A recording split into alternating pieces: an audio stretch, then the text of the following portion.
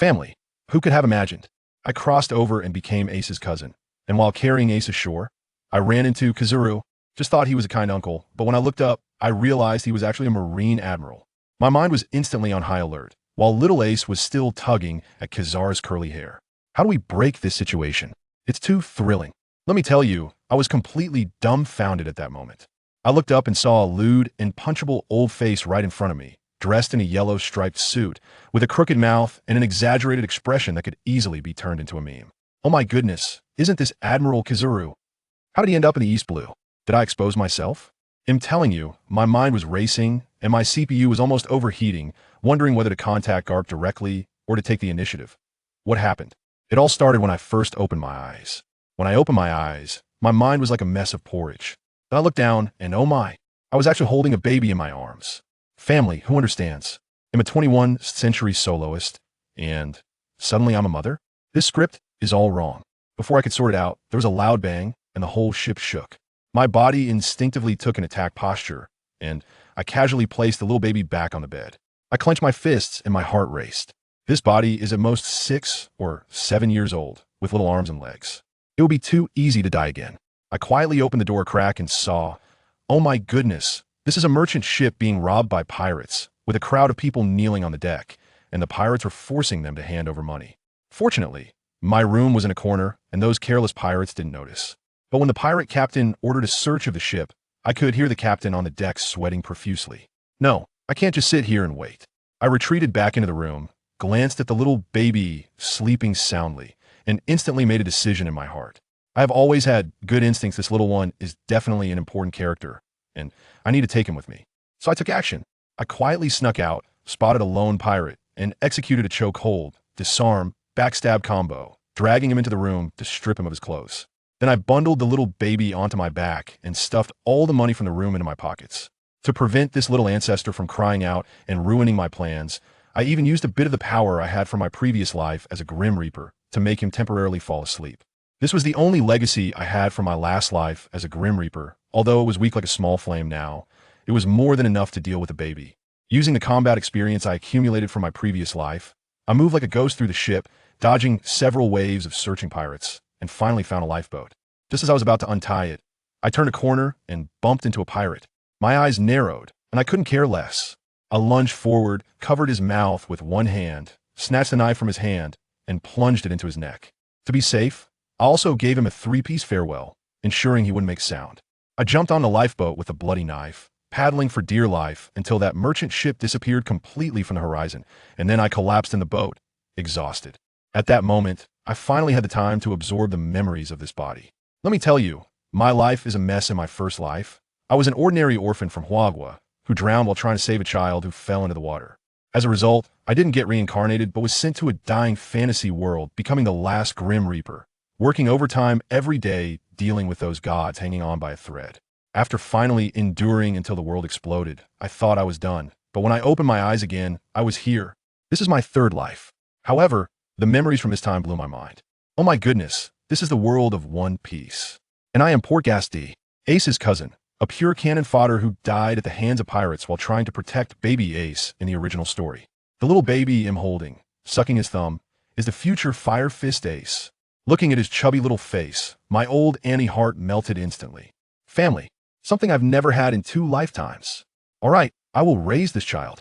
Once ashore, I rushed to a baby supply store buying bottles, nipples, diapers. A whole lot of stuff. The store clerk looked at me, a little kid carrying a baby, and after hearing my tragic story about my parents being killed by pirates and that I was going to seek refuge with relatives, they were so moved they gave me a discount. Carrying Ace on my back and holding 2 big bags of supplies, I walked toward the inn, and the rate at which people turned to look was unbelievable.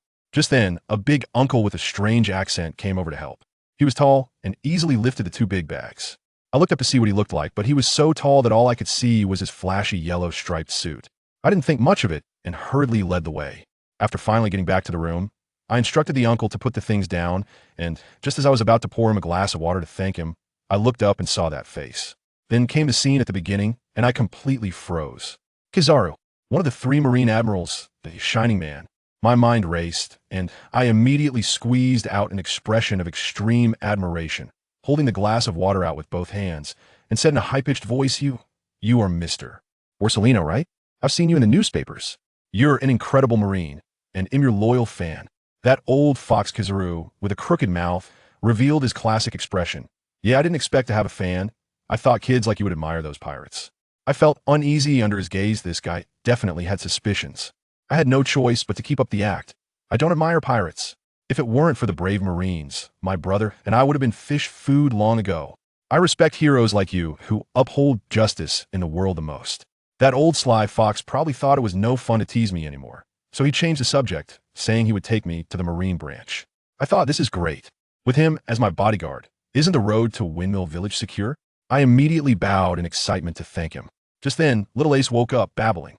I hurried over to tease him. The little guy smiled broadly at me as soon as he saw me, his little unformed freckles shaking, melting my heart. I directly picked him up for hugs and kisses. I glanced at the clock on the wall. It was time for my little bit of mischief to kick in. I turned to Kizaru with a pleading look. Mr. Borsellino, Ace needs to drink milk now, and I can't free my hands. Could you hold him for a moment? Kizaru raised an eyebrow, probably mocking me in his heart, but he still took Ace. Thus, a classic scene was born. He placed Ace on his arm, like holding a small object. But who is our Ace? The son of the future pirate king. He stared seriously at Kizaru's orange peel face, and the next second, he was climbing all over him, grabbing Kizaru's curly hair. I'm telling you, I almost laughed out loud at that moment. Kizaru winced in pain, but didn't dare to use force, so he could only let Ace give him a little Ace shock. I held back my laughter, shaking the prepared milk bottle. Ace, be good. Come to your sister. Only then did little Ace release his grip and jump into my arms. Kizaru rubbed his scalp, looking so scary, and said, kids really are terrifying while feeding him my probe, Mr. Borsellino. You're so impressive. How did you end up in the East Blue? Your little miss knows quite a bit. Huh. That old fox started to pry into my words. I immediately threw out the excuse I had prepared, because the relative I'm looking for is the Marine hero Garp. I heard him tell stories about the Grand Line when I was a child. Let me tell you, blaming it on Garp is definitely safe. That old man doesn't play by the rules, and having a relative with some strange knowledge is pretty normal, right? Sure enough, Kizaru said thoughtfully, if it were Garp, it wouldn't be surprising. This old slacker glanced at his watch, and seeing that his aide hadn't come to urge him, decided to take us to the naval base while also slacking off a bit longer. I quickly stuffed Ace into his arms and nimbly packed up my things. As a result, Kizaru was scared off by Ace's antics and swiftly grabbed my big bundle to carry it himself, then stuffed Ace back into my arms. As expected of you, Kizaru, willing to sacrifice your dignity to avoid carrying a child. On the way to the base, this old man completely let loose. He would occasionally exclaim how nice the weather was, comment on the uniquely shaped stones by the roadside, and even pulled out a listening bug to talk to himself. To my surprise, that was actually a black phone bug for eavesdropping. I couldn't help but mock him, and he looked genuinely surprised, saying, "Yeah, did I mess up again?" While that expression clearly showed he thought, "Yay, I found another excuse to slack off." I was stunned, utterly stunned. Then, it got even more absurd. I was infected by his lazy vibe and actually went to buy 2 ice creams, gave him one, and then we both squatted under a tree watching ants move their home. At a crucial moment, we even cheered for the ants together. I didn't even notice my ice cream fell to the ground in excitement. It wasn't until the ants successfully moved their food into the hole that I realized. Who am I? Where am I? What am I doing? I started to doubt my life. This kind of silliness is really contagious. Kizaru looked at my dazed expression, reached out, and messed up my hair into a bird's nest, wearing a devilishly playful expression that said, "This girl is a bit smart, but not too much." Finally, he remembered his business, picked me up, and rushed to the naval base at light speed. Upon arriving at the base, after completing the handover with the person in charge, he borrowed a phone bug to contact Garp. Those 2 old men quickly agreed on their stories in just a few words, perfectly seamless. Just when I thought I could enjoy some peace, the office door was knocked on, and Kizaru's resentful aide, Saad, showed up. "Vice Admiral Kizaru, I've called you 32 times. While trimming his nails with a nail clipper, Kizaru calmly replied, "Yeah, I accidentally took the wrong phone bug. The crew's mission is not urgent. As for the documents, let Saad handle them. I will simply sign once he is finished. If he cannot, he can pass them to Sakaski, who thrives on work." Saad's face turned pale. Huang Yuan still hoped to use me as an excuse to continue slacking off, but I would not allow him to succeed. I immediately embraced my dramatic side, rushing over to grasp one of his fingers with tears welling in my eyes. "Mr. Salino, you are exceedingly busy, and I am immensely grateful for the time you have devoted to me. Please go ahead with your work. I shall patiently await Mr. Carp." With that, I turned away, feigning to wipe away tears. Once Huang Yuan realized his excuse was gone, he could only leave begrudgingly, transforming into a beam of light and leaving his poor aide behind. Finally, I could breathe a sigh of relief. The base's colonel was considerate enough to assign a female Navy officer to take care of us. I placed Ace on the bed, and he embraced his toy to play. The female Navy officer seemed to take a liking to Ace, staying by his side and showering him with affectionate kisses on his face. Observing this heartwarming scene, my heart softened immensely. After 2 lifetimes, I finally had family. Though this world is fraught with danger, having Ace made me feel grounded at last. As I was lost in thought, the female Navy officer waved her hand in front of me. "Little one, my name is Belmir. What is yours?" I was taken aback. "Belmir." I looked up at her suddenly, taking in her long crimson hair, mischievous smile, and distinctive short sideburns. It was her, the mother of Nami and Nojiko. She noticed my daze and asked with a smile, "Is something wrong, little one?" I quickly shook my head, fabricating an excuse. "Oh, nothing. Just curious why your sideburns are so short, Belmir." Belmir brightened with a radiant smile, touching her short hair. "This hairstyle is called A Woman Must Have Courage. It brings me boundless bravery." I looked into her eyes, sparkling with light, and smiled. "It is evident that you are a wonderful Navy officer, Belmir." She laughed heartily. "Is that so? But just call me Belmir. Miss sounds so strange." At that moment, I felt a sense of camaraderie with her. It seemed not all in the Navy were bad people. At least these lower-ranking soldiers had a pure faith, unlike those higher-ups, who were all seasoned slackers. Belmir excitedly mentioned that she wanted to adopt 2 children after her retirement, and I nodded vigorously in my heart. "Sister, don't worry. Nami and Nojiko are all packed and ready to be delivered to you." With her assistance, my days with Ace were nothing short of delightful. The next day, as I was playing with little Ace in the courtyard, a thunderous roar nearly knocked me off my feet. My poor grandson. I turned to see a muscular old man barreling towards me like an uncontrollable tank. His intent was clear. He wanted to give me a big hug. Could I let that happen? I swiftly dodged to the side, cradling Ace in my arms.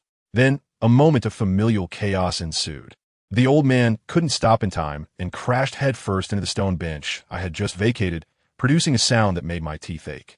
You won't believe what happened next. He suffered no injury, but the stone bench shattered. It split open with a crack, scattering debris everywhere. My mouth dropped open in astonishment, and I blurted out, "What the heck? Is that made of diamond?" His physical prowess is simply that of a human-shaped Gundam. The old man staggered up, looking rather aggrieved. Holding his head, he began to act. "Oh, how unfortunate I am. My ungrateful children ran off with their wives, and now my granddaughter despises me." He even managed to squeeze out a couple of tears. "An Oscar for you, my friend," I exclaimed.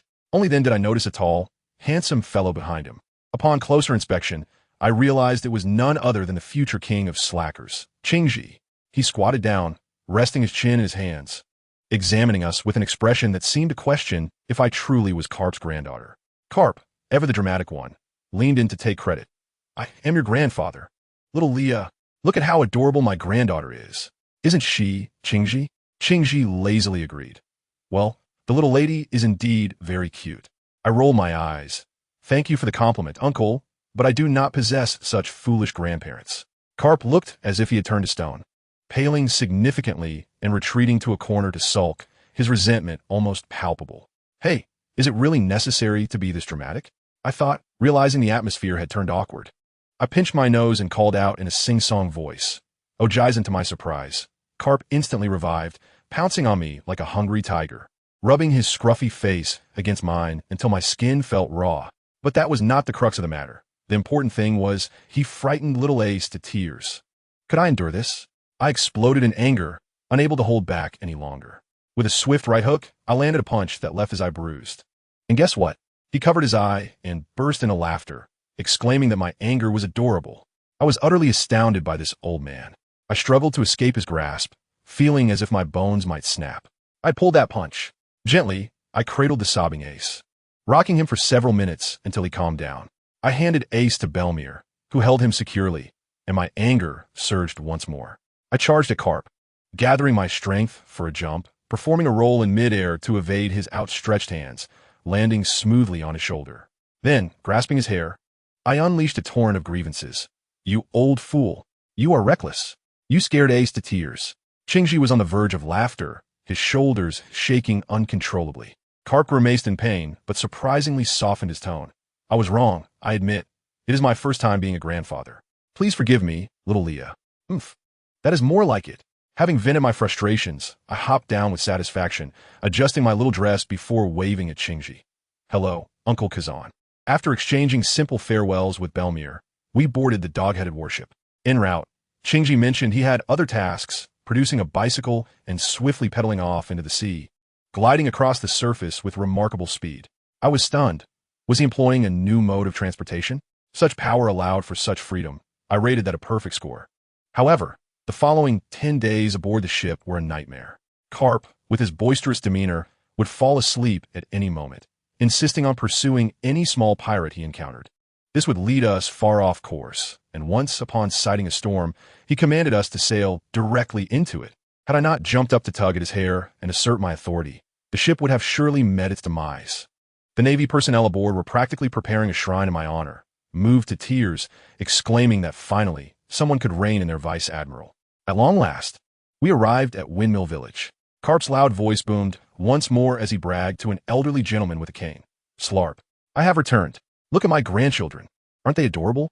The village chief was kind-hearted. He glanced at Carp and then approached me, gently patting my head while commiserating. Having such an unreliable grandfather must be quite burdensome for you. We moved into the old home of the Monkey D family, and fortunately, a gentle and lovely older sister named Machino frequently came to clean, or else we would have been buried in dust. Within a couple of days, Carp set sail again. Watching his ship grow smaller in the distance stirred mixed feelings within me. Though he was a troublesome old man, he genuinely cared for us, secretly giving the village chief money to replace our old beds. His tough love philosophy was ultimately aimed at making us strong enough not to be bullied by this wretched world. Fine, I accepted this grandfather. Thus, my life of nurturing children began in Windmill Village. Sister Makino is not only beautiful, but also kind-hearted, resembling an angel. She even gifted me her lovely little dress from childhood. However, at a rugged girl who hunts in the mountains, wearing such a garment would be sheer folly. The fabric would be torn by branches daily, and I found it quite embarrassing. Eventually, I candidly expressed my feelings to her, and with charcoal, I designed several stylish and chic outfits. To my surprise, Sister Makino, with her deft hands, actually crafted them for me, blending aesthetics with practicality. I was so thrilled that I embraced her and planted a kiss on her cheek, exclaiming, Sister Makino, you are so wonderful. I shall marry you when I grow up. In gratitude, I frequently assisted her at her bar, charming customers and filling my pockets with candies gifted by the gentleman. Little AC, that rascal, grew increasingly mischievous. After learning to crawl, he dashed around the yard like a runaway husky. Just the other day, he even hid in the refrigerator during a game of hide-and-seek, nearly getting his head caught in the door. In desperation, I had to tether him, but he treated it as a bungee jump, laughing joyously each time he was sprung back. Oh, dear family, who understands the woes of parenting? One day, this little rascal went missing. Panic surged through me, especially since a band of reckless pirates had arrived in the village, trying to mooch off Sister Makino as hospitality and getting handsy. I feared they had kidnapped AC in retaliation against me. Without a moment's hesitation, I rushed over and tied up those would-be escapees in our courtyard, giving them a thorough thrashing. Their wails echoed throughout the village. To my astonishment, I later discovered that my little troublemaker had merely wandered into the mountains. He was sulking because I hadn't answered his questions about his father. Yet he proved resourceful, setting traps to catch 2 rabbits and gathering a hive of honey and a trove of wild fruits to bring back as offerings. When he returned, Sister Makino informed him of my capture of the pirates.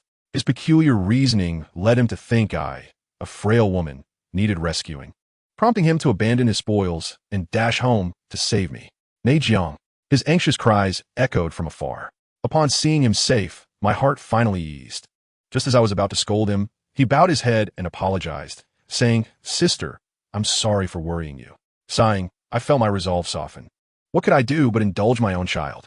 I hastily released the terrified pirates, who fled in a panic, likely forever haunted by the experience. That evening, as we feasted on the roasted rabbit AC had caught, I felt a deep sense of fulfillment, akin to a mother witnessing her child grow. My gifted child cannot be confined at home forever. I plan to procure a watchbug from that old coot, so I can keep track of him during his adventures. This incident served as a wake-up call. Relying solely on hunting is not a sustainable path. I must earn money, substantial money. Thus, My general store opened on the first floor of our home, selling the wild game I hunted, exotic fruits I foraged, and my exclusive array of desserts and beverages. I assure you, my ambitions extend beyond mere pocket money. I aspire to become a titan of the economy in this world. I shall forge a path with wealth. This world is awry. The Tenryabito dwell high above, while the Navy serves as their pawns. Mere strength is insufficient. I must be rich enough to rival nations, wielding financial power to protect those I hold dear. Therefore, once Kapu sends AC to Dayton for military training, my initial plan is to become a bounty hunter, exchanging the heads of those scoundrels for my first earnings. However, there is no rush. I have countless plans swirling in my mind, but one must take things step by step. The immediate priority is to ensure a comfortable life for AC and myself. In my past life, while I may not have mastered much, I excelled at indulgence. I transformed into a food blogger, revamping Sister Makino's bar menu with delectable offerings, fried chicken, French fries, hamburgers, and showcasing my flair for mixology, leaving her utterly astonished and eager to learn from me. Thus, business flourished. I found myself busier than ever, scarcely having time to spend with AC. Luckily, with the village chief and Sister Makino's assistance, after 6 months, I managed to save a bit of money and hired a young lady to help run the shop, which finally liberated me. Yet, just as I began to enjoy my newfound routine, calamity struck. One morning, I was blissfully asleep with AC when a thunderous crash jolted me awake. The entire house trembled, nearly sending me tumbling from my bed. My irritation flared instantly. Who was daring enough to demolish my home so early in the day? Clutching the still drowsy AC, I rushed downstairs only to find that old rascal Kapu. One arm cradled some object, while the other was greedily raiding my shelf of Sunbae intended for customers. My blood pressure skyrocketed. I quickly set AC down, forcing a smile I deemed gentle. AC, dear sister has some household matters to attend to. Would you be a good boy and go upstairs to change? AC rubbed his eyes and obediently nodded, heading upstairs. As soon as he left, my demeanor shifted. Oh, dear family, who truly understands the frustration of seeing one's hard-earned goods consumed by a gluttonous relative. I cracked my knuckles and dashed toward him, throwing a punch at that aging visage. Baga, you gluttonous old coot. All you do is eat. What shall I sell to customers when they arrive? Air. But guess what? That old man displayed surprising agility, dodging my blow while nonchalantly picking his nose and retorting in a tone that was infuriatingly condescending. Oh, what does it matter? Little Leah, you are so stingy. My anger reached a boiling point. Was this truly a matter of being stingy? I leaped up and seized his hair, disregarding any notions of observation and mastery. Physical confrontation was the most effective method. It hurts. Lily, I was wrong. Please let go. He cried out in pain. Yet his tone was still that of a man attempting to placate a child, clearly not taking the situation seriously. Just as we were engaged in our little tussle, a sudden, pitiful wail echoed through the air, reminiscent of a kitten's cry. I paused, turning toward the sound, and to my astonishment, the bundle Kapu had been cradling was an infant. Good heavens!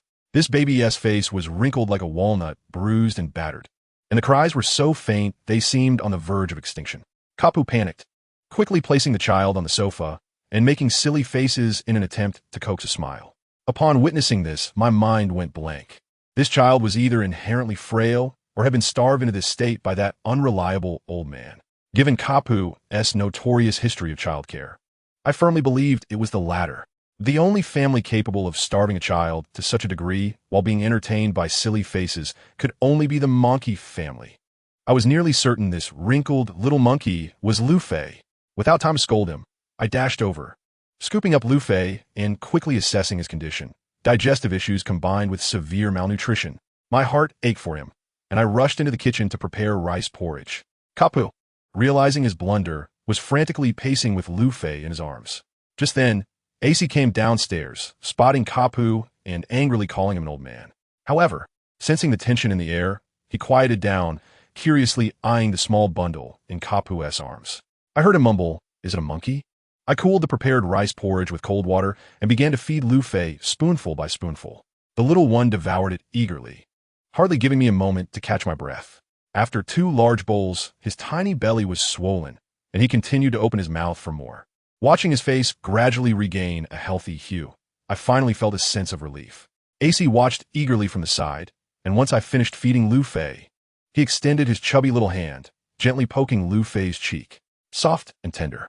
Lu Fei, now full, began to feel sleepy, his eyes drooping. Yet he mustered the strength to grasp AC's mischievous fingers. In that moment, AC's eyes widened in astonishment. The first encounter between these two children nearly melted my CPU. It was simply too adorable. Kapu, this old man, surprisingly behaved himself and did not cause any trouble. Observing the scene before me, his gaze softened as he said, "Look, Ace, this is Luffy, my grandson." I crouched beside Ace and added Ace. "You now have a little brother. Brothers share a bond. You must protect one another. No matter the danger, the other will risk everything to save him."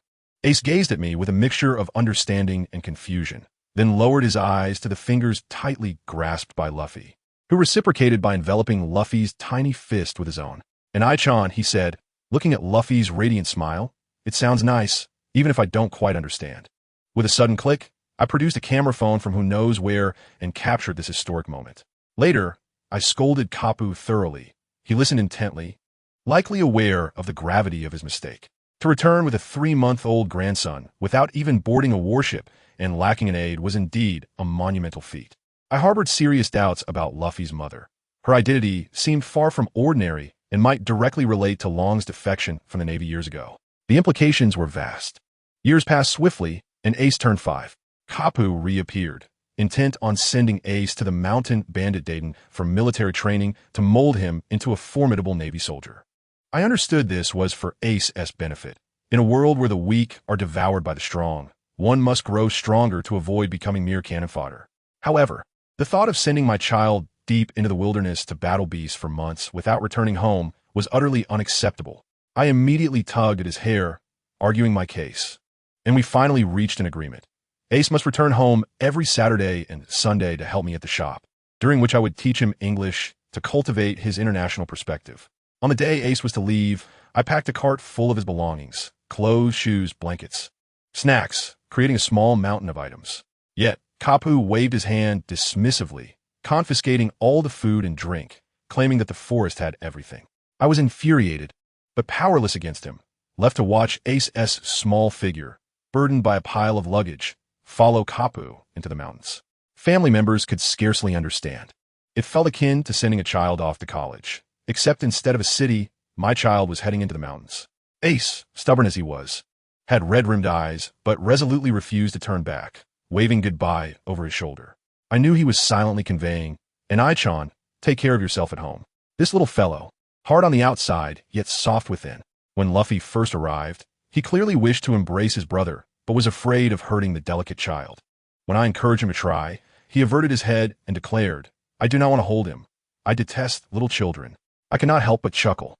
Was Ace not still a child himself? This frustrated him, causing his face to flush red as he shouted, "And Ai-chan." Halfway through their journey, noticing Ace's eyes were red, Kapu began to taunt him, as expected of a little one. "You're going to cry at the thought of leaving your sister." Ace exploded in indignation. Who's crying? I am to become a pirate. A Wu-N-T cry over something so trivial. Kapu, upon hearing this declaration, swiftly delivered a playful punch to Ace's head, exclaiming, "You and Luffy will become the strongest navy."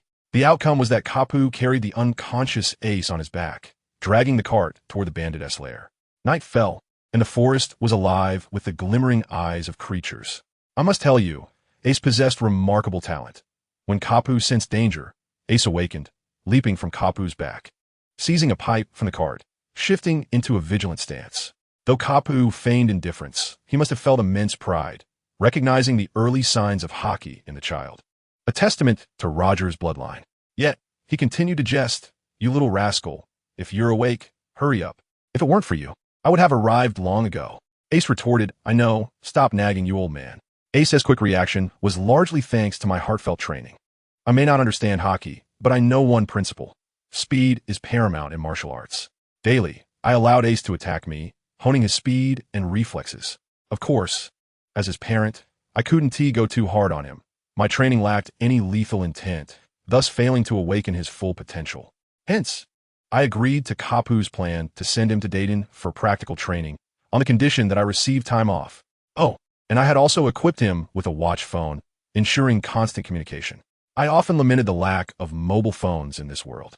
Let me tell you, This device was more than just a mere watch phone. I had secretly enhanced it with tracking and danger alert spells.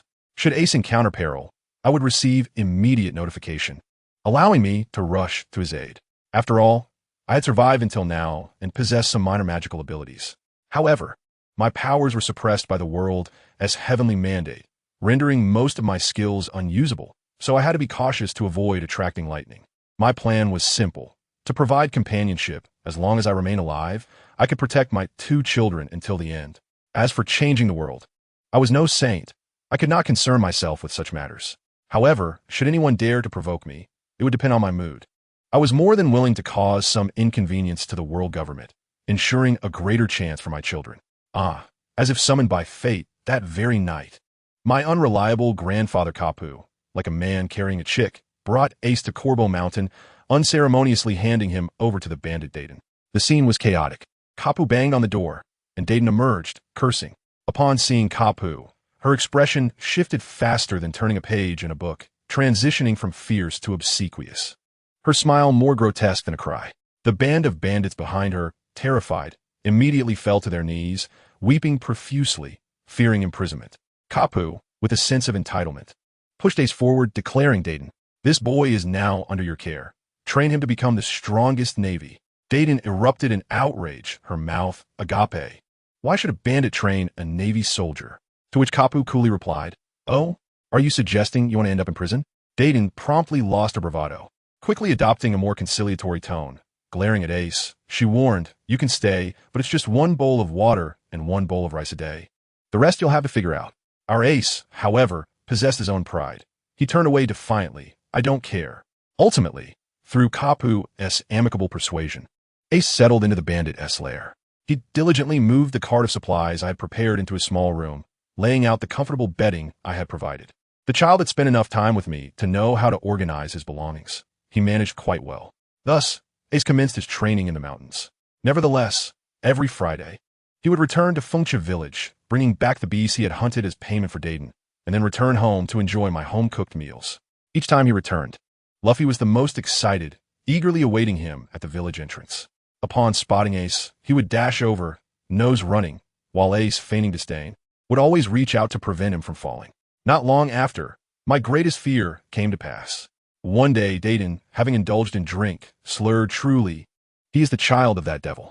Ace, while polishing his pipe, froze mid-motion, asking, Who is this devil? Dayton, tongue thick with alcohol, replied, Who else could it be? Pirate King Roger. The nearby bandits, terrified, rushed to cover her mouth. Ace said nothing, silently returning to his room. I later learned that night. The child sat alone on the floor, utterly devastated. He recalled the insults he had heard in town, branding Roger as a demon, claiming his bloodline was tainted with sin. His curiosity about his parents had lingered, but he was often told to wait until he was older. Now, however, the revelation pierced his heart like a dagger. Since then, Ace had grown increasingly withdrawn, his demeanor darkening. Despite his efforts to feign indifference in my presence, I could not be deceived. I resolved to have a serious conversation with him. On yet another Friday evening, after dinner, I sent Luffy out to play and sat down face to face with Ace. I gazed into his eyes, purposefully feigning sorrow, and even pulled out a tissue to dab non-existent tears, lamenting, Oh, Ace has grown up, keeping his troubles to himself and not confiding in his sister. It makes me so sad.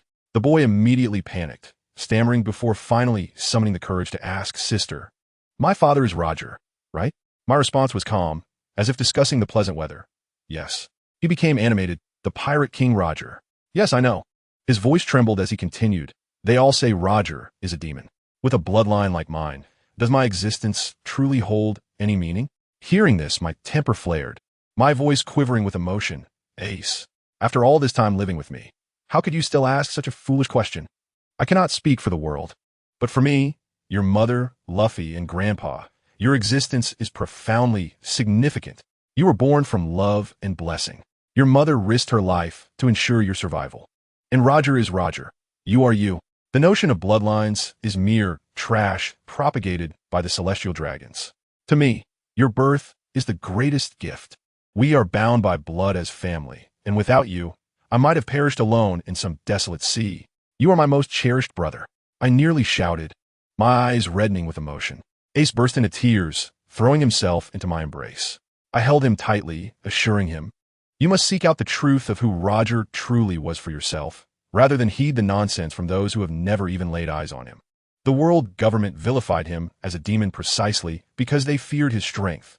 At that moment, Luffy's youthful, resonant voice rang out from the yard, proudly proclaiming to Machino, "I really like Ace, just like I like my sister." Upon hearing this, Ace, with tears still glistening on his face, muttered begrudgingly, "That guy." In the aftermath of this incident, I came to a profound realization. Roger did not surrender merely due to his terminal illness. He must have uncovered the truth of the Void Century and foreseen the impending upheaval. By sacrificing himself, he ignited the great pirate era to shake this stagnant world. And that Shanks, do you truly believe his power derives solely from the Goma no Mi? Do not be absurd. He possesses a bargaining chip that could destabilize the very foundations of the world government, negotiating on equal footing with the Gorosei. That fellow is a pure strategist, having orchestrated everything from the outset. Not long after, Ace returned with a golden-haired boy wearing a top hat, who politely bowed and introduced himself. "Hello, Miss Leah. I am Sabo." Upon seeing his attire, I understood immediately. I teased, "I hear you are an orphan from the garbage dump?" He scratched his head, replying, "Ah, yes." I wagged my finger, "Little one, it is wrong to lie. The fabric and pattern of your clothes are custom-tailored for the nobility of the Goa Kingdom. Your eloquence is not something that could be cultivated in a lawless place." Before I could finish, Luffy burst into the room with a piece of meat in his mouth, shouting, "Sister, Sabo used to be a noble." Sabo's face fell instantly, and he awkwardly apologized. Ace quickly clarified that Sabo had lied out of fear of my disapproval. Sabo himself lowered his head, confessing his loathing for that family, declaring he did not wish to be a noble, but instead desired to set sail in search of true freedom. Seeing the light in his eyes, I crouched down and propped my chin in my hands, asking then, "Would you like to join our family?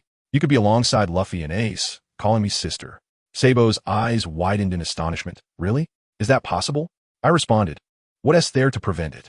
Just a few more pairs of chopsticks. I can afford it." I proudly patted my chest. "Sister," he exclaimed. "Oh, good. Here," I said, pulling out a prepared red envelope and handing it to him. "This is for you, a token for addressing me as sister." I also distributed one to Ace and Luffy. Just like that, our family welcomed another young member. I then turned to Sabo, assigning him a task. "Sabo, I have opened a school in Windmill Village. You are responsible for taking Ace and Luffy to school, ensuring they do not cause any trouble." Luffy and Ace were taken aback, one asking, "What is school? Can we eat there?" The other queried, "Is school fun?" I felt overwhelmed and promptly handed these two lively rascals over to Sabo, slipping into the kitchen to experiment with new desserts. I declared, "In this world, I shall dismantle the aristocracy's monopoly on knowledge from its roots.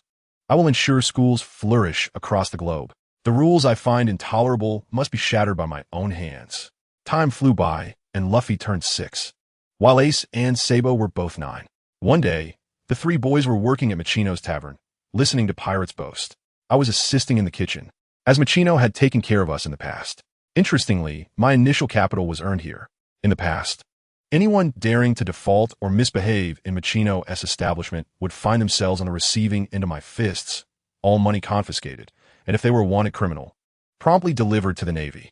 Over time, this place became renowned as a safe haven among pirates. However, today, a group of brazen individuals entered. They loudly berated Roger, hurling the most vile insults imaginable. Ace's fists clenched tightly. Luffy, sensing the shift in atmosphere, lifted his head from the meat platter. Sabo remained calm, restraining Luffy, whispering, "Do not act here. Wait until they leave, then we will deal with them." Yet Ace could not contain himself. He approached the group of pirates, his gaze dark. "Have you ever seen Roger?" The pirate captain scoffed. "If I had seen him, would I be standing here speaking to a brat like you?" Another pirate jeered. "I heard the Navy once searched everywhere for Roger's bloodline. If he had children, they ought to suffer to death." Laughter erupted in the bar, but to everyone's astonishment, upon hearing those words, Ace's clenched fists relaxed. The shadow in his eyes transformed into pure disdain as he retorted, "Indeed, you're just as my sister said, a bunch of trash." The moment those words left his mouth, the room fell silent. The next instant, the pirates erupted in fury, brandishing their weapons, ready to attack. Luffy and Sabo immediately stood by Ace's side, prepared for a fight. At that moment, a voice filled with indignation rang out from behind them. I leisurely removed my apron and stepped out from the kitchen. Well, you fools, what do you intend to do to my beloved brothers? Before I could finish my sentence, I delivered a resounding slap to one of them, sending him crashing into the wall, unable to extricate himself. With my display of strength, the tavern fell silent, and the sound of a pin dropping could be heard. Every jaw dropped, including Sabo's. I suspected he had never witnessed my fury before, as I typically portrayed the gentle, harmless older sister. Ace and Luffy, they dared not utter a sound, for my wrath was far more intimidating than old man Carp's fists. The three boys shared an unspoken understanding, stepping back while crossing their arms, ready to watch the spectacle unfold. The remaining pirates trembled in fear, forgetting entirely about their leader's fate. I leisurely wiped my hands, took a piece of paper, and swiftly jotted down a figure, passing it over. Well, for the damage to my wall and today's drinks. A total of 200,000 berries. Thank you for your patronage. The paper bore nothing but the solitary figure of 200,000. The faces of those men turned a ghastly green. I found immense amusement in their dismay. If you don't wish to pay, I would be content to give you another thrashing. No sooner had I spoken than a cough resonated from the hole in the wall, followed by a trembling hand reaching out, which then promptly fell flat on the ground again. The leader sprawled face first. The sound of his fall was painful to hear. Struggling to rise, he coughed up a mouthful of blood, along with a few teeth. His face was swollen to the size of a pig's liver, swaying for a moment before he fainted again. I crossed my arms, enjoying the spectacle, then turned to regard the small henchmen. They collectively swallowed hard, and in a frenzy, began rummaging through their pockets, checking their shoe soles, and some even reached into their trousers. The scene was quite absurd. Finally, they managed to gather the 200,000, the pile of notes exuding an indescribable scent. I waved my hand dismissively, too apathetic to even glance at it, and tossed the entire sum to my three little companions. Luffy, Sabo, Ace, the remainder is for you to practice with. Just make sure they're incapacitated, but do not kill them. Alrik, ni Tun. The three little rascals responded excitedly. A pirate, unwilling to accept defeat, shouted, "Didn't you say you would let us go once you receive the money?" "Indeed," I replied with a disarming smile. "I said I wouldn't beat you, but I never mentioned that my precious little brothers wouldn't." What followed was a one-sided beating. I watched as the three little ones pummeled the pirates until they were weeping, nodding in satisfaction. Indeed, they had made significant progress. When the pirates, resembling lost dogs, staggered to their ship for support, I felt slightly dissatisfied. These fools didn't even have a bounty on their heads. What a waste of effort. My mood soured, and I let out a peculiar whistle. Guess what happened? A gigantic sea king erupted from the water with a splash. I commanded it, "Go, and entertain those worthless scoundrels." Just as I sent off the little ones, I looked up to see yet another formidable presence approaching the harbor. A colossal pirate ship, adorned with a dragon figurehead, was slowly docking. I squinted, recognizing it as the Red Force of the red-haired Shanks. I quickly instructed the three little ones to disperse, Luffy to find the village chief, Ace and Sabo to inform the villagers. Although they were somewhat concerned about leaving me alone, their blind faith in my combat prowess led them to prioritize alerting the others. Soon, the villagers arrived with hoes and axes, forming a protective circle around me, while the three little ones stood ready with water hoses. As for me, I crossed my arms, nearly stifling a yawn from boredom. Once the ship docked, a horde of pirates disembarked. Naturally, the one at the forefront was the red-haired Shanks, sporting 3 scars on his left eye, clad in a white shirt and floral shorts, with flip-flops on his feet. His sense of style was quite the pinnacle of trendiness, sarcasm. Beside him stood a dapper gentleman with a cigarette, exuding a sharp intellect. It was evident he was the brains of the operation, the one tasked with cleaning up the mess. Next to him was a figure strikingly similar to Usopp, the infamous Jesus Burgess. Ugh, what a scoundrel. And there was the portly man, Lake Hugh, gnawing on a large piece of meat incessantly. The village chief approached, trembling as he negotiated, while the red-haired Shanks grinned broadly, revealing his pearly whites. "We are here to host a banquet."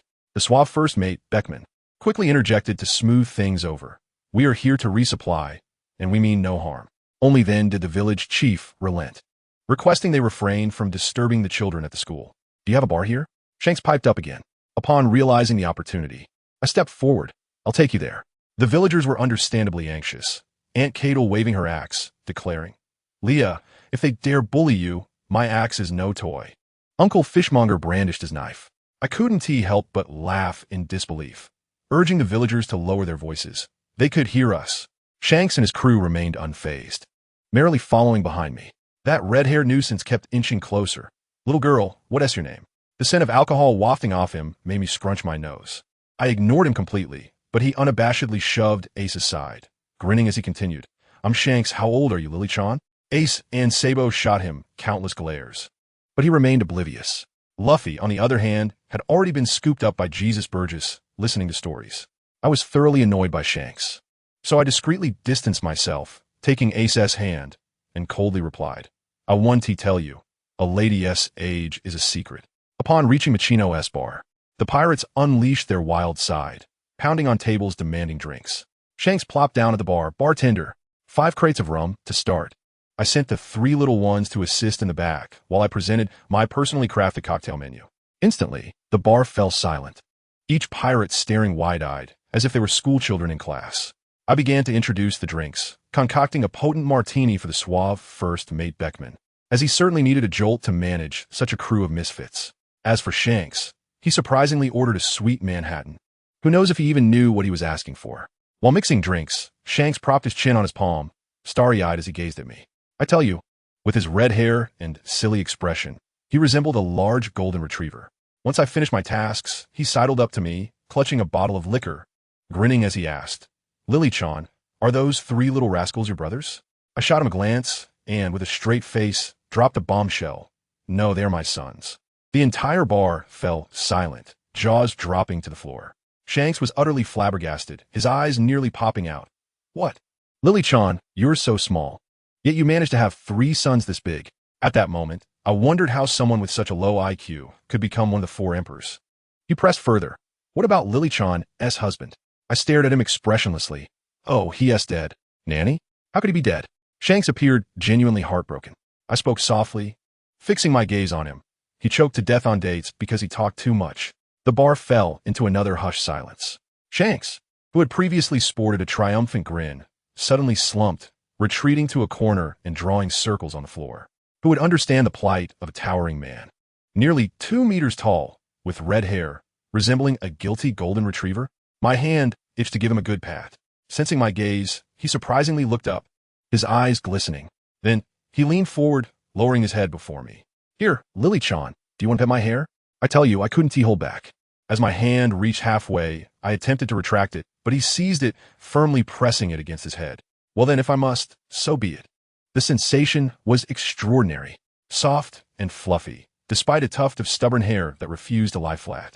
I was reveling in the moment, unable to suppress a smile. The entire bar remained silent. I could feel Ace's resentful gaze from the kitchen. Shanks, this towering figure, relished the attention, remaining still as I petted him. Just then, Miss Machino called for me, saying some dishes require my attention. Reluctantly, I withdrew my hand. As soon as I pulled back, I met Shanks' sparkling eyes. I tell you, that look was something else. It was as if he were a golden retriever seeing a bone, and I could almost envision a tail wagging behind him. Goodness, how could a mere 26-year-old young man, due to his disheveled appearance, exude the aura of a middle-aged bachelor? I couldn't help but steal another glance at Miss Machino. Then at Shanks, my heart racing. Alas, dear family, who among you comprehends my plight? I am beset by the sensation that the resplendent cabbage I have nurtured is on the verge of being uprooted by the neighboring village's boar, though formidable in strength. It is undeniably unkempt. Yet, this boar possesses a temperament that is somewhat agreeable, perhaps just barely worthy of our esteemed Miss Machino. Sigh, I shan't dwell on it any longer. I must hasten to prepare a meal. Let us proceed with the delectable Coca-Cola chicken wings. I shan't divulge the specifics of my culinary secrets, as they are closely guarded. Nevertheless, our culinary tradition emphasizes the importance of preserving the original flavors, maintaining a respectful distance from spices. However, I am quite the opposite. For me, spices are the very essence of cooking. When Miss Machino observed my culinary prowess for the first time, she was astounded, declaring that those peculiar herbs I added to the pot could elevate the dish to new heights. Indeed, it is through this skill that I have expanded a chain of Chinese restaurants across the East Sea, forging ahead toward the ambition of becoming the world's wealthiest individual. In passing, I also prepared dinner for Ace, Luffy, and Sabo. That rascal Luffy, having already eaten, approached the table of Ace and the others, eager to partake once more. Were it not for my presence maintaining order, these three would likely brawl over a mere morsel of meat. As I finished setting the dishes, I glanced up to see Shianka S. and Makino engaged in lively conversation. Resting my chin upon the bar, I finally understood the joy expressed by those online who ship couples. Truly, it is exhilarating. With three adorable little ones at home and a lovely neighbor, life feels utterly perfect. Yet, allow me to impart a cautionary tale. One must not rejoice too soon. That rascal Shianka, having imbibed too much, began to murmur with his crew, and then, in unison, they turned to me with those sparkling puppy dog eyes. A sudden alarm echoed in my mind, accompanied by an ominous premonition. In the next instant, Shianka lunged at me with astonishing speed, seemingly targeting my legs. I was momentarily bewildered. Was he about to attack? My reflexes, quicker than my thoughts, prompted me to sidestep and deliver a swift kick aimed at his crimson hair. Just as I was about to make contact, he deftly intercepted my strike. This all transpired in the blink of an eye, leaving his crew utterly flabbergasted as they witnessed our skirmish, instinctively reaching for their weapons. Shianka grasped my ankle, attempting to explain himself, but I offered him no opportunity. I unleashed a barrage of strikes upon him. Initially, he defended himself without retaliating, but as I pressed him further, he had no choice but to counter my punch. The force of our clash reverberated through the bar, shattering furniture and causing the windows to tremble ominously. Observing this, his crew realized their captain was merely toying with me, and they promptly sheathed their weapons, resuming their revelry. Only first mate Beekmon offered reassurances to the visibly concerned Makino. My three little ones were incensed. Ace and Luffy clamored to charge forward, but Sabo held them back, ultimately delivering a reprimanding punch to each of their heads. Fools! This is a battle for my sister alone. Do you wish to interfere? Luffy, tears in his eyes, murmured an apology, while Ace glared daggers at Shianka, clenching his fists. After that exchange, we both paused, bewildered. I gazed at him in confusion. Did you not wish to spar with me? Why do you merely defend without striking back? Shianka frantically waved his hands. His face flushed. No, Lilyjiang. I merely wish to invite you aboard my ship. My expression mirrored that of a subway commuter staring at a phone. Incredulous. Is this your idea of an invitation? To silently rush at someone? This towering figure began to pout. Well, someone once told me that when asking for a favor, sincerity is key. I rolled my eyes dramatically. Then what on earth were you attempting to do just now?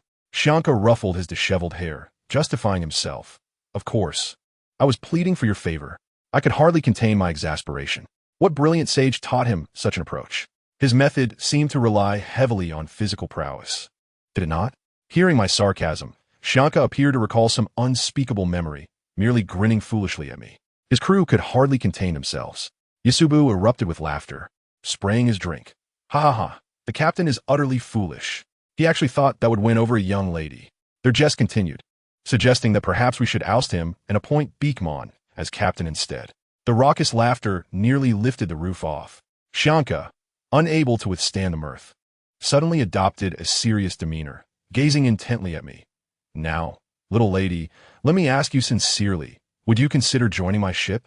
His crew fell silent, all eyes fixed upon me with palpable anticipation. I, under the weight of their collective gaze, slowly crossed my arms. Damn me. Alas, the disheartened red-haired boar sank in despair. I gathered the three little ones into my embrace, affectionately rubbing their cheeks. You see, I have three younger brothers to care for. Ace's cheeks flushed, turning away awkwardly, while Luffy grinned widely, displaying his pearly whites. Sabo's face also reddened as he quietly murmured, Ijiang.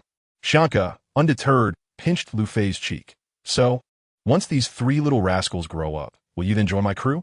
Such persistence. I locked eyes with him, resolutely declining, for I have my own pursuits to attend to. Shianka chuckled softly, not pressing further, yet I added, however, we shall surely meet again upon the vast sea. His eyes sparkled with renewed hope. Then I shall consider this our promise. Before I could finish my thought, he reverted to his drunken demeanor, leaving the line between sincerity and folly blurred. I sighed, resigning myself to the fact that I indeed have plans to seek collaboration with them in the future. However, by that time, I would approach Shianka in the capacity of a shichibukai to negotiate business. Once the commotion subsided, Shianka quickly endeared himself to the three little ones, regaling them with tales of his adventures, stories of fleeting seasons, and myriad encounters with extraordinary beings, recounting the glory of battles while dismissing his scars with a laugh. As I listened, it became clear that this man, with friends across the globe and formidable strength, also chose to protect the weak under his banner. It was no wonder he was destined to become one of the four emperors. After our skirmish, I regained my composure, surveying the disarray of tables and walls we had caused, feeling a pang of guilt. Makino rushed over, concerned for my well-being, which only intensified my embarrassment. My gaze shifted to Beekman, who was lost in thought while smoking. An opportunity presented itself. I approached him. "Good day. May I inquire as to your identity?" He exhaled a plume of smoke, gesturing toward Shianka, Beekman, the idiot's first mate. "Is my sincerity, Mr. Bayman. I believe we should discuss matters of compensation for the damages." Internally, Beekman must have been distressed, yet he maintained his composure. "Rest assured, beautiful lady. We shall take full responsibility." With that assurance, I resolved to befriend him. After our discussion regarding reparations, I noted that the hour was growing late and urged the three little ones, still captivated by stories, to retire. "You three, it is time for bed." Lu Fei tugged at my sleeve, pouting, "But I want to hear the end of the story, in Eijiang." Shianka burst into laughter, nearly spilling his drink. "Haha, you cannot become a pirate like that." Lu Fei retorted, brimming with determination. "I will be a pirate. My fists are as powerful as a gun. Ace protective as ever." Shouted at Shianka, "You scruffy red-haired uncle, do not mock Lu Fei." With a feigned air of innocence, Shianka turned to Beekman. "Beekman, have I truly become a scruffy old man?" Beekman delivered a ruthless retort. "Are you not aware of your own state? Baimang, do you no longer care for me?" Shianka lamented, his eyes glistening. His crew began to mock him wildly once again, causing Zyankasi to retreat into himself. Miss Machino covered her mouth and laughed, remarking how gentle the captain was. I rolled my eyes internally, thinking, isn't it amusing how love blinds one to reality? At his age, still playing childish games, this is not gentleness, it is sheer folly. I crouched down and told the three little ones to go to sleep, promising them new storybooks for tomorrow.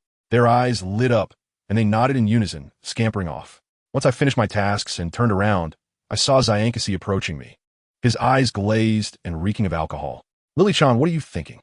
he inquired. I turned my head away in disdain. "Why should I tell you?" This band of drunks had indeed continued drinking until the late hours, each one collapsing to the ground.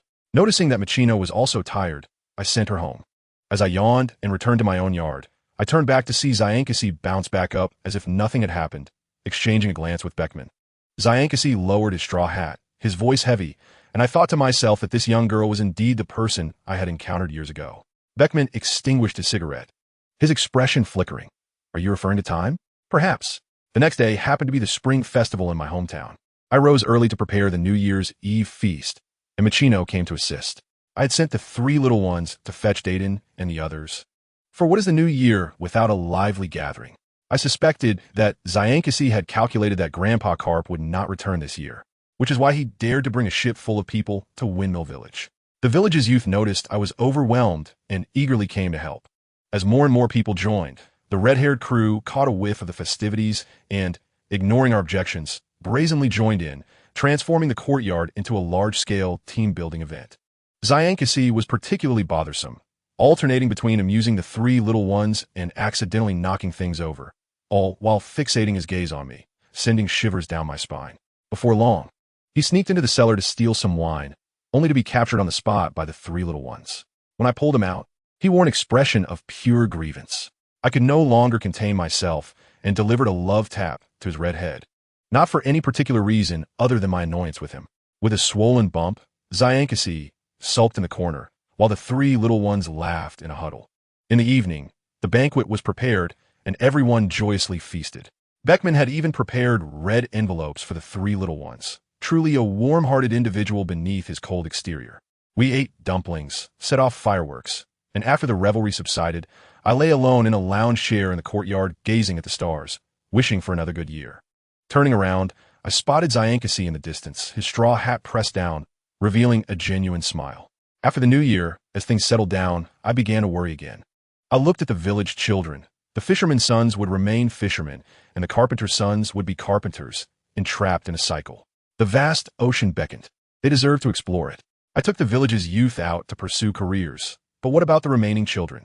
I couldn't be like some irresponsible redhead who abducted parents and left the children to fend for themselves, could I? Therefore, I decided to establish a school in the village.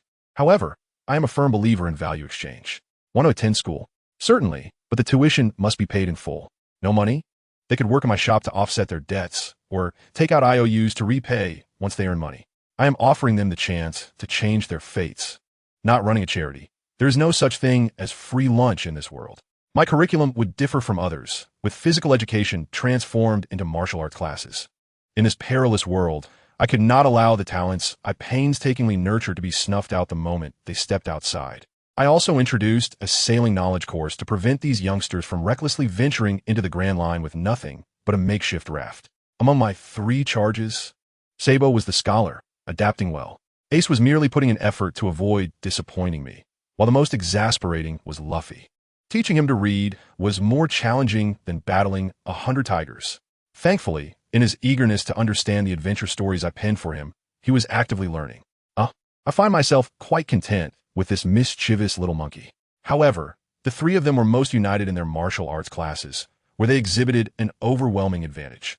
Not only could their peers not compete with them, but even the instructors I hired found themselves at a loss. Of course, I chose well. Yet, the primary reason was their exceptional talent. Additionally, I offered science classes and moral education classes, essentially a comprehensive developmental program.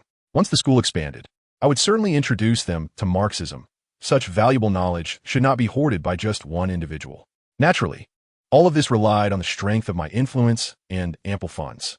Otherwise, a single command from the Navy would render my efforts futile. That red-haired fellow and his reliable first mate frequented my establishment, having long perceived my ambitions. I thought there was no harm in being transparent, inviting them to observe and broaden their horizons. Yet, just as I was finally getting a few days off, I had to set out for work again, which truly displeased me. I was headed to Calazina Island to negotiate herbal medicine deals with the director of a dubious hospital. That old scoundrel, relying on his connections to the underworld, was ruthlessly driving down my herbal prices, not for the sake of patients, but purely for his own profit. Wasn't this simply bullying me? He intended to take a share of my earnings? Fine, I would confront them today, making an example out of them. If I did not reveal my prowess, they might assume I was an easy target. Along the way, I was reminded of a childhood episode when I had a high fever and nearly succumbed. It was Carp in a panic, who rushed back from a Navy headquarters to save me. At that time, Ace was only 5 or 6 years old, juggling the care of a younger Luffy while worrying about me, his eyes bloodshot from lack of sleep. When I returned, he rushed to embrace me without a second thought. To be honest, among the 3 children, Ace tugged at my heartstrings the most. He was so sensitive and mature, masking his true emotions with indifference, yet deep down, he craved affection more than anyone else, perpetually searching for the meaning of his existence. Alas, this was something he had to discover for himself.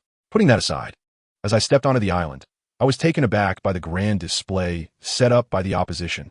Hundreds of individuals wielding axes, knives, and spike clubs stood in formation, a truly surprising welcome. Who still resorts to melee combat in this day and age? One should heed advice. If a bomb could resolve the issue, there should be no need for hand-to-hand combat. That is the modern way to settle disputes. Furthermore, I must express my bewilderment. Why must people introduce themselves and state their abilities before a fight? Are they afraid the opponent won't know how to defend against them? This essentially gives the opposition an unfair advantage. In a flash, I dispatched those minor nuisances and dragged the director, resembling a dead dog, to confront his backer. However, midway, I was invited to a tea house, where I found myself in a private room with an elderly man and a young one, both sporting striking grass-green hair. The younger one, a spirited lad with a mohawk, nose ring, and floral tattoos, clearly was in the throes of rebellion. Upon seeing me, he exploded in fury, shouting that I had harmed his younger brother. His father, a seemingly refined middle-aged man, restrained him with a smile, introducing himself as the captain of the Bardo Club. I could tell he was a cunning fox. The young man, infuriated, stormed out. I had no intention of dancing around with this old fox and directly inquired about his intentions. He was forthright, expressing his desire to invest in me and collaborate. I thought, do I really need your meager funds? Yet, he revealed a trump card. He possessed the Gigi fruit I had been searching for. Noticing my lack of reaction, he began to play the emotional card, claiming his wife had been harmed by enemies, and he himself was terminally ill, leaving him with little time to live. His greatest concern was for his misguided son. He too was a pitiful figure. Very well, I comprehend the situation. I shall negotiate conditions with him.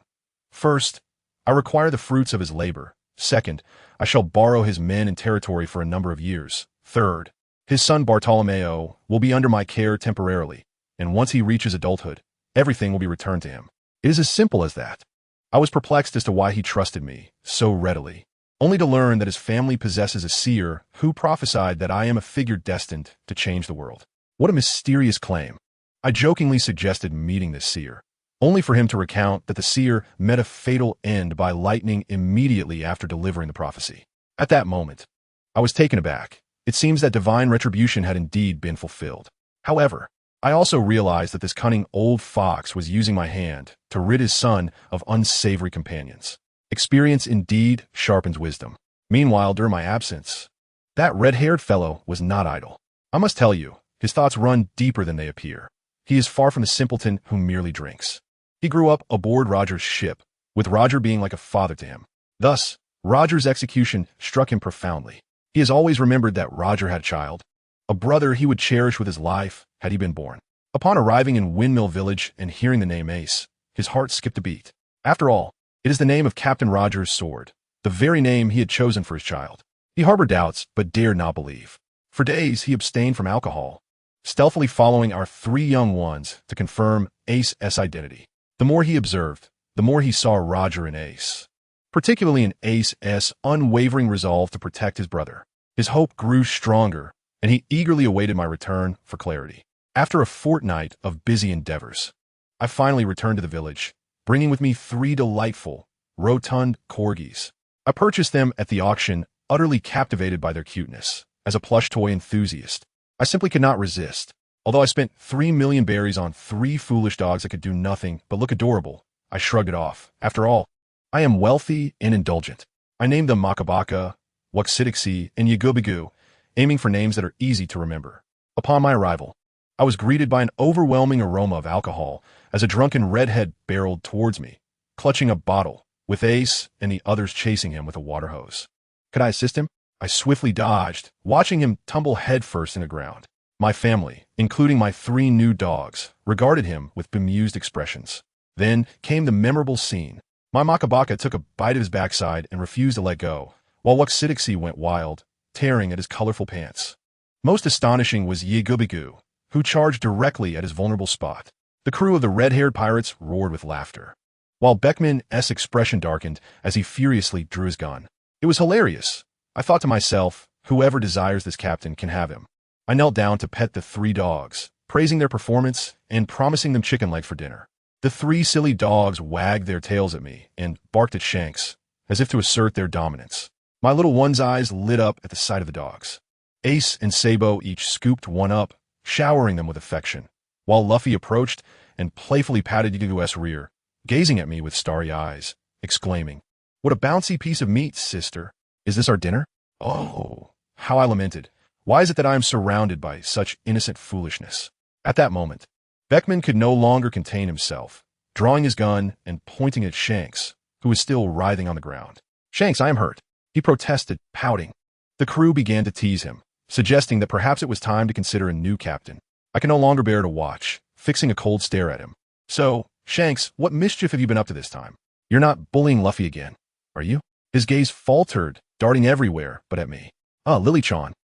Just then, Luffy bellowed, "Sister, Shanks drank the alcohol you buried under the big tree." I tell you, my fist clenched at that moment. Suppressing my anger, I gently inquired, "Luffy, did he drink it all?" To my surprise, the little fool shook his head earnestly, saying no. Shanks just took a tiny sip before we chased him out. My heart lightened slightly, only for Ace to deliver a crushing blow, pointing at the broken glass on the ground and saying, "But now it's all shattered." He shot a fierce glare at Shanks. I swear at that moment, darkness enveloped my vision, and my heart ached painfully. It was my precious treasure, buried for 3 whole years. I had never dared to drink even a drop, and now it lay in ruins.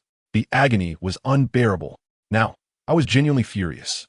Without uttering a word to Shanks, I turned and led the 3 little ones and my 3 dogs away.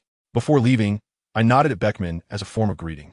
As for the culprit, I couldn't even be bothered to cast him a sidelong glance. Behind me, I heard Shanks whimpering, clutching his backside, his voice trembling, "Lily-chan." Goodness. His crew continued to whisper among themselves. Jesus and Locky were murmuring, Miss Leah seems genuinely angry. Doesn't Tease? Lockie, while munching on meat, remarked, I wonder, didn't T the captain always get beaten when he upset a woman? Ignoring someone shouldn't be a big deal, right? I could not help but laugh. Jesus was even imparting his wisdom on how to handle an angry wife, animatedly discussing it, as if others could not hear, among a crew of fierce pirates. Were they putting on a concert? Lockie, astonished, dropped his chicken leg and shouted, how on earth did a person like you find a wife and have children? The other pirates could no longer contain themselves. Jesus, it seems, was rather proud of his situation.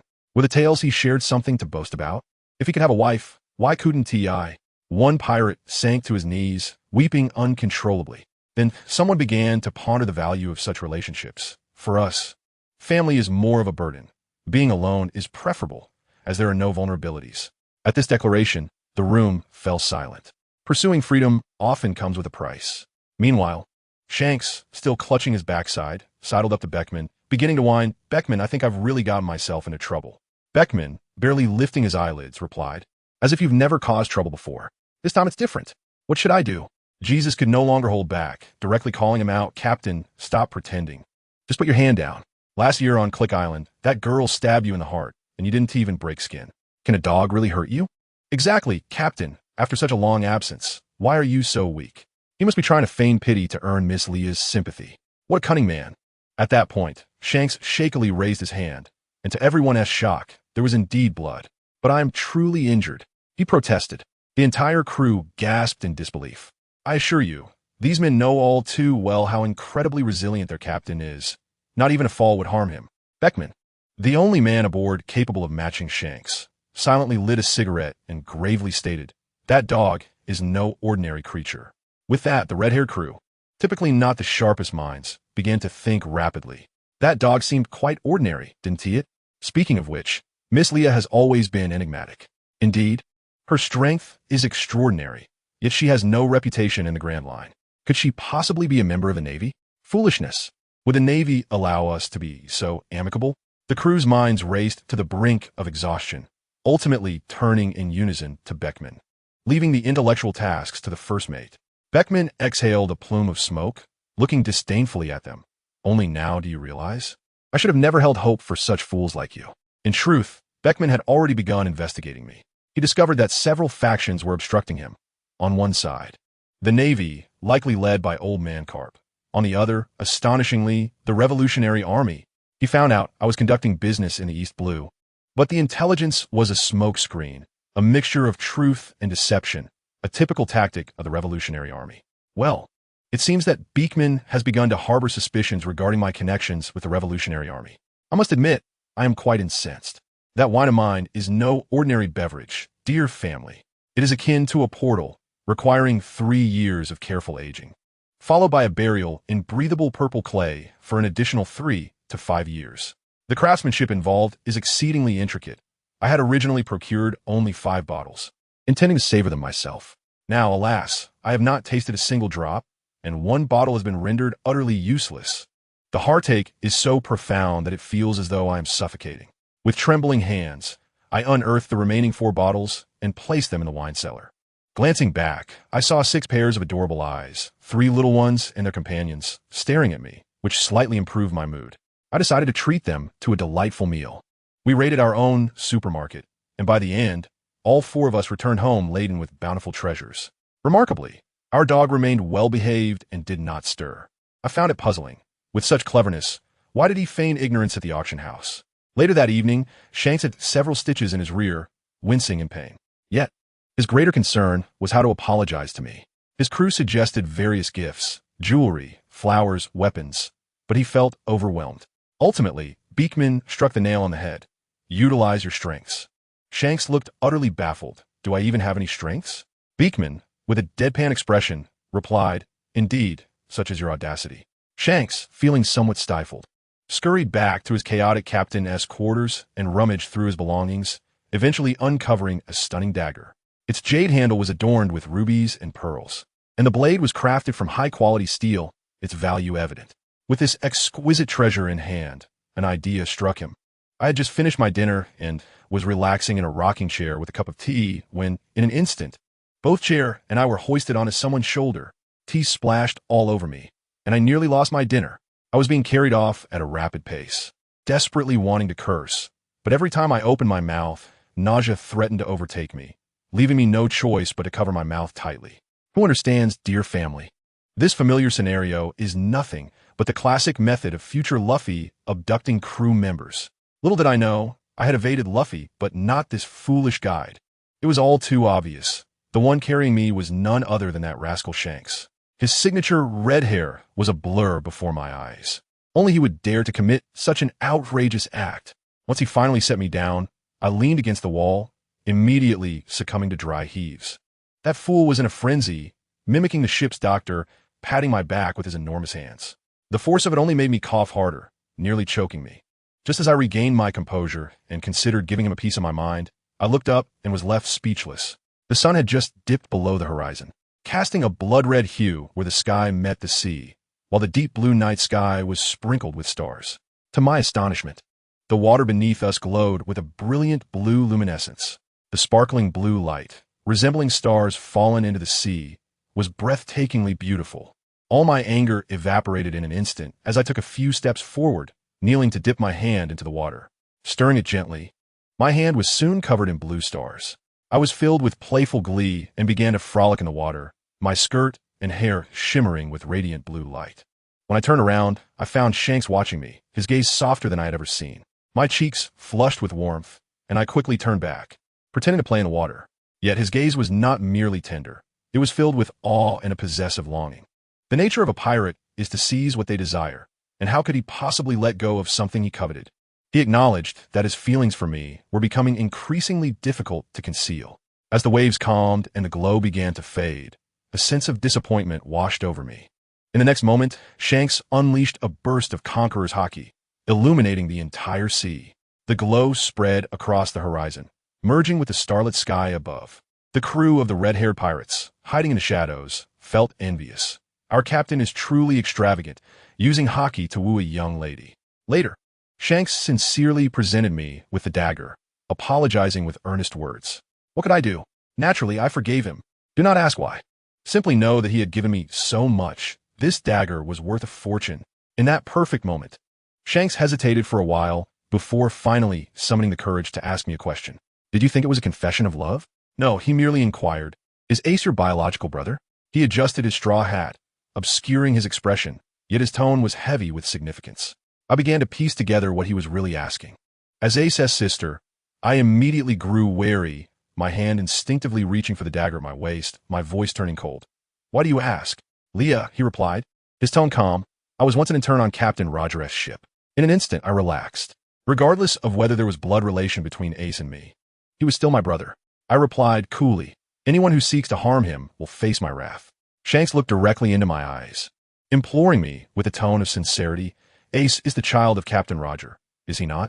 Observing his dejected demeanor, I felt a twinge of compassion and nodded silently. In that fleeting moment, I suddenly felt as though everything I possessed was stolen, and I was merely an imposter living under another's identity.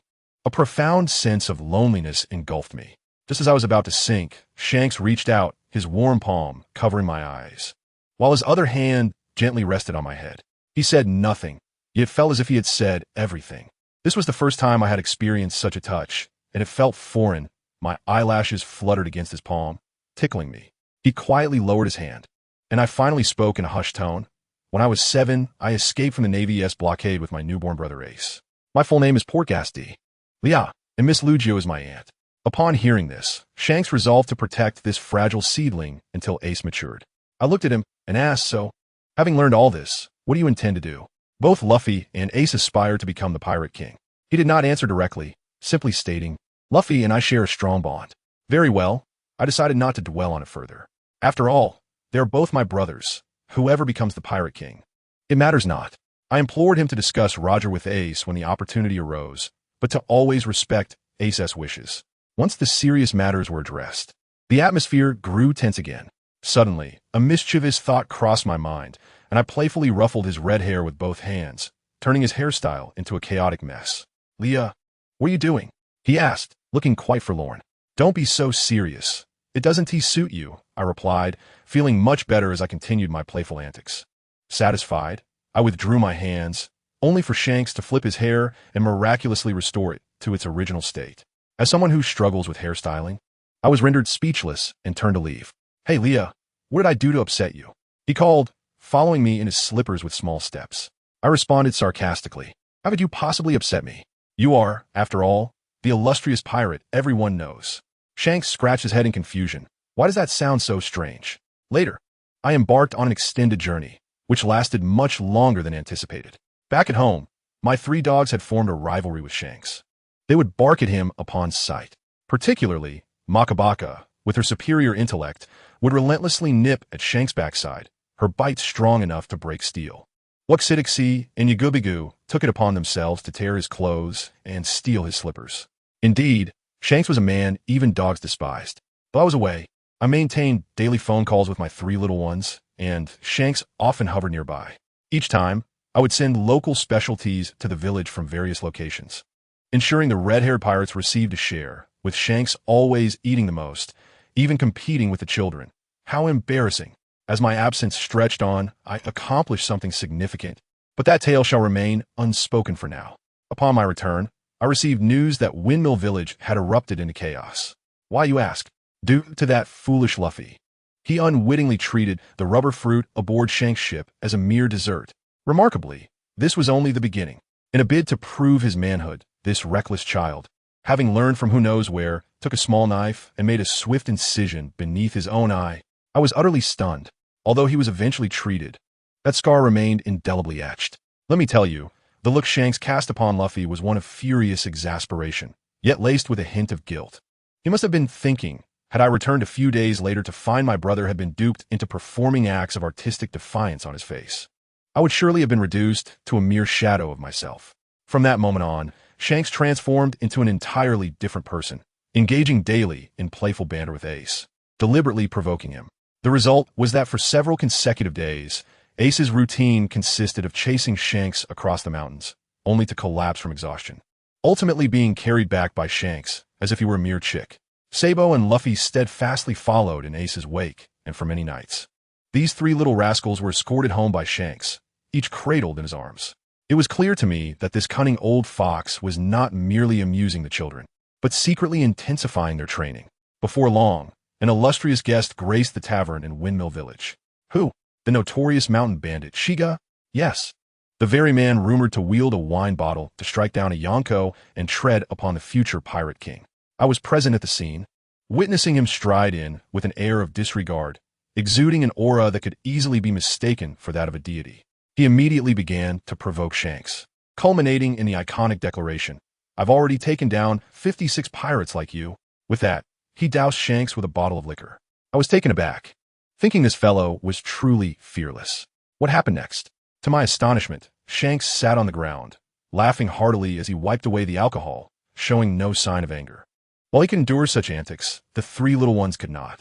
During this time of love-hate dynamics with Shanks, a certain camaraderie had undeniably formed.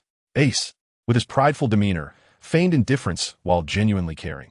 He turned to Sabo and remarked, "Did our sister not instruct us to protect Sister Machino and her tavern before she departed?" Sabo instantly comprehended and responded, "Indeed." This rogue not only spoke ill of Sister Machino, but also damaged the bar. The 2 exchanged glances, grabbed a water pipe, and charged forth. Luffy was even more direct, howling as he attempted to confront Shiga, only to be swiftly restrained by Shanks. Yet, Shanks did not impede Ace and Sabo. The crew of the red-haired pirates harmoniously obstructed Shiga's minions, clearly intending to afford the 2 boys a chance to face the boss. Despite Shiga's bounty of 800,000, which he amassed through the oppression of innocents, he proved utterly inadequate against Ace and Sabo, who had been rigorously trained by Shanks. He was swiftly beaten, leaving him bruised and battered, ultimately fleeing with the assistance of his underlings. But Luffy, in his naivete, could not tolerate Shanks' intervention and ventured out alone to provoke Shiga, only to be captured. Now, a hornet's nest had been stirred. Shanks' expression turned icy as he gathered his men and set out in pursuit. The scene was nothing short of exhilarating. The first mate, Beckman, casually smoked his cigarette, dispatching the entire bandit crew with ease, coolly delivering the retort, "If you wish to fight us, at least bring a warship." Yet, Shiga was no coward. In a panic, he hurled Luffy into the sea as bait and fled in his small boat. Just as quickly, a massive sea creature, the very one I had previously tamed, emerged. I had ensured it recognized the scent of my 3 brothers, hoping it would rescue them if they fell into the water. However, upon seeing Luffy threatened by Shiga, the creature instinctively charged to attack. But Shanks, unaware, saw the gaping maw heading towards Luffy and rushed forth without a second thought. Oh, dear friends, the capriciousness of fate is truly a treacherous pit. By the time I arrived, desperate and breathless, all I could see was a flash of crimson. Shanks' left arm had been severed. My mind shattered as I dashed forward and retrieved his severed limb from the creature's jaws. However, our ship's Dr. Dage shook his head, stating the injury was too ragged and the hour too late for reattachment. The atmosphere aboard the ship fell to a chilling silence. With no one daring to suggest a feast, I entrusted the exhausted Luffy, who had cried himself to sleep, to Ace and urged them to return. Then, I sought out Shanks alone, with Beckman present. I stared at his pale, sweat-drenched face and asked a futile question. Shanks, does it not hurt? To my surprise, he laughed, teasing, is Lily-chan concerned for me? I had no time for banter and inquired directly, is this sacrifice worth it? He stowed away his smile, looked me in the eye, and replied, Luffy is my friend. Of course it's worth it. Understood. I declared, I possess a method to reattach your arm, but I require a moment alone with you. Beckman eyed me skeptically, yet Shanks interjected, it's all right, Beck. I trust Lily-chan. Once Beckman exited, I covered Shanks' eyes and said, I am Luffy's sister, the trouble he caused. I shall bear the brunt of. Just sleep. He attempted to protest, but with a subtle maneuver, he succumbed to slumber. Then, I retrieved the jeweled dagger he had gifted me, unbuttoned my shirt, and plunged it into my own heart. With my lifeblood, I recited an arcane incantation, watching as the wound on his arm healed at an astonishing pace, returning to its original state. The price I paid was a single white strand in my hair, leaving me utterly drained, until darkness enveloped me, collapsing atop him. In the final moment of consciousness, my sole thought was the world's disdain for me had only intensified. When I awoke, the first thing I saw was a close-up of a handsome face. It was Shanks. This rogue, upon regaining consciousness, did not check his arm, but instead leaned in to inhale my scent. He even poked my cheek. Instinctively, I threw a punch which he easily dodged, feigning sorrow. Lily-chan, the first thing you do upon waking is strike me? How heart-wrenching. I pushed his face away, querying, what do you want so close? He innocently scratched his head and replied, Lily-chan, you carry a delightful fragrance. I merely wish to savor it. From that day forth, this fellow clung to me like a persistent leech. Daily, he would nag for manicures, claiming he wished to create a life card, which I resolutely denied. He insisted on accompanying me everywhere, bringing no money, yearning to sample everything, and gazing at me with those pitiful puppy eyes while tugging at my clothing. I tell you, my illustrious reputation was reduced to that of a doting mother forced to foot the bill for an ungrateful child, leaving me so embarrassed that I could dig out an entire apartment with my toes. The most absurd part was during the feasts. He would invariably become intoxicated, resembling a colossal koala clinging to me, his strength rendering me unable to dislodge him. The crew of the red-haired pirates would sip their drinks while stifling laughter, fully aware yet silent. Beckman could no longer tolerate it, warning him not to overstep. I foolishly defended him. It's fine, he is inebriated. I'll escort him back. As I bore him back to the captain's quarters, his weight and the stench of alcohol enveloped me, my heartbeat quickening to a point where my cheeks flushed crimson. Just as I laid him on the bed, he suddenly yanked me into his embrace, our eyes locking. As I braced for his next move and instinctively shut my eyes, I felt a warm, damp sensation on my forehead. He had kissed me there. Then, with a sticky gaze, he uttered, Lily-chan, the moonlight is truly beautiful tonight. In that moment, I was utterly bewildered, thinking, brother, have you lost your mind from the drink? I chastised him internally, but ultimately fled in disarray. Later, the red-haired pirates finally prepared to depart. At the dock, I witnessed that iconic scene with my own eyes. Luffy, with tears in his eyes, shouted with all his might, one day, I will find comrades who are as formidable as you all, and I shall seek the greatest treasure in the world. I will undoubtedly become the Pirate King. Shanks, with a smile, placed that straw hat atop Luffy's head, saying, this hat is entrusted to you.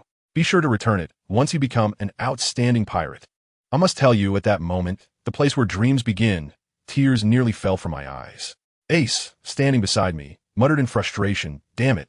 How could Luffy say it first? Yet his tone was filled with pride. Sabo also laughed, declaring, I will set sail too, to record my experiences. I gathered the three children together, gently ruffled their hair, and said, "Sister believes in you. Our children are the best."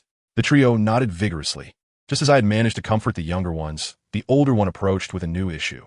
I must say that old rascal Shanks walked right up to me, extending his large hand in front of me. I was taken aback, thinking, I don't owe you any money. And guess what he said?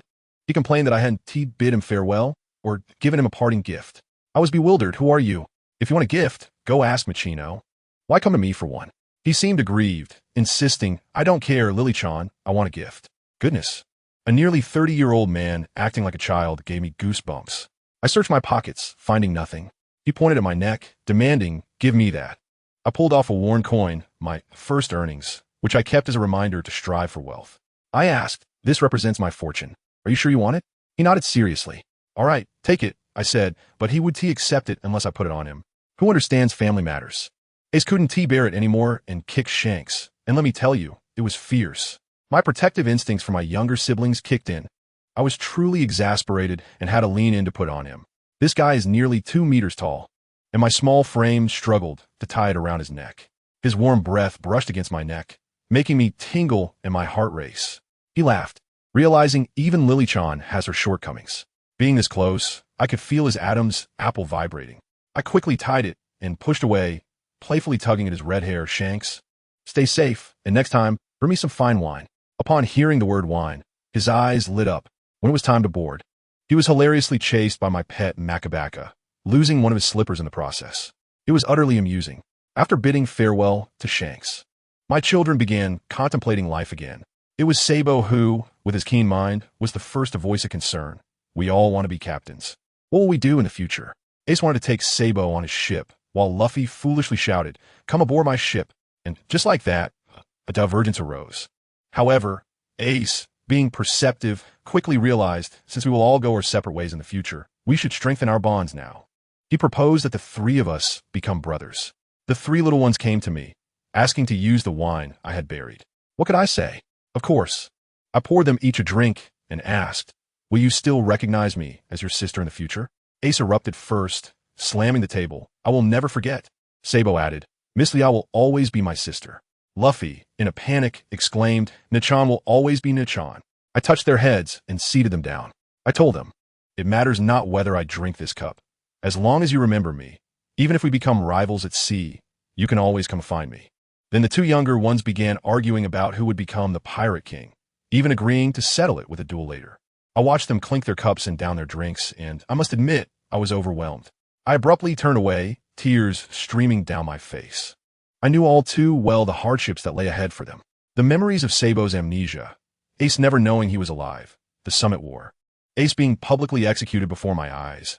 I clenched my fists, cursing the script, cursing fate. No one would dare to harm my children. I would exchange my life to rectify it all. Not long after, Sabo began having nightmares about his terrible parents. At that time, I was out on business, vying for territory and planning a mobile headquarters for a surprise attack. However, with me away, Sabo sensed something was amiss. That foolish child secretly returned to the Goa Kingdom to gather information. As expected, he was caught by his noble father, who threatened him with the safety of Ace and Luffy, forcing him to return home. Upon his return, he encountered his newly adopted brother, Stelly. This little schemer feigned innocence before their parents, while secretly reveling in telling Sabo a shocking revelation. The royal family planned to burn the entire terminal of uncertainty to welcome the Celestial Dragons. Simultaneously, I received news about the Celestial Dragon's arrival, and my heart sank. The moment of danger for Sabo had arrived. I immediately turned back, instructing my new subordinate Bartolomeo to follow me as we rushed back. Sabo was in a dire situation. He listened to the cold-hearted remarks of the townspeople about burning those garbage, leaving him in shock as he desperately raced towards the terminal. By the time he arrived, flames were already consuming the area, and hell awaited beyond the iron gates. He collapsed, feeling the coldness in his limbs. The guards laughed as he crawled to open the door, only to be kicked down. His voice hoarse, he pleaded, please save the people inside. Those brutes merely lifted him, mocking his helplessness. When I reached his home, I saw Stelly torturing a puppy. My anger surged. Where was Sabo? I seized the little brat by the throat, lifting him. Did he dare to threaten me? You'll regret it when my parents return. I swiftly dislocated his arm. It was a lesson learned. Talking to a little beast was pointless. He immediately cowered, confessing that Sabo had gone to the back town. I tossed him aside and turned to leave. He had the audacity to shout behind me, threatening to report me.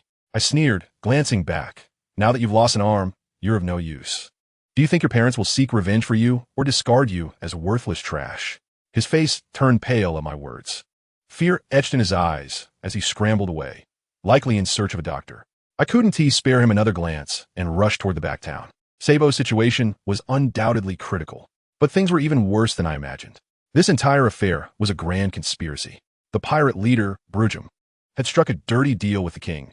He was to set fire to the entire terminal of uncertainty, and in return, the king would grant him nobility. This was akin to a modern-day betrayal, eliminating the livelihoods of the impoverished. To facilitate this plan, they transported boxes of incendiaries everywhere during the day. Meanwhile, my unfortunate brothers, Ace and Luffy, seeking to save some money for their voyage, unwittingly took jobs with these men and overheard this deadly scheme. Now that their plot was exposed, could Brujum let them go? He directly captured them, hanging them in the inferno, torturing them while demanding the location of hidden treasures. I usually save the red envelopes I give them, and the amount is quite substantial. However, that rascal Ace is stubborn, and even though Luffy was crying in fear, neither of them uttered a word. Meanwhile, the mountain bandit leader, Dayton, was also in a state of panic. This old lady is a perfect example of being hard on the outside, but soft on the inside. She was so worried that she insisted on going out to search for them herself. Upon seeing the towering flames, she instinctively rushed forward, but was fortunately stopped by the villagers of Funksha, who explained that I had already arranged for people to help. Only then did Dayton breathe a sigh of relief. Yet she couldn't bring herself to admit her concern and found a spot to sit. Her gaze fixed anxiously on the inferno. Her bandit subordinates, showing commendable loyalty, rushed in without a second thought to assist in rescuing those trapped. The fire had indeed erupted, but the escape routes I had arranged earlier proved invaluable. Nevertheless, the number of injured was alarming, and the scene resembled a hell on earth. With the acrid scent of charred flesh mingling with heart-wrenching cries, a smell I would never forget. Many children watched helplessly as their homes vanished. Some fought back tears, their shoulders trembling uncontrollably, while others stood in shock, their faces etched with confusion. Why? Why must they be treated like garbage simply because the celestial dragons were coming to visit? This was a far cry from the equality I had taught them in class. The flicker of hope they held within was extinguished by this catastrophe. Family, it's time to broaden our horizons. I had long told them that relying on the benevolence of those who benefit from the status quo is as futile as keeping a cat from eating fish. Dignity is never bestowed by others. It is forged through one's own strength. The scene was chaotic, with more and more injured and the supplies of medicine dwindling. Eventually, even the lightly wounded crawled up to assist the medical personnel. Today, I had also enlisted a strong young man, Bartolomeo. His barrier fruit was almost a game changer, and I insisted he protect the rescue team as they entered and exited the fire. Initially, he was reluctant, but he was easily persuaded when I told him that by saving people today, he would be hailed as a great hero and gain many followers. His eyes lit up at the prospect of heroism, and he readily agreed. Remarkably, he truly performed admirably today. He could have slacked off since no one could match him. Yet he didn't. He followed the rescue team into the flames repeatedly, inspired by the determination of ordinary people risking their lives. Eventually, he even began to feel inadequate, wishing his barrier was larger to save more lives. Witnessing this transformation from a mere street punk to a more responsible individual brought me a sense of satisfaction. This kid had suffered too. His father had just died, and his subordinates had revolted, forcing him to flee for days. Had I not secretly dispatched someone to follow him, he might have perished by now. This ordeal was a test for him, and it seemed that at his core, he was worth nurturing. Just as Bartolomeo was moved to tears watching those who had lost loved ones, a crisis occurred on my end. By the time I reached the narrow alley in the town, Sabo had long vanished. Oh no, I forgot to cast the tracking spell. A wave of dread washed over me as I sensed that both Ace and Luffy were in grave danger. On one hand, Sabo was missing. On the other, Ace and Luffy were in immediate peril. My mind raced.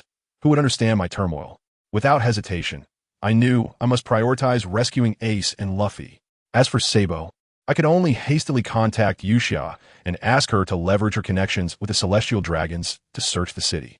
I rushed to the massive iron gate separating the garbage mountain from the town and kicked it, creating a large hole. The flames were ferocious, and entering felt like being a headless fly. Panic consumed me, and I felt disoriented, struggling to pinpoint Ace and Luffy's location. I forced myself to calm down and took a deep breath. There was no time to hesitate. In an instant, I transformed. I tell you, at that moment, my hair grew to my ankles. Crimson patterns cracked across half my face, and with a tearing sound, my clothes ripped open to reveal a pair of massive black wings. Veins bulged from my arms as dark, armored skin erupted from my joints, and I took on a hybrid beast-like form. In my hand, I conjured a blood-red scythe. Towering over me, its aura so thick it could almost drip. In that state, my mind was a swirling mass of chaos, filled with a primal urge for destruction, tethered only by a singular thought: save Ace. Save Luffy. I must protect them. I flapped my wings and soared high into the sky, surveying the entire inferno. My left eye zeroing in on their location. I plummeted like a meteor, and the flames seemed to part, making way for me. At that moment, Ace and Luffy were confronting that scoundrel, Brujum. The man, having realized he had been deceived by the king, had completely lost his sanity, determined to drag Ace and Luffy down with him. In a desperate attempt to let Luffy escape, Ace revealed the treasure's location, but Brujum reneged on his word, seizing Luffy and threatening Ace instead. He drew a blade across Luffy's forehead, causing him to cry out in pain and fall to the ground. Ace's eyes turned crimson with rage, yet he dared not move. Brujum grinned maliciously, raising his knife, aiming at Luffy's head, ready to deliver a fatal blow. Do not harm Luffy. Just as Ace let out that furious roar, an invisible force erupted from him, shattering the air around him. Conqueror's haki. At that very moment, I arrived, and my blade struck. A crimson slash cleaved the inferno in two, and Brujum was split asunder. The surrounding pirates were instantly rendered unconscious by the overwhelming haki.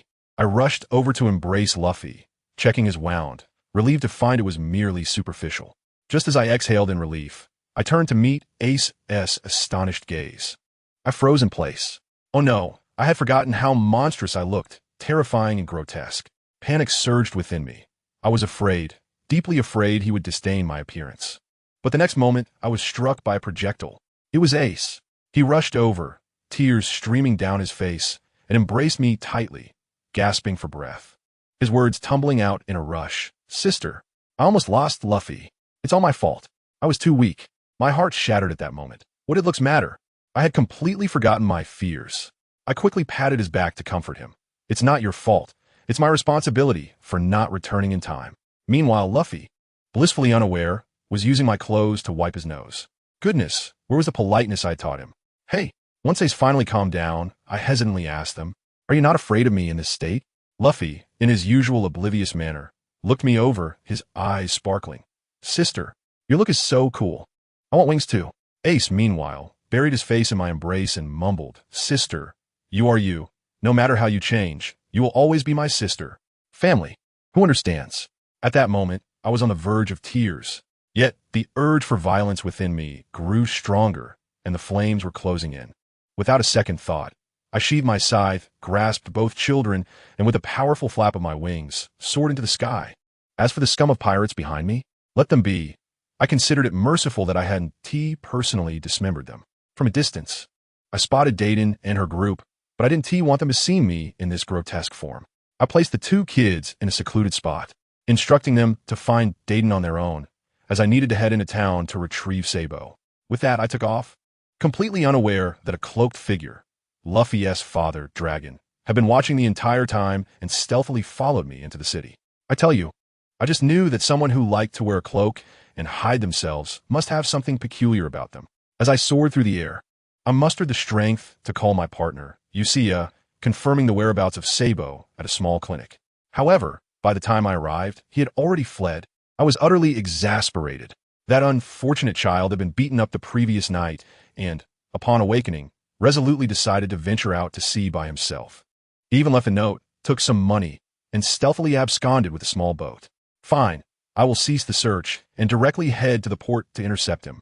The port was teeming with people, so I quickly sought a secluded corner to transform back into my human form, albeit with my clothes tattered and torn by my wings.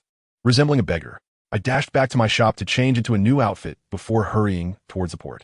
Honestly, maintaining that combat form was incredibly draining. Even after reverting, I felt as though I had been charged with adrenaline for days, ready to lash out at anyone who crossed my path. I detest this feeling of losing control. When I finally reached the port, what a sight it was, an overwhelming crowd.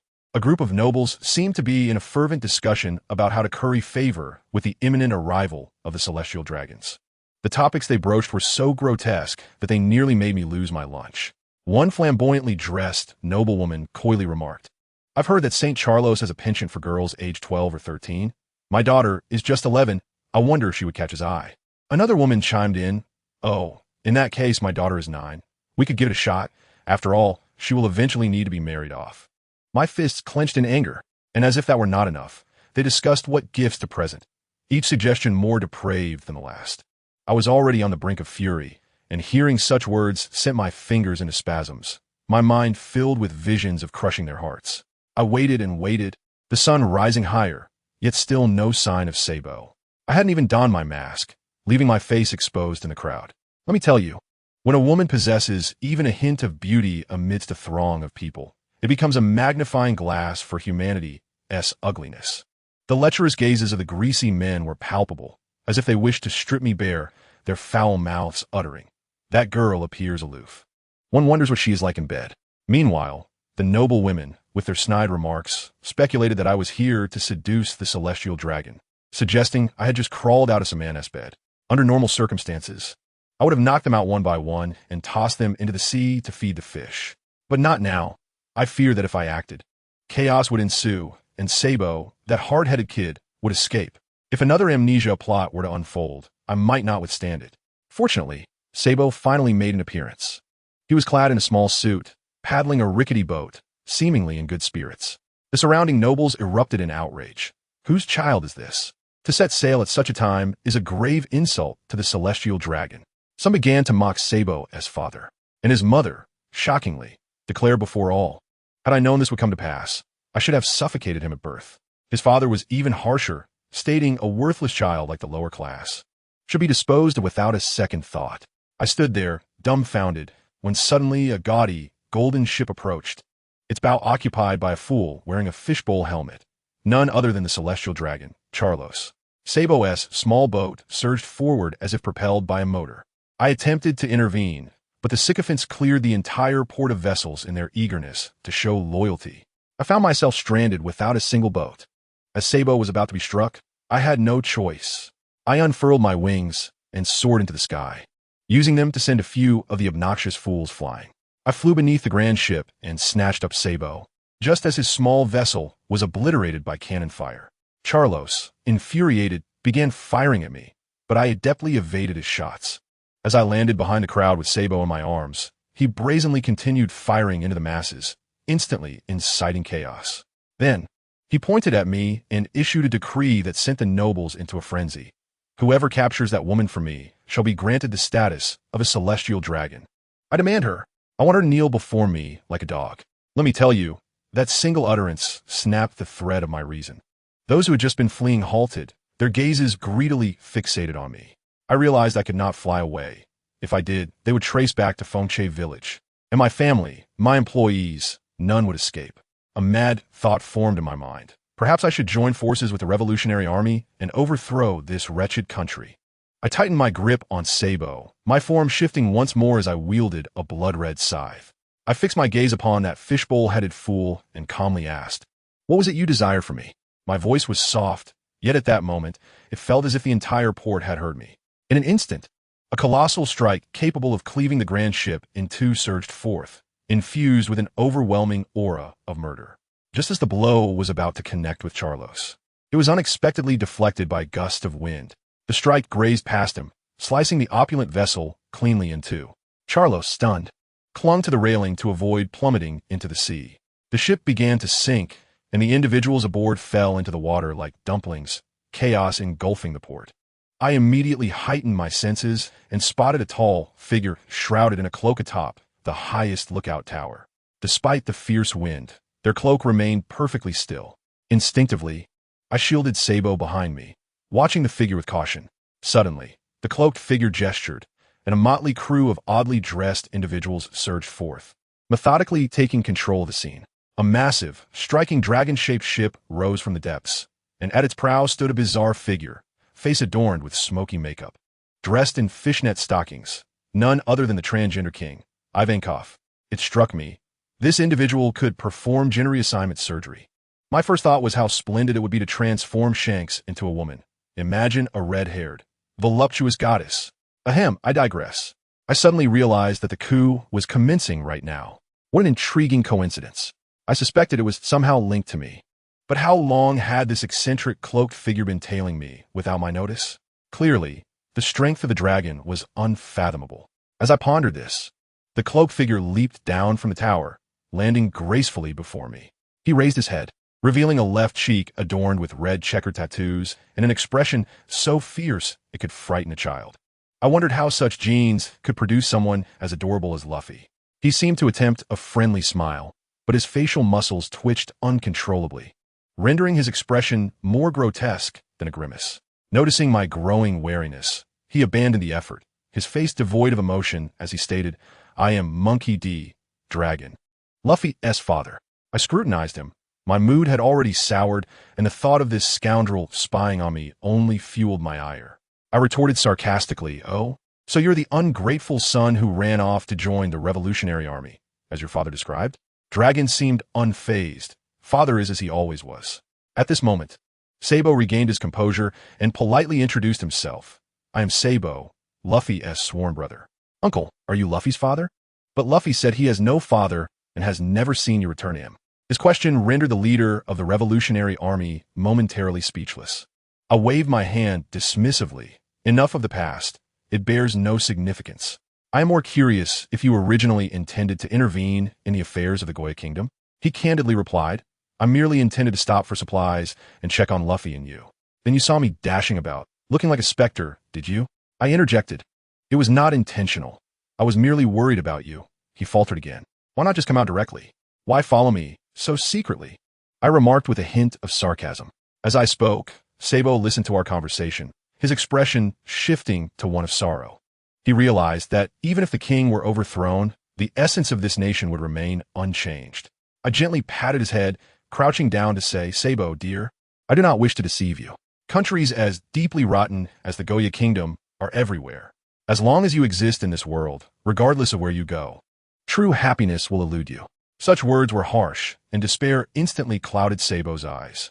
At that moment, Dorag suddenly spoke up. "Sabo, do you wish to change all of this?" Sabo abruptly lifted his head, gazing at this man who resembled a trafficker.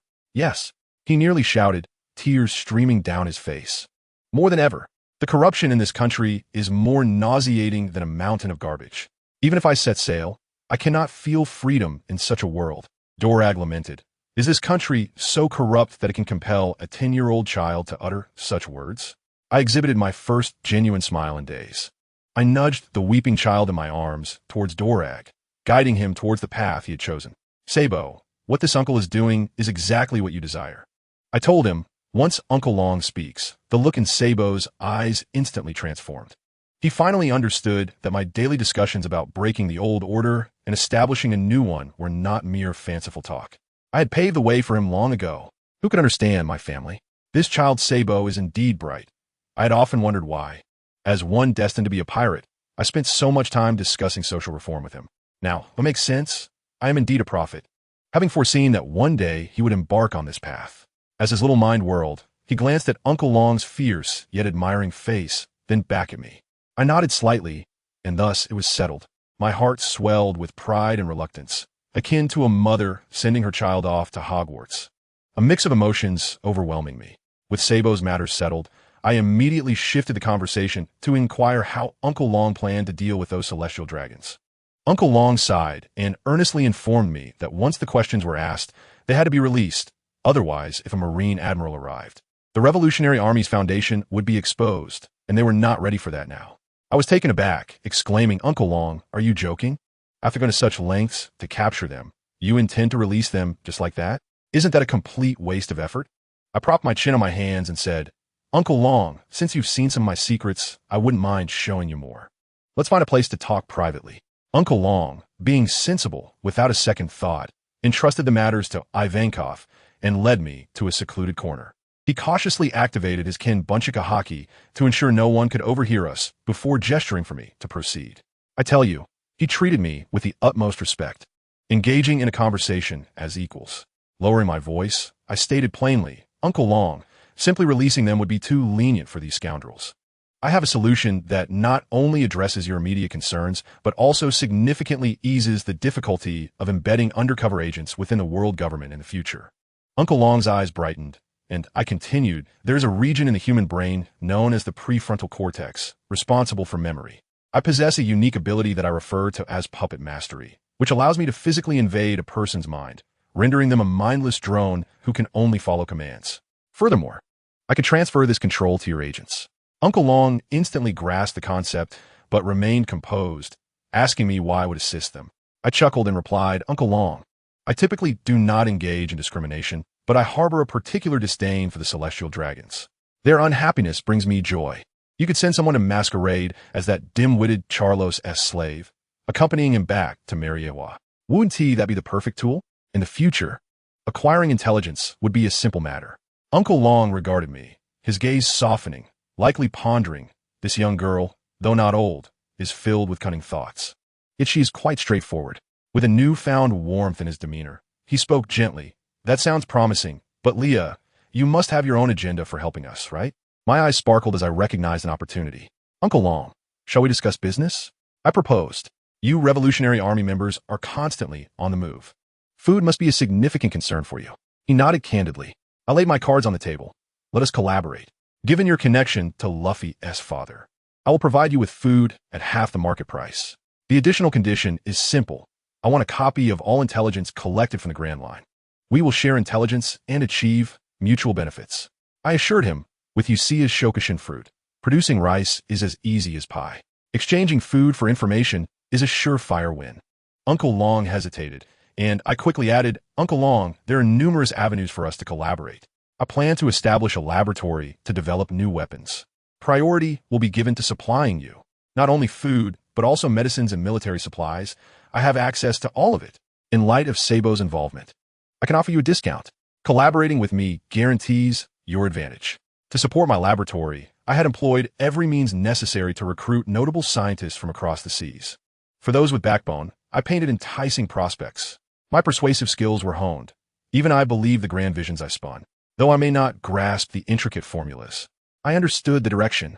Just a hint of the technological blueprints my teacher had shared in my past life would leave them ecstatic and eager to join me.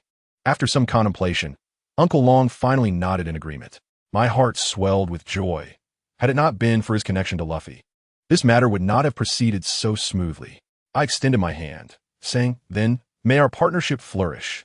Uncle Long smiled, opting to pat my head instead of shaking hands, his gaze resembling that of a caring father.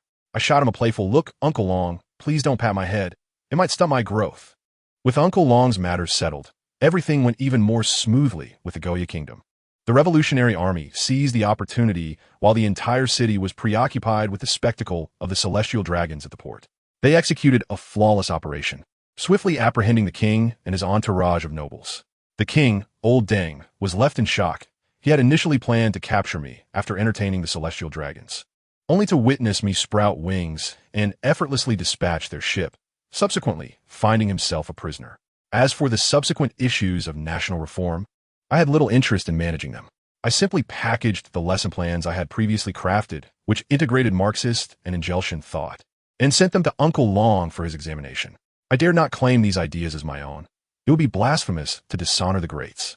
Having tidied up these messes, I took Sabo back to Fengche village.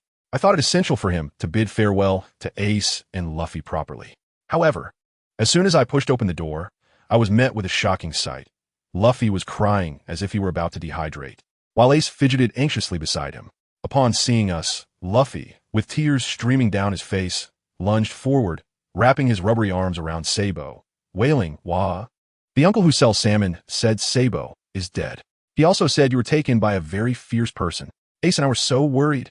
Ace, rubbing his eyes in disbelief, exclaimed, "Leah, Sabo, thank goodness you're all right." I buried my face in my hands. The rumors had escalated absurdly, almost rivaling the wellness tips shared in my mother's social circle. After much explanation, Luffy, still in disbelief, asked Leah, Do I actually have a father? What is the Revolutionary Army? I took the time to enlighten these three little rascals about the complex history between the world government and the Revolutionary Army, informing them that Uncle Long was one of the most heinous criminals in the world. Ace, upon hearing this, grew anxious. Does that mean Sabo is in great danger? I chuckled and playfully tapped their foreheads one by one, saying, how can you two even speak? One aspires to be the Pirate King and surpass Roger, while the other wishes to become a man worthy of the title of Pirate King. Which of you is not more perilous than the Revolutionary Army? If you fear danger, then follow that old man Carp into the Navy. Absolutely not. Ace and Luffy shouted in unison. And I too. Sabo exclaimed passionately. I will surely endeavor to make this world a better place. Observing the radiant expressions on the faces of the three, my heart swelled with warmth. I smiled and said, all right, Big Sister will pack up Sabo's things. You three young lads can have a chat. I turned to gather Sabo's belongings, rummaging through drawers for the Dendenmushi. Clothes, his favorite snacks, and beloved books. I practically wished to move the entire house for him. Ah, the heart of a mother, both sour and tender. Inside, the farewell among the three brothers began. Rarely awkward, Ace sincerely told Sabo, why apologize? Pursuing dreams is commendable. Of course, Luffy and I support you. Luffy pouted, how unfair. Sabo got to set sail before us. Sabo laughed heartily and, seriously patting Luffy's shoulder, said to Ace, this guy Luffy is both weak and prone to tears. I'll leave him in your hands while I am away. Do I need you to say that? I am his brother too. Ace crossed his arms, feigning arrogance, though his ears turned crimson. Sabo extended his fist, then it is settled. Ace and Luffy also raised their fists, the three small fists firmly pressed together. Sabo declared, when we meet next time, we shall all be stronger. By then, Ace, you might not be my match. Luffy retorted defiantly. I will grow stronger and defeat both of you. Ace proclaimed with confidence, the strongest will surely be me. Thus, Sabo looked at his two brothers and solemnly stated, let us each strive and meet at the pinnacle. At the pinnacle, they echoed, hee at the pinnacle. Now, let me introduce a significant character, Usia. This young lady is a celestial dragon, but do not dare to equate her with the foolish Charos. Usia is an extraordinarily rare intellectual among the celestial dragons. A supreme scholar, the pinnacle of dedication. The celestial dragons, as you know, are a group of overgrown infants born in Rome, or rather, in the bedroom of the Pope, indulging in pleasure without a care in the world. However, Usia is different. She possesses a keen interest in everything and strives for mastery in her pursuits, a true polymath. When I first encountered her, she was engrossed in commerce. Imagine, amidst a crowd of idle wastrels, a diligent individual like her stands out like a thorn in the flesh. The other celestial dragons secretly berated her, accusing her of pretense and currying favor with the Gorosei. Indeed, one of the Gorosei, sporting a distinctive mustache, held great expectations for her and contemplated grooming her as a successor. Consequently, her family viewed her as a means to ascend the social ladder, instilling in her the values of grace and decorum, hoping she would marry into the lineage of the Gorosei and pave the way for her dim-witted brother. They did not oppose her studies, believing that the more she learned, the higher her market value would be. To be fair, she excelled as a commodity. Utilizing her astute intellect, she forged a path through Mariewa, successfully capturing the attention of the Gorosei. When her parents realized that their daughter outshone their son, they immediately plotted to usurp the succession of their foolish son. This only intensified her brother's animosity towards her. Thus, when Usia was diagnosed with an incurable illness, deteriorating day by day, her brother reveled in her misfortune and gleefully ejected her from Mariewa. Let me tell you, Usia has always been different from other celestial dragons. She not only detests the decrepit Mariewa, but also scorns the surrounding arrogant, ignorant allies. She cannot comprehend why these individuals take pride in their ignorance. As a person of high intelligence, she gazes upon them as if they were NPCs awaiting obsolescence. She has never owned slaves, not out of any sense of human rights, but simply because she considers such dependency on others as disgraceful, detrimental to her cognitive efficiency. Therefore, her brother's so-called revenge of expelling her from the Holy Land, forcing her to breathe the same air as the commoners, was, in her eyes, a mere joke. Who among her family could understand that this was not punishment, but rather a subsidized adventure? She had long desired to explore the world and converse with intelligent individuals. Thus, she was relocated to the kingdom of Goa. This illness was genuinely life-threatening, irreversible, and she could only helplessly watch her life slip away. Yusia thought, since she was destined to die, she might as well observe the world a bit longer. Even if her brother had not expelled her, she was prepared to file a report requesting a business trip. During this time, she became enamored with commerce and subsequently met me. At that moment, I was seeking to establish my enterprise in the kingdom of Goa and in need of a wealthy and influential partner, or rather, a benefactor. I must say, Yusia embodies the archetype of high intelligence coupled with low emotional intelligence. She often appears as cold as ice, yet upon encountering someone she perceives as more intelligent, she transforms into a naive and easily deceived little rabbit. This was, for me, an unexpected stroke of luck. Wealthy, ailing, and easily manipulated, the celestial dragons lack nothing but money. Even though she was cast down, the treasure she possessed could purchase an entire nation, adorned with the finest gems. Moreover, her identity as a celestial dragon remained intact. The king of the kingdom of Goa had to treat her with utmost respect. As is typical of individuals facing imminent death, she sought to indulge, and so she whimsically purchased the most prosperous commercial street in the kingdom of Goa. Indeed, this immense fortune allowed me to acquire an entire street without cost. I, a profit-driven businessman, she, an ardent admirer of intelligent individuals. I unleashed my full potential, employing my knowledge of cutting-edge concepts such as undersea cable infrastructure, the Internet of Things, and artificial intelligence to paint for her a grand vision of the future. She was utterly entranced, treating me as if I were a god descended to earth, wholeheartedly boarding my ship of deception. To secure this cash cow or this valuable partner, I even invested in gathering a group of moderately renowned scientists, establishing a rudimentary laboratory. She supported this wholeheartedly, pouring in funds with fervor. You may wonder if she was aware of my manipulations. I believe she was fully cognizant. But what of it? Her life was nearing its end. The novel and vibrant fantasies I painted for her were a stark contrast to the dreary existence she had previously endured. She had long perceived the people of Mariewa, including herself, as akin to domesticated mascots, having lost the ability to govern the world and even the instinct to pursue wisdom. After she fought for a chance to escape the shackles of mediocrity, she was abruptly struck back into reality by her terminal illness. My arrival was like a beacon of light. She could see through my schemes and admiration, yet she did not detect the flattery or fear typical of commoners. More importantly, I was the first person to regard her as a human being rather than merely a celestial dragon worthy of concern. Though my initial thoughts were, she is so easy to deceive. Perhaps I should play the role of a companion and show her some care. The crux of the matter was that the grand vision I painted genuinely captivated her. In a fleeting moment, she seemed to envision a magnificent era unfolding before her. Among the scholars I recruited to impress her, one botany professor was exceptionally dedicated, sparking her profound interest in botany and even inspiring her dream of traversing the world to document all plants. To be honest, I did harbor some sympathy for Yusia. Upon my first encounter with her, I sensed an undeniable frailty concealed beneath her exquisite makeup, a vitality that flowed forth as freely as water from a gushing tap. However, I had no intention of meddling in matters that clearly bore complications beyond my understanding. Yet, the whims of fate are often inscrutable. Perhaps it was a pang of conscience, or perhaps the realization of her many kindnesses towards me that compelled me to fulfill her wish. Thus, I commenced a serious investment, transforming that rudimentary laboratory into a legitimate research institution.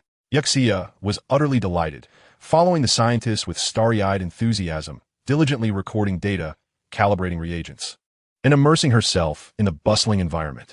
Her idol was a botany professor named Tatankaman, a venerable man who had traversed the Northern Sea and authored a tome entitled Comprehensive Flora of the Northern Sea.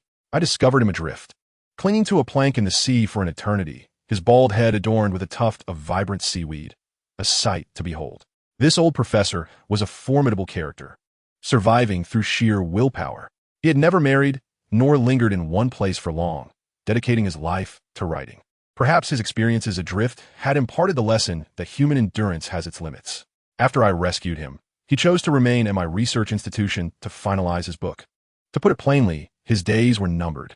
It was perhaps the indomitable spirit of a scholar, burning with passion for his ideals, that profoundly moved Yuxia. Her initial curiosity morphed into bewilderment as she grappled with the notion of a man, so ill that he seemed on the brink of death, clinging tenaciously to his pen. When the book was finally completed, Professor Tatankaman appeared ghostly pale, yet a serene smile radiated from his face. Yuxia, standing by his bedside, inquired, "How can you still smile? Are you not afraid of death?" The old professor gently caressed the fruits of his labor, responding, "From my youth, I aspired to complete this book. All my joys and tribulations stem from this endeavor. Although my ambition was to author comprehensive flora of the world, my capabilities were limited. Completing the Northern Sea section is a fulfillment in itself. My only regret is the lack of an heir, but as long as this book endures, someone will inevitably carry on my work." His voice trembled, yet his expression was one of profound contentment. Yuxia gazed at him and suddenly proposed, "Professor Tatankaman, perhaps you could entrust the book to me. Though my own time is limited, I shall dedicate myself to expanding its contents." The final days of Professor Tatankaman were spent in the company of Yuxia, who inherited his life's work. I arranged for his burial in Zixalai Island and erected a statue in his honor. From that moment on, Yuxia appeared to have discovered her life's purpose, immersing herself wholeheartedly in botany. Her physical health waned with each passing day, yet her spirit blossomed. Her demeanor toward me grew increasingly sincere, bordering on affectionate. Understanding my love for wealth, she often summoned me under the pretext of showcasing her exquisite jewelry, and with a mere flourish of her hand, she would gift me any piece that captured my attention for more than a fleeting moment. An unparalleled generosity. Who among my peers could resist such a benevolent heiress? Under her financial prowess, I successfully regarded her as a true friend. Additionally, her aptitude for numbers was remarkable.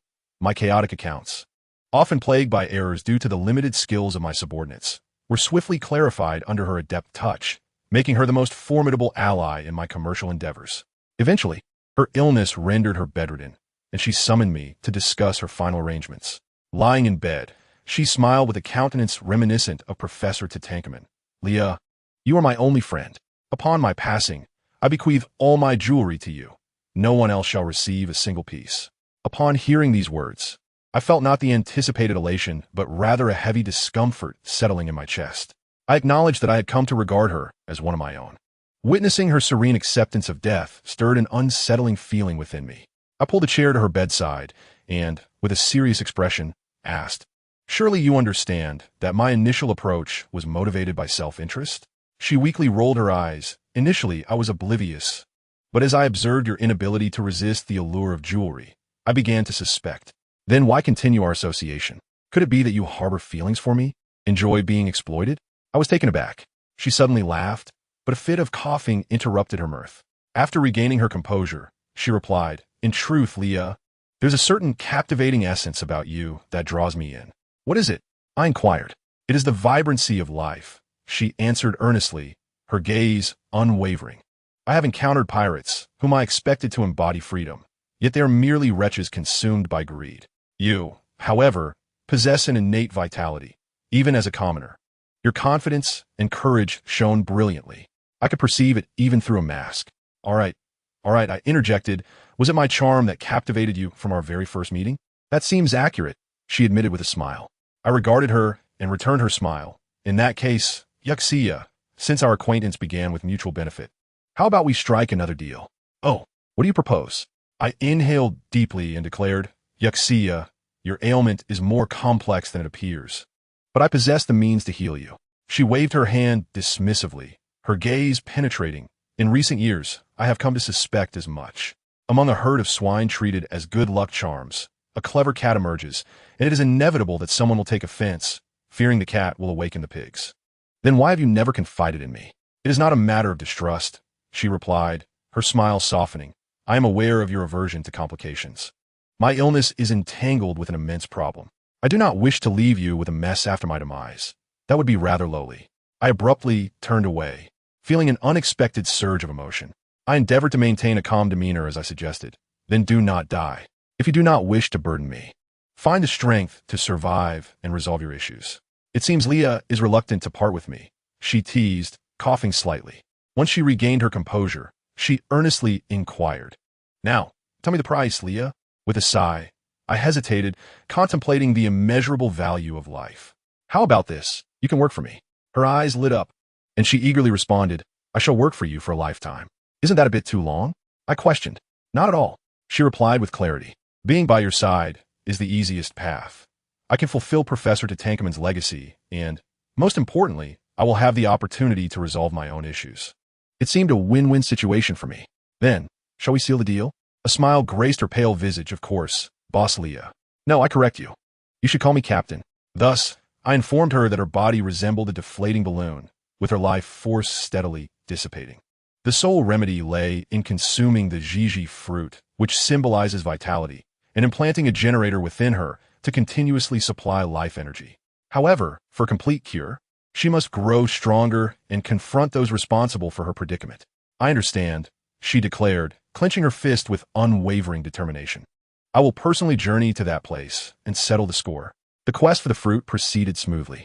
After Yuxia consumed the fruit and underwent a period of rehabilitation, her strength surged. Once she fully recovered and garnered the respect of the business community, I officially appointed her as the vice president of the organization. As my business empire began to take shape, the narrative shifted to another corner of the world, where Mr. Kelesong was emerging from yet another hospital with the young Ro. Behind them, the doctors and nurses exchanged fearful and disdainful murmurs. Everyone in the hospital avoided them like the plague, their gazes filled with disgust and dread as they regarded Ro, known as the White Monster. Kelesong led the way, while young Ro clenched his fists, bowing his head in silent acquiescence as they trudged through the corridor, heading to yet another uncertain hospital encounter. Fate, in all its mysterious glory, operates in the most unexpected ways. Just when Mr. Kelesong and little Luo believed the entire world had forsaken them, destiny intervened, and lo and behold, it was I who crossed their path. I was on my way upstairs to discuss pharmaceutical procurement with the dean, and, as today's agenda was light, I decided to bring along my rebellious pet, Makabaka. To my astonishment, at the stairway's entrance, I collided with them. In an unexpected burst of excitement, my Makabaka, seemingly possessed, leaped from my arms and knocked down the child named Luo. Little Luo was momentarily bewildered, as his hands slipped into his pockets to retrieve something. He was already pinned to the ground by my hefty golden dog, who was lavishing him with an enthusiastic display of affection. The sight of drool flying everywhere was almost too much to bear. Though little Luo pushed the dog's head away with a look of disdain, guess what? He wasn't putting in any real effort. I was taken aback, thinking my foolish dog truly had a knack for choosing its companions, instantly identifying a future superstar, a beloved figure. Mr. Kelesong was initially startled, but relaxed upon realizing it was merely a pet dog. Just as I was about to call for Makabaka to return, my voice drew Kelesong's attention, and he turned to me, utterly stunned. Makabaka, ever obedient, fearing the loss of its dinner, scampered back to my side, glancing back nervously. Little Luo, rising from the ground, wiped his face with his sleeve, yet his gaze kept darting toward Makabaka, his small hands rubbing together, torn between the desire to touch and the fear of doing so. Upon realizing I was observing him, he swiftly concealed his hands behind his back, shrinking behind Kelesong like a timid quail. I quickly apologized. I beg your pardon, my dog is rather thick-skinned. Kelesong emerged from his stupor, waving his hand dismissively, indicating it was no trouble. Then came the memorable scene. He produced a lighter to light a cigarette, but in a moment of misfortune, his prized feather coat caught fire. Watching several charred holes appear in his garment, I couldn't help but mentally chastise him. Is it your habit to ruin a piece of clothing with every cigarette? Little Luo, displaying remarkable agility, sprang forward and extinguished the flames in a swift motion. At that moment, one of my subordinates quietly approached, whispering, "President, that child has white spots, resembling the symptoms of lead platinum disease from Fervance. Should we keep our distance?" The comment, neither too loud nor too soft, was perfectly audible to the two individuals across from us, who immediately shot piercing glances our way. I rolled my eyes in exasperation. Why would I hide? Setting aside my knowledge of Luo's future greatness and his potential to save my nephew Ace, I couldn't bring myself to harm this pitiful child further. I stroked my chin, then lifted Makabaka and offered it to him. "Little friend, would you like to pet it? It seems to like you." Little Luo, sensitive as a radar, sensed my goodwill. After a moment of hesitation, he took a few steps toward me. I gently lowered Makabaka, who wagged its tail vigorously, nearly slapping my face. Finally, Luo's hand rested on Makabaka's head. In that instant, the cacophony of the hospital faded away, leaving only the boy and the silly dog in his gaze. What followed was a delightful playtime. Makabaka sprawled on the ground, exposing its belly for Luo to pet, displaying the same adoration it had when my nephew Ace returned home. Seeing this, I decided to forego business discussions and let my subordinate handle it. I needed to observe this heartwarming moment. As for this so-called lead platinum disease, I was well aware. It was not an infectious ailment, but rather a case of heavy metal poisoning. The world government and those greedy royals from Provence conspired to conceal the truth, thereby ruining a nation that was as enchanting as a fairy tale. Luo was the sole survivor of that tragic calamity. Throughout his life, he had been met with disdain and fear. Had it not been for Mr. Kelesong, this foolish angel who protected him, the boy would have perished long ago. Once I closed the stairway door, tranquility descended. Kelesong, scratching his head, engaged in awkward small talk with me, our eyes locking in a mutual awkwardness that made my toes curl in discomfort. To break the ice, I thought it prudent to introduce myself. I am Potoka's Delia. The moment he heard the initial D, Kelesong's expression shifted dramatically. Seizing the opportunity, I continued, I possess some knowledge about lead platinum disease, and I have a doctor on my team who is currently researching treatment options. Before I could finish, Kelesong, brimming with excitement, tripped over his own feet and fell flat on the ground. He scrambled to his feet, executing a rather impressive maneuver, and rushed to grasp my shoulders, his eyes sparkling with hope. Is it true? Can Luo's illness be cured? I hastily tempered his enthusiasm. Please do not be overly excited. Currently, we can only alleviate the suffering. A complete cure is not yet feasible. Nevertheless, even this glimmer of hope was akin to a lifeline for Kelesong, who lamented that all the doctors they encountered either fled or were powerless. The ability to ease pain was indeed a significant relief. Little Luo stood up, lowering his head, quietly uttering, Mr. Kelesong. Observing this, I extended an invitation. Very well, I can take you with me. Once I conclude my business here, accompany me back to Zixalai Island. My doctor resides there. Kelesong was so elated he attempted to bow to me, but I sidestepped him. Little Luo silently nodded in gratitude. For someone as reserved as this little hedgehog, that single nod represented monumental progress. As we basked in the silence, Makabaka began pawing at my shoes, barking insistently. Meeting its gaze, I understood. This glutton was urging me to feed it. Very well, the glutton reigned supreme. I promptly booked a private room and invited Kelesong and Little Luo to join. Makabaka, more particular than any human, insisted on retrieving its portable dish from its bag, using its nose to unfold it before sitting beside me, tail wagging like a propeller. Kelesong and Little Luo watched in astonishment. Little Luo had a poor appetite, barely consuming a few bites before setting down his chopsticks, appearing utterly drained. Mr. Kelesong, on the other hand, was far less graceful, either burning his mouth or choking on soup, splattering me with broth. Had it not been for his inherently careless nature, I might have flipped the table. After our meal, we boarded the merchant ship waiting at the dock, returning to Zixalai Island. The journey back was nothing short of hellish, with relentless storms followed by blizzards. The ship rocking as if on a pirate vessel. Little Luo succumbed to fever, deliriously calling out for his mother and sister, while Kelesong vigilantly remained by his side, cradling him and soothing him through the night. Even Makabaka transformed into a nurse dog, lying by the bed, barking for the ship's doctor whenever Luo coughed violently. Indeed, they say sometimes dogs are more compassionate than humans. Nonetheless, as the days passed, a flicker of hope ignited within Little Luo. When lucid, he began to desperately shove food into his mouth, his will to survive visibly strengthening. Perhaps he had truly grasped a glimmer of hope. After several tumultuous days, we finally reached the shore. Welcome to my empire, Zixalai Island. This island is the fruit of my labor. Nestled beside the city of Seven Waters, its geographical location is nothing short of excellent. I divided it into two by the Wulong mountain range. The front half I transformed into a 24-hour bustling hub of indulgence. A commercial street, a food street, a bar street. From luxury goods to local specialties, whatever you desire, I assure you, can be found here.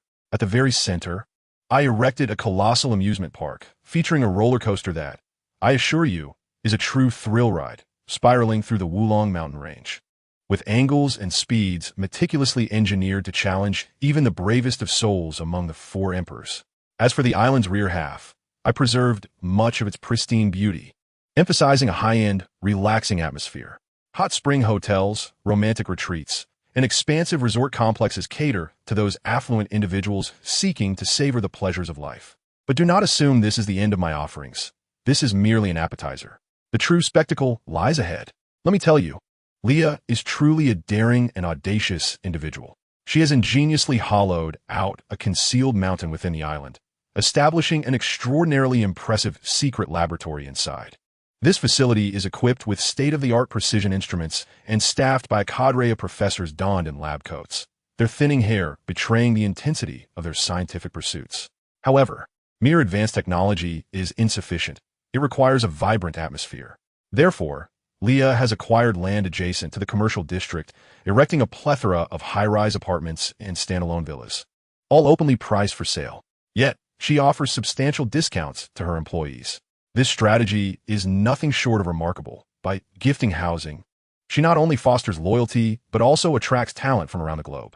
In these tumultuous times, who could resist the allure of a secure haven?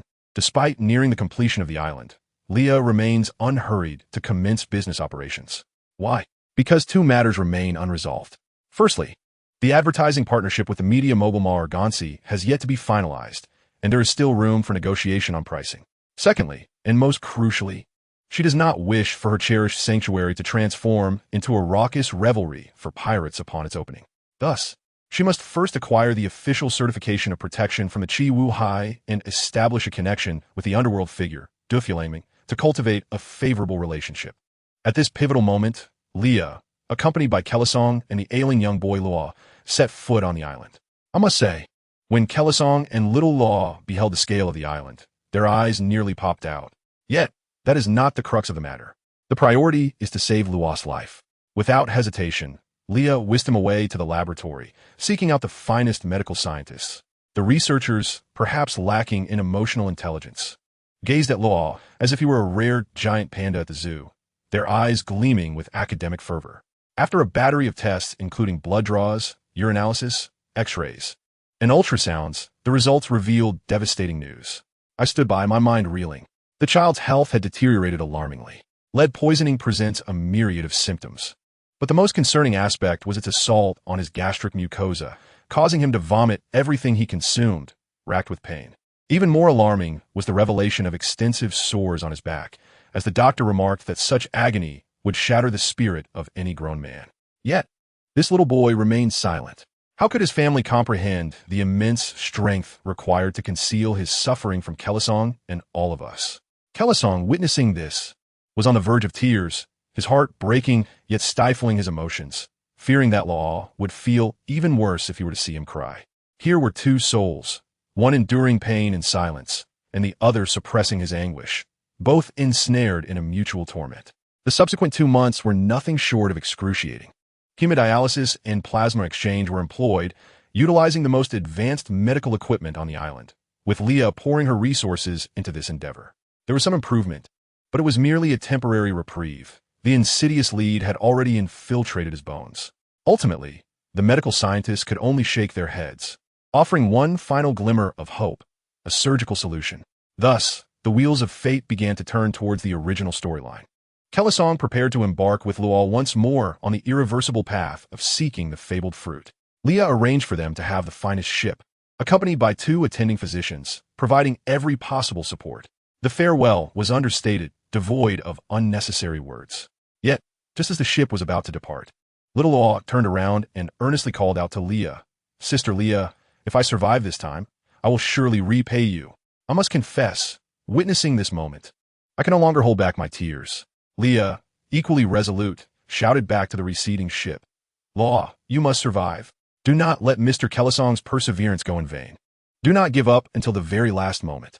As the ship sailed further away, Kelisong, a man of considerable stature, wept uncontrollably, only to be pulled back into the cabin by Luo, who found his display of emotion embarrassing. Watching them vanish over the horizon stirred a profound discomfort within me. I pondered why Kelisong was so deeply invested in a chance encounter with this child. Was it merely his kindness? Surely, kindness in this world is not so easily come by. After much contemplation, I realized the truth. In Luo, Kelisong saw a reflection of his brother, the young Du Fulaming, a child consumed by hatred, yearning to obliterate everything. He could not save his brother, who had succumbed to madness and committed fratricide. So he sought to rescue this young boy from the precipice of destruction. This is a tale of redemptive compensation, my friends. The relationship among these three is akin to a masterfully crafted tragic love story. Dufilangming imparted skills to Luo, yet aimed to lead him to ruin. Kelisong taught Luo nothing, yet offered him salvation and a chance for rebirth. Moreover, I must assert, despite Dufilangming's villainous demeanor, he harbors genuine affection for his brother Kelisong. In a family where betrayal is met with death, upon hearing that Kelisong was an undercover agent, his immediate thought was, "Hey, you didn't kill him, did you?" Ultimately, when he personally executed Kelisong, each shot intentionally avoided vital areas. He simply could not bring himself to deliver a fatal blow. By taking his brother's life, he effectively extinguished the last remnants of his humanity. This is truly the most poignant moment of 2025. Thus, after bidding farewell to Luo, set forth, leading her team to the fateful island of Miniwing, the site of Kelisong's demise. She divided her forces. One group dispatched the finest medical team to the snow-laden island in hopes of retrieving Kelisong, betting on the possibility that he still clung to life. Meanwhile, she prepared to confront the future king of the underworld, Dufilangming, who had just severed the final thread of vulnerability. Upon our arrival, Dufilangming stood in the snow, his back to us, gazing at the sea. His signature pink feathered coat billowed in the wind, yet his demeanor was markedly different, resembling a wilting eggplant, devoid of the usual arrogance. His subordinates appeared apprehensive, barely daring to breathe.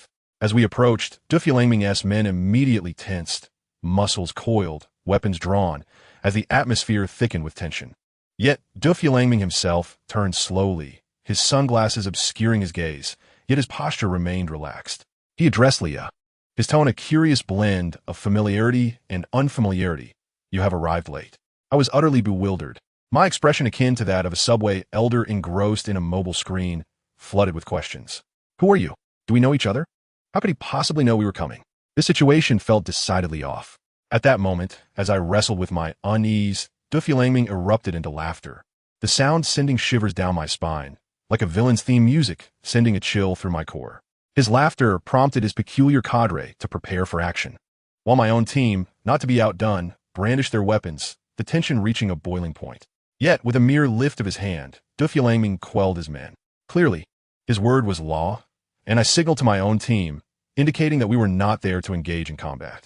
Realizing the gravity of the situation, I decided to be forthright. "I am here primarily to discuss a collaboration. As for rescuing Kelisong, that is a secondary concern." Upon hearing this, he chuckled again, querying, "Even if I were to kill him, would you still collaborate with me?" I thought to myself, perhaps he had experienced some sort of trauma tonight, leading him to pose such nonsensical questions. Maintaining my composure, I replied, "Such is life. Fate decides. Business is business." After this, he ordered all his subordinates to leave, indicating he wished to speak with me privately in the captain's quarters aboard his ship. My subordinate was immediately agitated, exclaiming that this person was clearly untrustworthy, essentially a trap akin to a hangman banquet. I retorted directly, questioning why he would need to go through such elaborate means if he truly intended to eliminate me. It would be far simpler to engage in direct combat, especially since his combat prowess was evidently superior to ours. Moreover, I had already dispatched someone to relocate Kelisong, rendering his men incapable of finding him for a sneak attack. I sent my people away and followed him onto his ship. The vessel was, I must say, a chaotic pink, adorned with a flamingo wearing sunglasses at the bow, a veritable mobile symbol of flamboyance. Upon entering the captain's quarters, I was taken aback by the walls adorned with maps and coded markings. The bookshelves were filled with dense tomes on politics and medicine. It was evident that this individual was serious about his enterprises, embodying a business-minded intellect. He casually threw himself onto the sofa, dressed in a shirt with 2 buttons undone in the dead of winter, while I was bundled up like a bear. He even had the audacity to ask if I was that cold, which I found utterly exasperating. I decided to cut to the chase, speak plainly. To my astonishment, he dropped a bombshell. He had not killed Kelisong. My mind momentarily short-circuited as I processed this revelation. He elaborated, explaining that he had merely utilized the powers of the line fruit to manipulate Kelisong's mind temporarily, ensuring his survival and addressing his internal injuries. The implications of this revelation struck me profoundly, as it altered the very trajectory of events. I inquired why he was divulging this information to me, to which he responded nonchalantly, "Just consider it my keen interest in you." I was taken aback. Such a cliché line sounded like it had been lifted from some dramatic short film. He went on to explain that while he had initially intended to take lethal action. Seeing me reminded him of a certain deceased individual's wishes. He then transferred the burden of Kula's song onto my shoulders, warning me not to let him see his brother again. I scoffed at his facade of toughness, recognizing the soft heart beneath. With Kulasong's situation resolved, we turned to matters of substance. He inquired about my identity and how I had come to know so many of his secrets. I responded enigmatically, then introduced myself. Port Gasti, Leah, an unremarkable businessman. He chuckled, admitting that he had already investigated me, but the information was obscured, revealing only my considerable ambition. His primary concern was why a legitimate businessman like myself would choose to collaborate with a scoundrel like him. Ultimately, he posed the pivotal question, what is your ultimate objective? I realized it was time for an honest exchange. I disclosed to him that as a businessman, my goal was to expand the pie, but more critically, to bring the so-called celestial dragons down from their pedestals. Upon hearing this, he erupted into laughter, exclaiming that my ambition resonated with him, and he too wished to pursue this endeavor. Thus, with our goals aligned, our partnership was sealed. He would operate in the shadows while I engaged openly, with one playing the role of the benevolent face and the other the stern one, together upending the world. Confidentiality was paramount. We needed to catch our adversaries off guard at the opportune moment. We shook hands in agreement, and I felt that this flamboyant flamingo had completely deviated from his original path under my influence. Following this, our communication increased. I discovered that despite his sharp tongue and irritable temperament, often criticizing my taste and insisting on gifting me a coat identical to his, we shared a remarkable synergy.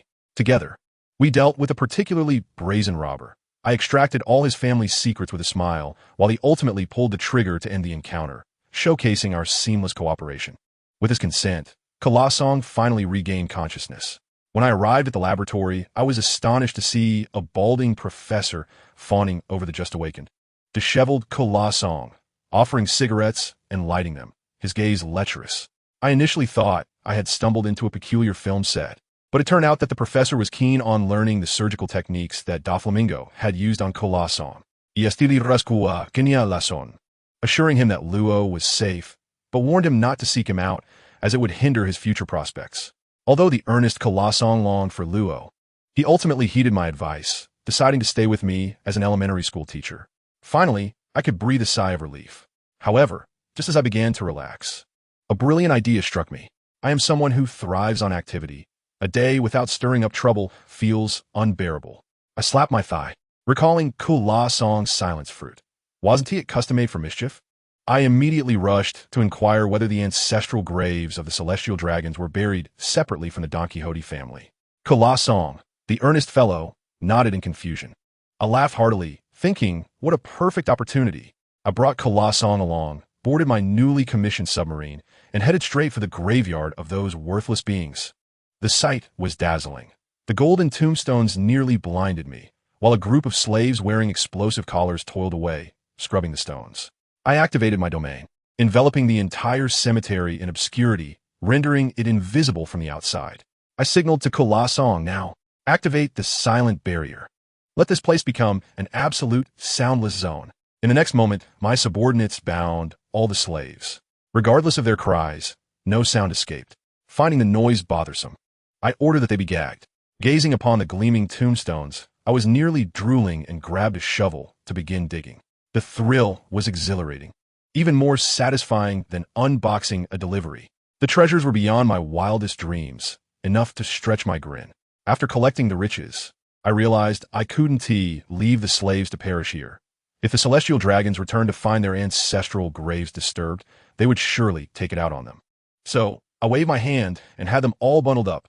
I pride myself on my code of ethics, even taking the solid gold tombstones, prying them free to be melted down for a handsome profit. By the time we finished our work, the graveyard resembled a site ravaged by dogs. And I couldn't be bothered to disguise the chaos. I wanted to be audacious. Kulasong was in a state of bewilderment, questioning his identity and purpose. I patted him on the shoulder and urged, what are you dawdling for? What you unearth is yours. Don't you wish to travel the world with Luo? How can you do that without funds? Upon hearing this, the earnest fellow seemed to grasp the logic and joined in with a shovel. Just then, the bound slaves began to struggle furiously. Curious about their intentions, I tore the cloth from one leader's mouth. His eyes were bloodshot as he shouted, let me go.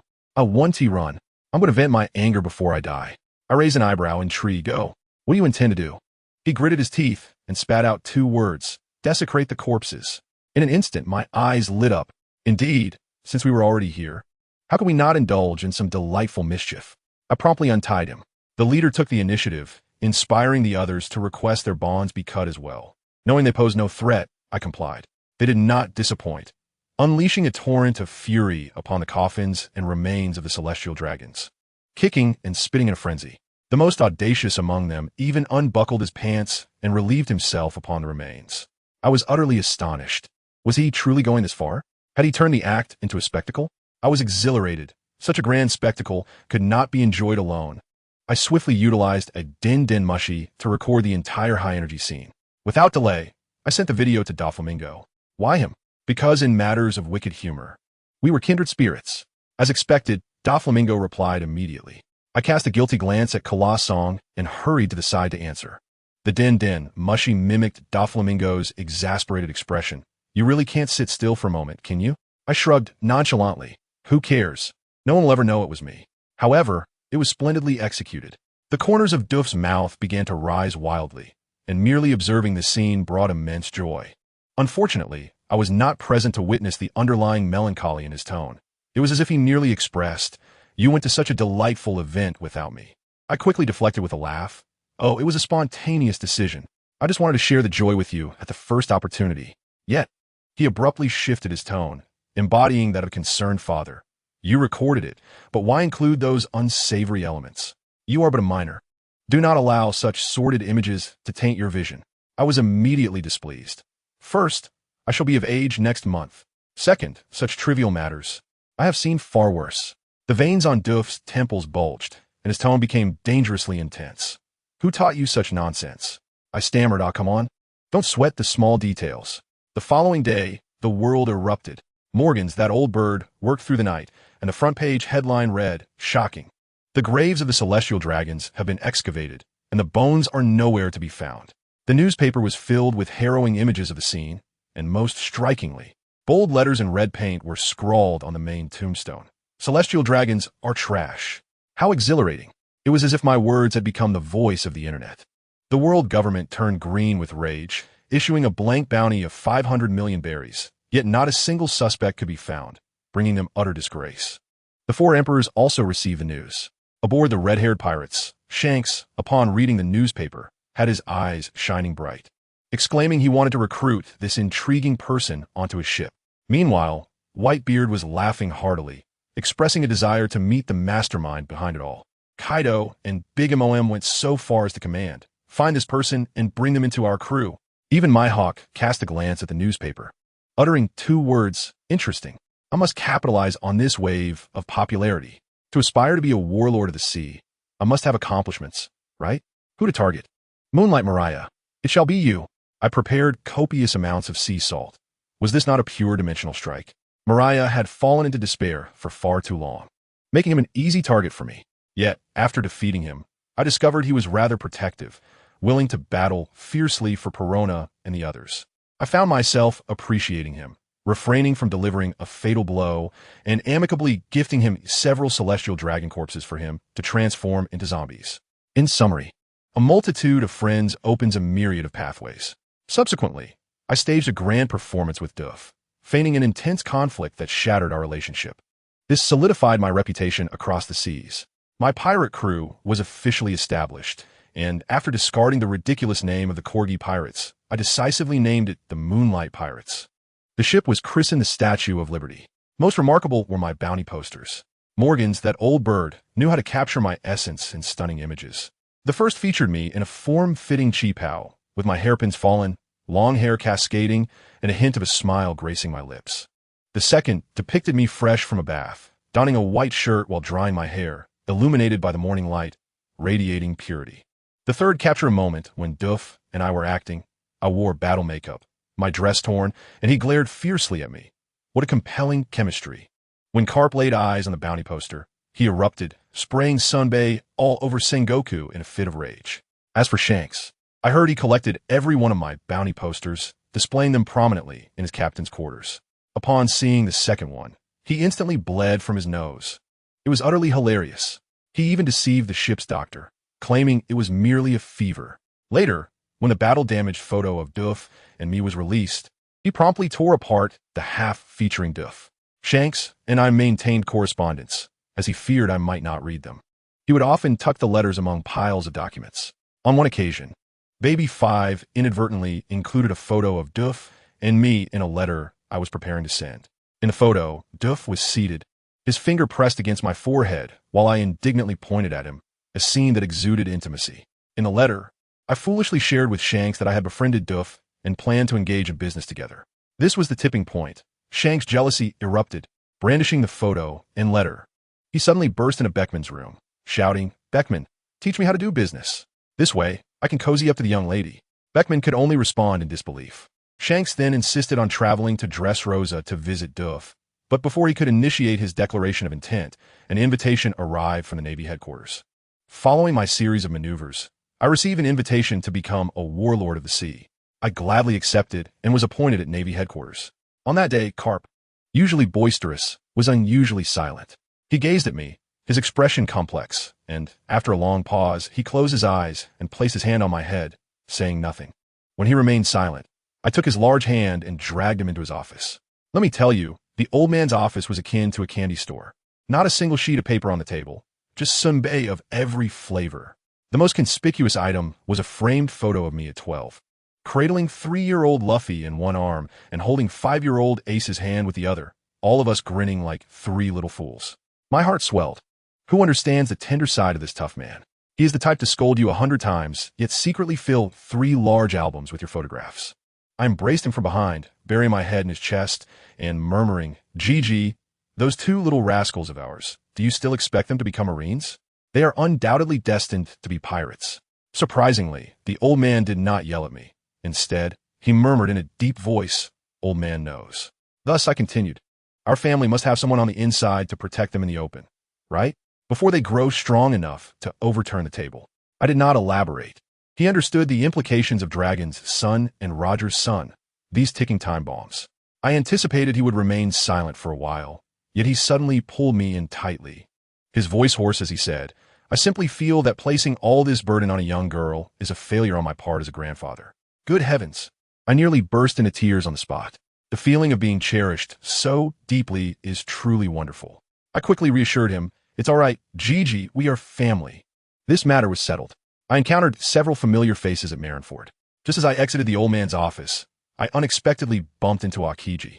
He appeared as nonchalant and sleepy as ever, and upon seeing me, conjure arose from seemingly nowhere, presenting it to me. "Ah, this enchanting lady. Would you care to join me for a date this evening?" I rolled my eyes dramatically. "Akiji, do you not remember me? I am Leah." He bent down to scrutinize me closely, scratching his head. "Ah, it's little Leah. You've grown up. But, are you free tonight?" I was taken aback. This gossip was far too sudden. Just as I was about to retort, Kizaru appeared, his signature nonchalant tone intertwining with sarcasm. "Akiji, is this beautiful young lady your friend?" The two engaged in a banter that resembled a comedic duo from 2025. I hurried to greet Kizaru. "Mr. Salino, long time no see. Thank you for sending me to find my grandfather back then." "Oh, it's Miss Leah." Kizaru's tone remained annoyingly playful. "I thought I would see you at the Navy's rookie camp. Who would have guessed you'd become a warlord of the sea?" Later, these 2 clowns insisted on dragging me to the mess hall for a meal. Let me tell you, the atmosphere was utterly silent. All the Navy personnel were stealing glances at us with curious expressions. Kizaru was especially considerate, serving me all my favorite dishes. Just as I was pondering this, he suddenly asked, "Miss Leah, do you have someone you like now?" I was completely flabbergasted. Such gossip was far too unexpected. Ching drew, with a playful demeanor, propped his chin and remarked, "I am quite curious. If there is no one else, shall we go on a date?" An inexplicable image of a red-haired figure flashed through my mind, prompting me to shake my head vigorously. "No way. Uncle Chingji, if you continue joking, I shall have my grandfather's iron fist take you out on a date." No sooner had I spoken than the temperature in the cafeteria plummeted. Goodness, Akaina has arrived. His expression bore the weight of someone owed 8 million. And guess what? He actually nodded at me. I was momentarily stunned. Wasn't this fellow the one who loathed pirates the most? Out of politeness, I quickly nodded in return. The absurdity did not end there. Marshal Sengoku and Vice Admiral Tsuru also made their entrance, extending warm greetings and inquiries about my well-being. It dawned on me later that this old coot, Carp, had been parading my photograph around the Navy headquarters, boasting as if promoting his beloved idol, causing these high-ranking officers to feel as though they were nurturing a granddaughter from afar. After finishing my meal, I slipped away, only for Huang Yuan to specifically come to the port to see me off, insisting on acquiring my Den Mushy number. Speaking of these esteemed figures, my relationship with them is quite intricate, yet the most explosive connection remains with Mihawk. That is truly a chapter of my life I wish to forget. In short, while at sea, I encountered a tempest, utterly exhausted, only to be struck by lightning, leaving me temporarily incapacitated, spitting out a cloud of black smoke before sinking into the ocean. Just as I was about to drown, I desperately commandeered a passing sea beast to carry me. When I regained consciousness, I noticed a green light approaching in the distance. To my astonishment, a man wielding a massive black sword was rowing a boat. The world's greatest swordsman, Mihawk. We exchanged bewildered glances, and the atmosphere grew awkward. Perhaps to eliminate a witness, without a word, he swung his sword at me. Was it truly because I had seen him rowing with a National Treasure-class sword? He pursued me relentlessly throughout the night. In the end, unable to endure any longer, I slipped him a colorless, odorless sedative. Mihawk collapsed. Starving, I rummaged through his ship's provisions, devouring everything in sight. Afterward, I begrudgingly left a few berries and a note. I didn't intend to witness that. Don't be so petty, big man. Consider the money as a meal fee. Feeling a bit chilly, I casually draped his stylish black coat around myself. The consequence? He pursued me for several months. How do we finally reach an armistice? By me sharing invaluable insights from my scientific farming in the pirate world, which turned him into a devoted fan of my literary endeavors. For instance, even now, he arrives on my island, brandishing his great black sword, demanding updates, asking, did Yonghui end up with Xiaolongnu? It truly gives me a headache. Time swiftly passed, and the day of my grand opening on Cece Li Island arrived. After 2 years of preparation, I had finally accomplished it. Shanks received the invitation and promptly abandoned all affairs to come over. Doflamingo also made an appearance. We staged a delightful ruckus in public before retreating to a private area for drinks. By chance, he and Shanks missed each other, which was for the best. I had a hunch that their encounter would spell trouble. That evening, Shanks ship-docked. After 2 years, he seemed to exude even more of a captain's aura. Yet his grin remained that a not-so-bright fellow. As soon as he landed, he rushed over, wanted to throw an arm around my shoulders. Sabo, Lily-chan. I swiftly dodged. Good heavens, his weight nearly toppled me. For some inexplicable reason, his proximity sent my heart racing. I brought them to our internal staff celebration. As the drinks flowed, the atmosphere reached a peak of exuberance. While others toasted to me, Shanks, like a thief, drank each one meant for me. I glared at him. Why are you stealing my drinks when you have plenty right in front of you? He simply grinned foolishly in response. Later, this band of inebriates urged me to perform, and Shanks looked on with eager anticipation. Unable to refuse, I played a piano piece, 1,000 Years of Longing. Under the moonlight, I closed my eyes, my mind filled with the image of Jean smiling as he met his fate. Upon finishing the piece, I had yet to open my eyes when a grand explosion of fireworks erupted above, capturing everyone's gaze with their dazzling brilliance. Yet in Shanks' eyes, I felt that no matter how magnificent the display, it merely served as a backdrop to my presence. As the celebration drew to a close, the floor was littered with sprawled bodies, leaving only myself and the still conscious Beckman exchanging glances. Truth be told, I had been frequently reminded of Shanks lately. Whether during meals or while admiring the scenery, thoughts of him and my family plagued me. Something felt amiss. I observed Shanks, who was still eagerly downing drinks, and pointed towards a newly constructed Ferris wheel on our island, saying, Shanks, would you like to try riding that Ferris wheel? He gazed at it through hazy eyes and grinned stupidly. Sure, Lily-chan, let's go together. I stood up and led the way. As we walked, I noticed Beckman shaking his head helplessly, his expression akin to that of an adult observing 2 oblivious children. Shanks followed closely behind, clutching his drink. Just as he was about to take another sip, he suddenly recalled that such an opportunity to spend time alone with a girl was rare. Thus, he hesitated and silently set the drink down. Leah remained silent, leading the way, acutely aware of the intense gaze directed at her from behind, which made her slightly nervous. She instinctively tightened her grip on her sleeves. The heat of that gaze drew nearer, yet curiously, Leah did not feel repulsed. Rather, she remained tense. her back stiffening in response. To put it simply, Shanks had grown accustomed to being reprimanded by Leah. While he did not fear her wrath, he dreaded provoking her anger. He simply took larger strides, inching closer to her and tentatively extended a hand, gently reaching toward hers. However, just as he was about to touch her delicate hand, he suddenly withdrew it. Sensitive to his approach, Leah realized she did not reject Shanks' advances. God knows how much patience it took to suppress her instinct to pull away. But with his hand retracted, she felt a tinge of disappointment. Shanks, emboldened, attempted several more times, ultimately managing to gently tug at the sleeve of her garment. Leah, feeling a surge of frustration from his actions, let her anger take over and boldly grasped Shanks' large hand. A wave of unexplainable joy surged within her, and Shanks quickened his pace to stay beside her, audaciously squeezing her delicate hand, intertwining their fingers. Shanks beamed, unable to suppress the bright smile adorning his face. Appearing rather silly, Leah glanced sideways at the smug redhead, suddenly feeling warmth rise to her cheeks. Shanks' hands were rough, adorned with calluses, and as she touched them, she could feel the faint remnants of old scars. Leah quickened her pace, seemingly eager to reach the Ferris wheel. Shanks, still smiling, matched her stride, appearing no different than usual. Yet, Leah could sense a change in the 29-year-old Shanks compared to the 26-year-old version. He bore more weight on his shoulders, and his laughter often masked deeper emotions. Leah's haste was not born from anger at Shanks for donning a facade in her presence, but rather from the realization that she might genuinely have feelings for this foolish redhead. Only someone she cared deeply for could evoke such sensitivity to the slightest changes in demeanor, even if those changes were almost imperceptible. At this moment, Leah's heart was in a state of disarray. Such an occurrence had never transpired in her past life. Her journey to this day had relied on her remarkably calm and resilient spirit. She feared that if this continued, she might lose her keen perception, which would inevitably affect her future plans. Leah had always been someone who liked to meticulously plan everything in advance. She dreaded being influenced by unpredictable factors beyond her control.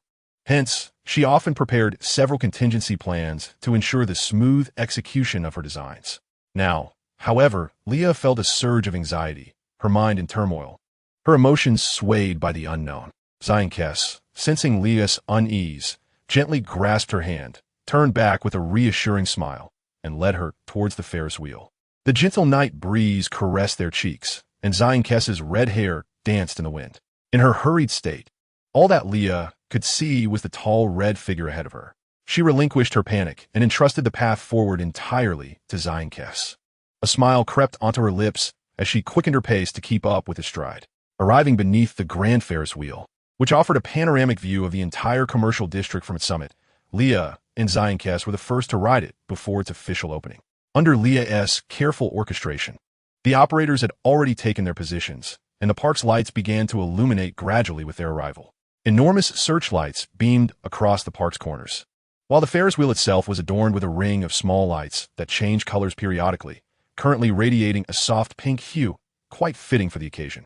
As they stood waiting for the operators to unlock the Ferris wheel's doors, Leah felt a twinge of embarrassment with so many eyes upon her and Zainkes holding hands. Just as she attempted to withdraw her hand, Zainkes tightened his grip. Leah's face flushed even more, a warm crimson creeping from her cheeks to her neck, and she shot Zainkes a reproachful glance. His amusement at her haughty demeanor only brightened his smile. It felt as if his heart were overflowing with happiness at this rare moment of her initiative.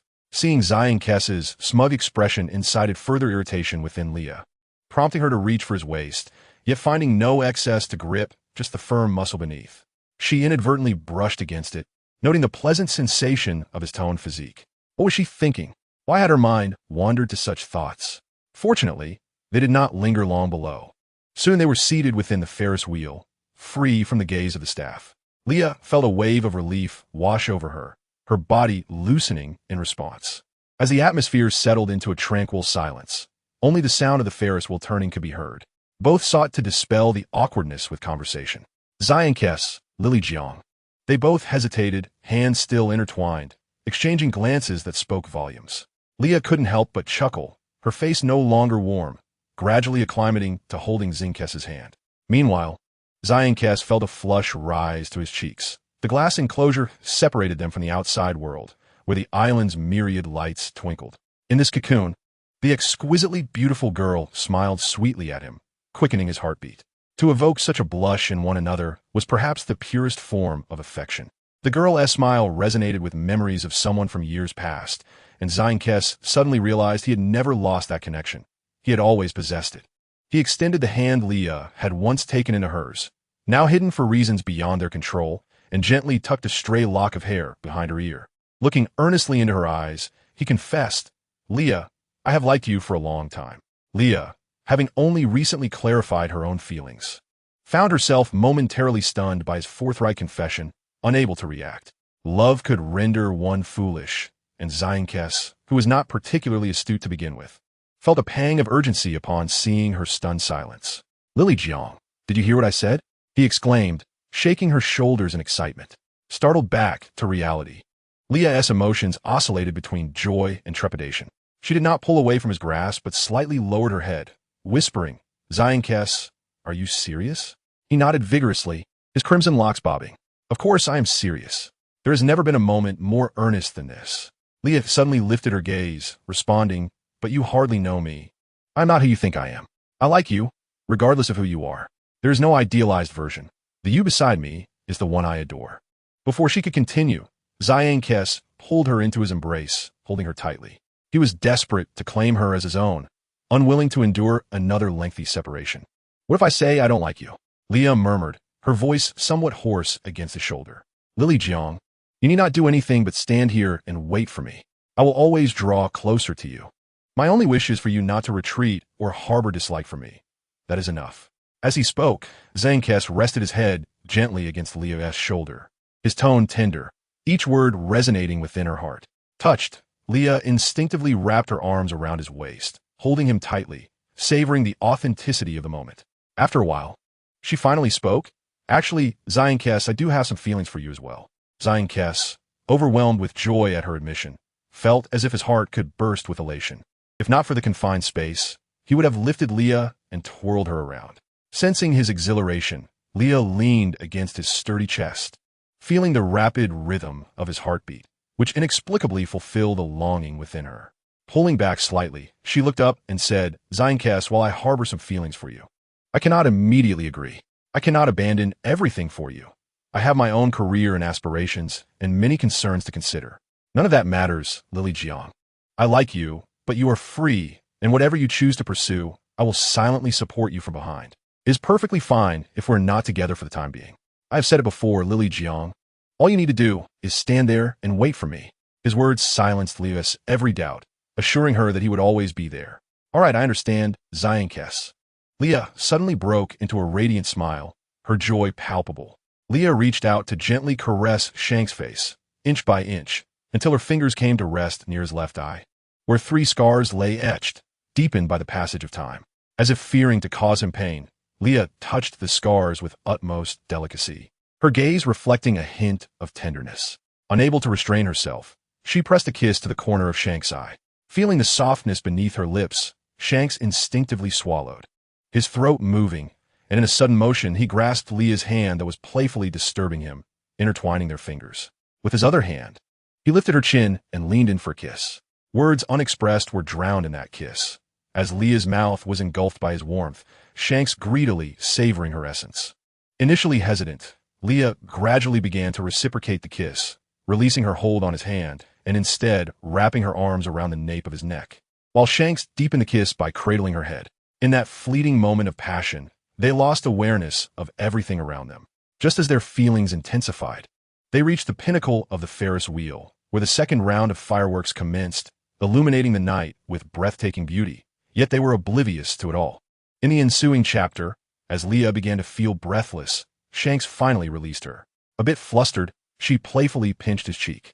The slight pinch was akin to a mere tickle for Shanks, yet he feigned great pain, gazing at her with wide, glistening eyes.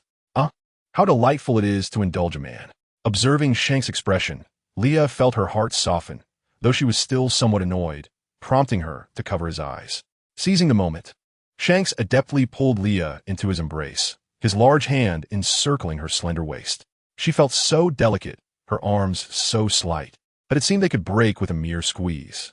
She could hardly fathom how such a petite girl could wield such remarkable strength. Her earlier strikes had indeed been quite painful, surpassing even Beckman's. The Ferris wheel soon descended, preparing to halt. Leah struggled to escape Shank's embrace, but he only smiled more brightly, refusing to release her.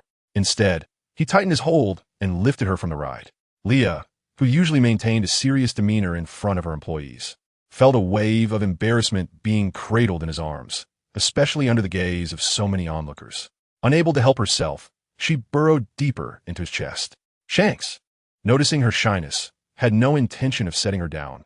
Instead, he wrapped her in his cloak, holding her even closer, standing tall like a proud rooster. He claimed her as his own, the unruly tuft of hair atop his head seeming to stand even more defiantly. Once the crowd thinned, Leah playfully thumped her fists against Shank's chest, though she did not exert much force. Shanks, wary of further provoking her, gently set her down while naturally taking her hand in his. Lily-chan, it's getting late. Allow me to escort you home, he said, affectionately ruffling her hair. Leah suppressed her inner turmoil and nodded quietly in agreement. Shanks, no longer seeking to take advantage of the moment, walked alongside her, feeling as if he had laid down a burden, his grip on her hand tightening as if he had found solace. Turning to look at Shanks, Leah sensed that he no longer had to ponder how to become one of the 4 emperors or how to maintain balance upon the seas. For the moment, she too could set aside her own calculations. Their current state of companionship was genuinely comfortable. Leah caught a glimpse of the burdens Shanks bore, while he too understood her desire to protect her family. Yet, the whims of fate are rarely in one's favor. After years of navigating the seas, he was acutely aware that the arrival of a new era was inevitable, and what would transpire then remained uncertain. In the past, he had not felt such depth of emotion. However, now that he had this girl, he found himself contemplating her feelings and his decisions. Yet, there were matters he could not avoid. In the face of the surging tides ahead, he could not guarantee his own survival. A sudden wave of anxiety washed over him, prompting thoughts of whether he had acted impulsively today. She was important to him, and he ought to prioritize her safety. With that realization, a sense of guilt crept in, and his smile gradually faded. Leah, perceptive to Shank's change in expression, paused, worry etched on her face. Shanks quickly collected himself, attempting to recreate his smile, but was interrupted by Leah's words. If you don't wish to smile, then don't. It looks quite unattractive, she remarked. What are you thinking? You can share it with me, she inquired. I feel a bit afraid of you, Shanks admitted, struggling to articulate his feelings. Leah suddenly understood. When one cares deeply for another, it often leads to hesitation and concern. Typically, Shanks would not venture beyond his comfort zone. Yet he found himself deeply invested in this girl, yearning to stand proudly by her side. Lily, you underestimate me. I do not need you to stand in front of me to protect me. I want to stand beside you, facing all future challenges together. Besides, I have yet to agree to be with you, so why are you fretting so soon? Leah proclaimed with a hint of pride. Indeed, our Lily-chan is remarkable. She requires no protection from me. I must work even harder to earn her agreement to be with me. Shanks responded with a smile, bending slightly to her level. Leah continued playfully, then you must put in more effort, or I might just find someone else I like. Our Lily-chan is so exceptional that many will surely be drawn to her, Shanks teased gently. After pondering, Leah turned to Shanks with sincerity. If there are things you wish to pursue, do so without concern for me. I am capable of bearing my own burdens. Please do not add to your own. Shanks appeared to release a weight from his shoulders, responding with a simple, all right. His little girl was truly astute. Many things needed no elaboration, as she had already deduced much. She likely understood certain secrets, though he was unsure how she had come to know them. Nevertheless, it mattered little. She despised the celestial dragons and would never ally herself with the world government. Before long, they arrived at the entrance of the small villa Leah had designed for herself. She retrieved her key from her pocket and hesitated as she opened the door slowly, as if weighing her decision. Ultimately, she summoned her courage and asked, Shanks, would you like to come in and take a look? Shankasi nodded with delight. He certainly noticed the little girl's anxiety, and he had no intention of imposing further on her. This evening had been sufficient. Some matters cannot be rushed and must unfold gradually. End of this chapter. Chapter 83. Shankasi followed Leah into her quaint villa. The decor was not suffused with pink as one might expect from other young ladies. Instead, it exuded a minimalist elegance in shades of friendship red. Perhaps due to her infrequent stays, the villa lacked the warmth of lived experiences. Leah appeared somewhat flustered, So she meticulously introduced each nuanced detail of the decor to Xianka C. As she spoke, a faint smile graced her lips, and Xianka C patiently trailed behind, absorbing her every word, creating a sense reminiscent of an engaged couple touring their new home. Returning to the matter at hand, Leah and Xianka C eventually arrived at the threshold of her bedroom. After a moment as contemplation, Leah opened the door and stepped inside, with Xianka C following suit. Turning to him, Leah remarked, "Xianka C, if you wish to stay here, I can prepare the room next door for you." Xianka C shook his head and replied, "No need, Lily Jiang. I must return to the ship shortly." Leah seemed poised to inquire further, but Xianka C interjected, "I will leave once you fall asleep. I wish to linger by your side a little longer. We shall depart before dawn breaks." Leah was somewhat taken aback. "So soon? I had hoped to show you around Sicily and let you enjoy some time here with Beekman and the others." Regrettably, Xianka C explained, "We cannot afford to linger in the new world for too long, nor can we let certain individuals discover our close relationship, lest they target you." He scratched his head and earnestly added, "At this stage, it is best for you to remain under the radar. We must shoulder the risks that belong to us. Of course, my intention is not to imply a lack of trust in you, Lily Jiang." He hastily waved his hands to reassure her. Leah understood his perspective. She recognized that she needed more time to grow. She was no longer alone. Many stood behind her, and she bore a responsibility toward them. She smiled softly, meeting Xianka C's gaze, and spoke, "I understand your concerns, but perhaps you could wait for me there. One day, I will grow strong enough to stand beside you without fearing so-called threats. I will be powerful enough to protect those around me. I have faith that you can achieve that, Lily Jiang." Xianka C replied, his gaze locked onto her violet eyes, reflecting his image within them. After their conversation, Leah excused herself to take a bath, and then sat before her vanity to embark on a series of beauty rituals. Remarkably, Xianka C refrained from any foolish antics this evening. Seated on the sofa, he found himself feeling rather bored. He contemplated pouring himself a drink, but reconsidered upon glancing at Leah in her pajamas. Xianka C was puzzled by Leah's actions. She claimed it was to improve her skin, yet he thought her complexion was already flawless, whiter and smoother than anyone he had ever seen. Was there truly a need for such endeavors?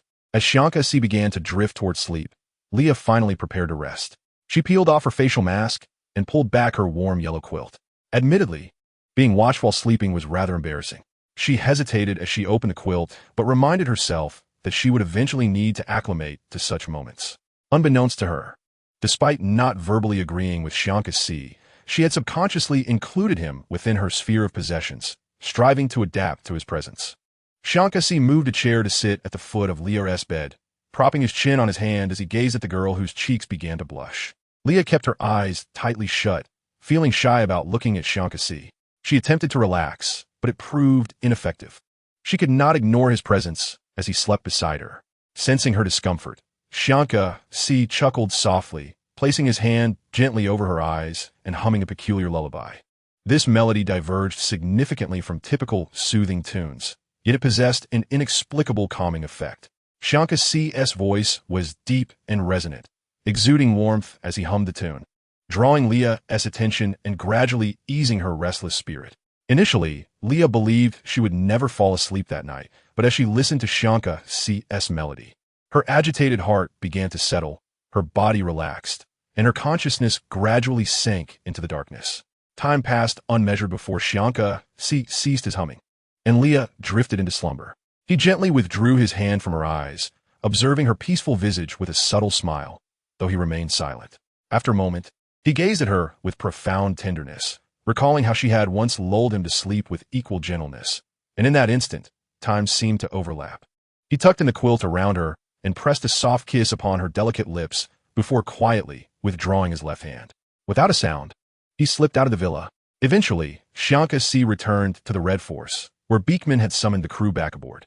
The lights in Beekman's room still glowed, so Xianka C opted not to head directly to the captain's quarters, but instead knocked on Beekman's door. The sound of pen gliding across paper ceased abruptly, followed by the scrape of a chair, as Beekman rose to open the door for Xianka C. He did not invite Xianka C into his room for any shenanigans, but instead regarded the visibly pleased red-haired fool, asking, "Where to next?" "Back to the New World. Then we will proceed as planned," Xianka C replied. "Now, you're not heading to Dressrosa?" Beekman teased. "Not anymore. This journey has fulfilled my desires, Xianka Si said, scratching his red head, half jokingly. Beekman cast a glance at the evidently elated redhead, reminding him, Xianka Si, maintain your composure. After tonight, you are still the formidable pirate who commands the Grand Line. Xianka Si turned his face toward the brightly lit island and smiled, saying, I know. It is precisely because I am aware that I am so eager to depart, to leave behind that cherished beauty resting upon my heart. He too wished to acquire the power to protect this earthly warmth. End of this chapter. Chapter 84 Goodbye. Burmeier the next day, upon awakening. Leah found it unsurprising that Xianka Si had already departed. He had left everything impeccably tidy, leaving no trace of his presence, which starkly contrasted with his typically disheveled demeanor. In a moment of confusion, she pondered whether Xianka Si had ever truly visited. However, the distant sounds of commotion jolted her back to reality, reminding her that everything from the previous night had indeed occurred. Leah suddenly recalled the events of the previous night, her face flushed with an intense heat, as if it were ablaze. In a flurry of embarrassment, she hastily pulled the blanket over her head, shielding her face with her hands and curling up into a small ball. She had merely wanted Shanks to accompany her on the Ferris wheel. Yet how could things have escalated to that point? How mortifying. Time passed uneventfully, and Leah planned to invite Ace and Luffy to enjoy some time on Cece Lee Dao. To alleviate their potential loneliness, she also brought along Makabaka, Luxidixi, and Yagubigu to Fengche Village. The three dogs frolicked joyously behind Luffy, with Makabaka particularly fond of Ace, showing little interest in playing with Luffy. Occasionally, when Luffy would pester it too much, Makabaka would tentatively snap at him, but each time it remembered that it relied on this family for sustenance, it would silently retract its mouth. Being the youngest in the household, it knew it could not bite, lest it face the family's wrath, and Ace would ignore it entirely. Thus, whenever Leah returned home, she would find Makabaka entangled in Luffy's rubber arms, baring its teeth, but unable to actually bite down. Leah often pondered what this foolish dog thought about throughout the day. It displayed intermittent wit, yet was often foolish, a curious combination indeed. Aside from being slightly more capable of biting than an ordinary dog, what other merits did it possess? To prevent others from learning about her two younger brothers too soon, Leah decided to embark on a solo journey back to the East Sea, intending to take Luffy and the others out for some adventure. Children need not be cooped up in one place, and given that the Goa Kingdom is not particularly vast, it is not conducive to broadening the horizons of her two little brothers. Having undergone professional training at school, Luffy and Ace found the Corbo mountain range insufficient for their daily exercise. Thus, Leah planned to take them to different locales to hone their skills, ideally exposing them to various techniques practiced by seafarers, which would greatly benefit their future voyages. Ace and Luffy were not the type to sit still, so one should not expect them to absorb theoretical knowledge about martial arts and restraint methods. Practical experience was the most effective means for them to enhance their strength. Ultimately, the primary objective of this return to the East Sea was to challenge her two brothers to duels, with some challenges prearranged, though it was of little consequence. They could engage anyone suitable they encountered along the way. After passing the Red Soil continent, the King of the Near Sea awaited them, and after marking it with a mental imprint, Leah could communicate with it across distances. Thus, she summoned a small vessel early on. However, en route to Fengche Village, she passed through a place called Kikishia Village. The name was familiar, yet she could not place it, but her intuition urged her to investigate and replenish her boat supplies. Leah had opened branches in many large cities, despite her establishments being widespread. There were inevitably areas in these small villages that she had overlooked. Her next goal was to fill the Great Route with her shops while also benefiting these small villages, which would aid her in establishing elementary schools across various locations. Furthermore, she harbored ambitions to design a secondary education system and ultimately establish the first university on Cece Lee Dao, a grand institution dedicated to cultivating high-end talent. However, these were matters for another time. Currently, Leah had arrived at Kikishia Village. The atmosphere was unsettling, lacking the vitality of a thriving community. Instead, every household had its doors tightly shut, as if hiding from something. Leah casually glanced around the exterior of the closed houses but saw no sign of life within. It was perplexing.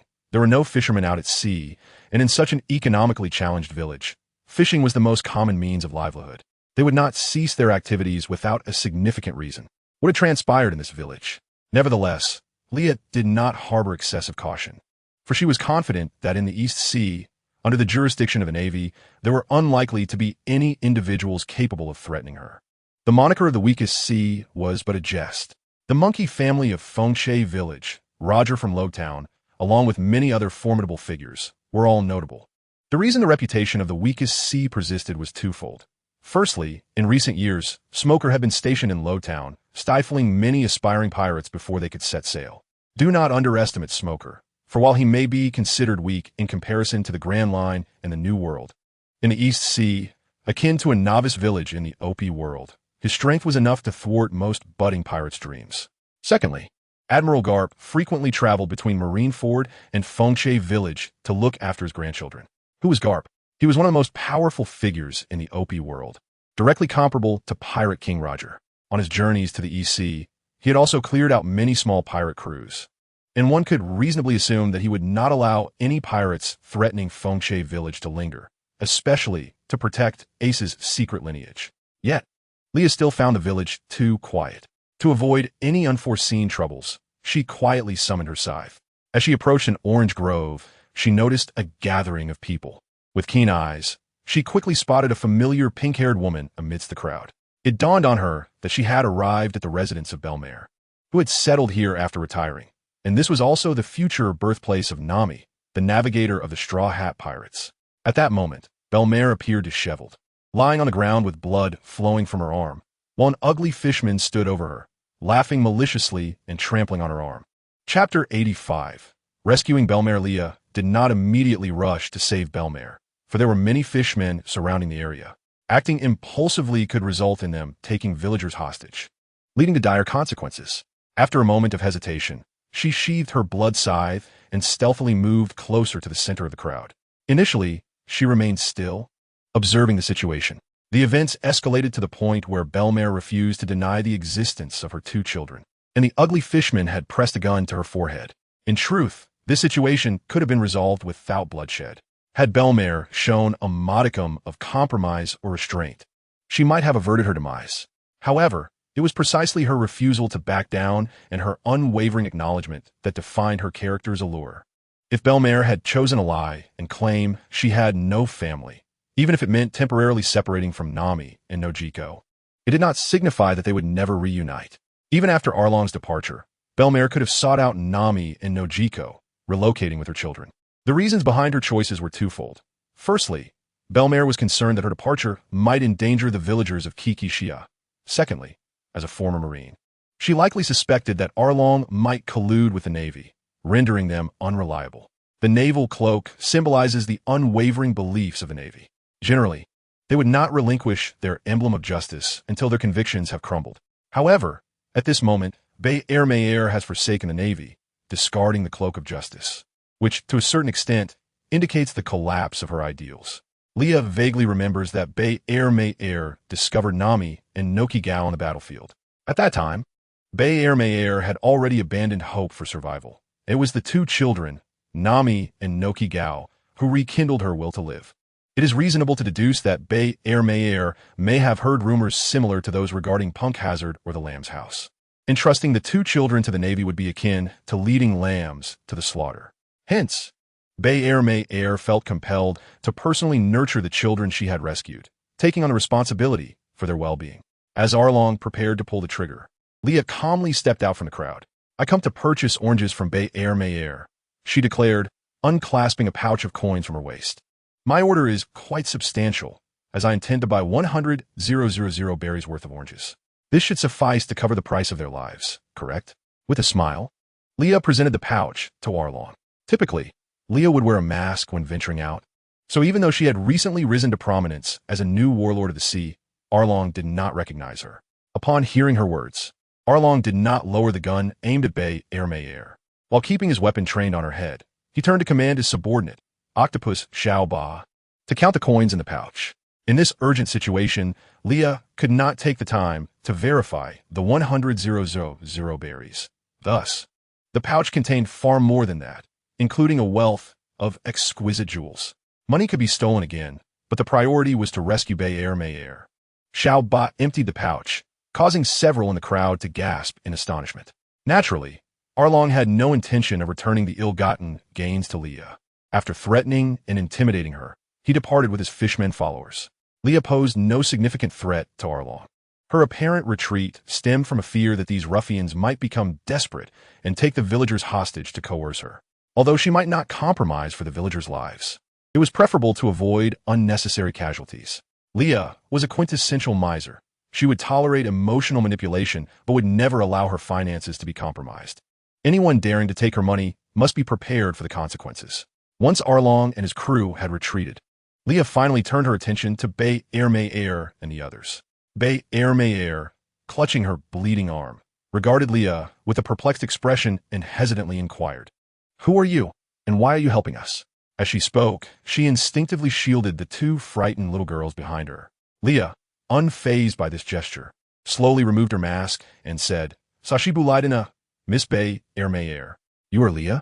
Despite Leah having matured, there remained a hint of her childhood likeness, and given her exquisite features, Bay Ermayer retained some recollection of her.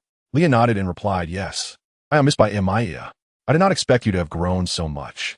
I feel embarrassed for the expenses you have incurred on my behalf, and I will do my utmost to repay you. Additionally, I must thank you for saving my life today." Bay Ermayer spoke somewhat incoherently, having just endured a life-threatening ordeal. Leah shook her head and, with a hint of frustration, declared, "You need not repay me, Bay Ermayer. I will personally reclaim the money from Arlong. It has always been I who robs others. This is the first time someone has taken from me. I have even raided the graves of celestial dragons. Yet today, I find myself thwarted by a mere petty character like Arlong. This is utterly infuriating. However, Leah, how do you intend to confront Arlong alone? Let me write you an IOU. You must leave this place quickly to avoid being implicated," Bay Ermayer urged, primarily concerned for Leah's safety. In times of indecision, it is wise to seek assistance. Aware of the Navy's collusion with Arlong, she felt compelled to address the naval issue first. After all, she was a third-generation military descendant and could certainly call her grandfather for help.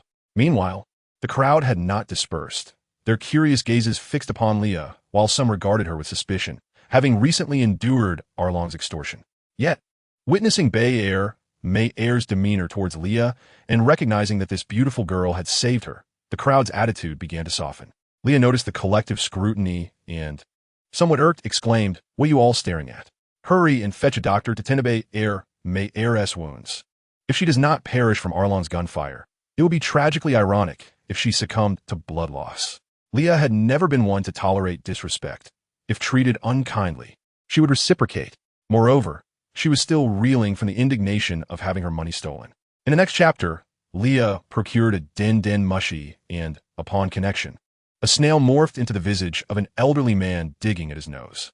Initially, Carp appeared indifferent, but upon realizing the call was from Leah, his expression transformed dramatically, radiating joy. "Ah, little Leah, have you been eating well lately? The senbei you sent me was delightful," Carp said, donning what he believed to be his most benevolent expression, though it came across as somewhat comical. "But let's get down to business. Old man, someone is bullying me. They even robbed me. When I threatened to report them to the Navy, they claimed it was futile as they had already colluded with the local Navy. They insisted that any resistance would be in vain. Moreover, they coerced the villagers here to pay for their lives." Leah recounted Arlong's actions and her grievances in a voice tinged with indignation. After listening intently, Carp's demeanor shifted from disinterest to rare silence. Finally, he addressed Leah. "In the East Blue, the most reliable individual for such matters is Smoker. I will call him to handle this situation. Little Leah, stay there for a while. Protect the villagers and await Smoker's arrival." Leah quickly added, "Can I reclaim the stolen berries from him? I will return what they took from the villagers and keep the remainder to support the school's operations." In truth, Leah wished to act overtly, but in the presence of her two elder family members, she felt the need to be somewhat tactful and sought an excuse. Without hesitation, Carp agreed. After their conversation, he issued a series of admonitions regarding safety, advising her to flee if overwhelmed and to avoid one-on-one confrontations when possible. Leah wholeheartedly concurred and excitedly engaged Carp in a discussion about the complexities of subterfuge. Certainly, these are merely the old man's admonitions to Leah. She has never heard of the old man retreating from a fight. His battle style is to charge headlong into problems, embodying the essence of his character. It seems that the members of the Mengqi family share this trait, their lineage imbued with the spirit of Longshu. Fortunately, The situation has improved somewhat, thanks to Leah's cunning nature. The series of events left San in a state of shock, marveling at the audacity. After regaining her composure, Name's gaze shifted, as if she had gleaned a lesson, contemplating employing similar tactics in the future. After ending the call, Aegean dispersed the surrounding villagers, and Leah accompanied Bearmir to their orange grove. Aegean, perceptive as ever, recognized Leah's true identity the moment she removed her mask. The notorious pirate acknowledged by the world government. Wongxia qui degdili. However, being a sensible man, Aegean understood that without Leah's intervention, he might have lost Bearmir today, leading him to feel more gratitude than suspicion towards her, maintaining a relatively cordial demeanor. Having been thoroughly frightened by Long, Name had settled down considerably, moving a chair to sit beside Bearmir, watching her with concern. Yet, true to her nature, she could not remain passive and began to surreptitiously observe Leah. Leah watched as Aegean, unable to contain his energy, busily attended to Bearmir, cheerfully entering the kitchen to prepare nutritious meals for her. Turning to Bearmir, Leah remarked, "I believe that Name and Wokigo are in need of a stepfather, and this Uncle Aegean seems quite suitable." She winked meaningfully at Bearmir. At that moment, Bearmir sat in a plush chair, her complexion somewhat pale, yet her spirit appeared quite vibrant. Initially, she had intended to smoke, but Aegean had snatched the cigarette away. Generally submissive before Bearmir, Aegean exhibited rare assertiveness today. Just as Bearmir was about to express her annoyance, she noticed the evident concern in Aegean's eyes, leading her to silence her frustration and place the cigarette behind her ear. Hearing Leah's teasing, Bearmir smiled slightly, saying, "Aegean is a wonderful person, easily embarrassed. Yet I have my own reservations." Leah nodded, seemingly recalling something, and suddenly declared, "The world is unpredictable. Cherish those before you." As Bearmir prepared to respond, she saw Leah's expression revert to normal, her words caught in her throat. Leah then brightly stated, "Let's not dwell on that.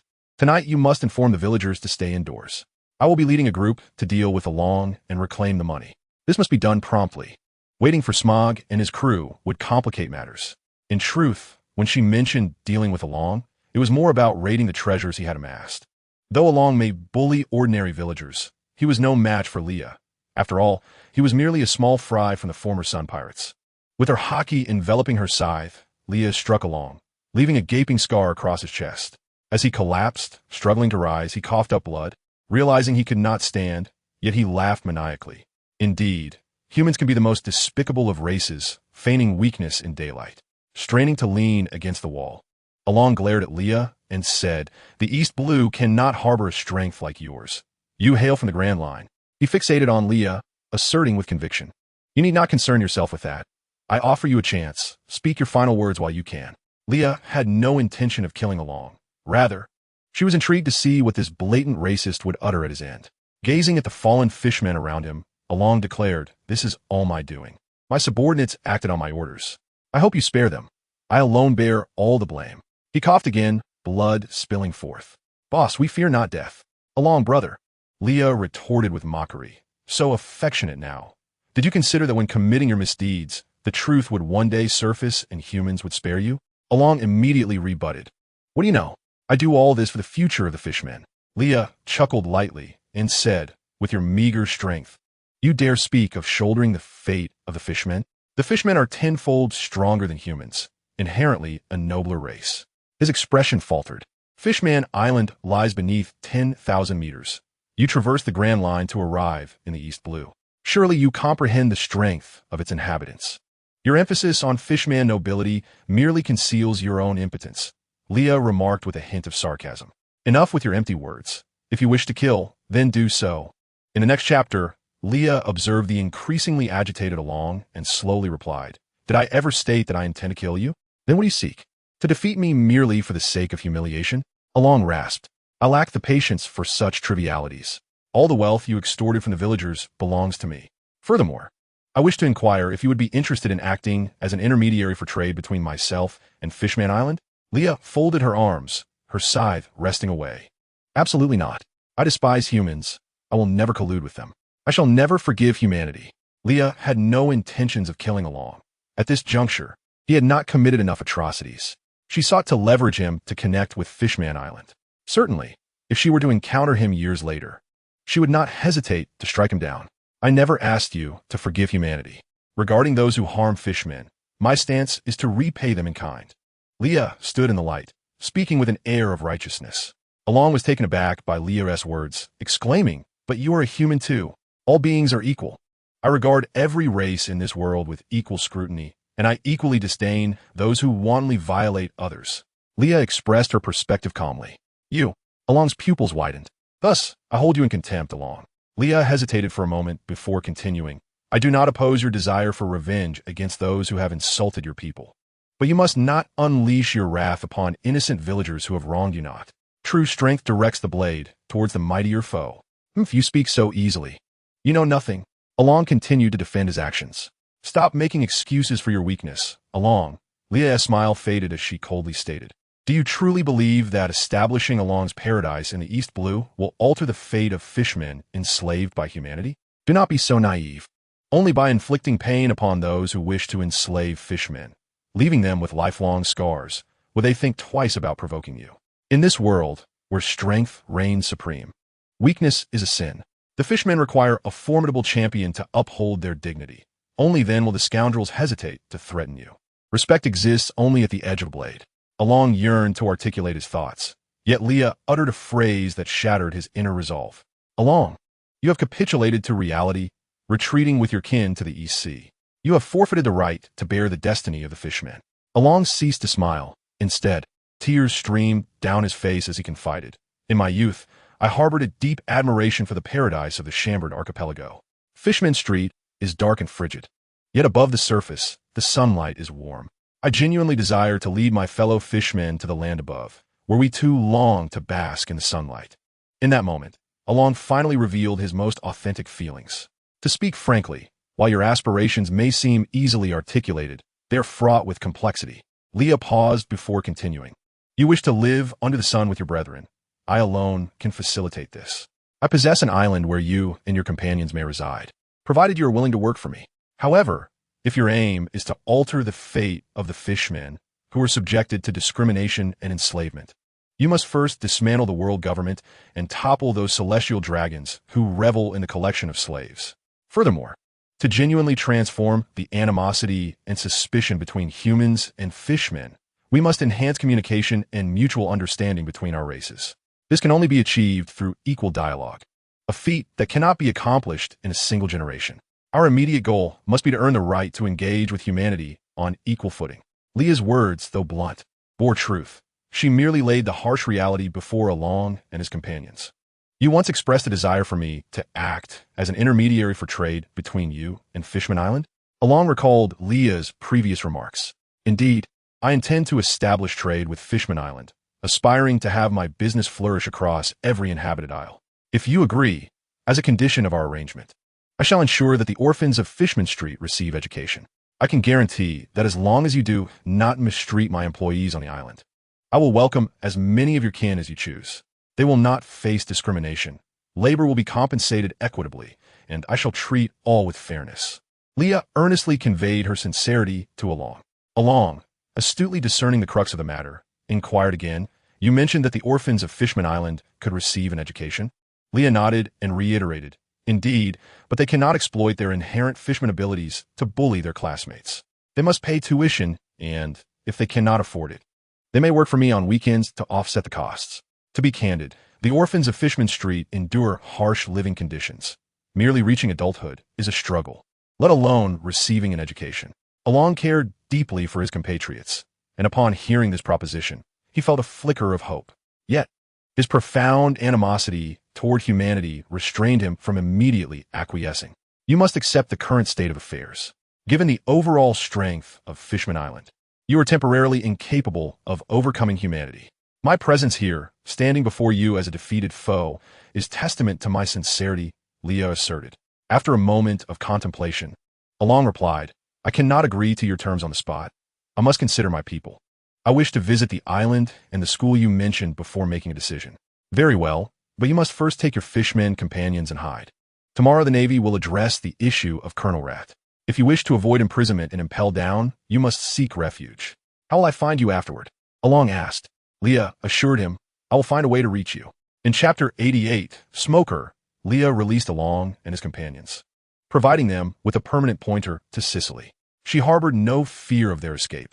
Should this collaboration falter, a subsequent encounter would not be so simple. In truth, Leah was not solely reliant on Along for partnership. Jean Bay could be an alternative, though his overly benevolent nature posed challenges. Moreover, Jean Bay's inherited principle of sparing lives from Tiger was naive. Having faced such oppression, how could he refrain from retribution? Engaging in trade with Fishman Island was no trivial matter. The chasm between races could not be bridged overnight. As one of the leaders of Fishman Street, Along held the capacity to suppress extremist factions. The divide between fishmen and humans is mirrored by the rift between fishmen and merfolk, all of which are pressing realities that must be confronted. Leah acknowledged the greatness of both Tiger and Princess Odoheim, yet she deemed their ideals overly utopian, without addressing the poverty of Fishman Street. The fishmen would never experience happiness nor possess the capacity to contemplate the future. Survival itself was a considerable challenge, leaving little room for larger aspirations. Moreover, fishmen have witnessed their kin being captured and sold by humans, perceived as grotesque monsters and mere commodities. The hatred born from witnessing their brethren suffer at human hands could not simply dissipate overnight. Leah recognized her limitations in resolving this ethnic animosity, yet she could tackle the poverty afflicting Fishman Street. The unique products of Fishman Island, such as pearls and seafood, held immense potential for profit when processed and sold on land. Most importantly, Leah's merchant vessels could traverse between the Chambord Archipelago and Fishman Island, allowing the unique goods to be distributed widely, capitalizing on the allure of mermaids for substantial profit. Furthermore, through commerce, Along could gradually bring fishmen to the surface. Not all humans harbor disdain for fishmen. Indeed, Leah's employees largely do not exhibit such prejudice. Many have been rescued from dire circumstances by Leah, encompassing a diverse array of individuals, some even with physical disabilities. In a community where hardship is common, discrimination loses its foundation. As long as one works diligently, compensation remains equitable. Since they are all employees, it is imperative to implement regular training and educational programs. Should they display an ignorant superiority complex, Leah would find it utterly embarrassing, as it reflects poorly on the entire enterprise. Ultimately, it is essential to expose them to the realities of human society, liberating their minds from entrenched hatred. They may harbor resentment towards humans, but must not be rooted in racial contempt. Otherwise, the fishmen will never truly ascend to the surface. In pursuit of enlightenment, one must first genuinely embrace the light. This matter can be addressed later. For now, Leah released Along and his companions, reclaiming the resources they had pilfered from the villagers. Leah then directed her subordinates to return the funds to the villagers, who largely comprised small-scale orange farmers struggling to make ends meet, particularly as oranges faced poor market demand. Despite her greed, Leah could not compromise her conscience by depriving them of their hard-earned money. Subsequently, Leah proceeded to the naval branch near Windmill Village, where she dealt decisively with the scheming Colonel Rat. Then, through severe interrogation, he confessed to the misdeeds he had committed over the years. Leah recorded everything using a video snail, and of course the ill-gotten gains he embezzled ended up in her own pocket. The primary purpose of this was to appease Smoker, to prevent this insufferable pirate-hating fellow from finding fault with her. The next noon, Smoker arrived at Kexia village aboard a warship. After soothing the villagers, he proceeded to Along's paradise, only to discover that it had completely collapsed, with Along nowhere to be seen. Eager to ascertain what had transpired, he made his way to the naval branch where the mouse was stationed. Inside the tower, an eerie silence prevailed, devoid of any sound, which felt decidedly amiss. Upon further investigation, he found all the patrolling Navy personnel sprawled on the ground. Smoker checked their vitals. They were alive. He examined the fallen soldiers for injuries to determine the nature of the assailants, but they bore no wounds, suggesting they had been incapacitated by some drug. Smoker took a deep drag of a cigarette, exhaling clouds of smoke from various parts of his body. Without much hesitation, he headed straight for the office of the highest commander. At this time, Dasky had yet to become Smoker's subordinate, and being relatively young, he was still driven by youthful exuberance, often acting impulsively, his sense of justice being quite strong. He kicked open the door to the commander's office, and what he beheld left him astounded. Leah was leisurely igniting an alcohol lamp with a lighter, placing it beneath a small tripod on a table, atop which sat a teapot. She was elegantly brewing tea, seemingly unfazed by Smoker's abrupt entrance. This scene appeared serene, provided one overlooked the grotesque heap of bloodied flesh lying on the floor. Bound there, the figure was unrecognizable, and had it not been for the occasional spasms, Smoker would have presumed the person to be dead. With limbs twisted and countless holes marring their body, blood pooled around them, making it hard to fathom how they had survived thus far. Smoker's mental fortitude was relatively strong, and he quickly acclimated to the gruesome sight. But his subordinates were not as resilient. Some had already fled to retch. Smoker cast a piercing gaze at Leah, intending to admonish her sternly when she tossed an unknown object at him. Upon catching it, he realized it was a video snail. "What do you mean by this?" Smoker inquired. "Any questions can wait until you've viewed the footage," Leah replied, taking a sip from her teacup. Observing the situation, Smoker refrained from further questioning and began watching the images contained within the video snail. In truth, Leah seldom resorted to such cruelty, but this so-called Colonel Mouse was exceptionally reprehensible. Engaging in private dealings was merely the tip of the iceberg. He had colluded with pirates on multiple occasions, driving ordinary families to ruin, and had even forcibly occupied women and trafficked children, actions that transcended the bounds of humanity. Frankly, merely imprisoning this scoundrel and impel down would be far too lenient. Chapter 89. Is there a fundamental difference between the Navy and pirates? Upon finishing the video, Smoker remained unusually silent. He was taken aback by Leah's ruthless methods, which indeed aligned with her pirate identity. However, he vaguely recalled Vice Admiral Carp's admonitions over the phone, urging him not to appear too fierce lest it frighten his dear granddaughter. Would this woman, whose demeanor contrasted sharply with her appearance, truly be intimidated by him? Was Carp sharing some sort of obscure joke that he was unaware of? What did her beauty and gentleness have to do with the Vice Admiral's description? Well, she was indeed striking. Smoker cast another glance at the composed woman, momentarily halting in thought. How twisted must one be to behave so nonchalantly in such a repugnant environment? He pondered briefly before retrieving Leah's bounty notice from his pocket, stepping over the grotesque human remains to slam the notice onto the table where she brewed tea. The force was such that the lid of the teapot flew off and tea splashed everywhere. Leah smirked, quickly rising to her feet and effortlessly positioning herself behind Smoker in an instant. He felt a chill at his neck, cold sweat breaking out. Leah's hand had come to rest against his throat. Was this the power of the warlords? He had barely registered her movement to his rear and had not even reacted in time to utilize his elemental form. Had she not halted in time, he would now be lying on the ground. In the absence of any special abilities, he found himself in such a predicament. It was telling indeed that she was Carp's granddaughter. This woman appeared young, yet possessed formidable strength. Why then did she choose the path of piracy? Such a promising individual ought to serve in the Navy, upholding justice. How could Vice Admiral Carp permit his own granddaughter to become a pirate, oblivious to the fact that pirates are the very source of chaos upon the seas? Once she achieved the desired intimidation effect, Leah withdrew her hand, leisurely circling around Smoker to stand before him. She did not speak first, but raised an eyebrow as she regarded him, suppressing the myriad thoughts flashing through his mind. Smoker did not alter his demeanor towards Leah due to the earlier incident. He snorted disdainfully and said, "Port Gasti. Leah, I shall overlook this matter for now. But do not let me catch you harming civilians again. Otherwise, I will personally ensure you are sent to impel down." "Oh, I am so scared," she replied in a mockingly fearful tone. "Have you forgotten? I am a warlord, a pirate recognized by the world government. Even if I openly plunder wealth, I'm not violating any laws. On what grounds would you arrest me and send me to impel down?" Leah's tone was deliberately playful. To be honest, she was never one to play the role of a goody-two-shoes. Her friendliness towards others was reserved for those she genuinely cared about. As for those inconsequential individuals with no benefit to her, her demeanor was far less amiable.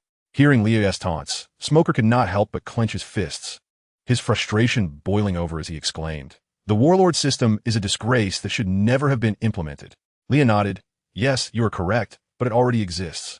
I'm not joking. I help you eliminate the vermin within your navy, and instead of gratitude, you come at me with hostility." "How rude of you," Leah quipped. "Who needs a pirate like you to handle our navy's internal affairs?" Smoker retorted hastily, his expression sour, clearly embarrassed by the presence of such a disgrace within the navy. Especially when confronted by Leah, a pirate, the spirited young Smoker was likely feeling quite disheartened. "You are right. These matters should indeed be my concern.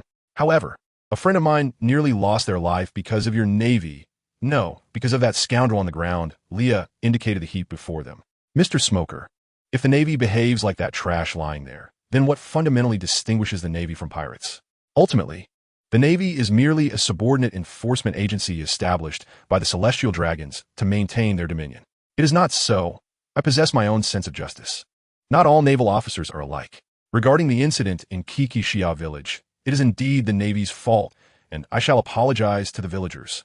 Smoker clenched his fists, expressing his indignation. This matter cannot be resolved merely by your apology. You must investigate whether your superior has also been negligent, allowing his subordinates to collude with pirates, and whether he has profited from such dealings, Leah remarked to Smoker. He nodded silently in acknowledgement. I did not intend to complicate matters for you, nor should you complicate them for me. I have pressing concerns, and the remaining issues here require your attention, including soothing the villagers. You need not dwell on my affairs, Leah stated before attempting to leave. Smoker inquired, do you know where Arlong has gone? When I arrived at Arlong Park, it was already in ruins. Ah, we fought, and during the scuffle I inadvertently caused the place to collapse. And then I accidentally let him escape, Leah admitted, a hint of embarrassment in her voice. Smoker gazed at Leah, his expression seemingly questioning her sincerity. Do you expect me to believe you? If you had not deliberately let him go, could Arlong have escaped? Leah, unwilling to engage in prolonged banter, found no desire to further elucidate her actions. She was a pirate, and refraining from arson and plunder was commendable enough. She could not hold herself to excessively high standards. Resolute in her thoughts, Leah departed without further regard for Smoker and his associates. She headed directly out of the branch, and Smoker made no effort to detain her. Ah, such relief. Leah sought out Belmere and the others, who welcomed her with oranges from Belmere's garden. Leah found the flavor of these oranges uniquely delightful and was reminded of the unsold stock issue. She could potentially assist them. As someone in the dessert business, she required high-quality fruits for her confections. If transportation was feasible, she could make use of these oranges, some for personal consumption and others to sell elsewhere, while also crafting exquisite desserts. Initially, Leah had intended to bid farewell to Belmere and the others, but as their conversation meandered, she fully embraced her entrepreneurial spirit. This venture, once established, would ensure that Kikishia village had a consistent buyer for their oranges. Although the price might not be exorbitant, they would no longer need to worry about unsold harvests. Ultimately, the collaboration was solidified, and Leah signed a contract with AGN and the others on the spot, generously providing half of the deposit up front. Consequently, Nami's gaze towards Leah began to sparkle with admiration. Chapter 90. The return to Fengche village after bidding farewell to Lu Bao and Ace. Leah continued her solitary journey back to Fengche village. She had been exceedingly busy lately. Nearly half a year had passed since she last visited Ace and the others. It had been too long since she had seen those two rascals, and she found herself missing them dearly. Xiaojin, too, seemed exhilarated, perhaps finally arriving in its territory, and it could not help but spray water towards Leah several times. Leah wiped her face dry, observing the little creature joyfully rolling in the water, feeling somewhat exasperated. I know you're happy, but there is no need to spray me with water. Moreover, Leah was reluctant to scold the foolish fish. While Makabaka might feign ignorance, Xiaojin was genuinely naive, akin to a child merely expressing joy in a rather unrestrained manner. Eventually, after about half a day's journey, Leah arrived at Fengche village. Upon disembarking, she untied Xiaojin's leash, signaling it to play. It was the weekend and school was out. Typically, Luffy and Ace would not be in the village, but frolicking in the Kelluobo Mountains with their 3 silly dogs. With 2 mischievous boys and 3 foolish dogs, Dayton must be experiencing quite the headache. Leah knew that the 2 little scamps would not behave as obediently before Dayton as they did in her presence. Observing their interactions was often amusing. Dayton was tough on the outside, but soft-hearted within. At times, she would worry about the boys excessively while maintaining a facade of indifference. Initially, she might have felt compelled to supervise Ace and the others due to Carp's influence, but eventually, she genuinely began to regard them as her own children.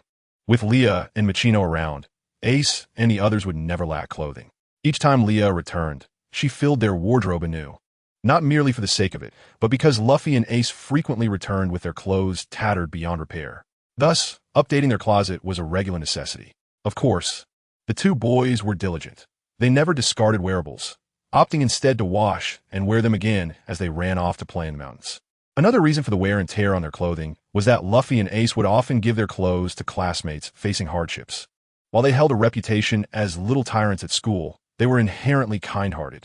Never bullying the weak and sharing the game meat, they de-hunted with those who went hungry. Although these two never backed down from a fight, they would never use their strength to intimidate their peers. Their goodwill was palpable to everyone, and thus, their classmates were eager to assist them academically, particularly those who enjoyed helping the goofy Luffy.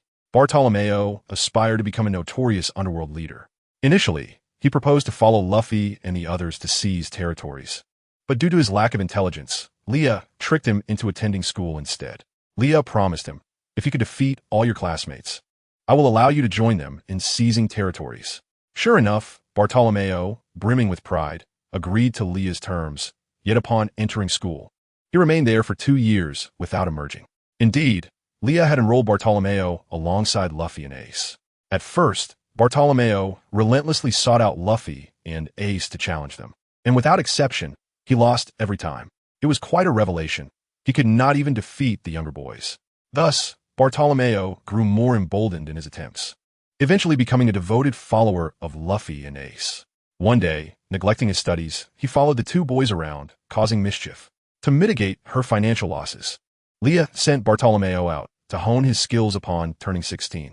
If he wished to be a crime lord, he needed to gain experience in the underworld.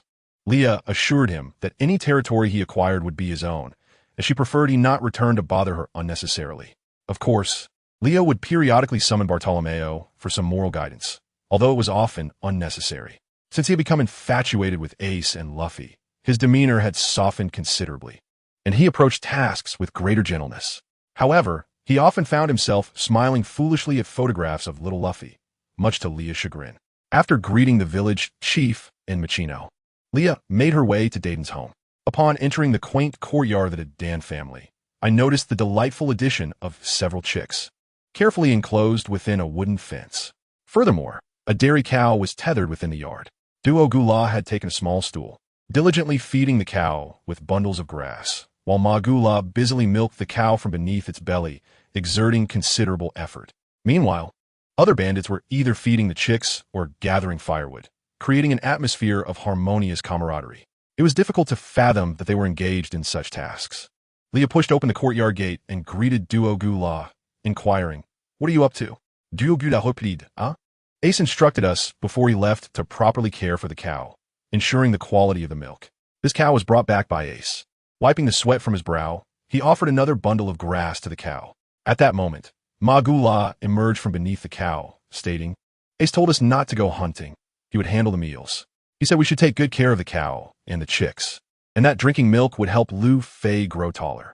To that end, Ace even consulted Miss Ma Chinua. It was quite surprising that Ace had begun to concern himself with Lu Fei's height. It was hard to imagine that mischievous boy pondering such matters. Then why not just get milk from the supermarket down in Fengche village? Leah asked it. Ace said the milk there isn't fresh and contains additives. Duo Gula scratched his head in response, reflecting on the benefits of education that had evidently influenced Ace's understanding. "What about your leader? I need to discuss something with her," Leah inquired further. "The leader is in her room, mending shoes," replied a bandit who was feeding the chicks. Upon entering the small room, Leah discovered Dadan indeed mending shoes. Dadan, whose hands were typically wielding an axe, surprisingly showcased her ability to handle a needle and thread. Upon noticing Leah, Dadan cheerfully remarked, "Ah, you're back. Ace and Lu Fei have yet to return." Leah, taken aback, asked, "You can sew shoes?" Dadan boisterously retorted, "Don't underestimate me, little girl. I often mend Ma Gula and the others' clothes." After completing her task, Dadan retrieved a wooden box from her cabinet, opening it to reveal her freshly mended shoes. Notijin Dias curiosity. Dadan decided to display its contents. Inside were many old pairs of shoes, ranging in size from small to large, with the largest being the pair she had just placed inside. Dadan explained that these shoes were no longer wearable, and her intention in mending them was to preserve them as cherished memories. Leah observed that Dadan had indeed begun keeping these shoes since Ace arrived. Dadan possessed 2 boxes, one for Lu Fei and one for Ace. Originally, Sabo was supposed to have one as well, but before Dadan could do anything, Sabo had already departed. the Dan mentioned that Ace disliked wearing shoes bought from the city and preferred those she made, a tradition that Lu Fei had also adopted. It was perhaps during these moments of crafting shoes for the two boys that the Dan exhibited her greatest patience. Why don't you come play with me? You shouldn't Tease stay cooped up here all day. I intend to take Ace and the others out for some training and fun. If you want to join, bring Magula, and we can all go together. Leah proposed. The Dan glanced at the enthusiastic girl and shook her head, uttering a surprising statement. We are too weak. We would only hinder you. Leah fell silent, acknowledging the truth in her words. Indeed, her current position as one of the 7 warlords was still precarious, and she could not afford to reveal any weaknesses. However, she was confident that the situation would undoubtedly change in the coming years. Lost in thought, the courtyard soon erupted with excitement as Leah and Dan descended the stairs to find Ace and Lu Fei had returned, triumphantly hauling a massive bear into the yard. The 3 dogs eagerly circled the lifeless creature, their tails wagging with enthusiasm. Lu Fei wiped the sweat from his brow, grinning widely. Ace had grown significantly taller, nearly reaching Leah's shoulder, yet she pondered why he was not wearing a shirt. Had he already developed the troublesome habit of shunning clothing? Upon spotting Leah, Ace's face broke into a broad smile. He approached her with the intention of a warm embrace, but hesitated, feeling embarrassed by his unkempt appearance, scratching his head as he said, "Hey, Chan, you're back." Lu Fei, unencumbered by such concerns, dashed toward Leah, exclaiming, "Hey, Chan, you're back. I missed you."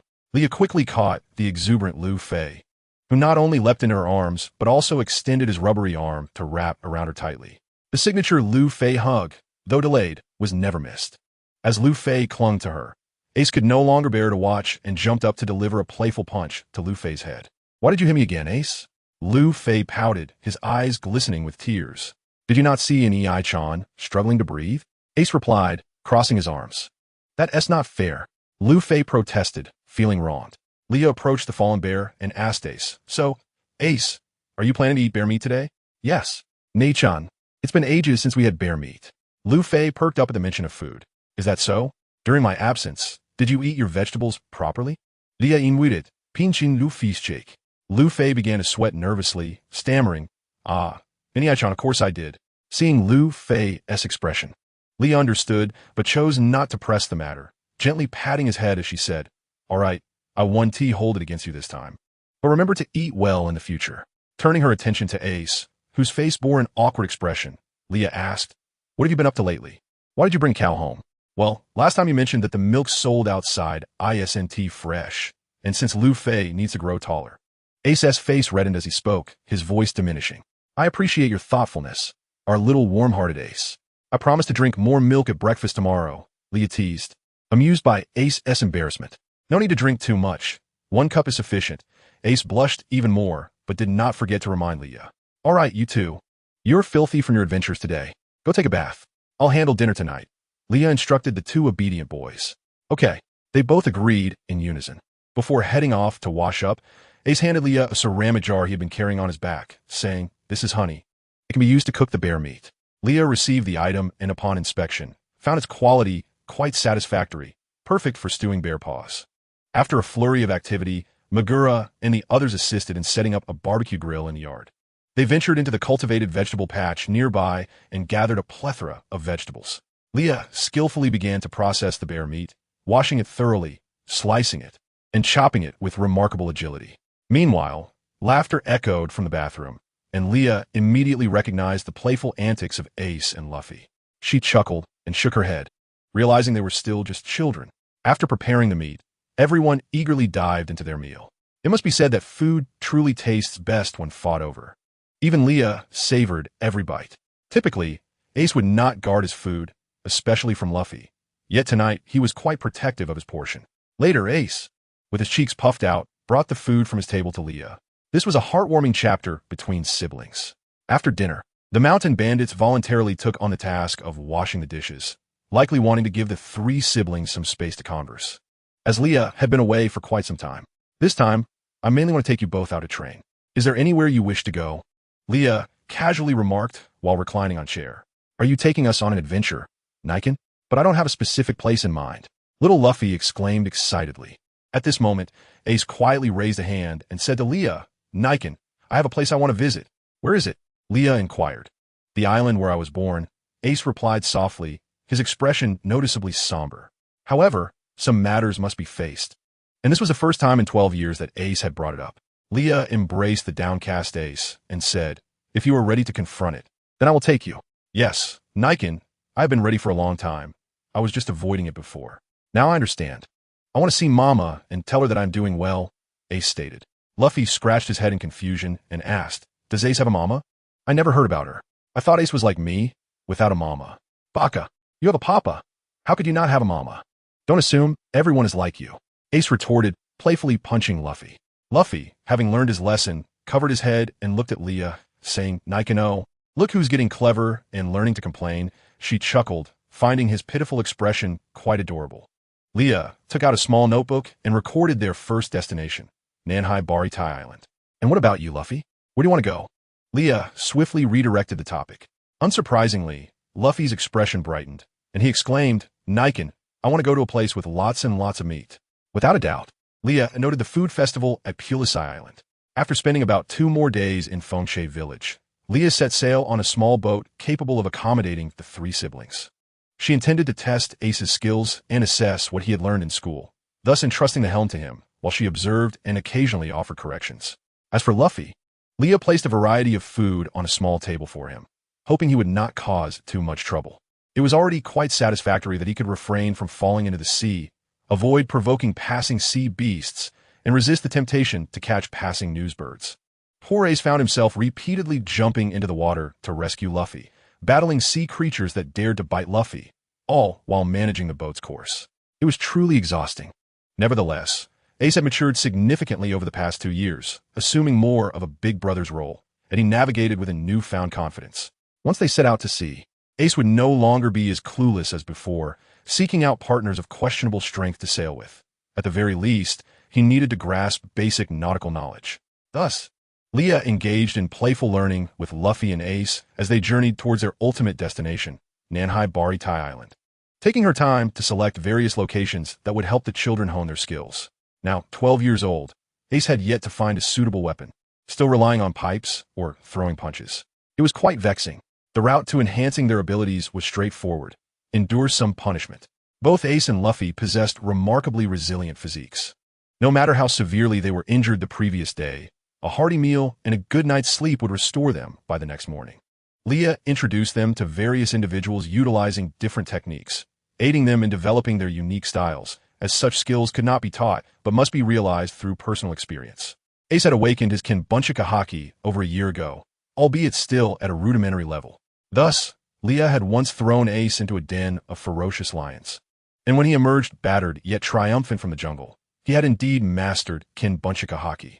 As for Luffy, his current goal was to enhance his own strength, which required him to master the elasticity of his body for maximum potential. Therefore, while Ace battled in the jungle, Leah personally trained Luffy, and when she deemed it appropriate, she too placed Luffy in the jungle, intentionally separating the two to avoid mutual influence. In addition to outdoor training, Leah occasionally enrolled them in dojos or martial arts schools on various islands, moving to a new one only after they had defeated all the opponents.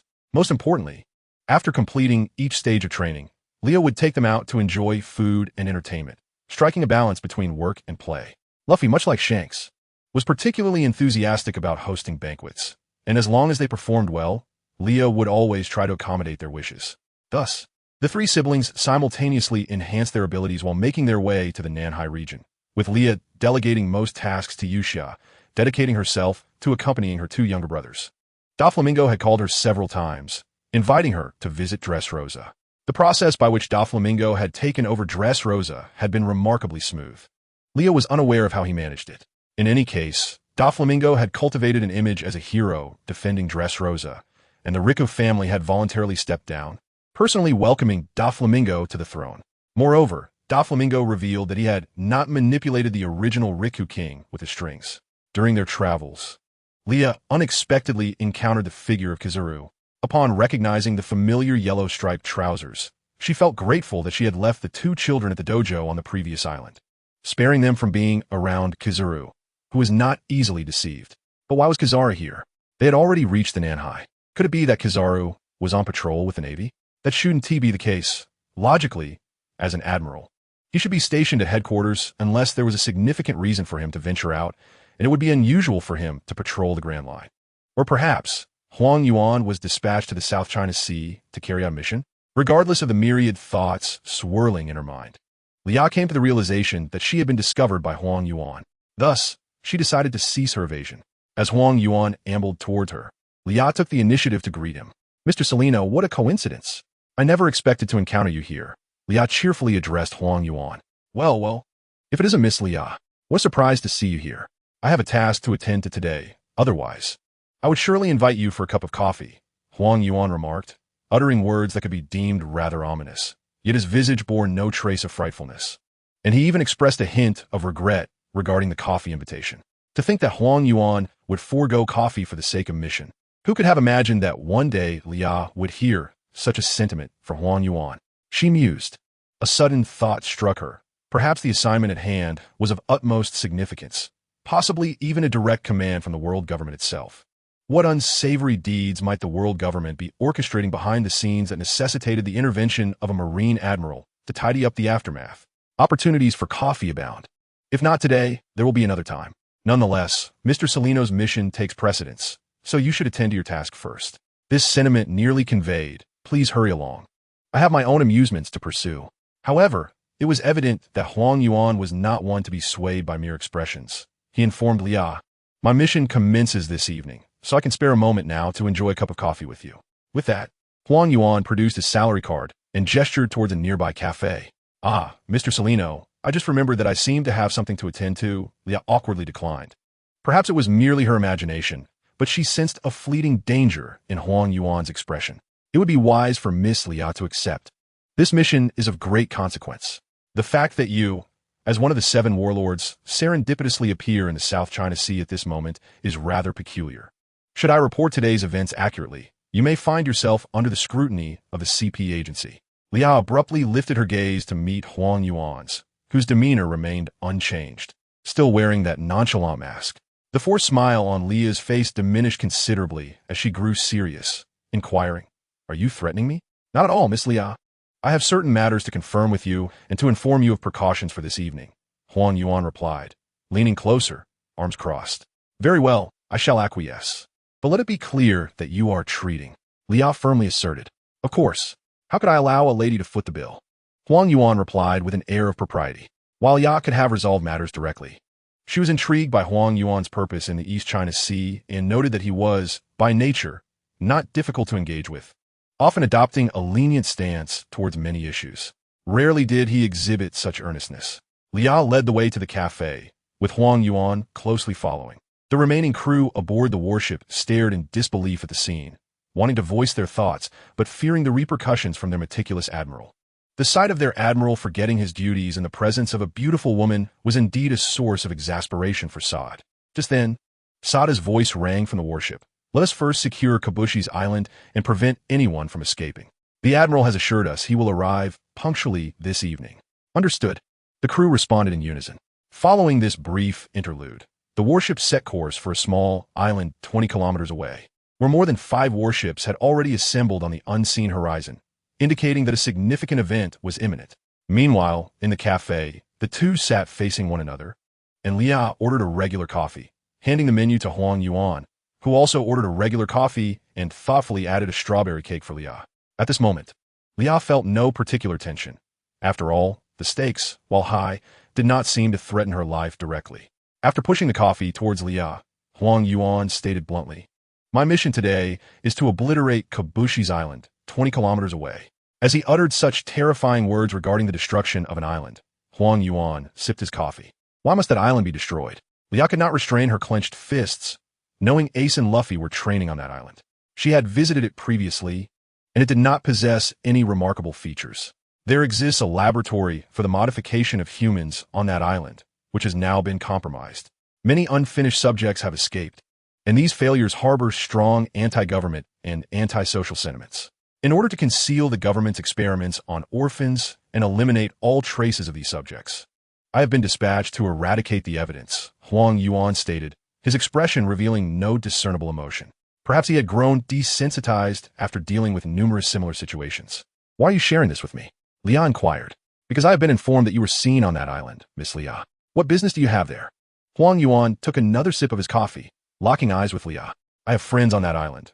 I went to visit them, Lia replied, unable to mask her anxiety. Is that so? Will you be attempting to rescue your friends, Miss Lia?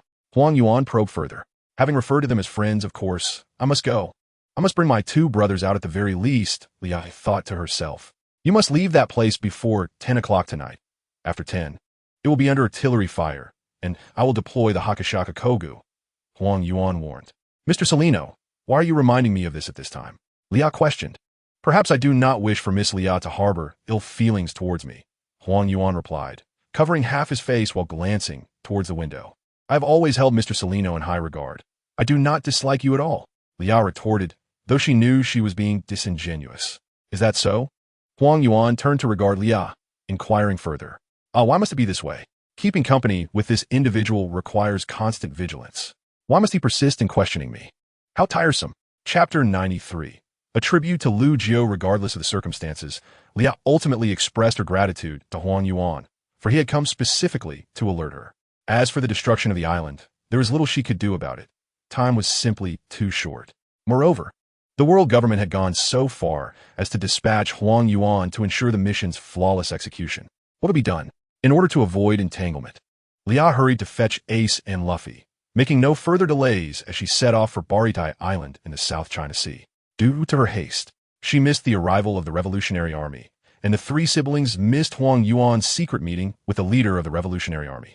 Had she been present, she would have likely gasped in astonishment, exclaiming, Nanny, you are actually an undercover agent for the Revolutionary Army. Had I known, I wouldn't have had to pretend so exhaustively in front of you. Of course, this was but a jest. While Admiral Huang Yuan was indeed astute and capable, he did not desire to bear the blame for the obliteration of an island. Most importantly, the mess left by the government must be cleaned up by those who bore the brunt of it, while countless innocents continued to pay the price for the government's misdeeds. Sometimes, it was advantageous to leverage the power of the Revolutionary Army. Regarding Balatai Island, it is, in fact, the place where Lia, the original owner of this body, grew up, and it is also home to a figure of paramount importance to both her and Ace, namely Portgasti Lugio. Lia lost her parents at a tender age, leaving only her little Aunt Lugio as her sole companion. In her fading memories, the only image that remains is that of Lugio, smiling gently with a geranium flower. The original owner had encountered that foolish-looking, bearded pirate king, whom she despised for having taken away her only family. Yet, she understood that during the moments when Lugio was with the bearded man, she was at her happiest. After Roger was publicly executed, Lugio never smiled again. It was only with the birth of Ace that Lugio revealed her final expression in this world, a tearful smile. With Ace's arrival, Lugio departed from this realm forever, cradling him and uttering the name that Roger had chosen for him, shedding tears of joy tinged with regret, for she could no longer accompany Ace in his growth. Lugio's fierce maternal instinct allowed Ace to remain in her womb for over 20 months, cleverly preserving Roger's bloodline. Had it not been for this, Lia might not have serendipitously arrived in this world and become family with Ace. Lugio was a person whose exterior radiated warmth and brilliance, yet her inner self was astutely reserved, which enabled her to protect Ace under immense pressure. Lugio's grave is situated atop a mountain, its headstone gazing out over the East Sea. Roger was born in Road Town and met his end there. They were meticulous in their arrangements. It is regrettable that this couple could not be laid to rest together, yet Lia believes they are watching over Ace from above. At that moment, Lu Fei behaved quite docilely, sensing Ace's troubled expression, and quietly extended his hand to take Ace's. Lia sighed and approached to pay her respects to Lugio alongside the 2 children. The area around Lugio's grave is adorned with vast fields of geranium flowers, thriving as if tended to lovingly. Later, Lia learned that it was the kind-hearted Granny Sanguki who had been caring for Lugio's grave all along. When Lia visited to express her gratitude, the old woman even recognized her. Granny Sanguki spoke fondly to Lia about many past events, including tales of the bearded man who had once lived in Lugio's home, sneaking into her house to steal chicken legs, only to be chased away by the old woman wielding a broom. Indeed, was the Pirate King truly such a fool? As Ace listened intently to Granny's stories of his mother and the scoundrel who was his father, Lia couldn't help but ponder. This is certainly not a silly hat, for it has had 3 owners, none of whom were particularly wise.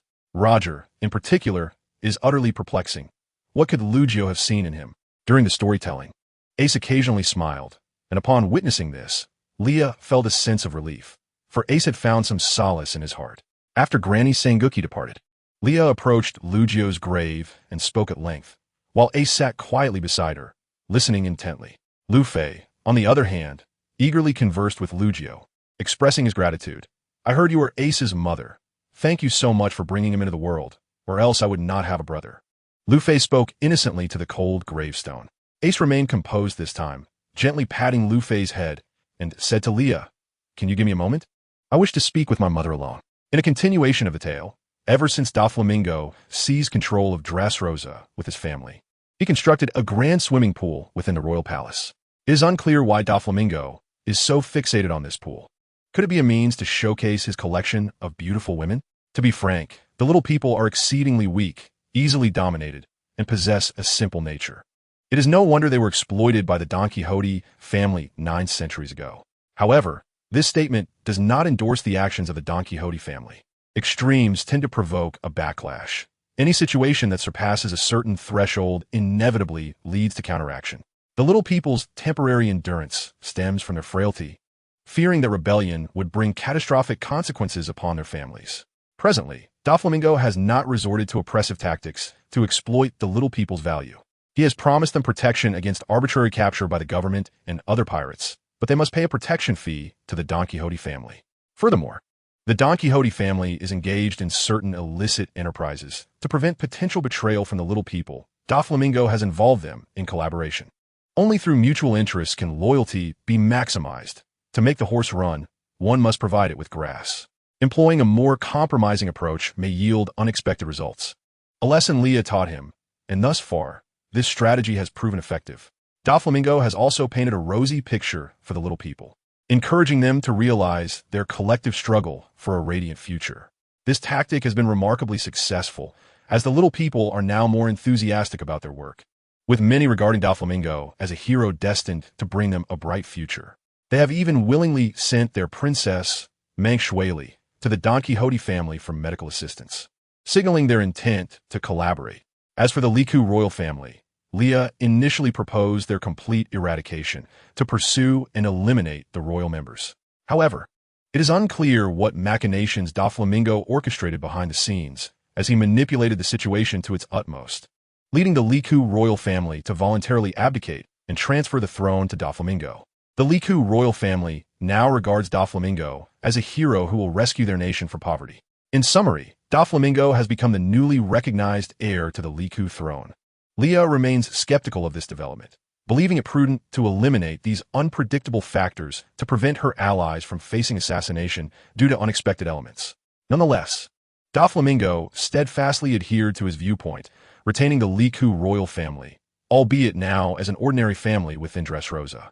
Doflamingo has even provided significant support to the Liku family, allowing some of its members to assume positions within the Don Quixote family, ensuring their daily lives remain largely unaffected despite losing their royal status. Notably, the daughter of the Liku king, Violet, has become an assassin under the command of Toribol within the Don Quixote family. This transformation is indeed peculiar. Everything seems to have changed, yet remain the same. Events continue to unfold along a certain trajectory, as if an unseen force is guiding the course of development. Fortunately, the most significant change lies in the fact that Doflamingo's fortunes have taken a turn for the better, with many matters transitioning from passive to proactive. Moreover, Doflamingo and Leah are collaborative partners, and many initiatives have begun to operate around their joint endeavors. According to Doflamingo's ambitions, he would certainly not confine his family to merely Dressrosa. As the king of Dressrosa, he has established close ties with the royal families of several neighboring nations. These countries have been embroiled in years of warfare, leaving their citizens in dire straits and their economies in a precarious condition. However, these nations share a common advantage: abundant fuel resources. Leah is also preparing to develop a significant foundational transportation project. The energy issue concerning transportation equipment is of paramount importance. Once the engines on the transport ships are upgraded, the introduction of new technology will undoubtedly create considerable waves across the seas. To profit from this, the most effective strategy is to secure a certain degree of fuel resources, and in terms of fuel import and export, She and Doflamingo already possess a certain level of influence. Leo will oversee the technological aspects, while Doflamingo will manage the resources, allowing for a mutually beneficial partnership that can dominate this market, yielding immense profits. Furthermore, the diminutive tribe within Dressrosa can also be utilized. One notable characteristic of the diminutive tribe is their small stature paired with immense strength and remarkable speed. If they can be employed to extract minerals, it would significantly conserve both manpower and material resources. As long as they can be managed properly, there are substantial gains to be had. This time, under Leah's suggestion, Doflamingo does not intend to exploit the labor of the diminutive tribe harshly. On the contrary, he will compensate them fairly, provided they serve the Don Quixote family faithfully. In truth, Doflamingo's earlier ambition to destroy the world has considerably diminished. His current desire is to dethrone the celestial dragons. And the prerequisite for achieving this is to incite chaos in the world swiftly. The Navy cannot quell the vast seas, especially in the New World. He believes that a hegemonic struggle will soon unfold, and he eagerly anticipates the emergence of the ultimate victor. The Navy's control over these waters is increasingly waning. One day, Doflamingo awoke from his custom-made 4-meter bed, his first instinct being to don his flashy sunglasses. Ever since that incident, he's been reluctant to allow anyone to see his eyes. No one is permitted within 10 meters of his room. Even the faintest sound of breathing hinders his ability to sleep. Thus, before resting, he always expels those nearby and sets traps around his quarters, should anyone approach. He will awaken and strike without hesitation. Consequently, there's an unspoken rule within the family. Never attempt to approach the young master while he sleeps. Doflamingo seldom places his trust in others. Over the years, he has only a few individuals he deems worthy of his trust. Leah is one, and Rosanani was another. Though alas, that boy betrayed him. Since childhood, he has been accustomed to shielding his timid younger brother, only to find himself in a tragic scenario of fraternal conflict. Fate has relentlessly compelled him to embrace the role of the villain. Yet fortunately, there remains one person willing to lend him a hand. One person willing to believe in him once more. He is profoundly insecure, often overshadowed by darkness, during which he struggles to suppress his destructive urges. In such moments, he invariably finds his gaze drawn to the plump, rosy bird in the corner, a gift from Leah. The sight of this peculiar creature tempers his ire, and, in his anger, he forgets what had previously troubled him. This bird was specifically sent by Leah to alleviate Doflamingo's gloom, and is the only living entity permitted in his vicinity. It remains a mystery what sort of twisted humor led that wretched woman to furnish the audacious bird with a pair of glasses identical to his own. Moreover, this bird bears an uncanny resemblance to Doflamingo. Its glasses never leave its eyes, and it is bold enough to peck at all the officers except Doflamingo himself, particularly harassing Toribol. This troublesome bird possesses no remarkable abilities, yet its sole virtue is its unwavering loyalty to Doflamingo, coupled with an astute ability to read the room. It knows precisely when Doflamingo is on the verge of exploding, seizing the opportunity to assist him in smoothing his coat feathers, thereby calming him. Speaking of that wretched woman, even the animals around her exhibit a certain peculiarity, including her trio of dim-witted dogs. Not only do they appear foolish, but their names are also utterly mundane. Yet, they are surprisingly intelligent, adept at gauging the temperament of others. Of course, the silly bird she sent is no exception, though a bit rotund. It aligns with his aesthetic sensibilities. Chapter 94. He. Leah nodded, leading Luffy a bit farther away to give Ace some space. Mother, I am now 12 years old. Living with Nami, I have been very happy these past years. When I was young, I often pondered whether my existence in this world truly held meaning. Was my birth a blessing for this world? However, I have ceased to dwell on that question. I yearn to set sail and become a pirate, to seek the answer to that question myself. In the future, I will encounter my comrades and more people I cherish. I will continue to win, proving that living in this world is worthwhile. I will surpass that man. Ace took a sip of the drink before him and continued, Mother, I now have 2 sworn brothers. One is Luffy, the little boy you just spoke to, and the other is Sabo, who has joined the Revolutionary Army. I promised to bring him to meet you, Mother. Rest assured, I now have an abundance of love. There's the old man, Dayton, and Nami. Mother, I will grow up well. After bidding farewell to Lucci, Leah led the 2 children to her and Lucci's former residence, a wooden house situated in a corner of the small town, complete with a small garden brimming with sunflowers. From their flourishing state, it was evident that Granny Sangu had tended to the sunflowers with great care. As the saying goes, the most dangerous place is often the safest. The reason Leah brought the two children here was not solely to reminisce about Lucci, but more importantly, because Roger had buried his sword beneath this garden. When Ace learned that Roger's sword was named after him, his expression darkened, likely contemplating whether he should change his name. Leah could discern the foolish boy's thoughts from his expression and could not help but imagine Ace's future encounter with Whitebeard, wondering if he would consider renaming himself Song Yin Xie. No, that won't do. Song Yin Xie sounds terrible. Ace is far more pleasant to hear. Leah unearthed Roger's sword and officially entrusted it to Ace for safekeeping. Whether Ace would eventually wield the sword himself or pass it on to a worthy successor would be entirely up to him. In any case, although Ace was displeased, he accepted Roger's sword and also requested a photograph of Lucci from Granny Sangu. Having accomplished all their tasks on Barriet Island, Leah set off with the two children towards Sicily Island. Upon traversing Reverse Mountain, the two children displayed great excitement, riding the torrents of water as they crossed the red soil continent, ultimately reaching the Grand Line. When they arrived, Yuxia was already waiting for them at the helm of the Statue of Liberty. Leah, having completely forgotten that she had entrusted her life card to Yuxia, was astonished by Yuxia's unexpected presence, seemingly blocking her path. It appeared that someone had forgotten she had been a hands-off manager for several months. Nevertheless, Leah relished the ease of her situation, as the environment aboard the main ship was far superior to that of the small boat her trio had been navigating. With significantly better food and living conditions, she led the two children onto her pirate ship, their eyes sparkling with wonder at the sight of the vessel.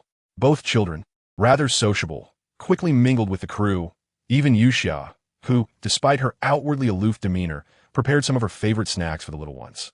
Yuxia had now become adept at harnessing the powers of the Zhiji fruit, allowing her to master the growth of a vast majority of plants.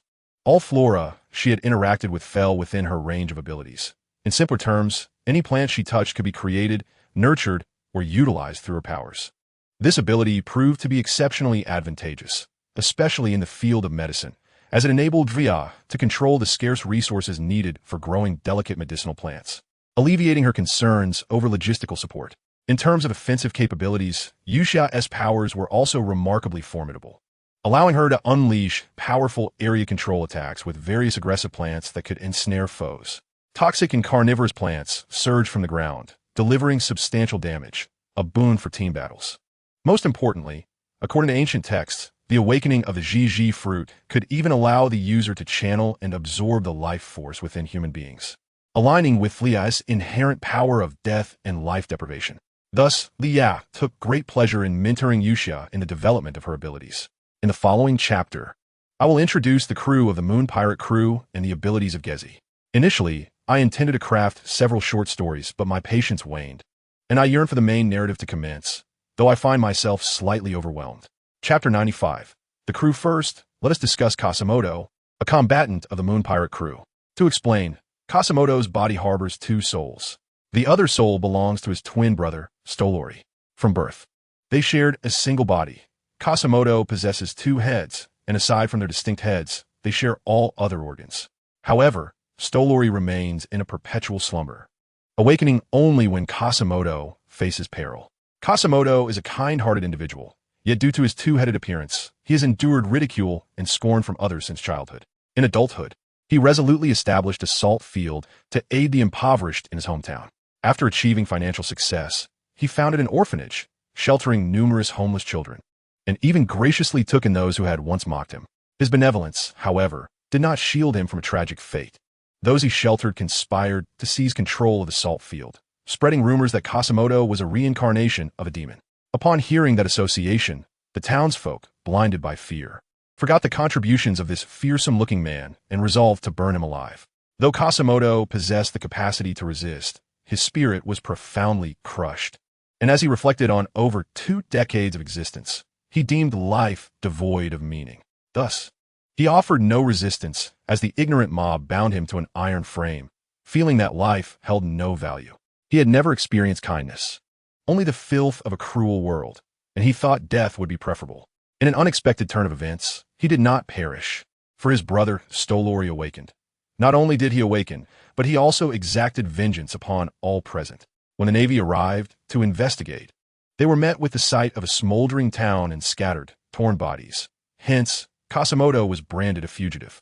Subsequently, Stolori awakened multiple times, each instance coinciding with Kasamoto's danger, unleashing a wave of destruction that continually inflated his bounty. It was not until Lia encountered the fleeing Kasamoto during her travels that she learned of his plight. After understanding his circumstances, she took him in and appointed him as a combatant in her pirate crew. Kasamoto possessed no extraordinary talents aside from immense physical strength, surpassing the innate power of 99% of humanity. He excelled in martial arts, awakening the dual-colored haki within 2 years, showcasing formidable combat prowess. Despite his strength, his kind nature led him to frequently seek permission from Mia to become an elementary school teacher, as he enjoyed the company of children. After receiving a stern reprimand from his awakened brother, he dutifully accepted his role as a combatant, perhaps understanding that their unique appearances would frighten innocent children. Individuals with 2 heads are a rarity, and while Kasamoto occasionally startled others, his kind-hearted nature never wavered. He joyfully engaged in helping others, and, at times, Li Yak wondered if he harbored resentment towards those who feared him. His honest response revealed that he, too, was sometimes startled by his own reflection, a rather candid admission. Under his guidance, he learned that while kindness is virtuous, it must also possess an edge. Another crew member is a dual-wielding swordsman with aspirations of becoming the world's most renowned pianist. This individual wields his blades skillfully, yet his piano playing is utterly disastrous. His name is Vandy. A man of modest means, he possesses greater talent in swordsmanship, yet he remains steadfast in his desire to become a pianist. He joined Ya's crew because she compassionately gifted him a piano, alleviating his need to purchase one himself. Despite his lackluster musical talent, his combat abilities were commendable, prompting Lier to reluctantly accept him into the fold. Vandy is also an orphan, wandering alone and seeking out renowned musicians. His aspiration to become a pianist stems from a cherished memory of a noble young lady, his first love, who comforted him with her piano music during his troubled childhood. She was a fragile beauty, raised by her noble parents as a tool for political alliances. In those bleak days, they illuminated each other's childhoods from behind high walls. Vandy would perform swordplay for her while she played the piano for him. Their companionship blossomed into affection. Yet Vandy never had the chance to marry her before she succumbed to illness, leaving him to carry her dream of becoming the world's greatest pianist, despite his ongoing struggles. However, Ya is privy to a small secret of Vandy's. He harbors a desire to challenge the swordsman Bista of the White-Beard Pirates. This wish has remained tucked away in her heart, and soon, an opportunity to fulfill it will arise. Doflamingo's skit continues. Thus, he begrudgingly tolerates the presence of this foolish bird, occasionally feeding it to alleviate his boredom. However, one point that Dwofu overlooked is that whenever he and the plump, rosy bird appeared in the same setting, the family members were desperately stifling their laughter, for this rotund bird bore an uncanny resemblance to Dwofu, even mimicking his demeanor. Unbeknownst to Dwofu, his usual composed and dignified aura was utterly undermined by the presence of this chubby avian companion. Dwofu, a quintessential tsundere, found his personality mirrored in the bird, which also exhibited a hint of pride. Although the rotund bird relished baby Fi's affectionate strokes, its expression remained one of disdain, as if to say, "Since you insist on grooming this esteemed creature, I shall reluctantly accept your kindness." Who could have imagined that such a plump bird would display such an array of emotions? Typically, apart from idly preening its feathers, the bird's most frequent activity was polishing glasses, not only its own sunglasses, but occasionally cleaning Dwofu's spectacles while he slept. Over time, Dwofu grew accustomed to the presence of this plump bird, oblivious to the fact that it had nearly met its demise at his hands several times. Had it not been for the fear of that wretched woman, Lia, coming to him in tears over her unreciprocated feelings. Indeed, he had only reluctantly allowed this rosy bird to remain by his side. Upon rising, Dwofu first attended to his morning routine before indulging in a few affectionate strokes of the plump bird, then settled onto his personally acquired leather sofa. Opening the newspaper that had been delivered earlier, it became evident that Dwofu was more suited to lounging on a luxurious sofa while perusing the news. Henceforth, he would leave the task of newspaper reading in the city to others. Just then, a subordinate presented him with a large parcel sent from Sicily. After instructing them to set it down, he cast aside the newspaper and scrutinized the enormous package. Resting his chin on his hand, he pondered what Liam might have sent him, undoubtedly something dreadfully mundane, as she had previously gifted him the rotund bird. Duofu mused over the nature of such a sizable package, measuring 18 meters in length, and wondered what could possibly be inside. He did not hesitate long, for the bird began pecking at the parcel.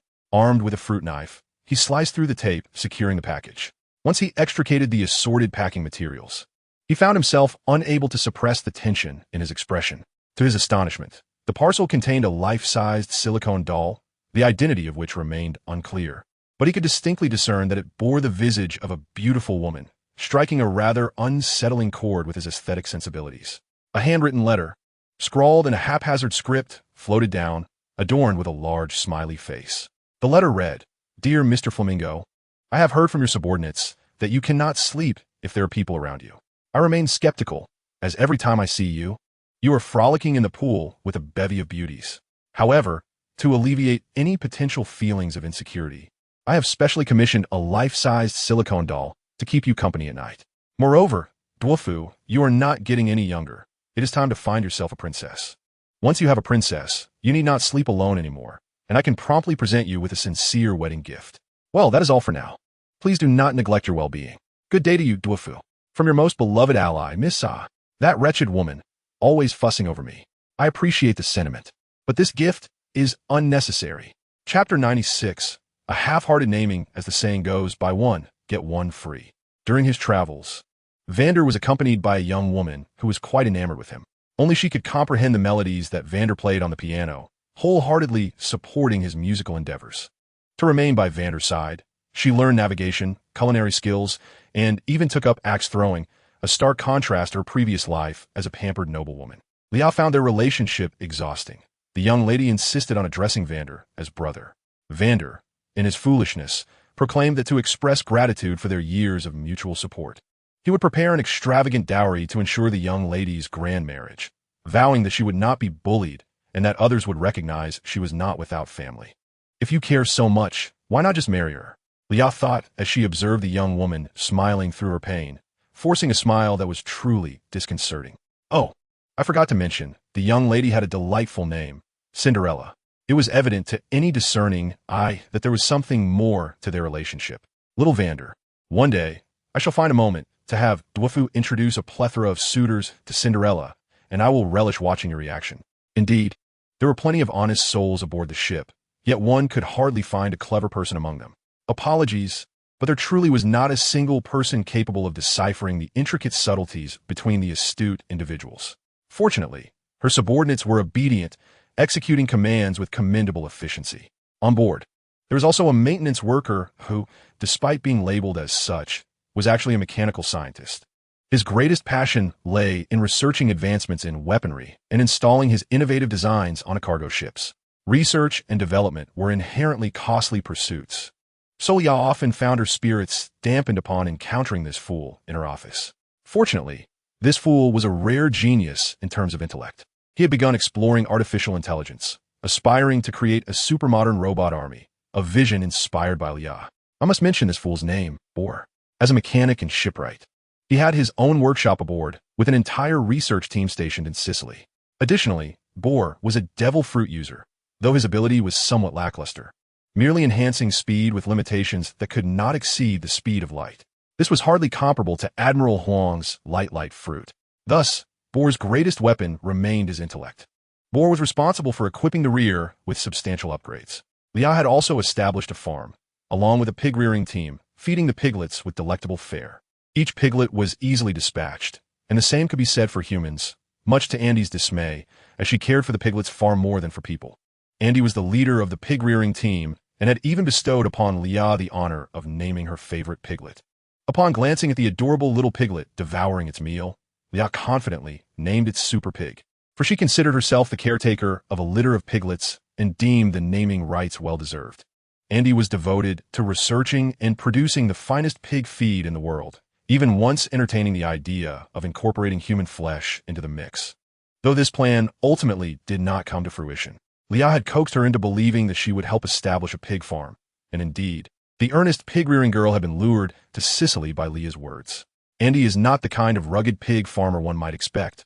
On the contrary, she possesses a strikingly beautiful appearance, embodying a charming lowly-like visage. Yet, she is known to enter the pig farm and mercilessly strike any pig that displeases her. Exhibiting a férocieux disposition.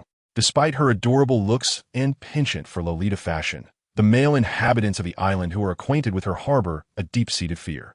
Moreover, aboard the ship with Leah is a literary figure, a survivor of the kingdom that was once obliterated by Emu. He has traversed various wars since childhood, in relentless pursuit of a true path to liberation. A quintessential warlike character, he only realized after losing everything that violence does not resolve issues. Consequently, he redirected his focus towards literature, aspiring to awaken a sense of rebellion through the written word. His ultimate ambition is to establish an ideal kingdom within the realm of literature. Logically, one would expect such an individual to join the revolutionary army. However, his envisioned ideal kingdom exists solely in the literary domain, rendering his ambitions somewhat impractical. He also disagrees with the revolutionary ideologies currently held by the existing army, inadvertently causing turmoil within their ranks. Camus was rescued by Leah while being pursued by Uncle Long, and, under Leah's persuasive influence, became compliant to her whims. He lavishly praises Leah's literary appreciation, acknowledging her exquisite taste. In terms of combat prowess, Camus' capabilities align closely with those of Salieri, the brother of Quasimodo.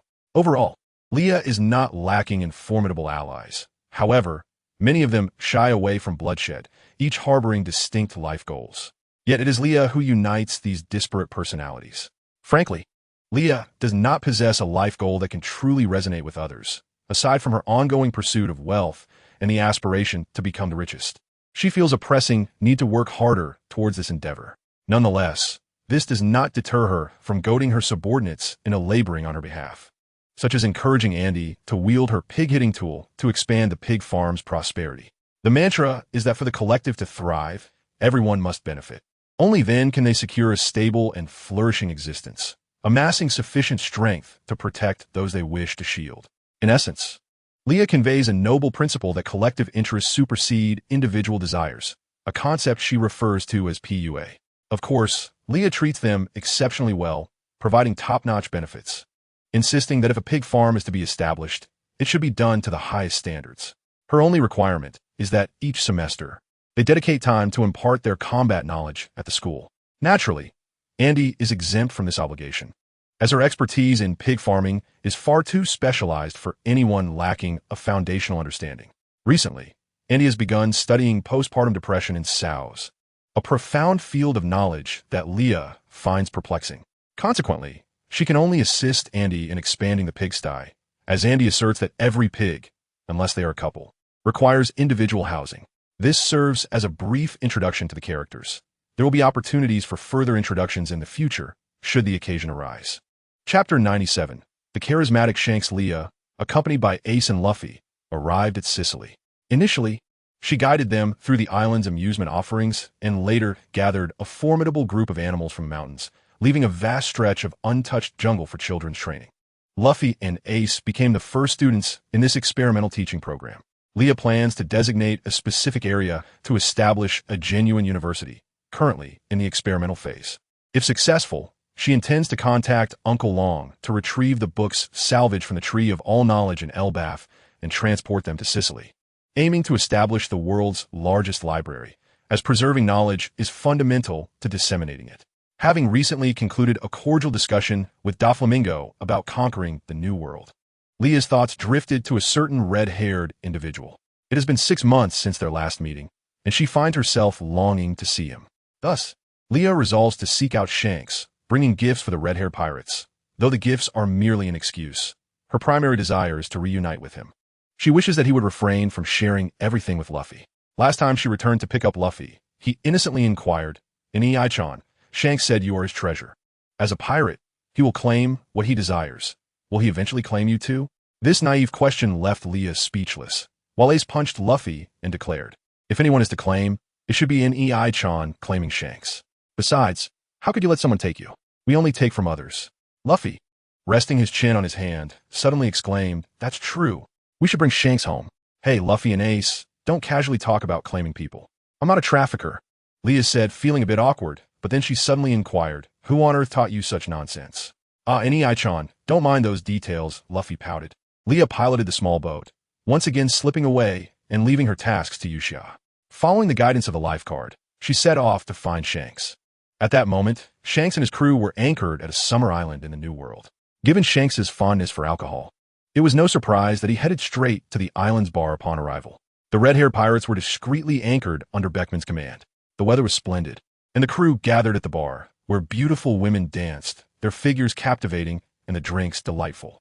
However, Leah's mood was less than cheerful. Wherever Shanks went, he commanded attention, such as at that moment, where the most stunning woman in the dance floor, with an alluring figure, twisted and swayed before him. Shanks raised his glass and took a swig, the liquid spilling from the corner of his mouth, cascading down his chin and over his throat as he savored the drink. Leah could vividly imagine the muscles beneath his shirt quivering with each gulp. Having been bombarded with thoughts of Doflamingo lately, Leah questioned her own musings. Doflamingo's voice echoed in her head. Ah, everything is blamed on me. Getting too close, Leah mused, observing Shanks's contented smile. What a mischievous grin he wore. In truth, Shanks was thinking, this drink is incredibly refreshing, so delightful that he barely noticed the voluptuous beauty dancing before him. Yet, from Leah's perspective, it appeared as though Shanks was captivated by the dancer, wearing an expression of utmost satisfaction. Yoshi, is she really that beautiful? More so than me? Leah thought, snapping her chopsticks in frustration. In her left hand, she accidentally bent her soup spoon. Well, the weather's quite nice today. If one were to inquire whether the Hong Tuan has discovered Leah, my response would be that such a discovery is futile. Leah is, in essence, a bug. If she wishes to remain concealed, no one can uncover her presence, particularly after her powers have been restored. She possesses the ability to evade even the most advanced observation hockey. Not only Shanks, but also Beckman, who was smoking with great focus, noticed her. However, it was evident that the beautiful lady's attention was directed towards Shanks. Beckman, being the gentleman he is, refrained from interrupting her joyous dance, as he is a notorious playboy himself, finding it quite normal to indulge his needs when encountering an island. The red-haired pirates have never been the type to erect lavish residences or claim dominion over territories. They are wanderers of the seas, rarely lingering in one place. And it is entirely ordinary for them to venture onto islands for adventure and resupply. However, being a crew of robust men, it is also expected that they would seek the company of familiar or unfamiliar women to fulfill their desires while ashore. Leah comforts herself with this notion. Yet when she realizes that it pertains to Shanks, her frustration boils over. How infuriating it is to see him grinning so broadly. Is she truly that beautiful? Shanks, meanwhile, declares this drink is exquisite. I must indulge further. This starkly illustrates the differences in male and female perspectives.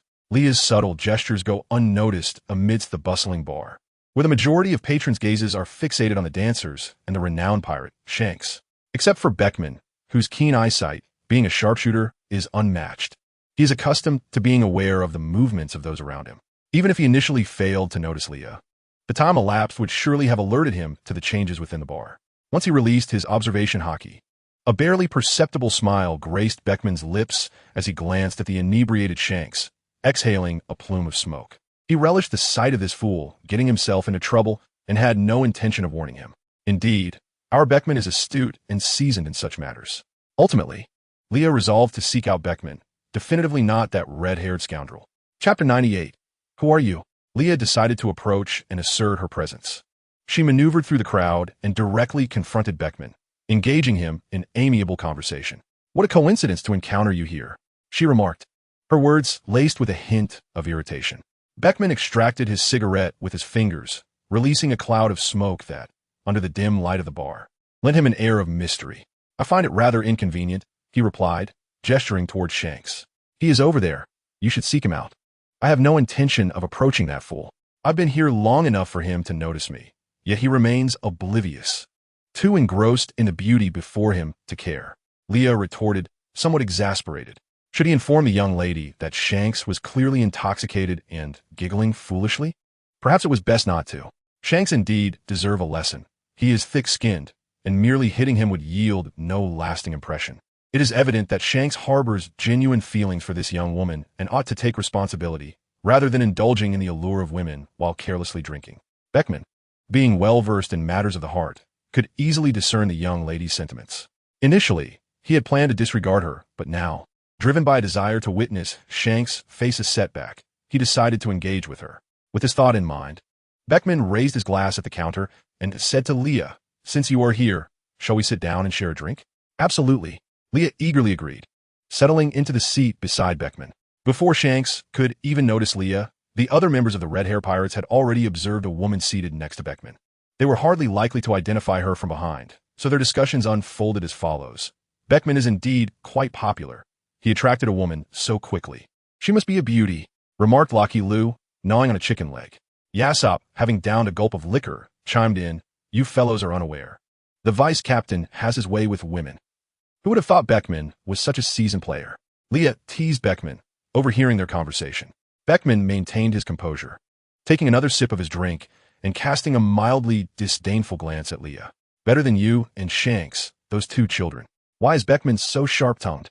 You've shattered the image of the mature and composed older brother I had of you," Leah exclaimed. Yassop constantly rambled on about his wife and son, and the crew had heard countless tales already. To avoid reiterating those old stories, they began discussing the past exploits of the red-haired pirates. Though one might wonder if this was not a disservice to their captain. Pirate. Speaking of which, the captain's look is quite appealing to the ladies, isn't it? Pirate B. Who says? The captain's style is no longer in vogue. Women now favor pretty boys, and the captain has turned into an old man. Pirate C. The captain still has many admirers, like the pair of sisters we saw at the Mornai bar in the North Sea, who cried and begged to marry him. The pirate who boarded later inquired, "Did the captain develop feelings for them?" At this, Pirate A excitedly stood up, declaring the captain was definitely smitten. Those sisters were excellent cooks, and he even dined with them several times. He considered bringing them aboard as chefs, and they were quite beautiful, solely wishing to marry him. How could he not be moved? Pirate B slammed the counter, exclaiming, "And that's not all. There is Princess Beyonce from Hawaiian Island, and Miss Saikingawa from the Island of Love, who spent some time on our ship." It is said that the captain heroically interrupted her ceremony and whisked her away. Pirate C added, "Don't fabricate tales about the captain. It was Miss Saikingawa who sought his help, as her kingdom intended to offer her to the celestial dragons as a gift to join the world government. The captain, seeing her plight, rescued her during the ceremony. However, it is true that she fervently pursued him during her time on the ship." Pirate A posed the crucial question. So, who does the captain truly favor? This was a question Leah was equally eager to hear, as they spoke loudly, seemingly ensuring everyone could hear. Beckman, listening to their chatter, couldn't help but marvel at their timing. Why discuss such matters now? He sighed, resting his forehead in his hand, yet he felt a hidden satisfaction. When the time came for the two of them to confront their feelings, he would offer just a few words of explanation to Shanks, nothing more than that. The captain, of course, favored the interruption of Pirate B's words, as at that moment, Xiang Kasi pushed aside the voluptuous beauty about to sit on his lap, his gaze landing upon the woman seated beside Baker Man. Though he was somewhat intoxicated and his vision was blurred, he felt an inexplicable sense of familiarity from her silhouette, which brought him joy. He was eager to ascertain her identity, yet felt a twinge of grievance. If it indeed was her, why hadn't she sought him out immediately, instead choosing to sit beside Baker Man, ignoring all the odd looks, including the bewildered expression of the voluptuous beauty sitting on the ground? Xiang Kasi approached the figure, wine bottle in hand. He gently tapped Lia's shoulder, but she ignored him. Not receiving a response, his red hair drooped in disappointment. At his age, it was astonishing that Baker Man could still discern the grievance in his eyes. As Lia continued to disregard him, he darted in front of her, squeezing towards Baker Man, enough to make the veins on Baker Man's forehead bulge, as if he might draw his flintlock pistol and shoot him. "Wow, it's really Li Li-chan. Were you hiding here to surprise me?" The moment Xiang Kasi laid eyes on Lia, his expression brightened, and he became instantly more spirited. Lia cast a glance at the red-haired scoundrel and turned to Baker Man, saying, "Who is he, Baker Man? I don't know him. I specifically came to find you." Ah, Li Li-chan, end of this chapter. Chapter 99. Regarding the conflict between two individuals, how should one articulate this? Lia was indeed angry. She rarely trusted others, and Xiang Kasi was an exceptional individual who had managed to enter her heart. It was precisely because she cared so deeply that she felt such anger at this moment. Ignoring the advances of Xiang Kasi, she walked directly to the beauty who had been knocked down and helped her up. Lia certainly noticed the hostility in the beauty's eyes, yet she did not pay it any mind. She wished to use this opportunity to reaffirm her own feelings. Frankly, Lia was aware that she harbored feelings for Xiang Kasi, But her initial interaction with him had been to pave the way for her future business endeavors in the New World. One could say her original intentions were not entirely pure. Thus, although she was currently upset, she did not place herself in the role of a jilted lover to directly question everything, let alone engage in an argument with Xiang Kexi. That would be beneath her. This visit to find Xiang Kexi was an excellent opportunity, as their relationship had not been solidified, leaving room for reconsideration. How Xiang Kexi conducted himself would ultimately dictate the sincerity with which Liao would regard him thereafter. Liao had never been an easy person to approach. She often acted solely on her own interests. To earn her genuine affection was quite a formidable challenge. "Do you like Xiang Kexi?" Liao inquired, fixing her gaze upon the beauty. "What does it matter if I do or don't?" The beauty crossed her arms, looking at Liao with disdain. "Who are you? What gives you the right to question me here?" The voluptuous beauty raised an eyebrow, challenging Liao. Liao raised a finger and shook her head, saying, "I'm not here to question you. I fully support your feelings for Xiang Kexi, and if possible, I would even assist you in pursuing him." Liao spoke nonchalantly. To be honest, even with Xiang Kexi's usual obliviousness, he could sense the strange atmosphere. Hearing Liao utter such piercing words made him uneasy. Meanwhile, the pirates of the red-haired pirates who had been partaking in the discussion began to sweat profusely. "Pirate A, do you think Miss Liao overheard our conversation just now?" "Pirate B, of course. Just look at her. It's evident she's angry." Yisubu was also perplexed. He approached the small group whispering amongst themselves and asked, "What are you talking about? What's going on?" "Karateji, Yisubu, isn't obvious. It's a battlefield here. I feel like we're in trouble." "Yisubu, nani?" In any case, Liao later brought the golden-haired voluptuous beauty aboard the Lei de Fu Sea, introducing her under the pretense of being Bei Koman's friend. Once aboard the flagship, Liao hardly paid attention to Xiang Kexi, instead engaging more with the usually stoic Bei Koman. She ceremoniously gifted Bei Koman a genuine leather holster and frequently discussed market expansion and resource utilization with him. Bei Koman was indeed quite knowledgeable, and their conversations were enjoyable. Xiang Kexi, however, remained determined. Wherever Liao was, he would be there too.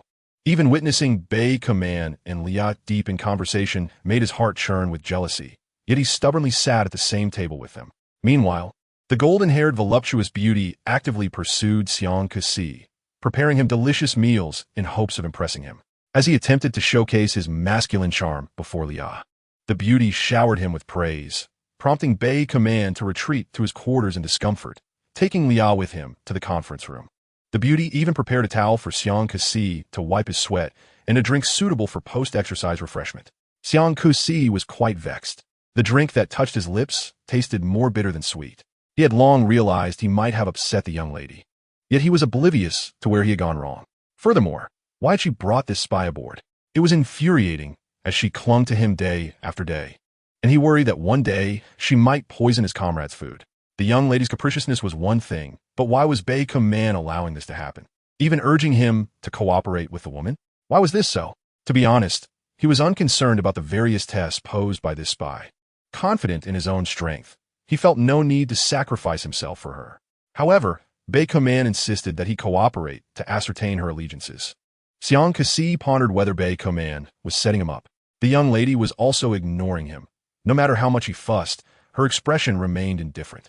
That evening, during room assignments, Xiang Kexi eagerly offered his captain's quarters to Liao, yet she declined, citing concerns over exposing the secrets of the red-haired pirates. The voluptuous beauty, on the other hand, was quite eager to share a room with Xiang Kexi, but he firmly shut the door on her, leaving her enraged. Xiang Kexi maintained his notorious double standards quite adeptly. For instance, when Liao proposed making some supplements for the overworked Bei Koman who suffered from hair loss, Xiang Kexi immediately occupied the dining table, eagerly awaiting the dishes. Once served, he carelessly contaminated all the plates, placing all of Liao's cooking in front of himself. It was evident Liao had been ignoring him for several days, and he had completely abandoned his pride, refusing to share with anyone. In contrast, when faced with the voluptuous beauty, he remembered Bei Koman's advice to cooperate with her, and he diligently took a bite of each dish, even using chopsticks in a desperate attempt to appease her. It was so frustrating. Why was Li Chan still ignoring him? Shanks, overwhelmed by his melancholic state, often found it difficult to control his conqueror's haki, inadvertently rendering the young crew members unconscious. Consequently, he had endured several reprimands from Beckman. Yet now, feigning sorrow proved futile, as Lilichan steadfastly ignored him. What wrong had he committed? Despite his repeated admissions of guilt, Leah merely responded with her usual calm demeanor, insisting he was not at fault. If he was indeed blameless, why then was she avoiding him? Shanks felt a sense of injustice. The atmosphere aboard the ship was undeniably tense, though outwardly unremarkable. The crew had noted their typically carefree captain was unusually discontented these past 2 days. His smile, while still present, could not mask the distress evident in the fainting newcomers.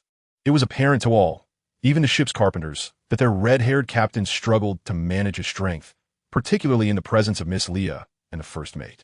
After much contemplation, Shanks resolved to take a bold step and decided to confront the matter at hand. In Chapter 100, titled Apology, Leah found herself utterly perplexed. Why, she pondered, did this foolish Shanks insist on dragging her out to stargaze while she was in the midst of a peaceful slumber? Did he not understand that a lady requires ample rest to maintain her beauty? Leah had no desire to venture outside, yet Shanks, with his insistent pulling and embracing, managed to bring her onto the deck. The sea lay still and silent, and as Leah struggled to extricate herself from Shanks' grasp, she remained irked but refrained from retaliating as she had in the past. She discreetly stepped away, distancing herself from that red-haired rascal. Clad in her thin nightgown, she gazed at the heavens, the earth, the wind, and the water, deliberately avoiding Shanks' gaze. A cold breeze swept through, prompting her to huddle her clothes closer around her. It was indeed chilly. What is it that you wish to discuss? Do not tell me you truly brought me out here to witness the stars, Leah declared, folding her arms with an air of aloofness that transformed her momentarily back into the cool young girl from Windmill Village. Have I truly erred? I swear my affections lie solely with you. Do not heed the nonsensical chatter of Kizaruin and the others. While I have rescued a few young ladies in the past, my heart has always belonged to you. As for the woman aboard, Beckman claims she is a spy, urging me to cooperate and uncover which faction she represents. I assure you, I harbor no feelings for her. Given the opportunity, I would promptly expel her. Do not let your anger be directed towards me. Shanks spoke in a somewhat disordered fashion, his urgency palpable. Interrupting him, Leah retorted, Shanks, did you not already know what has been troubling me? Why wait until now to address this? I confess I have concealed something from you. I had a first love, which, incidentally, was also you. However, I cannot explain this to you now. It would sound absurd unless you had experienced such circumstances yourself. Revealing this now is simply my way of ensuring I do not deceive you in any regard, he responded earnestly. More beautiful than me? Leah suddenly inquired. Ah, Nani? Just as lovely as you, Shanks hesitated to affirm. Leah's frustration erupted. Her pent-up anger culminated in a fierce punch directed at Shanks' head, empowered by her armament hockey. Shanks crouched, cradling his throbbing head, his eyes brimming with tears as he looked at Leah and whimpered, That hurts. Unbeknownst to them, their commotion had roused several crew members, who initially feared an enemy attack. Upon investigation, they discovered their captain was merely enduring a classic scene of being forcibly beaten by his partner. Observing the swelling bump on Shanks' head, they collectively gasped, recognizing the formidable nature of their sister-in-law. They resolved never to provoke her wrath again. Why are we referring to her as sister-in-law? One might wonder. Anyone with eyes could discern the captain's recent attempts to placate her. They had shared years together and understood his true feelings. It was evident that he was earnest and genuinely feared inciting her anger. This realization instilled a sense of apprehension within the crew, for they knew that angering her would not only invite her wrath, but would also provoke their captain's merciless retribution. Ah, this couple is truly terrifying, Kizaruin admonished the gossiping newcomers. Remember, she is now sister-in-law. Do not speak carelessly. Our captain has suffered enough humiliation. This couple is bound to face a reckoning. Leah mercilessly knelt down, grasping Shanks' face with both hands, and loudly declared, Do you even remember what she looks like? Are you still pining for her? Instinctively, Shanks wished to nod in affirmation, for indeed he still thought of her. However, upon catching Leah's fierce gaze, he stifled emotion and replied, No, I no longer recall her appearance. You lie. I clearly saw you about to nod, Leah responded as she released his face. Yet, her feelings of grievance only deepened, and she muttered, Shanks, you scoundrel, you continue to deceive me even at this juncture. How could he articulate this matter? Shanks felt a profound sense of injustice. Recalling the temporal theories discussed by a previous acquaintance, he feared that revealing the truth might trigger unforeseen consequences. potentially endangering the young lady. Yet, as he listened to her plaintive words, he felt his own heart ache. If she was troubled, how could he find solace? My spirits are low here, and I am disrupting your peace. Since neither of us is content, I shall depart tomorrow, Leah declared, hastily retreating to her quarters, leaving Shanks crouched in solitude. Unbeknownst to Leah, Shanks had clenched his fists, disregarding any plans he had. All he desired was to see that woman disembark at dawn. Meanwhile, the golden-haired, voluptuous beauty discreetly opened her eyes. From her bosom, she produced a din-din mushy and dialed a number without uttering a word, instead tapping rhythmically on the bedside table. The message conveyed through her taps was clear. I intend to kidnap the woman who suddenly appeared aboard the red-haired ship. It seems he holds her in high regard, which could be leveraged to compel him to surrender Momo Bay. A response echoed from the din-din mushy. Are you certain you can threaten the red-haired captain? The woman's expression twisted in fury. Her fists clenched so tightly that her nails nearly pierced her flesh. She intensified her tapping. Absolutely, without a doubt. At times, a woman's jealousy can be the most formidable force. The disdain she had endured from the red-haired captain fueled her desire to reclaim her dignity through Leah. Originally, she had considered that should she successfully entice the red-haired captain, there would be no need to return to her former pirate crew. She could simply relish her role as the captain's wife aboard his ship. However, the captain's blatant disregard for her overtures left her feeling humiliated, and she perceived Leah as the source of her insult, believing her presence was a deliberate affront. Fueled by envy, she resolved to contact her former pirate crew to orchestrate Leah's abduction, intending to teach her a lesson. Chapter 101. Side Story. Ace's Birthday Banquet, Part 1. Following the conclusion of the Marineford War, Leah mysteriously vanished for over a year, yet she ultimately returned. Her strength, now profoundly enigmatic. Concurrently with Leah's reappearance, the comatose Ace regained consciousness. Although Ace had lost the Mera Mera no Mi, he remained unfazed. In the past, he had overly relied on the power of the devil fruit, but now he found it fortuitous, as he could discard the dependency on its abilities and devote himself to honing Haki. Ace had awakened his conqueror's Haki at the tender age of 10, with both observation and armament Haki having manifested during his 2 years at sea. Now, deprived of his devil fruit powers, Ace could dedicate time to enhancing his Haki. The tumultuous seas were rife with challenges, compounded by the mysterious absence of the former Yonko, Whitebeard. However, only members of the Whitebeard pirates and Shanks were privy to the truth. Whitebeard had chosen to return to his hometown to live out his remaining years in peace. A fitting conclusion to a life dedicated to his homeland. The Whitebeard pirates officially disbanded, and Marco, along with other survivors from the Marineford War, opted to return to Whitebeard's hometown, not only to recuperate but to comfort their old captain's heart. Ace, having miraculously survived, was drawn by Leah to enhance his Haki. While Leah could assist with the training of observation and armament Haki, she had little insight into Conqueror's Haki. Since her last realization of the significance of protection, Leah had achieved a mental elevation, fully mastering the power that had accompanied her in her previous life. When it came to the training of Conqueror's Haki, Shanks would assert he was second to none, leaving no room for others to claim superiority. Thus, Shanks became the most suitable mentor for Ace's strength enhancement. After all, Shanks was Ace's brother-in-law, and given Ace's lineage as the son of Captain Roger, it was only reasonable for him to guide Ace in mastering his Haki. In truth, Shanks and his crew's guidance was straightforward. They took turns sparring with Ace until he could no longer lift his arms. Ace's prowess escalated swiftly, with significant advancements in both observation and armament Haki. However, progress in Conqueror's Haki remained elusive. Ace had already mastered the foundational applications of Conqueror's Haki, yet the more advanced techniques, such as Haki binding, saw little improvement. Shanks remarked that such insights could not be articulated. They were revelations birthed from the crucible of life and death battles against formidable foes. Having endured the Marineford War, Ace experienced substantial psychological growth. He acknowledged and accepted himself, recognizing what he yearned to protect, and began to embrace the legacy of his father. Roger's sword, long entrusted to Ace by Leah, remained unclaimed by another, as Ace felt an intrinsic reluctance to pass it on. The bond between a sword and its master was profound. Every time Ace grasped the blade, he felt no disdain, but rather a sense of intimacy, akin to the warmth he felt from Luffy.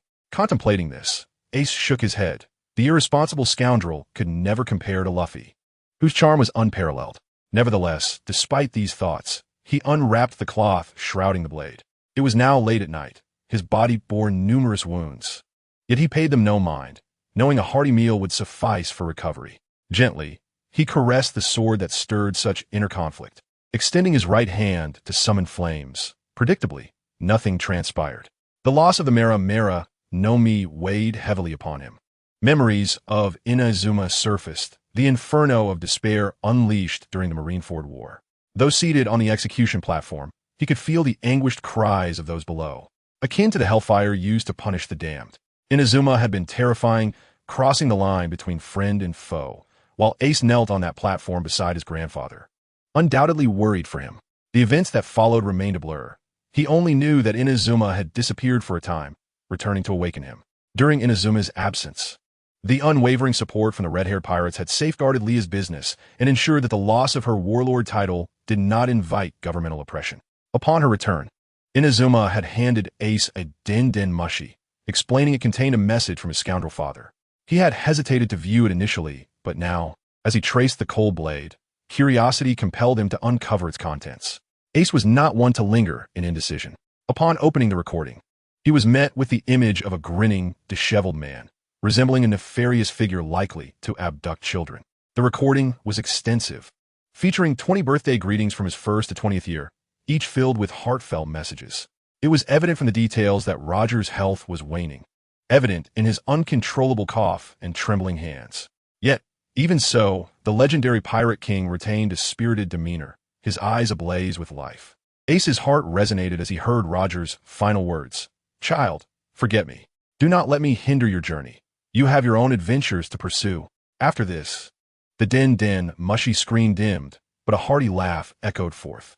Initially believing the recording had concluded, the den mushy transitioned to a new segment, featuring Roger once more, though this time his expression was grave as he gazed out at the vast sea. A multitude of ships encircled the Oro Jackson, and despite the peril, Roger steadfastly stood before his crew, resolutely rejecting the invitation from the Golden Lion. Drawing his sword, he gathered his strength, his piercing gaze locking onto the Golden Lions. In an instant, the atmosphere shifted. The clouds and sea seemed to part for the two titans. The clash of Conqueror's haki created shockwaves that rent the sky and split the ocean, unleashing monstrous waves. With power amassed, Roger unleashed his famed technique, God's Escape. The slash surged towards the Golden Lion, who, despite his formidable might, struggled to counter Roger's formidable strike. Chapter 102. Side Story. Ace's Birthday Banquet, Part 2. This segment of the recording profoundly impacted Ace, leaving him shaken.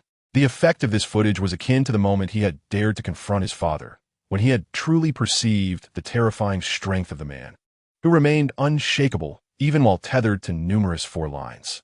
However, it was precisely due to this fragment of imagery that Ace felt an unusual sensation arise within his heart.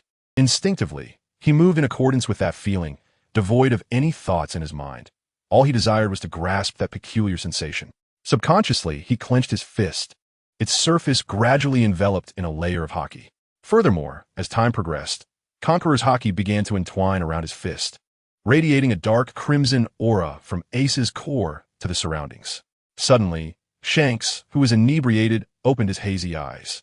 With a sharp gaze, he scanned Ace's direction, activating his observation haki to clearly perceive the commotion emanating from Ace. Upon understanding the situation, Shanks relaxed his taut muscles, a hint of a smile gracing his lips. This lad has finally awakened that technique. Their time spent accompanying him has not been in vain, and he could finally report back to the young lady. It had been ages since he last saw her. Ever since she brought Ace to them, she had been gallivanting around the world, claiming she didn't wish to disturb their training. Despite her prolonged absence, her first action upon returning was not to spend time with him, leading Shanks to ponder if he had been cast aside. Why on earth was he burdened with that mischievous brat? He had been so delightful in his childhood, constantly threatening him to not bully his sister. Yet Shanks wondered which of his eyes had led him to believe he would ever dare to harm the young lady. The humble Shanks sighed. Ace unleashed a powerful punch, causing the trees before him to topple in succession. The force of his strike left deep ravines in the ground, as rows of trees shattered and fell, rendering the entire forest unrecognizable. The tremendous noise roused the inebriated members of the red-haired pirates who lay strewn across the ground. They stared in astonishment at the devastation of the forest, their eyes wide and jaws nearly dropping to the ground. That kid has made remarkable progress. He had been easily defeated at the beginning, yet in recent days, it had become increasingly challenging to overcome him. Just days prior, Beckman could still slightly suppress him. But now it appeared that only their captain remained capable of defeating him. Having grasped the concept of hockey from Roger's technique, Ace felt invigorated. Even the pain from his injuries had subsided. Unbeknownst to him, he had already accepted Roger, and due to the intense training and mental enlightenment he experienced during this time, Ace had significantly enhanced his strength, surpassing even the prowess he possessed with the Mera Mera, Nomi contemplating the sacrifices made on his behalf. A radiant smile broke across his face. He had transcended life and death, realizing the magnitude of what he truly possessed. He felt an overwhelming sense of satisfaction. Having completely overcome his past self, he had become a new person. He longed to see Luffy, to meet Nianchan and Sabo. He also wished to visit Dayton. At one point, he had believed he would never see her again. He now yearned to reunite with all those who cared for him, finally affirming that he had indeed survived. Surprises often come unannounced, and the next morning, Leah sought out Ace. Coincidentally, Ace's birthday was just a few days away, and Leah wished to celebrate it in a grand manner, marking Ace's rebirth. To ease the worries of the Whitebeard pirates, Leah took Ace to Whitebeard's homeland. The red-haired captain insisted on accompanying them, so Leah decided to bring along the entire crew, even sending someone to Windmill Village to fetch Dayton and the others. An agreement had been made between the old man and Leah atop the mountain. As long as they survived the war, they would take the old man to Sicily to retire, and now it seemed that wish was about to be fulfilled. After retirement, they would no longer have to concern themselves with the Navy, so Leah took the old man along as well. She also notified Luffy and Sabo. Leah sensed that the upcoming circumstances were unpredictable, thus not only for Ace's birthday, she wished for all those dear to her to gather together for this occasion. On the day of Ace's birthday, the usually tranquil island buzzed with activity. The old man had long sought out Whitebeard for a drink, and the two elderly men had become increasingly childlike, arguing passionately over trivial matters. With the development of new medicines, Whitebeard's health was gradually improving, allowing him to partake in drinks once more. Leah organized a grand feast. The island was now home to a complex array of factions, including the red-hair pirates. Former members of the Whitebeard pirates, Leah's business associates, Rayleigh, Shaki, and the female emperor who had come with Luffy.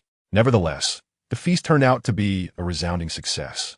Everyone momentarily set aside their differences, feasting and drinking together. Since the celebration was organized by Leah for Ace's birthday, all attendees were either family or acquaintances of Luffy, prompting even the typically proud female emperor to behave herself, though she couldn't help but gaze adoringly at Luffy. Whenever he called her name, she would shyly cover her face. She even chased after Leah, calling her sister. Ace was taken aback by the sudden appearance of his elder brother, but, seeing Luffy's silly grin, he took another swig of his drink and chuckled. That guy Luffy is grown up. Sabo raised his glass, clinking it with Ace's, and remarked, "Indeed. Luffy is getting closer to his dream." Seizing the moment, Shanks announced his engagement to Leah, lacking any semblance of romance, but suffused with sincerity. It was truly unexpected to see this man trembling as he proposed, his words tumbling over one another, devoid of any trace of the imposing figure of the Pirate King. Yet, Leah awkwardly agreed. After all, they had known each other for 11 years, and there was no need to prolong this matter any further. Moreover, according to Beckman, during her absence, Shanks had been in a state of disarray, fearing she might never return. Even though he knew where Leah had gone, his heart remained unsettled, for a new future held uncertain possibilities. He could not predict whether Leah would come back. He could only protect everything she had left behind when she departed. That was her solitary battle. A colossal cake was wheeled in, and Leah personally placed 22 candles atop it for Ace. Closing his eyes, Ace made a wish, hoping that regardless of what the future held, everyone would remain together. Since Ace's red bead necklace had broken during the Marineford War, Dayton had given him a string of red beads she had worn for many years, personally draping them around his neck. Old Man Garp observed this scene, a rare glimmer of moisture in his eyes, though he quickly resumed bantering with Whitebeard. The Revolutionary Army had commenced its struggle for power against the world government, and the world was evolving towards an unknown yet undoubtedly better direction. Ace gazed into the distance. It was time for him to fulfill his promise to Xiao Yu. Everyone was heading towards the new world. Chapter 103. Kidnapping with the woman accidentally brought aboard the ship recognize Leah as one of the Shichibukai? Certainly not. But it is essential to understand that even the mightiest cannot withstand deliberate schemes against them. She was unable to confront Leah directly, yet she possessed numerous cunning methods to undermine her. Having long frequented the world of pleasure, she navigated among various pirates, often utilizing her body to gather intelligence for her master. She had encountered all manners of depravity and was accustomed to it.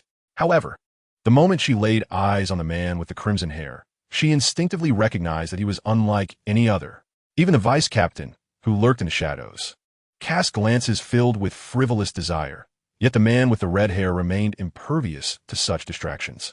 Even amidst the vibrant chaos of opulence surrounding them, his attention was solely devoted to the drink in his hand, rendering the alluring women before him inconsequential. As she observed this man exuding a unique aura, it was difficult for her to fathom that he was the infamous pirate dominating the hunting grounds of the New World. Could he genuinely possess a gaze reminiscent of a child enamored with a cherished possession? Thus, she boldly pushed her way forward, navigating past the throng of women vying for the attention of the man with the crimson mane. Upon seeing her approach, they hesitated and parted, not for any other reason than that she was the star attraction among them. True to her expectations, the man paid her not the slightest bit of attention, igniting her curiosity to probe the limits of his composure. After all, the individual behind her had already issued a directive to extract the vulnerabilities of the red-haired pirates by any means necessary. Faced with Shank's hazy, yet somewhat indifferent gaze, her excitement grew. She now not only sought to gather intelligence on the red-haired pirates, but also yearned to see the man before her, utterly captivated by her presence. Before she could execute her next move, she noticed a shift in the man's demeanor. It was as if he had abruptly emerged from a stupor, parting the crowd to make his way directly toward his vice-captain. As his gaze followed his movements, he approached the girl seated before Beckman and tentatively tapped her shoulder. The girl ignored him, and without a care for the curious stares of those around them, he remained close to her, his gaze both unfamiliar and familiar. For women like her, who had long dwelled in the mire, that look was truly radiant. Did pirates also harbor innocent emotions? She found herself intrigued and under various influences. She accepted the girl's seemingly jealous invitation. Yet, she did not overlook the deep imprint of the handcuffs binding her wrists. In her attempts to charm Shanks, she employed every tactic she had mastered over the years, but he remained unmoved, continually fixated on the girl beside him. As she caught fleeting glances from both the vice-captain and the girl directed toward her, she felt as if she were being stripped bare, warmth flooding her cheeks. In this moment, she experienced an embarrassment she had never known before, despite having endured far worse circumstances for the sake of survival. It was an incongruity in the midst of her otherwise chaotic existence. Overwhelmed by shame and anger, she resorted to the most direct form of emotional release known to her kind: kidnapping and humiliation. For now, let us name her Jessica. Jessica, having long navigated the nightlife of the New World and encountered numerous formidable figures, was aware of the crew's attitude toward the girl.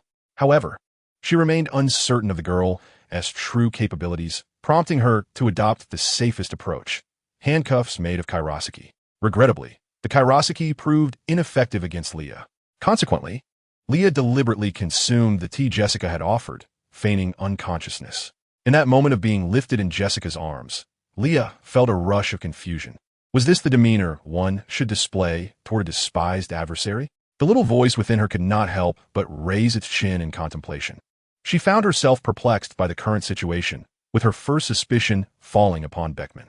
Could it be that he had already colluded with Jessica, intending to orchestrate a reversal and eliminate the mastermind behind the scenes? After all, Beckman had long indicated that Jessica was a spy, a double agent traversing various pirate crews, willing to betray if the price was right. Leah had a fair understanding of Beckman, who displayed kindness only to those he knew well when facing enemies. He could be as treacherous as they come. Sometimes, Beckman even excluded Shanks from his strategic planning, as he could never predict how the fool would ultimately complicate matters. However, this dynamic shifted after departing from Windmill Village. Shanks seemed to have taken on a monumental responsibility, compelling himself to push forward. Through the occasionally contemplative glances Shanks cast, Beckman perceived the multitude of individuals standing behind those eyes. A turbulent undercurrent stirred in the seas, hinting at an impending cataclysmic war that would engulf the world. Shank's current task was to maintain a delicate equilibrium among the factions before the chaos erupted. While Beckman had indeed made arrangements regarding this matter, his attention was presently fixated on the pirate flag aboard their ship. The once carefree banner had taken on a grave, austere visage. Destiny was veering toward an unknown path, and Shanks placed his hopes in that young girl, who he believed to be the greatest variable in the equation. "Hey, Beckman, where's Lily? I've searched the entire ship and can't find her. Did she leave on her own?" The man with the red hair paced anxiously on the deck before suddenly squatting down in despair. "Oh, it seems Lily is truly upset this time, leaving without even saying goodbye." Beckman exhaled a puff of smoke, responding nonchalantly. "She hasn't left. She has just been kidnapped." His tone was remarkably calm, as if discussing a trivial matter. "Wait, what? Kidnapped?" End of this chapter, chapter 104. Just browsing my mind, isn't quite clear when Leah opened her eyes again. She found herself in a vast cage, feigning a rub of her head before pretending to notice the Kairosaki handcuffs binding her wrists. Surveying her surroundings, she realized she was in what resembled an interrogation room. A faint musty odor mingled with a barely perceptible scent of blood hung in the air. A glance at the stark white walls revealed to Leah that the original stains had likely been long concealed beneath layers of paint. The glaring light was painful to her eyes. It had been ages since she found herself in such a predicament. Noticing that no one seemed to be watching her at the moment, she quietly extended her hand behind her back and gripped the bars of the cage tightly. Soon, the concealed bars began to twist and deform, and Leah breathed a sigh of relief. Thankfully, it wasn't made of some troublesome special metal. She then shook the Kairosaki handcuffs binding her wrists and legs, a glimmer of determination flashing in her eyes. This was clearly a half-hearted effort. Beckman had likely conspired with Jessica, yet why hadn't he given her brother a heads up? Initially, she had been concerned that Jessica might act against Shanks and his crew, which was why she had deliberately placed herself in the position of being Jessica's captive. However, she couldn't dismiss the possibility of other motives entirely. Concurrently, Leah was curious about who would wish to target Shanks and his crew. Naturally, she would cooperate with Jessica's plans. Due to her increasing suspicions regarding Jessica's identity, Leah discovered that Jessica had frequented that bar 8 years prior. In this ruthless new world, her ability to maintain a presence there for such an extended period, despite her seemingly meager strength, suggested that she possessed not only exceptional intelligence-gathering skills, but also an undisclosed background. Since Jessica had adeptly concealed her personal identity, Leah resolved to delve into her professional life and social connections. Through her investigation, Leah formed a tentative theory. This seemingly unremarkable bar had ties to a notorious pirate. This pirate could be regarded as Xiankasi's most formidable rival, a contender for the title of the Fourth Emperor. What constitutes the Fourth Emperor? Undeniably, they occupy positions of power, reminiscent of the feudal conflicts during the Warring States period, where the strong prey upon the weak, and the latter are destined to be erased from the annals of history. Each Fourth Emperor commands their own territory, extracting protection fees, which constitute a significant revenue stream for their factions. As rulers, their governing methods may vary in cruelty or benevolence, yet the fundamental distinction remains negligible. Rulers often prefer their subjects to be ignorant, as this ensures that the populace can be manipulated into becoming mere tools for the ruler's ambitions. In this world, the pursuit of freedom has never waned. The conflict between the desire for freedom and the thirst for dominion will never reach reconciliation, unless one side vanquishes the other. True peace will remain elusive. It took Wagwa several millennia to superficially address this issue. In this realm, Leah surmised that it would require thousands of years of transformation. Xiankasi's rival also commanded industries that provided him with wealth to squander. This industry, often dismissed as disreputable, significantly contributes to the national GDP. Pirates do not inherently symbolize evil nor righteousness. They epitomize the wild spirit of conquest and plunder. Moreover, this particular pirate is notorious for his brutality, with a substantial portion of his bounty derived from lives claimed. Ultimately, women who fall into their hands do not meet favorable fates. Jessica could be considered the favored mistress of this pirate, which may explain her role as a manager. Indeed, from the information inadvertently revealed by Beekman, Leah learned that Jessica was one of the overseers of this gray industry, also responsible for the collection and organization of intelligence. Jessica could hardly be deemed virtuous, and her prolonged association with the pirate indicated she was far from a fool. However, Her numerous oversights aboard the red-haired ship and the deliberate timing of her appearances were evident to Leah. How could Beekman, the pinnacle of a narrative, have failed to notice? Reflecting on her previous conjectures, Leah pondered the possibility that Jessica had reached some form of agreement with Beekman. In that case, Jessica's manifest vulnerabilities would likely serve a specific purpose. In such circumstances, her seemingly unwise actions might suggest the presence of someone monitoring from the shadows. Beekman, ever the puppet master, maintained control from behind scenes. Based on his conduct in Funcha village, it was inconceivable that his intelligence would only be activated after encountering Jessica. Venturing into enemy territory, he would certainly eliminate all potential threats. With this realization, Leah speculated that Beekman's presence there might have been an invitation from Jessica, albeit one conducted discreetly. Her arrival could, in some respects, disrupt a delicate equilibrium within the bar. Contemplating this, Jessica's past behaviors took on new significance in Leah's eyes. Among pirates, why would Jessica choose treachery? What was it that Jessica felt compelled to secure from Shianka C and his crew? With her thoughts momentarily obstructed, Leah rubbed her temples. Just then, the iron door creaked ominously, heralding the arrival of someone. Leah swiftly adjusted her posture, her gaze sharpening as it fixed upon the door. Golden locks of hair first emerged from the crevice of the door, followed closely by the audaciously confident figure of Jessica striding towards Leah. Jessica halted before Leah, casting a condescending glance in her direction. Upon recognizing the woman, Leah instinctively relaxed, though her eyes remained glued to Jessica. Jessica's lips moved as if to speak, yet the intensity of her gaze rendered her momentarily speechless. After a prolonged internal struggle, she feigned arrogance and asked, "Don't you have any questions? You found yourself captured here." After all, Leah noted every subtle expression on her face and replied in the calmest tone, "There is nothing I wish to inquire about." After a brief pause, she stated bluntly, "If the current situation poses no issues, you need not adopt that foolishly flirtatious tone when speaking to me." Upon hearing this, Jessica's expression remained unchanged, suggesting a stable state of mind. She slowly crouched down, gazing intently at Leah, who was kneeling within her cage, and remarked, "You are an astute individual. Cooperate with me, and you shall remain unharmed."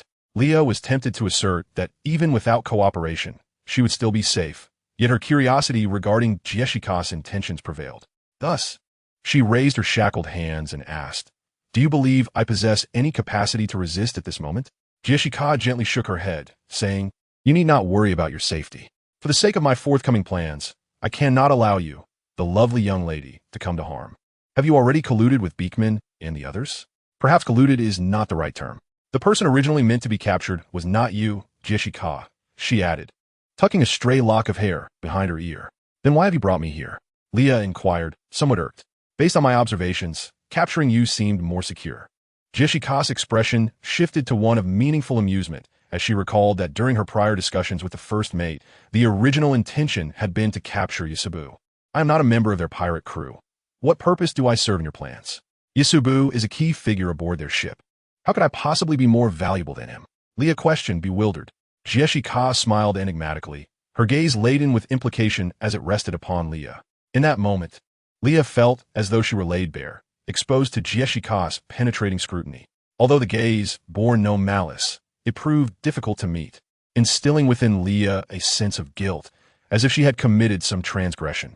Desiring to avert her eyes from Jessica's penetrating stare, she found Jessica rising gracefully to her feet. Even a fool can discern the obvious. Is there truly a need for inquiry? Jessica mused, her thoughts drifting to Beekman. That cunning old fox, instructing me to capture Yusubu, as if successfully securing that man were feasible. And even if he were captured, could he truly be controlled? Once the matter is settled, she finds herself devoid of the confidence to negotiate, lacking any semblance of security. With the presence of that young girl, she can still threaten the seemingly dim-witted red-haired captain, a spectacle that is simply exasperating. Reflecting on her time aboard the ship, Jessica cannot help but feel a headache. If one must perform, they should do so convincingly, lest others perceive her as merely placating me.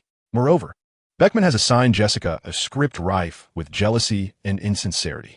Indeed, her hypocrisy is palpable, yet she is not so inept as to misread social cues. Leah is now on the verge of surrendering.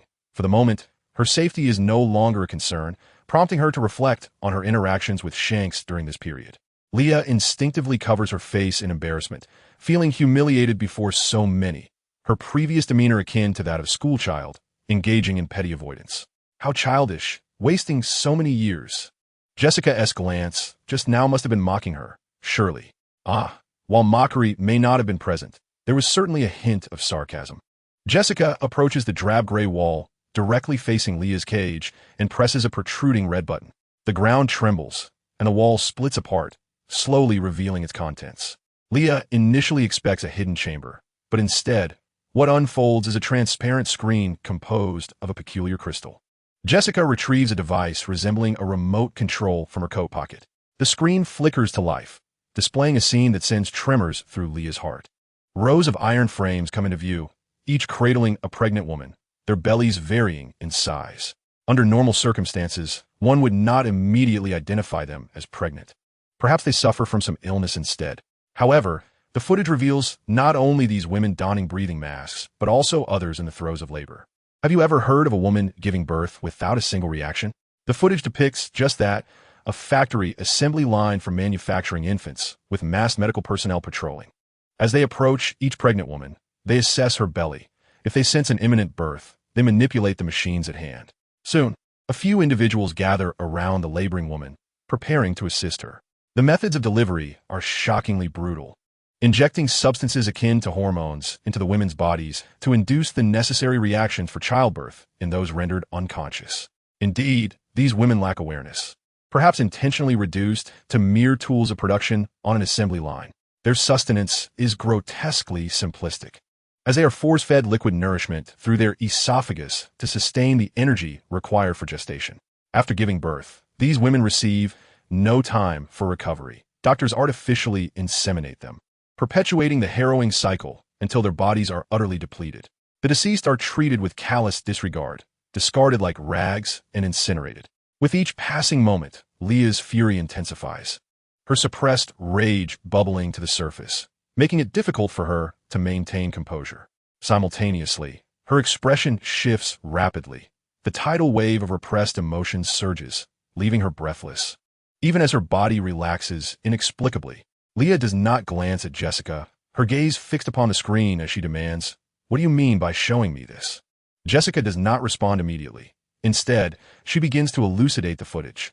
These women were once prostitutes or dancers within the soy industry, and when their earnings dwindled, soy's underlings would seize them, severing their nerves and reducing them to breeding machines.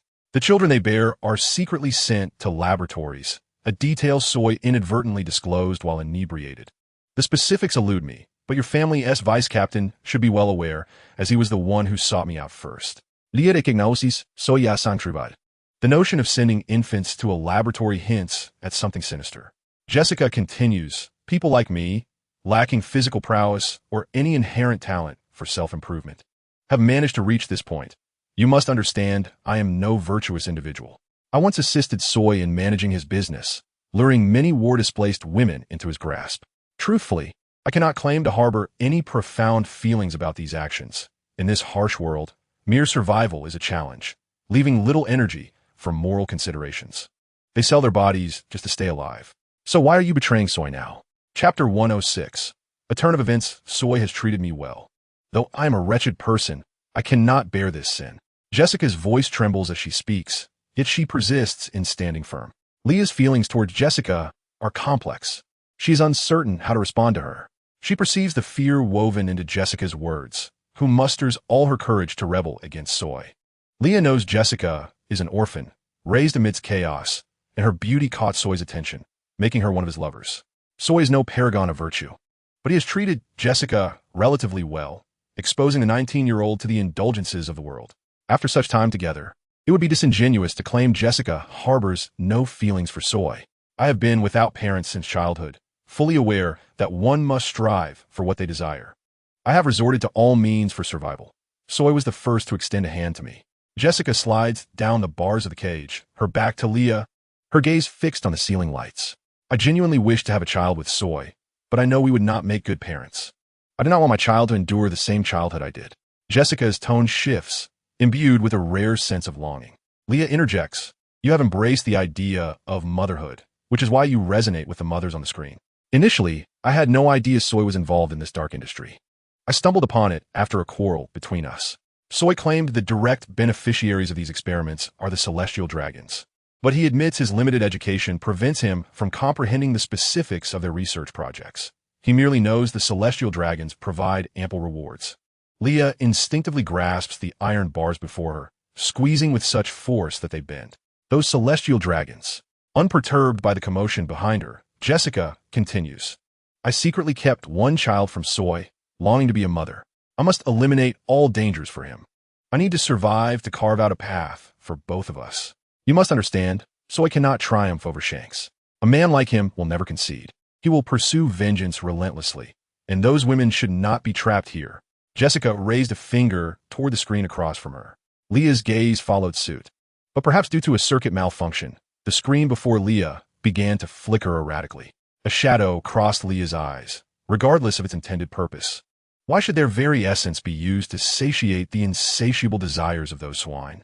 Frankly, during her days spent here, Leah had not been mistreated. The food was satisfactory. And as for sleep, well, that was another matter altogether. Life was rather pleasant, albeit exceedingly dull, so much so that she had bent and straightened the bars of her cage countless times. According to Jessica, Soy had gone to negotiate terms with Xianx. And while the Red Brigade pretended to acquiesce, they were already preparing to ambush them. Soy believed this was merely a territorial dispute, but in reality, Xianx and his ilk intended to resolve this significant nuisance once and for all.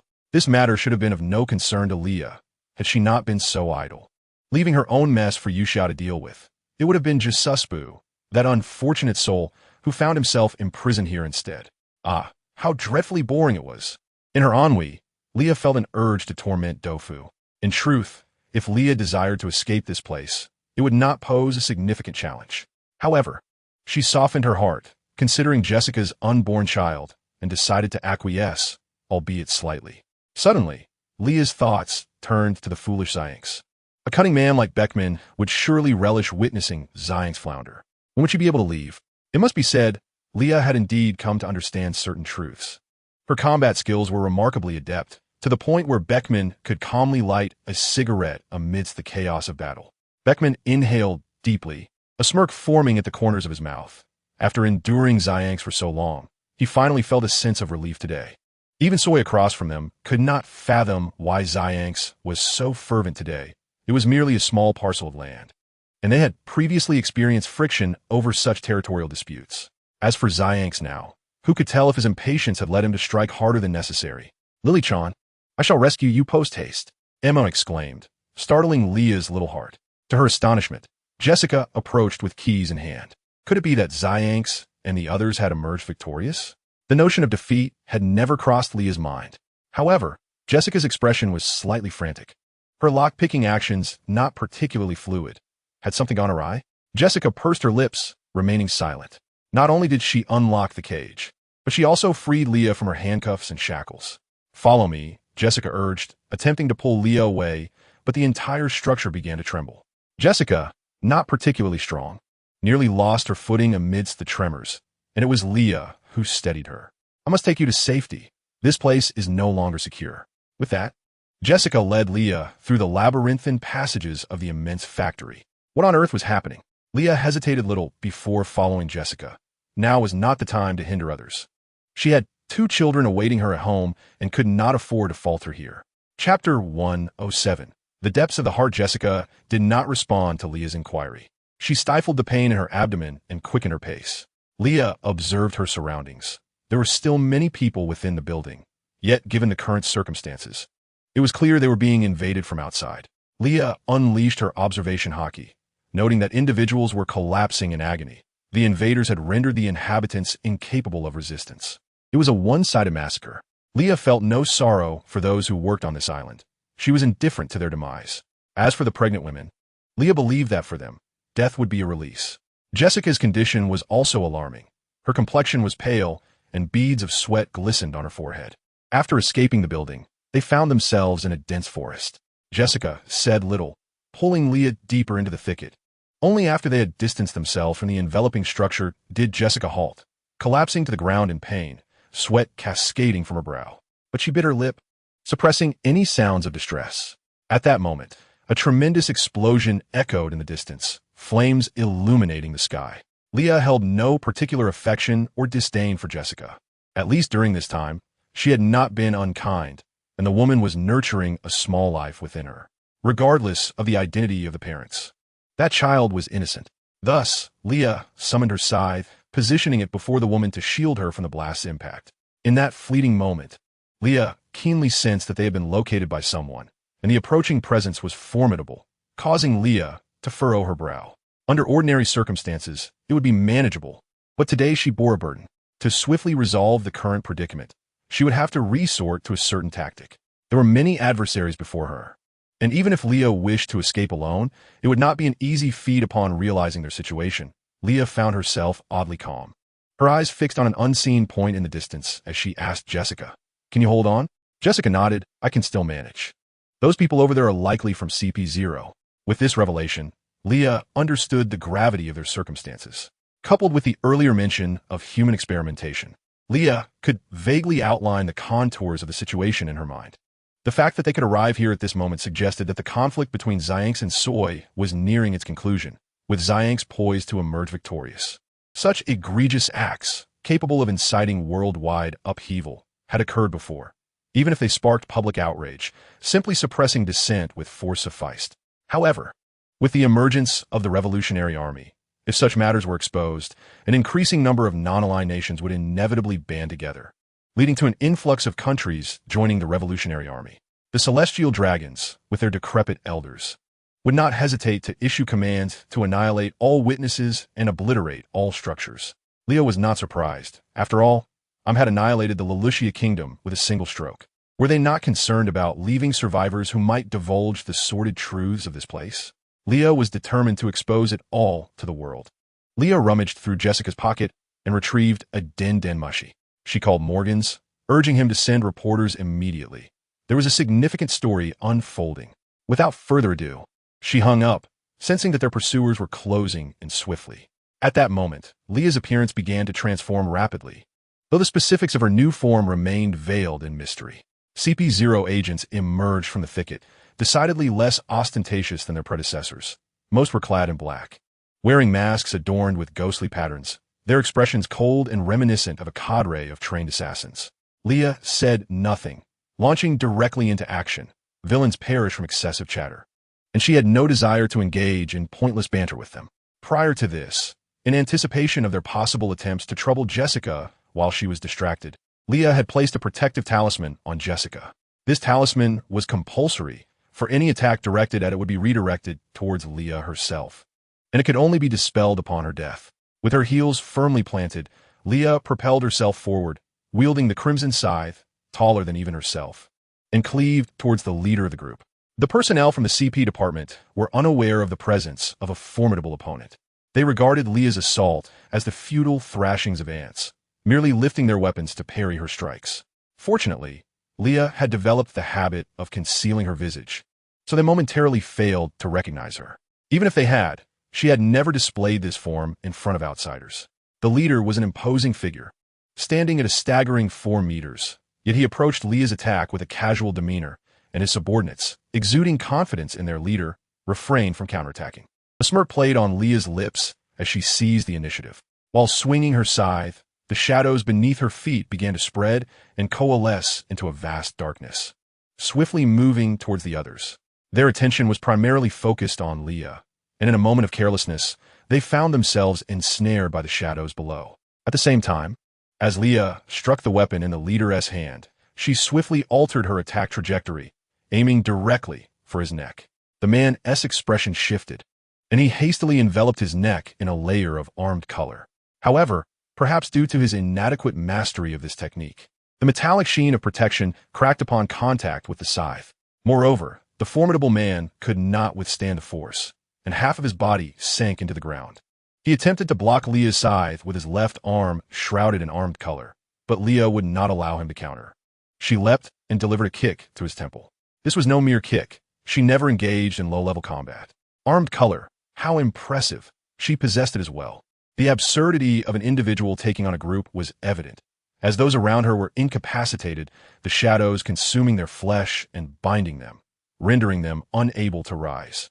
Their limbs were gradually torn away, their mouths emitting anguished cries, veins bulging in a display of extreme pain. Leah held no fondness for these individuals and would not permit them an easy demise. She needed only to leave one or two alive to provide testimony. For now, she relished in the physical torment. The mental anguish would come later. These swine, who commanded vicious hounds and had slaughtered countless innocents, would one day pay for their blood debts. Indeed, the shadows were not tangible entities, but manifestations of malice. The source of Leah's power stemmed from death. The more unwilling souls departed this world, the stronger she became, while their negative emotions continually clung to her. Within her heart resided a vast ocean of darkness. As the chapter drew to a close, the cacophony of screams diminished, with an increasing number of individuals losing their breath. The deceased were mostly mutilated, yet not a single drop of blood seeped forth. The indistinct shadows continued to gnaw at their bodies, leaving only two barely alive, pinned to the ground. Having lost an arm and a leg, Leah's battle with the leader was fierce. She unleashed brutal strikes aimed at his vital points, clearly intent on ending his life. Initially, he managed to defend against her lethal blows, but as time passed, he felt his limbs grow weak and fatigued, leading to a noticeable decline in his reaction speed. His arms and chest bore numerous deep wounds, blood flowing freely and uncontrollably. Those like him, trained for combat, could endure battles lasting days and nights. So it was evident that their stamina and endurance were formidable. Yet, even in this state of injury, his strength waned rapidly. As blood flowed out, his complexion paled, and the weight of his body felt increasingly burdensome. The blood he shed attracted the shadows, which gathered to aid their master in the assault. His body became riddled with more wounds, and, oddly, they showed no signs of healing. Instead, they grew larger and more severe as time progressed, and the blood gushed forth faster, only to be devoured by the shadows below.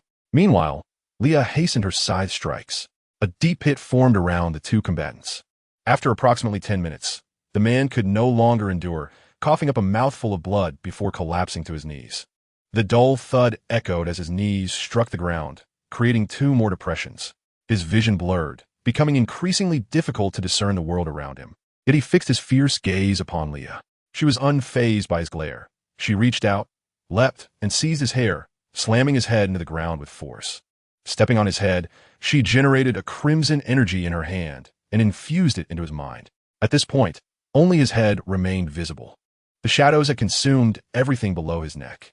In the unseen realm, the shadows opened countless mouths filled with sharp teeth, viciously tearing at his flesh. Leah knew well the agony he was enduring, yet he remained silent, not uttering a single cry, let alone begging for mercy. Though even if he had, she would not have spared him. Within his mind, Leah extracted fragments of his memories, gaining a clearer understanding of the task he was to undertake. This aligned closely with her previous conjectures and brought unexpected delight as she uncovered the location of the liaison laboratory. As the man teetered on the brink of death and his value had nearly been exhausted, Leah waved her hand, and the shadows swiftly enveloped him entirely. Sighing in relief, she approached the two remaining survivors.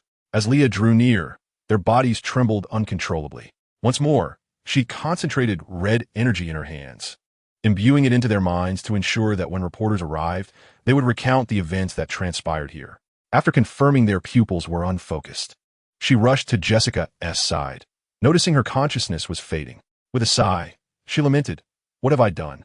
Perhaps it was an act of rare compassion. Leah gently lifted Jessica into her arms, and the shadows obediently returned to her feet, leaving behind a field of corpses. As the black carapace on Leah gradually receded, she sheathed her scythe and unfurled her magnificent ebony wings.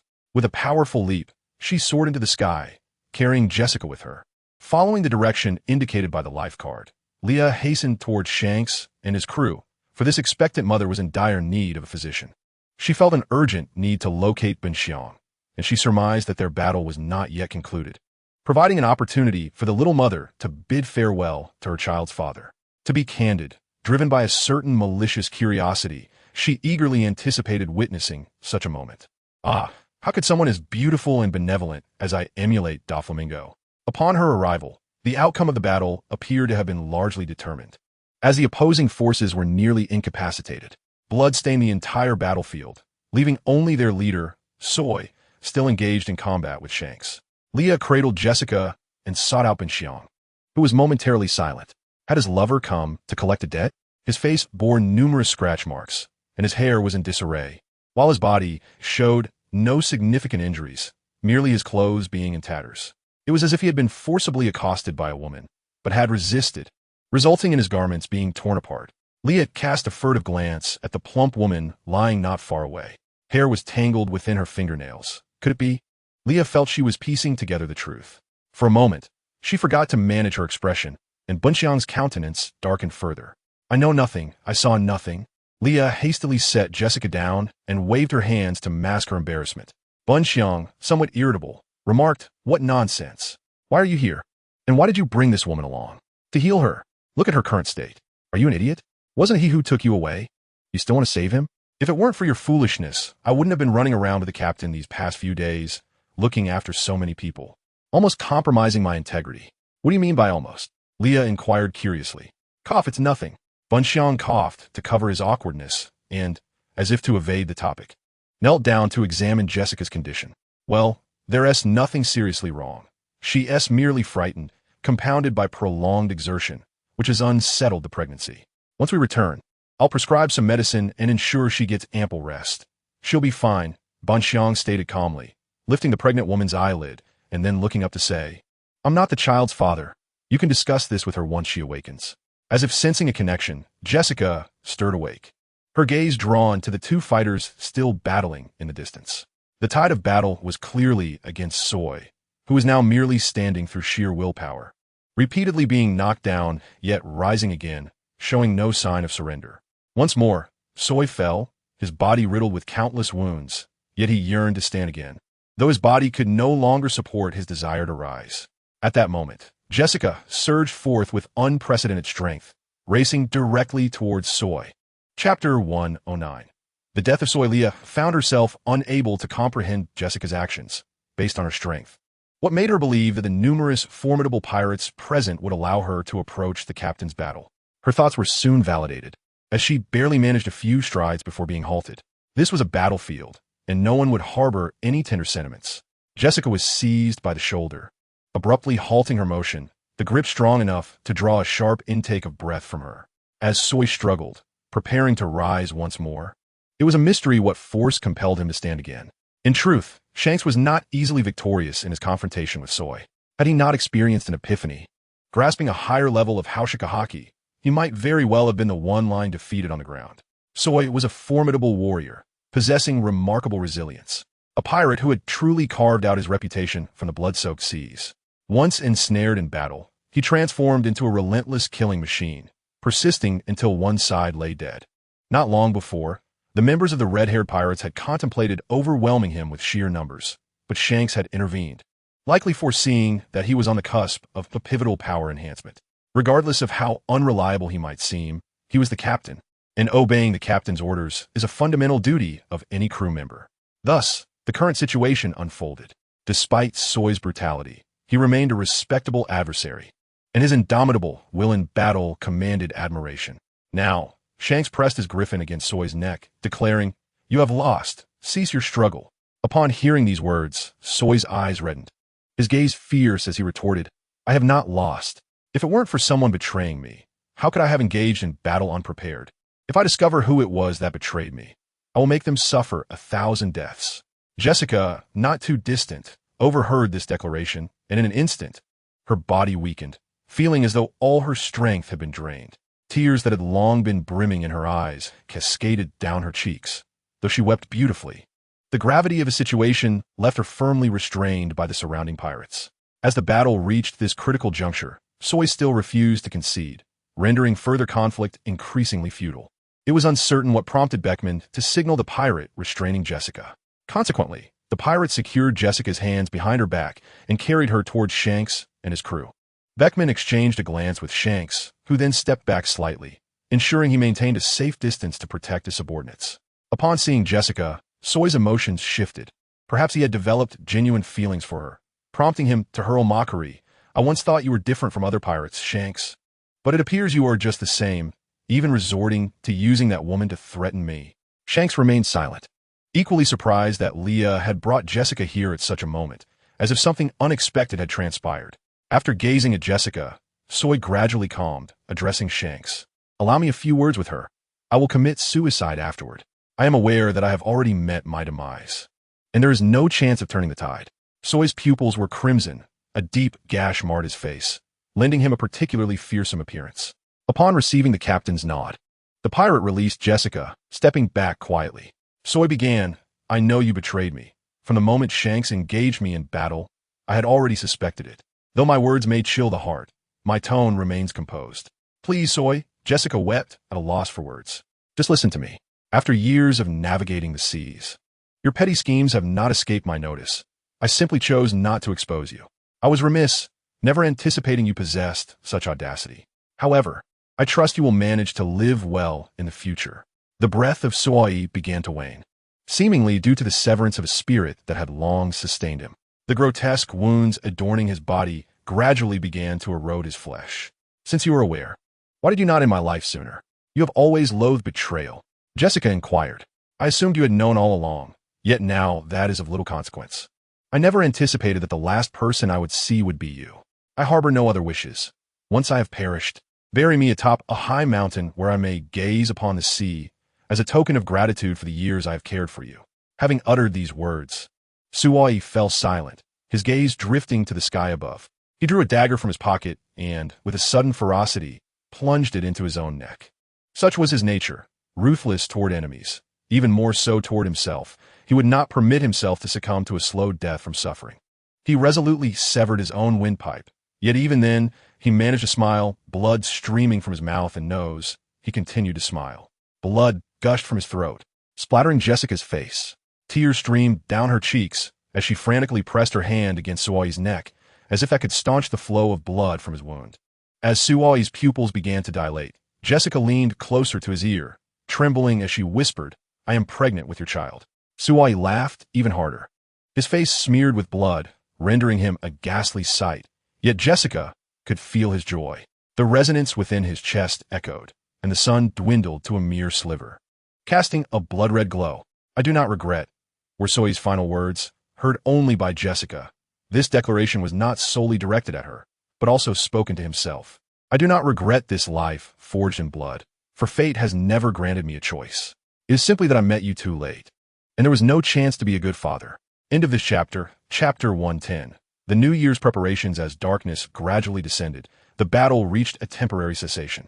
Shanks stood there, his back to Leah, remaining motionless until the sun dipped below the horizon without any reaction. Initially, Leah thought he was merely posturing, but as time passed without movement, she grew increasingly anxious. After a moment of hesitation, Leah hurried toward Shanks. Everyone was injured. Many lay exhausted on the ground, leaving Ben to tend to their wounds in turn. Those with lighter injuries had begun to clear the battlefield, while the newly joined youths eagerly rushed aboard Soy's pirate ship to scavenge for treasure. Meanwhile, Jessica clutched Soy, tears flowing freely, yet she stifled her sobs, biting her lip in a desperate attempt to remain silent. This was her own choice, for she felt she had no right to weep. Leah had no intention of comforting her, aware that this woman was not one to be easily consoled. Moreover, Leah was not well acquainted with her, rendering it unnecessary. Ultimately, matters of life and death often carry an air of indifference.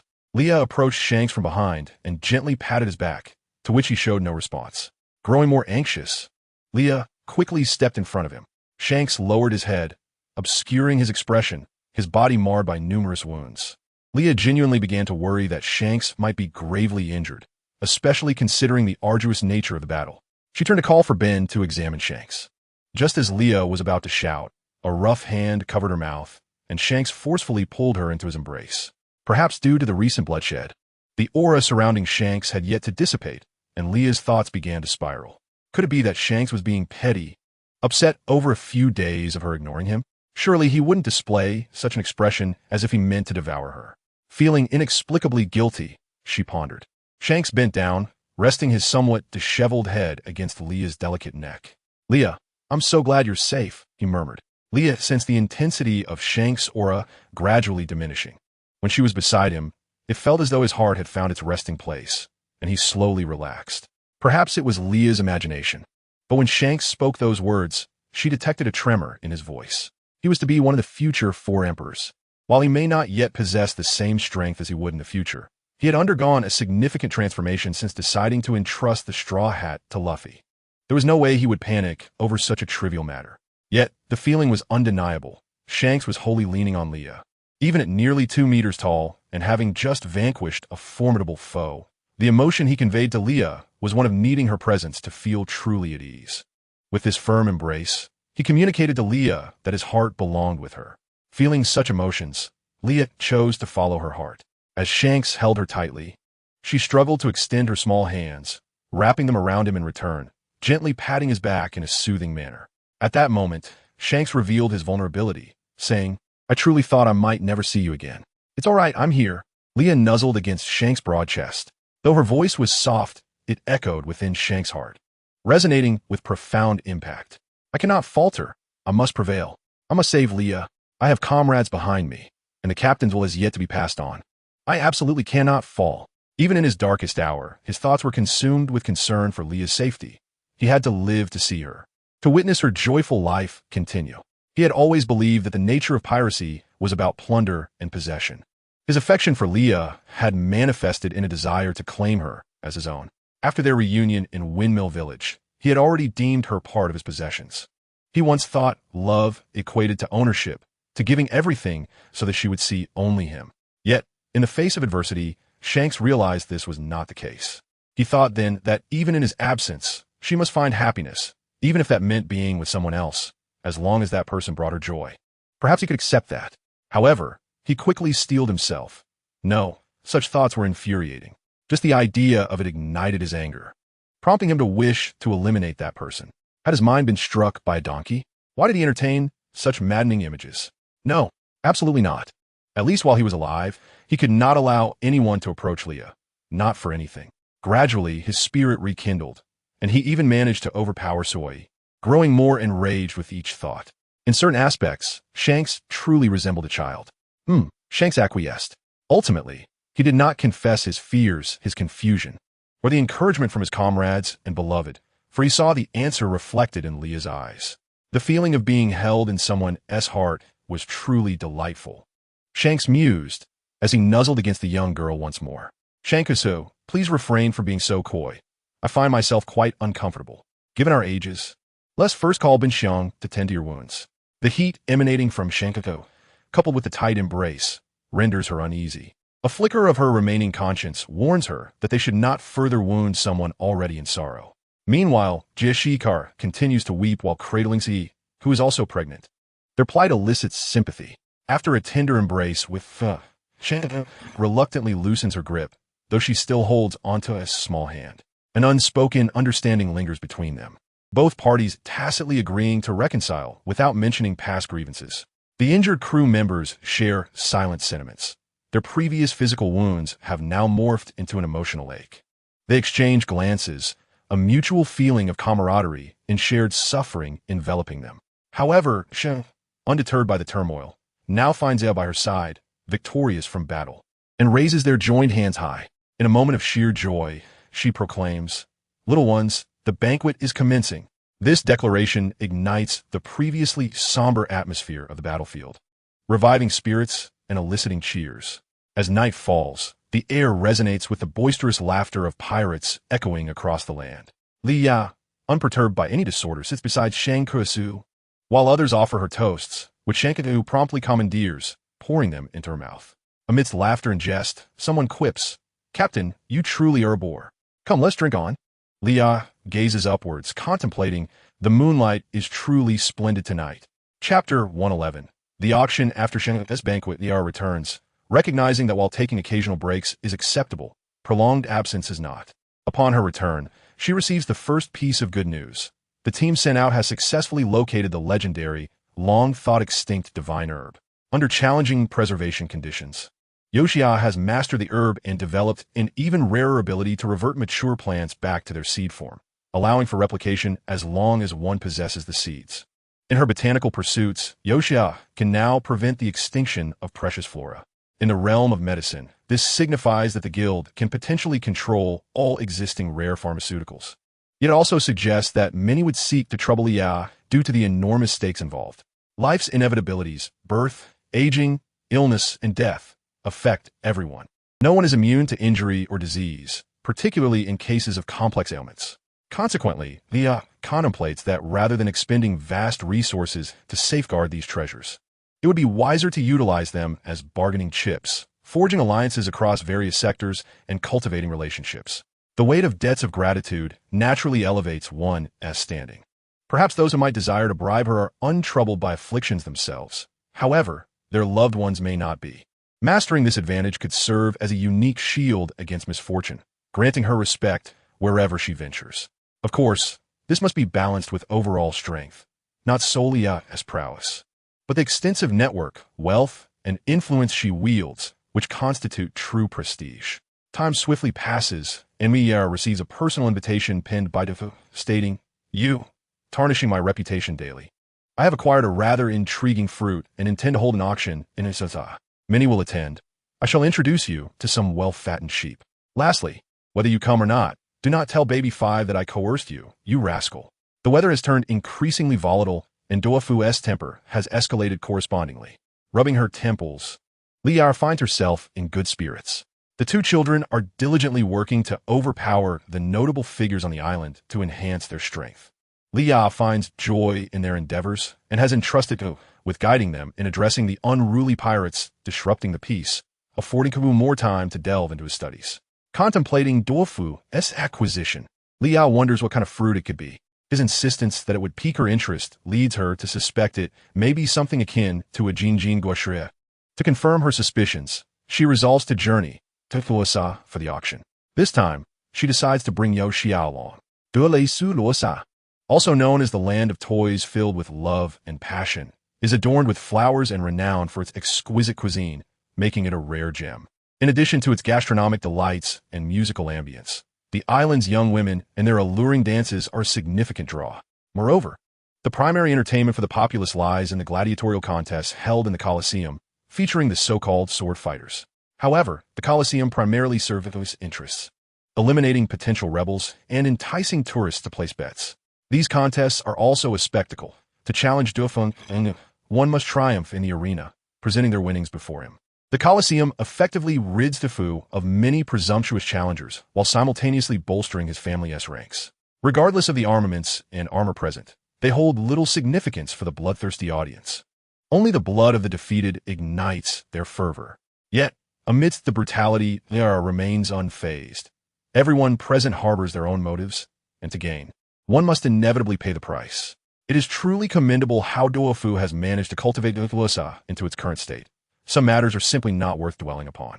In the arena, all hands are tainted, merely a cycle of larger fish consuming smaller ones. Doafu's palace is grand and opulent, perfectly aligning with his aesthetic. As Riyab traverses the bustling city, the Colosseum buzzes with life, cheers rising intermittently, and the aromas of street food and blossoms waft through the air. She makes her way directly towards Doafu's private quarters, knowing he is likely either brooding alone or frolicking in the pool with lovely companions. It is worth mentioning that Doafu and Liya have equally divided the enterprises run by Shi, with true management authority shared between them. The Hongfahai Zaitan receives a portion as well. Liya has also recruited Jiashika, whom she admires for her vision and tactics, believing she would excel in managing some of the more dubious enterprises, though this will have to wait until after she delivers her baby. Following the previous incident, Jiashika's plan revealed vulnerabilities. Had it not been for his considerable strength, survival would have been tenuous, leaving Jiashika with no grievances regarding his arrangements. Liya is discerning in selecting her subordinates, typically favoring a combination of intellect and cunning. Since she could entrust these industries to Jiexika, Liya provided her with a knife. However, Liya did not fully trust Jiexika, which is why she arranged for Andy to be by Jiexika's side. Andy only listened to Liya on Jiga Island, and being somewhat simple-minded, had few shortcomings apart from her unwavering obsession with pig farming. Thus, placing her next to Jiexika was quite suitable. Andy lacked guile and would follow orders as long as she was provided with a pigsty and piglets regularly. Along the way, Liya greeted numerous officials from the Tangjike family. After confirming that Dofu was alone and not engaged in any illicit activities, Leah confidently kicked open the door to Dofu's bedroom. Dofu's bedroom connected with his study, and at that moment, he was pouring wine down his throat.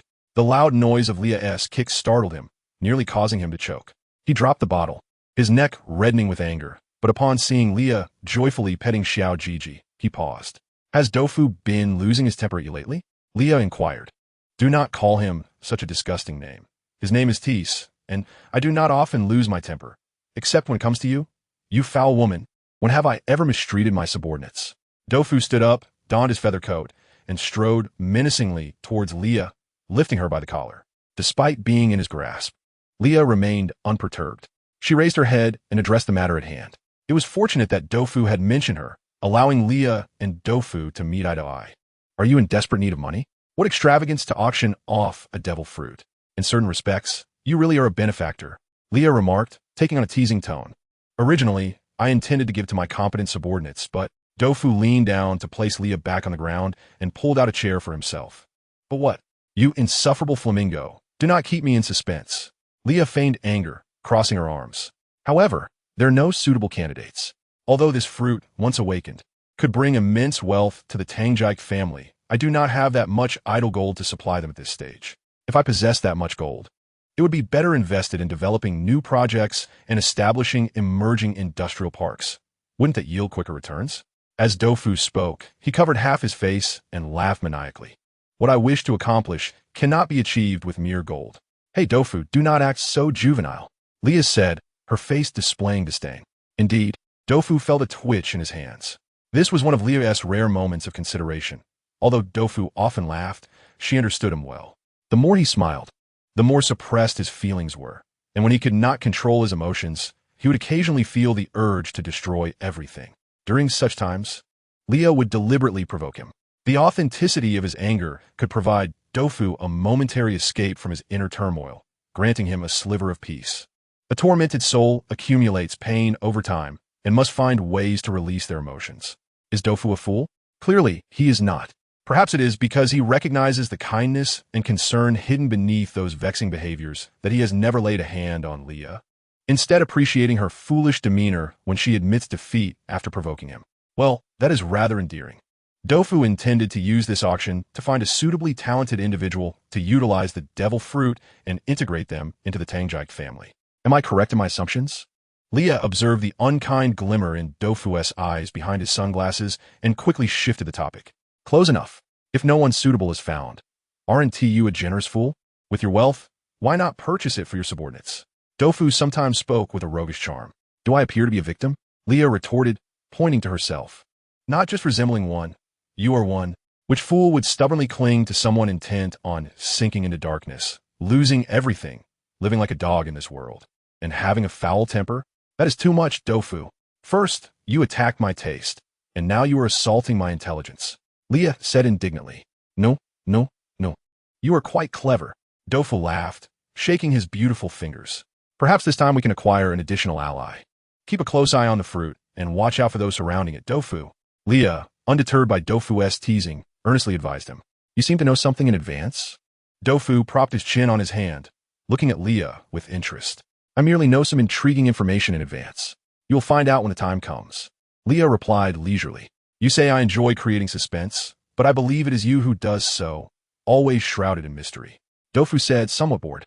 Although he was displeased with Leah's secrecy, he did not press further, having long suspected her reasons for being reticent about certain matters. Do not worry about such trivialities. Dofu will always be my good ally. Moreover, in no more than 3 years, we shall no longer be beholden to capital. Dofu mused, complimenting Leah's unfinished words in his mind. At that point, we will be the capital, sweeping across the world and igniting economic trends globally.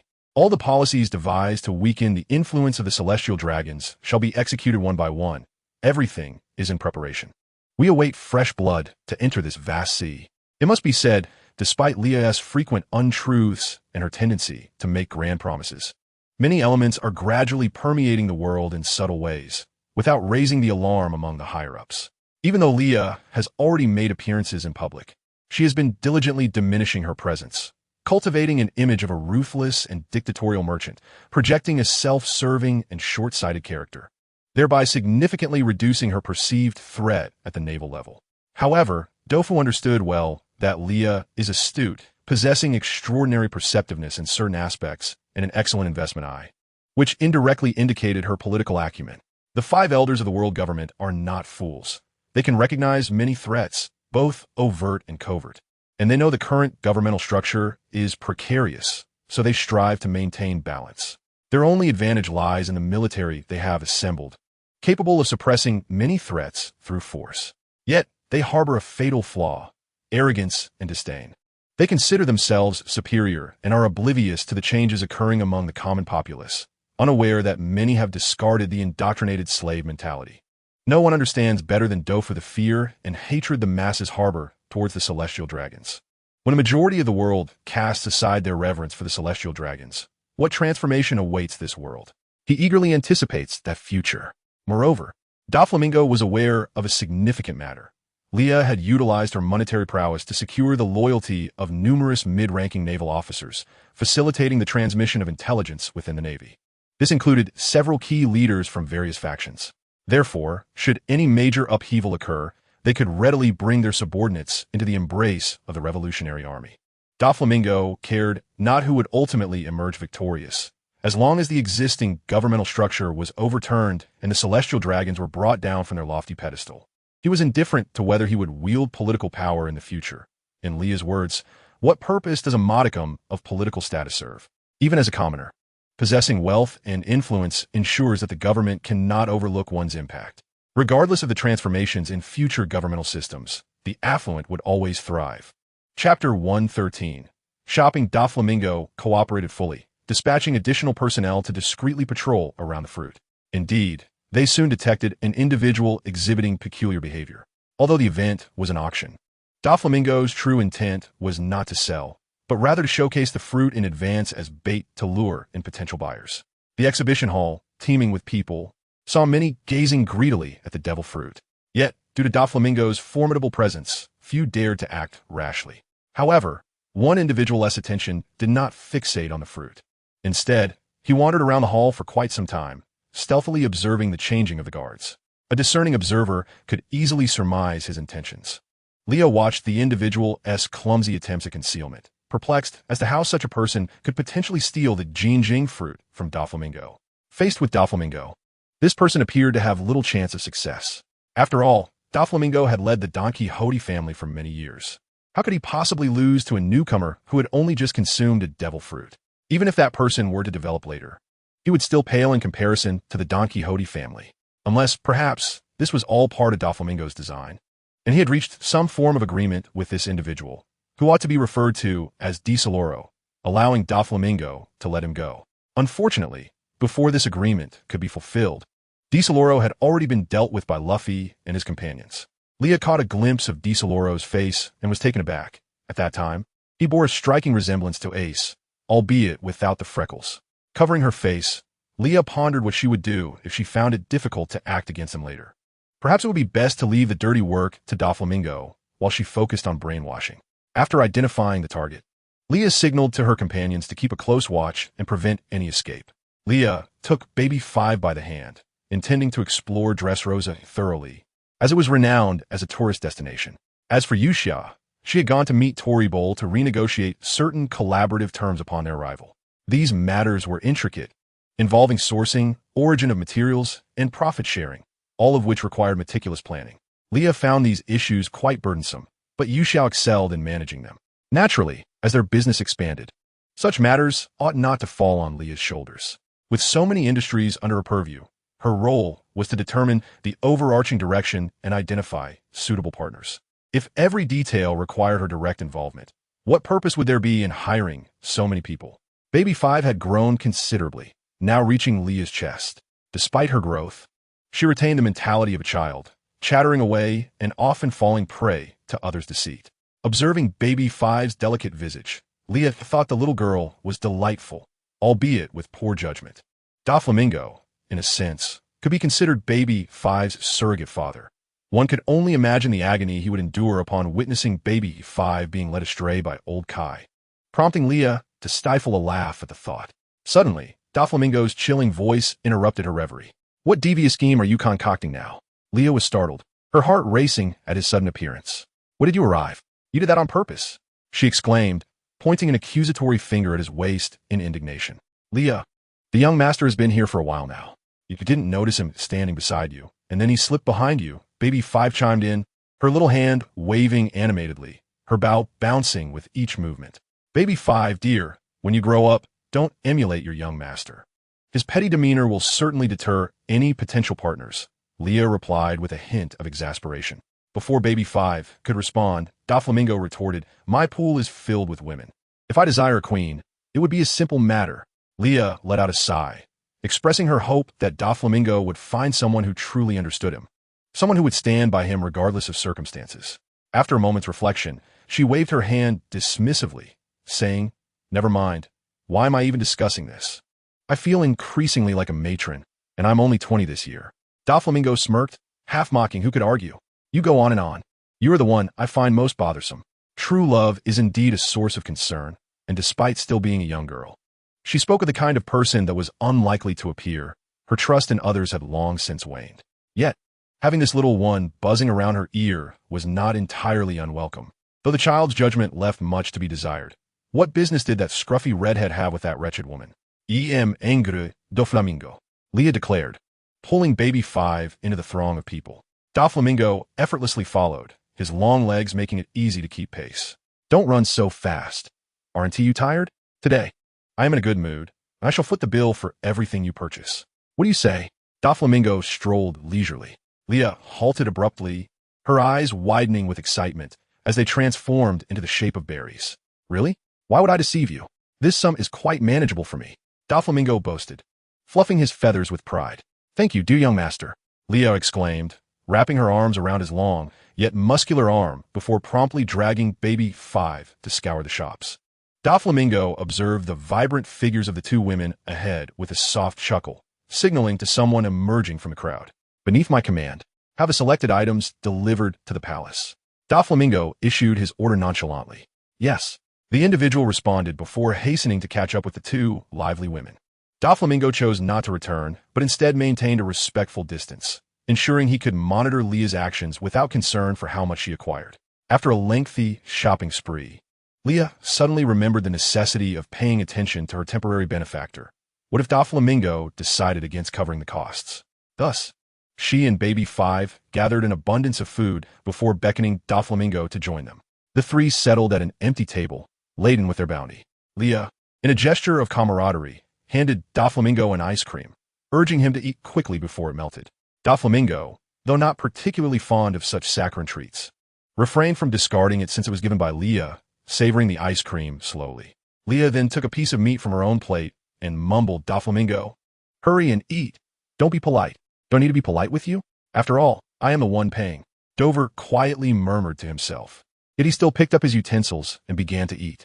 Dover's pace of eating was not slow, but he exhibited a certain elegance in his mannerisms. As a celestial dragon, he had naturally received an aristocratic education. Although it was nearly imperceptible now, some remnants remained. Meanwhile, the members of the Don Quixote family, lurking in the shadows, were engaged in lively discussions. The young master truly appeared well-behaved when in the company of Miss Leah, and he seemed to heed her words. One could only hope that our young master would prove himself worthy. Ah, my formidable and imposing young master, could it be that? End of chapter 114. Capturing Desero, Part 1. Leah had a fruitful afternoon and even assisted Yushia in selecting a few outfits. Yushia had an enviable figure, but preferred a style akin to that of Western European nobility, shunning flamboyant designs. Leah found this rather cumbersome, so she chose several dresses for Yushia that accentuated her physique. After all, Dressrosa was renowned as a city of love, and the fashion sense of its beauties was quite audacious. A little pairing here and there could yield unexpected results that harmonized with Yushia's style.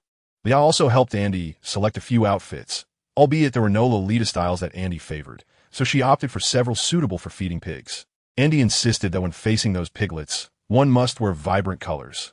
Otherwise, the piglets would lose their appetite. As for Dover, it was best to leave him be. He favored exceedingly spirited attire. Were it not for his handsome appearance and the aura that tempered his wardrobe, Anyone else wearing those clothes would seem out of place. In the past, he would don suits, but now he had transitioned to flamboyant floral shirts. It seemed everyone in this world had a penchant for them, including Shanks and Mihawk, who could hardly keep count. Speaking of which, it had been quite a while since she had seen Mihawk. Ordinarily, he would pursue her with his great sword, and she regretted ever revealing her hideout to him. Being chased with a sword was far more intense than receiving a letter urging her to hasten her writing. Was he implying that she needed more exercise? That evening, Desoro finally took action, and under Dover's subtle cue, the security personnel deliberately delayed their shift change to lure him in. Taking advantage of the opportunity, Desoro slipped into the exhibition hall. Just as he was about to open the display case and touch the fruit, he was subdued by an unseen force. Perhaps it was fate. Despite being restrained by so many, Desoro managed to break free. After freeing himself, he did not flee immediately, but lunged at the display case. Shattering the glass with his head, he seized the Gomu Gomu no Mi and hastily began to swallow it. Once he was restrained again, his subordinates brought Desoro before Lia and the others. Desoro appeared bloodied, with the difficulty of consuming the devil fruit evident for all to see. Luffy had even remarked on its unpalatability. Yet, Desoro seemed unfazed, devouring it hungrily. Upon finishing, he coughed violently due to the lack of water, and with no one to assist him in catching his breath, he fought to suppress the urge to vomit. Just when Lia thought he would retch, he forced himself to swallow the remnants of the devil fruit. Even so, he erupted into wild laughter afterward, exclaiming, "I have finally obtained it. I have acquired the ability I have long desired. With wealth, I can purchase everything in this world." He laughed, his expression contorted. Though he appeared disheveled, with tattered clothes and footprints from others stamped upon him, was consuming that devil fruit truly the source of his elation? Yet, tears streamed down his face. Indeed, he was laughing, but tears fell drop by drop to the ground, as he displayed such arrogance despite being captured. The man restraining him contemplated delivering additional blows, but a mere glance from Dover halted him. This was, after all, an internal matter of the Don Quixote family. And with so many subordinates present, Lia refrained from speaking first. How audacious, to dare steal from the Don Quixote family. Do you not fear for your life? Dover rested his chin on his hand, seated in the principal chair. Although his posture appeared relaxed, it exuded an undeniable sense of authority. At that moment, Lia began to grasp the depth of Dover's notorious reputation. However, she was a person of great tolerance and chose not to dwell on trivial matters. Desoro remained silent, continuing to laugh, repeating, "I can acquire everything. I can acquire everything." When his captor saw his lack of response, he kicked him down and yanked his hair to lift his head. When the young master speaks, you must listen from this angle. He even stepped on Desoro in the process. Dover's subordinates were not particularly virtuous, and Lia was well aware of this. They only acted like decent individuals in her presence. Yet, their unwavering loyalty to Dover was commendable. It sufficed as long as they possessed that trait. Dover began to tap on the armrest of his throne, observing the man before him, seeing in him a reflection of his past, which stirred his agitation. Desoro finally ceased his laughter, as if just now realizing his surroundings, and began to scrutinize those standing before him, including the seated Dover. Lia assessed Desoro's mental state, noting its inconsistency. She was uncertain if he could engage in a rational conversation. She did not require him to be exceptionally intelligent, only that he could follow orders. Given the current situation, it was exceedingly challenging for just herself and Dover to manage such vast enterprises. She needed to cultivate another person or force capable of sharing the burden of attention. However, this was no easy task. The students at the academy were still quite immature, and those with the talent to awaken their devil fruits were few and far between. Thus, to accomplish this task effectively would be a considerable challenge. In this regard, Desoro came to mind, as he harbored extreme animosity towards the celestial dragons and possessed decent potential, making him a suitable candidate. Lia had prepared for this eventuality long before considering him. Dover's gaze shifted to Lia, the implication clear: do as you wish without restraint. Lia nodded and stepped forward to stand before Desoro, revealing a mocking smile. She raised her hand, and several pages of documents fluttered down. Desoro was compelled to lift his head, and his pupils dilated in shock as he saw a photograph of Stella. In the image, Stella bore numerous scars, was confined in a dungeon gazing out at the moonlight with a smile, and was depicted struggling beneath the foot of a celestial dragon. Among those pages were not only images of Stella, but also the brief yet tragic first half of Desoro's life. Yet, Desoro seemed wholly unconcerned upon seeing Stella, His eyes were fixated solely on her. Stella's eyes filled with tears as she faced capture and abuse, enduring humiliation without shedding a tear. However, upon seeing Stella, he wept uncontrollably. Lia signaled for the man to release Tesoro. Upon being released, Tesoro, tears streaming down his face, crawled to the photographs. His trembling fingers grasping them as he lamented, "I am worthless. If only I had earned enough money sooner, Stella would not have been taken away. It is my fault." Chapter 115. Capturing Part 2. Lia crouched down, tugging at Tesoro's hair to lift his gaze. "Did you not claim that money can buy everything?" She mocked. Continuing, "What can money truly purchase? Can it buy the familial love you have never felt? Can it procure genuine friendship? Or perhaps, can it restore that beautiful love you have long since lost?" Seeing Tesoro in such despair stirred a hint of compassion within Lia. Yet her words pierced like icy blades, striking at the heart. However, there was no alternative. Tesoro was ensnared in the prison of wealth, a fate that foretold his inability to endure. Thus, she felt compelled to confront him harshly, to jolt him into clarity.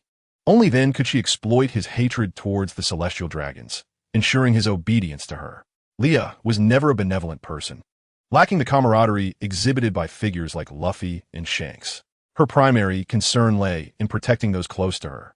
Maintaining her cold yet scornful tone, she addressed Tesoro. "Contrary to your belief, in your youth, you indeed purchased what you presumed to be friendship with money." As she spoke, Lia forcefully slammed his head against the floor and thrust a stack of documents into his face, declaring, "Individuals like you, even with boundless wealth, remain mere heartless wretches. What do you truly know?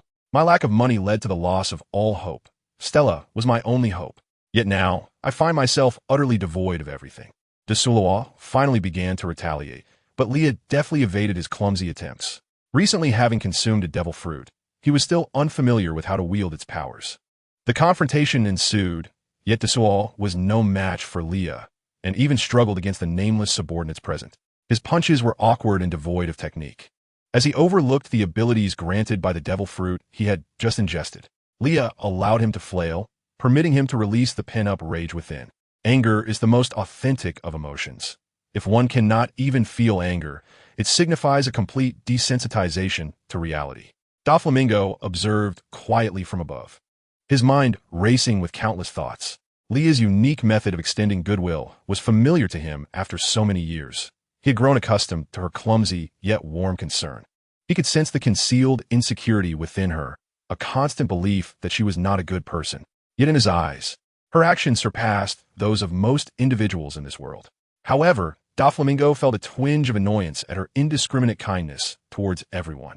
Sensing the unstable atmosphere surrounding their young master, the subordinates below dared not speak, silently watching the two.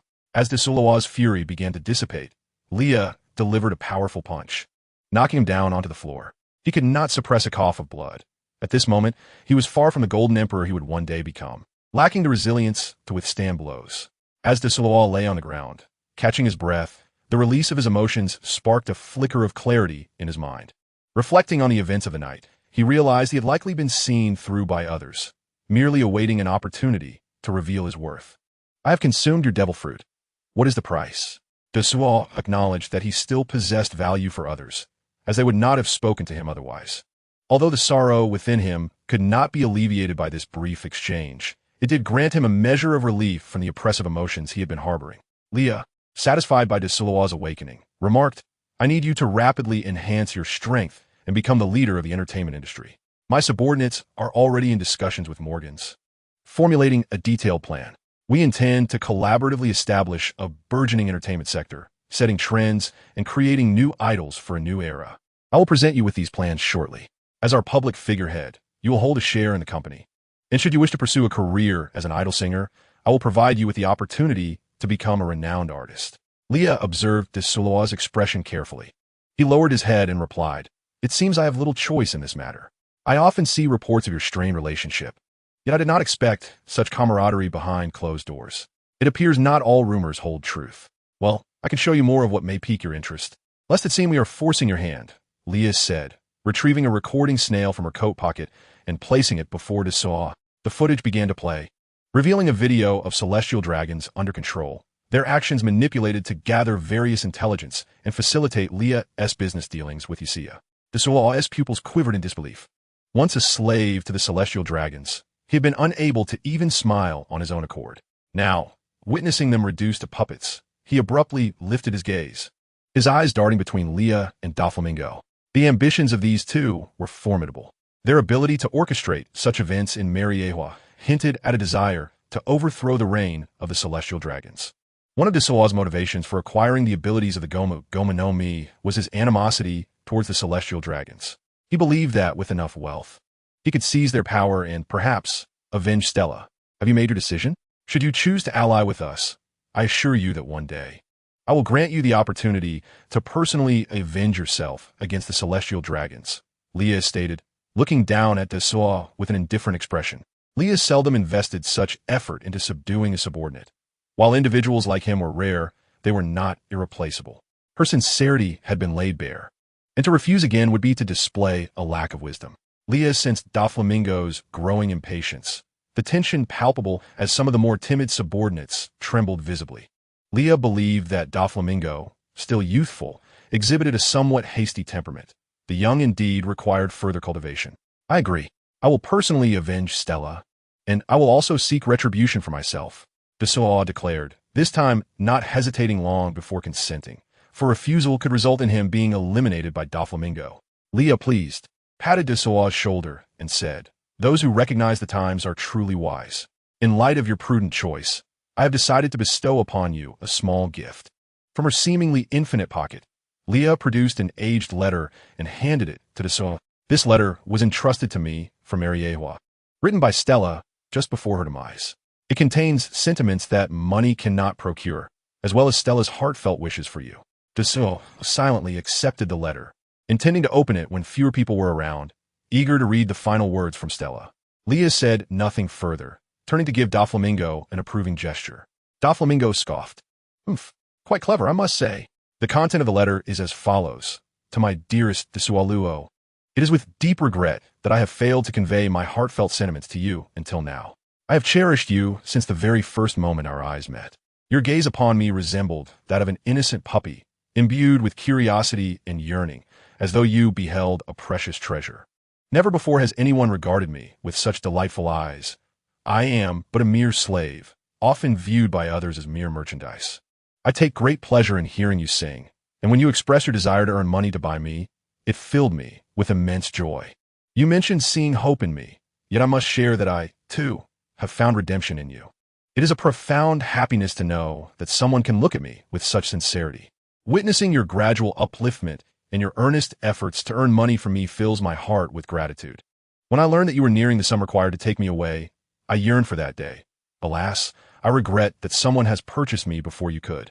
Although I anticipated being bought, my heart only recognizes you as my true buyer. Seeing your sorrow pains me deeply, but I implore you not to feel guilt. Your feelings for me surpass all treasures in this world. I wish for you to live well and encounter a loving wife. I shall quietly bless you from a distant corner of this world. Please do not harbor guilt for me. In my heart, you shine brighter than any illustrious figure. Written by Stella, on behalf of Mr. Desualuo. End of this chapter, Chapter 116. The passage of time, Leah feels as though she is becoming a formidable antagonist. Over the years, she has engaged in numerous endeavors, including but not limited to maritime commerce with the Fishman Island. She has collaborated with the Whitebeard pirates to establish a health regimen concerning rare medicinal herbs, and due to the unique fruit possessed by Usia, very few dare to offend their trading company openly. Should any organization become adversarial, Leah is capable of targeting them both economically and with pharmaceuticals. Currently, some extremely scarce medications can only be procured through her company, and in terms of production, the majority of widely sold and universally utilized goods are either manufactured by factories established under Leah's name or are the result of her investments in joint productions. In the realm of emerging products, nearly 80% of new convenience tools originate from her company, making its market potential immeasurable. Who would forego more efficient tools to utilize primitive ones? This extends beyond tools. Leah also produces many everyday items, inevitably causing the bankruptcy of numerous manufacturers. She selectively absorbs these factories, rejecting those with rigid and arrogant leadership. Leah seeks individuals with a strong capacity for acceptance and adaptability to innovation. Those who cling to outdated ways are destined to be swept away by the tide of progress. Driven by ambition, she often neglects certain individuals when engrossed in her work. With everyone occupied, she must also extend her business into the new world. Meanwhile, Shanks faces his own challenges, battling for territory in a ruthless environment where the strong prevail. Consequently, the two may not meet for a year or more. Given that Leah and Doflamingo share an alliance, they frequently convene for discussions. Doflamingo once proposed a plan for artificial devil fruits, intending to use it to establish a partnership with Kaido of the Beast Pirates. However, Leah rejected this notion, as it would place Kaido in a dominant position detrimental to future growth. Moreover, Doflamingo is no longer merely the king of Dressrosa. He secretly leads alliances with multiple nations, holding a nominal position for Leah within this coalition. Rosie has become engrossed in teaching children to read and, during breaks, accompanies the Revolutionary Army to observe their clandestine struggles for revolution. He finds satisfaction in his current life, with the sole regret of only hearing about Luo's growth through others. He eagerly anticipates the day they will reunite. Rosie occasionally asks about Doflamingo's well-being, acknowledging that much time has passed since their rift. As Rosie matures, he begins to understand his brother's perspective. After all, regardless of their ages, Doflamingo has always stood in front of Rosie. Doflamingo has never owed Rosie anything. Even during the most challenging times, he did not abandon him, though their differing stances remain a source of regret. General Sengoku adopted Rosie, under the nurturing of Run 2, has blossomed into an exceptional Navy officer. Yet, Rosie is acutely aware of the darkness within the Navy. Over the years, Rosie's appearance has remained largely unchanged, but he has matured significantly in his mindset, albeit his carelessness remains a source of frustration. On one of his days off, he visited the renowned Andes Island to watch her feed piglets. However, he accidentally set fire to Andy's pig pen. As everyone knows, Rosie is prone to setting his own clothes ablaze while smoking. That was the first time he witnessed the adorable girl, who usually exuded warmth, become enraged. It was genuinely terrifying. Upon receiving news of the incident, Leah immediately abandoned her paperwork and rushed to the pig pen. By the time she arrived, she was drenched in cold sweat. She saw a long row of collapsed pig pens, which could not have been solely the result of Rosie's cigarette. Based on her knowledge of Andy, it was highly likely that she had dealt with Rosie while simultaneously demolishing the structure. Though small in stature, Andy possesses an unpredictable strength. Having completed numerous missions, whether simple or complex, she excels in all endeavors, even earning the respect of the astute Kemu, who acknowledges her as profoundly inscrutable. At that moment, Rosie was a sight to behold.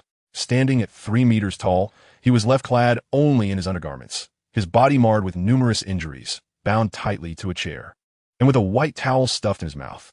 Nevertheless, Leah immediately noticed Rosie's exquisite abdominal muscles and his dangerously slender waist. The injuries on his face lent him a rugged charm, and had Leah not known Andy well enough, she might have mistakenly believed Rosie had been coerced by her. Meanwhile, the piglets displayed remarkable intelligence, escaping the pig pen and forming a circle as if to observe their master's predicament. Andy, now wielding her usual meat cleaver from behind, prepared to remove Rosie's undergarment. Leah gasped, rushing to grasp Andy's hand. "Andy, please refrain from this. Be cautious of the consequences," she exclaimed, holding on to Andy's delicate hand while signaling Yusiya to hasten to untie Rosie. "Beautiful younger sister, I'm not doing anything. I have traveled extensively and seen much. This is nothing extraordinary. I am not even angry yet, so do not cling to me. For your sake, I have not been overly harsh," Andy remarked in a childish voice, placing her hands on her hips. "Be good, Andy. I have arranged for someone to buy you many lovely Lolita dresses. Come with me to see the new clothes. As for Rossi, he has already acknowledged his mistake, so why not forgive him?" Leah coaxed the petite girl who was a whole head shorter than her. Andy's eyes immediately sparkled with excitement. "Sure, let us go right now, but my pigsty." She pointed at the collapsed pig pen with her small hand. Leah, calculating her mind, hesitated and said, "Andy, I can have someone rebuild it for you. But all my hands are currently assigned to tasks." "Isn't it just a task? Call them back to fix my pigsty. I'll take care of the tasks," Andy declared, puffing out her chest. "So shall we try on the new clothes now?" Leah asked. "Yes," Andy replied enthusiastically, then gestured to the piglets. "You all must not run around or trouble the beautiful sister. Wait for me to finish, and I will come back to feed you." The piglets looked at Andy and flapped their tiny pink ears. After Leah led Andy away, Yuxia approached Rossi to untie him. noticing his flushed cheeks and the redness creeping up his neck. What on earth could it be? End of this chapter, chapter 117. Concluding the second volume, Yuxia gazed at Rossi's crimson face, engulfed in profound confusion. When Andy gets angry, she truly becomes merciless, showing no mercy at all. At most, she leaves a life or half a life. How could one blush so fiercely under the grasp of such a tempestuous little girl? Yuxia walked over to help pull the white towel from Rossi's mouth and untie him.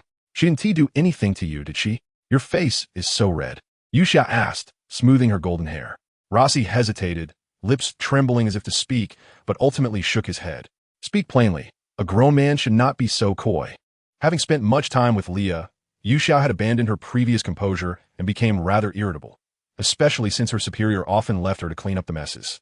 Yuxia gestured for those watching to find clothes for Rossi to wear. Is Andy always that straightforward? Rossi inquired delicately, expressing his confusion. Yuxia surveyed Rossi, left almost bare save for his shorts, and remarked, well, that girl lacks a few screws. Do not hold it against her. During our last task, the opposing leader was playing cards with his mistress, and Andy ran over to ask why they didn't find a spacious place to fight instead of on the bed. Without waiting for a response, she beheaded both of them, soaking the bed in blood, then turned to her companions with a grin, asking what they would like to eat. Yuxia spoke with a deliberately grim expression and an eerie tone. Instead of being frightened, Rossi's face flushed even deeper. Miss Andy is rather innocent. Yuxia, what kind of filter is that? Rossi, you haven't been influenced by Leah for too long, have you? Why are you acting so submissive? Yuxia asked, feeling goosebumps rise on her arms. At that moment, Leah, who was helping Andy try on clothes, suddenly sneezed. Beautiful sister, are you all right? Andy inquired. It's nothing. Someone probably misses me, Leah replied. All right, enough of that. Put on the clothes first. I'll go find Kamo for a cup of coffee. This world is becoming increasingly surreal. Yuxia felt a touch of disdain for Rossi, surprised that the gentle and obedient boy had taken a liking to such forceful tactics. Quite peculiar. Kamo, aside from offering advice, spent most of his time engaged in literary creation, yet his progress was fraught with difficulties. He had written and torn up countless drafts, and not a single piece felt worthy of publication. Kamo's greatest ambition was to awaken the numb hearts of people through literature, igniting their resolve to resist. To be honest, Leah had read his writings and deemed them overly lofty, filled with cries, but lacking the ability to strike at the core of human emotions. Though not a literary scholar, Leah possessed a fundamental appreciation for literature. To create works that could truly impact a generation, one must strip away the veils of the era. Better to suffer than to remain numb. Regardless of writing style, gentle or sharp, it is essential to present humanity's suffering to the public. Only through shared sorrow can one awaken the fight for their fate. A sharp sword can sever steel, yet a gentle touch can also shift mountains. If a profound piece of writing exists, it could indeed stir the consciousness of an entire generation. Leah offered Kamo a practical suggestion to document his past life. As previously mentioned, Kamo had grown amidst the flames of war, witnessing countless tragedies, separations, and the rise and fall of nations in the blink of an eye. The pinnacle of power was surrounded not only by supremacy, but also by the blood of countless path pavers. Meanwhile, Vandy was diligently learning to play the piano. It must be said that he had truly made progress and was starting to grasp the fundamentals of the instrument. He had even begun composing his own pieces, as if a light had suddenly dawned upon him. In the realm of musical creation, Leah recognized an essential point, which Vandy had fortuitously understood, to know for whom and why you compose. Every aspect of existence holds elements worthy of praise or critique. Understanding the purpose behind the music is vital. War has its battle songs, and nations have their anthems. Music can embody a spirit or convey emotion. If your music resonates with the people, it signifies a successful piece, transcending mere notes on a page. Vandy, though lacking musical talent and still awkward with his finger placements, persevered and had finally grasped the basics. What shone brilliantly about Vandy was his sensitivity to suffering. His notes carried stories, a realization Leah had upon hearing him play the piano fluently. Cinderella was also present, even more delighted than Vandy himself. What a foolish woman, Leah thought to herself. She had not anticipated Vandy's rapid progress, which was not merely technical, but a profound evolution of the performer's spirit. Such advancement cannot be achieved through diligence alone. It requires insight. This growth extended beyond music as Vandy's swordsmanship had also reached new heights. His swordsmanship was no longer as aggressive as before. Instead, it had softened considerably, embodying a gentle, spring-like essence that rendered opponents nearly defenseless. In summary, everyone on the island was making progress, and Leah's career was flourishing splendidly. In the realm of desserts, Leah possessed some unique insights, thereby establishing a connection with Big Mom through her exquisite and delectable confections. While their relationship could not be deemed particularly close, it was certainly not unfriendly, allowing them to coexist as profitable partners. Although the Empress of the Sea would eventually face her downfall, that day had not yet arrived, and for now, it was prudent for Leah to maintain her role as a supportive younger sibling, avoiding meaningless battles. Her primary objective at this moment was to amass wealth, eschewing any endeavors that would yield little reward for substantial effort. As for the Emperor Kaido, to be candid, Leah had no desire to entangle herself in the affairs of Wano. The warrior spirit could be left for Luffy and his companions to address. After all, Ace had already made a promise to Yamato. Issues concerning the youth should be resolved by the youth themselves. In truth, I have little fondness for princesses in this pirate tale. Not a single one appeals to me, as they seem to exploit Luffy and his crew. The next chapter will directly advance the timeline and delve into the main narrative. End of this chapter, Chapter 118. A new era begins, sending Ace to sea. In the year 1517 of the Sea Circle calendar, Ace, at the age of 17, prepared to set sail in accordance with a childhood promise. Over the years, Ace had gained considerable insight from accompanying Leah and her companions. Setting aside his strength for the moment, he had grown more considerate of the feelings of those around him, marking a significant mental evolution from his earlier self. To facilitate this occasion, Leah made a special trip to the Revolutionary Army to bring Sabo back, as she believed he was eager to witness this moment. As a pirate setting out to sea, absent the incident of the Marineford War, Ace, given his natural talent, was destined to ascend to the highest echelons of piracy. What he had previously lacked was the training to awaken his conqueror's haki. Initially, Ace had not consciously sought to cultivate this power. He was unaware of its potential to enhance his capabilities. After joining the Whitebeard pirates, he had become overly reliant on his devil fruit powers, neglecting years of martial arts training.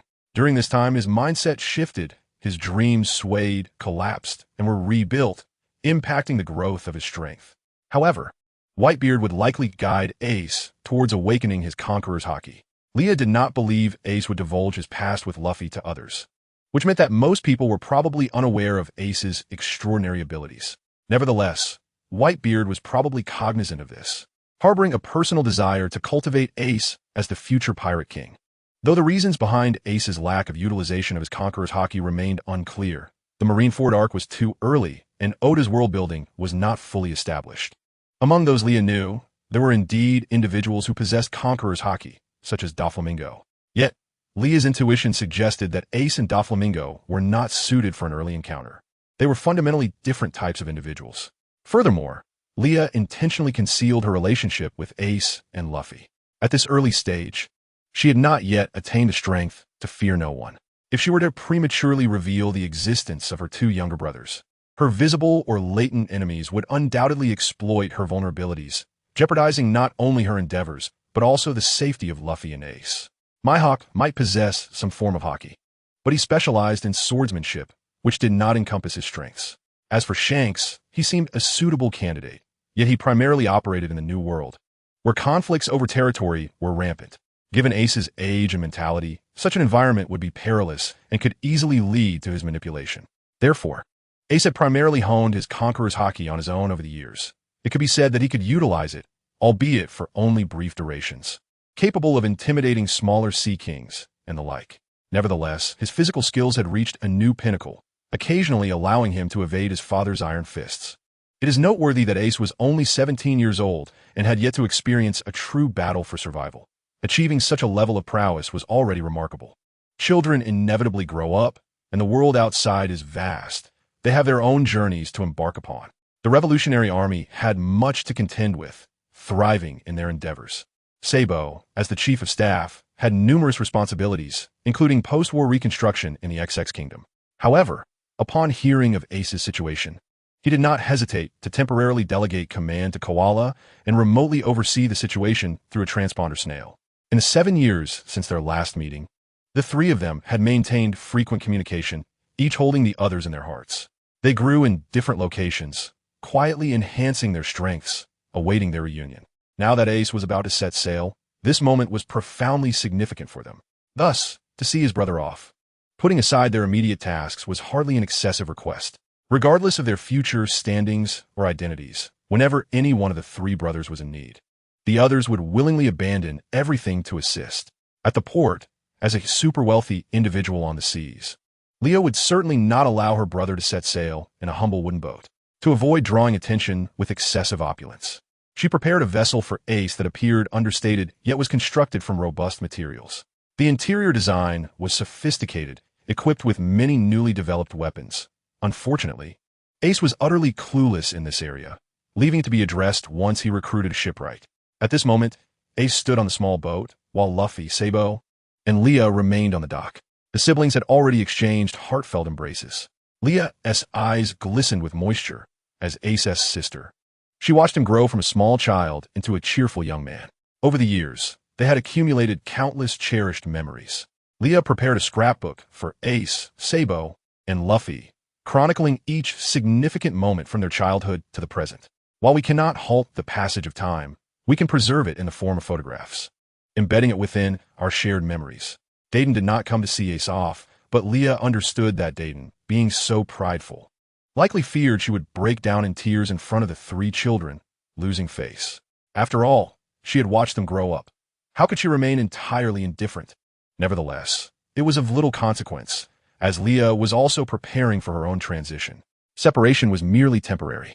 This was clear to all, as evidenced by the knowing smiles shared among the three, filled with confidence in each other's futures. Farewell, Luffy. I will set sail before you. Ace adjusted his hat, smiling proudly and exuberantly. No worries, I will catch up to you in 3 years. We promise to meet again at the pinnacle of piracy. Luffy replied, confidently clutching his straw hat. What a pair of headstrong characters. Sabo, holding a water pipe, lowered his head to reveal a broad grin. Ace, should you reach the Grand Line, seek me out on Sicily. I have a gift that I can only bestow upon you then, Leah advised with a smile. I have taken note. Nizen, yet I am still rather curious about a question, Ace inquired with hesitation. To speak plainly, there is no need to be so formal with your elder sister. Leah responded. How are things between you and Shanks? Ace scratched his head, realizing that as a younger brother, delving into his sister's romantic affairs was rather improper.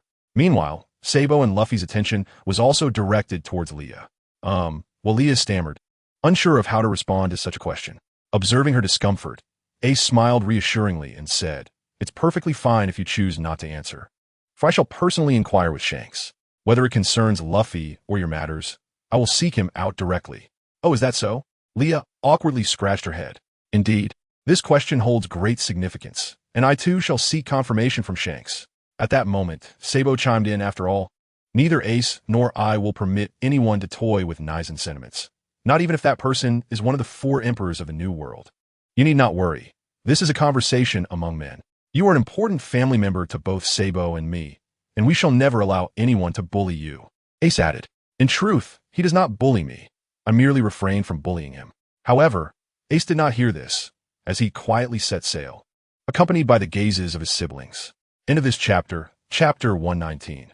Growth. Ace embarked on his journey, while Xiao Jin eagerly accompanied him, trailing behind Ace's ship until it departed from his territory. Xiao Jin emerged, spitting a mouthful of water into the sky, as if bidding farewell to Ace. With an excited wag of its tail, it stirred up a tremendous wave. As Ace skillfully steered the ship with one hand, he waved cheerfully at Xiao Jin. Xiao Jin watched Ace disappear into the distance before swimming back to the waters near the kingdom of Goya. Leah intentionally chose to keep Xiao Jin here. Firstly, among the colossal sea beasts, Xiao Jin was relatively small and might encounter danger if taken to other waters. Secondly, despite its lack of strength among the sea beasts, Xiao Jin still posed a significant threat to ordinary humans, easily capable of dealing with pirates who often troubled Windmill Village. Leah deliberately intended for it to protect the residents of Windmill Village. Leah was quite busy. The island's immigrant population was steadily increasing, and productivity was on the rise. She had established a comprehensive industrial system on Sicily Island. Furthermore, with the introduction of mechanical production capabilities, Leah had implemented a mechanical transformation across the entire island. In the event of danger, the island could transform into a formidable battleship. Leah continued to raise 2 colossal sea kings, which served to intimidate other sea kings. Should unexpected situations arise, she could command the entire island to retreat to a windless zone, coupled with the island's complete production system. Even in the event of sudden emergencies requiring temporary refuge, self-sufficiency could be achieved. Indeed, all of this had been meticulously planned by Leah a decade ago, foreseeing that the world would inevitably erupt into a colossal war. The oppressed lower class had endured too long under the celestial dragons. They would either erupt in rebellion or fade away in silence. After years of effort, investing in education and instilling self-awareness, they sought to liberate themselves from the servility imposed by their natural society. All this buildup was merely a precursor to the final explosion. Every advancement of humanity necessitated countless sacrifices and efforts. Bartolomeo had been thriving in the underworld these past 2 years, at least in the 4 seas, wherever he went. Others were compelled to show him respect. Most importantly, the Baroque Works proposed a collaboration with Bartolomeo. Originally, Baroque Works had been cultivated by Crocodile as a network of informants throughout the first half of the Grand Line, and they had been gathering near Reverse Mountain to rob pirates entering the Grand Line from the 4 seas, thus acquiring first-hand information about newcomers on the seas. Although Bartolomeo was ostensibly still affiliated with Leah's trading company, Crocodile, well-informed, understood that Leah had granted Bartolomeo considerable autonomy. Beyond business transactions, any shifts in power dynamics were entirely at Bartolomeo's discretion. At adulthood, Bartolomeo had the option to inherit his shares in the trading company, severing ties and becoming an independent shareholder active on the seas. However, as a fervent admirer of Luffy, he also held Ace in high regard. Naturally, Bartolomeo admired Leah as well. Therefore, he chose not to exit the trading company, but instead declared his lifelong loyalty to Leah. She had no objections, as she did not wish to interfere too much with Bartolomeo, nor did she restrict him from developing his own influence. From another perspective, the stronger Bartolomeo became, the more potent the influence of her trading company would grow, thus allowing her to earn even greater profits. Would Bartolomeo betray her? Leah harbored little concern, for that foolish boy lacked the cunning for such treachery. Her real worry was him being exploited by others. As for Makabaka and his 2 brothers, only Makabaka remained of the trio. The other 2 had passed away from natural causes, their lifetimes exhausted. Cats and dogs often possess an innate foresight regarding their demise. Before departing, Wuxidixi lingered before each family member, no longer displaying the vigorous wagging of its tail, instead gazing with its uniquely clear eyes at everyone for a brief moment, as if to memorize each member of the household. Later, in the dead of night, it left alone, its steps unsteady yet resolute as it ventured into the darkness, seeking to maintain a semblance of dignity in its final moments. In its last act, Makabaka, as the eldest of the 3 brothers, merely touched Wuxidixi's head, then sat quietly at the door, watching it depart. Subsequently, it bid farewell to Igu Bigu. Since that day, Makabaka had not uttered sound. It had not shown signs of aging over the years, and remained just as it was when first acquired. However, compared to when it first joined their family, it lacked much of its previous vigor, often lying beside Leah while she worked, going nowhere. Makabaka increasingly resembled a human. Occasionally, Leah would gaze into its dog-like eyes, perceiving a serene middle-aged gentleman in meditation. Should Makabaka ever speak, Leah would not be surprised. From the beginning, Leah had recognized Makabaka's intelligence, yet she never anticipated that its cleverness was deliberately manifested. If Makabaka were human, it likely could not have remained so lively in her presence for long. It was a dog. When Leah scrutinized it with a doubtful gaze, it flipped over, lying on the ground. Leah peeled back the fur it indicated, revealing a multitude of tiny puncture wounds, obscured by the hair and nearly invisible to the untrained eye. Makabaka may not speak, but in its eyes, it seemed to convey an entire narrative. When Wuxidixi departed, Luffy intended to chase after them and bring them back. However, Makabaka bit on a Luffy-esque clothing. Upon seeing Makabaka's gaze, 12-year-old Luffy appeared to comprehend. Luffy quietly remained by Makabaka's side, watching as the limping dog departed. At that time, Leo was not in the Windmill Village, but later Ace informed her that he had also stood in the attic, bidding them farewell. In the hearts of the children, the dog had long since become a member of their family. This marked their second encounter with the profound transience of life, leading them to cherish the moments spent together even more. The first instance was when they mistakenly believed Sabo to be dead. They were all maturing, destined to become leaders in their own right one day. Luffy's ability to hear the voices of all things began to manifest, and his bond with Makabaka deepened. Luffy remained vibrant and cheerful, yet occasionally, he would take Makabaka to the edge of the highest cliff, sitting on the grass there, feeling the moist, salty sea breeze. In those moments, Luffy was rarely quiet. During these times, Ace also refrained from restricting Luffy, as they both learned to enjoy their individual spaces. The concept of growth evokes profound reflection. Chapter 120. A decade of planning while Ace roamed the seas. Luffy was not idle. Given his current strength, the Kobo Mountain range no longer posed a significant challenge for him. Although Luffy always set out from Windmill Village, he now had the option to train in other locations. During her search for raw materials, Leah encountered numerous perilous places. She would randomly select an island and leave Luffy there until he called to inform her that he had conquered the entire island. Luffy had never spent time alone. No matter how mischievous he was, Ace was always there to support him, and later, companions joined him at sea. Facing danger alone also served as a form of training for him. Luffy never felt lonely.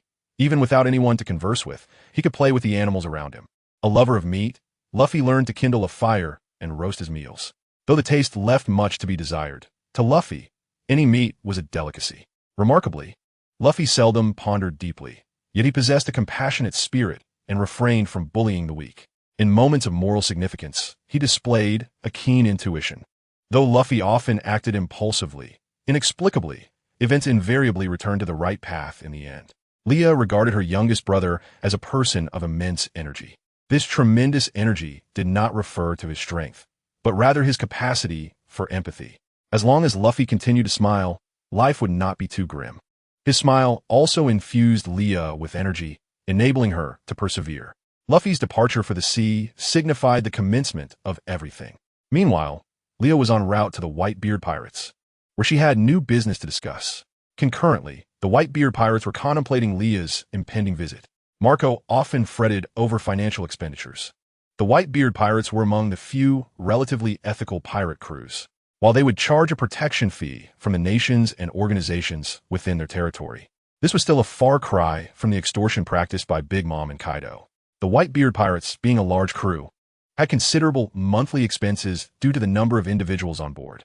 In recent years, Leah had gained considerable renown across these seas. Although she publicly served as the captain of the Moonlight Pirates and was one of the 7 warlords, few dared to challenge her. The primary reason for this was her extensive network of connections. Wherever she went, business flourished. She was akin to a walking treasure chest upon the seas, brimming with wealth. Who could afford to turn their back on money? Likely no one. Moreover, with Yushia's presence, Leah had effectively achieved self-sufficiency in food supply. Many resource-rich nations with barren land were eager to collaborate with her. Not only that, though they were a pirate crew, Leah's followers were seldom gathered together. They were dispersed, each assigned to address various issues. Their demonstrated strength was formidable, and their overall capabilities were difficult to gauge, as Leah had rarely engaged in conflicts. With battles being a rarity, a universally acknowledged truth was that Leah had once been capable of contending with Doflamingo, one of the 7 warlords. However, after so many years, it was inevitable that others would have made significant advancements in strength. Furthermore, Leah was not as preoccupied with territorial disputes as other pirates. Her primary interest lay in amassing wealth. In this regard, she was undoubtedly a genius. Tailoring her approach to each island, she established various processing plants and formed partnerships with numerous pirate crews. Once a collaboration was established and a factory was built, it became a substantial source of income. Leah was known for her reliability in business. Even the most ill-tempered pirate would not dare to jeopardize their financial interests. Leah also demonstrated her worth to them. Ultimately, she constructed a financial consortium centered around herself, where every link was interconnected. Each partner was expected to collaborate effectively. Those who faltered or lacked capability were swiftly replaced by more competent individuals from their ranks. Throughout this process, Leah and her associated commerce steadily increased their influence. Money flowed continuously, and Leah did not hoard all the funds for herself. Whether through investment or research, she utilized her resources wisely. Additionally, as gold served as a perpetually valuable asset, Leah nearly excavated an entire mountain to construct a vast warehouse filled with gold. After accumulating wealth, a significant project remained: establishing schools, educating the populace, and fostering enlightenment had become increasingly important, especially as the Revolutionary Army had grown significantly in recent years. In the realm of weaponry, substantial investments have been made in laboratories, yielding numerous scientific breakthroughs in recent years, such as new weapons and innovative medical treatments. Doflamingo, as the Joker of the underworld, controlled arms trade. With a complete industrial chain encompassing weaponry, medical supplies, and food provision, coupled with the immensely profitable entertainment industry, the potential for information dissemination was vast enough to impact the entire world. Furthermore, the establishment of schools would yield a significant source of manpower. If Leah mobilized all her forces and resources, she could establish a nation and assemble a formidable army, endowing that nation with immense military potential, capable of posing a threat even to the celestial dragons. This was precisely why Leah chose to ally with Doflamingo and Desoro, to divert the attention of the world government's upper echelons and the pirates. The three of them maintained a facade of a troubled relationship, ensuring that no intelligence network could reveal the possibility of their alliance. Only in this manner could they avoid threatening the positions of many. To achieve all of this, Leah meticulously orchestrated her plans over a span of 10 years, beginning from a small fishing village in the East Sea. Not only has her Sicily been transformed through technology, but also Dressrosa in Dover and the Golden City of Di Solo have undergone similar advancements. On the surface, they appear as mere islands. However, in times of conflict, they reveal themselves to be colossal warships, super military vessels that monopolize technology. The journey has been arduous, yet Leah possesses ample confidence to confront any future challenges. She is resolute in ensuring the safety of those around her. For the goals she established from the very beginning, Leah has dedicated an entire decade. In truth, it has been even longer than that. End of chapter 121. Marco emerged from the infirmary, his brow furrowed deeper as he confronted the significant expenses recorded in the ledger. Adjusting his glasses, he let out a resigned sigh.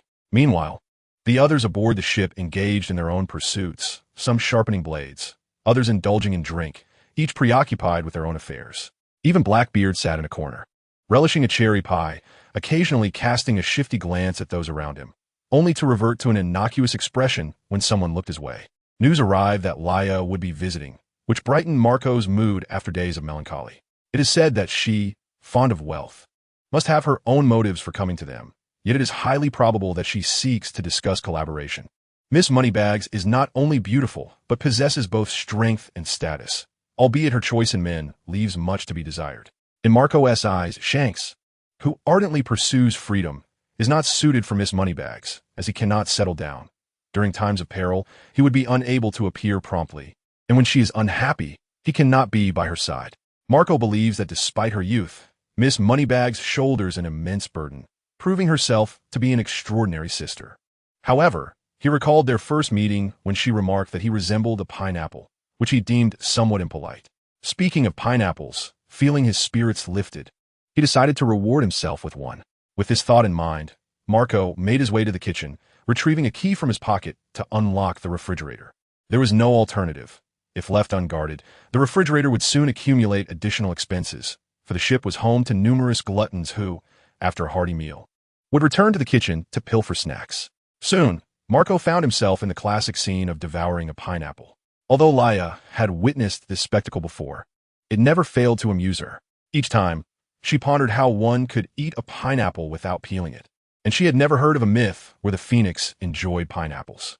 Leah arrived at the kitchen, often frequented by Sachi, just in time to see Marco gnawing on the fruit. "Marco, doesn't your mouth hurt?" she asked, unable to restrain her curiosity. Swallowing a mouthful of pineapple, Marco replied, "Not all. Why do you ask, Miss Leah?" Although he often thought of her as Miss Moneybags in his mind, he maintained a polite demeanor in conversation. "Forget that. How is father? I brought new medicine that we could try on him. After a few more treatments, I believe his ailments can be significantly alleviated," Leah stated. Marco felt a surge of excitement. Having cared for father for many years and being a doctor himself, he understood all too well that as age advanced, father could no longer bear the side effects of the Gura no Mi. In his youth, father had traversed the seas, battling countless formidable foes, leaving him with many hidden injuries.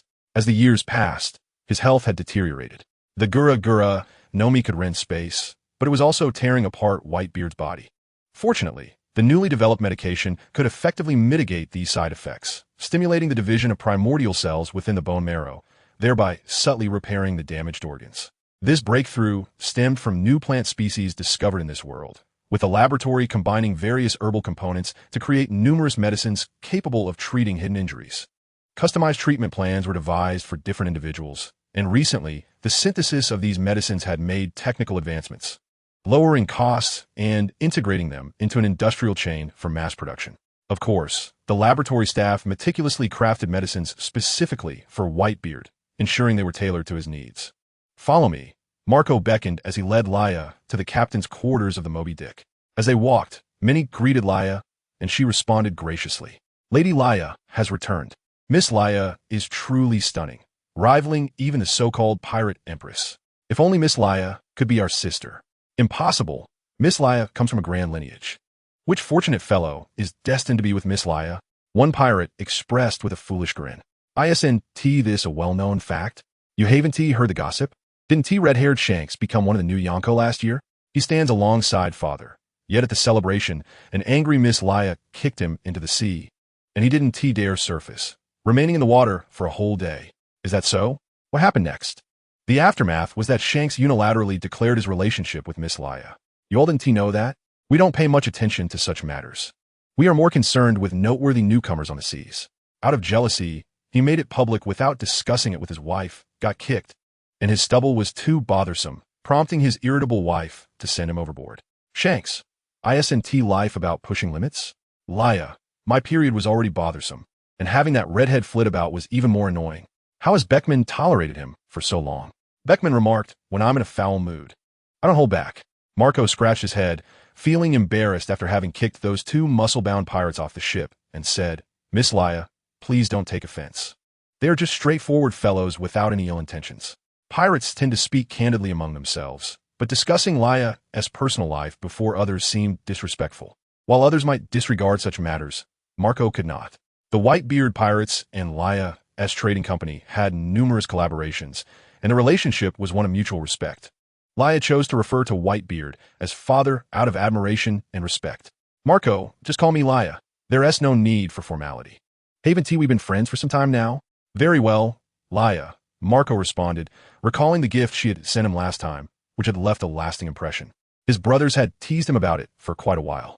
The card depicted an awkward scene from his teenage years, where he, as the Phoenix, was attempting to squirm into Whitebeard's hands. It was quite a sight to behold, especially since Whitebeard had made that very gesture depicted in the illustration. Marco had a good temperament. Had it been Mihawk in such a situation, he might have chased Laia with his sword for months. Chapter 122. Whitebeard. As the door to the captain's quarters swung open, a towering figure came into view, an elderly man of immense stature. The aura of a formidable warrior enveloped him, a testament to his past prowess that once allowed him to stand shoulder to shoulder with the Pirate King, Roger. With keen eyes, Leah noticed the subtle movement of the old man, stashing a bottle of liquor. Her gaze flickered, and she inquired, Marco, is there something you need?" Given Marco's role as the caretaker, it was hardly surprising that he continued, "Old man, you've been drinking again. Haven't I warned you countless times?" He extended his hand, insisting, "Give me the liquor. How can a son reprimand his father?" The old man retorted, feeling a twinge of indignation at the embarrassment before the younger generation. However, he complied, reluctantly handing over the bottle to Marco. "Hey, old man," Marco began, but Whitebeard shifted his attention toward Leah, who stood to the side. Out of respect for her elder, Leah greeted him first. "Old man, it has been a while. How have you been feeling lately?" "You've come again, little girl." Marco's incessant chatter is already bothersome enough. Whitebeard inadvertently revealed his thoughts. He couldn't help but appreciate Leah, who had a knack for disarming others' defenses. Feigning sorrow, Leah turned away and remarked, "It seems I've become a nuisance to the old man. How disheartening." Leah held a deep respect for her elders, particularly someone like Whitebeard, who embodied both virtue and strength. Aware of his admiration for her potential, she felt comfortable revealing her true self occasionally. Whitebeard chuckled at Leah's antics, knowing his earlier comments weren't entirely sincere. He regarded her as a promising young successor. The girl was exceptional. It was no wonder that the red-haired lad from Roger's crew was so taken with her. Time had flown by. Nearly 2 decades had passed, and the era Roger had envisioned was still on the horizon. "Well, little girl, what brings you here this time?" he inquired. "I've developed a new medicine for you." I estimate that after its use, your internal injuries and the residual effects of overusing your devil fruit abilities will recover significantly within about 3 years, Leah explained. Though Whitebeard's expression remained unchanged, this news was a welcome relief for him. Regaining his strength meant he could better protect his sons and safeguard his treasures in life. As someone who stood at the pinnacle of the seas, alongside Roger, how could Whitebeard not discern Leah's true intentions? Although she appeared solely motivated by wealth, every step she took was imbued with purpose. The current state of the seas, seemingly fragmented and divided, hinted at an underlying unity against the swine of the world. Such subtle influences could prove to be the most lethal. Conflicts were already surfacing. What was lacking was a catalyst to ignite the profound changes of this era. But what is it? Whitebeard asked directly. I hope you can conceal the true state of your health. No one aside from Marco and me must know your condition. Leah stated earnestly. Why must we do this? You ought to provide me with a reason, Whitebeard replied, his tone lacking in severity. Yet the latent pressure of his conqueror's haki weighed heavily on Leah's heart. She understood that he was probing to ascertain whether her objectives posed a threat to the Whitebeard pirates and his sons. Marco, unsure of the situation, instinctively wanted to speak up for Leah. However, at her discreet glance, he understood and exited the room. Though Whitebeard's current condition fell short of his prime, he still exuded an overwhelming sense of intimidation.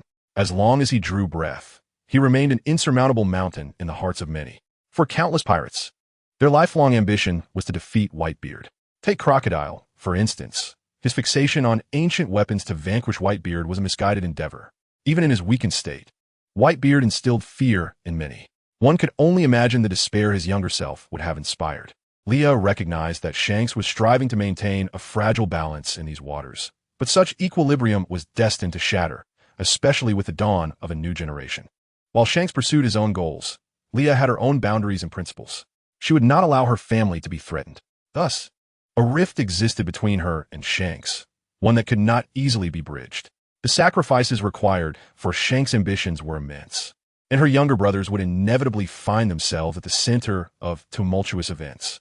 Allowing them to develop freely posed a significant risk, given the fragility of life amid both natural and man-made calamities.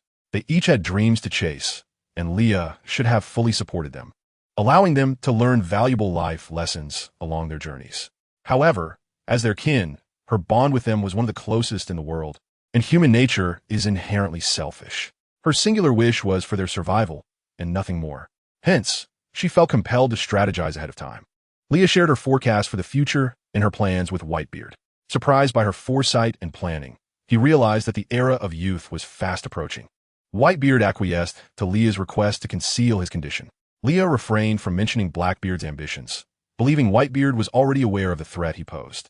After all, Blackbeard had called him old man for over 2 decades, and Whitebeard valued familial bonds, an admirable quality, yet also his greatest vulnerability. To others, Blackbeard appeared as a loyal companion who had spent over 20 years aboard the ship, quietly biding his time. His audacity to trade 2 decades of patience for ambition had undoubtedly earned him a foundation of trust, which Leah's words alone could not alter. A hasty warning could jeopardize her friendship with the Whitebeard pirates. Leah had her own plan regarding Blackbeard. She intended to use his ambitions to her advantage. Chapter 123. Divergence. After concluding her discussions with Whitebeard, Leah departed the captain's quarters. In honor of her arrival, Marco resolved to host a grand feast, but Leah promptly declined. Understanding the circumstances of the Whitebeard pirates, she preferred not to make a fuss or burden Marco further. However, unable to resist Marco's enthusiasm, Leah reluctantly agreed to stay and dine with them. During the meal, she also encountered the amiable yet uniquely styled Sachi and the stunning beauty of Tosaka. In the shadows, the ever-elusive Tiki remains hidden, his presence unassuming and discreet. Whenever Leah's gaze drifts in his direction, he unveils a benign and endearing smile. Leah reminds herself once more to never underestimate the Blackbeard. A man capable of enduring 20 years in the shadows for a mere devil fruit must possess a complexity far beyond the ordinary. Should he succeed, he would undoubtedly emerge as a formidable figure, posing endless threats in the future. As a man, I find it necessary to make a request. Ace's expression turned grave. While others reveled in the cave, surrounded by a world blanketed in white, the distant sea still gleaming azure. It was rare for Shanks to adopt a serious demeanor. He caught the drifting snowflakes in his hand and inquired, What precisely do you wish to achieve? Ace, you're no longer the boy you once were. Having spent so many years by my sister's side, I could not have made no progress. Ace paused momentarily before continuing. I am aware of the flaws in my character that often lead to trouble for others, though I am reluctant to admit it. Should the world learn of my relationship with my scoundrel of a father, I would undoubtedly become a target, be it the world government or the Navy. They would not spare me. I do not fear this scrutiny, yet I dread the prospect of endangering my sister and my family. If the day comes when I find myself opposed to everyone, then, Shanks, you must prevent my sister from joining me.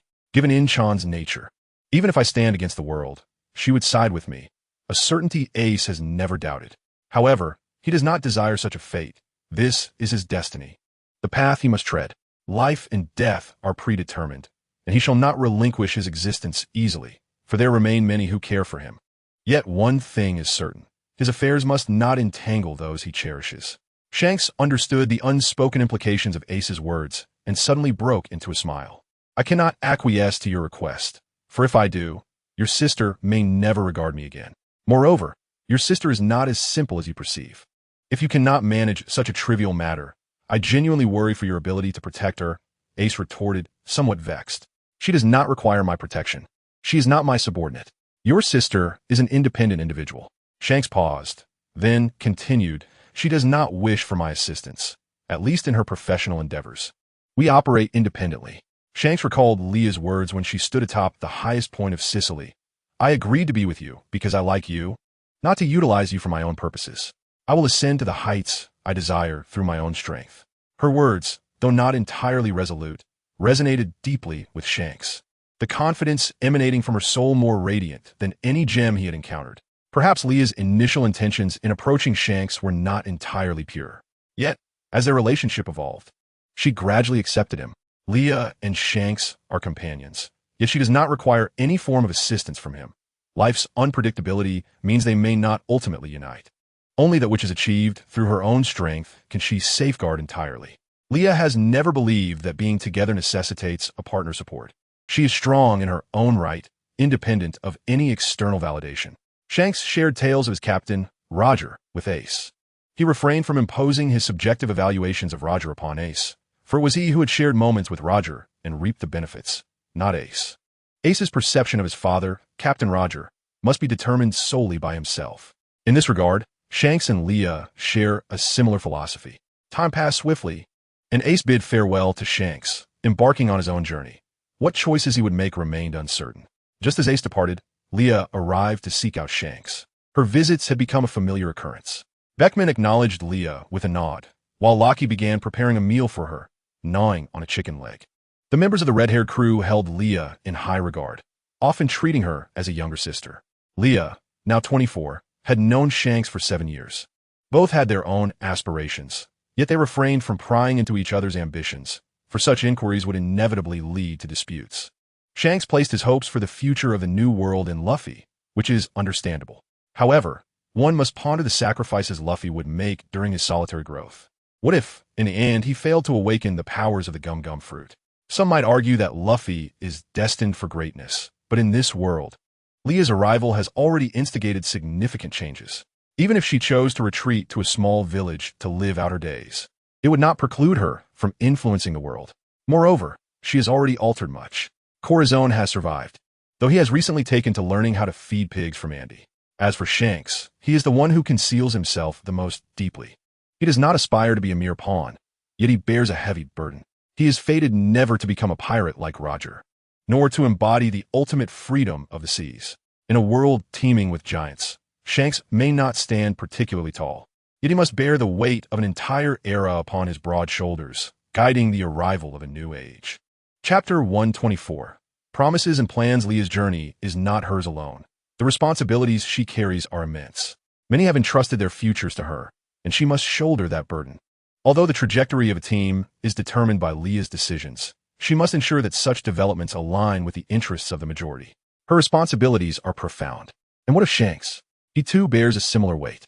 For now, they cannot formally establish ties, for doing so would bind their interests, complicating matters and hindering their freedom of action. Shanks smiles with an endearing foolishness, seemingly unchanged from the past, yet his eyes betray an abundance of unspoken burdens. akin to chains that prevent him from fully relaxing. However, when Shanks gazes at Leah, his expression remains as clear as it once was. Am I beautiful? You have been staring at me, she teased, crossing her arms. Beautiful, Shanks replied without hesitation. In my eyes, no one surpasses your beauty, he stated earnestly, a smile illuminating his features. Leah is well aware of her allure. Countless individuals have praised her beauty, yet she remains indifferent, for she is not one to place great importance on appearances. However, nowadays, when she hears Zyankasi praise her beauty, she surprisingly feels her cheeks flush. Indeed, Zyankasi holds a special place in her heart. What do you think about the plan we discussed last time? Leah, slightly embarrassed, awkwardly shifted the topic. I have given it some thought, but Lily-chan, I do not wish to agree. The smile on Zyankasi's face diminished considerably as he turned his gaze towards the snowflakes drifting in the sky. The weather was quite frigid, prompting Leah to tighten her coat. Glancing over, she noticed that Zyankasi, as usual, showed no signs of adding layers to his attire. The thin white shirt merely concealed the muscles beneath. And after standing for a while, a delicate layer of white had settled upon his red hair. Why not agree? It is the least detrimental way. Leah extended her slender hand, catching a small flake of falling snow. Indeed, if all goes smoothly, neither side would suffer any significant loss. Yet, Lily-chan, you would bear the greatest burden. I cannot suppress my inner worries to execute this so-called perfect plan. Zyankasi turned to look at Leah, seeking to glimpse her soul through those beautiful eyes. You are very important to me, he said, his voice tinged with melancholy and his gaze dimmed. This was the first time Zyankasi had displayed such negative emotions before Leah. He had always concealed such feelings.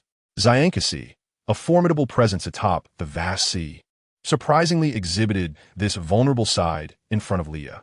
Zyankasi, I understand, Leah responded, stepping forward to gently lift his downcast head, stating, Are not your eyes filled with me? Leah brushed the layer of white snow from Zyankasi's head, declaring, I will not perish. I am not so easily defeated. She then wrapped her arms around Zyankasi's neck, leaning against him, marking her first initiative to draw closer to him. Zyankasi, to be honest, once this matter is resolved, we shall be together. It is our promise. Leah said, half jokingly, half seriously, as she gazed at him. Zyankasi wrapped his arms around Leah's waist, resting his head on her shoulder. After a moment of silence, he sighed and replied, All right.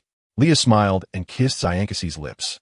Their lips met briefly, a mere touch amidst the heavy snowfall, as they leaned their foreheads together. Their eyes closed, sharing this moment of warmth. After bidding farewell to Zyankasi, Leah returned to Zixalai Island, where she called a long back. End of this chapter. Chapter 125. Yangshu Xianghua. Leah's purpose in summoning along was straightforward. She intended to journey to Fishman Island, to the roots of Yangshu Xianghua. Directly beneath Yangshu Xianghua lies Fishman Island, where the immense bubble surrounding it derives from the tree's breath. Fishman Island is situated 10,000 meters above sea level, with Mary Geos, the residence of the celestial dragons, perched directly above it. Yangshu Xianghua is a colossal tree, towering at a height of 10,000 meters. The Sea King Poseidon was born within Fishman Island, which gives birth to a princess capable of commanding the Sea Kings every few centuries. And this princess is referred to as the Sea King by those in the know. The celestial dragons possess a weapon capable of erasing an entire nation in an instant. Although Leah is unaware of the specifics of this weapon, she suspects it likely refers to the legendary Tianwan. Doflamingo once revealed to Leah that within Holy Land, Mary Geos, lies a national treasure capable of commanding the world. And it is precisely this secret that has allowed Doflamingo to gain numerous advantages from the celestial dragons. Why did the Great Kingdom, which was overthrown 800 years ago, not reside in its own domain, but instead choose to dwell in Mary Geos, atop Yangshu Xianghua? Leah speculates that there exists something within Mary Geos that they desire yet cannot possess, something that can only be controlled by residing there. Coupled with the secrets disclosed by Doflamingo, it is highly probable that this object is the national treasure he mentioned. Would it not be enticing to solely govern a realm? Yet, they chose to have 19 kings crowding into that small holy place. Leah surmises that the gathering of these 19 kings is also to prevent any single king from monopolizing the Tianwang to launch attacks against their nations, thus collectively holding the reins of power. It is very likely that both the Tianwang and the Sea King are products of Yangshu Xianghua. Yet, why did the Alabasta Kingdom, which also played a role in overthrowing the Great Kingdom 800 years ago, choose to remain in Alabasta? Perhaps the rumors of the underworld king hold some truth. Vivi's ancestors may have indeed possessed this ancient weapon, and their presence in Alabasta serves to guard the secret of the underworld king. However, as time passed, this secret became thoroughly buried beneath the sands of Alabasta, hidden from sight. Leah conjectures that the Tian Wang resides at the pinnacle of Yangshu Xianghua. Her decision to descend through the 10,000 meters of deep sea to reach the roots of Yangshu Xianghua is to observe the emergence of a new world consciousness, a seed she had sown long ago. Even back when she first faced the wrath of the heavens, with thunder crashing down upon her, she had already contemplated bringing the lofty heavens down to earth. One must consider the future to avoid impending troubles. In her scheming, Leah has always been cautious, for it pertains to the lives of herself and those around her. Along has completely surrendered his heart to Leah. Over the years, not only has his strength steadily increased, but the living conditions of the orphans in Fishman Street have also visibly improved. The dream he once harbored of reaching the surface and visiting the Chambered Archipelago is no longer a mere vision.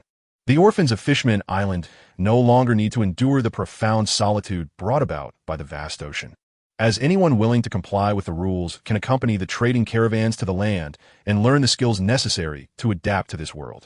Along is not ungrateful.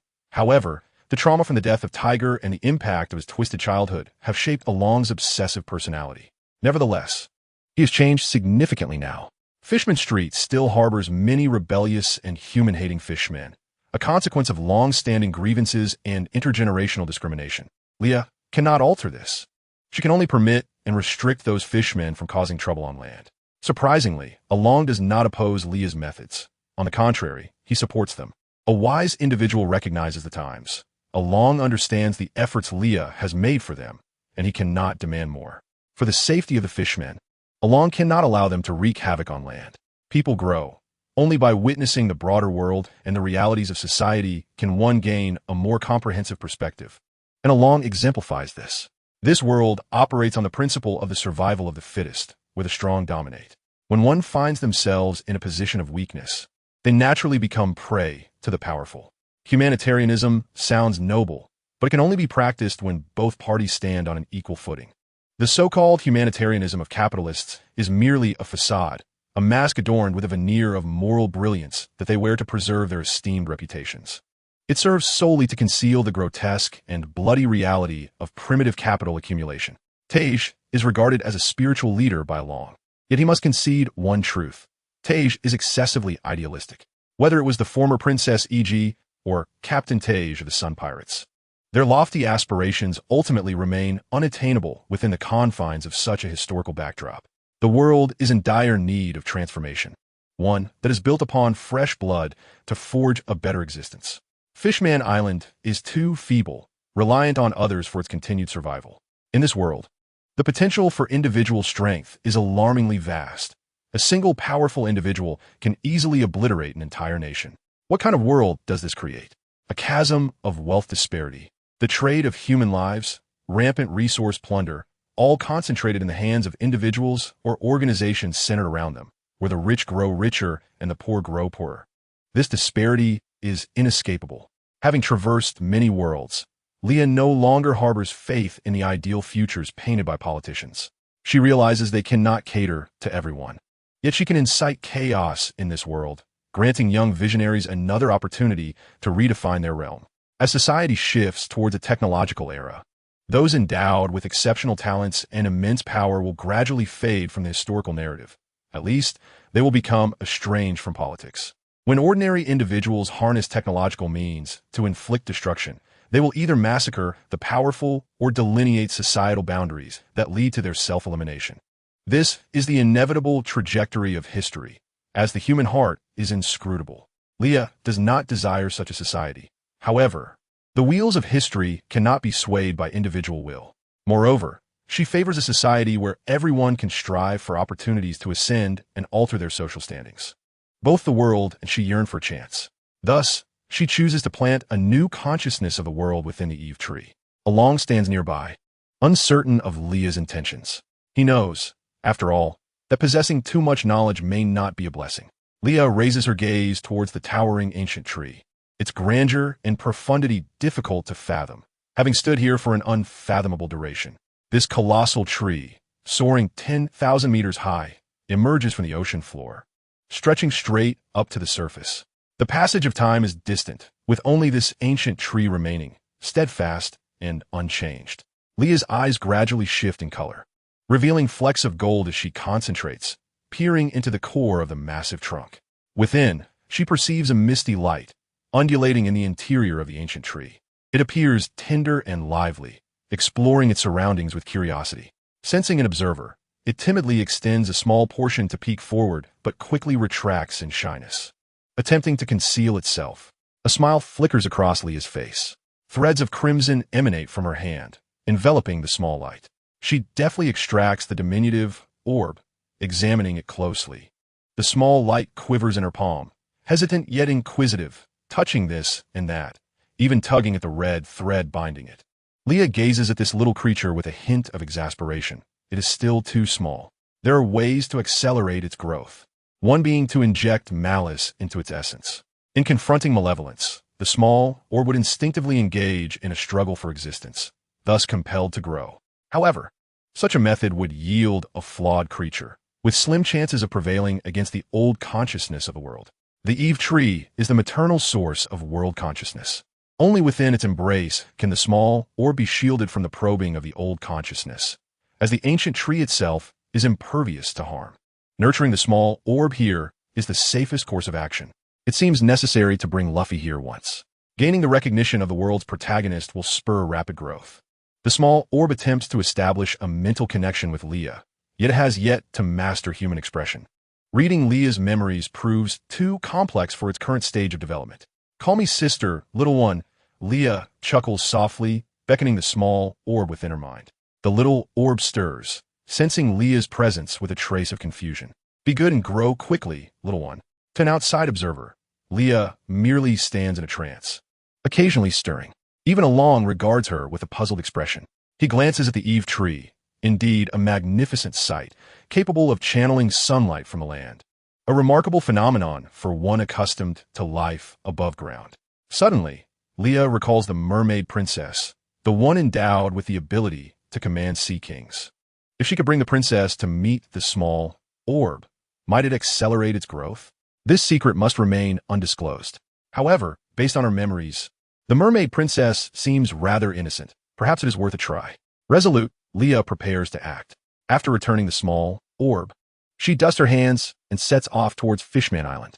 "Along, please call King Neptune and inform him that I have matters to discuss," Leah instructs. Faced with Along's inquisitive gaze, she offers a brief explanation, downplaying its significance. Along does not press further, replying understood. His relationship with Neptune is strained. He harbors disdain for the king's timid and overly accommodating nature. Yet, Along understands that Neptune bears the weight of the merfolk's future, enduring the pain of his deceased wife. While Along comprehends this, personality clashes cannot be overlooked. Ultimately, he intends to supplant King Neptune and lead his kin towards a brighter future. He and Neptune are not of the same ilk. Sometimes, unyielding kindness merely invites others to perceive one as easy prey. Over the years, Along has hunted numerous human traffickers preying on Fishman Island, while Leah has chosen to remain passive. The results are evident. The influx of humans to Fishman Island has diminished, and the disappearance of his brethren has lessened significantly. One day, he will rely on the strength of the Fishman race to permanently eradicate such issues. He understands that Leah's assistance is but a temporary reprieve. For merfolk and fishmen to truly gain dignity and respect, they must rely on their own strength. The small orb watches Leah depart, curling into a ball and turning away, appearing rather disheartened, though it cannot discern its surroundings. Under Along's guidance, Leah meets King Neptune, who personally greets her. After all, the improved trade between Fishman Island and Leah has significantly enhanced the lives of the populace. During his tenure, Neptune's achievements may not shine brightly, yet he has fulfilled his duties with diligence. It is indeed a natural occurrence to personally meet the benefactor who has improved the lives of the citizens. Neptune, the king of the fishmen, adorned with a crown, possesses a more robust physique than the average merfolk. He sports a thick mane and beard of vibrant orange-red hair, with his arms marked by flame-like tattoos and a coat of dense body hair. In his hand, he wields a meticulously carved trident. To Leah, this king appeared somewhat dim-witted. exuding a naive demeanor and lacking sharpness of mind. King Neptune stroked his grand beard, extending his hand toward Leah, and said, "You must be Miss Selena. I am King Neptune of Mermaid Island, and I thank you for your assistance to our realm." "I am Leah," she replied. "Oh dear, I apologize, Miss Leah." Neptune momentarily faltered, bursting into a rather infectious laughter, scratching his head in embarrassment. "Never mind. Now is not the time for such trivialities." Leah suppressed her urge to scoff and said, "To be brief, I wish to meet your daughter, Princess." By Shing. King Neptune's face revealed a hint of surprise.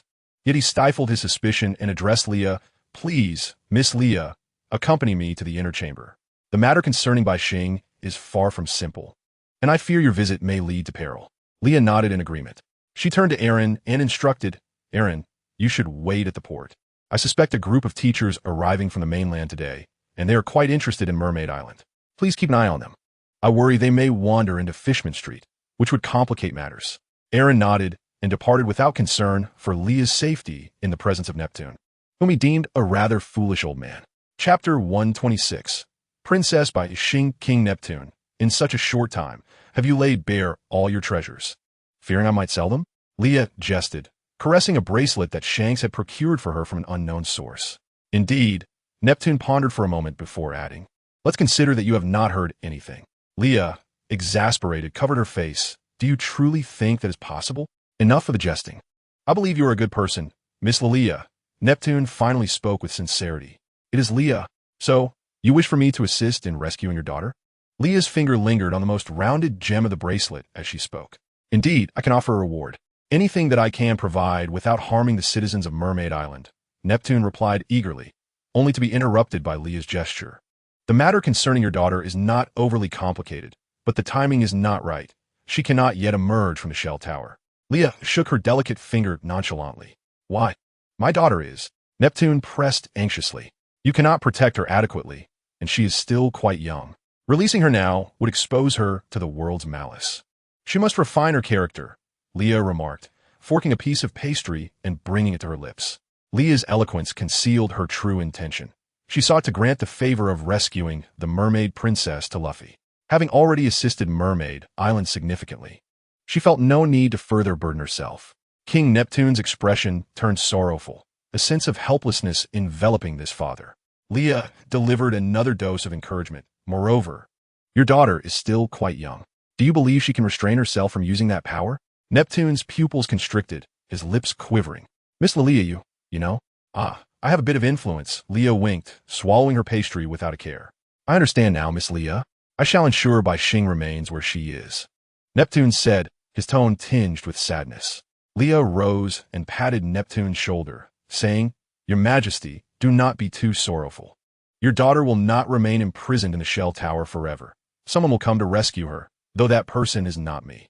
I believe the seer on your island may provide you with some insight." Leaning against his throne, Neptune rubbed his forehead, suppressing his sorrow. "I understand, Miss Leah. I will seek her counsel, but I also hope you can keep this matter regarding Bai Shing confidential." As Neptune prepared to bow to Leah, she interrupted him. "I'm not interested in Bai Shing's affairs, rest assured. My purpose for visiting is to request that Bai Shing accompany me to the Eve Tree. As I have matters to verify, you can trust that I will ensure her safety."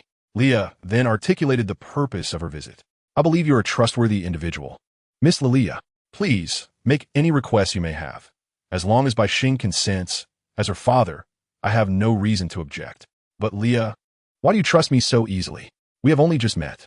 "Because Miss Leah has done much for the common folk, without the airs of so-called great personage," Neptune stated earnestly. "As a king, you should exercise greater caution. What if all I do is merely for show?" Leah stepped closer to Neptune, tapping his shoulder. "Your Majesty, do not place your trust in others too readily." Leah offered a gentle reminder to King Neptune. She was aware that Aaron harbored intentions to undermine King Neptune, yet she did not wish to intervene, for Aaron was her subordinate. Additionally, she held great respect for the course of history. Inept rulers should step down early, lest they burden their people. She felt no sympathy for the incompetent. To govern effectively, a king must possess the requisite administrative skills. Given the deep-seated animosity between humans and fishmen, Neptune, being aware of the past, should not so easily trust a human. Had he not learned enough from the celestial dragons? Even Aaron did not fully trust Leah. He believed that self-interest was the best bond in relationships. I choose to believe what I see, King Neptune declared resolutely. Leah felt exasperated. His unwavering honesty might pose challenges for her in the future. Well then, let us proceed to meet your daughter, Leah said with a wave of her hand, resigned. Very well, please follow me, Neptune said, leading the way. As they walked, Leah engaged Neptune in casual conversation. I recall you have 3 princes as well. Indeed, my youngest is attending to matters on Mermaid Island and is currently not present, Neptune replied as they walked. Leah mused to herself. This entire family is so naive. No wonder they are easily bullied. Anyone can come along and kick them, TSK. As a ruler, why must one be so innocent?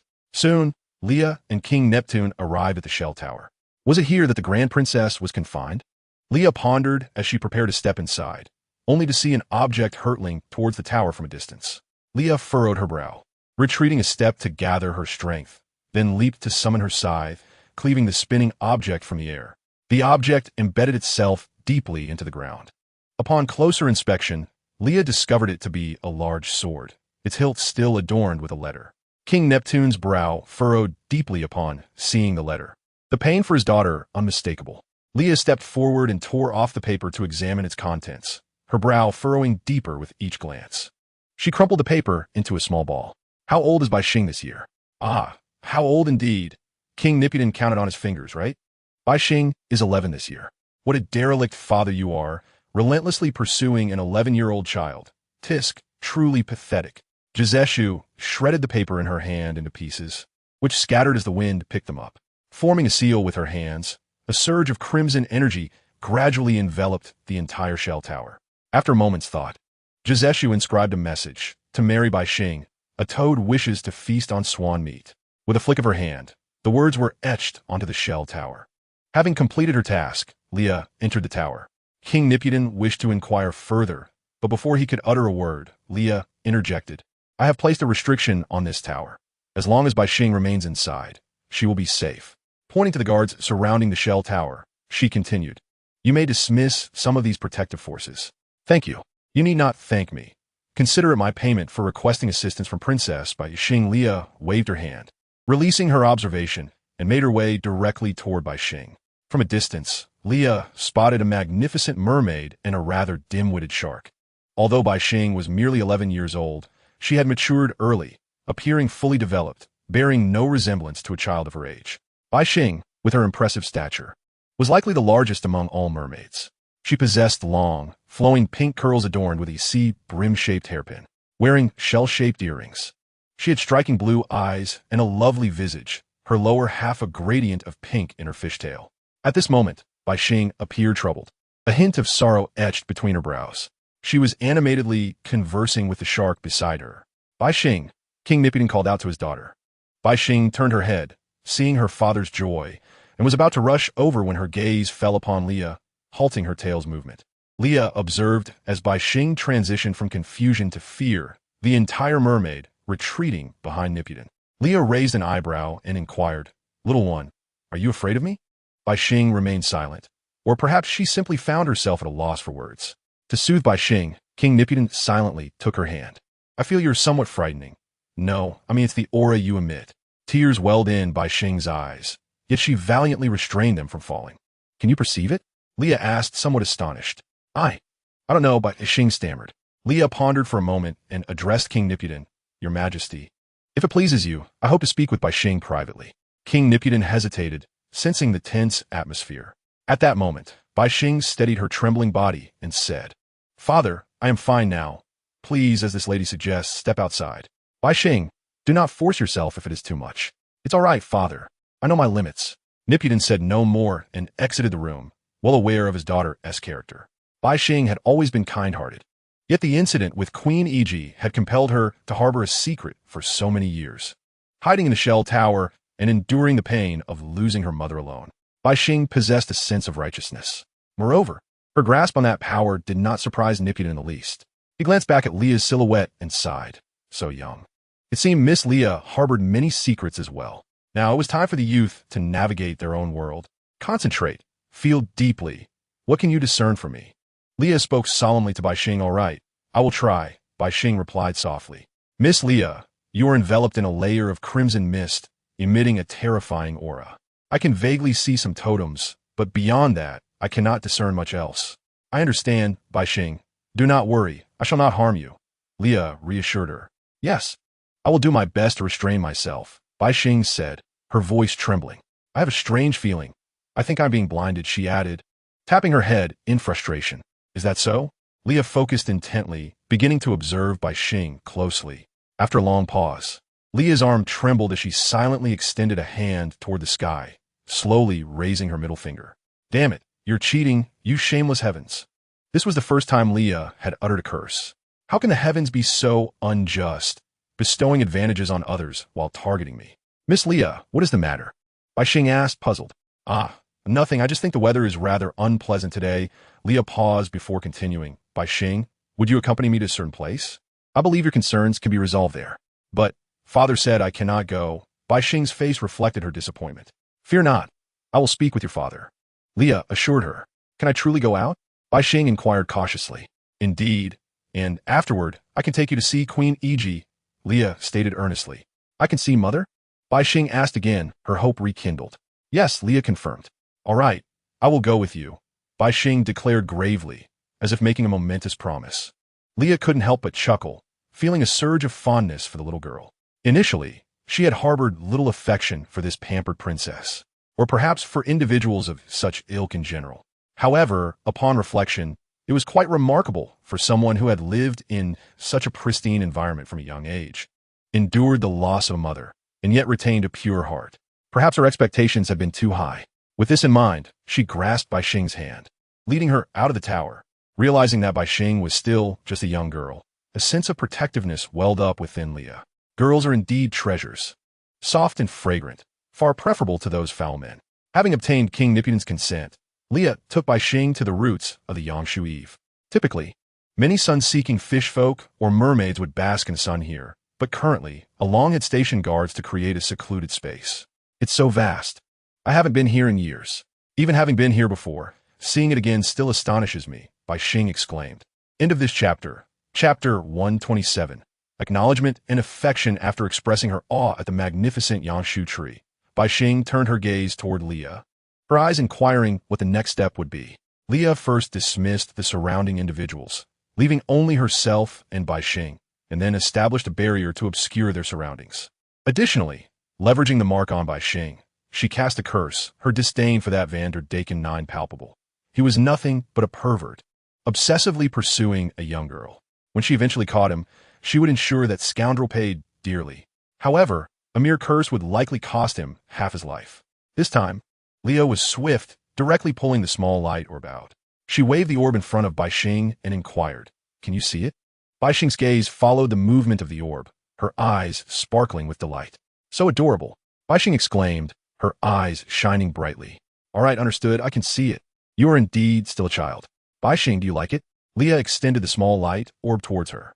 Bai Xing gazed at the orb, her smile widening, and tentatively reached out her fingers, eager to poke the little orb. "This little creature exudes a very comforting aura," Bai Xing remarked instinctively. The orb squirmed slightly and willingly leaped into Bai Xing's hand. Its luminescence began to radiate, gradually enveloping Bai Xing. "Leah, its innocent gaze seems to seek your approval." Bai Xing said, "It's all right. It is merely seeking your acknowledgement." Leah's expression grew distant as memories resurfaced. She recollected the moment when Jin entrusted her with his power at the brink of death. The phrase, "God should serve humanity," is indeed profoundly ironic. There is little difference between humans and deities. Both are inherently selfish. However, due to their eternal life and infinite memories, deities bear the burden of all beings while endlessly submerging in suffering. Yet, that world has now faded into the past. Here lies a new world. Leah's gaze shifted to the young Bai Xing, and doubts crept into her heart. Could this child truly shoulder such responsibilities when she has not undergone any form of trial? Leah pondered, her eyes dimming. Each person is destined for their fate. Bai Xing has been chosen since birth, has she not? Despite Leah's ambition to overturn the old heavenly order, those chosen by it are not easily swayed.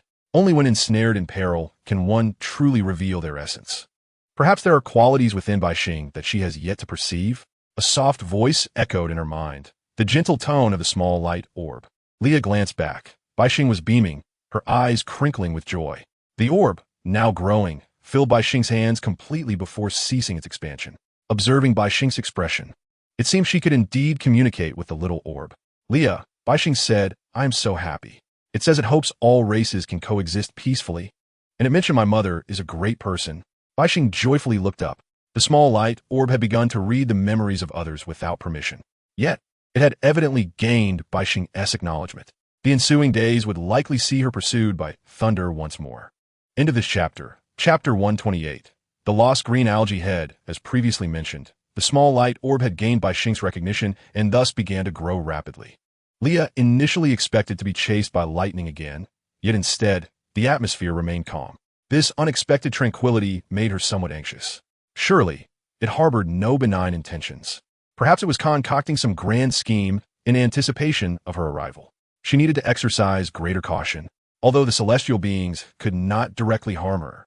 Only targeting her indirectly through natural forces or manipulating the wheel of fate, she was inevitably entwined in significant events. At pivotal moments that could alter history, she might be ensnared in hidden traps. Thus, she must remain vigilant. Afterward, Leah took Baixing to the sea forest to pay homage to E.G. Wangfei. Baixing was a well-behaved child, reminiscing about her mother during her lonely childhood. 2 years later, Coordinates, a remote island in the South China Sea, a deserted isle, where her subordinates discovered rare minerals crucial for the mass production of new weaponry at the Sicily laboratory. Given the gravity of the situation, Leah and Camus personally oversaw the operation.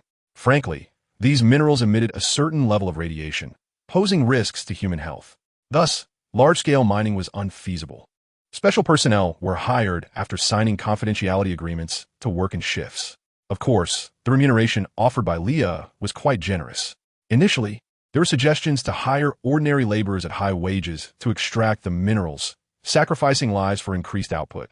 But Leah vehemently rejected this proposal. She was not short of money. The loss of life did not faze her financially. However, if she were to proceed in such a manner, she would be no different from the unscrupulous capitalists. Human life is priceless. Yet, unscrupulous capitalists measure life in monetary terms, reducing all to mere capital cloaked under the guise of cheap labor. As the project progressed fervently, her subordinates reported that a small boat had drifted in from the sea.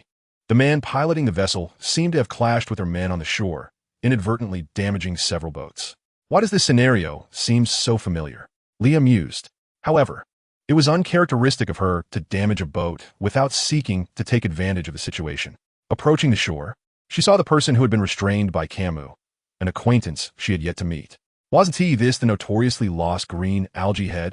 Had Zolong set sail so early? Leah thought it a rare opportunity to engage with someone so amusing and decided to tease him a bit. With that in mind, she approached with a deliberately stern expression. From a distance, Zolong wore a dark look, struggling against Camus' hold, his face full of defiance. Leah walked over and, maintaining a neutral countenance, inquired what happened. After Camus signaled, one of the crew members with a bruised face stepped forward, saying, "It's this guy."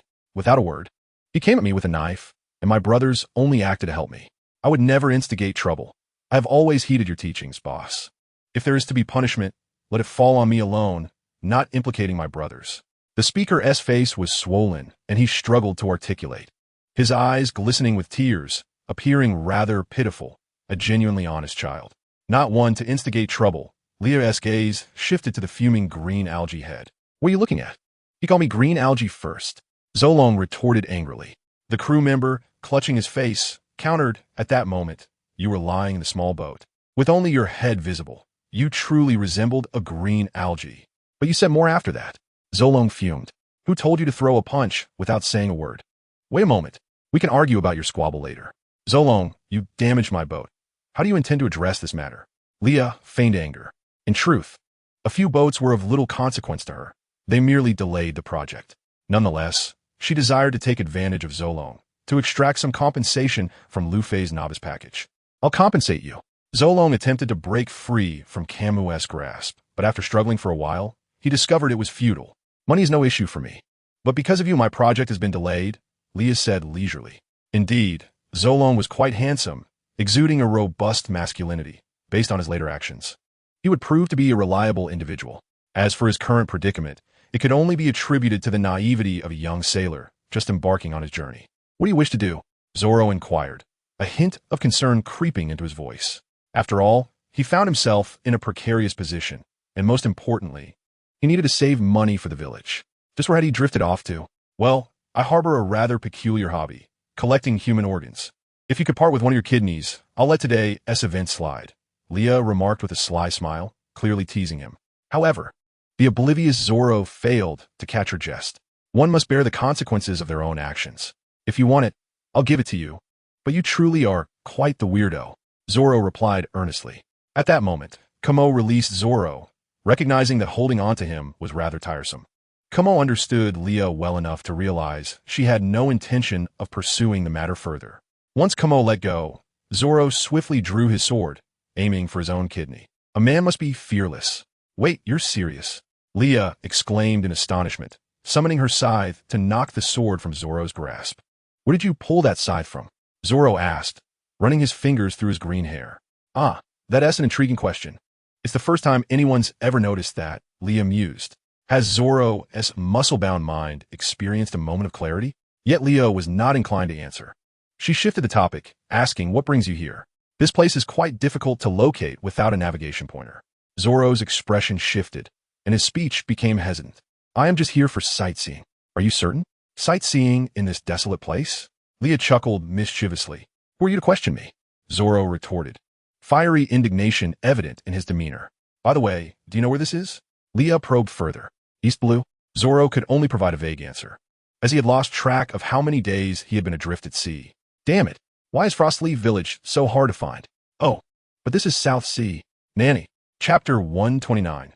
The Will and Transformation of Ace. Ultimately, Leah arranged for Zoro to be returned to the East Blue, and in exchange, Zoro agreed to assist Leah in a task that would not betray his principles. Ace eventually joined the Whitebeard Pirates, but unlike before, his motivation was no longer rooted solely in admiration.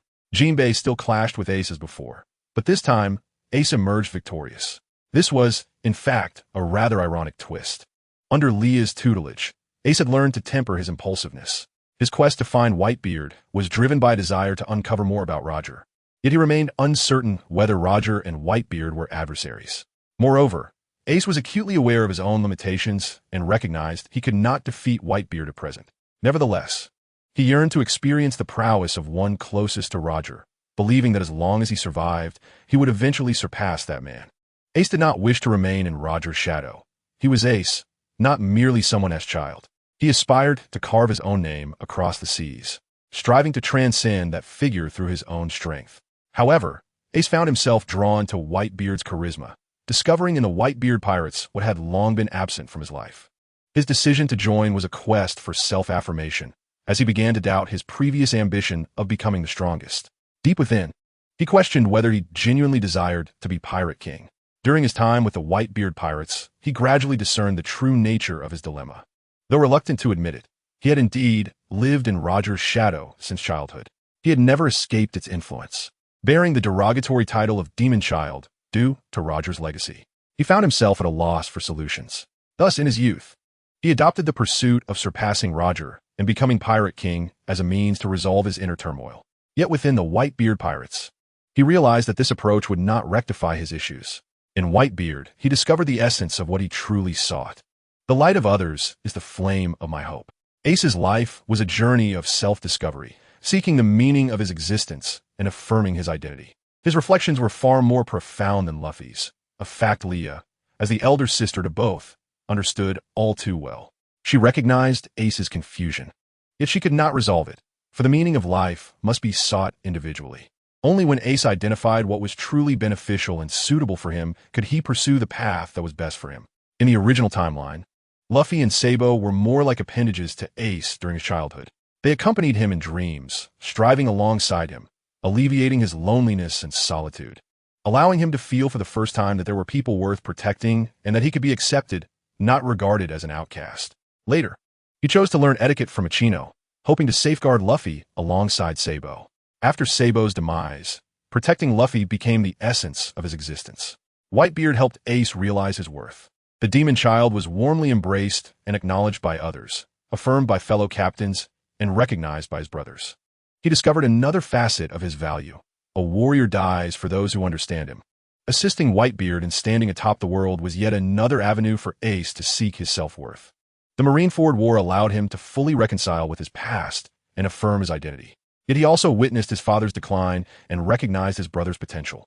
He could only place his hopes in his brother, safeguarding the next pirate king in his heart and preserving his own life's value. In contrast to Luffy's unwavering confidence, Ace appeared more ordinary, placing his trust and even faith in Whitebeard and his brothers, defining himself through his willingness to risk everything for others. This was Ace, not only a guardian of cherished family, but also a loyal warrior, protecting those he wished to safeguard, believing in those he defended. The light of others is the flame of my hope. Ace's will was to strive for life, to be resilient, to acknowledge, and to protect. Why would he refuse to flee when confronted by an enemy far beyond his abilities? Because behind him stood those he cherished. To succumb beneath the weight of power would rob him, as a man, of all meaning. He would not allow his life to be marked by regret. The death of one person merely adds another grave to the world, but for those who are inseparable, it is as if the entire world has been buried beneath that grave. Ace could never allow anything to happen to Luffy before his very eyes. In conclusion, thank you for loving Ace as he is. Now, Leah has transformed Ace. He is no longer that stubborn child. Leah had believed in Ace since his youth. Ace did not harbor such profound uncertainty about himself, yet a tinge of doubt remained. Thus, after encountering Shanks, he sought out Whitebeard. On one hand, he yearned to understand the current gap between himself and the pinnacle of time. On the other, he sought a fresh perspective on the world. However, it is difficult not to be captivated by Whitebeard's charisma. Moreover, Whitebeard possessed what Ace had long been missing. In addition, Ace is not particularly fixated on supporting Whitebeard's ambition to become the Pirate King. The most significant quality he learned from Leah is the ability to calm oneself and respect others' choices without imposing one's own thoughts on them. Through their prolonged companionship, he has come to understand that, for his father, the paramount importance lies in family rather than in achieving the title of Pirate King. Ace no longer desires to become the Pirate King. However, he yearns to discover the elusive One Piece, to unveil the mystery that captivates countless souls across the sea. Every year on his birthday, Leah has been by his side, without exception. On his 18th birthday, Ace had already joined the Whitebeard Pirates, and shortly thereafter, he would be appointed as the captain of the 2nd Division. Of course, that is a tale for another time. He had already acquired the powers of the Mera Mera no Mi. With this precondition established, Leah planted another spark in Ace's heart, destined to reveal its significance when the time was right. Chapter 130. Luffy sets sail. Time swiftly passed, bringing us to the year 1520 of the Sea Circle calendar. When Luffy set sail, Leah did not accompany him, intending instead to bid farewell in Roga Town, where she believed he would undoubtedly arrive. Dayton also refrained from seeing Luffy off, choosing instead to drown her sorrows in alcohol at the bandit's home, despite having poured much affection into the 3 children. Dayton, with her sharp tongue yet tender heart, embodies the contradiction of being openly disdainful while secretly caring. It is rather perplexing that she does not express her feelings directly. I believe the 3 brothers each hold a special place in their hearts for Dayton. Leah arranged for a boat to be sent to Luffy. Yet considering his lack of skills beyond fighting, she opted for a small vessel that he could manage alone. Thus, he embarked on his journey, not to collect stamps, but to gather companions. The first person he encountered was the timid Kobe. Perhaps in the future, Kobe could become a figure comparable to his own grandfather. Who can say for certain? Following that, he met the swordsman Roronoa Zoro, who, had he not crossed paths with Luffy, might have lost his way back to the East Blue. Their meeting can indeed be deemed fated. Together, Zoro and Luffy triumphed over Captain Morgan, and Zoro joined Luffy's crew, forming the Straw Hat Pirates. Zoro set sail in pursuit of becoming the world's greatest swordsman, transitioning from a bounty hunter to a pirate. Soon after, they encountered the thief Nami, who, due to the absence of Arlong, joined the Straw Hat Pirates as their navigator, drawn by Luffy's charismatic persona. In Syrup Village, they met Usopp, and together they defeated the Black Cat Pirates. After bidding farewell to the affluent young Lady Kaya, Usopp embarked on his adventure, determined to become a brave warrior of the sea, promising to share tales of his exploits with her one day. Concurrently, in Syrup Village, Luffy and his companions acquired the vital partner, the Merry-Go. Subsequently, in Kokoyashi Village, Nami bid farewell to her sister and mother, Belmere, as she set sail to chart the world's map. Meanwhile, Kobe was taken under the wing of Vice Admiral Garp, destined for training in the Navy. Luffy and his crew eventually arrived at the place where beginnings and endings converge, Roga Town in the East Blue. Leah knew that before Luffy departed the East Blue for the Grand Line, he would surely come here by any means necessary. Luffy had come in pursuit of the will to become the Pirate King, inheriting the legacy of the Straw Hat. Wearing Roger as Straw Hat, he envisioned his dreams aligned with Roger's, heralding the dawn of a new era. The last place he visited was the very spot where he would first set sail. This location marks the conclusion of history's greatest pirate, while simultaneously igniting the age of piracy. As the Straw Hat Pirates arrived in Roga Town, Leah awaited them, gazing at the execution platform in the distance, pondering whether Luffy, upon becoming the Pirate King, would return here with his crew. Roga Town symbolizes the East Blue and peace. Garp had once remarked that Roger's death would force other pirates to acquiesce, making the East Blue a beacon of tranquility. Roger transformed the flickering embers of his remaining moments into a blazing inferno that ignited the world. Leah felt the air above Roga Town was suffused with the elegy of heroes. The upheaval of heaven and earth can occur in an instant. Leah sensed dark clouds gathering above Roga Town. The execution platform was a place Luffy was destined to visit. Leah waited here, certain she would see him. She stood ready to personally guide her brother along the path to his dreams. Chapter 131. The great event in Roga Town in the blink of an eye. The sun that had bathed the land in light vanished, obscured by clouds that blocked all rays. A chill enveloped her as raindrops began to fall. Truly, the heavens can be unpredictable. Leah had not brought an umbrella, yet at that moment, she did not seek shelter. If the rain could awaken her senses, she would not mind if it intensified. The raindrops splattered against her face, soaking her hair. Just then, an umbrella appeared overhead. You might catch a cold standing in the rain, my lady, a gentle voice from a stranger reached her ears. Turning her head, she beheld a man with golden hair and curly eyebrows. Had his expression not been so lewd, Leah would have perceived him as a gentle gentleman. Sanji's face flushed crimson, his eyes sparkling with hearts. My lady, you are truly a divine gift. It was at this moment that the square before the execution platform unwittingly filled with a crowd. The clown with a red nose and Luffy were squabbling atop the platform. Leah had been observing from a distance, considering this one of Luffy's iconic moments, and she did not wish to disrupt it. She merely did not expect the first person she would encounter to be Sanji. Indeed, Sanji lived up to his reputation. If one were to call him a gentleman, he certainly was, yet if one were to label him a pervert, that too held true. Leah felt as though she were squeezing toothpaste, uncomfortable, as she struggled to find an appropriate expression for Sanji. Fortunately, he did not leave her in awkwardness for long, as Zoro rushed past them like a gust of wind. Pardon me, beautiful lady. I must go save our captain. If the opportunity arises, we must share a meal together. Farewell. Sanji handed the umbrella to Leah and dashed away. Indeed, a classic scene unfolded as Buggy and Luffy engaged in a heated argument, with Buggy brandishing a knife, ready to strike Luffy. Observing the scene, Leah noticed Bartolomeo was also present, seemingly the head of Luffy's fan club, having successfully met his idol. However, Bartolomeo had admired Luffy since childhood and also held great respect for Ace. After all, during his childhood, Luffy, despite consuming the devil fruit, was consistently overshadowed by Ace, rarely emerging victorious in their encounters. This was partly due to Ace's seniority, which further underscores Ace's prodigious talent, rivaling that of Luffy. Then there is the enigmatic Uncle Long, who lurks within the crowd, silently observing as Luffy faces execution. It is rather absurd. If he wishes to see his own son, why not confront him directly instead of hiding away? Such behavior speaks to a lack of responsibility, having abandoned Luffy to the care of an even less reliable grandfather in his youth. The men of the monkey family span 3 generations, each traversing distinct paths. Leah is also curious about the kind of woman who could captivate a man like Uncle Long, who is so detached from home life. Surely, it must be someone with grand aspirations akin to his own. Meanwhile, Leah notices Smoker's expression, akin to that of a pilgrim. He boldly proclaims his lofty dreams upon the execution platform, smiling even as he faces death. This is Luffy, eternally fearless and resolute, occasionally a bit naive, yet fundamentally a kind-hearted soul. We often refer to this as the heart of a child.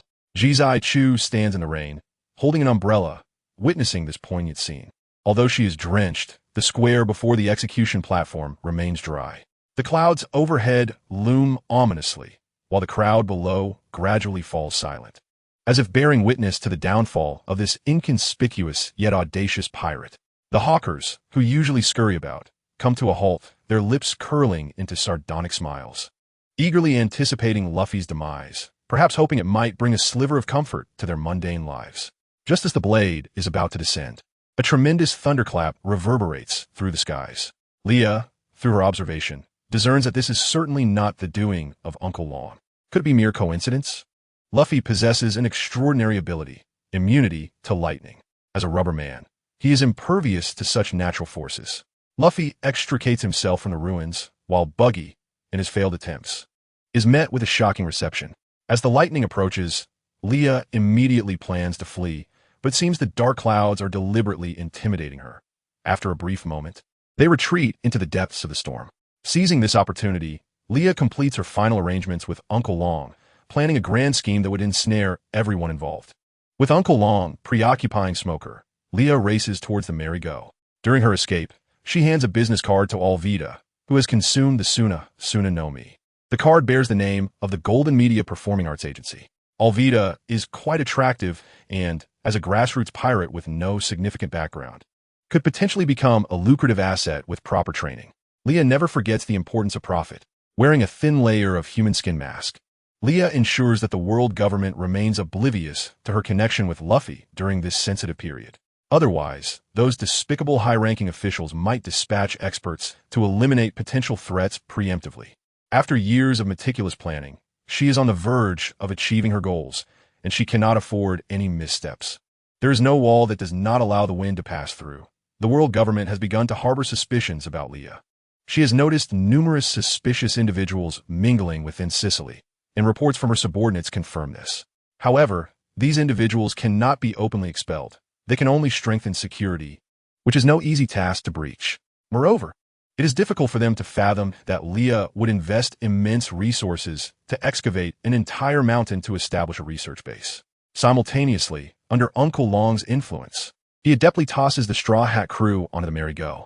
Leah had initially planned to board the ship herself, but unexpectedly, she too is swept onto the merry-go by the wind, with nothing to cushion her fall. In desperation, Leah uses her wings to soften the impact, perfectly rolling aside to evade Sanji's outstretched arms.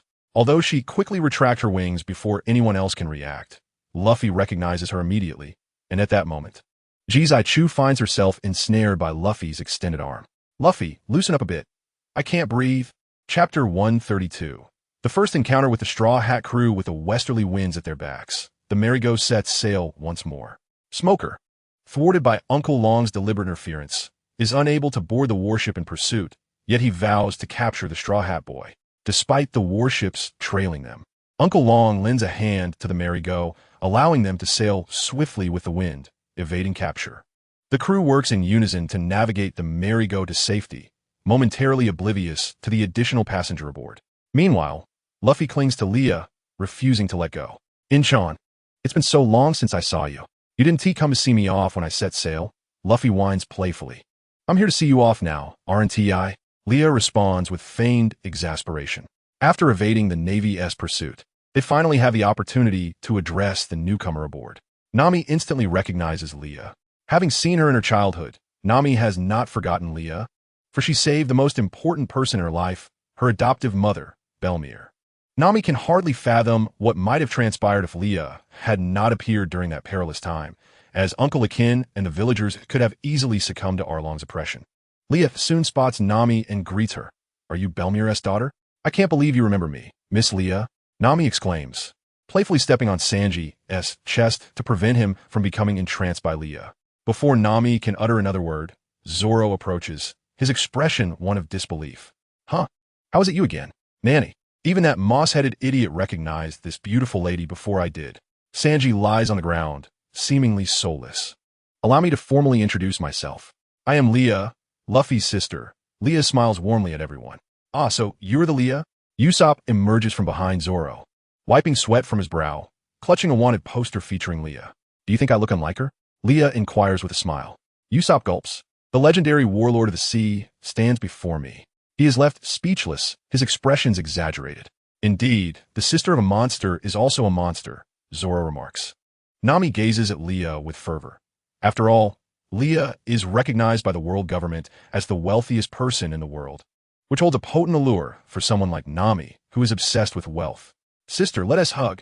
Nami's eyes sparkle as she rushes toward Leah. Leah's eyes widen in astonishment. Is it truly possible for someone to possess such a figure? Would hurt if she fell upon me? Just as Sanji rises, he is met with the sight of two beauties embracing, a moment of delight for the dual chefs. Once seated, Leah declares, Luffy, I plan to stay on your ship for a while, as I need to journey to the Grand Line where my people await. Can't In-chan stay on the ship as my crew member? Luffy took a hearty bite of meat and mumbled, Leah, I have my own matters to attend to, so I cannot join your crew. As the youngest child in the family, Leah was typically indulged. How unfortunate. I thought that would mean you wouldn't leave me. Luffy pouted. Enough, Luffy. You are no longer a child. Do not act so immaturely. Aren't you aspiring to become the Pirate King? Show some bravery. You must lead your crew through the most perilous waters of this world, Leah said earnestly. Luffy adjusted his hat, his expression obscured, and declared, I will absolutely become the Pirate King. You need not worry about me. I will never give up, even if it costs me my life. When you reach the Grand Line, Sabo and Ace should come to find you, Leah added. Ace and Sabo, it's been far too long since I last saw them. Perhaps this time I can defeat them. Nichan, Luffy said, laughing foolishly while adjusting his hat. At that moment, Sanji eagerly brought afternoon tea and refreshing drinks for the two ladies. Nami-san, Miss Leah, please enjoy. I specially prepared this for the two beautiful ladies, Sanji said, his eyes sparkling with affection as he bent his body in a wave-like manner. Thank you. Leah smiled as she took a drink from the tray. No need to thank me, Miss Leah. It is a great honor to serve such lovely ladies, Sanji replied. By the way, who are Ace and Sabo? Usopp asked curiously. Ah, Ace and Sabo are my brothers. The three of us are sworn brothers, Luffy introduced with a grin. Usopp pulled out two wanted posters, bracing himself as he swallowed hard. Luffy, are the Sabo and Ace you mentioned those two? Leah leaned closer to the wanted posters, scrutinizing them. Yes, indeed. Those are the ones, she confirmed. Usopp became visibly excited, retreating to a corner with Nami, tears of disbelief streaming down his face. What kind of monstrous family is this? TSK. Whitebeard Pirates 2nd Division Commander Ace, Chief of Staff of the Revolutionary Army Sabo, and you, one of the 7 warlords of the sea. What kind of monsters are you siblings? Zoro remarked, taking a generous swig of his drink, the liquid flowing down his strong abs. How troublesome. If only that red-haired fellow would clean up a bit, he wouldn't be so bad. But Shanks tends to be quite lazy, always acting like a messy old man. It's only when I go looking for him that he thinks to shave his beard, Leah thought, unable to suppress her disdain. Shaking the thoughts of a certain red-haired man from her mind, Leah got down to business. She retrieved a large bag from her waist, casually grabbing some jewels and placing them in Nami's hands, and rummaged through to give Nami a discount card for all her stores. Though you're my younger brother, you are still part of the crew, so you must contribute to the food expenses. This discount card is a special gift just for you, Nami. Leah's generous gesture was befitting her status as a wealthy heiress. Is that really okay? Though you say that, miss. Nami accepted the jewels and the card without a moment's hesitation. Of course, Leah gestured, this is merely a trifle. Meanwhile, Leah suddenly asked, Luffy, have you met your father? Luffy replied, Huh? I don't even know what he looks like. How could I know if I've met him? He patted his round belly nonchalantly. That makes sense, Leah acknowledged. Luffy learned of his father when he was 7, but had never seen Dragon. In fact, he had never met him in person. Dragon had never appeared before Luffy or spoken a word to him. Each time he saw Luffy, he merely lurked in the shadows, showing little concern. In comparison, Sabo seemed more like Dragon's son, destined to inherit his legacy. He came to Lowtown to see you, Luffy, Leah added. Really? Where? Where? Luffy exclaimed, jumping up and scanning for the unfamiliar figure. Baga, we've long since left Lowtown. What are you rummaging about on the ship for? Nami scolded, picking up the nautical chart Luffy had dropped and punching him lightly. Luffy clutched his head, feeling a rush of heat as a large bump formed. After digesting his food, he felt as if a pathway had opened within him. Is he that cloaked man blocking Smoke's path? Luffy asked, picking his nose. Leah nodded, that's the one. So he's the Uncle Sabo often calls to complain about? Sabo says he acts cool, but makes simple things sound mysterious, Luffy remarked, flicking the booger at Zoro. That's your father, Leah exclaimed, exasperated. Even when complaining, you shouldn't be so blatant. Keep it private, or you might get hit by Grandpa's iron fist. Meanwhile, Zoro dodged the booger with a horrified expression and drew his sword at Luffy. Luffy widened his eyes, stretching his hand toward the main sail, narrowly avoiding Zoro's slash. "Why are you trying to cut me, Zoro?" Luffy complained. "Pay attention, you idiot captain. I will definitely cut you one day." Zoro roared, unfazed by the chaos. Luffy twirled around the mast, and when he finally relaxed, he was flung away by the spinning motion. Zoro, accustomed to this, had already shed his outer coat and prepared to rescue Luffy. Just as he was about to act, a pair of enormous black wings swept past him. Realizing it was Leah swooping in, she caught Luffy just before he plunged into the sea. Luffy's face hovered just above the water's surface as he exhaled. To be honest, among those with devil fruit powers, it seemed impossible not to fear the sea. After safely returning Luffy to the Mary, Sanji gazed at Leah with starry eyes. "Oh, Miss Leah, you truly are an angel." At that moment, Usopp, peering through a telescope, exclaimed, "Look, the sea is climbing the mountain." The group gathered in astonishment at the observation deck. Nami remarked, "It seems just as I anticipated." Zoro asked, "Nanny?" Sanji questioned, "Is that possible?" Luffy cheered, "Yo-ho-ho! Incredible mountain." Leah approached them, explaining, "This is Reverse Mountain. The currents of the four seas flow upwards. The ship has already been swept into the undercurrent. There is no turning back. As long as you follow the water up this mountain, you will reach the Grand Line." Witnessing Luffy lead the Straw Hat Pirates in the Grand Line, even Leah, accustomed to traversing Reverse Mountain for business, could not help but feel a surge of excitement. Amidst their trepidation of the unknown, there was an overwhelming sense of exhilaration. The Red Line was shrouded in dark clouds, its height immeasurable to the naked eye. Luffy and his companions exchanged knowing glances, synchronously placing their feet upon the wooden barrel. Leia initially intended to stand aside and witness this moment, but Luffy eagerly pulled her over, exclaiming, "Though you are not my crew member, how could you possibly miss such a significant moment? After all this time, I still do not know your dream. Please, share it with me now." Mimicking their actions, Leia placed her feet on the barrel as well. Luffy declared, "I aim to become the Pirate King." Zoro added, "I shall become the world's greatest swordsman." Sanji proclaimed, "I seek to find the All Blue." Nami stated, "I wish to draw the world map." Usopp declared, "I aspire to be a brave warrior of the sea." All eyes turned to Leia, and she felt her own passion ignited. Although she had long outgrown the age of loudly declaring her dreams, she boldly stated, "I will bring down the celestial dragons. I desire a world free from oppression, where everyone can live freely." Perhaps to many, this dream seemed unattainable, as disparities would always exist among people, and there would always be those who stood in positions of power and control. Nonetheless, this aspiration remained her beautiful vision for the world, a hope she held dear as a former deity. "Everyone, let us set sail," Luffy urged. "Understood, Captain." The crew replied in unison. Navigator Nami quickly commanded, "Adjust the course. We must avoid crashing into the stone gate." "Received," Usopp responded. Leia hurried to Usopp's side to assist him in steering the ship. As they approached, the once visible gap in the Red Line became clearer. It was the canal leading from the East Blue to the Grand Line. 10 stone gates towered above the waterway, wide enough for the Mary to navigate. Though the currents were exceedingly strong, Sanji, Usopp, and Leia struggled to hold the helm, and the steering rod snapped, leaving them on the verge of a collision. Fortunately, Luffy used his gum-gum balloon technique to correct the Mary's trajectory. In this critical moment, Zoro grasped Luffy, preventing him from plunging into the water, and they finally embarked upon the waterway.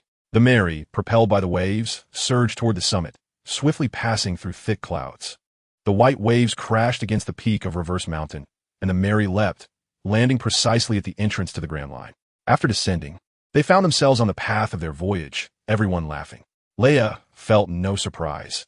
Even when she crossed Reverse Mountain for the first time, she had not been so exhilarated. Yet now, she felt genuine joy from the depths of her heart. They all envisioned the day their dreams would come true. At that moment, the sound of a whale reached their ears, and Luffy was the first to spot a massive creature beneath them. "Oh no, I forgot to tell them that Laboon is still here," Leia exclaimed. Into the chapter, Chapter 134. Laboon having traversed Reverse Mountain, Luffy and his companions found their path blocked by a whale larger than an island, and Laboon, in an unconscious state, wrecked Luffy's special seat. Leia quickly embraced Luffy from behind, but it was too late to intervene as Luffy's fist was already reaching for Laboon. In pain, Laboon swallowed seawater, engulfing the entire Mary in his belly. Leia and Luffy, bewildered, sat atop Laboon's body. Realizing his friend was swallowed, Luffy immediately sought to rescue him. Yet Leia restrained him at every turn. Pointing to a small iron door on Laboon's body, she said, "They are fine. We can find them through there." "Luffy, do not act recklessly." Luffy lowered his head, replying, "Understood, Nichan." The two entered through the small door, navigating the winding passages until they slid into Laboon's stomach. Leia spread her wings just in time to prevent both herself and Luffy from falling into the stomach acid, unsure of what horrors lay below. As they landed on the deck, before they could speak, a gigantic, partially decayed octopus began to float in the stomach acid, sending chills down their spines. Thankfully, they had avoided falling in.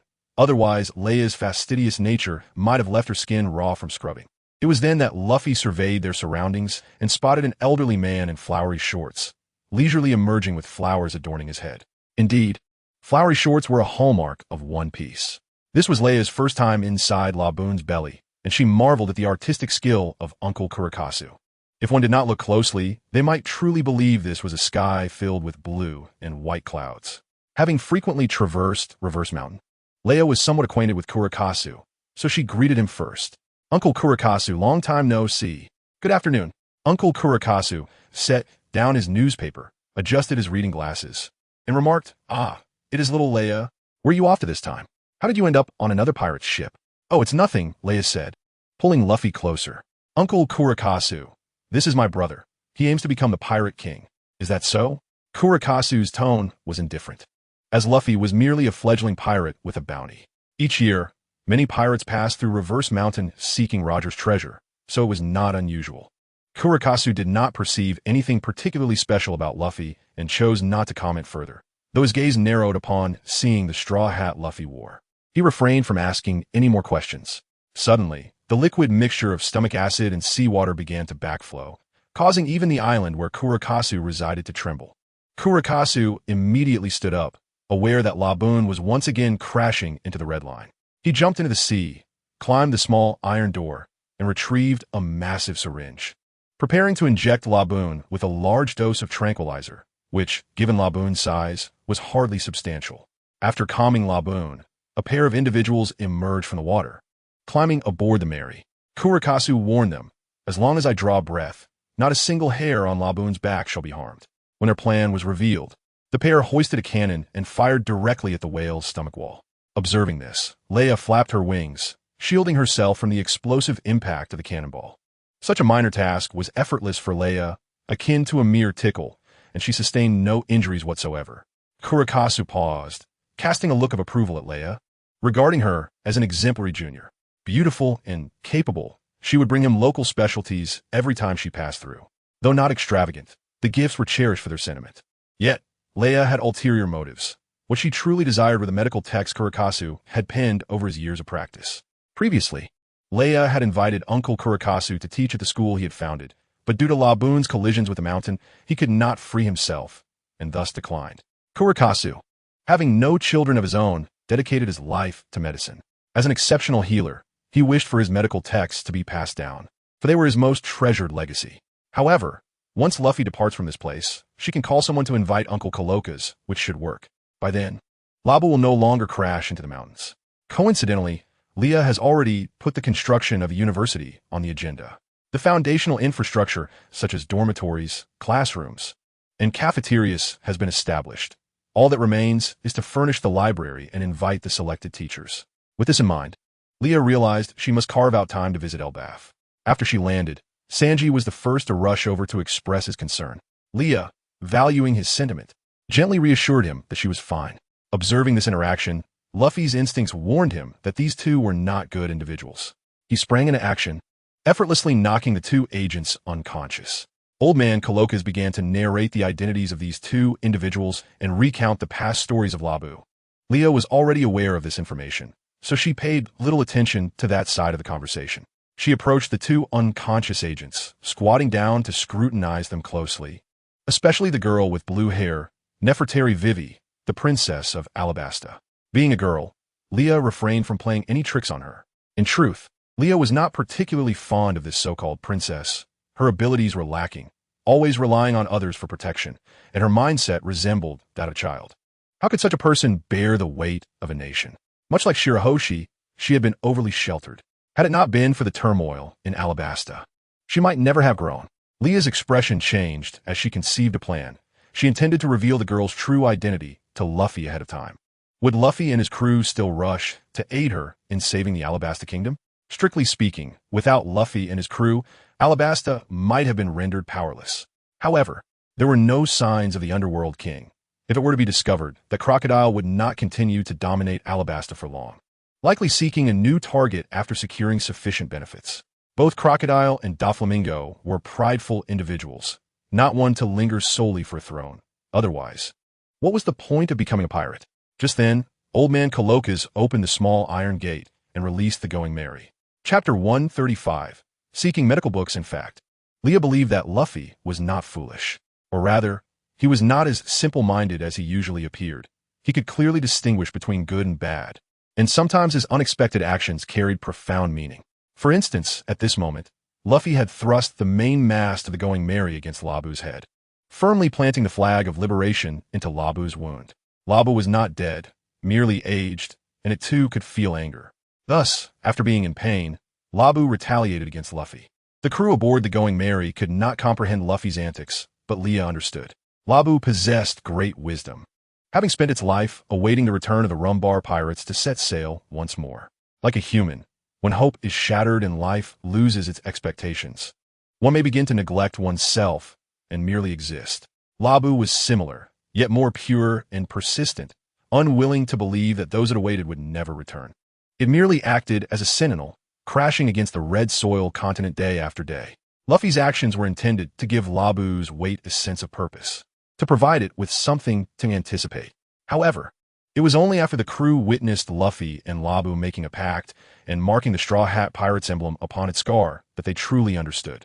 Old Man Colokas observed this scene with a faraway gaze, sensing within the bright smile of this boy a powerful charisma akin to Roger's, a seemingly inexhaustible vitality.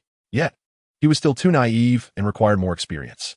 Shortly thereafter, Nami, glancing at the spinning needle in her hand, expressed her confusion. Could it be that this compass is broken? Colokas looked at the little brats before him and explained, the compass isn't broken. It's just that such a simple compass is ineffective in the Grand Line. Noticing Luffy and the others looking perplexed, he added with a hint of exasperation. Did none of you research the Grand Line's conditions before coming here? Nami, feeling somewhat embarrassed, realized that as a navigator, encountering such a knowledge gap at sea was a dereliction of duty. Leah slapped her forehead, remembering that since boarding Luffy's ship, events had been unfolding one after another, and she had forgotten to remind them of this matter. Colokas continued, the islands of the Grand Line are interconnected by magnetic forces. As long as you record the magnetic pull from the islands with a needle, you can find the route to the next island. Just as Leah was about to take out the magnetic compass, Luffy, holding the pointer, leaned closer to Colokas and asked, is this it? Luffy, how do you have this? Leah inquired, perplexed. Luffy pointed behind him and replied, I took it from that person. Indeed, to prevent the two from escaping, Leah had tied them together. The two seemed to have regained consciousness, struggling to flee, but when they noticed everyone watching, they immediately froze. Leah also conveniently gagged them. Although she did not disclose her reasons for doing so, Luffy, experienced in these matters, trusted his sister had her own plans. After the earlier incident, Leah contemplated sending someone to Twin Cape to sell the record pointers. There was likely a profit to be made. The more one earned, the more it could accumulate into a family business. To gather enough magnetic power, they could only temporarily anchor at Twin Cape. While Old Man Colokas was educating everyone about the Grand Line, Luffy, all on his own, devoured an entire table of food. Sanji's lovingly prepared lunch was untouched by either Nami or Leah. Frustrated, Sanji kicked Luffy without a second thought, even forgetting that Leah was present. Luffy's straw hat was knocked askew, and as it flew off, it shattered the record pointer that Nami had been examining. Leah wanted to say something, but Sanji and Luffy were already sent tumbling into the sea by Nami's kick. Nami seemed to remember something and turned to Leah, looking awkward as if she wanted to say something. Leah immediately understood what Nami was trying to convey and waved her hand, saying, it's fine, Luffy is tough. He won't break easily. Compared to my old man, you all have been quite tolerant of Luffy. Don't worry about me. If Luffy acts recklessly, he deserves a beating. Leah chuckled. She thought she caught a glimpse of Sanji happily splashing into the water, truly a bizarre sight. The fallen Luffy and Sanji were quickly retrieved by Labu. The pair of whalers stared in astonishment at this scene. Suspecting that the pointer Coloca's had given Luffy was suspect, Leah did not hastily hand over the new record pointer to Nami. When old man Coloca's glanced over, Leah innocently blinked. The old man did not linger on the matter and pulled out a record pointer he had used in the past to give to Luffy and the others, solving their immediate dilemma. After the record pointer was filled, Luffy and his companions prepared to set sail. At the moment of parting, Leah earnestly requested Grandpa Coloca's to impart his medical knowledge to her. She promised to store it in the library with great care, ensuring that once medical-related courses were established, these books would be accessible to the public. Regardless of the magnitude of one's achievements in life, the ultimate conclusion remains death. Only the knowledge and experiences amassed throughout a person's lifetime can be compiled into texts that are passed down through generations. The path laid by predecessors is to be traversed by future generations. It is only by standing on the shoulders of giants that civilization can advance, allowing humanity to develop at a swifter pace. Grandpa Coloca's medical texts would enable later scholars to avoid many detours and allow future physicians to continue the evolution of medicine from his foundation. This transcended personal interests. It represented the level of medical advancement in the entirety of human society. Leah genuinely cherished the opportunity to meet scholars who stood at the pinnacle of various fields.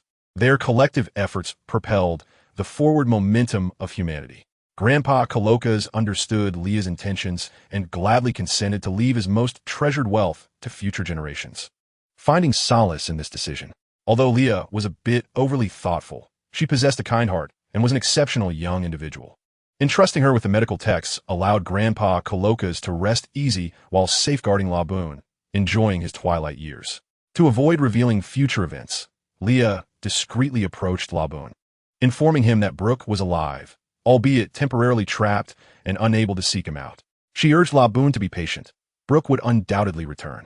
Brook had not forgotten the promise made to Laboon. As the Mary set sail, Grandpa Coloca's gazed at its receding silhouette, murmuring to himself, "Is it truly the Goma Goma no Mi, or is it Nika Roger? Could he be the pirate you have been awaiting?" Chapter 136. Princess Vivi. After bidding farewell to the Twin Cape, Leah commenced her interrogation.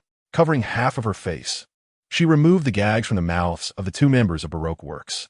These two shameless individuals implored Luffy and the others to return them to Whiskey Peak. Leah signaled to Luffy and his companions, suggesting they initially agree to this request.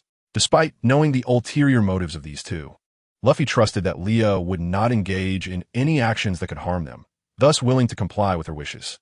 Subsequently, Leah confined Mr. 9 to another room while leaving the blue-haired woman, who claimed to be Ms. Wednesday, behind. The crew of the Straw Hat Pirates surrounded her, and the blue-haired woman appeared somewhat fearful, though she feigned calmness. Leah, encouragingly, retrieved a piece of paper from her pocket but refrained from revealing it immediately. Crouching before the blue-haired woman, she displayed a smile reminiscent of a creepy ant luring a child, stating, "You seem somewhat familiar, as if I have seen you somewhere before." Upon hearing this, beads of sweat began to form on the blue-haired woman's forehead. Her response was overly conspicuous, rendering it hard to believe her denial. However, she awkwardly replied, "But I have never seen you." Yet Leah insisted, "I truly feel like I have seen you before." Drawing a short knife from her waist, Leah gently lifted the woman's chin, causing blood to trickle from her neck. "What do you think we are? We are pirates. You had better speak the truth, or else who knows what may happen, right, Zoro?" Nami chimed in. Zoro flashed a smile that could frighten a child. Sanji wished to interject, but upon witnessing the scene, he held back. Usopp, genuinely frightened by Leah, hid behind Luffy. At this moment, Luffy did not disrupt the atmosphere. He had a general understanding that his sister was merely intimidating the woman, as such occurrences had happened numerous times over their years together. Leah unfolded the paper in her hand, revealing a graceful Arab princess. The Straw Hat crew examined it closely, indeed, noticing a resemblance to the woman before them, albeit the one in Leah's hand appeared younger. "I recall her name is Nefertari Vivi, the princess of the kingdom of Alabasta. What do you suppose will happen if we capture the princess of Alabasta and use her to coerce the king or compel her to partake in activities that we find amusing?" Leah exclaimed with growing excitement, lowering the knife. The blue-haired woman visibly panicked, attempting to speak but ultimately remaining silent. "Mr. and Ms. Those are titles for high-ranking agents of Baroque Works, aren't they?" Leah remarked nonchalantly, admiring her exquisite nails. "What is Baroque Works?" Nami inquired at that moment. "Baroque Works?" Abbreviated as BW, is a clandestine criminal organization based in Alabasta, established by one of the 7 warlords of the sea, Crocodile, Leah succinctly explained.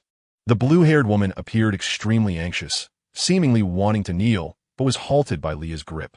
In desperation, she bowed deeply to Leah, pleading, "Please keep this confidential. All I have done is for the sake of saving the kingdom of Alabasta, where the people are suffering immensely." Leah avoided the bow, for she had no intention of meddling in the affairs of the kingdom of Alabasta. Her only concern lay with its oil. Luffy observed the scene, quietly pulling down his straw hat. "I have no intention of exposing you. See, I've already sent your companion away," Leah stated with open hands. "What on earth are you talking about? Please clarify." Zoro expressed his irritation. Following this, Vivi began recounting the tribulations faced by Alabasta to the Straw Hat crew. When mentioning the 7 warlords of the sea, everyone's gaze turned to Leah. "Old Croc is quite a tough opponent." Leah paused before continuing, "Given your current strength, defeating him appears nearly impossible. Frankly, this was rather disheartening. However, as for Crocodile's capabilities, one might say that his devil fruit should not be called the Sansan fruit, but rather the 50-50 fruit, as he seems evenly matched against anyone." Of course, Leah had never battled him, so she was uncertain of his current level.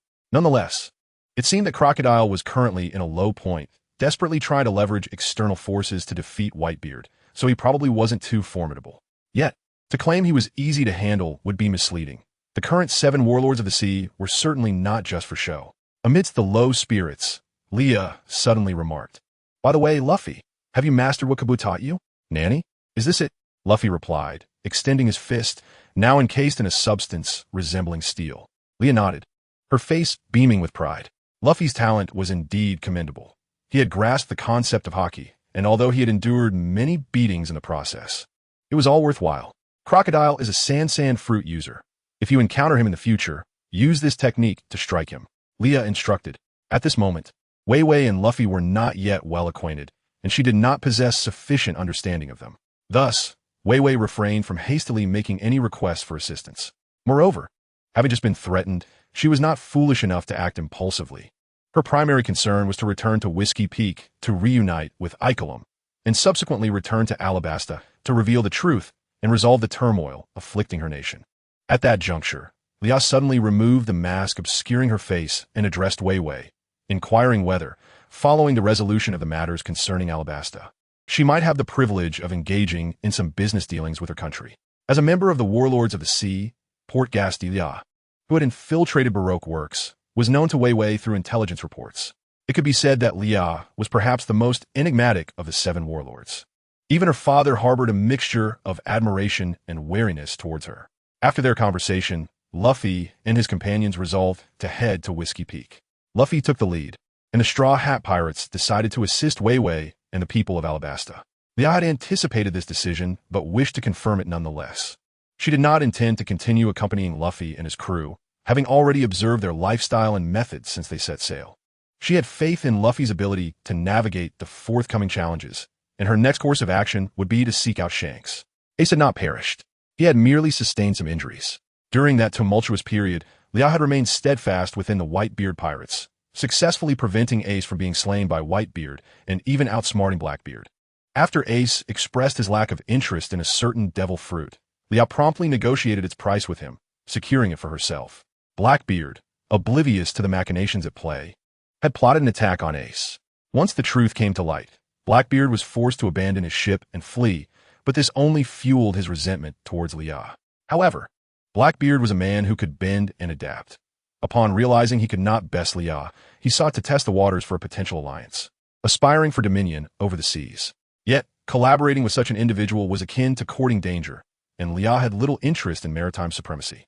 Her true passion lay in acquiring wealth, and her formidable strength and cunning had afforded her a status that few could rival. In this world, being excessively powerful often attracted numerous troubles, while being weak rendered one vulnerable to exploitation. Leah's relentless efforts were aimed at establishing herself upon the seas, ensuring that she could intervene or alter circumstances whenever her family and friends faced peril, leaving the outcomes to fate. Ace pursued Blackbeard once again, but this time, Blackbeard was not as formidable. While Ace had grown exponentially stronger, aware that his time was limited, Whitebeard had also provided Ace with additional support. The impending war at Marineford was inevitable. Regardless of whether Ace was the catalyst, conflict was unavoidable. As a dividing line between the old and new eras, it served as a torch igniting the dawn of a new age. Leah, even in the shadows, intended to incite a war that would reverberate throughout the world. Regardless of the outcome, as long as the war could distract the Navy, its value would already be manifested.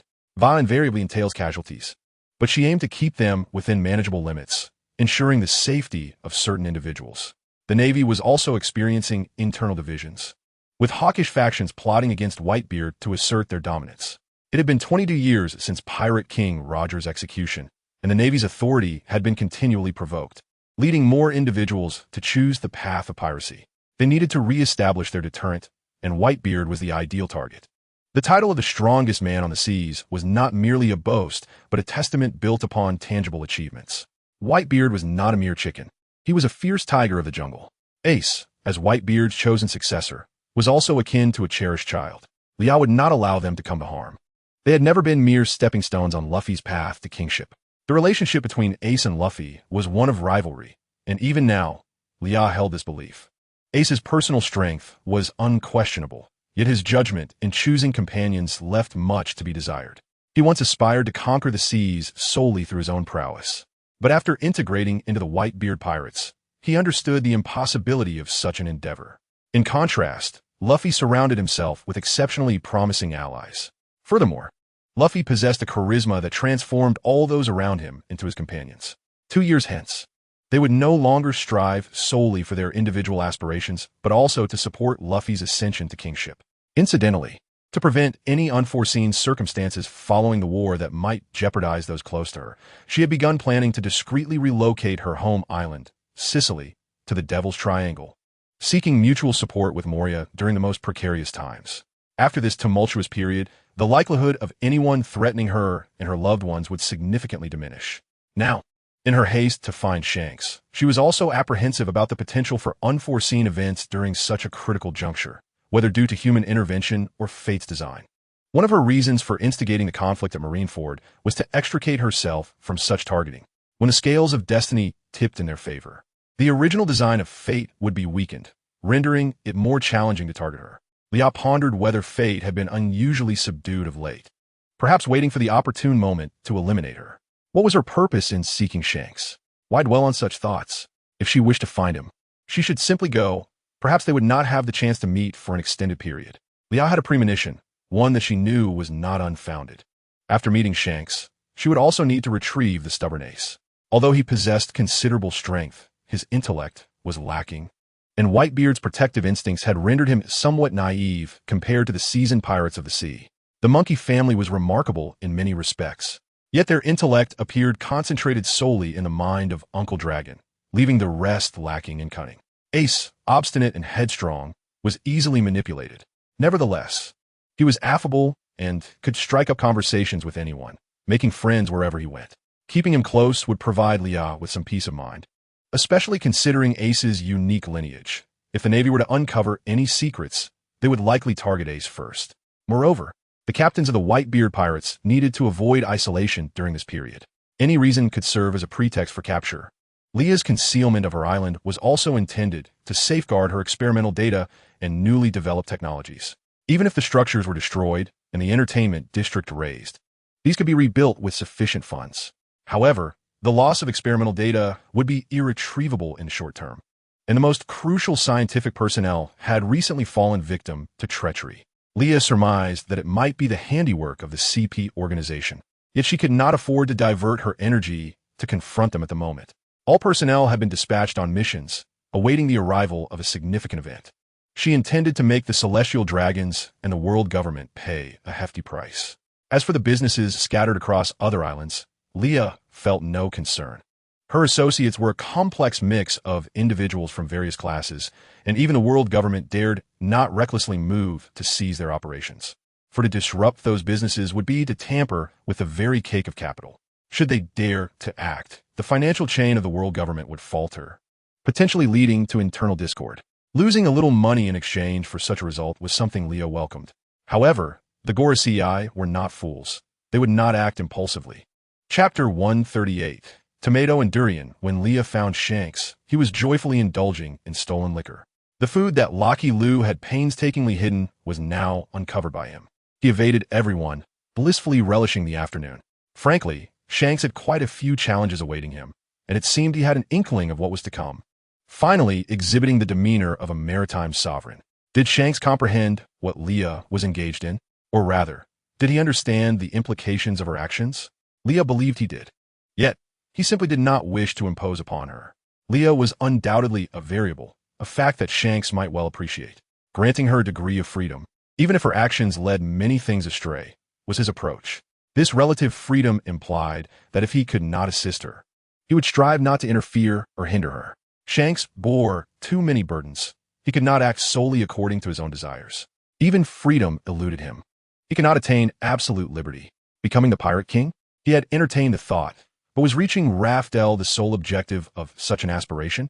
The captain entrusted his hat to him, along with the weight of responsibility. He was aware that the captain held great expectations for him. Yet, he was destined not to become the Pirate King, constrained by his lineage, by the inopportune timing, and by myriad binding forces. It seemed fate had always led these individuals by the nose, with no one able to break free. The captain was the first to perceive this truth. He had long known all the secrets of this world. Utilizing these secrets, which could profoundly impact the world, he secured numerous privileges from the Gorosei. Becoming one of the four emperors was merely a means to wield control over the seas, nothing more. He had made a pact with the Gorosei, promising to maintain the balance of the seas before chaos erupted, thereby indirectly upholding the world government as dominion. For him, this was not overly challenging. As long as he was with his comrades, any position was attainable. However, he was reluctant. From a moment, he relinquished his dreams. He had already done too much that he did not wish to do. Encountering Leah and falling in love with her was predetermined, for she had long since claimed him. He belonged to no one, for he was a child of the sea. Yet his love belonged solely to her. Even as time passes and they turn to dust, that fact remains unchanged. Every life is finite. There are countless things beyond our control. Yet, the genuine love one person holds for another is impervious to the passage of time and the separation of life and death. Even if our lives were to cease at this moment, enduring love would mock the impotence of death. Leah leisurely approached Shanks and sat down before him. As he continued to stuff his mouth with food, gazing at her with bright eyes. Though this might appear foolish, in every moment he looked at her. His eyes held only her. "Today, let us take a day off with Beckman and go out," Leah suggested, playfully stroking his red hair. "Lily-chan, you're being so gentle today. It's a bit unsettling," Shanks replied, his eyes widening in surprise. "Idiot," Leah exclaimed, delivering a punch that sent Shanks's head into the floor. "I finally say something nice, and you can't cooperate a little, you fool." Leah stood, pointing at Shanks in frustration. Shanks cradled his head, which was now swelling, tears welling in his eyes as he muttered, "Summa Mason, I was wrong, forget it. Let's go ask Beckman for a leave. And Shanks, at least try to act like a captain. Stop sneaking food." Leah continued, pausing before adding, "If you must eat secretly, at least don't get caught. It's embarrassing to always be reprimanded by Beckman. I'm being scolded by Lily-chan now." The situation was urgent, and Shanks had arranged to meet Whitebeard, whether it was accurate or not. Leah felt as though this was a passing of the torch of the era. Whitebeard had traversed the seas for decades, and now, as he aged, it was time for him to lay down his burdens. A new era was on the horizon. Yet, Leah worried about the unforeseen events that might befall her. Their matters had lingered for too long, and she owed him an explanation. Leah always felt that, compared to what she aimed to accomplish, individual lives held little significance. Even if she had become the concern of many, after using her cash abilities to request a day off from Beckman for Shanks, Leah took it upon herself to shave the stubble from his face and helped him select several new outfits. There was no helping it. This fellow had abysmal taste in clothing. It was hard to bear. He looked quite good, and with the title of a four emperor. Couldn't he at least take care of his appearance? However, being family, Leah's tolerance for Shanks remained relatively high. Leah reserved a hot spring. Although she donned a rather revealing outfit while soaking in the warm waters, Shanks, like a piece of dead wood, continued to munch away.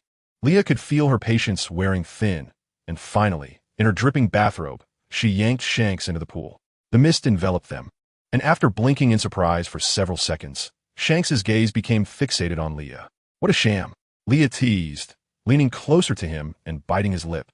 In response to the pain, Shanks began to kiss her back. As their lips parted, Leah gasped for breath, her eyes conveying an ambiguous meaning. Lily-chan, your assertiveness today is a bit intimidating, Shanks murmured, wrapping his arms around Leah and pulling her close. Their body heat rose steadily. Suddenly, Shanks adopted a serious tone and asked, "Are you planning to do something dangerous?" His perceptiveness was almost alarming. Yet, it was uncertain whether it was genuinely dangerous. The unpredictability was too great, and she herself did not know what might transpire. If that is the case, it is indeed perilous. Shanks tightened his embrace around Leah, as if to meld her into him. Leah gently brushed her hand across Shanks's chest and softly suggested, "Shanks, let us take that step together. I hold you in the highest regard. In truth, there is no need for such formality, as it is often the woman who bears the brunt of the situation. I do not wish to impose. Let things unfold naturally." Zyankasi appeared somewhat disjointed in his speech, as though he too had become flustered. "This is not coercion, Zyankasi. Once all is said and done, I shall marry you." Leah entwined her arms around Zyankasi's neck, drawing him closer to her. "Do not leave me," he whispered softly amidst the swirling waters. Leah's misty gaze flickered, yet she could not bring herself to deceive him. "I cannot guarantee it. You truly are a wicked woman. You have stolen my heart since childhood." Zyankasi clung to the last vestiges of his awareness, yet refrained from voicing those words. Soon after, the intensity surged, permeating the space between the two. Chapter 139. The morning after. As for the act of undressing the four emperors and making a hasty retreat thereafter, it cannot be said that Leah was skilled in this regard. Rather, it was her first experience. After all, it is unlikely she would find another four emperor to share bed with. The mere thought of it brings psychological turmoil. As for why it was Leah who awakened first, brimming with energy as she fled, that is a matter of perspective. Nevertheless, she donned a high-neck sweater to conceal the telltale marks upon her neck. Producing Ace's life card, she set forth in his direction. Naturally, Zyankasi could not remain in a deep slumber. Having ascended to his current stature, he must always be wary of the insidious individuals who covet the throne of the four emperors. His observations had become second nature. He understood that there were certain matters Leah wished to avoid, and he did not wish to confront them directly. He did not want to compel her into submission or retreat. Their relationship, while intimate, required a degree of boundaries. Thus, he decided to allow things to linger for a time. Leah had a penchant for making impulsive promises, each of which delighted him immensely. Zyankasi tossed aside the thin blanket, revealing his well-defined physique. After retrieving the clothes he had prepared, he took a leisurely shower. As he donned his attire, he sauntered back to the Red Force. To be honest, Leah was quite considerate. She had left a significant sum of money on the bedside table. Zyankasi took no offense and promptly used it to procure some wine. Later, for reasons unknown, the other crew members caught wind of the incident, and they began to tease Leah, likening her to a patron and Zyankasi to the one being indulged. After a night together, she leaves money and runs, Locky Lou jested. The boss has been abandoned, as usual. How pathetic. Laughter erupted amongst them. Beckman took a drag from his cigarette, remaining silent, perhaps too embarrassed to comment. Others collapsed in fits of laughter on the deck. Zyankasi remarked, "By the way, that Ace fellow is quite elusive. He changes locations daily, and each time I try to catch him, he has already vanished elsewhere." Ace was now completely under the control of Blackbeard. Perhaps Blackbeard had anticipated Ace's pursuit, for he was a master of cunning, always to be guarded against. However, it seemed that he had yet to find suitable companions, or rather, collaborators, united by mutual interests. Yet, without the power of the Yami Yami no Mi, Blackbeard had effectively crippled himself, significantly diminishing his strength. Logically, he should pose no threat to Ace. However, the seeds that Leah had sown had yet to germinate. The power that was fitting for him had not yet awakened. Ace's mind had matured considerably, yet he remained uncertain of the path he wished to tread. Before Leah could locate Ace, she was summoned by Doflamingo to Dressrosa. Doflamingo remained his flamboyant self. Previously, Leah had gifted him a rather plump bird that now perched proudly upon his shoulder. As Leah endeavored to draw closer for a better look at the bird, Doflamingo extended a finger to press against her forehead. The bird, in response, adjusted its spectacles with its wings before fluttering away from Leah. "Oh dear, it has become quite spoiled," she mused, observing how the bird now mirrored Doflamingo's arrogance and indifference. Doflamingo erupted into genuine laughter, a stark contrast to his usual playful demeanor. "Pray tell, why have you summoned me? To amuse yourself?" Leah pushed away his finger, exasperated. Who told you to perpetually appear so dim-witted? Doflamingo replied leisurely. I intend to stand by your side, Leah declared. Doflamingo's tone shifted slightly, becoming ever so serious, albeit barely perceptible. Would it not be more suitable for you to deal with the celestial dragons? Leah gazed up at Doflamingo. You would find solace in that. Doflamingo suddenly flicked her forehead forcefully. Ouch! Leah crouched, shielding her head. You insufferable flamingo. Why do you torment me? It hurts. She realized too well that he was trying to divert her attention, possibly plotting something dangerous. Doflamingo rested his chin on his hand, nonchalantly stating, You are not easily deceived. Leah rose, continuing, Standing by my side may prove perilous. We could easily become targets, misguided casualties, perhaps. There will be no such collateral damage. We are already allies. Targeting you means targeting me, Doflamingo replied, turning his gaze away, a hint of discomfort evident. The sun must have risen in the west. Which enchanting beauty has so enthralled you that it has softened your tongue? Leah exclaimed in astonishment. Dodging Doflamingo's kicked leg, she patted her racing heart and added, Do not be angry. I did not mean to say that. I am simply blunt, as you well know. Doflamingo's forehead twitched with irritation, his fists clenched and relaxed, at a loss for how to handle this obstinate woman. Suddenly, Leah stepped closer to him, patting his shoulder earnestly. I understand, Doflamingo, you care for me. But truly, you need not worry excessively, for I am not one to recklessly place myself in danger. I will not speak of self-sacrifice. I am a businesswoman at heart, weighing pros and cons. I shall not undertake endeavors devoid of benefit. Indeed, Doflamingo affirmed softly. As for the celestial dragons, the matter cannot be resolved in one go. I have entrusted that situation to Doflamingo. His desire for vengeance is more fervent. Naturally, I will not let the celestial dragons escape unscathed, for they have instigated a series of events that led to the downfall of my family. Had it not been for them, my mother would not have suffered to the point of being beyond medical help. Doflamingo's gaze grew distant. I despise this world. Our family's plight was not the result of a single party. Even if I were to eradicate those who pursued us in the past, the flames of my anger would not extinguish. As long as I draw breath, I shall turn this world upside down, giving rise to chaos and unrest. As he spoke, his expression grew increasingly menacing. Leah sighed softly, suggesting, Doflamingo, perhaps you should consider marrying someone. Find a pursuit to occupy yourself with, rather than dwelling on world destruction. Life would become unbearable otherwise. Furthermore, Luo, she inquires about your news daily. He has also developed an affection for Andy, the particularly quirky girl under my wing. If they were to become a couple and have a child, would you not find yourself in the role of an uncle? Imagine having a little one to play with. It would indeed be quite amusing. Enough of this chatter. Please do not mention that insufferable boy, Luo, she. But truly, you cannot deny that you too. Hold him in your thoughts. Do not feign indifference. End of this chapter, chapter 140. The eve of war, perhaps driven to desperation, Heisey formed an alliance with the Navy, launching an assault on Ace and capturing him within Impel Down. When Leah received the news, she was momentarily stunned, her heart seemingly halting. In that fleeting instant, she questioned whether she could change anything at all. Once she composed herself, she began to meticulously review the situation. It was reported that the Navy headquarters had dispatched the Vice Admiral, General Yin Shu, a figure of remarkable distinction. His mastery of hockey and the 6 powers of the Navy had reached the level of an admiral, the only difference lying in his devil fruit abilities. He was a confidant of Akainu, aligned with the hawkish faction. However, in contrast to Akainu, he exhibited greater adaptability and a relentless pursuit of efficiency, willing to collaborate with anyone to achieve his objectives. His operational style aligned more closely with justice, making him a competent and exceptional leader. It was not surprising that Heisey would share intelligence about Ace with the Navy, prompting their dispatch of him to assist in the capture. Yet, why did Ace not attempt to escape? It appeared that Ace had surrendered after a stalemate with his adversaries. Why was that? Moreover, Leah had received Ace's final letter, containing only a few terse words, at the cost of my life.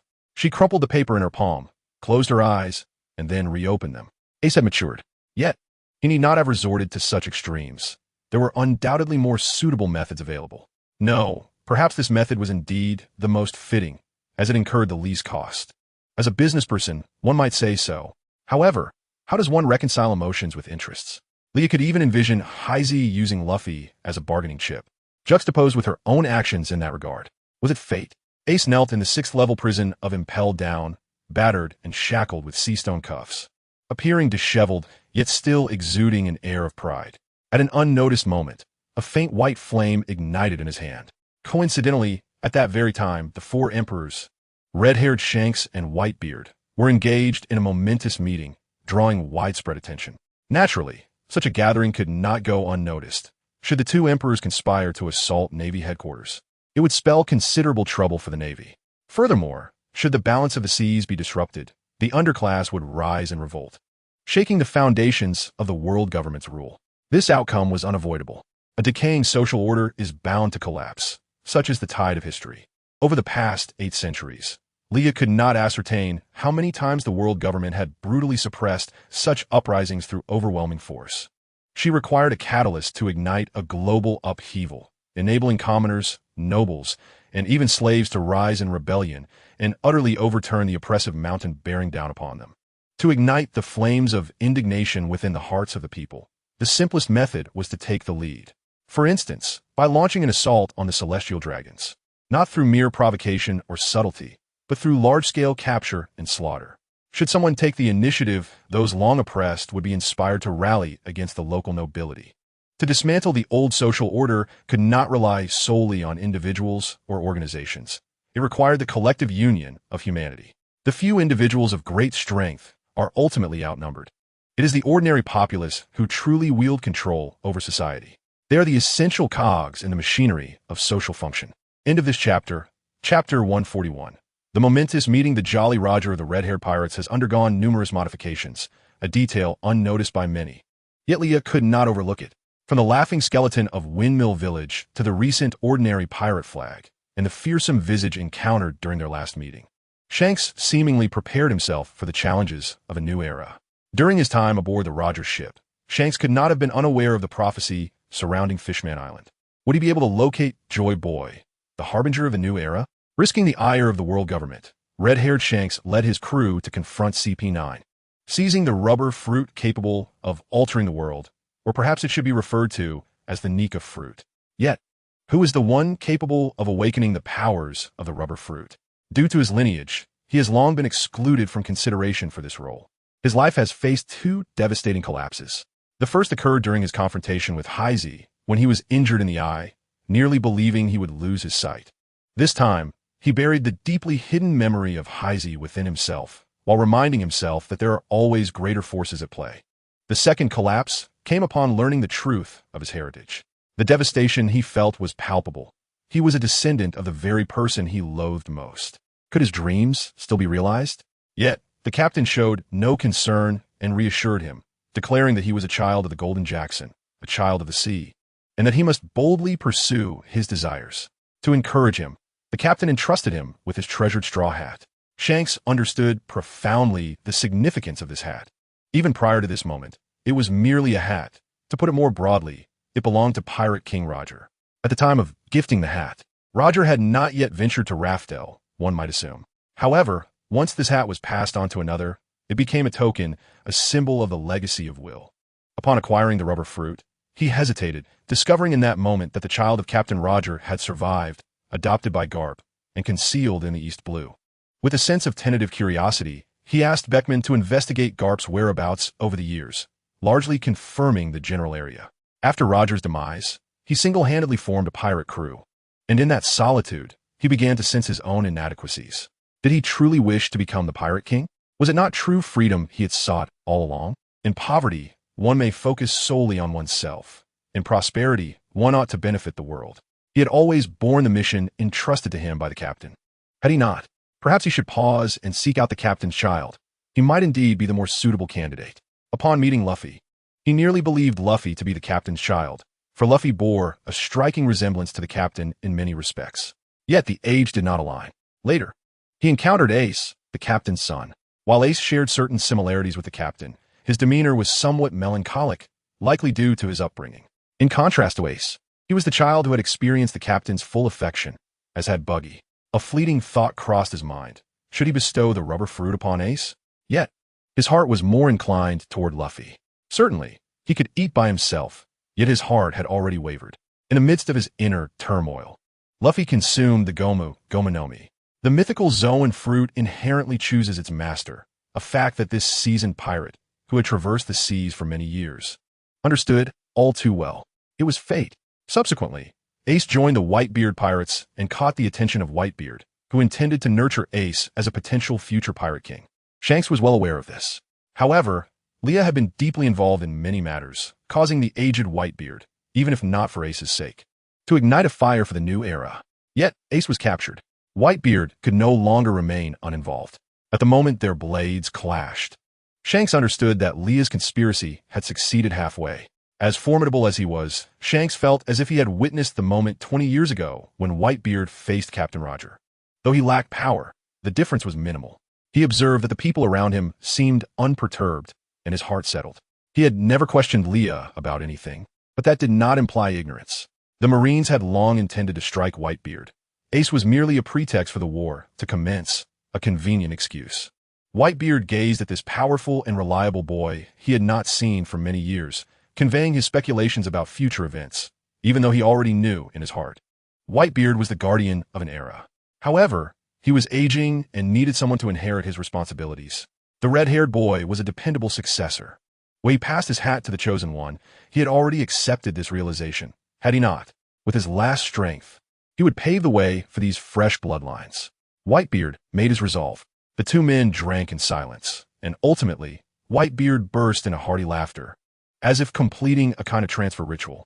This was a meeting of the century, akin to a relay race. Before Roger's surrender, he had also invited Whitebeard for a drink, sharing everything about the D and the world with him.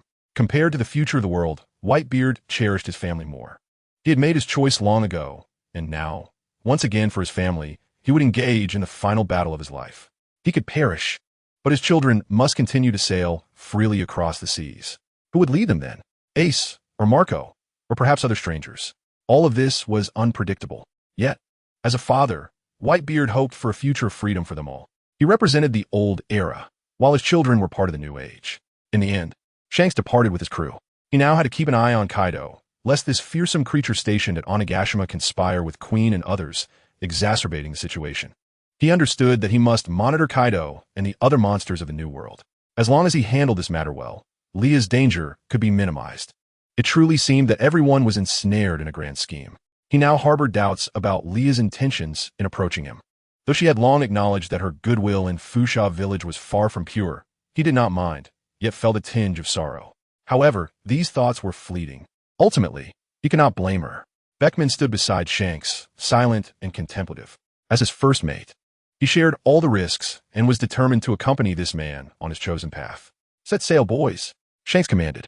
Yes, countless affirmations echoed from various corners of the Red Force as he embarked on the journey he had chosen. End of this chapter. Chapter 142. Carp visits Ace and impelled down. Carp sat on the ground, gazing at Ace, whose hands and feet were shackled by enormous sea prism stone chains. For Carp, this might be Ace's final moments, and he wished to converse with him as much as possible. Initially, the old man had hoped that Ace and Luffy would become formidable members of the Navy. However, they had embarked on a path contrary to that. The monkey family had never produced an obedient member, not even his unfilial son. Despite the helplessness, Carp felt a sense of solace. For one must pursue their dreams and walk their chosen path. Otherwise, what meaning does life hold? It saddened Carp that he could not protect the child he had watched grow up under his wings. Well, he chose to save Ace. He had hoped for his safe growth. The same went for Leah, that little girl. Recently, the signs of an impending war had emerged, with many young Navy recruits opting to withdraw from the Navy, whether due to the increasingly rampant pirates or the growing unrest within the Navy itself. This represented a significant shift. The balance of public sentiment had tipped. Where had the withdrawn Navy recruits gone? Indeed, to the Revolutionary Army. Carp himself did not perceive the Navy as inherently just. He had recognized this long ago. Otherwise, he would not have consistently refused promotion to admiral.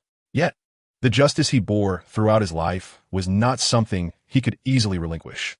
On the surface, the islands appeared tranquil, yet undercurrents surged, with an increasing number of people joining the ranks of the resistance. As for why these events had yet to reach the awareness of the world's populace, it was because Morgans, pressured by the world government, could not consolidate and report these occurrences. However, Morgans had conflicts with the world government and the Navy. Such a situation would not persist for long. Once he relocated the headquarters of his newspaper to the New World, where the government's control was weakest, he would be able to report extensively on these matters. With public sentiment in flux, the world would inevitably descend into chaos. As Ace was about to be executed, Luffy caused an uproar in the Sabaody archipelago. As a grandfather, Carp felt quite helpless. Yet there was no turning back now. The warship Luffy was aboard had already arrived at Impelled Down, where he continued to hide within Hancock's clothing. Previously, the Navy had agreed to the Pirate Empress's request to participate in the battle, and meeting Ace in Impelled Down was her condition for exchange. However, before entering, a body search was required, and Sea Prism Stone handcuffs had to be worn.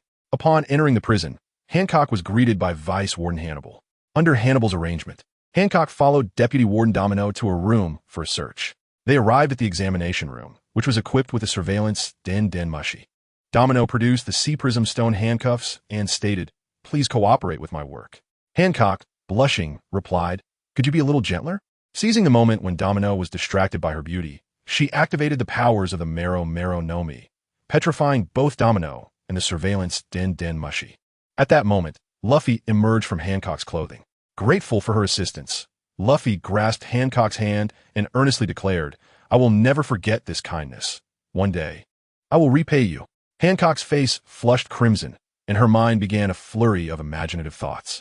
Meanwhile, Hannibal received a call from the monitoring room, where they reported to the Vice Warden about the situation, questioning whether there was a problem as the image from the Den Mushi in the room had been interrupted. Realizing the seriousness of the situation, Hannibal hurriedly knocked on the door to inquire about what was happening. Suddenly, the door swung open, and Hancock and Domino emerged from the room. Hancock deftly changed the subject, providing Luffy with an opportunity to slip away from Hannibal and the likes of General Mole. Impelled Down consists of 6 levels, all constructed underground. The first level, known as the Red Lotus Hell, houses the least severe offenders. It features a vast expanse resembling a forest, where sword trees with leaves sharp enough to slice through anything tower above, and needle grass below pierces the human body like a dart. Inmates are relentlessly pursued by venomous spiders and guards, only to suffer grievous injuries from the cutting foliage, their blood flowing freely as they endure endless torment. The second level is the Beast Lair, or the Monster Hell, where various ferocious creatures from the demon realm are contained. The most formidable among them is the Basilisk, while the chief warden is the Sphinx, who also commands the Blue Gorillas. Prisoners confined here are acutely aware that they will eventually become prey for these beasts, stripped of even the courage to feel fear. MR3 is one such unfortunate soul. The third level is the Hunger Lair, also referred to as the Hunger Hell. After ascending from the searing depths, inmates are deprived of sustenance and warmth. Mr. 2, known as Fonklai, or Little Fong, finds himself imprisoned in this desolate area. The fourth level is the Scorching Lair, or Scorching Hell, where the Warden Magellan maintains his office.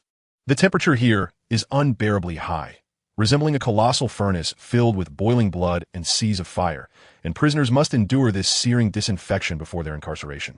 MR1 is locked away in this level. The fifth level is the Extreme Cold Hell, housing pirates with bounties exceeding 100 million. Inmates in this freezing environment suffer severe frostbite until death, while the icy forest is home to numerous military wolves. Due to the frigid temperatures, no listening devices have been installed here. The 55th level is the New Human Paradise. Entering through the prison's sewer system and traversing an impossible path leads to this clandestine sanctuary, Zone 55. The supposed Devil's Invitation, which has caused many prisoners to mysteriously vanish, is merely a ruse, with the current ruler of the paradise being Ivankov. Ace, however, is confined in the deepest level, the 6th, known as the Infinite Hell. This level houses individuals of remarkable notoriety, either sentenced to death or life imprisonment, including monstrous figures erased from history due to their heinous acts. Ordinary people remain unaware of this level's existence due to the extreme malevolence of its inhabitants.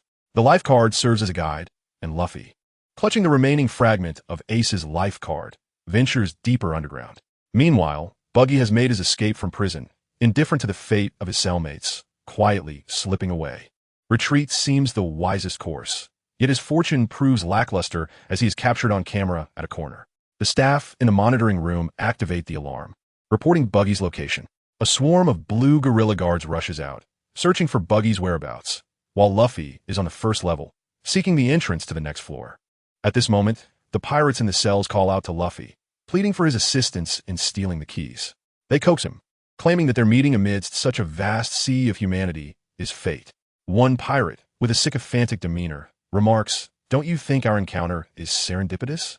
As Luffy ponders this, a commotion arises. Buggy, pursued by a throng of blue gorillas, races toward him. One blue gorilla swings an axe at Buggy, cleaving him in two. In this manner, Buggy reunites with Luffy, their last encounter having been in Logtown. Subsequently, both Luffy and Buggy find themselves fleeing from the blue gorillas. The two engage in a brawl as they run, and after a while, they decide to temporarily ally against their pursuers. They both pivot and launch an assault, with Luffy delivering a single punch that takes down a blue gorilla. Buggy, however, inadvertently knocks himself out in the process. Observing the fallen blue gorilla before him, he remarks, "Don't let your guard down. There's still 4 more. Yet when he turns around, he discovers that Luffy has already dispatched the remaining 4 blue gorillas. Buggy, astonished, can hardly believe his eyes, exclaiming, "You did it all." After eliminating the blue gorillas, Buggy retrieves the fallen large axe and hoists it onto his shoulder. In Chapter 143, titled The Monitoring Ants, upon learning of Luffy's purpose for entering the prison, Buggy expresses his reluctance to accompany Luffy to his demise, preferring to depart alone. However, he notices a decorative piece on Luffy's arm, a circular glass bracelet, a gift from Nami, which Luffy has donned. Upon seeing the bracelet, Buggy's eyes gleam with excitement. In the heat of the moment, he attempts to seize it, declaring, "If you give this to me, I'll guide you." Buggy clutches Luffy's arm with a fierce expression. Hearing this promise, Luffy finally halts. Subsequently, Buggy leads the way from above, while Luffy chases him from below, as they make their way to the 5th level of the Great Prison. Meanwhile, Hancock, under the guidance of General Mole and Domino, arrives at the 4th level to meet Warden Magellan, who spends 10 hours daily in the restroom and possesses the powers of the Dokunomi. Even a mere breath from him can induce poisoning. Luffy and Buggy have reached the 2nd level, having defeated the guards there. The keys to the cells clatter to the ground, and the prisoners within shout in desperation, "If possible, could you retrieve the keys for us?"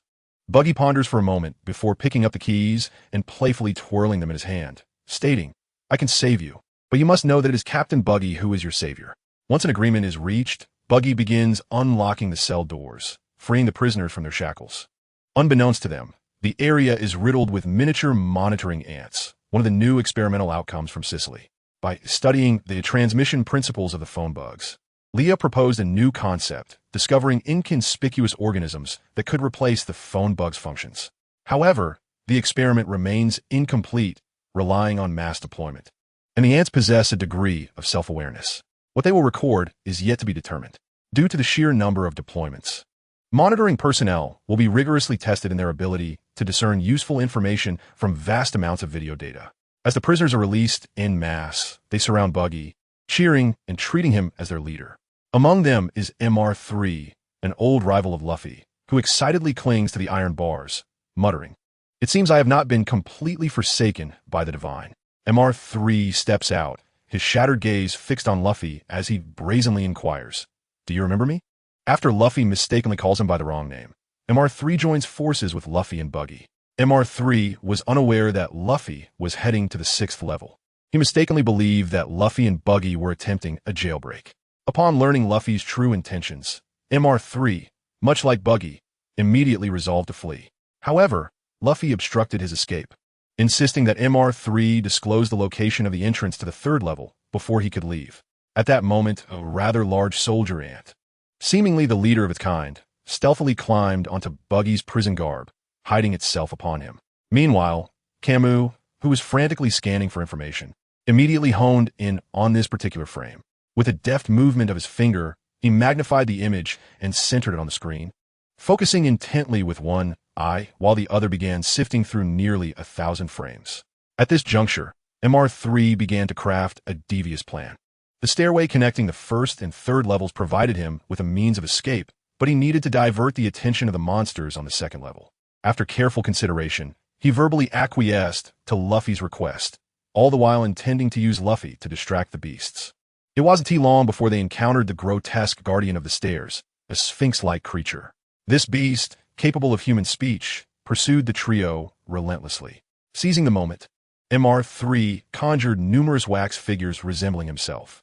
The Sphinx, lacking in discernment, could not ascertain which was the genuine MR3 and resorted to a game of whack-a-mole, incessantly stomping on the wax figures. Just as MR3 contemplated a getaway, the floor beneath them began to collapse, sending all four, Luffy, Buggy, MR3, and the Sphinx, plummeting to the third level. Meanwhile, Jinbei and Ace were confined in a cell, with Jinbei recounting tales of their father. Whitebeard, a formidable figure, had boldly declared, "Fishman Island is my territory." This proclamation had deterred any would-be conquerors. Jinbei held Whitebeard in high esteem. He yearned to prevent the war and rescue Ace, yet felt powerless. Suddenly, a loud laugh erupted from the adjacent cell, belonging to the former Shichibukai, Crocodile. "I lost a bet, I lost. Ha ha ha." He cackled before lowering his head and murmuring. As expected, she foresaw this. Life is indeed complex, almost as if manipulated by unseen forces. At that moment, in the naval headquarters, Fleet Admiral Sengoku was fuming as news of Luffy's prison break reached him. He berated Garp, exclaiming, "Why is it always your grandson, Garp?" Sengoku pointed an accusatory finger at him. Garp, tears of laughter streaming down his face, proudly remarked, "He truly has talent. He is indeed my grandson." The familial resemblance was evident. Garp's fury manifested in his seizing of Sengoku's snacks. "These are mine, return them." Garp extended his hand to demand his share. "Enough of this racket," Sengoku retorted, dumping a large bag of snacks into his mouth. Akainu sat calmly on the sofa, silent. After Akainu departed, Sengoku released his grip on Garp's collar and retrieved a stack of reports from his desk. He flung the reports at Garp's face, his demeanor growing serious. "Look at what your granddaughter has done. Her actions threaten to upend the entire world. Can your family truly bear the cost of this global upheaval?" As Sengoku turned away, his shoulders trembled slightly, the weight of justice precariously balanced. Garp crouched down, picking up the scattered reports, a smile gracing his face. It seemed that for the first time, this formidable elder revealed the signs of aging. "Sengoku, I have grown old. This is the era of the youth." Sengoku's shoulders sagged, his voice distant. "Indeed, it is a time of rebellion." In Chapter 144, titled Xiaofeng, Luffy, Buggy, and MR3 fell from the second level to the third, where the Sphinx had been knocked unconscious. The oppressive heat roused them from their stupor, and MR3 found his abilities rendered useless in such sweltering conditions. As the wax figures melted away, they now sought the entrance to the fourth level. Entering a cell, they discovered that the incarcerated pirates were formidable, each boasting bounties exceeding 50 million. Meanwhile, chaos erupted on the second level as a throng of prisoners surged towards the exit, having been released by Buggy, inadvertently distracting the prison guards. Frustrated, Buggy realized they had circled back to their original drop point, all while being monitored by the guards. With a pull of a rope, a massive stone door rose, ensnaring them in a net woven from sea stone, rendering their abilities ineffective. Shortly thereafter, a group of guards, led by a diminutive Sphinx, approached. "Give up. Resistance is futile," he declared, his eyes heavy with fatigue. At that moment, the Sphinx, similarly ensnared in the net, awoke and struggled fiercely, breaking free and allowing Luffy and the others to escape. A horde of guards charged towards Luffy, while MR3 and Buggy prepared to abandon him from the overhead walkway.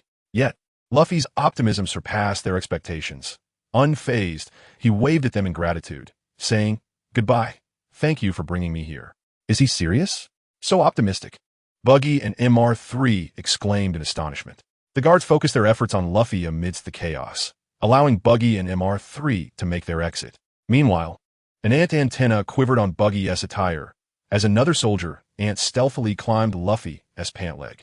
Exhausted from the heat, they decided to take a brief respite when a melodious voice reached their ears. "What is that song?" Buggy inquired curiously. "The path of the she-male, the strongest, the strongest." In such oppressive heat, the ability to sing effortlessly indicated a remarkable talent. They followed the sound to find MR2 Feng Kiliai, also known as Xiaofeng, elegantly performing ballet in his cell. Upon spotting Buggy and MR3, he gasped in surprise, "What? Mr. 3, how are you doing up here?" After a brief discussion, Buggy and MR3 decided to release Xiaofeng. However, he chose to act independently. Meanwhile, Magellan had brought Hancock to the 6th level of the prison, where Ace and Jinbei awaited them. The prisoners, upon seeing the stunning beauty, erupted in raucous cheers, utterly unprepared for such a lure within the prison's confines. Magellan attempted to quiet them, but the prisoners, undeterred, mocked him, How can someone who suffers from chronic diarrhea command us? Upon hearing this, Mazelin was filled with rage, his eyes turning crimson as he resolved to teach these oblivious criminals a lesson. Behind him, several serpentine figures of dark purple poison began to rise ominously. The sight struck terror into the hearts of the prisoners, who began to scream even louder, pleading for Mazelin to spare their lives. In the midst of this chaos, no one noticed Hancock as the noise enveloped the scene. Seizing the opportunity, she informed AC of Lu Fei's endeavor to rescue him from the depths of the prison. Upon hearing this revelation, AC's eyes widened in surprise, but he soon regained his composure. Bowing his head, a smile of pride, or perhaps something else, graced his lips, recognizing Lu Fei's relentless spirit, always keeping others on their toes. Mazelin launched his attack on the prisoners, the venomous serpents darting into various cells, enveloping the criminals in agony, their cries echoing through the prison walls. With a stern countenance, Mazelin warned the assembled inmates not to forget that he possessed both the authority and the power to execute them on the spot. Having uttered his threat, he resumed his original demeanor, while Hancock finished relaying her message to AC. Meanwhile, Lu Fei found himself pinned beneath a lion's paw, starving and overheated. He lacked the strength to break free from the beast's grasp. Just as the lion was about to devour him, a voice commanded it to halt. Both the lion and Lu Fei turned to see a familiar figure, Zonglong, though it was, in fact, Xiaofeng impersonating him. Leaping down, Xiaofeng skillfully dispatched the lion with a swift kick, rescuing Lu Fei. Gazing at Xiaofeng, who twirled gracefully in the air, Lu Fei recognized that this was not Zonglong, though the voice was unmistakably familiar. "It's been so long, Xiaofeng, how I've missed you," he exclaimed, tears welling in Xiaofeng's eyes. The two brothers embraced, fate bringing them together once more. "Let's not part again, shall we?" They agreed. As they ran and chatted, Lu Fei expressed his intent to descend to the 6th level to rescue AC, while Xiaofeng aimed for the 5.5 level to reunite with his dearest acquaintance. Hancock had just emerged from the 6th level, her mission successfully completed as she had escorted Lu Fei into the prison and delivered the news to AC. Xiaofeng guided Lu Fei to a towering wall, pointing out, "Scale this wall, and you shall find the entrance to the 4th level." They swiftly ascended. The air was thick with smoke, and the temperature soared. Xiaofeng explained, "The 3rd level is merely the exhaust for the 4th. The latter is the true furnace." Lu Fei understood that the heat of the 3rd level was trivial in comparison. Xiaofeng approached the fiery furnace, advising Lu Fei, "Jump from here to reach the 4th level. But be mindful of your landing." Lu Fei joined him, staring into the billowing smoke of the massive furnace. For AC's sake, he had to leap. Suddenly, Lu Fei posed a question to Xiaofeng. "Would you risk your life to meet the one you long to see?" Xiaofeng smiled and replied, "Naturally." The person he yearned to see was the renowned Ivankov, and his eyes sparkled at the thought. At that moment, MR3 and Baji rushed towards them, being chased by a ferocious cow. This unexpected turn forced Lu Fei and Xiaofeng to join in their chaotic escape. In Chapter 145, Lu Fei is poisoned. Baji informed Lu Fei that they were not aiming for the 4th level. He and MR3 had encountered the formidable cow while searching for the 3rd level's entrance. This cow, a prison guard beast of great strength, was beyond their ability to combat, leaving them with no choice but to flee. Considering their predicament, Baji spun around and unleashed a powerful kick, launching a Baji cannonball that engulfed the cow in flames. However, to no effect, the cow stood unharmed amidst the inferno. Xiaofeng soared into the air, delivering a devastating kick that sent the ground beneath the cow crumbling, half of its body sinking into the earth. Following this, MR3 shackled Lu Fei with a waxen lock and executed an impressive move, the rubber hammer spiral shot. The impact was considerable, causing the cow to crash to the ground. As the floor began to fracture, Lu Fei peered down, realizing the ceiling was receding further away. It dawned on them that the floor was collapsing, and they were now in a state of descent. Meanwhile, the guards reported to Mazelin that the Straw Hats and Baji had safely reached the 4th level, having plummeted from the ventilation tower. How is it that they fell without harm when there is magma below? Mazelin inquired with irritation. The guards speculated. They likely jumped from the floor above, using it to escape the peril. Fuming, Mazelin stepped out from the restroom, commanding, "Listen closely, everyone. There are only 2 stairways to the 4th level. Hannibal, maintain a guard at the entrance to the 3rd level, while Suddy will oversee the passage to the 5th level." Suddy, a blonde woman without visible eyes, was solely focused on fighting rather than defense. Hannibal, on the other hand, contemplated that if the Straw Hats reached the entrance he was guarding, he would let them go and shift the blame onto the warden, thereby positioning himself for the role of warden. Mazelin denied Suddy's request for an offensive strategy, insisting, "Follow orders. After capturing them, you may do as you please." The remaining guards were instructed to pursue them. "Do not underestimate them. The detestable Straw Hats will not allow you to act with impunity. Let this scorching hell be their end." At that moment, several army ants leaped onto Mazelin's shoulders. The heat of the 4th level was unbearable, causing Lu Fei and his companions to stomp their feet in discomfort. Lu Fei detected the enticing aroma of roasted meat and, driven by the scent, dashed forward. Xiaofeng followed closely behind, but before they could reach the kitchen, a multitude of guards appeared, primarily to stall their progress, serving little purpose otherwise. The guards reported to Mazelin, stating that the disparity in strength was too great and requested reinforcements. Just then, a drop of purple liquid fell before Lu Fei. In the blink of an eye, Mazelin materialized before him. Although Lu Fei did not recognize Mazelin, the guards fled at the sight of him, aware that remaining would spell certain doom, as they would be ensnared in Mazelin's poison. Xiaofeng cautioned Lu Fei not to confront Mazelin, for he was the warden of Impel Down. As Lu Fei dodged Mazelin's poison serpents and prepared to strike, his fist was intercepted by Xiaofeng's body. Grasping Lu Fei's collar, Xiaofeng stressed, "That is poison. You must not touch it. Our only option now is to flee." Elsewhere, Baji and MR3 were at the stairway leading to the 3rd level, where Hannibal and the guards awaited them. After devising a strategy, Baji and MR3 leaped down, prepared to confront Hannibal. Just as they were about to engage, Hannibal commanded, "Everyone listen to my orders.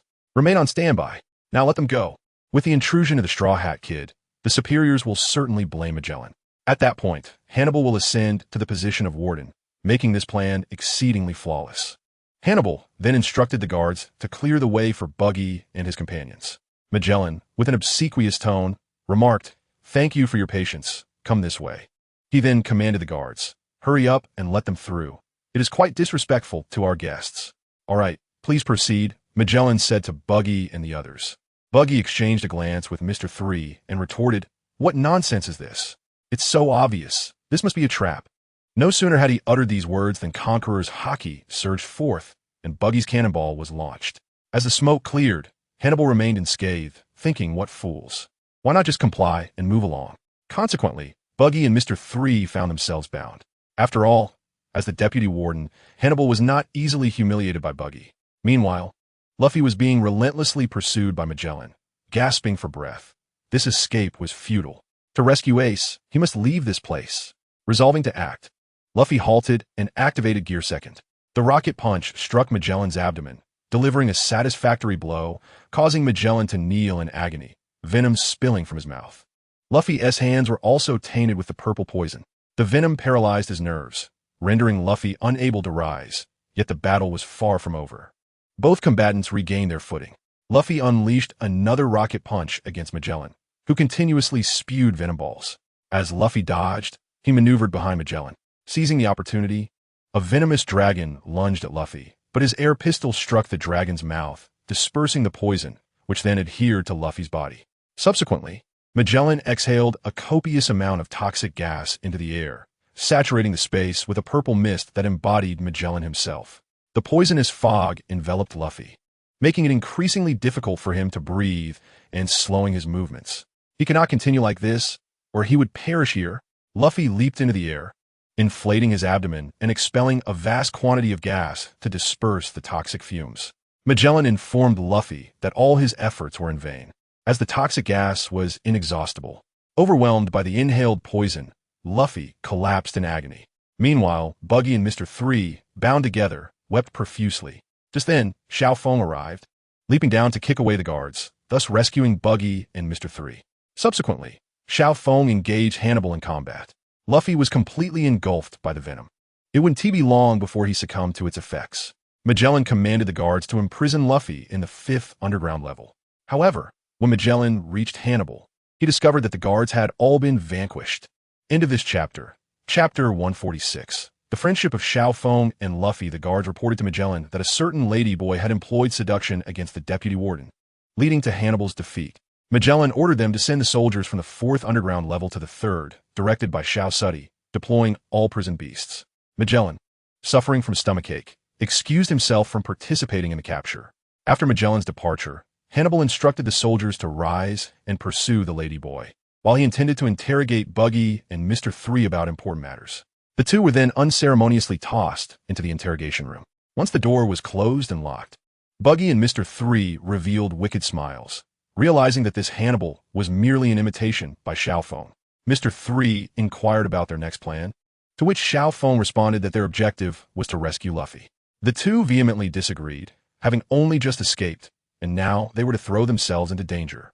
Moreover, the soldiers had stated that the Straw Hat Kid had already been defeated by Magellan and was imprisoned in the 5th underground level. "Are you seeking death?" Buggy exclaimed. Yet Xiao Feng's resolve remained unwavering. "When I left Magellan and the Straw Hat Kid, I had already risked my life. No matter what, I must save the Straw Hat Kid. He is my friend." After declaring this, Xiao Feng resolved to seek the antidote alone, believing that only by finding it could he save Luffy. He then disguised himself as Hannibal and entered the medical room, where he learned from the medical staff that there was no antidote for Magellan's poison. Due to the mixture of various toxins, a cure could not be produced. Returning to the interrogation room, Xiao Feng found himself at a loss. Suddenly inspired, he thought of the Ladyboy King, Ivankov, continuing his impersonation of Hannibal. They planned to use the staff-only staircase to descend to the 5th underground level in search of Ivankov. He firmly believed that Miss Ivankov would possess a means to save Luffy. Though Buggy and Mr. 3 wore reluctant expressions, they eventually followed Xiao Feng. Did they intend to help Xiao Feng and Luffy? Not quite. It was simply that being close to the deputy warden provided them with a sense of security, Buggy grumbled. Upon reaching the entrance, as usual, the soldiers extended their hands, stating, as per routine, "Please surrender your garments for safekeeping." Xiao Feng was bewildered, questioning if they really had to disrobe. The soldier replied, "Deputy Warden, did you not emphasize that one must enter the extreme cold hell without clothes? You even encouraged us to learn from you. All the staff respect you greatly." Xiao Feng, along with Buggy and the others, was stripped of their clothing. Upon entering the extreme cold hell, they were immediately beset by frost, their noses running with icy mucus. The environment was not only frigid, but also inhabited by numerous snow wolves. Realizing the dire situation, Buggy and Mr. 3 hastily fled, exclaiming, "Fool, deal with them alone." Xiao Feng was once again astonished by their audacity. Luffy was currently imprisoned in the extreme cold hell, the poison from Magellan enveloping him, paralyzing his entire body and rendering him in excruciating agony. Shortly thereafter, a severely frostbitten Xiao Feng approached with keys in hand, declaring, "Straw Hat, I have come to rescue you. I stake our friendship on this." He apologized to Luffy, recalling how he had abandoned him during the battle with Magellan, a decision he deeply regretted. This time, he would not forsake his comrade. He was determined to liberate Luffy. As the cell door swung open, Xiao Feng dragged the unconscious Luffy out. Now, the task was to locate Ivankov. Perhaps Miss Ivankov could save Luffy's life. Braving the extreme cold, Xiao Feng inquired in each cell, but the imprisoned inmates had no knowledge of Ivankov's whereabouts. After some time, Xiao Feng finally learned from one prisoner where Ivankov was held. The prisoner pointed towards the woods, indicating an abandoned cell where a peculiar man had once appeared. After hearing the prisoner's account, Xiao Feng dragged Luffy towards the forest. Meanwhile, the prisoners began to murmur, questioning whether that forest was not the den of wolves. One prisoner hesitantly asked. In truth, this prisoner was toying with Xiao Feng. The cold was unbearable, and wounded, Xiao Feng sank to his knees in the snow. All that remained was to maintain unwavering determination.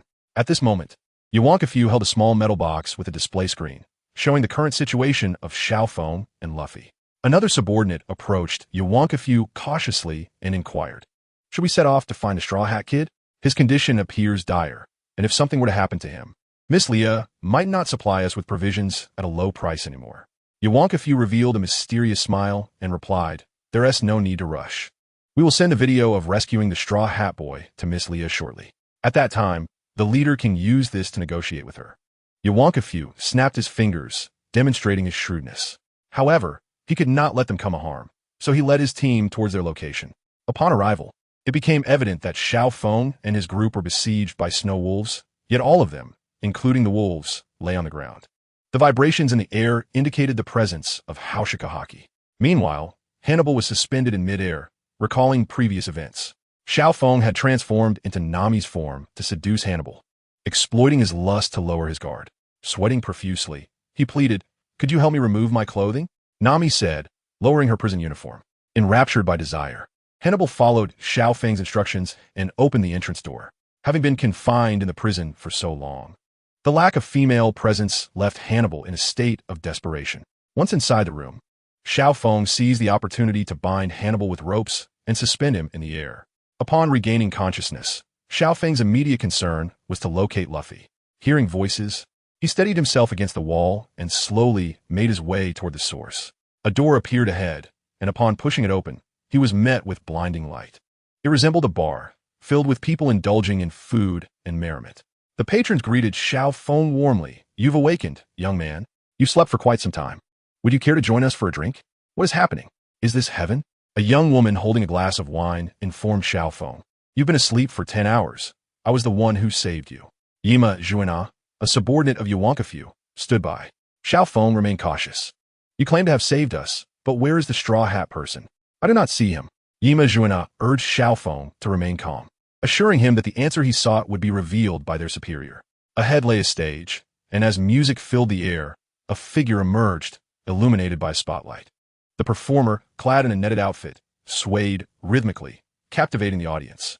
The atmosphere in the bar was electric, yet Xiao Feng stood there, somewhat bewildered. The crowd chanted Yuankafu's name, and Xiao Feng realized that the figure at the center was the legendary queen of the transgender community, Yuankafu. Xiao Feng knelt before Yuankafu, expressing his heartfelt plea, "It is such an honor to meet you. I sincerely hope you can save the Straw Hat Boy."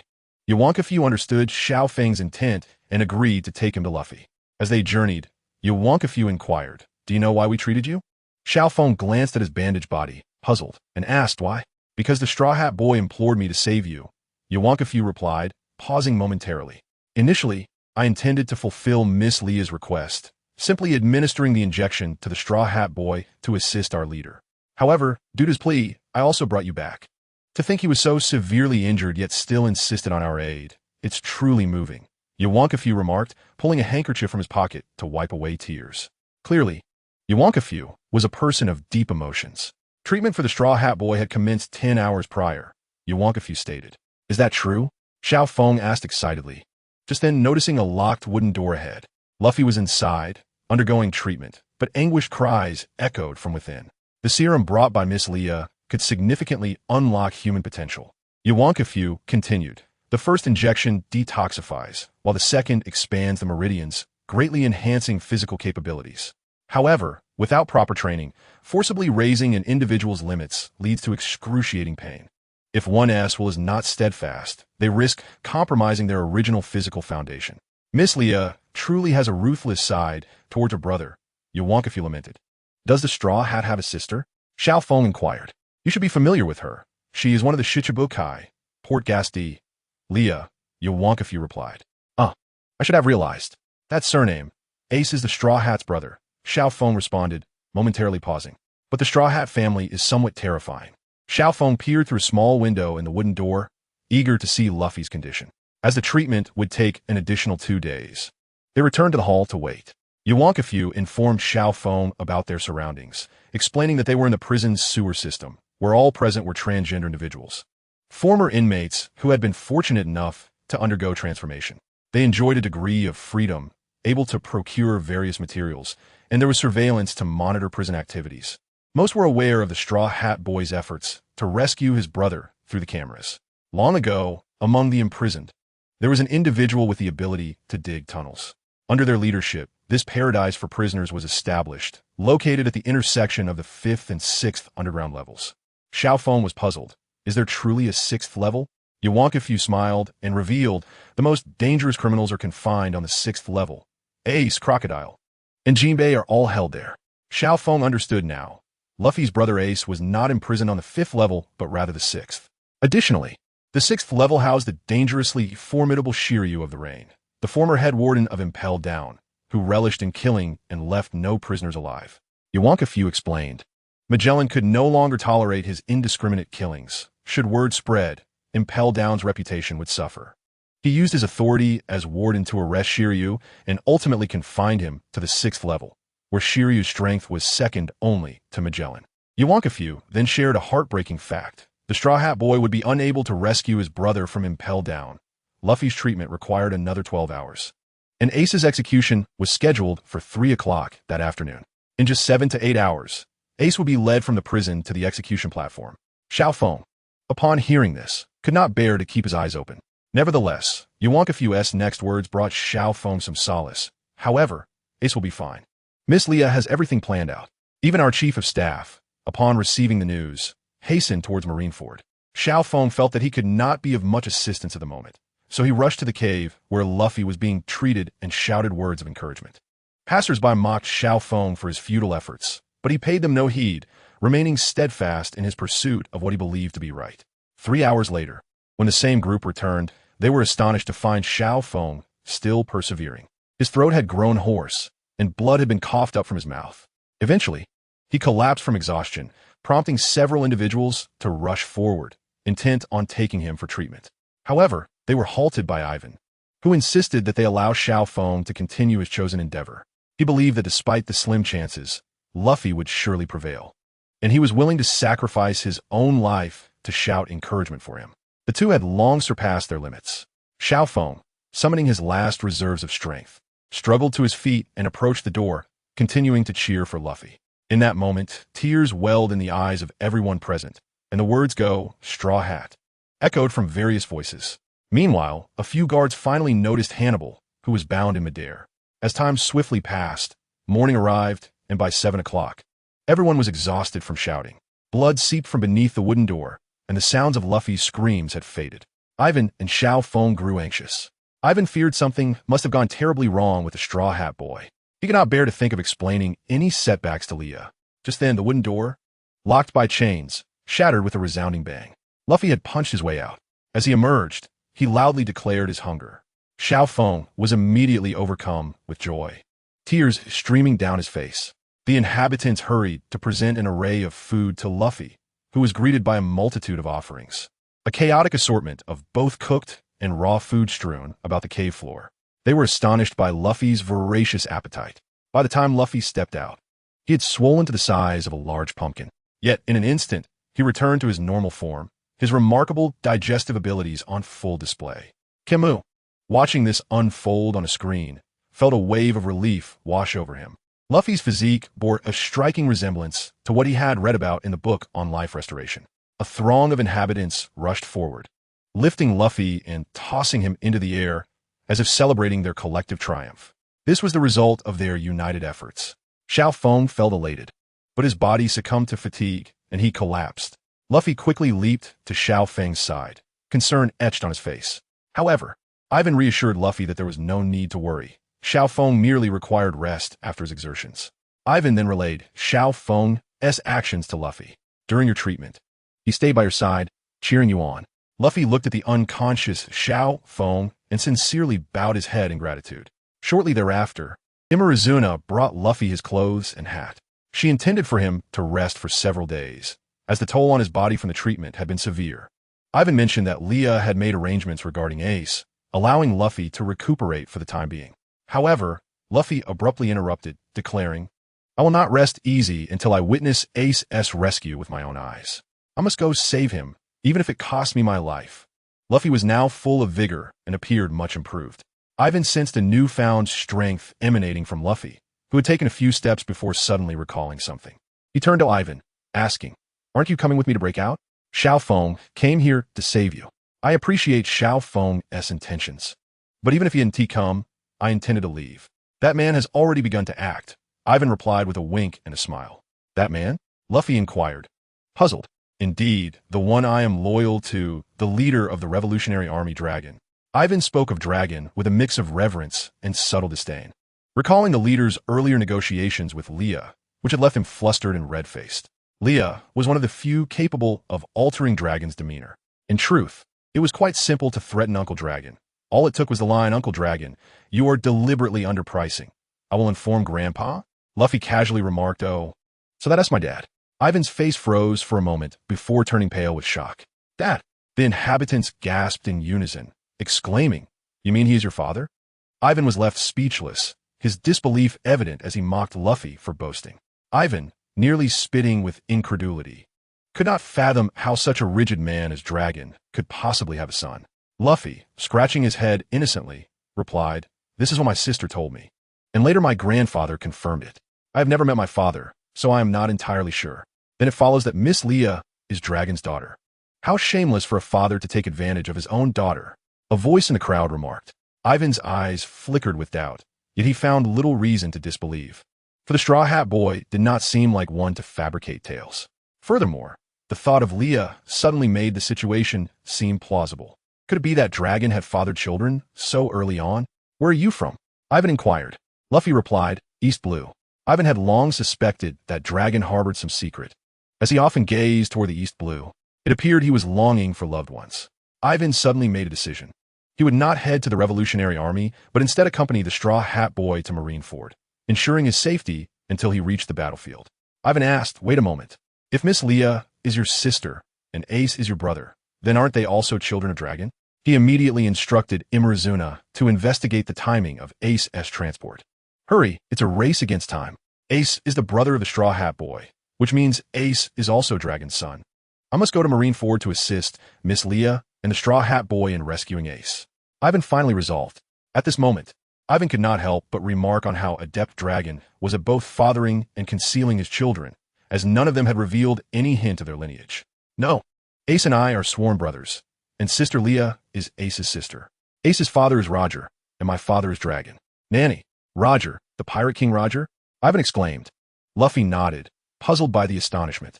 The inhabitants were left in shock, their jaws nearly hitting the ground. "Then who is your grandfather?" Ivan asked, hearing from Ini. "It seems that a vice admiral is involved, though the details remain unclear. Nevertheless, my grandfather's name is Kapu," Luffy remarked while picking his nose. "The legendary marine hero. Carp." It is futile to comment further. What a peculiar family this is. Just before their departure, Luffy ran to remind Xiao Feng to stay here and wait for him to return. With Ivan's assistance, Luffy was filled with exuberance. Meanwhile, Magellan, accompanied by his men, proceeded to the 6th underground level of the prison, where they were to hand over the prisoner at 9 o'clock in the morning. They were preparing to transfer Ace to the Marines. Simultaneously, Jinbei's colossal frame concealed him from the watchful eyes, and a metallic bracelet slipped from his collar. He grasped the bracelet with his mouth and secured it around Ace's arm.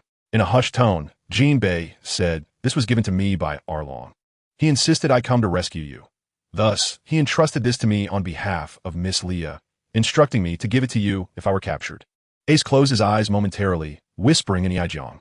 The chapter concludes with Chapter 149, Release Old Sand. At the entrance of Impel Down, to ensure the mission's success, the Marine headquarters dispatched 5 warships and 5 vice admirals, tasked with escorting Ace to Marineford. Meanwhile, Luffy, Ivankov, and Imazuna hurried to the 6th underground level. Since awakening, Luffy had been brimming with energy, strength surging from within. As they descended the staircase, the surveillance Den Mushi recorded their every move. Hannibal commanded, "Prepare for battle. Inform Magellan that we must capture them this time." The guards attempted to block Luffy and his companions, but these minor adversaries posed no significant threat. Ivankov seized one of the guards and hoisted him onto his shoulder, indicating he would lead the way. Upon arriving at Ace's cell, they realized it was too late. Ace had already been taken away, leaving only Jinbei confined in the cell. Recognizing Luffy's straw hat, Jinbei recalled Ace's previous words. He confirmed that Luffy was indeed Ace's brother and urged him to hurry, as there might still be a chance to save Ace. At the same time, Ace, in the elevator, held his head high and closed his eyes, appearing far removed from a condemned prisoner. The guards escorting him were astonished and puzzled, but dared not question him. The elevator ascended swiftly to the exit. Ivankov and the others understood they must pursue quickly. But upon reaching the elevator, they found the activation mechanism locked and inaccessible. Luffy attempted to climb the chain, but Hannibal was observing closely. A mechanism atop the elevator was triggered by Hannibal, causing the chain to fall, rendering climbing impossible. Their only option was the stairs. Yet they encountered further complications. A railing descended, sealing the spiral staircase and blocking all exits. Luffy endeavored to lift the iron railing, but the room began to fill with hypnotic gas. Luffy dashed forward, only to succumb to slumber. Imazuna transformed her arms into scissors. effortlessly slicing through the ground as if it were fabric, sealing off the hypnotic gas with the cut surface laid at the staircase entrance. Imazuna, a user of the scissor fruit, could manipulate cut objects like paper. Ivankov urged Luffy awake, exclaiming, "Is this the time for sleeping?" At the entrance of Impel Down, Magellan, accompanied by Domino, handed Ace over to the Marines. There was no way for Luffy and his comrades to catch up now. They were troubled as all exits from the 6th underground level were sealed, complicating any chance of rescuing Ace. Just then, all surveillance Den-Den-Mushi failed, and Hannibal's screen went completely dark. Meanwhile, the marching ants had already infiltrated the entire prison. In a prison on the 5th underground level, Jessica removed her human skin mask. Having received a task from Leah, her mission was to ensure the capture of video evidence of Luffy's escape from Impel Down and the Blackbeard prison break. This required no particular strength, merely a sharp mind. Following Soy's death, Jessica had become an executive in the trading guild, responsible for managing unsavory affairs. Jessica had a son currently studying on Sicily, and to secure a better future for him, she felt compelled to undertake this perilous task. It is said that Leah's decision to place her in this position was not without reason. This woman was ruthless and adept at manipulation, and Leah inherently mistrusted her. However, her vulnerability, her son, was firmly in their grasp, rendering her cautious. Furthermore, Leah's vast influence ensured that as long as Jessica performed her duties diligently, her child would have a promising future. Meanwhile, Crocodile called out to Luffy, proposing a prison break alliance. Crocodile could utilize his powers to create an opening in the ceiling. His true interest lay with Whitebeard. With war imminent, he sought to claim Whitebeard as head to avenge the humiliation he suffered at Whitebeard's hands. It was said that after Whitebeard defeated Crocodile, he proceeded to capture Old Sand, using him as bait for Sea Kings. Old Sand bore a golden hook on his hand, while little Marco watched, arms crossed, relishing the spectacle, thus intensifying Crocodile's resentment toward Whitebeard and fueling his vow to defeat him. Ivankov approached Crocodile, greeting him. "Long time no see, Crocodile." Ivankov, familiar with the Sand Crocodile, possessed knowledge of Old Sand's weaknesses, making his release manageable. If Old Sand dared to cause trouble, he would face the consequences. Such threats visibly unsettled Old Sand, tightening his brow and causing veins to bulge on his forehead, indicating that Ivankov's words struck a nerve. It was indeed uncomfortable to have one's weaknesses exposed. Ivankov continued, "As long as you assist us, I can help you keep your secret." "You bastard," Old Sand snarled, clenching his teeth around a cigar. Just then, Jinbei interjected, "Release me as well. Take me with you, and I will surely assist you. I wish to save Ace, having known him before he joined the Whitebeard Pirates. We owe a great debt of gratitude to Miss Leah for her kindness to Fishman Island. Please trust me." The stout Jinbei spoke earnestly. Luffy regarded Jinbei. Although unfamiliar with him and uncertain of his word's veracity, his intuition assured him of Jinbei's reliability. Imazuna protested. "We have no understanding of this individual's danger or character. How can we simply release him?" "It's all right, let him out," Luffy insisted. Jinbei nodded gratefully at Luffy and said, "I am sincerely thankful." Imazuna used her scissors to unlock the door, and the iron gate swung open effortlessly, liberating both Jinbei and Crocodile, thus releasing two Shichibukai at once. Before long, the spiral staircase was blasted open, and the guards, equipped with gas masks and wielding cannons, stormed into the 6th underground level. The scene before them left them utterly astounded. It was revealed that Yima Juana had utilized her abilities to construct a floor beneath her, creating a spiral staircase, and had successfully escaped back into the sewer where the transgenders congregated. Meanwhile, lying on the ground, Xiao Feng implored Ivankov to administer him some euphoric hormones. Ivankov consented, and soon, his pink fingernails penetrated Xiao Feng's body. Leading the group of transgenders, Ivankov stood in the icy expanse of the 5th underground level, where they were strategizing their next move. The preliminary plan was to seize a warship upon their escape and to release several prisoners to bolster their ranks.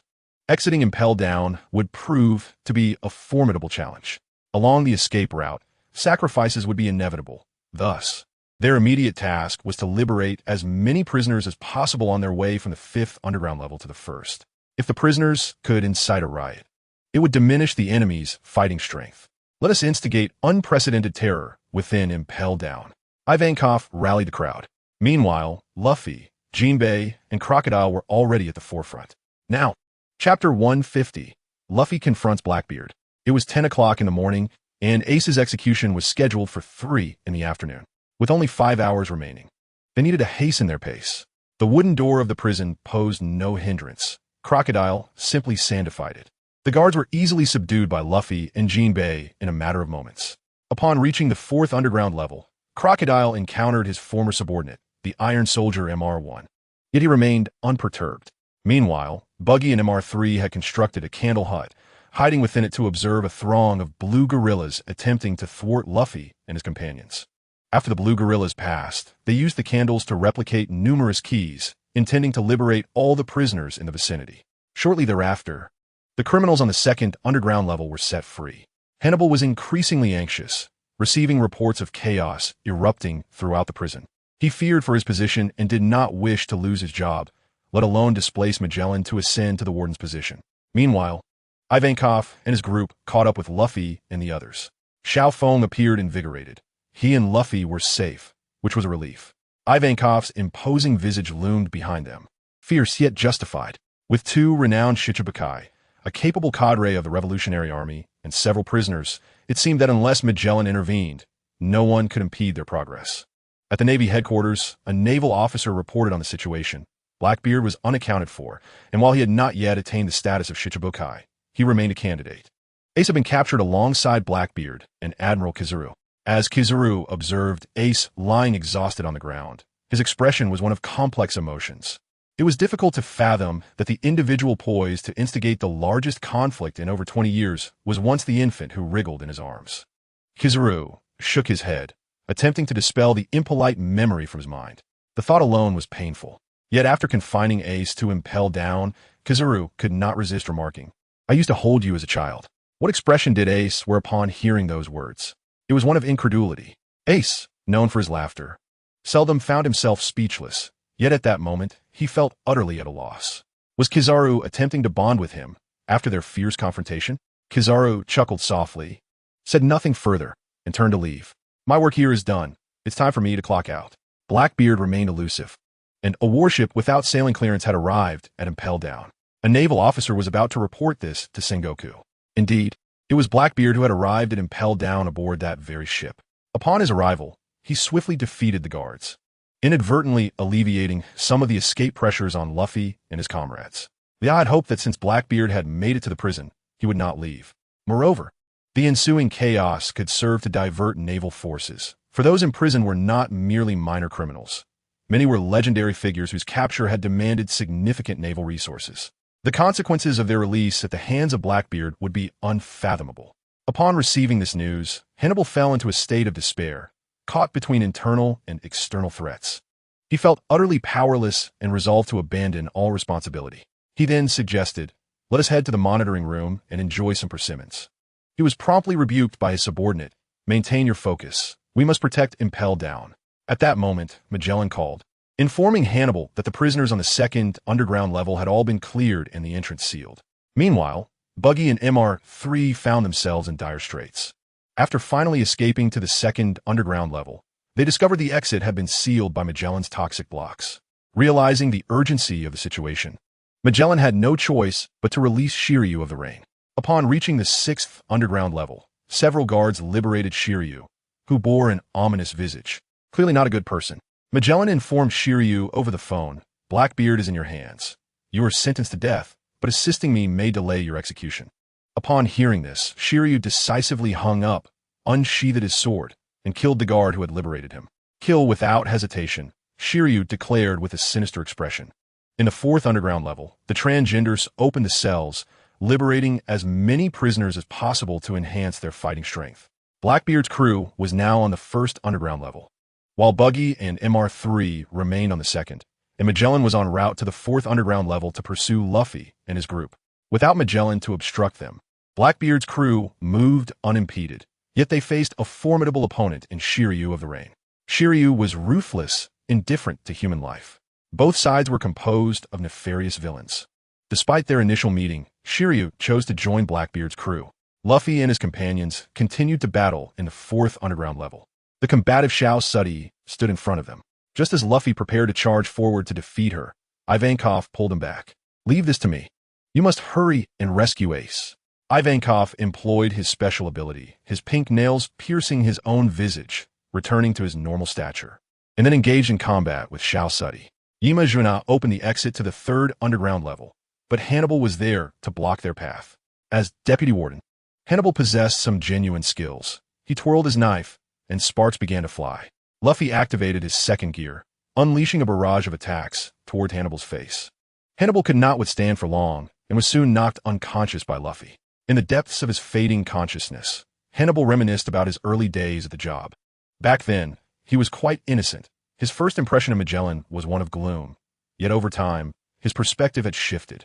Hannibal, often careless and embroiled in trouble, was fortunate to retain his position as deputy warden due to Magellan's leniency.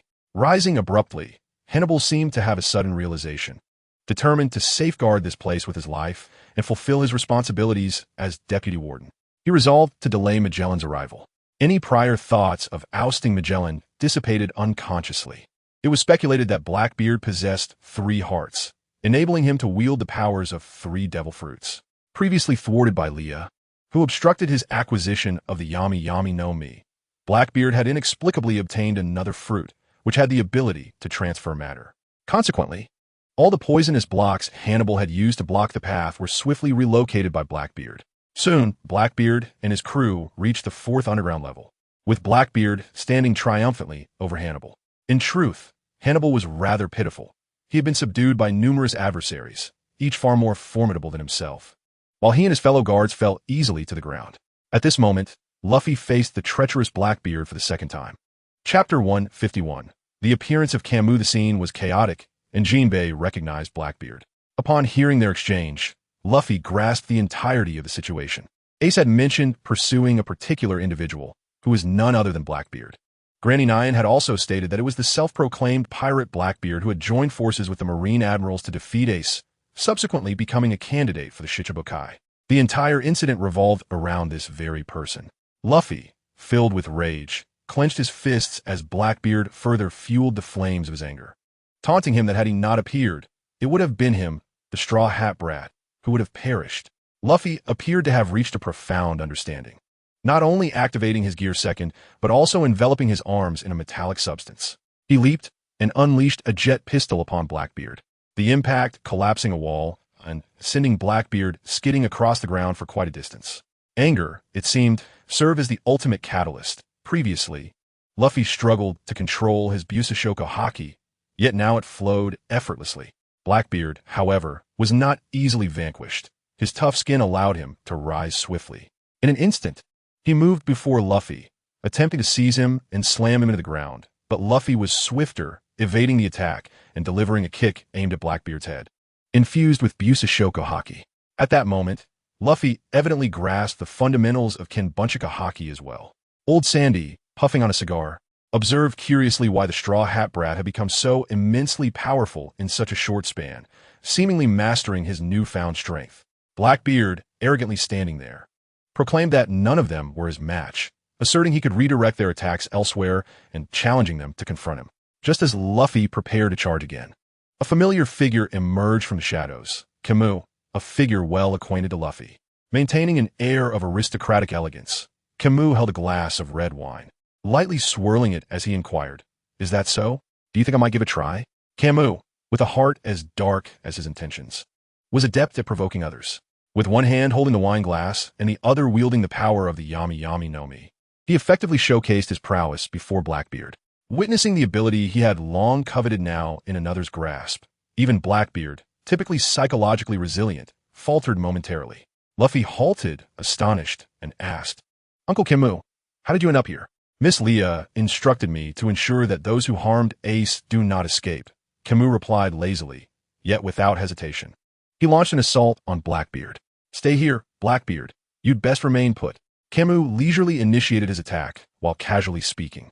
Blackbeard, overly reliant on his devil fruit, found himself outmatched in hand-to-hand combat by Luffy. Most crucially, he lacked the innate talent possessed by top-tier warriors, unable to wield the Conqueror's haki effectively.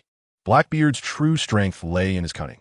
He had schemed to acquire the Yami Yami no Mi, exploited Ace to gain the Shichibukai title, and orchestrated an escape from Impel Down to recruit allies. His strategy had indeed been exceptional, but should any link falter, his subsequent plans would face considerable obstacles. Jinbei, Observing Luffy still exuding steam, advised Mr. Luffy, remain calm and contemplate our next steps. Time is of the essence, and we cannot squander it here. Camus echoed, Luffy, leave this to me. You should head to Marineford. After heeding Jinbei and Camus' counsel, Luffy gradually regained his composure, reverting from his gear's second state. Old Sandy remained still, intently scrutinizing Camus' techniques, pondering his lineage. He recognized Camus and recalled the instance several years prior when Camus had used Leah to coerce him. Had the circumstances permitted, Old Sandy would have relished the opportunity to confront that infuriating character. The standoff persisted for several minutes until an individual cried out, Not good. Magellan is coming. The situation grew dire. Luffy and Camus exchanged glances, nodding in mutual understanding before Luffy sprinted once more. At that moment, a colossal bull obstructed their path. Luffy, still seething with pent-up frustration, seized the opportunity to vent his ire on the creature. With a jet pistol, the bull was sent crashing into the wall, rendered incapacitated in a single strike. When Magellan arrived at the 4th underground level, he beheld Sooty suspended in midair, facing Blackbeard's pirate crew. Magellan was seething with rage. Regardless of who stood before him, he unleashed his venomous wrath. At this juncture, Camus had also pursued Blackbeard's crew to this location. Just as he was about to engage them further, a massive poisonous serpent surged toward him. Despite his composure, Camus could not suppress an expletive. Damn it. This phrase, learned from Leah, escaped his lips. Fortunately, having mastered the Yami Yami no Mi, Camus found Magellan's poison ineffective against him, absorbing it instead. Blackbeard, too, redirected the serpent, which now surged towards Luffy and his companions. At this moment, Camus seemed to recognize Magellan. They exchanged a glance, instinctively aligning themselves to confront Blackbeard and his crew. Evading the serpent's assault, Luffy and his companions reached the 2nd underground level. Jinbei noted with curiosity that all the cells were ajar, and the prisoners had vanished. Unbeknownst to them, this was the handiwork of Buggy and Mr. 3, who had begun liberating the prisoners from the 1st underground level, uniting them to overpower the guards in both the 1st and 2nd underground levels. With the path now clear, they owed their fortune to Buggy's sheer luck. Shortly thereafter, they convened in the 1st underground level, where all the prisoners had been released, gathering in a collective assembly, save for those defeated. At this moment, although Magellan was not present, his venomous attacks relentlessly assailed them. However, MR3 played a pivotal role, as his candles absorbed the majority of the venomous onslaught. MR3 urged everyone to flee, knowing he could not hold out for much longer. Luffy made a resolute decision to remain behind with MR3, while Jinbei and Lao Sha led the others to seize a warship. Luffy and MR3 leaned together, quietly strategizing, and after their discussion, they commenced a remarkable transformation. MR3 adorned Luffy in a suit of candle armor. As Luffy gazed at his reflection in the armor, his eyes sparkled with excitement, reminiscent of Frankie's transformation 2 years later. Luffy felt he had reached the pinnacle of his life. He looked magnificent, he exclaimed, feeling invigorated. Chapter 152. Escape from Impel Down. After defeating Blackbeard, Magellan charged towards Luffy and his companions, disregarding Camus entirely. It was difficult to articulate his feelings. Camus had previously entered Impel Down and had even formed a friendship with Magellan. In Magellan's view, Camus was a complete anarchist, yet he possessed an inexplicable charm that drew Magellan in unwittingly. To put it simply, Camus was skilled in manipulation, making it apparent how challenging it was for Leah to recruit him. Now they stood on opposite sides, as if separated by an eternity. Magellan moved with remarkable speed, closing in on Luffy in an instant. Unable to impede Magellan's advance, Camus reluctantly followed suit. MR3 intercepted Magellan's venom, providing Luffy with an opportunity to strike. Champion Spiral Shot. To Luffy's astonishment, Magellan merely blocked the attack with his arm. Realizing the necessity of taking action against Magellan, Camus's darkness began to envelop him entirely. He then called out to a distant corner, Jessica, did you record that? I did.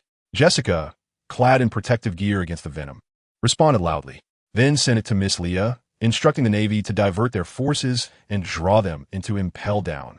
Camus added, by revealing Blackbeard's conspiracy and exaggerating the motives behind this maneuver, coupled with the Revolutionary Army's actions in Mariawa, the Navy would inevitably be stretched thin. Winning this battle would be exceedingly difficult. Taking advantage of the situation, Luffy and the others pursued Jinbei. Meanwhile, Buggy and his subordinates prepared to charge out. believing numerous Navy ships awaited them outside Impel Down. Upon reaching the main gate and bracing for battle, they were stunned by the sight before them. There were no warships in sight. Their hopes were dashed. Trapped with Magellan behind them and a vast ocean ahead, the prisoners felt an overwhelming sense of despair. Remaining there would only lead to being caught and killed by Magellan. Impel Down was located in a windless zone, the lair of sea kings, making escape by swimming impossible. At that moment, Jinbei stepped forward, declaring, "Look closely, the warships are right in front of them. They haven't left." Jinbei tore down the gate of Impel Down, intending to use the wooden door as a vessel to commandeer a warship. "Anyone with resolve, come aboard."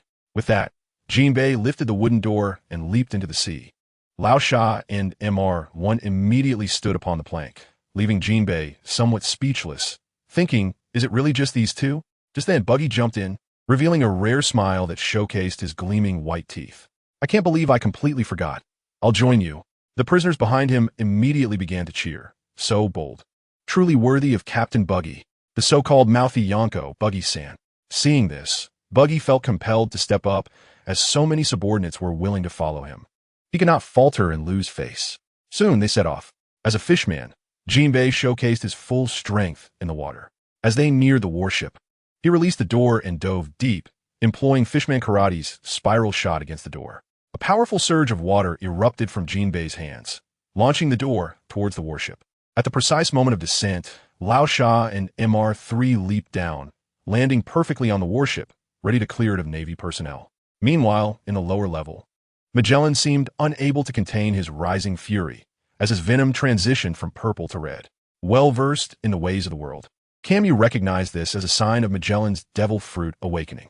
He hurriedly redirected Magellan towards Blackbeard. With the awakening of his Paramecia-type fruit, Magellan's attack power would significantly increase. Blackbeard would not be so easily subdued. It was the perfect opportunity to have Magellan administer another dose. The red venom was entirely different from the purple. Mere contact would spread like a virus throughout the body. Camus dared not confront Magellan's venom directly, stating, "There are many legendary criminals below. If you linger here with me, they will all be released by Blackbeard, and your responsibility will only grow." "What did you say?" Magellan shouted, manipulating the red venom as it pursued Camus. Jessica was terrified, hiding in a corner, unable to move. Yet without Camus, she could not escape alone, so she had no choice but to follow after Magellan. Meanwhile, Luffy and MR3 rushed towards the first level of the sea. Ivan had previously been attacked by Magellan's purple venom and had remained unconscious, but he now awoke and injected himself with a stimulant. Ivan held onto Imaguza. Although he felt weak, inspiration struck him. He used his Death Eye technique against the ground, propelling himself upward with the recoil, crashing through the ceiling and landing in front of Xiaofeng.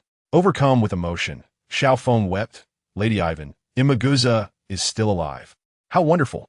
The followers of Xiaofeng cheered. "Lord Ivan." At that moment, Jinbei called, informing everyone that they had successfully commandeered a warship. But it was too far from Impel Down to come and retrieve them. They needed to act according to his instructions. After listening to the directions, Ivan enlarged his head once more. All of them grasped Ivan's purple curls as he employed his familiar tactic. He unleashed his Death Eye technique against the wall of Impel Down, and with the recoil, his head shattered the protective bridge, soaring toward the distant sea. Suddenly, numerous whale sharks appeared on the surface. The whale sharks had been summoned by Jinbei to rescue them. Jinbei was astonished at how large Ivan's head could grow. With the assistance of the whale sharks, Luffy and the others successfully escaped from Impel Down. Jinbei communicated with the whale sharks, instructing them to transport everyone onto the warship. Before long, Luffy and his companions reached the deck, a thrilling escape indeed. Fortunately, Magellan had not witnessed this scene. Otherwise, his fury would have been uncontainable. At this moment, joy was not yet in the air. They still had to evade the relentless pursuit of the Navy, and before them stood the Gate of Justice. If this gate remained closed, there would be no escape from this area. MR3 exclaimed in despair. "This is terrible. It cannot be opened. We've come this far, yet there are no paths left." Luffy, too, felt a surge of frustration. Meanwhile, the Navy secretly reveled, believing that Luffy and his companions were as good as caught. However, their joy was short-lived, for the Gate of Justice swung open. Why? What was happening? Despite their confusion, the gate had indeed opened, prompting Luffy and his crew to burst into cheers. For now, there was truly a reason to celebrate. Inside the control room, it was revealed that Xiao Feng had disguised himself as Magellan and issued the command to open the gate. Truly, only a man of his caliber could execute such a daring maneuver. At that moment, Magellan was preoccupied with pursuing Blackbeard and his crew, leaving the control room situation unattended.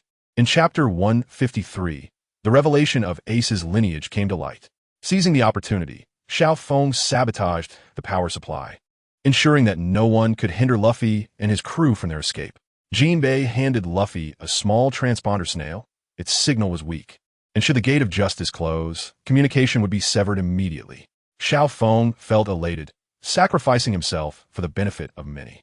Luffy's voice emanated from the transponder snail. Why did you take it upon yourself to make this decision? We had agreed to leave together. You already sacrificed yourself once in Alabasta. Why do it again now? Luffy's voice grew somber. I have no right to criticize you, as this is all my fault for owing you yet again, Xiao Feng. Xiao Feng remained silent, his heart heavy with the pain of bidding farewell to his friends once more. At that moment, Jessica entered the control room, snatching the transponder snail and declaring, "You all go ahead. After we complete our mission, we will ensure he is taken along." As the warship sailed through the gate of justice, Luffy uttered a heartfelt thank you into the transponder snail. Xiao Feng responded in the final moments, "Straw Hat, you must rescue your brother." Subsequently, the gate of justice closed decisively, severing all communication. The Navy behind them could not pursue Luffy's group, as they too were trapped behind the gate. At this moment, the fugitives aboard the warship finally felt a sense of safety. Yet, all lay prostrate on the deck, weeping uncontrollably, moved by Xiao Feng's selfless sacrifice. You know Shiryu possessed the antidote to Magellan's venom, and indeed, he managed to save Blackbeard and his crew with it. However, against Magellan's awakened crimson venom, the antidote appeared ineffective. Thus, Blackbeard's crew had no choice but to flee deeper into the prison, during which Blackbeard discarded many of his so-called allies to shield himself from Magellan's attacks. Their unity faltered, and they quickly scattered. Even Shiryu began to distance himself from Blackbeard. Nevertheless, due to Shiryu's familiarity with the prison, Blackbeard kept him firmly under control. They intended to release the prisoners from the 6th level below to buy themselves some time. On the warship, the Navy's transponder snail rang, warning them that unless they opened the next gate of justice, they would be trapped in the rotating sea currents with no escape. In a fit of anger, Luffy declared to the Navy, "I will definitely rescue Ace," before abruptly hanging up and shutting the cabinet door. At the Navy headquarters, a dense crowd of soldiers stood on the plaza, while countless warships floated upon the sea. They were prepared for battle, their morale seemingly high. A total of 100,000 elite Marines were assembled, ready for the impending conflict, with 4 of the 7 warlords present, while Moria lurked within the Devil's Triangle. Liao piloted her submarine alone, trailing behind the White-Beard pirates. All understood tacitly that Doflamingo and Mihawk could surmise that Liao would never side with the Navy, and Doflamingo began to contemplate how to take advantage of the situation. Mihawk scanned the surroundings, considering that there seemed to be no worthy opponents, and felt a twinge of apathy. Beneath the execution platform sat 3 men, the strongest forces of the Navy, Admiral Akiji, Admiral Kizaru, and Admiral Akainu. At this moment, Ace was led onto the execution platform, with Sengoku standing beside him, holding a transponder snail. He intended to announce Ace's lineage to the world. There is something I must convey to everyone regarding poor Gasti Ace, the true significance of this man's death here. Ace, come forth and reveal your father's name, Sengoku commanded. Ace's expression remained unchanged as he calmly replied, "My father is Whitebeard. He is the only father I acknowledge." At that time, armed only with a scant amount of intelligence from the CP department, we searched for many newborns and those soon to be born, conducting thorough investigations of their mothers, yet ultimately found nothing. It is no wonder, for your birth was a matter of your mother sacrificing her life, or rather, a scheme devised by her. Mentioning his mother caused Ace to clench his fists, his loathing for Roger intensifying. She deceived our eyes, no, the eyes of the world. On the island of Buried Island in the South Blue, your mother, Port Gasti, Rouge, bore you, enduring 20 months in her womb, only to perish from exhaustion upon your birth. 1 year and 3 months after your father's death, a child inheriting the world's most wicked bloodline was born. And that child is you. Your father is the Pirate King, Gold, Roger. The revelation of Ace's lineage sent shockwaves through the crowd and the audience watching from behind the screen, while Carp fell into deep reflection. Recalling the moment Roger entrusted Ace to him, was it merely an investigation? A subtle inquiry echoed throughout the venue. Sengoku's expression darkened as he urgently shouted, "Who is it? Step forward." He discreetly signaled his subordinates to identify the source of the voice. Several submarines surfaced from the sea, and Lia stood atop the central submarine. Holding a transponder snail connected to the submarines, her gaze calm and steady. Based on my hazy memories from childhood, the Navy slaughtered all the pregnant women of suitable age on the entire island, leaving none untouched. At this revelation, the morale of the Navy wavered, and murmurs began to ripple through the audience behind the screen. "We clearly dispatched people to Sicily to intercept you," Sengoku thought to himself. Yet, as the highest commander, he had to maintain his composure, even as he was taken aback by Lia's appearance. Carp, Ace's gaze, without exception, was directed toward Lia. Lia offered them a reassuring smile, gentle yet sufficient to soothe their hearts. "Look at you, Admiral Sengoku, reducing my aunt, a mother willing to sacrifice herself for her child, to such a state," Lia continued. Turning to Ace, she spoke resolutely and loudly. "Ace, I am certain that at that moment, when Lu Jio's aunt caressed her belly, she wore a blissful smile. She eagerly anticipated your birth. No one is born guilty. It is not you who is at fault, but rather this world." Lia disregarded the significance of the occasion. At this moment, she simply wished to voice her thoughts, hoping to rattle the morale of the troops, especially since the main character, the Whitebeard pirates, had yet to make their appearance. End of this chapter. Chapter 154. The opening at the summit. Poke Kasi Lia. Do you intend to betray the Navy? Fleet Admiral Sengoku understood that he could not steer the conversation in that direction, for at that point, the Navy was indeed at fault. "I have always been a pirate. How can one speak of betrayal?" Lia crossed her arms and stated with a sense of entitlement. "Furthermore, how could you, the Navy, so casually impose a label of guilt on a child I have raised since childhood, declaring a sentence of execution on him?" After speaking, Lia gazed at IC, her eyes sparkling as she declared, "I see. I will undoubtedly rescue you." Tears welled up in IC's eyes. This time, he offered no rebuttal, merely nodding gravely. In that moment, time seemed to freeze, and the entire square fell silent, punctuated only by whispers. Outside the live broadcast screen, Fire Fist IC is the son of GOLD, Roger, and Pokasi D. Lia is the sister of Fire Fist IC. Although speculations about their relationship had circulated based on their surnames, the confirmation of this news still left everyone in disbelief. Journalists were already preparing to publish this monumental story, and photographers and reporters began to stir restlessly. Fleet Admiral Sengoku continued to extol IC's lineage, hoping to stabilize the spirits of the troops. 2 years ago, you set sail using your mother's surname, and it was then that we noticed Roger's bloodline had not been extinguished. However, at the same time, Whitebeard, who also recognized this truth, sought to cultivate you into the next pirate king, allowing the son of his former rival to board his ship. Just then, IC interjected, "I did not know if my father wished for me to become the pirate king. This matter is no longer of utmost importance to me. What matters now is to protect my family beside me. To accuse without justification is easy. Just as Ne Jiang has always taught me, I believe my birth was not a mistake. Whether my biological father is the pirate king or the mountain bandit king, I acknowledge but one father, and that is Whitebeard. Furthermore, you shall not slander my mother any longer." IC knelt there, his back straightened, declaring, "My presence here today is entirely by the design of your Navy. I understand that my father had previously protected me, preventing you from laying a hand on me. But today, I remain here, ready to accept whatever fate may deliver, be it the executioner's blade or the hands of salvation. I accept the judgment of destiny." IC's words rang powerful and clear, reaching the ears of everyone present. Lia felt a sense of relief. IC finally comprehended the gravity of his situation. The once unruly child was now willing to accept and bear the weight of everything behind him. At that moment, a naval officer hurriedly reported to Fleet Admiral Sengoku, "The Gate of Justice has received no instructions and has opened automatically. We are unable to contact the power room." "What did you say?" Sengoku inquired. Just then, Lu Fei attempted to open the Gate of Justice with his fists, just as he was about to strike. The door swung open unexpectedly. The crowd was astonished, wondering how this could happen. Previously, the door had been operated by Little Foam, but this time it should not have been him. At the port of Marineford, various pirate ships appeared on the horizon, signaling that this war was now inevitable. The Navy scrutinized the distant pirates through their telescopes, searching for Whitebeard, but he was nowhere to be found. At that moment, a massive bubble emerged in the center of the port.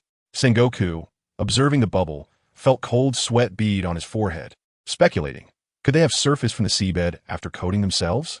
Indeed, Sengoku's conjecture was correct. In the blink of an eye, the Moby Dick docked centrally at the port. But that was not all. 2 more sailing ships burst forth from the sea. At this moment, Whitebeard, wielding his sword, slowly made his way onto the deck, greeting Sengoku with a smile. Sengoku, it has been decades since we last met. Meanwhile, Ivankov inquired of Lu Fei, say, shouldn't Roger's old crewmates be arriving as well? The son of their captain is to be executed. They ought to come and see for themselves.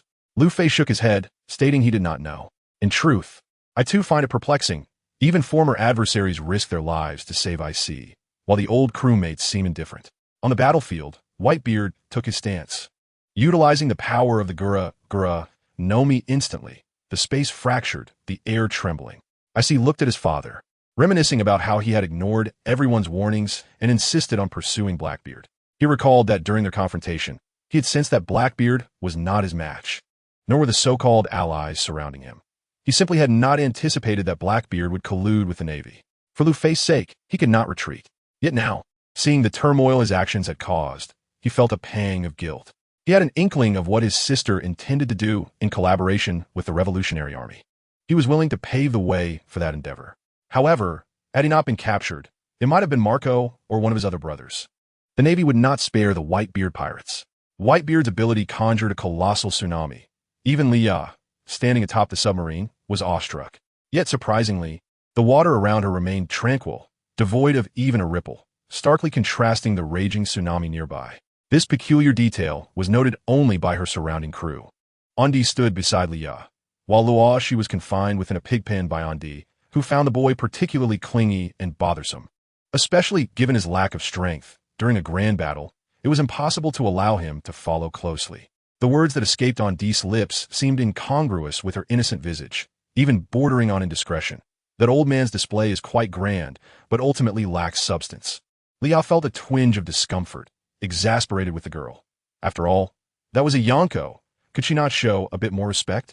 Indeed, the observant members of Whitebeard's crew had begun to glance in their direction. Leah felt a wave of embarrassment, yet the little girl in her arms continued to squirm. Andi abruptly pulled Leah's hand away, asking, Lily, why are you covering my mouth? Did I say something wrong? Andi brandished a pig slaughtering knife taller than herself, her expression a mixture of innocence and confusion. Leah held her head, feeling somewhat helpless. She had no words left to say, so she directly instructed, if you see a giant wearing a hat, stay close to him. Whoever strikes him, you strike back, understood? Andi nodded calmly, then retrieved a small knife from her pocket, waving it before Leah and asking, can I use this? The pig slaughtering knife. This could indeed serve as a clever idea. Regardless of how strong a man might be, a blow to that area would surely incapacitate him. With a dark gleam in her eye, Leah nodded encouragingly to Andi and even patted the little girl's head. Once this is over, I promise to set aside an island for you as a breeding ground. Li Ipsilon Vaud. Great. Andi's eyes sparkled with anticipation, sharpening like a blade, ready to strike at the unsuspecting prey. Chapter 155. The colossal slaughter of the Dark Lord Whitebeard's powerful punches elicited a ferocious tsunami, leaving everyone in a state of stunned disbelief. Was this truly the might of Whitebeard?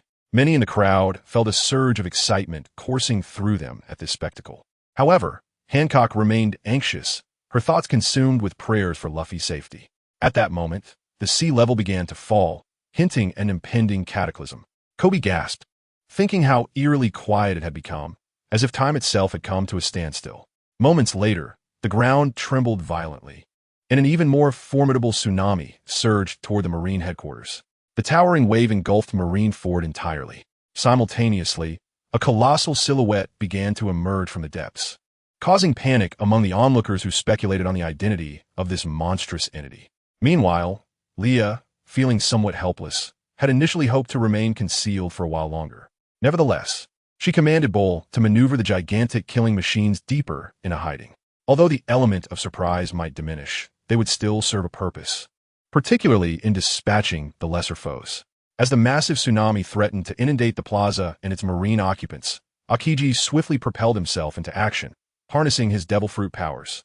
Ice Age, he proclaimed, and in an instant, the tsunami froze into an immense wall of ice, encasing everyone within. "You're quite the rascal, Akiji," Whitebeard exclaimed, his tone laced with amusement. Meanwhile, Kobe and his companions were terrified, narrowly escaping the clutches of the tsunami that nearly claimed their lives. The real spectacle was just beginning, as Akiji conjured 3 ice spears aimed at Whitebeard. In response, Whitebeard unleashed a powerful punch into the air, shattering the ice spears into a flurry of icy fragments. Observing this, Akiji transformed into an elemental state, freezing the entirety of the ocean around them. With the Admiral now engaged, the lower-ranking Marines commenced their barrage. Countless cannonballs hurtled toward Whitebeard's crew and Leah's position, but a sudden twist of fate occurred. Surrounding the ships, towering mechanical giants, each over 30 meters tall, emerged, wielding shields and spears, effortlessly blocking the incoming artillery. Their appearance resembled that of the Dark Lord, clad in formidable armor. This was Bol's mechanized army, and he was not on the battlefield, but rather in a top control room on Sicily, serving as the eyes of the entire conflict. Unbeknownst to many, the Desert Army Ant Legion had infiltrated the entirety of the battlefield. While skirmishes broke out among the small pirates and Marines, the main forces remained poised for action. The mechanical giants began to pound the icy surface, facilitating the arrival of their vessels. At that moment, the solitary Mihawk leaped into the fray, fixating on the mechanical giants with a slight tilt of his head, a glint of eagerness sparking in his golden eyes. The onlookers were astonished. The usually solitary Mihawk was preparing to engage. Leah shot a fierce glare at this adversary, silently warning him against damaging her precious machines. Sitting idly, Kizaru observed with a hint of boredom, yet he keenly noted the interaction between the two, finding it rather intimate. Mihawk, aware of Leah's threat, reluctantly shifted his gaze back to Whitebeard, eager to gauge the gap in strength between himself and the legendary pirate. Drawing his black sword, Mihawk unleashed a devastating slash, sending a powerful shockwave toward Whitebeard. Just then, a shadow darted forth, blocking the strike with all its might. The force was overwhelming, and the figure gritted his teeth, pressing down hard, shattering the icy surface beneath him, concentrating all his strength into his arm and lifting upward. Mihawk was taken aback. This was a world-class strike, and he had not held back. How could this individual withstand it? The figure, adorned in diamond-like armor, embodied peak strength and defense, none other than Diamond Jozu. The battle raged on as swathes of pirates clashed with the Marines, while the mechanical giants joined the fray, relentlessly charging into the clustered Marine ranks, their sheer size and strength likely to crush countless minions. Kizaru, stretching his limbs, stood up, transforming into an elemental state, instantly materializing on the battlefield. A blinding light enveloped the area, rendering everyone momentarily blinded. Without hesitation, Kizaru unleashed his signature move, Yasakani no Magatama. A barrage of golden projectiles rained down upon Whitebeard. However, just then, Marco erupted in ice-blue flames, positioning himself before Whitebeard. As a mythical Zoan-type user, Marco possessed a rare ability. No matter how grievous his injuries, he would heal with the flames emanating from him. Transforming into the Phoenix, he launched an assault on Kizaru. Kizaru had never encountered such a creature before, and as he unleashed his Yasakani no Magatama once more, the attack appeared to merely graze Marco. Marco retaliated with a kick aimed at Kizaru, who attempted to block it with one hand. Yet he was unprepared for the force, and instead, Kizaru was sent crashing into a wall, causing it to collapse around him in a massive explosion. Although the spectacle appeared terrifying, Kizaru emerged unscathed. He casually turned to the giant troops behind him, cautioning them to be wary of airborne foes. The movements of the giant forces caused significant tremors, and they had begun to engage Leah's mechanical army. However, it typically required 3 giants or more to contend with one of the mechanical Dark Lords. Meanwhile, mechanical Dark Lords continued to rise from the ocean, creating a truly alarming scene. At this moment, Diamond Jozu charged forward, commanding everyone make way. Chapter 156, a test of initial moves upon hearing this command. The crowd hastily retreated, clearing a space for Jozu. He delivered a powerful punch to the ice surface, causing it to crack and split into 2, eventually converging into a circular shape. Jozu then extracted an enormous cylindrical block of ice from the ICC. Good heavens, that's colossal, gasped the little Marines, staring in disbelief. Jozu hurled the massive ice column toward the Marines, its height exceeding 2 meters, performing the work of a 20-meter giant. As the ice column descended, those below felt as though a meteor was crashing down, fearing for their lives. At this moment, the most diligent man in the room stood up, his expression cold, as if to declare, "A bunch of weaklings. I shall handle this myself." Akainu transformed his hand into magma, executing a move, volcanic eruption. His magma-infused fist obliterated the meteor-like ice column, causing the molten rock to erupt violently, showering the surrounding pirates with a rain of magma. Upon witnessing this, the colossal Voldemort altered his trajectory, raising the metallic shield in his hand to deflect the descending lava entirely. Subsequently, he sent it all hurtling back towards the Navy. The battlefield was filled with countless wails of despair. The largest meteor hurtled towards the old man, who effortlessly brandished the Kanjiunki, impaling the lava and extinguishing the flaming meteor, which transformed into an unremarkable boulder. It was quite absurd how it blazed so intensely.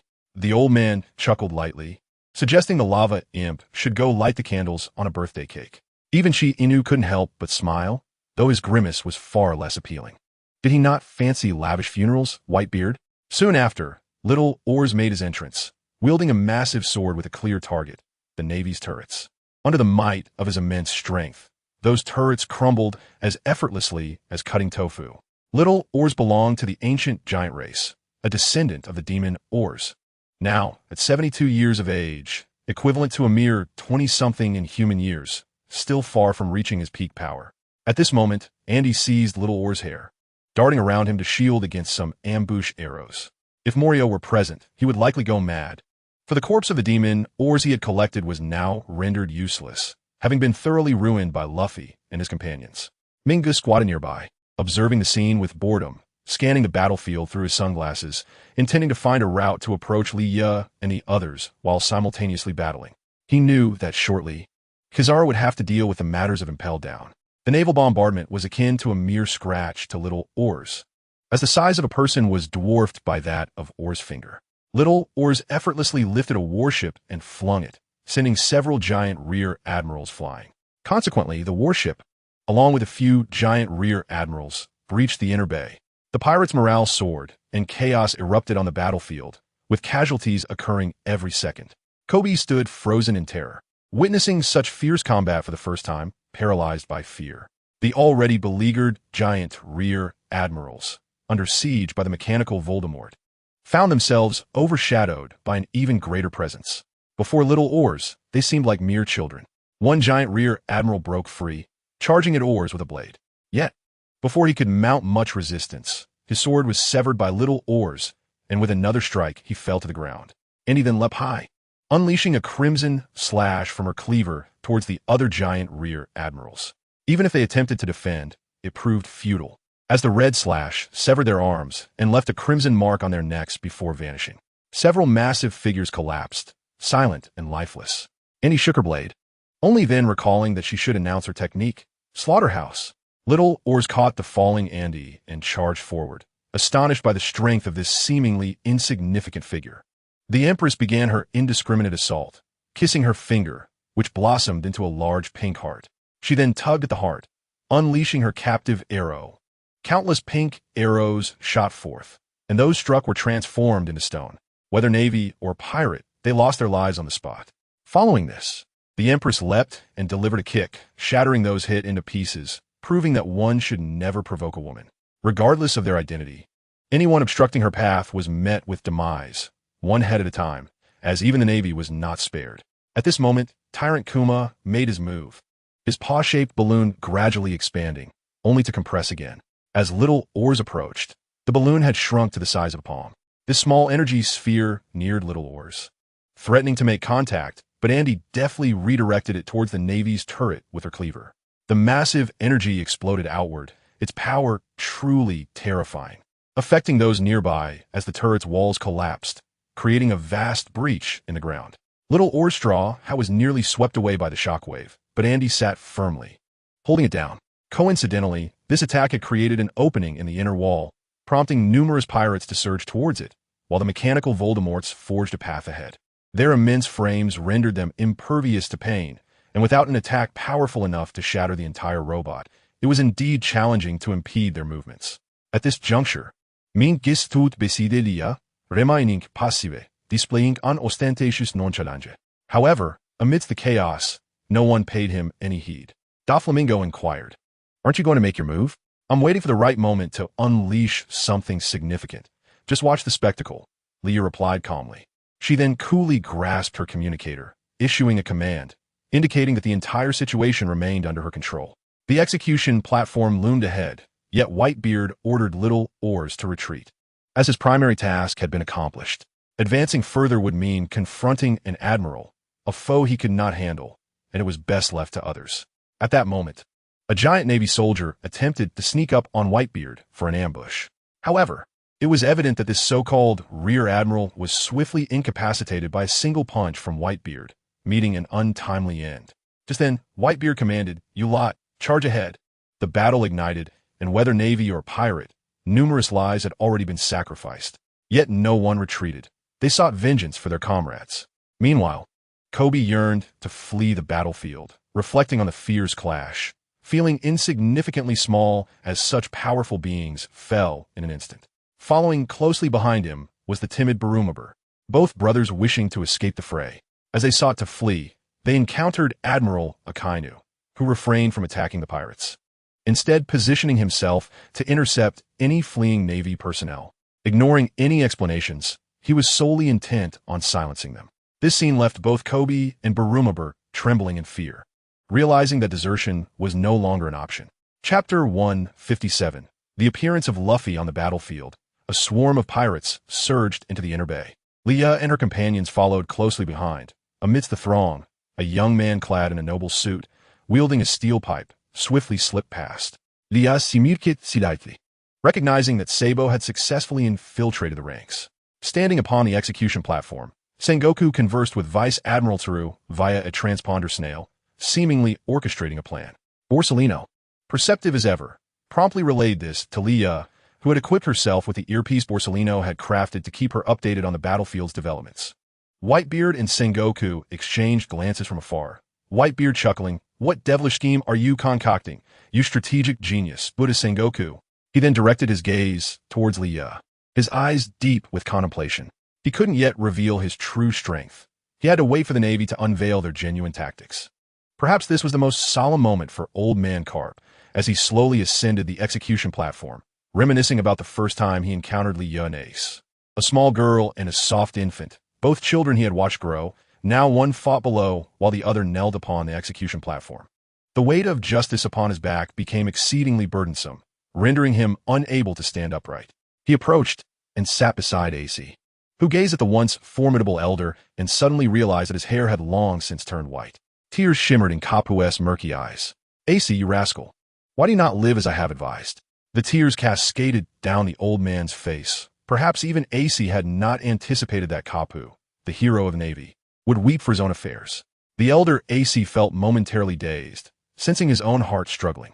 At that moment, Leah's loudspeaker blared, "Ji Jiang." Both AC and Kapu turned their attention to Leah. "Elder, after this battle, you shall retire, and I shall take care of you." Leah indeed harbored such intentions. But more importantly, she aimed to undermine the morale of the military. The elder's reputation within the Navy even surpassed that of the current fleet admiral, Zhanghua. He had nearly become a symbol of the Navy's spirit. The impact of such a figure turning traitor on the battlefield would be profound. At this moment, cold sweat began to bead on Zhanghua's forehead. Kapu was well aware of this and would not utter anything detrimental to the Navy. Refraining from action was already his greatest concession. "Enough with the nonsense, you insolent girl. The outcome of this war remains uncertain. Do not be too arrogant," Kapu exclaimed angrily. His words were ambiguous, seemingly a warning to Leah, yet in reality, they were a response to her earlier suggestion, implying that the matter could be reconsidered after the war's conclusion. Just as Leah was about to speak again, her attention was drawn to a dark spot in the sky that was gradually enlarging. As she exhaled, she suddenly realized it was her younger brother plummeting from above. Recognizing that the moment had come, Leah shed any pretense, her entire being transformed, enveloped in black chitin, her skin cracking with deep crimson fissures, and her colossal wings unfurled. Clutching a blood-colored scythe, her aura underwent a dramatic metamorphosis. Even Kasimochuo, who had been apologizing while fighting, paused to gaze at Leah. He had never witnessed his leader in such a fearsome state, reminiscent of the legendary demon as terrifying as himself. Yet the leader remained composed, accepting the scrutiny of all. He found himself momentarily entranced, his brother clamoring to emerge, yet without Lia's command, he dared not release him. It was the battlefield's bloodshed that beckoned his brother. AC was unperturbed by Lia's transformation, but Kapu regarded her with a grave expression. The aura Lia emanated was far from benign, and few had witnessed her abilities. Yet instinctively, all present sensed her current perilousness. After accumulating power for so long, the time had come to unleash it all. As for why Lu Fei and the others were falling from the sky, it was because their warship had been affected by the seismic waves caused by the Whitebeard, resulting in a towering tsunami surging towards them. Confronting the tsunami, they had no choice but to rise to the challenge. Under Jinbei's steering, the warship successfully ascended the colossal waves, positioning itself atop the immense swell. At that moment, Akiji initiated the Ice Age, freezing the massive tsunami in its tracks. Thus, they remained perched at the peak of the tsunami, able to observe the battlefield below. The war had commenced, and they needed to hasten to rescue AC. Just as they were devising strategies, the ship's transponder snail rang. The transponder snail announced, "Implement Operation Plan Number 3, execute AC ahead of schedule." For Lu Fei, this was akin to a bolt from the blue. There was no time left for hesitation. Everyone leaped into action, channeling all their energy to land on the ice. Consequently, the ice shattered and the group plummeted from the sky. By sheer coincidence, the warship landed directly in a hole, the very spot where Gyozi had previously removed the ice blocks. This area had transformed into a pool of water, and fortuitously, the little pirates aboard the warship survived. Had they fallen onto the ice surface, they would have either perished or been severely injured.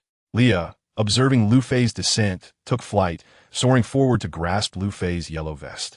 Suddenly feeling a weight on her leg, she looked down to find Baji clinging to her calf. Lia glanced at the others falling and felt helpless. She could offer no assistance. Lu Fei, regaining his composure, opened his eyes and extended his arms around Lia, while Baji quickly secured his grip on her. There was no time for Lia to fuss over Baji now. While dodging incoming cannonballs, she descended, gently placing the two onto the ice surface. Lu Fei addressed Lia, "Nejiang, I will rescue AC in my own way." Lia leaned closer to Lu Fei and whispered, "When the time comes, just charge towards the execution platform. I will handle the rest. Sabo is also here. He will assist you." Lu Fei nodded emphatically, signaling his understanding. He then scanned the area for AC's figure. Unable to spot him, he realized he was still too low. Lu Fei then sprinted up the warship's mast, climbing to the pinnacle. Upon reaching the top, he beheld AC kneeling on the execution platform. Taking a deep breath, Lu Fei shouted, "AC." Upon seeing Lu Fei, AC's expression tightened. He had never anticipated that Lu Fei could achieve such heights. He responded loudly, "Lu Fei." Sabo, concealed among the crowd, adjusted his hat brim, feeling somewhat nostalgic. It had been ages since the three brothers had gathered so completely. Once they had rescued AC, they would surely celebrate with a drink. End of this chapter, Chapter 158, Lia's Scheme. Hancock gazed at Lu Fei, feeling as though hearts were swirling all around her. Lao Sha remained remarkably composed as he charged towards Whitebeard. Just as Lao Sha circled behind Whitebeard to strike, Lu Fei, using gear second, sent Lao Sha's golden hook flying. Lu Fei would not permit Lao Sha to harm Whitebeard. AC had once told him that AC greatly admired Whitebeard. Upon seeing the straw hat behind Lu Fei, Whitebeard reminisced about Xianka and recalled the words he had spoken earlier, as realization dawned upon him. Standing before Whitebeard, Lu Fei's figure appeared diminutive. Yet his voice resonated powerfully in the ears of all present. "I am the one who shall become the Pirate King." Everyone present was astonished, even terrified, by Lu Fei's audacious proclamation, for this boy dared to utter such words before the world's mightiest man. Just as it seemed Whitebeard would swing his blade to vanquish this arrogant youth, he instead laughed, a laugh of appreciation. As Lu Fei prepared to rescue AC, he relayed the information he had overheard from the warship to Whitebeard. Upon hearing this news, Whitebeard smiled faintly, as if he had anticipated it all along. Lu Fei charged towards the navy, and with a wave of her hand, Lia commanded Kasamochuo to release his brother Situaluli, who was primarily responsible for keeping an eye on Akiji, and to shield Lu Fei from some of the more formidable attacks. Fanarda was summoned by Lia to assist Uncle Long, and Diswaluo was also present. It seemed that before long, the situation there would no longer remain concealed. It was time to introduce other formidable elements to divert the Navy's attention. The situation with the notorious Blackbeard at Push City presents an excellent opportunity. Jessica possesses a certain innate talent for filming and editing, and one could argue that Blackbeard has yet to infiltrate Push City as seamlessly as he has portrayed in his videos. However, how could a woman as astute as Jessica possibly be unaware of Leah's intentions to exploit this matter to her advantage? Thus, it is imperative to alter the narrative logic. Omitting footage of Blackbeard's crew being pursued and beaten by Magellan, as well as any video materials showing that Kamo is still holding them at bay. It is essential to embellish Blackbeard's descent to the 6th underground level to release those supervillains as if it were an indisputable fact, thereby achieving maximum impact. Long before Blackbeard's scheme to seize the Enin fruit, Leah had already set her sights on him. Doflamingo possesses the technology to replicate devil fruits, yet he chose not to collaborate with Kaido this time, resulting in only a select few being privy to this information. Leah skillfully exploited this informational asymmetry. Moreover, it is not solely Blackbeard who can possess such a comprehensive catalog of devil fruits. Leah's colossal library is nearing completion, and she holds more knowledge than anyone in the world except Vegapunk. It is inconceivable that she would neglect the significant domain of devil fruits.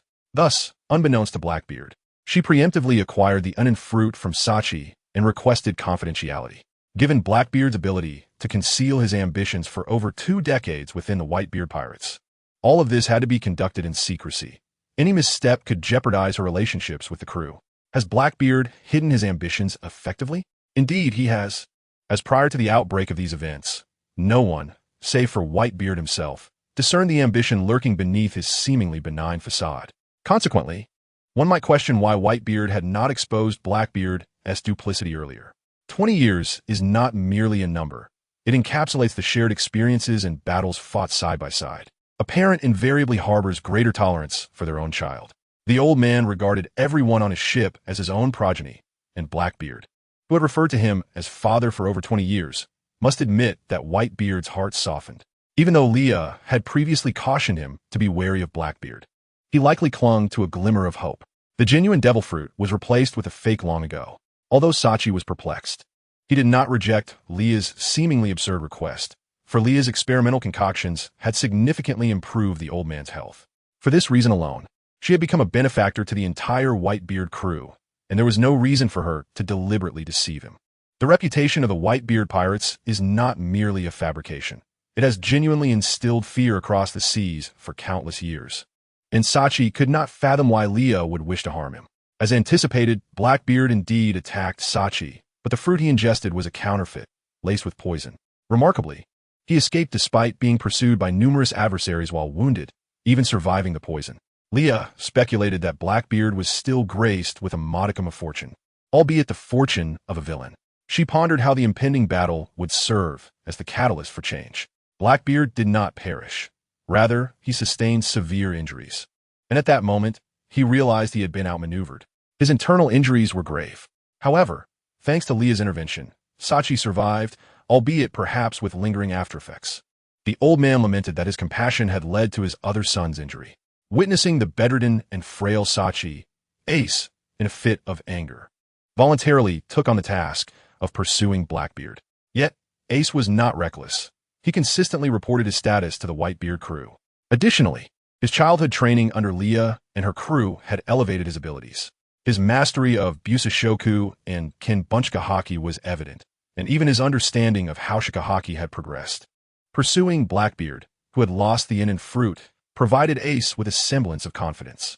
However, he was unprepared for the fact that Blackbeard had already allied himself with the Marines, even dispatching an admiral to confront him. Aware that Luffy was still behind him, he could not retreat, ultimately succumbing to exhaustion and capture. The moment Leah acquired the Enin fruit, she hastily entrusted it to Kamo, severing Blackbeard's connection to it. At that point, Blackbeard, while evading capture and gravely injured, had obtained another devil fruit, though its powers were commendable, allowing him to redirect others' attacks back at their assailants. It could never compare to the Enin fruit, which he had coveted for over 20 years. Nevertheless, any fruit was better than none. As long as Blackbeard remained alive, he would inevitably find a way to rise again. Such is the nature of a formidable villain. Alas, he stood opposed to Leah, and naturally, he would utilize any means at his disposal. If he could falter once under her hand, he could certainly do so again. Leah's foresight serves as her greatest advantage, as she possesses the ability to manipulate the events unfolding around her. Chapter 159. The war in progress with Luffy leading the charge. The others swiftly followed suit. However, at this juncture, a new companion had joined Luffy, none other than Makabaka. In front of Luffy, Admiral Kizaru blocked his path, and soon, the Admiral began his new performance, requiring a moment to gather energy before unleashing his abilities. As he prepared for a few minutes, Leah hurled a metallic box directly toward the execution platform. Many observers noted this action, speculating it to be a secret weapon and fixating their gaze on the box, to prevent any unforeseen incidents during the execution. Admiral Sengoku intercepted the metallic box. Upon noticing a button on its surface, he hesitated briefly, casting a wary glance at Leah, who stood with a mischievous expression. Trusting his instincts, he pressed the button. Subsequently, the screen on the metallic box began to display a recording sent by Jessica. Not only was the metallic box broadcasting, but even the external large screens of the execution livestream were showcasing this video. The footage primarily depicted Blackbeard's actions within Push City, but through clever editing, the prison break appeared exceedingly effortless and smooth. The footage featured a subdued Magellan and the released criminals, showcasing the uprisings of inmates on each level, ultimately culminating in an image of Blackbeard and his associates facing the Red Count. Kizaru, poised and ready, locked his gaze on Admiral Sengoku and suddenly sensed a troubling omen. Would he have to work overtime again? It was quite pleasant here, surrounded by so many people, where the occasional dalliance went unnoticed. However, if it were for other tasks. Yes. At that moment, Leah spoke up, inquiring, "What do you think, Admiral Sengoku? How does it feel to be used as a pawn by others?" The battle raged on, and many were too preoccupied to heed Leah's words. Yet Sengoku's less than favorable expression indicated that unfavorable developments were afoot. Sengoku composed himself, knowingly asking, "What do you mean?" As the astute strategist that he is, did he not already grasp the situation? Blackbeard's initial assistance in capturing Ace was not motivated by a desire for the warlord position. His objective was unmistakably the criminals within Push City. Or perhaps, Admiral Sengoku, you had your suspicions all along, yet deemed this opportunity for war too precious to pass up, choosing to overlook it? Zhangwa furrowed his brow momentarily, only to quickly restore his composure as he remarked, "What of it? Whether it is true or false, does discussing this now hold any significance? Indeed, it is true that your common objective lies with Whitebeard. However, if the criminals entrenched in Impel Down are released, can you fathom the consequences? Perhaps the naval supremacy that you have painstakingly upheld for decades is on the verge of being shattered."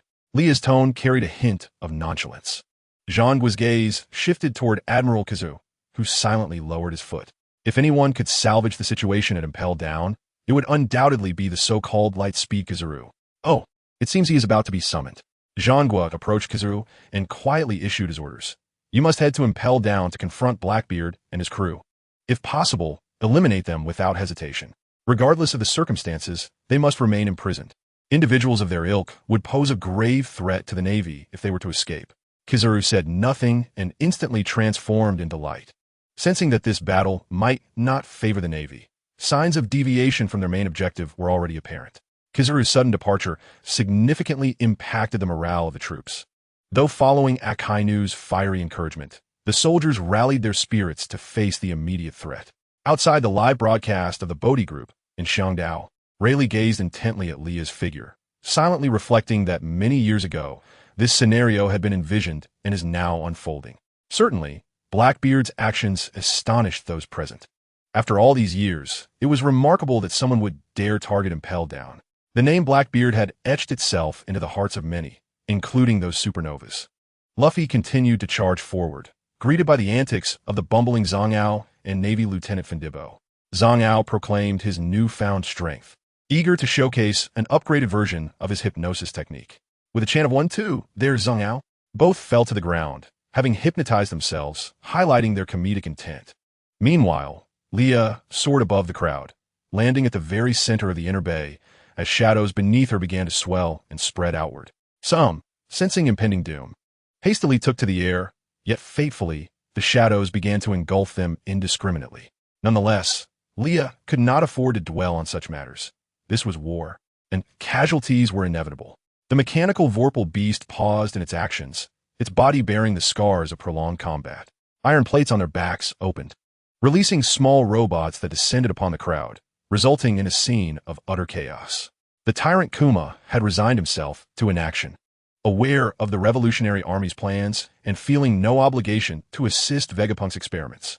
His presence in Marineford was merely to provide cover for the Revolutionary Army, allowing them to seize control of Mariehua and the Celestial Dragons. In the center of the battlefield, Leah loomed ominously. All those ensnared by the shadows fell silent.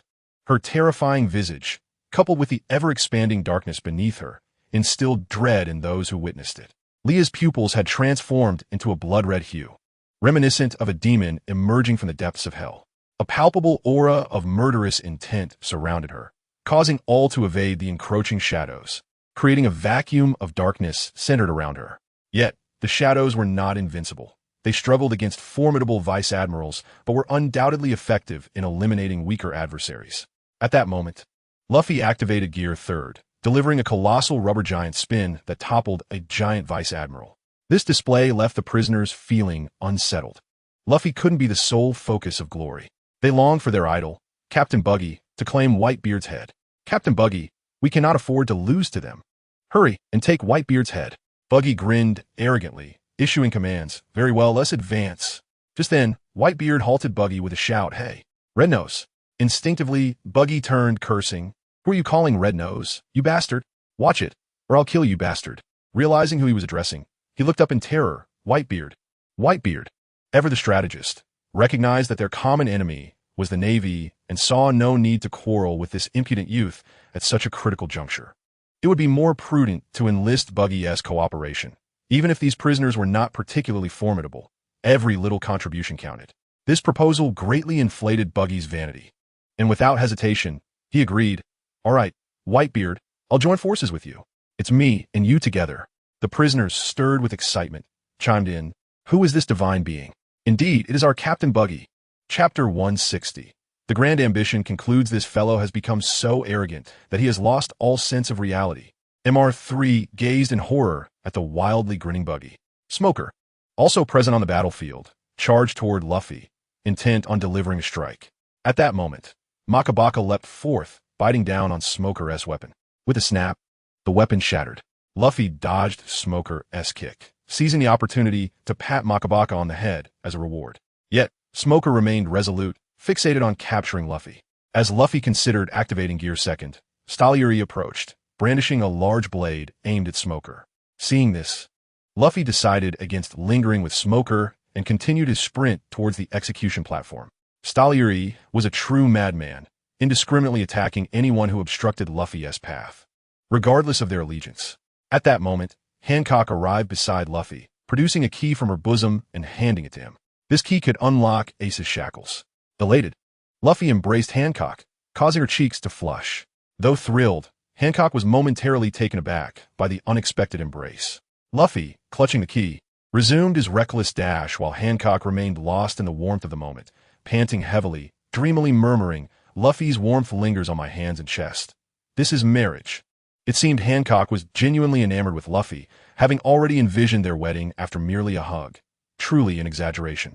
Meanwhile, Ivankov found himself detained by the pacifists, unaware that the tyrant Kuma before him was an artificial being, as they had once been comrades in arms. Ivankov attempted to awaken the tyrant Kuma, but Doflamingo obstructed the pacifist's path.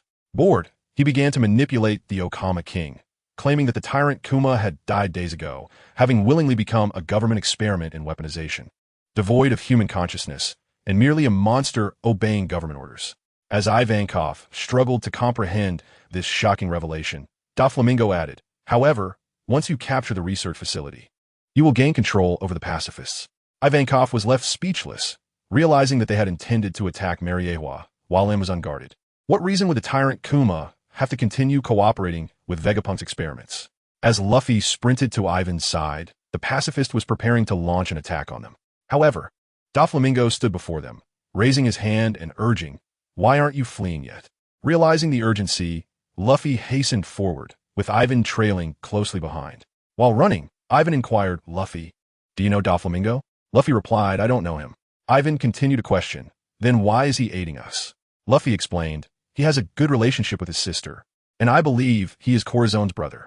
Surprised, Ivan responded, "Isn't it commonly said that they have a strained relationship? And who is Corazon?" However, they had no time to dwell on these uncertainties, as Ace was still imprisoned. Luffy and the group of transformed beings rushed towards the execution platform, including the gradually enlarging Makabaka, though no one seemed to notice this detail. At that moment, Buggy and his subordinates appeared to be plotting something significant. Buggy revealed that it was a plan that would shock the world. Once the plan was finalized, they unveiled the wax house constructed by MR3, startling the Marines outside, and then charged towards the execution platform, chanting Buggy's grand battle cry. Meanwhile, Old Sand was still entangled with Whitebeard. Suddenly, Jozu charged in, transforming into Diamond and colliding forcefully with Old Sand, causing him to spit blood. It seemed that obtaining Whitebeard's head would not be an easy feat. Just as Diamond Jozu was about to launch another attack, Doflamingo positioned himself behind Jozu, seizing control of his body. Doflamingo, a user of the Ito no Mi, could manipulate his opponents like puppets, and this time he aimed to recruit Old Sand. Truth be told, few could pique Doflamingo's interest. Moreover, Leah speculated that Doflamingo was aware of Old Sand's secrets, and the combination of the two made her uneasy.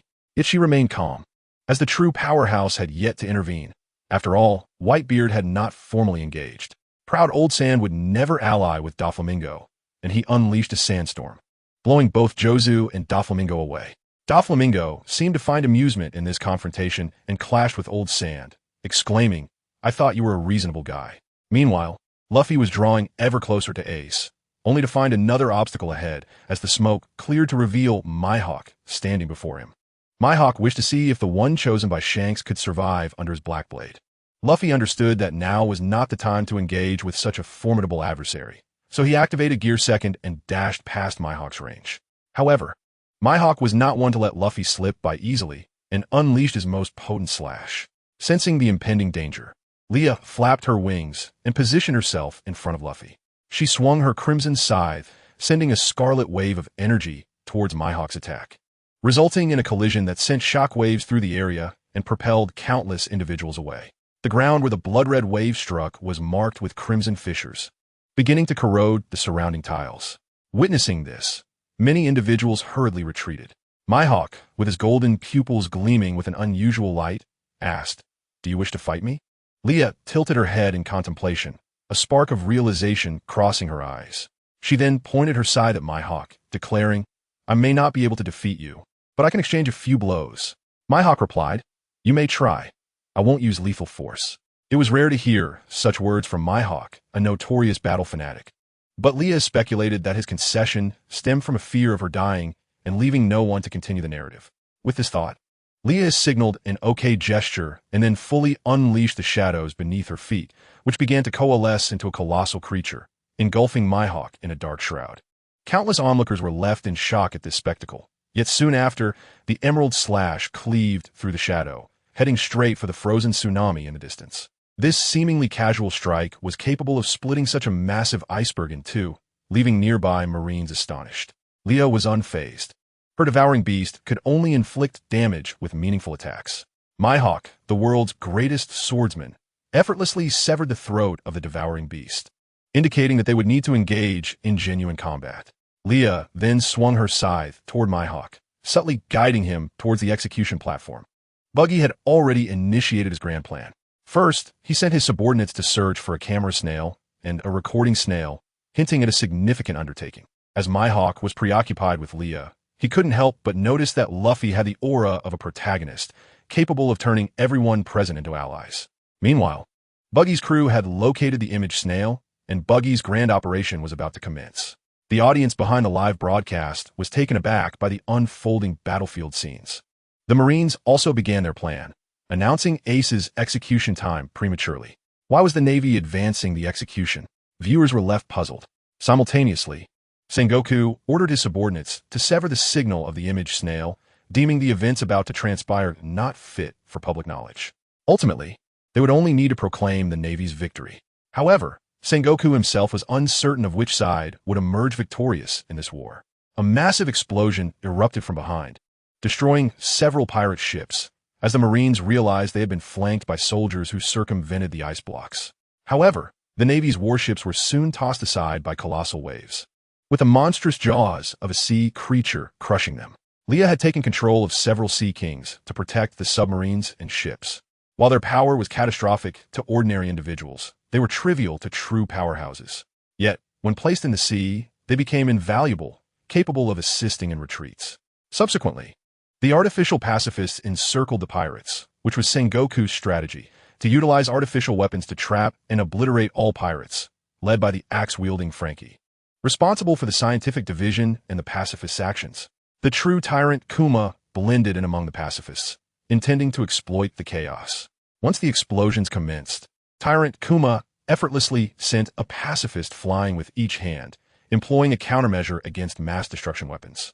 Frankie was taken aback, having not anticipated the genuine Tyrant Kuma's presence.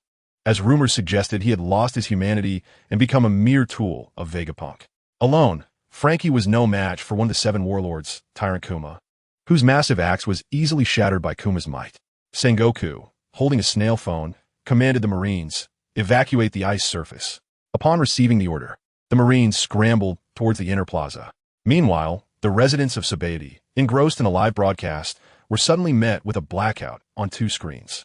On the battlefield, Ingyen directed a powerful strike towards Leah, who swiftly dodged with a flicker of her eyes. Ingyen's formidable slash surged towards the execution platform, but Zhanghua, seated beside Ace, had no expectations of the old man and utilized Haki to deflect the strike. While the execution platform remained unscathed, the Marine headquarters building behind it was cleaved in 2, reduced to ruins.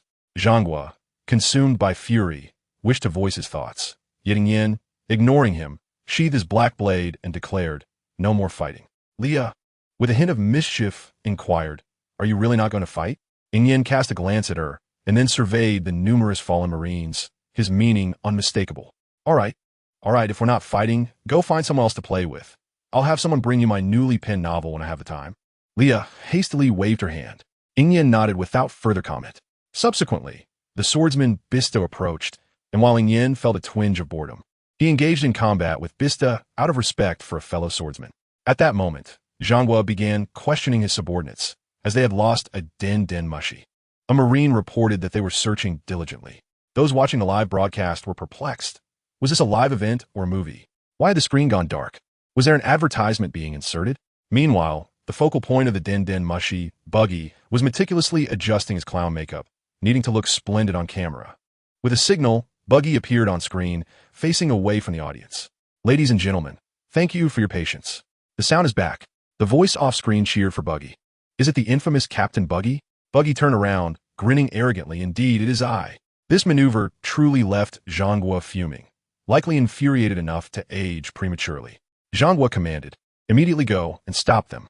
Just then, to Akainu's astonishment, the great whirlpool spider, Squardo, did not proceed with the planned assassination of Whitebeard.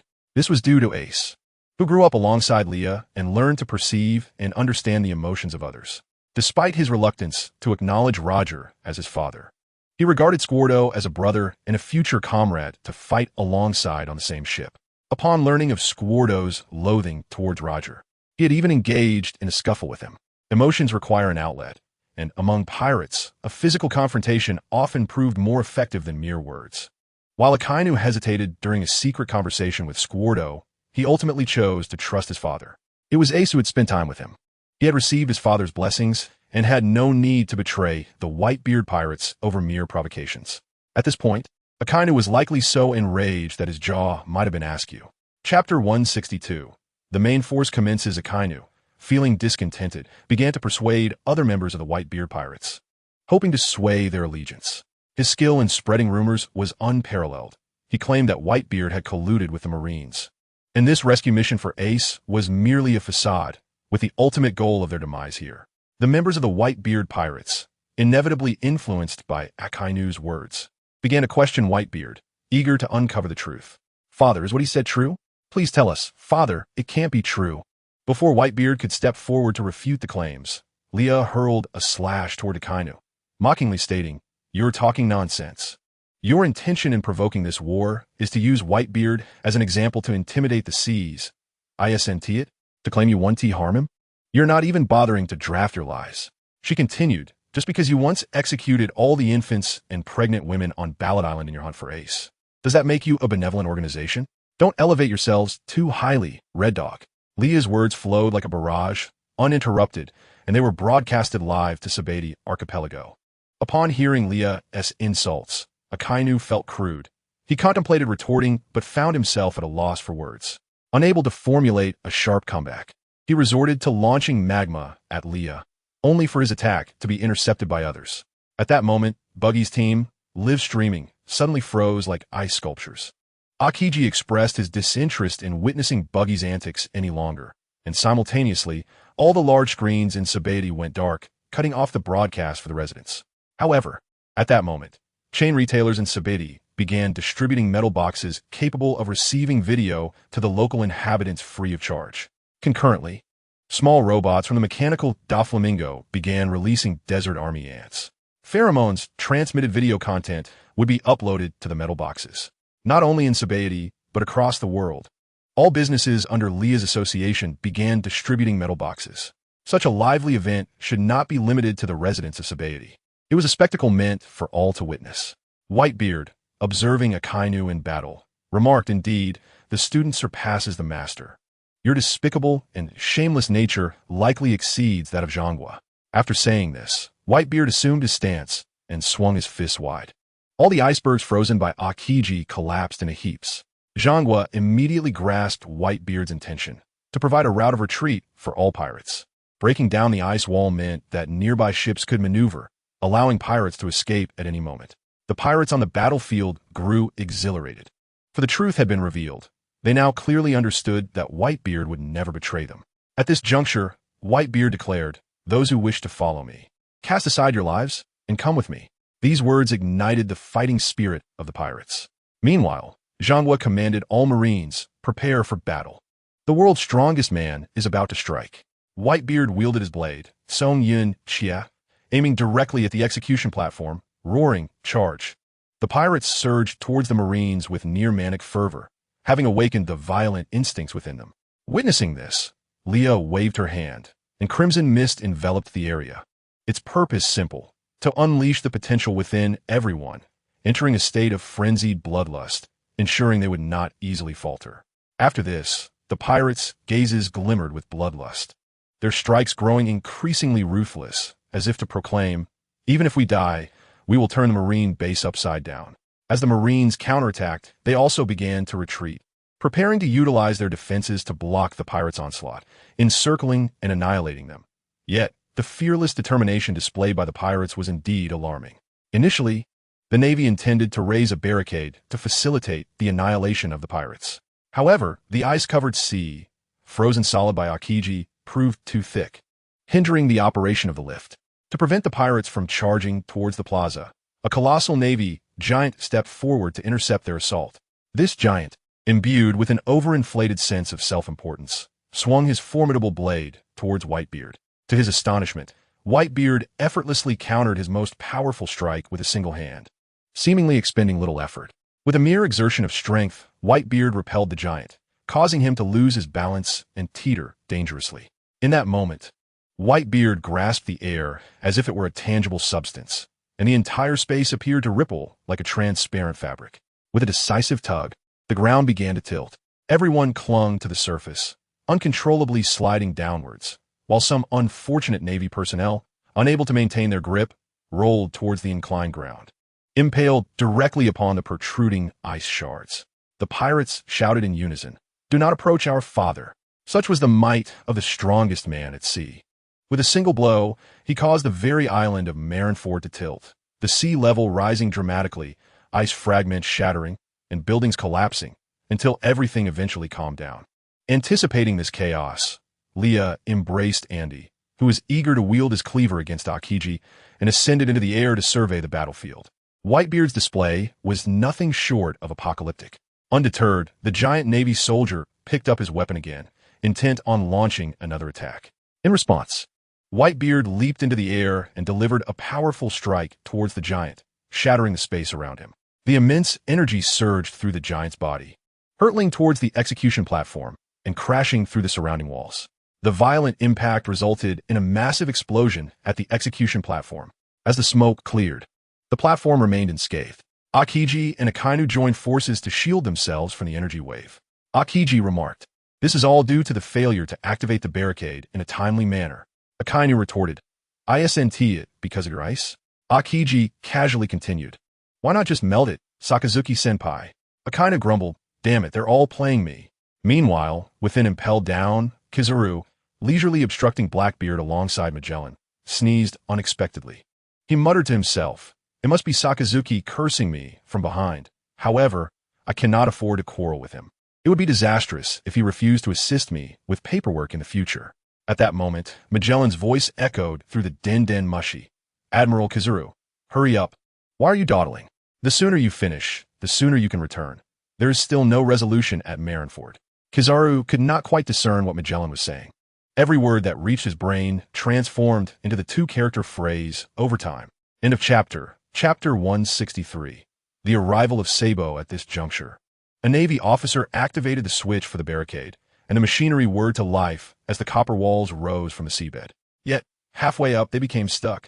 Numerous openings on the iron walls housed cannons, and the blockage occurred precisely at the cannon ports, rendering them immovable. The Navy could instigate discord among their ranks, just as Leah could lavishly bribe those on the Navy side. Nonetheless, such stratagems were merely commonplace in warfare. Observing the expressions of those present, Leah managed a subtle smile. Among them, Akainu appeared the most displeased, his demeanor already serious, now further burdened by a palpable tension. Nothing seemed to go right today. Not a single aspect of the plan had materialized. Akainu stepped forward, his hands bubbling with magma, unleashing a technique known as Meteor Volcano, sending countless magma fists soaring into the sky. The spectators gazed upwards, uncertain of what would transpire. Subsequently, the magma fists plummeted like meteors, while visually stunning. Their descent was lethal. Beneath lay the frozen sea, and even those not struck would find themselves sinking into the depths. At that moment, Leah formed seals with her hands, her fingers deftly weaving a blood-red thread into a colossal net. It ensnared all the falling magma fists, and with a surge of effort, Leah redirected them towards the Navy headquarters and the iron wall behind it. Luffy rose and sprinted towards the rear of Little Orza's guards. Through collective efforts, Luffy found himself beneath the execution platform. However, at this moment, he faced both Admiral Akiji and Admiral Akainu.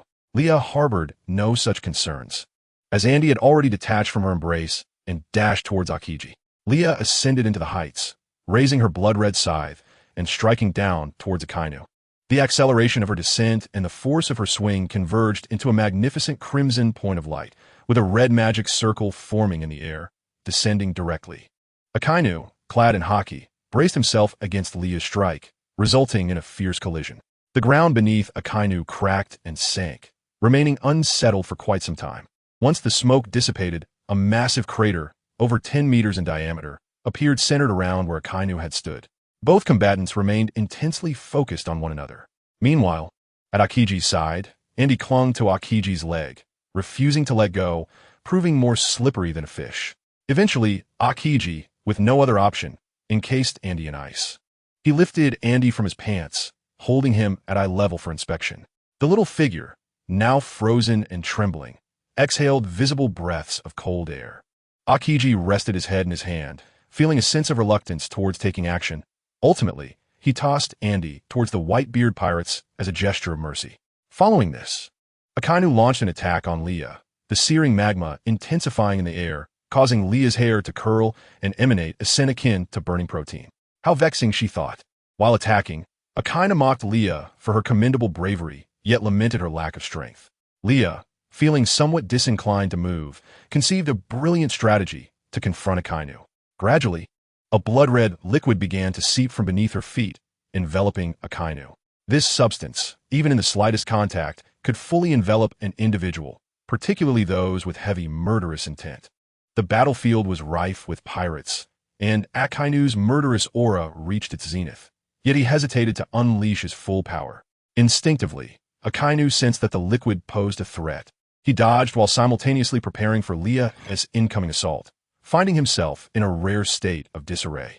Akiji, meanwhile, hurled a massive ice pillar towards Luffy.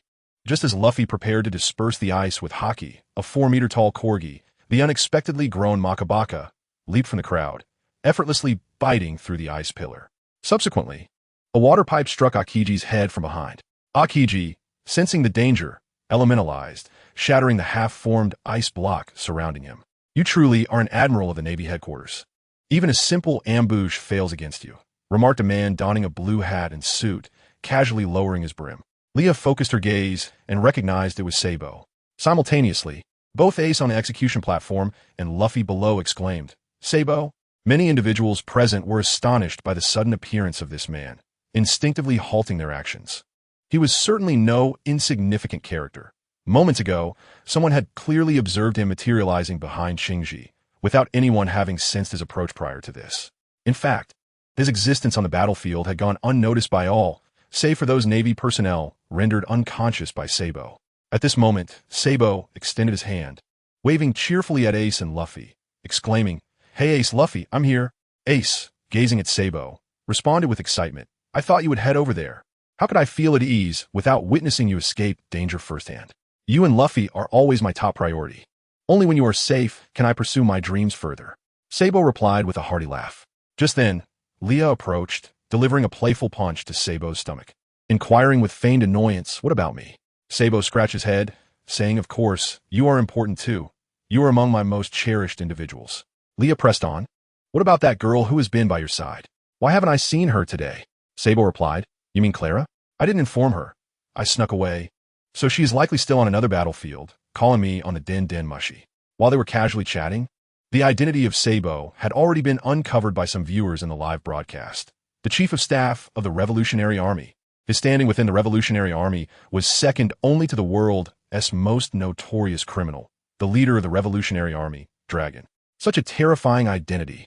At that moment, the sibling duo's oblivious banter enraged the standing Akainu, who unleashed a powerful punch towards the two. They deftly evaded, exchanging a knowing glance before springing into action, each targeting a different opponent. Just as Shinji was about to strike Luffy, Sabo interrupted, breaking his intended move and shielding Luffy while simultaneously tossing Luffy's collar towards the execution platform. Sabo waved at Luffy, saying, "Luffy, you will have to take the brunt of the old man's iron fist." Subsequently, Sabo's expression turned serious as he faced Shinji, stating, "I will never allow you to lay a hand on Luffy." Chapter 164. Carp takes action. Thus, Sabo engaged in battle with Shinji. At that moment, Sengoku commanded the execution to commence. The two individuals beside Ace raised their execution blades, poised to strike. Leah remained calm, for she had previously set one last safeguard on Ace. She was deeply concerned about any potential mishaps befalling him, hence her preparation. Everyone displayed expressions of astonishment. Could it be that this was how it would all end? Suddenly, blood splattered high into the air, revealing that it was Old Sand's attack. No one had anticipated that Crocodile, fixated on claiming Whitebeard's head, would actually aid Ace. Crocodile informed Sengoku that he had no desire to witness the Navy's gleeful expressions. Before he could finish, Doflamingo flicked his finger, sending Crocodile's head flying. However, it bore little consequence as he had already transformed into sand. Doflamingo laughed maniacally, and the two of them began to brawl. Seizing the opportunity while the two admirals were preoccupied, Luffy charged towards the execution platform, encountering a naval rear admiral who stood in his way. However, it proved futile, as Luffy dispatched the rear admiral in a matter of seconds. Sabo, grappling with Shinji, seemed to be struggling a bit, but just then, Marco struck with his azure flames, sending Shinji crashing into the wall. The priority was to save Ace, and it was not a time for adhering to chivalrous codes of one-on-one combat. Thus, both admirals became targets of a combined assault. At this moment, MR3 infiltrated the Navy's ranks, seeking refuge from the impending danger. Meanwhile, the pirates outside the walls were facing dire straits. The ice was melting, leaving them without a foothold, and they swam desperately towards the walls. Just then, a ship surfaced from beneath the sea, a vessel adorned with a protective coating, slowly rising to the surface, allowing the pirates in the water to climb aboard. This was a camouflage ship lurking beneath the waves. Leah's submarine also emerged, bringing some pirates to the surface. The pirates who had just escaped the ocean boarded both the sailing ship and the submarine, which was now heading towards Oars, who was using his immense strength to batter the enclosing wall, attempting to break it down. Upon seeing the sailing ship approach, little Oars lifted it and launched it towards the enclosing wall. Now that everyone was inside the Navy's encirclement, the Navy's cannons could not be activated. providing an opportunity for an all-out assault. Whitebeard leaped down from the sailing ship, instructing the children to maintain their distance, for he was about to unleash his ultimate move. Song Yun Jia gathered energy, and with a sweep of his hand, he hurled the energy orb towards the Navy. Just how many Navy personnel were there? It felt as though no matter how many he struck down, they would never cease to appear. Contemplating this, Leah couldn't help but frown, then glanced at the exuberant Kasimoto, who was joyfully wielding his butcher's knife amidst the chaos. Seeing this, Leah urged Akainu to fight with even greater fervor. Following this, the captains protecting their pirate crews gathered around Whitebeard, their morale soaring at his command. Whitebeard readied for a second assault, this time with a distinctly different intensity, as the clouds above began to churn ominously. At that moment, Qingji broke free from Marco and leaped towards Whitebeard, attempting to freeze him. Whitebeard was instantly encased in ice. Yet within 3 seconds, cracks began to form, and it shattered. "Ah, it seems I cannot freeze him," Qingji remarked, preparing for another attack. Whitebeard raised Song Yunjia, employing haki to pierce Qingji's chest. The Navy personnel gasped at the sight. "Admiral Kazan has been pierced by haki." The pirates exclaimed, "Is he dead?" Qingji, however, it was unfortunate that Qingji had anticipated Whitebeard's actions and had already created an opening for himself by transforming in advance. Grasping Song Yunjia, Qingji retorted to the pirates, "No, do not speak foolishness." Subsequently, ice spread along Song Yunjia towards Whitebeard. Ice blocked two-pronged spear. At that moment, Diamond Jozu crashed into Qingji, nullifying his attack. Jozu declared, "Old man, you should go first." Whitebeard replied, "I entrust this to you." Sabo also rushed over, and together with Jozu, they besieged Qingji to buy time for Luffy. Whitebeard bellowed, "Let those who are reckless come forth." With just his posture, Whitebeard could instill fear in the young Navy. As Song Yun Jia sliced through, a violent explosion erupted, the force of which ripped the sky apart, sending shockwaves that swept away all those in its path, propelling them towards the execution platform. Once the smoke cleared, Sengoku transformed into his Buddha form, barely managing to withstand the attack. His eyes widened in disbelief. For how could this be? The intelligence had clearly indicated that Whitebeard's body had deteriorated due to past injuries, rendering him incapable of utilizing his powers. Why? Why does it still possess such formidable power? It is almost reminiscent of that monstrous entity from 2 decades ago. At this moment, Kapu could not help but rise to his feet, pondering internally. Has Baihuzi discovered a means of restoration? Qichuan, shaking off Leah, propelled himself towards Baihuzi with a fierce punch. The two fists collided with a force akin to a landslide, sending Qichuan hurtling through the air, crashing into the ground and creating a substantial crater. As he attempted to prop himself up, he could not suppress a metallic taste in his throat, leading him to expel a copious amount of blood. This spectacle greatly affected the morale of the Navy, with some individuals already retreating in trepidation. Meanwhile, those watching the live broadcast could not help but exclaim in awe, "Truly, he is the world's strongest man, capable of delivering such devastation to a Marine admiral with a single strike." It appears there are internal injuries at play. Seizing the opportunity, Leah, well aware of the principle of striking while the iron is hot, unleashed her blood net, enveloping Qichuan. Simultaneously, the battlefield was rife with chaos, as Hanka continued her indiscriminate assaults, petrifying anyone within her reach, be they pirate or marine. Leah's blood net, which could absorb the life force of individuals, grew even more potent in the presence of murderous intent, proving remarkably effective against those steeped in malice. Qichuan, having been ensnared due to his injuries, began to writhe in agony. Witnessing this, the Navy's resolve to retreat intensified. At that moment, Kapu leaped from the execution platform, charging towards Baihuzi. He could no longer remain a mere observer. If the Navy did not achieve some semblance of victory soon, their morale would surely be eroded by these vicious pirates. To yield without a fight would be the greatest humiliation since the Navy's inception. Chapter 165. The rescue of AC as the conflict escalated. It became evident that the greatest variable in this war was the Marine hero Kapu, who had ensnared Baihuzi. Mark flew towards the execution platform, as the Marine attacks below proved futile against him. All eyes were fixed upon Mark. Could he succeed this time? Just then, Fleet Admiral Zhangwa leaped into action. After evading Zhangwa's strike, Mark retaliated with a swift kick, sending Zhangwa tumbling from the execution platform. The battle had reached a fever pitch, particularly between Baihuzi and Kapu. A vacuum of space surrounded them, as none dared approach the two combatants. Even the slightest weakness among the Marines could result in them being obliterated by the shockwaves of their clash. Baihuzi, after delivering another punch, remarked with a serious tone, "Your body." Kapu, seemingly unfazed, replied, I must thank that little girl." Baihuzi had little left to conceal, for he had already engaged in combat. "Oh, so is that little girl? She truly is my granddaughter, always bringing me trouble." As Kapu's determination surged, one could not discern whether he felt pride or sorrow for Leah. To force the last line of defense of the execution platform into action indicated that the scales of victory were tipping in favor of the pirates. Everyone knew of Kapu's legendary battles against the pirate King Ruji over 2 decades ago, which had earned him worldwide renown. Before Ruji ascended to the title of Pirate King, the infamous Golden Lion had caused chaos in Malinfanjuo due to Ruji's impending execution. Together with Zhanghua, Kapu had confronted the Golden Lion, ultimately banishing him to impel down. Observing Baihuzi's ability to hold his own against Kapu invigorated the pirates. They fought with fervor, undaunted by Kapu's illustrious reputation. For their father is none other than the world's strongest man. Amidst this turmoil, Lu Fei seized the opportunity, leaping onto the execution platform with the key in hand. Qichuan yearned to reach the execution platform, but he found himself ensnared by Leah's blood net. The binding grew ever tighter, and he could feel his strength waning. Seizing the moment while all were preoccupied, he unlocked AC's sea-stone handcuffs. AC was liberated.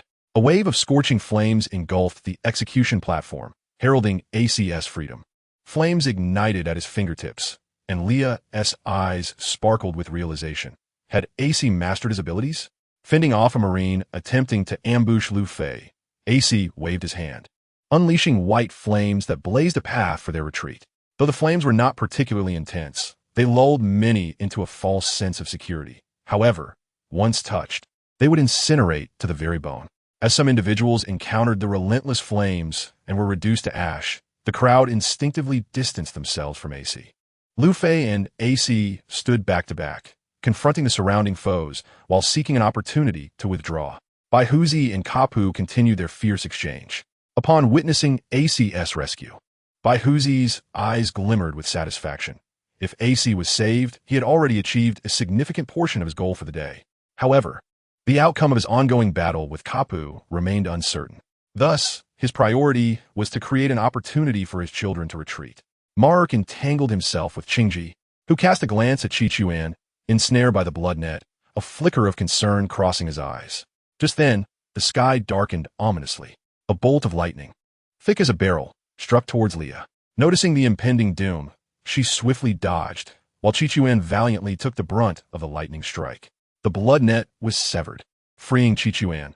However, his hat, now emitting dark energy, fell to the ground as his hair stood on end from the electric shock. Qichuan, visibly enraged, exclaimed, "Damn it! This lightning is now targeting Leah." One bolt followed another, and the sky opened up, suggesting the heavens were preparing to unleash an overwhelming power.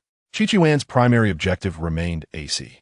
Despite his fury towards Leah and a desire to pierce her heart with his magma-infused fists, he pursued AC and the others. "Father commands all pirates to retreat. I will hold the line for my children," Baihuzi declared amidst the fray. Everyone must return alive to the new world. With a powerful swing, he sent Kapu flying away, then began to gather his strength.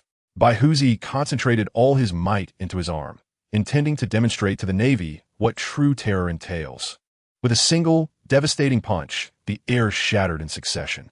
Marineford trembled, clouds of dust engulfing the scene. Standing amidst the ruins of the Marine headquarters, Baihuzi did not look back.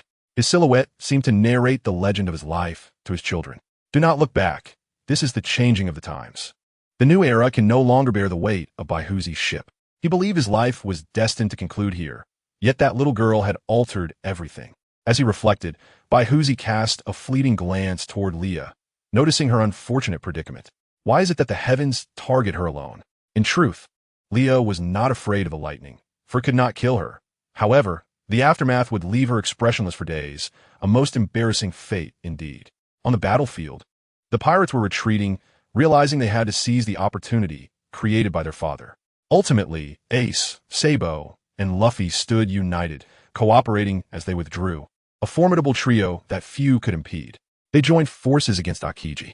Subsequently, Ace and Sabo exchanged a knowing glance, tossing Luffy to the approaching Ivan.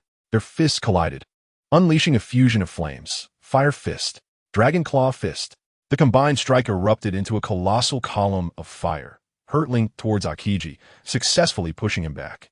They exchanged another glance, silently agreeing to retreat together. Lia also commanded her subordinates to leave the area, her gaze fixed on the enormous black hole forming in the sky. Her expression a mix of concern and eventual relief. Not far off, Fleet Admiral Sengoku observed his subordinates reporting on the intelligence regarding Mary Geos. Cold sweat beading on his forehead as he clenched his fists. Chapter 166. This is the battle I chose. Mary Geos was under attack. Slaves were liberated, and a significant number of celestial dragons were captured. Crucially, the Revolutionary Army executed these actions and fled with the captives and the freed slaves, leaving no opportunity for pursuit. Moreover, the Navy's main forces had been nearly entirely dispatched to Marineford to engage in the Paramount War. Even if they were informed now, they lacked the manpower to address the situation there. The death toll among the celestial dragons was horrifying, with many slain by the revolting slaves. Capturing the celestial dragons was a strategic move for negotiation, and under pressure from the Gorosei, the Navy would inevitably be forced to accept numerous unreasonable terms. Sengoku's head throbbed at this thought. Those scoundrels would be better off dead, yet they guaranteed the Navy's funding. Without this financial support, the Navy could not sustain itself. As he watched Carp's fierce battle intensify below, with each clash threatening to rend the earth, Sengoku realized that Marineford was on the brink of sinking. His internal struggle was brief, as one of the Gorosei, the bald elder, contacted him, instructing Sengoku to dispatch troops to pursue the Revolutionary Army with the strongest forces available. After Carp exchanged another blow with Whitebeard, Sengoku called him back, reluctantly ordering Carp to lead troops to investigate the situation at Mary Geos. With Akiji and Akainu both injured, and Kizaru occupied with Blackbeard and impelled down, Sengoku had to remain in Marineford to manage the aftermath. Carp instinctively wanted to refuse, but, upon seeing Sengoku's more despondent demeanor than ever, nodded silently. Despite Carp's seniority, even the Gorosei did not dare to treat him disrespectfully, but the thought of confronting the vile, celestial dragons was nauseating. He was also contemplating resigning from his position as Fleet Admiral, feeling the weight of responsibility for the war. Meanwhile, Ace and Sabo had retreated to Whitebeard's side, enveloped in white flames. Ace knelt before Whitebeard, tears of gratitude streaming down his cheeks. "Let me ask you a question," Whitebeard said. "Am I a qualified father to you?" "Of course," Ace proclaimed loudly. "You and my brothers have filled the void I've felt for so long. I'm immensely grateful." Whitebeard smiled warmly, then his expression turned serious as he instructed, "Ace, tell Ya to leave first. I will hold them off." After Carp's departure, no one remained capable of stopping Whitebeard. Sengoku understood this, thus the Navy focused more on clearing out the retreating pirates. Yet, with Whitebeard standing firm, none could pass him to harm his children. Some Navy soldiers even trembled at the sight of him. Defeat was palpable. However, as Fleet Admiral, he had to uphold the justice of the Navy. At that moment, Akainu rose, appearing rejuvenated, and targeted Whitebeard. Though they often disagreed politically and belonged to opposing factions, they had no choice but to unite against a common enemy for the sake of justice. Unexpectedly, just as Akainu's Magma Fist and Sengoku's Buddha form were about to collide with Whitebeard's Quake Attack, the towering figure of Whitebeard vanished. Almost instantaneously, he and the crew of the Whitebeard pirates appeared on a Sea King controlled by Lia. Blood trickled from the corner of Lia's mouth. In this state, fighting seemed futile. She wiped it away, accepting the cost of her power. Ace had been saved. They needed to escape quickly, for remaining would surely lead to their demise. Sengoku immediately sensed something amiss and looked up at the sky. The black hole had expanded significantly. Though Sengoku had noticed the black hole before, he initially thought it was an effect of the clash between Whitebeard and Carp's Conqueror's Haki. Now, it was clear this was not the case. Lightning clashed violently among the clouds, and the airflow in the center of the black hole began to swirl. The ensuing cyclone lifted debris from the ground, initially bricks. Then small vessels anchored in the sea, drawing them into its vortex. Sounds of terror echoed. Some individuals were already being lifted into the sky. It was a consuming force. Without needing an order from Sengoku, many Navy personnel began to flee. In the face of this natural disaster, all were equal. It was unrealistic to expend energy pursuing the Whitebeard pirates at this moment. It could not be denied that within the Navy were those who would sacrifice themselves for their noble beliefs, yet now they were compelled to retreat. They preferred to die by the blade than succumb to an inexplicable calamity. Ace, Sabo, and Luffy searched frantically for their sister, but after inquiring around, they found no one had seen her. It was perplexing. They had just been running, and in an instant, they had reached this point. Ace nearly stumbled into the sea due to his momentum, but Sabo caught him, and together they halted the forward charge of the still oblivious Luffy. With keen eyes, Marco pointed towards the very center of the black hole, where a shadowy figure stood. Ace quickly focused his gaze in that direction, certain it was his sister. He instinctively wanted to rush forward, but the armed guard on his left began to heat up, and red bloodlines spread forth, weaving into a massive blood net that ensnared the entire Sea King. Many attempted to break free, but all found themselves trapped. However, this blood net also thwarted the colossal waves crashing towards them. The vortex at the center of the black hole grew larger, ominously threatening to engulf the entire Marineford structure. Amidst the stormy clouds, lightning struck, aiming for Leah, who stood resolutely at the center of the black hole. However, all were evaded by Leah. How on earth is she managing to maintain her composure in such a place? Marco exclaimed in astonishment. It appeared that the little girl harbored many secrets within her heart, as by Huzi in his thoughts. Ace struck the blood net with force, yet to no avail. Even his white flames were utterly ineffective. Sabo and Luffy each endeavored to breach the blood net, unwilling to permit their sister to face such circumstances alone. Their father, too, attempted to utilize the tremor fruit, but it was of no consequence. Had her strength ascended to such heights? If so, she need not concoct so many schemes. It seemed improbable. At that moment, Lear's voice resonated in the wind, heard only by Sabo, Ace, and Luffy. This is a battle I have chosen for myself. I shall be fine, so do not worry about me. End of this chapter. Chapter 167. The proposal the old consciousness of Tiandao was desperately attempting to expel her. Yet, what significance remained in such expulsion now, as everything had already transformed, and this world would embark upon a new direction? Moreover, the small orb nurtured within the Shua tree continued to grow robustly, destined to consume the consciousness of the old world. Thus, was it aware of its impending demise and struggling in its final throes? The trajectory of the world was not a solitary decision of Leah. It was a collective choice of all beings inhabiting this realm. Even the world consciousness, an integral element capable of influencing the world to a degree, could not dictate its path. Once the majority of conscious beings within this world shared a common yearning and choice, a new world consciousness would emerge. Leah merely facilitated its embodiment. However, this did not imply that Leah could not harm the world consciousness. The initial disregard for its targeting stemmed from respect. Yet, the increasingly aggressive targeting became irksome to Leah, compounded by the years she spent expanding her business empire, traversing the land, and witnessing myriad human tragedies. In truth, those who genuinely possess divinity often harbor greater empathy and compassion for such matters. Jean and Leah, during their time in the Second World, were both ancient gods born at the inception of creation. They were deities birthed from the emergence of the world. Yet, Leah presided over death. Initially, she was steeped in the propensity for slaughter, her humanity and her divine essence as the goddess of death entangled within her mind, rendering her unable to fully control her actions. As time progressed, the world began to perish.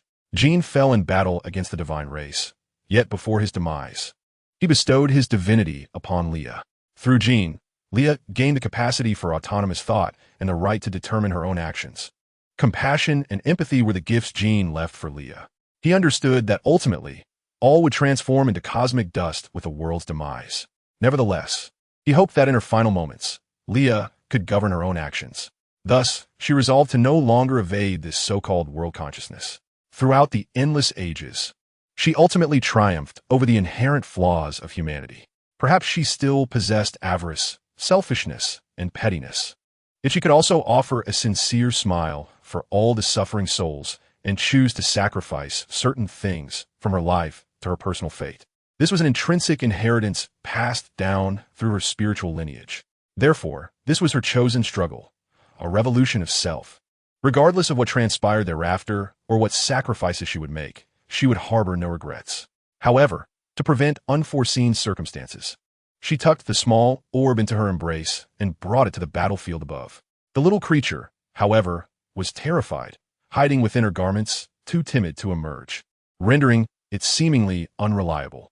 Subsequently, Leah began to gather her power, countless blood-red light particles emanating from her form, soon saturating the air in this sanguine glow. Leah stood at the vortex's center as innumerable light particles surged upwards, resembling a snowfall of crimson hue. Then, these blood-colored particles rapidly detonated at the vortex's heart, causing the clouds to churn violently. Accompanied by a deafening sonic boom, massive purple lightning struck down towards Leah. This time, she had no intention of evading. The thunder coursed through her body, crackling electricity resonating in her ears. Blood trickled from the corner of her mouth as Leah smirked and swung her blood-red scythe, the slash seemingly poised to cleave the heavens. The black hole appeared increasingly unstable, its aperture shrinking considerably. At that moment, a dragon-headed ship, the ReaperSister, emerged in the distance. Leah glanced toward it and spotted Shanka anxiously peering in her direction from the ship's bow. All my calculations failed to account for them. I initially believed I could explain the top war without Shanka's presence. Indeed, the conclusion had come, yet an unexpected turn of events had arisen. That fool would undoubtedly rush over to save her without a second thought. However, she did not desire this. Firstly, the inhabitants of this world possessed no capacity for resistance against the world consciousness. They could easily be manipulated, independent of strength, as it was a battle of different dimensions. Secondly, Leah was a person of clear boundaries. During her pursuit of her career, she had never sought Shanka's assistance, and now she was even less inclined to involve him in her choices. Apart from mutually beneficial collaborations, she and Shanka had always refrained from interfering in each other's affairs. Though she had to admit that she easily softened when faced with him. Shanka abandoned the other members of the red-haired pirates and plunged into the sea, swimming toward Leah. She frowned, wishing to seal off this area and prevent him from approaching. Yet, that would be rather heartless. Forget it. While he has yet to execute his next move, I shall bring him away from here. Leah's thoughts shifted rapidly, and she enveloped the black hole in the blood net, knowing it would buy her some time. She then flapped her black wings and soared to the ocean's surface, grasping Shanka's hand and pulling him from the waters. Truth be told, lifting Shanka was no exertion for her, but he clung tightly, ensnaring her within his embrace. Initially, she intended to place him aboard the ReaperSister and depart. Yet now that was no longer feasible. Shanka was indeed clever, albeit typically reluctant to engage his mind. Do you not find me rather unsightly? Leah suddenly inquired. Presently, her body was enveloped in black, horn-like armor, her skin marred by red cracks, devoid of any aesthetic appeal, entirely unlike her usual self. Not at all. I would never disdain you, even in your disheveled state, Shanka replied, contentedly holding Leah. In the midst of their conversation, Leah hovered above the ReaperSister. Let go. I still have matters to attend to over there. She indicated towards the black hole above Marine Fondwa. No, if you let go, you will leave me. I trust my instincts, Shanka said, his expression somewhat dimmed, speaking with a hint of stubbornness. I should be fine. He cannot harm me. Leah hesitated and said. Moreover, if I fail to resolve this matter now, he will undoubtedly seek another opportunity to confront me in the future. If I'm unprepared then, wouldn't it be even more perilous? Leah continued to coax Zyankasi. Zyankasi lifted his gaze to glance at Leah once more, then took her hand and slipped a small ring onto her finger. He proclaimed, Now you are my wife. You promise me that you will return. Leah extended her hand to observe the ring on her right hand's ring finger, contemplating. It is rather thoughtful, so I shall reluctantly agree to him. Very well, I promise you. I will return and marry you, Leah said with a smile. To be honest, proposing in such a setting felt somewhat inappropriate. Zyankasi had previously envisioned countless scenarios for his proposal to Leah, yet at this moment, he felt compelled to place this ring on her finger. He could always arrange for extravagant proposal ceremonies later. For now, he desperately sought a sense of belonging. Leah was always like a gust of wind, elusive and inscrutable. But once she made a promise, she would undoubtedly fulfill it. He desired a sense of belonging. They belonged to each other. Chapter 168. Crossing the boundaries of time, Zyankasi leaped back onto the Redford, watching Leah gradually soar into the distance until she became indistinct. Yoshibu wrapped his arm around his captain, teasingly remarking, Boss, I've noticed you have quite the affectionate demeanor when it comes to Miss Leah. Lejilu nodded vigorously in agreement while munching on a chicken leg. Meanwhile, Beekman gazed into the distant sky, seemingly lost in thought. Zyankasi scratched his head, proudly declaring, "How did you know I proposed, and that it was successful?" Bunxiang playfully punched Zyankasi in the chest, slightly annoyed. "No one asked you that. How do you know that Lily-chan spoke to me gently when she accepted my proposal?" Zyankasi continued to dig his own grave. This provoked a chorus of punches from several individuals directed at Zyankasi. "We said no one asked you that." Some crew members appeared utterly dejected, as if crushed by the revelation. Why does even someone like Zyankasi have a wife now? Beekman suddenly inquired, "Zyankasi, are you not worried about her?" Upon hearing this, Zyankasi's fiery hair fell slightly. He felt concern, yet there was nothing he could do. He could not forcibly take her away. He respected every independent soul and honored her choices. Her every action indicated that if he coerced her into doing something against her will, she would undoubtedly choose to leave him. Although it pained him, respect was paramount. She loved him precisely because he accepted all facets of her, both her dazzling persona and her vulnerable side. He embraced her independent spirit. Zyankasi spoke solemnly, slowly revealing sentiments he had never shared with his companions regarding Leah, perhaps to alleviate the tension within him. Earlier, he intended to jest, as he had in the past, to lighten his mood, yet he remained utterly unsettled. Moreover, he felt that this moment was crucial in enabling her return to the past. Doflamingo silently observed Leah and that detestable Yonko from a distance, his silence betraying a simmering anger. He was displeased. This stubborn woman had made decisions without consulting him. No wonder she insisted on relocating their operations to the island, now covertly controlled by the Revolutionary Army. It seemed she had anticipated this all along. Wasn't he had agreed that they would be the best of allies? Aside from Rashi, he had only this one acknowledged kin left in this world. Deep down, he hoped she would remain safe. Regardless of how many secrets she concealed from him, they mattered little. Even the chubby bird Leah gifted him leaped from the cabin. Perching on Doflamingo's shoulder, peering in that direction, adjusting its eyes, its avian face contorting amusingly, resembling a human. As Leah flew beneath the black hole, she suddenly felt an unusual sensation in her leg. Looking down, she discovered Makabaka, who was clinging to her calf, swaying in the whirlwind, its canine face betraying little emotion, yet resolutely biting onto Leah. It did not hurt. The grip was just right. Leah understood that this dog wished to accompany her, so she bore no ill will. She thought it remarkable that this creature had managed to ascend to such heights using the vortex, skillfully maintaining its hold on her. Leah contemplated sending Makabaka back, but it was evidently too late. Therefore, she merely lowered her head to pat Makabaka's head. "Say, you must hold on tightly. I may not be able to attend to you shortly." Makabaka's eyes darted, attempting to bark, but realized it couldn't let go. Acknowledging this understanding, Leah raised her head, her gaze fixed upon the black hole above. She flapped her wings and flew directly into it. Inside the black hole lay an abyss of nothingness, darkness enveloping all sight. A faint light emanated from a distance. Hesitating for a moment, Leah cradled Makabaka in her arms and flew toward it. Simultaneously, she extracted the small light orb from her clothing, holding it in front of her. Though timid, it possessed a few more tricks when confronted with its own kind. The small light orb trembled in Leah's grasp, but did not attempt to escape. It could change size at will, accommodating Leah's needs, even compressing into a ball to fit into her pocket. Approaching closely, Leah once again beheld a scene she would never forget, the world shattering, dissolving into cosmic dust.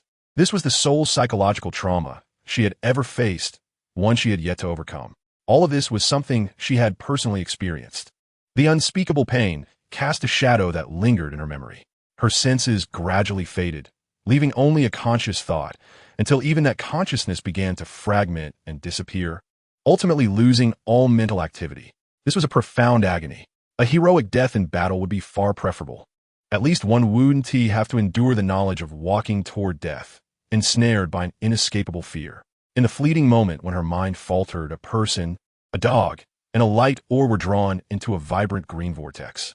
During their drift, the small light orb passed by another vibrant green light orb, which it promptly devoured. The black hole outside vanished in an instant. Its disappearance was so abrupt that many rubbed their eyes, confirming whether they had misperceived it. Indeed, many chose to remain and witness what transpired. They were eager to understand the unfolding events. Leah's friends and family bore grim expressions. rushing to the vicinity to anxiously search for her silhouette before ultimately coming up empty-handed. Leah had vanished. Chapter 172. Eating fish, as everyone indulged in a feast of fish. It must be said, it was truly delightful. Fortunately, Leah had procured a considerable amount of basic spices during her time in the city. Now that she found herself here, it was impossible to foresee what would transpire, thus it was always prudent to be prepared. Makabaka was happily indulging in its pile of fish. Thus far, the ability to swiftly ascertain the situation and locate Dofu and the others was primarily due to that foolish dog. It was astute enough to understand the peril of this journey, yet it chose to accompany her, proving that it genuinely cared for Leah. How fortunate it was that the foolish dog followed her. Otherwise, being alone in an unfamiliar world would be exceedingly lonely. Although it was the same world across different timelines. Here, Leah truly knew no one. Reflecting on this, she embraced Makabaka, burying her face in its fur and inhaling deeply. It felt so comforting. Luashi watched Leah's peculiar actions with curiosity, while Dofu devoured his food with great enthusiasm, having not tasted fresh sustenance in quite some time. Their family was incapable of cooking and lacked knowledge on sourcing ingredients. Any appearance in town would lead to being hunted. Therefore, they had no choice but to scavenge for discarded food in the refuse. Initially, he could hardly swallow, so nauseated that he expelled the acid from his stomach. Yet, burdened by the presence of his frail mother and young brother, he endured this suffering. He had to survive. Only by living could he reclaim the dignity that had been stripped away. When he had eaten to a point of satiety, Dofu paused in his chewing, gazing at the fish in his hand. After a moment's hesitation, he tore off a large leaf from the nearby underbrush, washed it in the river, and wrapped the remaining 2 fish in it. His mother was waiting for them at home. It would be best to save the rest for her. However, the longing in Dofu's eyes revealed a desire to continue eating, which he suppressed, placing his mother's needs first. Observing her brother's actions, Luashi imitated him, wrapping up a fish to take to their father. His brother harbored animosity toward their father, who had never cared for his well-being, nor would he share food with him. Yet, Luashi always reserved a portion for their father and secretly delivered it behind Dofu's back. There were times when Dofu caught him, but he merely accepted it without truly stopping his brother's actions. Still, he harbored resentment toward their weak and naive father, believing that their family had fallen into their current predicament largely due to him. If it weren't for him, Leah mused, she should be residing in Maligiao, wielding slaves at will, free from worries about livelihood, and unscathed from the beatings and insults of the common folk. Their mother would not be coughing so severely, unable to find a willing doctor to treat her, languishing in illness. All of this was the fault of her incompetent and foolish father. Contemplating these matters left him feeling somewhat discontented. Just then, Leah stuffed a fish into young Dofu's mouth while she chewed on another, garbling, "Eat up. There's no need to save any. If there's not enough, I will roast more for you." She repeated the gesture, feeding Luashi a fish as well. She did not inquire why they acted as they did. Everyone had unspoken burdens, and she would not pry, nor was she skilled at offering comfort. But she could do what she could. During her entrepreneurial ventures, Dofu had aided her immensely. Although unspoken, his actions were a testament to his support. Now that they were here, she could only imagine the turmoil unfolding back there. Yet, she did not worry about her enterprise encountering any mishaps. She had long since relocated her core operations to within the sphere of the Revolutionary Army before the war commenced, even if the Navy sought to strike. They could not harm the Foundation. After more than a decade of transformation, Zixilideo had become a multifunctional large warship. She had moved it to the doldrums long ago. Should the Navy wish to issue destruction orders akin to extermination commands against Zixilideo, they would first need to locate it. Moreover, they were likely preoccupied dealing with the Revolutionary Army, which had formally declared war against the Celestial Dragons, leaving them with enough on their plate. In the first half of the Grand Line, wars had already begun in many regions. This was total warfare. As for the latter half of the Grand Line, the New World, the Navy had no jurisdiction there, and the Revolutionary Army had no inclination to seize control. That was the pirates' graveyard and an excellent battleground for the pursuit of the One Piece. Until a true king emerged among the new generation of pirates, that place would never find peace, whether for glory or for profit. The disputes among pirates would persist, unless a genuine monarch arose. Entrusting her business to Yuxia gave Leah considerable confidence. With Dofu and Disualuo present, there would likely be no significant disturbances in the near term. As for whether pirates would come to seize treasures, undoubtedly, but someone would handle that for her. If they could not manage such a trivial matter, Her first order of business upon returning would be to make that person kneel on a washboard. Since they were all family, Leah had no qualms about being candid with him. The money she earned was, after all, his as well, given their crew's extravagant spending. Relying on the protection fees submitted by those nations to sustain their finances would indeed be a tall order. Beekman was exceedingly frugal, having almost no spare funds to buy Shanka's drinks. Moreover, the intelligence network below required mutual gifting among various connections. To maintain social relationships, one must give gifts. Upon considering this, Leah felt that their pirate crew was even poorer. As the captain's wife, it was acceptable to occasionally provide some funds to support her man's endeavors. But the specific amount would depend on Shankare's performance. Coming back to her senses, Dofu and the others had nearly finished eating. Subsequently, Leah proposed staying at their home in exchange for taking responsibility for their family's food, as she currently had no place to settle. Dofu instinctively wanted to refuse, but upon contemplating the roasted fish in his arms, he hesitated and ultimately agreed. "Our home is not a good place. If you dare to complain, I shall strike you," Dofu said, nervously clenching his fists and pretending to sound menacing. Leah noticed this small detail and understood that the boy felt somewhat inferior. After all, having fallen to a state where anyone could bully them, he was bound to be more sensitive. Thus, Leah immediately extended 3 fingers, assuring, "I would never disdain it. As long as there is a place to sleep, that is sufficient." End of this chapter. Chapter 169, Perhaps I Have Returned to the Past? As consciousness gradually returned, Leah blinked her eyes. It felt as though she was being illuminated by a blinding light. Even before fully opening her eyelids, her eyes experienced a sharp pain. A hand shielded her from the glaring light, and Leah opened her eyes.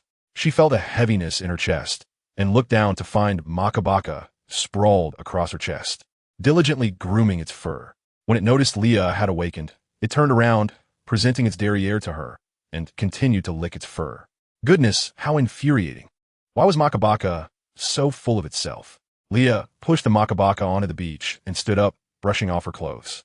Lying on the sand, she felt the grains clinging to her skin, which was quite uncomfortable, and the sun's rays felt excessively harsh. This seemed to be an island. Leah surveyed her body, almost believing she had fallen into another world. The power within her began to slumber once more. However, when she glanced at her reflection in the sea, her appearance remained unchanged, still the same familiar visage. Although her clothes were tattered, hints of her previous attire were still discernible. She realized that she could not muster much strength at present and would have to be cautious of the waves. Fortunately, she always carried a waist pouch wherever she went, filled with treasures, ensuring that even in dire circumstances, she would not succumb to hunger. With the pouch bulging, Leah felt somewhat reassured. Subsequently, she pulled out the small light orb from her sleeve, yet it showed no signs of life. Leah shook it vigorously, but it remained unresponsive. Was this little creature dead? Surely not. It should not be so fragile. However, a vague recollection reminded her that she had previously been entranced, only to fall into the chaotic currents of time.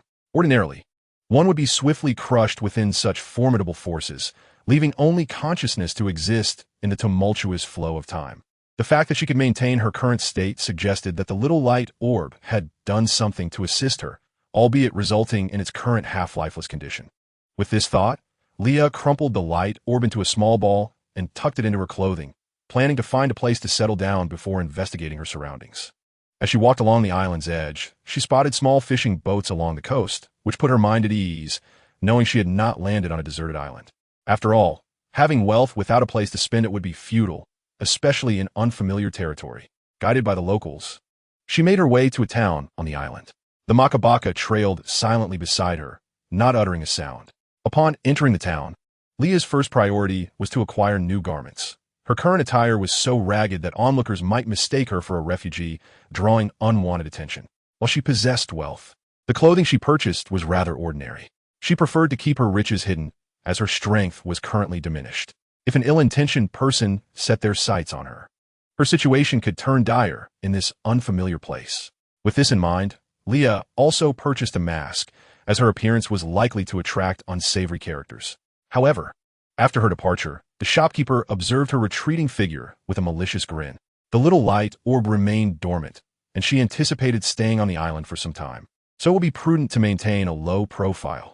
After acquiring her clothing, Leah took the Makabaka to a restaurant, as it had been quite some time since she had eaten, and she suspected the Makabaka was hungry as well.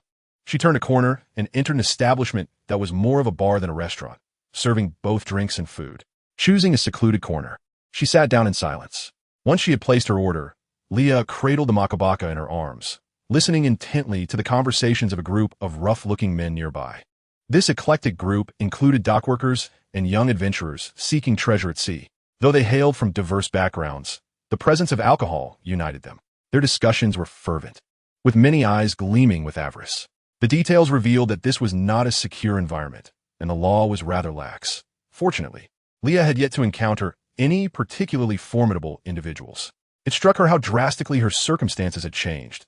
Just the day before, she had stirred up chaos in Marineford, and now she found herself reduced to a state not much different from an ordinary woman. Such is the ebb and flow of life, merely a hurdle to overcome. Yet the weight of her despondency was hard to ignore. Nevertheless, she believed she would prevail. This misadventure stemmed from her fragile mental fortitude. She had been startled by an illusion, highlighting the need for her to strengthen herself. Leah began to pay closer attention to the men's dialogue. "Have you heard? A few celestial dragons have arrived in the city, and they appear to be family. I heard the head of the family renounced his celestial dragon status and left Mariehua, wishing to live among us commoners. How naive. Once they abandon their identity, they are nothing. I couldn't care less. Celestial dragons deserve to perish. Indeed, they are scum. I've heard that many are already plotting against them. If you harbor such hatred for them, why not take action? I want to observe first. What if they suddenly reclaim their status as celestial dragons? I would be in peril. You have a point. Let us wait and see. If it's confirmed they want to interfere with this family, I shall certainly get involved. Those wretched celestial dragons do not deserve to exist in this world. Keep your voice down. Such words can be spoken here, but not outside." Listening to their words, Leah felt puzzled. It sounded remarkably similar to the Doflamingo family. Aside from Doflamingo's naive father, she could not fathom any celestial dragon willingly relinquishing their identity to live among the lower classes. With this thought, Leah hastened her meal, placing a generous portion of meat from her plate into the dog bowl provided for the makabaka. She patted the makabaka's rear, encouraging it to eat quickly. The makabaka complied, devouring the food with a voracious appetite, exhibiting a flair reminiscent of the monkey family's penchant for consumption. After finishing her meal and settling the bill, Leah quietly departed, eager to confirm her suspicions. Chapter 170. Encounter. Through her inquiries, Leah arrived at the original residence of the celestial dragon family. Upon her arrival, she was struck by the dilapidated state of the place. The windows and doors were in disrepair. Entering, she found the interior nearly barren, with not only furniture stripped away, but also wall hangings and even the carved balustrades, which may have once been adorned with gems, removed. The once pristine white walls were marred with bloodstains, and the exterior bore brown smudges. The entire house exuded a foul decay, likely due to someone having previously thrown rotten vegetables or foul eggs inside, now festering and emitting a particularly unpleasant odor. Leah could not withstand the stench for long and hurriedly exited. Meanwhile, the makabaka, having not even entered, sat at a distance, observing with a wagging tail, appearing quite content. Seeing it in such a relaxed state irked Leah, but she suddenly recalled that the creature possessed another remarkable ability, its keen sense of smell. Seek out some items they previously used for makabaka to sniff, allowing it to remember their scent. Wouldn't this significantly reduce Leah's difficulty in locating them? With this thought in mind, Leah stood still, her mind racing, yet her expression remained unchanged. She understood that makabaka was an exceptionally intelligent dog and must not exhibit any signs of abnormality. Approaching makabaka, Leah slowly crouched down and embraced the dog. She feared that if makabaka sensed anything amiss, it might run away, and that would be disastrous. Once she secured the plump dog in her arms, Leah felt reassured and hurried towards the second floor of the small building. She then made her way to the innermost room where a dilapidated door stood. Judging by the layout, it appeared to be a bedroom, though all the furniture, including the wardrobe and bed, had vanished, leaving only a tattered teddy bear in the corner. The bear was both filthy and worn, with its stuffing protruding. Even a scavenger would likely overlook it. Makabaka seemed to sense something, raising its paws to cover its nose, displaying a distinct look of disdain. Observing this, Leah chuckled and addressed Makabaka, saying, "If you could just sniff it out and help me find the bear's owner. You're the best, aren't you? This is a trivial matter for you." Makabaka's eyes twinkled, and it leaped from Leah's embrace, bounding towards the worn teddy bear. Leah knew Makabaka had consented. The dog approached the bear, sniffed it thoroughly, then exhaled a sigh of disgust, nodding at Leah. Acknowledging this, Leah walked over, picked up the teddy bear, and retrieved a piece of cloth from her backpack to wrap it. Despite its tattered and filthy state, it was evident that the original owner had cherished it. Numerous stitches bore witness to its mended history, and its fur was old, lacking the softness it once possessed. It had been washed and repaired many times before being discarded. Leah speculated that it remained here because they had left in haste, unable to carry anything away. A stark contrast to their identity as Qianlong people. After a considerable time, Makabaka led Leah to a dump outside the city. Leah frowned, sensing their dire circumstances. Although she had mentally prepared for their plight, witnessing it firsthand ignited her anger. A group of adults was mercilessly assaulting two children, fists raining down upon them. The boy with a shaved head shielded the one with long hair, causing most of the blows to land on the larger child. The long-haired boy cowered beneath the shaven-headed one, wailing loudly. The shaven-headed boy clenched his teeth, silent, his expression obscured by sunglasses, but it was likely filled with hatred. Leah retrieved a pipe from the refuse, poised to intervene, but Makabaka bit her pant leg, preventing her advance. Then, releasing her, Makabaka surged forward. The dog began to swell in size, transforming into something akin to a small villa, charging towards the assailants like a truck. Before Makabaka reached them, the assailants scattered in fear, wielding sticks. Upon seeing them flee, Makabaka halted before the two children. The shaven-headed boy kept the long-haired boy behind him, glaring at Makabaka, his body trembling with fear, yet instinctively protecting the child behind him. Sharp-eyed Leah noticed that the long-haired boy clutched some food, though it appeared somewhat stale and spoiled. For them, it sufficed to fill their bellies. Leah stepped closer, confirming that this was indeed the childhood version of Duofu. His unique, haughty demeanor, seemingly indifferent to others, was nearly impossible to replicate. Thus, the timeline must be around 1990 in the Haiyuan calendar. Makabaka fixed its gaze on Duofu for a moment, then, without a word, extended its massive tongue and licked Duofu from head to toe, leaving him feeling a chill. Duofu was taken aback, then slightly irritated, wondering what this filthy dog was doing. Makabaka disregarded Duofu's reaction and proceeded to paw at the boy named Luoshi, pulling him into view before licking him from head to toe. In Sicily, Luoshi had doted on Makabaka, often providing it with special treats, leading Makabaka to gradually accept Luoshi as one of its own. As for Duofu, Leah had always found it curious that he, who usually disliked animals, would pet Makabaka and tolerate its prideful temperament. Was it perhaps for this reason? Luoshi, startled by Makabaka's enthusiastic display, trembled, scattering the collected food. He then met his brother's murderous gaze and burst into tears. Duofu swiftly covered Luoshi's mouth, admonishing, "Are you trying to attract those people again? Fool, we can find more food later. There's no need to cry." Once Luoshi composed himself, Duofu released him and fixed his gaze on Leah, questioning sternly, "Who are you, and what is your intention in helping us?" After licking the children, Makabaka wagged its tail and sat beside Leah, eyes gleaming, unmistakably asking her for a chicken leg. It was precisely Makabaka's actions that made Duofu realize this silly dog had rescued them, and that it acted under the woman's directive. End of chapter. Chapter 171. Fishing. Leah scratched her head, finding it somewhat difficult to explain her sudden appearance, which likely caused Duofu to suspect her intentions. Just as Duofu was about to point at Leah and hurl insults, his stomach audibly grumbled, creating an awkward silence. His face flushed, he momentarily lost his words. Still wanting to muster a few harsh words to bolster his confidence, believing that as long as he remained unembarrassed, the awkwardness would fall upon others. However, little Luoshi emerged from behind him, stating, "Brother, I'm hungry." Duofu clenched his fists, ultimately relenting, and took Luoshi towards the refuse heap. Thoughts of his gravely ill mother and their ineffectual father haunted him. He had a younger brother and a beloved mother to protect. For them, this momentary humiliation was trivial. One day, he would exact vengeance on those who had wronged his family. Born into nobility, how could those commoners compare? For the sake of his mother, what was the shame of enduring this moment? He would rise again. At that moment, Leah caught up to the two brothers and said, "I saved you. Aren't you going to thank me?" Little Luoshi, being quite well-mannered, turned around and bowed to Leah, saying, "Thank you, big sister, for saving me and my brother." Meanwhile, Duofu angrily grabbed Luoshi, exclaiming, "Why are you thanking her? How do we know she doesn't have ulterior motives?" Doflamingo's temperament has indeed been foul since childhood. However, having a degree of vigilance after enduring so much is a commendable trait. What purpose could I possibly have? And what is there about the two of you that merits my attention? Leah shrugged her shoulders, somewhat helpless. This is true, yet Doflamingo appeared even more enraged.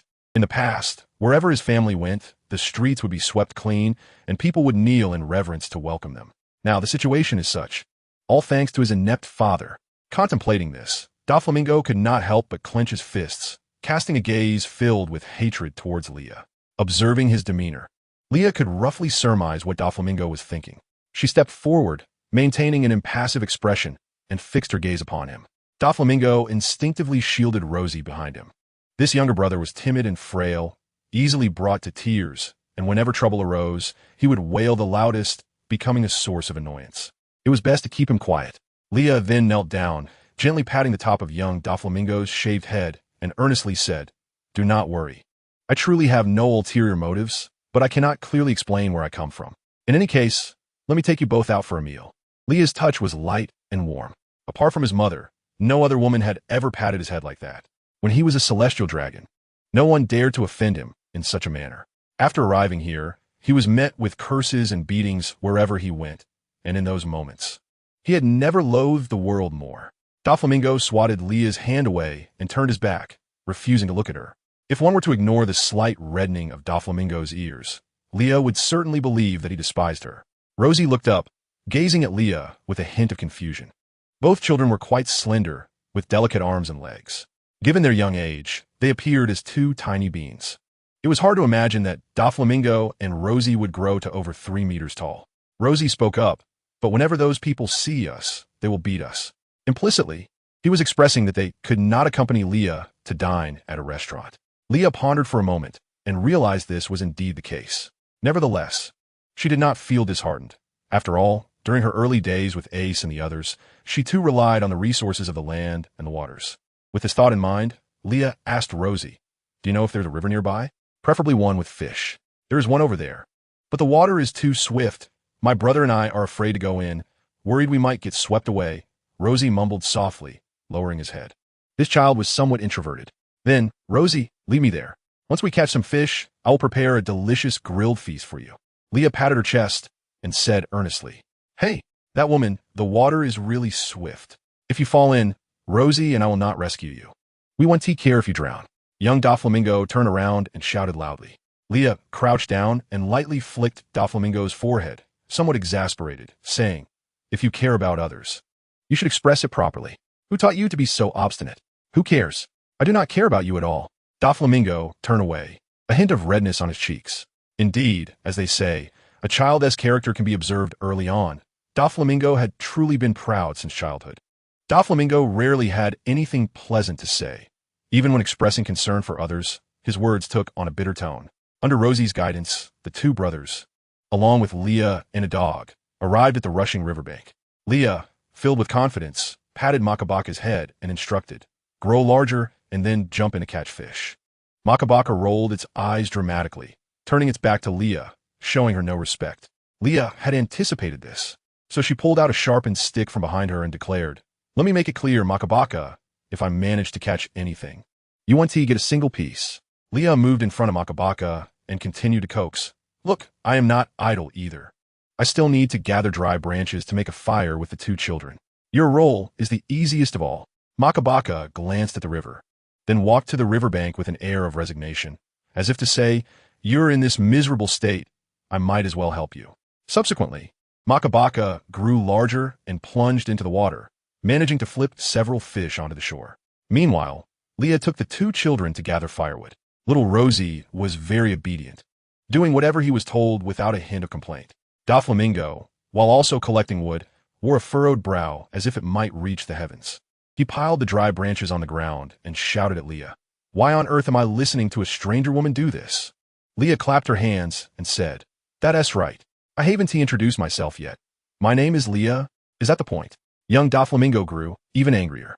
"Big sister, I am Don Quixote Rosinante, and the one wearing sunglasses is my brother, Don Quixote Doflamingo. Hey, you two, stop talking among yourselves." Young Doflamingo stomped in frustration, but did not take any further action against Leah. End of this chapter. Chapter 173. The mother with a grave illness. As soon as young Doflamingo and Rosie brought Leah to their home, Jija Chu was indeed taken aback. Leaving Rosie aside, his struggles to seek medical help with Doflamingo had been exceedingly arduous. Since Doflamingo had seized Dressrosa and renovated the palace to a splendid grandeur, the stark contrast with their current dilapidated wooden hut was striking. It was unexpected that Doflamingo could endure such an environment. The wooden hut was quite shabby, seeming as if a gust of wind could lift the roof away. Leah stared intently at the wooden structure, only to receive a barrage of mockery from young Doflamingo. I already warned you. If you find it distasteful, don't follow me here. If you don't want to come, just leave early. Doflamingo pointed at Leah, his words laced with disdain. I am not finding fault. I am merely a bit nervous about meeting your family, Leah replied, choosing not to engage in conflict with Doflamingo, who was already pitiable enough. Young Doflamingo huffed at Leah, then led Rosie to the faucet to wash their hands and faces, cleansing not only themselves, but also changing out of their dirty clothes, tidying themselves up considerably. Afterward, he seemed to recall something and threatened Leah. You must not tell my mother that we were beaten outside. If you speak carelessly, I will drive you away. Do you understand? Leah nodded, silently, suddenly feeling a pang of sympathy for the two children. She harbored a deep-seated disdain for celestial dragons, yet could not muster any schadenfreude at the plight that had befallen Doflamingo's family. Young Doflamingo ventured out with his brother to forage for food to sustain their fragile household. Did he not realize the danger of being discovered and beaten? He was aware, and as a celestial dragon who had never lifted a finger or tilled the soil, this endeavor must be even more arduous. Despite his bad temper, young Doflamingo was no fool. He understood when to express anger and when to temper it. He remained vigilant around Leah, and his fierceness was partly an assertion that, despite his tender age, he was not easily bullied. He was employing a tough demeanor to safeguard himself and his brother. The current predicament could not be said to be entirely Doflamingo's family's fault, but the root lay not within them, but rather in this decaying world. Doafu grew up in Maligieo, influenced by other Tenryubito, which undoubtedly shaped his temperament to reflect similarities with them. Fortunately, he was blessed with gentle parents who continually endeavored to correct his somewhat distorted perceptions. However, it seems their efforts have had little effect. Not everyone can maintain their kindness in the face of great upheaval. After the two children tidied up, they ushered Leah inside. The observant Leah noticed that Duf concealed all his injuries, revealing none, indicating his desire not to worry his mother. Upon entering, they were greeted by a fit of intense coughing, revealing that the owner of the cough was struggling to suppress it, but was unable to do so. Hearing the door open, a hoarse voice called out, "Is that Duf and Luashi returning?" Little Duf adjusted his expression and approached the bed at the far end of the wooden cabin. He flung himself beside the woman sleeping there and exclaimed, "Mama, we are back. Today was quite fruitful, wasn't it? You weren't hurt, were you, Duf?" asked the golden-haired woman. "No. It seems the people outside are beginning to accept us. Today I even brought a big sister home to play." Duf knew this was what his mother most wanted to hear. Luashi, standing aside, glanced at his brother, aware of his deception, yet remained silent in the face of their mother-esque smile. No one is inherently powerful. It is unimaginable what one endures to become the person you see. Leah stepped forward, smiling as she greeted Madame Tanjikandi. "Hello, I was a bit worried about these two little ones, so I brought them back. Please have a seat. Due to my health, I cannot rise to attend to you. I hope you understand." Although Madame Tanjikandi's voice was hoarse, her tone remained gentle. Duf only softened his demeanor in front of his mother, akin to a hedgehog retracting its quills. Subsequently, Luashi inquired about his father's whereabouts. Duf's mother explained that he had gone to the city to seek a doctor for her ailment. He possessed no extraordinary abilities. After severing ties with the Tenryubito, he was merely an ordinary man, yet he had a wife and two children depending on him. Even knowing he would face insults, abuse, or even violence, he could not stand idly by as his wife's health deteriorated day by day. Upon hearing this, Duf's expression tightened with concern. "Mama, has your illness worsened?" "No, I think it's manageable. It's just that your father is overly anxious about me," Duf's mother replied weakly, her words punctuated by coughs. Seeing this, Duf grew increasingly anxious, straightened up, and declared, "Mama, this won't do. I'll go find a doctor." With that, he leaped off the bed, intending to head outside. Duf's mother attempted to stop him, but Leah intervened before she could speak. Duf glared at Leah with resentment, his mind racing with thoughts that her arrival at their home was intended to harm them. Let us wait until your father returns and see how those people in the city treat him, Leah suggested, pausing momentarily before whispering in Duff's ear, if that doesn't work. I'll accompany you to the city tonight to capture a doctor for your mother. We cannot let this drag on. At the mention of this plan, Duff fell silent and returned to his seat. He then retrieved the grilled fish he had brought back, meticulously picking out the bones. He used a tool to chop the fish into small pieces, fetched dusty bowls and chopsticks from the cupboard, washed them, and began to feed his mother morsels of fish. In these days of evasion, Duff had learned much. Yet, alas, his mother's frail condition meant she could only consume a meager amount before beginning to vomit. Clearly in distress, Luashi furrowed his brow as he watched their mother, feeling a surge of tears, but recalling his brother's admonition not to cry in front of her. He swallowed them back and picked up a broom to tidy the floor. Leah contemplated for a moment before inquiring, "Is there rice at home?" It would be better for the patient to eat something light. As night fell, little Duff led the way, with Makabaka and Leah following closely behind, as they planned to abduct a doctor. Initially, they had considered bringing little Luashi along to bolster his courage, as he had indeed become rather timid.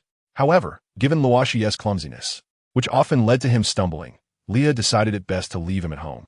Meanwhile, Duff's father returned, and Leah greeted him, but Duff ignored him, pulling Leah along, urging her not to engage with his father. Truth be told, Mr. Tanjakandi appeared quite disheveled, bearing numerous injuries. Leah held little sympathy for him, acknowledging that while kindness is a commendable virtue, it must be tempered with reason. Fearing his brother's reprimand, little Luashi waited until Leah and Duff had left before offering the grilled fish he had saved to his father. While the porridge had been fed to Madame Tanjakandi by Leah, it appeared that Madame Tanjakandi's complexion had improved significantly, and Leah assisted her in settling down to sleep. She then led Duff outside. As they walked along the road, Leah asked, "Duff, which doctor do you wish to find? Do you have someone in mind?" "Of course. I am seeking the most skilled physician." Duff replied matter-of-factly. "It seems you have a candidate in mind," Leah remarked. "Yes. I plan to go to the clinic in the most affluent part of the city and abduct the attending physician. I have been eyeing that place for many days. The books I have read describe herbs like the Mian herb. I have been preparing for this.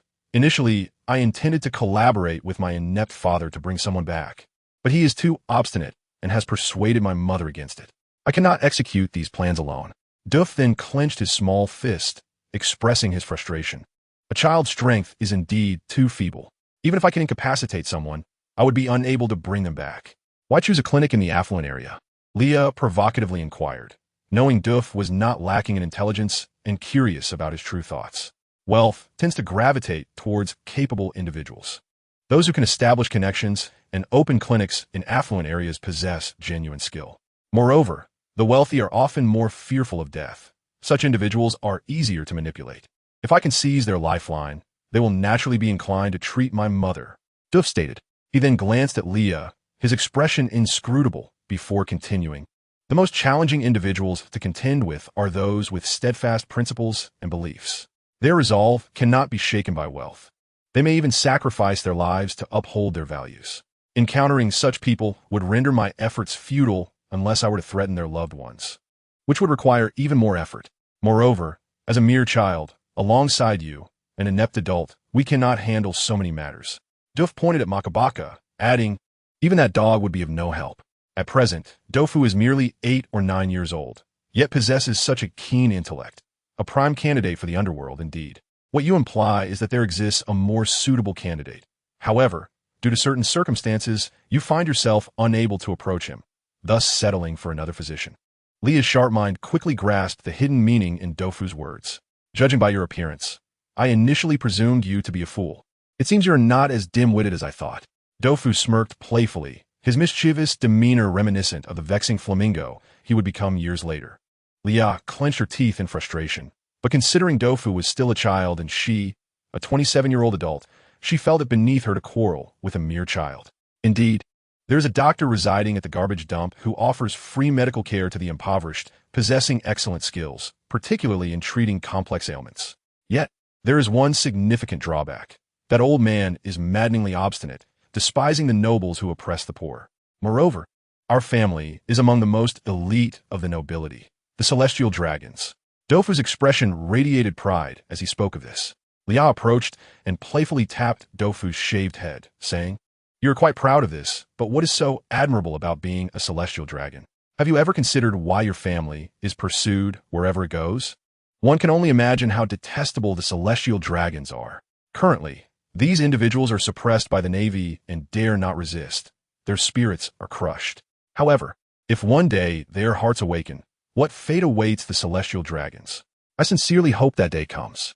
If I cannot possess something, neither shall anyone else. I'd rather destroy it than allow them to trample upon me. Dofu clenched his small fists as he spoke. The most ideal state of the world would be one devoid of hierarchy, where no one can stand above others to oppress the weak. Leah's gaze wandered, seemingly lost in recollection. Such idealism is rather naive. Humanity is inherently selfish, and this dream is perpetually unattainable, Dofu remarked in a tone reminiscent of an adult. What of it? Regardless of its feasibility, one must always harbor dreams. A life without dreams is no different from that of a salted fish. Leah chuckled softly, feeling a sense of relief. She need only do her utmost to fulfill her own responsibilities. You foolish woman, Dofu retorted. Do not always address me with the tone of a domineering CEO. You are but a child. As she said this, Leah playfully tapped Dofu's head again. If you strike me once more, I shall retaliate. Dofu exclaimed defiantly. Oh, really? With that, Leah lifted Dofu and tucked him under her arm, delivering a few gentle smacks to his backside. Perhaps the most humiliating experience of Dofu's life would be this moment with Leah. The scene was simply delightful. You idiot woman. Dofu blushed, shouting angrily at Leah. Ignoring his outburst, Leah carried him to the edge of the town, whereupon seeing the city walls. Dofu reluctantly closed his mouth. The operation proceeded smoothly. Leah and Dofu successfully extracted the individual from the city. Then Makabaka, having grown larger, transported the person out of town. After tossing him into a small grove, they placed him in a sack, leaving only his head exposed, and commenced to beat him. They refrained from striking his face and ignored his threats or pleas, relentlessly pummeling him until he was utterly subdued, rendering him compliant to Leah and the others. Finally, Leah retrieved a small pill from her waist and forced it into the doctor's mouth, warning him that failure to comply would result in his untimely demise. Almost immediately, he became obedient. However, when bringing him to Dofu's home, Leah keenly sensed the disdain in his eyes, prompting her to deliver a few kicks to him. End of this chapter. Chapter 175, Urgency. One can only say that the preliminary examination results were dire.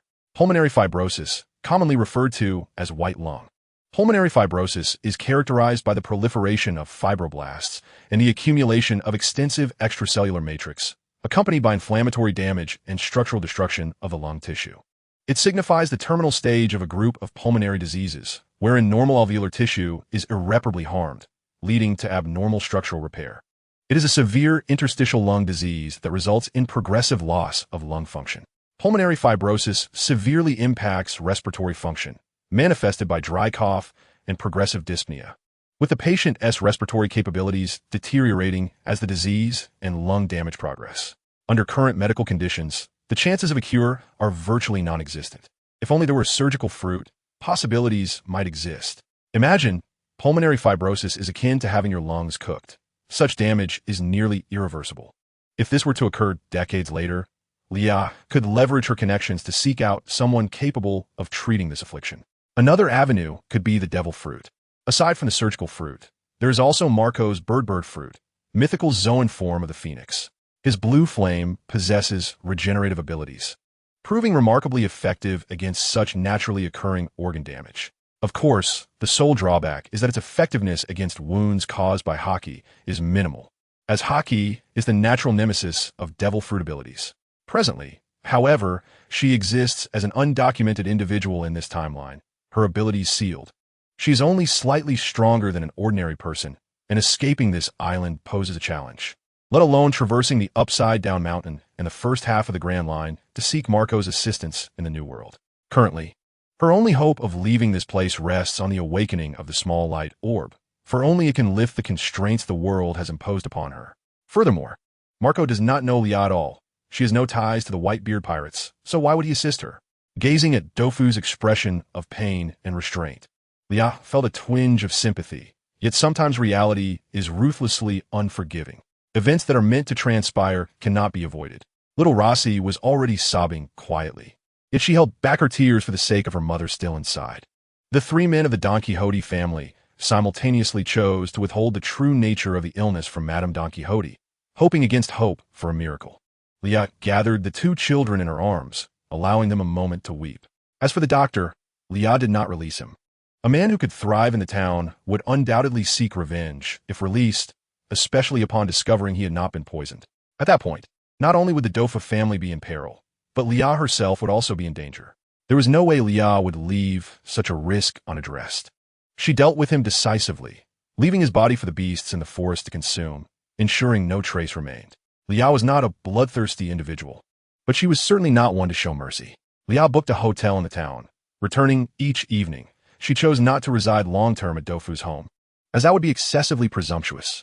Aware that she would eventually need to depart, she took the opportunity to teach Dofu and his family numerous survival techniques for the wilderness, as they were genuinely not well received by others. It was exceedingly difficult for them to procure supplies from the town without injury. Many vendors would deliberately inflate prices or refuse to trade with them altogether, exacerbating their already challenging circumstances. By the way, the small bear Leah previously found belonged to Dofu. It had been lovingly crafted by Madame Don Quixote to soothe Dofu to sleep. It had been many years since, patched and mended several times, and Dofu could not bear to part with it. The hasty relocation was prompted by the relentless pursuit they faced, forcing them to leave their original residence. Dofu had long yearned for an opportunity to reclaim what was lost, yet he found it challenging to even enter the city. With his mother falling ill, he was bound to care for his younger brother, rendering him unable to venture forth. He hesitated to bring Rossi along, fearing he might fail to protect her, which could lead to disastrous consequences. After Leah meticulously cleaned and mended the tattered teddy bear, she returned it to little Dofu. Upon receiving the bear, Dofu felt a warmth within him, gradually coming to accept Leah's presence in his life. Given his youthful age, he silently regarded Leah as an elder sister. Leah often led Rossi and Dofu into the mountains to identify mushrooms, forage for wild vegetables, and learn about basic herbal remedies and their combinations. At the very least, she aimed to ensure their survival until they could reunite once more.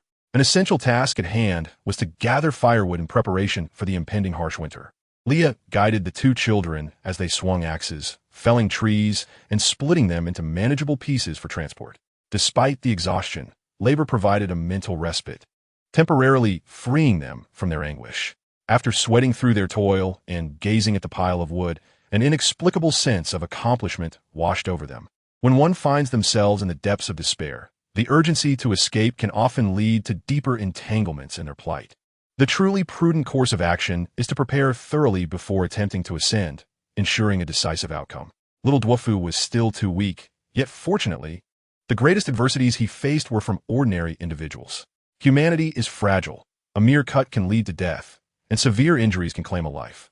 In essence, taking a life is far simpler than saving one. If one's strength cannot overpower an adversary, then cleverness must prevail. They might have once been pitiable souls, whether as slaves oppressed by the celestial dragons or for other reasons that led them to assault and insult Dofu and his companions. These matters were inconsequential. Vengeance was all that mattered, even if it meant going so far as to kill them, as long as their hatred did not extend to the families of the aggressors. It could not be deemed wholly immoral. The reasons behind their actions were irrelevant. The true bond of friendship between Leah and Dofu, as well as Rossi, transcended the justifications for their mistreatment. Leah understood that actions must bear consequences. When faced with the choice between moral boundaries and those she cared for, she chose the latter. Consequently, she imparted many cunning and underhanded tactics to Dofu, emphasizing that he must never allow himself to be bullied. Dofu's very nature seemed to predispose him to villainy. Expecting him to evolve into a paragon of virtue was simply unrealistic, as long as he did not descend into the depths of malevolence or become reviled by society. Leah would consider a blessing. Whether he was deemed a villain or a hero mattered little. What was paramount was that Dofu treated her with kindness, cared for her, and offered substantial assistance. Thus, she endeavored to teach him survival skills, aiding him in navigating the harsh realities of the world until their eventual reunion. Chapter 176. With nothing at all, Leah had spent approximately 3 months in this place, during which she imparted a myriad of lessons to Dofu. The majority revolved around practical life skills, for in the realm of cunning, Dofu required little guidance. Leah possessed a wealth of knowledge. Yet her primary focus was on teaching little Rossi and Mr. Tang Jike the foundational skills of daily life, such as farming, laundry, and cooking. In contrast, her lessons for Dwafu revolved around the art of acquiring wealth. This was not an act of favoritism. Rather, Rossi and the others were ill-suited to navigate the treacherous rules of the underworld and lacked the mental acuity for such endeavors, making them more suited for stable, mindless labor. Moreover, the celestial dragons of Mariewa appeared particularly indolent, content to reap the benefits without possessing any skills necessary for survival. Their capabilities in cooking porridge or doing laundry were painfully inadequate, often leading to disastrous outcomes. Thus, Leah diligently taught them these essential skills, and, fortunately, they were eager to learn. The treasures they had brought from Mariewa had been nearly entirely confiscated, leaving only a few personal adornments belonging to Madame Tang Jike. Madame Tang Jike wished to sell her jewelry to supplement their household expenses, yet met with unanimous opposition from the others. Ultimately, one must maintain a semblance of dignity when departing. Time lost can never be reclaimed, and those who have passed will ultimately fade into dust, existing only in the memories of others. Leah pondered various solutions, even resorting to her modest savings to hire other doctors to attend to Madame Tang Jike's ailments. But the outcomes were consistently disheartening. It was clear that there was no hope for recovery. This was the consensus among all. Yet when the inevitable day arrived, sorrow was unavoidable. Death is a cruel inevitability. One cannot refuse it, just as one cannot shatter the unwarranted confidence of a self-assured individual. Madame Tang Jike appeared to possess an understanding of her own condition. Was she saddened? Undoubtedly, for she faced the prospect of eternal separation from her young child and beloved husband. Yet, until her final moments, she endeavored to comfort her children, bringing them light and hope. At the very least, Madame Tang Jike was a kind and gentle mother. From the outset, Leah had informed Dwafu of her impending departure, though the timing was uncertain. Even when Dwafu faced the monumental setback of losing his mother, Leah's response remained unchanged. Her departure was a certainty. However, as long as they persevered in this world, they would undoubtedly reunite. The pressure of existence can lead to potential collapse, and Dwafu's disposition was somewhat extreme. He required hope. Additionally, he had his brother to accompany him, making it unrealistic for him to forgive Mr. Tang Jike at this juncture. After all, Dwafu had come to harbor a deep-seated resentment towards the celestial dragons. This was a positive development, for the destruction of the world is no simple task, and many awaited their turn to suffer at Dwafu's hands. Leah's perspective may have lacked moral clarity, yet it mattered little. Survival was paramount. Only by enduring could they hope for a future. I feel as though I possess nothing in this life, Dwafu lamented, reclining on the grass near the sea, addressing Leah, who sat beside him. Life is inherently a journey from nothingness to existence. It is precisely because of this void that we strive to attain. Furthermore, even if you do not desire to acknowledge Mr. Tang Jike, you still have Rossi, do you not? Unless unforeseen circumstances arise, Rossi should remain by your side indefinitely. Of course, this was Leah's optimistic viewpoint, spoken to comfort Dwafu. Even if Rossi were not taken in by the Warring States General, it was apparent that Rossi and Dwafu were not destined to walk the same path. They were still young, and Rossi lacked strong opinions. As they grew older and their worldview solidified, it was conceivable that the brothers might diverge. Leah understood that their future could lead to significant conflict. Although Dwafu had quietly let Rossi go, years later, he still had not agreed to meet with him. He has lost the ability to trust anyone, save for Leah. However, Leah is quite enamored with the pairing of Doflamingo and Violet, though Doflamingo is unlikely to ever take this matter to heart. Moreover, Violet and Doflamingo are adversaries. It was Doflamingo who forced the former king of Dressrosa to abdicate, and while he later won over those ministers through his political achievements, the rift and animosity between them are irreconcilable. In fact, Leah suspects that Doflamingo and Violet are already acquainted and may even share an undisclosed past. Yet, the likelihood of these two being together is slim. Doflamingo cannot tolerate those with ulterior motives by his side. Furthermore, there lies a familial hatred between them. The enmity of nations does not pertain here, as Doflamingo's leniency towards the Liku royal family is already a considerable gesture of mercy. If it were Leah in his position, she would undoubtedly eradicate the Liku royal lineage without leaving a single survivor. The transition of power is seldom bloodless. Nonetheless, Doflamingo has indeed executed all loyalists to the Liku royal family. leaving behind only a powerless former king as a mere figurehead, incapable of stirring any real commotion. The small folk have now formally allied with Doflamingo, and even if they wish to resist, it would be exceedingly difficult to rally their domestic forces. In the face of vested interests, everyone knows how to make their choice. It is a contradiction. Leah desires a better world, yet she can tolerate the existence of someone like Doflamingo and maintain a good relationship with him. The reasoning behind this is rather straightforward. Class distinctions will forever persist. Disparity will always exist. Exploiters and oppressors will endure, controlling social media, the press, and the channels through which ordinary citizens voice their opinions. They exert mental dominion over the exploited, coaxing them into willingly becoming the objects of capitalist oppression, fabricating an illusion of a blissful society. Rather than allowing others to stand opposed to her on one side of the scales, it is more prudent to join forces with Doflamingo to first topple the greatest mountain. However, Leah cannot confide in Doflamingo about any of this at this moment. She must await fate to reunite them. Furthermore, the small light is about to awaken, and she needs to spend some time contemplating how to have the small light return her home. Chapter 177. Living for revenge. Doflamingo and his companions have been captured. The reason is simple. The residents of the town seek revenge.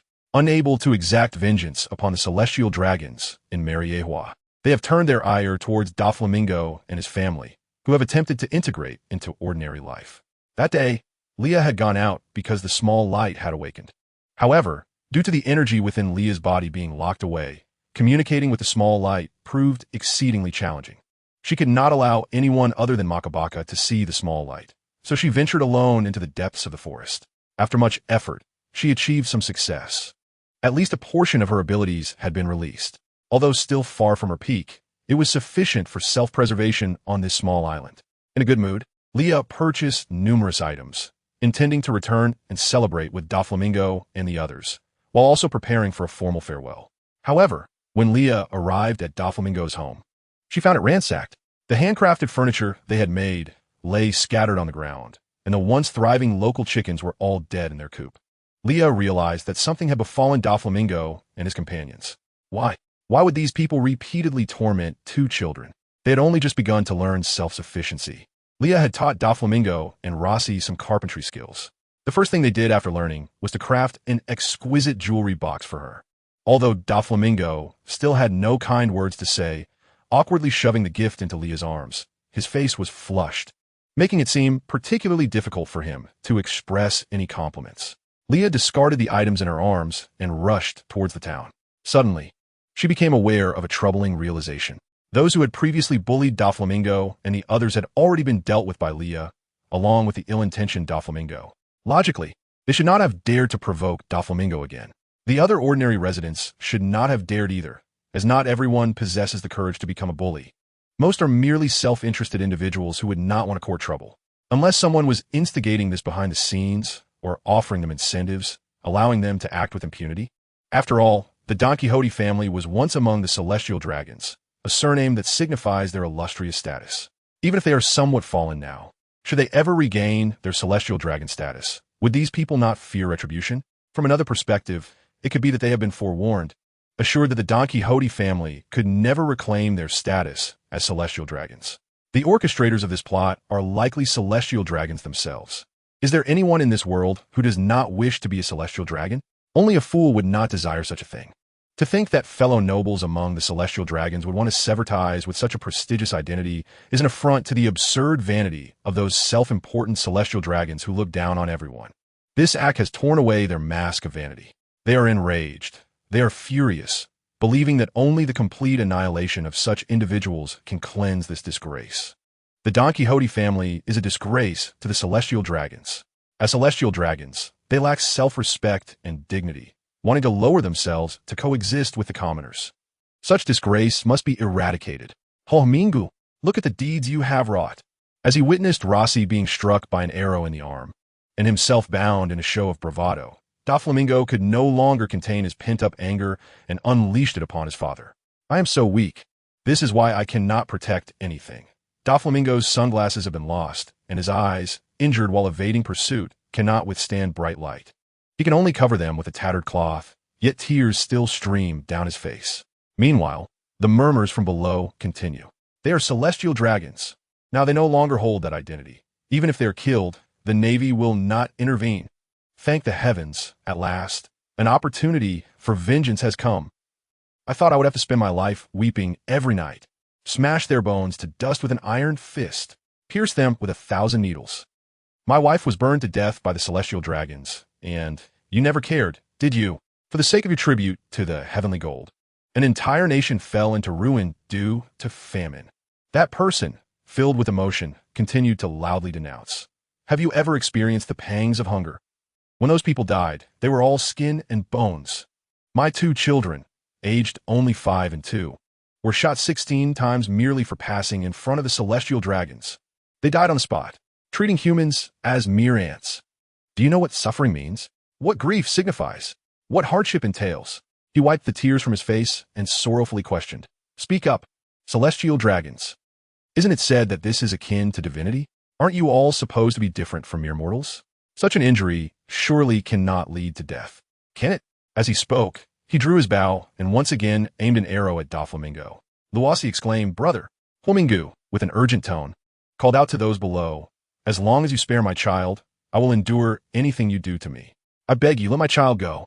Doflamingo, still a child at heart, cried out in anguish. In his violent thrashing, the rag that blindfolded him slipped away, and many people brandished torches, intent on burning their family alive. The flickering flames stabbed at his eyes, causing them to sting.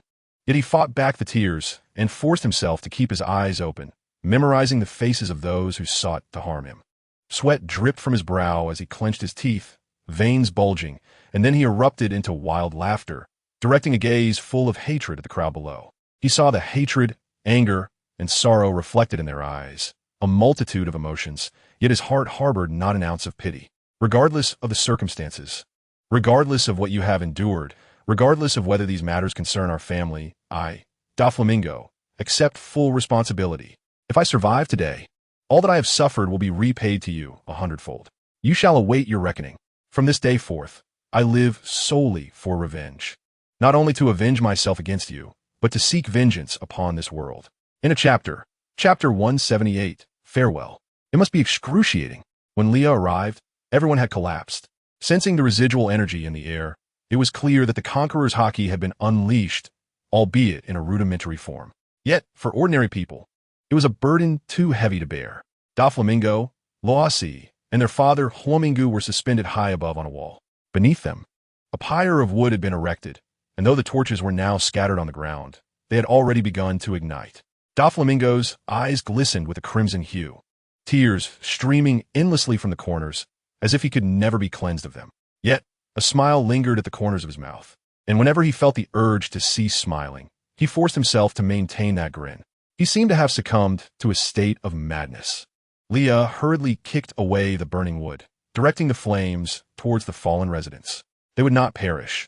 The heat would surely awaken them, but such actions would warrant consequences. Leah cradled the 2 children and led Huamingu away from this place of turmoil. All the while, for scoundrels hidden in a distant corner watched intently. Doflamingo and the others could never return to their former home. Once those people awakened, trouble would undoubtedly follow them. However, Doflamingo insisted on going back to retrieve the last photograph of their mother. Leah felt no concern. Ordinary people posed no threat to her. One by one, she would eliminate them as easily as chopping vegetables. Leah brought them back to that place.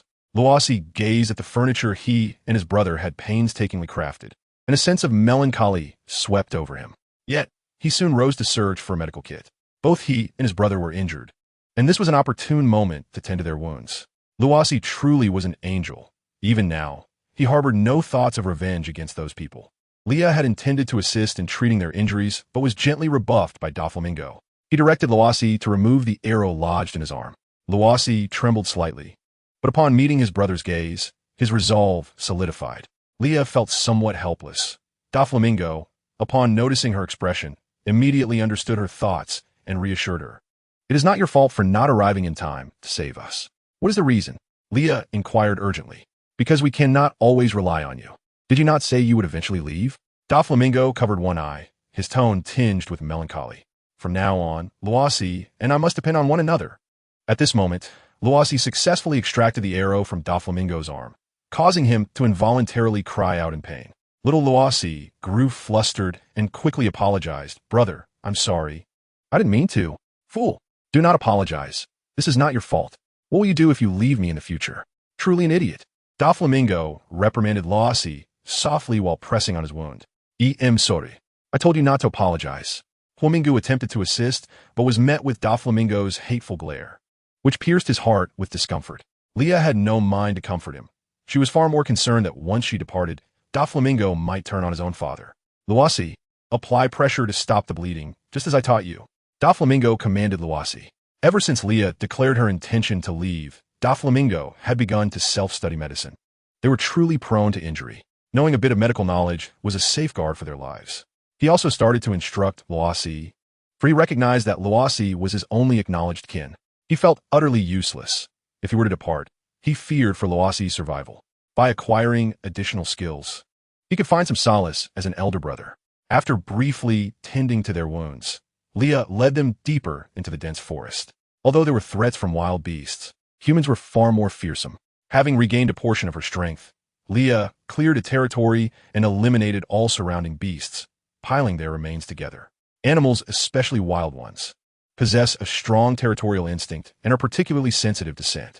By eliminating the larger beasts, their scent would not dissipate immediately, rendering this area temporarily safe for a time. Just as Leah was about to turn and impart some instructions to Doflamingo, she was interrupted. Doflamingo leaned against a large tree, sweat glistening on his forehead as he endured the pain of his arrow wound. I know I should skin those animals and wear their hides to avoid being attacked by other, weaker creatures. You taught me, and I remember Doflamingo's voice was weak, yet he managed to smile for Leah. Do not worry about me. I will survive and thrive. I will become incredibly strong, and when we meet again, I will be powerful enough to protect you. Yet, this sentiment remained unspoken. You wish to bid us farewell, do you not? I understand, Doflamingo continued. I will not hinder you. You must have your own imperative tasks. I will not seek your sympathy based on my current predicament. If you must depart, now is the time without guilt. Luosi looked at Leah, his eyes filled with reluctance. Yet he spoke, Sister Leah, brother is right. It is time for you to leave. Leah felt a stirring in her heart. She and Doflamingo truly shared a resemblance in many ways. Upon reaching this thought, Leah approached Duofu, crouched down before him, and said, I shall not bid you farewell, for we are destined to meet again. However, when that time comes, you may not remember me. She gently caressed his head and continued, As a token of gratitude for all that I have imparted to you, I ask that you exhibit a measure of patience towards me upon our next encounter, Duofu. Duofu's mind raced with myriad thoughts. He yearned to inquire further, yet the tenderness in Leo's gaze compelled him to nod in silent agreement. Subsequently, Leo leaned closer to Duofu and whispered softly in his ear, No matter how much you may despise your father, promise me you will uphold your principles. All right? This time, Duofu did not nod. He turned his head away, neither affirming nor rejecting her request.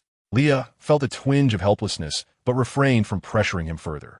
She then turned to Luosi and said, As for you, Luosi, when next we meet, do not be startled by anything you see. Simply treat it as though it is our first encounter. Leah pointed towards the sky and declared, This is the rule. Chapter 179, Temporal Disarray, Curse It. Leah exclaimed in fury as she plummeted from the heights. Her waist collided violently with the branches of a colossal tree, causing her face to contort in pain. Yet, she fought to maintain lucidity. Should she continue to fall, a fatal impact awaited her upon reaching the ground. Gathering every ounce of strength within her, she desperately unfolded her wings. Even so, she found herself descending amidst the foliage of the mighty tree. Once her wings unfurled, her body was incessantly scraped and bruised. The cushioning effect was minimal, but at least she remained alive. Shielding herself with her wings, she ultimately crashed to the ground with a heavy thud. Pain radiated through her waist, rendering her momentarily immobile. Even the act of retracting her wings proved impossible, though her pupils gradually returned to their normal hue. She lay back slowly, and this repose extended from twilight until the first light of dawn broke the horizon. Unbeknownst to Leah, a one-sided massacre was occurring on the island, and her position was precisely at the center of this turmoil. Those with heightened perception may have already sensed her presence. It was the fault of the small light orb, yet perhaps it was not entirely to blame. This little creature had consumed the world consciousness of her original timeline. It is said that each world consciousness possesses a unique innate ability, designed to counter other world consciousnesses. The innate ability of the small light orb was that of devouring, a remarkably formidable trait. This capability was comparable to Leah's own level of power. Had her original form remained, she could, in an instant, wither all things and obliterate the source of life. Regrettably, in this world, she would never be able to unleash her full potential, as not only the world consciousness but also the laws governing the world constrained her. Leah believed this to be a fundamental aspect of the world's structure. Each realm possesses its own hierarchy, ranging from advanced civilizations to divine realms, and even to ordinary technological societies.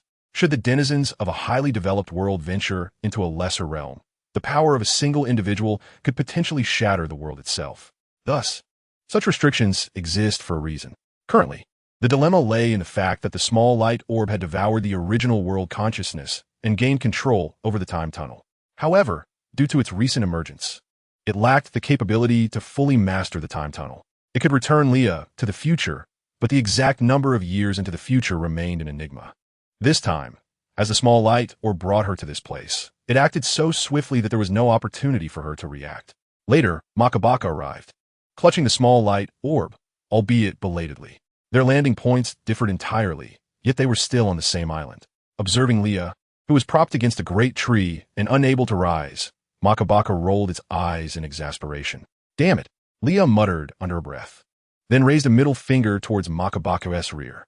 At that moment, a hurried breath echoed from the underbrush, suggesting someone was fleeing through the trees. Leah was reluctant to move, sensing that the individual within the thicket was woefully incompetent and she could easily handle him without rising. During this interlude, the small light orb nestled itself into her pocket, and with its aid, Leah felt a portion of her strength returning. Soon, shadows began to spread beneath her feet. These shadows surged forth, rushing towards the fleeing figure. Ultimately, they dragged forth a middle-aged man dressed in a prison uniform, his appearance grotesque. Upon seeing him, Leah could not help but furrow her brow. For not only was he hideous, but wasn't he that the attire of the prison in the city of Tujin? Where exactly had she found herself? This small island was clearly not in proximity to the surrounding islands of Tujin. So how had these criminals arrived here? It was perilous. The prisoner continued to glance back into the thicket, his expression one of sheer terror, seemingly oblivious to the shadows enveloping him. What kind of horror must be pursuing him? Feeling as though she had stumbled into trouble, Leah contemplated discreetly returning the man to the thicket when a particularly tall man emerged. With her thoughts racing, she silently retracted the shadows. Makabaka, understanding her cue, swiftly bit down on the prisoner's leg. As the prisoner screamed in agony, blood seeped from his skin. With a powerful tug, Makabaka rendered him unconscious. "Yakuwa," came a familiar drawl, accompanied by leisurely footsteps. How familiar that catchphrase sounded, albeit rather obnoxious. "How come Misso be here?" A man donned in orange sunglasses, a white knit cap, and a yellow leather jacket squatted before Leah, pretending to be weak. She propped herself up and said, "I don't know, sir. There's much I can't recall, except that my little dog Boki and I fell from the sky." She gestured to Makabaka. "Come here, Boki." The man scrutinized Leah, a smile playing on his lips, but no words spoken. In truth, he had spotted her from afar, captivated not for any other reason but the sheer beauty of the scene. Leaning against the towering tree, with faint scratches gracing her face, her pallor somewhat pale, and her wings cocooning her form, she appeared ethereal. The morning sunlight illuminated her features, revealing the shimmering particles dancing around her. Her long silver hair cascaded to the ground as she gazed upward, her eyelashes fluttering delicately, and her violet pupils quivering, reminiscent of a fragile doll. As a naval officer, he had encountered numerous beauties and had countless girlfriends, yet he could hardly remember their faces. Strangely, upon seeing this woman before him, he retained her image vividly in his mind. Perhaps it was because the other women concealed themselves beneath layers of thick makeup, using cosmetic techniques that rendered them increasingly indistinguishable from one another. Of course, there was also the matter of viewing those women merely as tools to satisfy his physical needs. A mutually beneficial arrangement. Makabaka felt a sense of helplessness as this woman continued to drive him insane. Yet, due to the presence of strangers, Makabaka scurried over to Leah, nuzzling comfortably against her hand. "Hey, miss, I am Borisolino." A man suddenly began to introduce himself. Leah's jaw nearly dropped in astonishment, unable to restrain her curiosity. She asked again, "What did you say your name was?" Borsalino, he replied with a charming smile. Chapter 180. The young Borsalino, it appeared that the young lady recognized him. Borsalino leaned on his hand, looking at Leah with keen interest. This scene felt hauntingly familiar, as if Leah had been transported back to the moment she first arrived in this world. But could this truly be the yellow monkey? He was strikingly handsome. If he were to maintain such charm in the future, Leah mused that she might even consider a change of heart. But there were no ifs. After all, the yellow monkey would eventually become a vice admiral, and with daily training, he should age more slowly than others. Moreover, as he would be responsible for the scientific department, why would Tease employ some high-tech enhancements to his appearance? If he were to retain this allure, he would surely attract countless admirers. Why would he choose to appear like a desiccated orange peel? In his current form, with robust muscles and an abundance of masculine charisma, he exuded an effortless, aristocratic demeanor. Friends, who understands? Upon witnessing the contrast between the elderly Borsalino and his youthful self, Leah felt a genuine pang of heartbreak. She merely thought to herself that this name sounded familiar enough to be dismissed as mere nonsense, for she was currently playing the role of someone suffering from amnesia. The young lady's words were truly heartwarming. Had the timing been more appropriate, she would have loved to go on a date with her. Borsalino revealed his signature smile, which was almost blinding. Leah chose to overlook his earlier flattery, focusing instead on the crux of his words. So what has transpired on this island? Will it be dangerous for me to remain here? Leah inquired anxiously, adjusting her gaze to appear small and helpless. Her watery eyes looked at Borsalino as if filled with fear. Ah, this is still the hunting ground of the military training camp. My instructor mentioned that one must decapitate a sufficient number of prisoners from Impel Down to secure a position at Navy headquarters, Borsalino said with a grin. He understood that Leah was no ordinary person, but regardless of her intentions, they would not interfere with him. Leah thought, I comprehend, but I must feign ignorance. Maintaining a naturally puzzled expression, she continued to observe the yellow monkey. By the way, the wings behind you look remarkably like those of the legendary Lunaria tribe, which has seemingly vanished. I am not familiar with the Lunaria tribe. Who are they? The celestial dragons, known as descendants of gods, reside in Mariehua. While the Lunaria tribe were the indigenous people of the Holy Land on the Red Line, Borsalino patiently explained to Leah. I truly do not know anything about that. She continued to play the fool, feigning ignorance, knowing she could always escape later if necessary. Borsalino, sensing her evasiveness, mused to himself, every encounter feels like a test. By the way, miss, it seems you are quite injured. Do you need me to escort you out? Borsalino inquired, still squatting and curiously poking at Leah's wings. They felt a bit ticklish, and Leah instinctively considered swatting him away with her wings, but she restrained herself. Is that truly possible? But Mr. Borsalino, don't you still need to participate in the assessment? Leah asked, her face filled with gratitude. Of course, regarding the assessment, I have a workaholic teammate who can handle tasks alone, so we won't lose. He has a penchant for eliminating pirates, and I am merely providing him with an opportunity. Leah thought, if you wish to slack off, just say so. I can easily guess that your teammate is the notorious Akainu. I'll carry you, miss. Borsalino declared as he hoisted Leah onto his back. Unable to refuse, and wishing to avoid raising his suspicions, she decided to comply. If the island was indeed undergoing a Navy assessment, her safety would be compromised wherever she went, so it was wiser to accompany Borsalino. Besides, her injury was genuine, and she could hardly move. It would take several days for her to recover. She could not recklessly call upon her light orb to whisk her away from this place. With her injuries, if the light orb transported her to the wrong timeline, it would spell disaster. Moreover, if she were to find herself in the jaws of a sea king, it would be catastrophic. As she rested on Borsalino's back, Leah felt a sense of security. She had merely acquired an additional bodyguard. In the event of an emergency, she could always summon the light orb to assist her in escaping. Makabaka trailed behind Borsalino, tongue lolling and panting heavily. There was no choice. The corgi lacked legs, and it was inconvenient for it to enlarge at the moment. You're exhausting me. Halfway through their journey, Borsalino suddenly halted. He carelessly remarked, Miss, it just occurred to me that during the assessment period, I cannot leave this island, or I will be automatically disqualified. How cunning. Could you really forget such an important detail? It was simply impossible. So this had to be a test to determine whether I am afraid of encountering other Navy personnel, thereby assessing whether I am indeed an enemy of the Navy. Or perhaps he views me as part of his assessment puzzle. Noticing Leah's silence, Borsalino continued, How about you stay by my side until the assessment concludes, and I will escort you out? I have no objections. After all, I cannot move at the moment, Leah replied, feeling a bit exasperated. Let me find you a mount. Mississippi. If we encounter any prisoners from Impel Down, I will need to free my hands to deal with them. Thank you, Mr. Borisellino. I appreciate your assistance. No need to thank me. It is my honor to serve a beautiful young lady, Borisellino replied with his usual charm. Leah, reflecting on this, decided to directly inquire, Mr. Borisellino, are you a playboy? Not quite. After all, I have never experienced true feelings. Moreover, my identity is that of a Navy officer, and I could very well die on the battlefield one day. I prioritize my present feelings.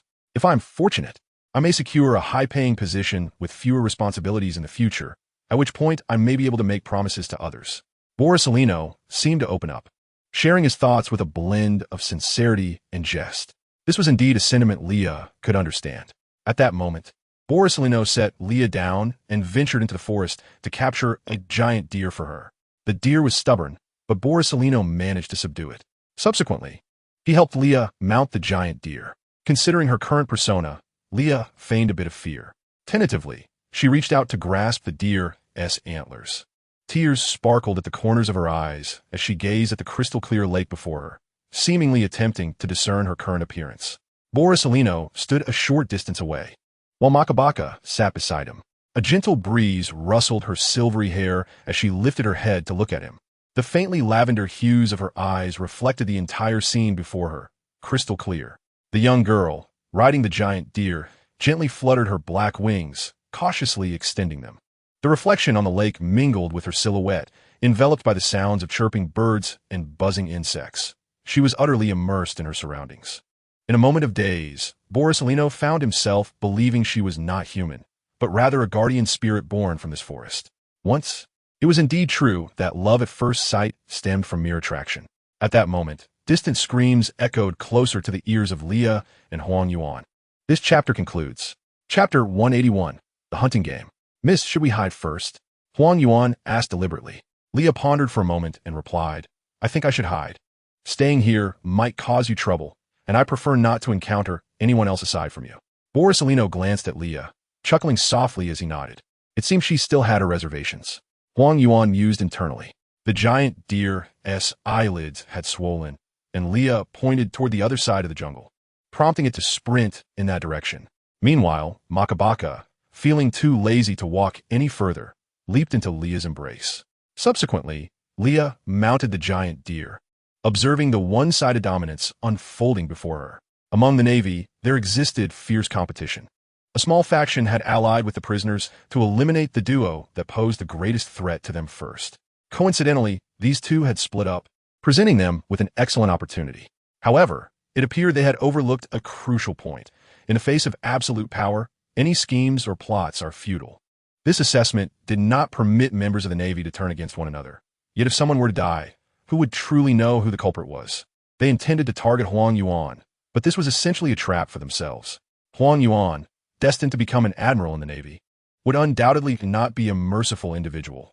Thus, even when dispatching those individuals, he refrained from employing his usual techniques. In fact, he directly seized the weapons from the fallen prisoners, impaling the Navy personnel effortlessly. Yet, he remained oblivious to the fact that Leo witnessed everything. Borisellino was indeed a difficult person to decipher. Those who engage in politics often harbor dark hearts. Leo lay atop the giant deer, feeling there was little left to disguise. This man was not easily deceived. There was no need for clever tricks among intelligent individuals. It would surely amuse the other party. Leah rested her head on the deer's antlers, feeling somewhat bored. This scene did not frighten her, for her methods of killing were far more brutal. Her shadow was known to consume the living. She attempted to clench her fist, suddenly experiencing an unusual sensation. Glancing at her hand, she noticed the ring on her ring finger, and thoughts of a certain someone surged through her mind, warming her heart. She found herself missing him. Having disappeared for so long, he must be frantic with worry. Ace and the others likely believed she was dead. It was all due to the sudden turn of events. She had no time to convey anything before being swept away by the temporal turbulence to decades past, with no preparation whatsoever. She sighed, unsure of when she might return. The small light orb could guide her back to the future, but to which future was uncertain. She had already encountered a young Borisellino. Who knew if she might next meet a younger Big Mom? To be honest, Leah did wish to see Big Mom. At over 8 meters tall, she must have looked splendid in her youth. A powerful woman, it was no wonder she had so many children. Truly, the allure of the strong is undeniable. Before long, Huang Yuan approached her, his hands stained with still wet blood, droplets falling to the ground as he walked. He seemed unconcerned, his gaze devoid of malice, as though murder was merely a casual affair. The most terrifying of all is the smiling tiger. Having encountered so many people, Leah had gained profound insight, such as with Kaimu, who was indeed a master of deception. Hence, she had sent him a deal with Blackbeard, employing magic to conquer magic. Huang Yuan shook his hands, seemingly coming to a realization, then crouched down to wash his hands in the crystal-clear lake. After completing this task, he finally approached Leah. He then retrieved a long ribbon from his pocket, seemingly a remnant of some beautiful lady. He tied the ribbon around the neck of the giant deer and proceeded to lead it forward. I shall take the young lady to find a place to rest. Then procure some food, Huang Yuan declared. Leah, somewhat perplexed, inquired, "Isn't this place good enough?" Huang Yuan pointed into the distance and replied, "This area is not very clean. Someone will surely come to inspect it and disturb us." "Fine," Leah nodded. Then, as if recalling something, she asked Mr. Salino, "Do you trust me so much? Aren't you afraid I might turn against you?" Huang Yuan chuckled lightly, then stepped closer to take Leah's left hand, planting a kiss on her knuckles, saying, "Being deceived by the young lady is my honor. You really are quite the smooth talker." "I suppose you've said this to many young girls," Leah retorted, withdrawing her hand from his rough grasp with a hint of disdain. "Not at all. One of my colleagues, Akainu, says I speak clumsily and often offend others," Huang Yuan continued. "Akainu, offense is one thing, but clumsiness is not necessarily true. And don't blame me for everything." Leah quipped. The subway elder is engrossed in his phone. This fellow truly speaks without thinking. Not a word of truth escapes his lips. Akainu, that taciturn fellow, truly knows not how to speak. By the way, are you planning to stay here for several days? Clearly, the others are no match for you. Leah conversed with Huang Yuan as they walked. The truly formidable figures have yet to be encountered. This time, the Impel Down has released several powerful individuals, and only by claiming their heads can one be deemed a true victor. What a weaker Navy personnel. They are clearly just fodder. If there are enemies even Huang Yuan fears on this island, those Navy personnel are merely to serve as offerings. Thus, individuals of varying levels have different tasks. Their mission is to evade those hunting them, and those who survive will be deemed successful in the assessment. Isn't that somewhat cruel? Not really. These individuals are former Navy soldiers who have violated military law and are to be discharged. They have come to participate in this assessment to secure their place in the Navy. The colleagues of mine at the same level are here to increase their chances of survival. Our mission is to hunt the bosses. I just don't understand why those people are so foolish, easily believing the pirates' words and uniting against me. So, this is a hunting game, then? Who can argue otherwise? I find myself somewhat puzzled by Teacher Zay's thoughts. Hasn't he always cared deeply for those new recruits? What Huang Yuan did not realize was that these individuals had unwittingly crossed Zay's bottom line, collusion with pirates. End of this chapter, chapter 182. I am a married woman. I do not wish to commit infidelity. Leah and Huang Yuan had spent several days on this island, growing increasingly familiar with one another. During this time, Huang Yuan had dealt with quite a few individuals, yet he remained unhurried. With Akainu present, the objectives would undoubtedly be met. He truly appreciated such a diligent teammate. On this particular night, the small light orb had confirmed the coordinates, and Leah was set to journey to the next future. Her injuries had nearly healed, but truth be told, she was grateful for Huang Yuan's care during these days. An awkward realization dawned upon her. There is never goodness without reason. Leah realized that at this age, Bolus seemed to have developed a fondness for her, his gaze often imbued with a fervent and ambiguous warmth. The two sat face to face beside a roaring fire, unperturbed by the potential arrival of others. To avoid arousing Bolus suspicions, Leah had refrained from retracting her wings. Now, they were both seated, sharing a meal together. In recent days, she had encountered the busy Akainu, but thanks to Bolus, she managed to evade him, thereby avoiding a direct meeting. This was fortuitous. At least when Akainu eventually saw her, he would harbor no doubts. However, it was not surprising that when Bolus encountered her later, he would exhibit peculiar behavior. "My injuries have healed, and from today onward, I may have to bid you farewell," Leah remarked nonchalantly as she tossed a few more logs into the fire. Ah, how sudden, Bolus replied, glancing at the bare meat roasting on the spit. Were you not already aware? Leah continued her task, her tone casual. Miss, I haven't inquired about your matters at all, Bolus responded, implying that she should refrain from speaking too openly, as it would render their conversation less interesting. Understood, Leah acknowledged, her gaze shifting to the meat sizzling over the flames. Is it nearly cooked? By the way, Celino, your grilling skills are truly remarkable. It should be done soon. Bolus paused before recounting his past. As a child, I mistakenly consumed a devil fruit, which led the villagers to regard me as a monster. My parents abandoned me, and during that time of abandonment, I survived by hunting. Perhaps that is when I honed my grilling skills. His tone was calm, as if recounting an inconsequential tale. What prompted you to join the Navy? Leah had always been curious about this question. At that time, I encountered my adoptive mother, a nun who took me in. After spending some time with her, I genuinely treated her as my biological mother. Later, she sold me to CP0 for a high price, claiming that she sent me there to learn how to protect others. She promised that once I became an admiral or high-ranking official, she would come to retrieve me. I believed her wholeheartedly and trained diligently at the Navy's secret base, only to later discover that it was an outright deception. What Bolus left unsaid was that she had never loved him. He was merely a tool for her profit. He divided a large piece of bear meat, sprinkled it with spices, and handed Leah her portion. She felt a twinge of guilt, as if she had touched upon his painful memories. Leaning back against a nearby tree, Bolus continued, Isn't it absurd? As a child, I studied diligently every day and never harmed anyone, yet I was cast aside. The golden light emanating from his palm, he added, Everyone abandoned me, including the nun, who only took me in for her own benefit, eventually selling me to CP0. The world longs for this unique power, which indeed granted me my current status. It seems I possess nothing of value around me. Why the sudden revelation of your inner thoughts?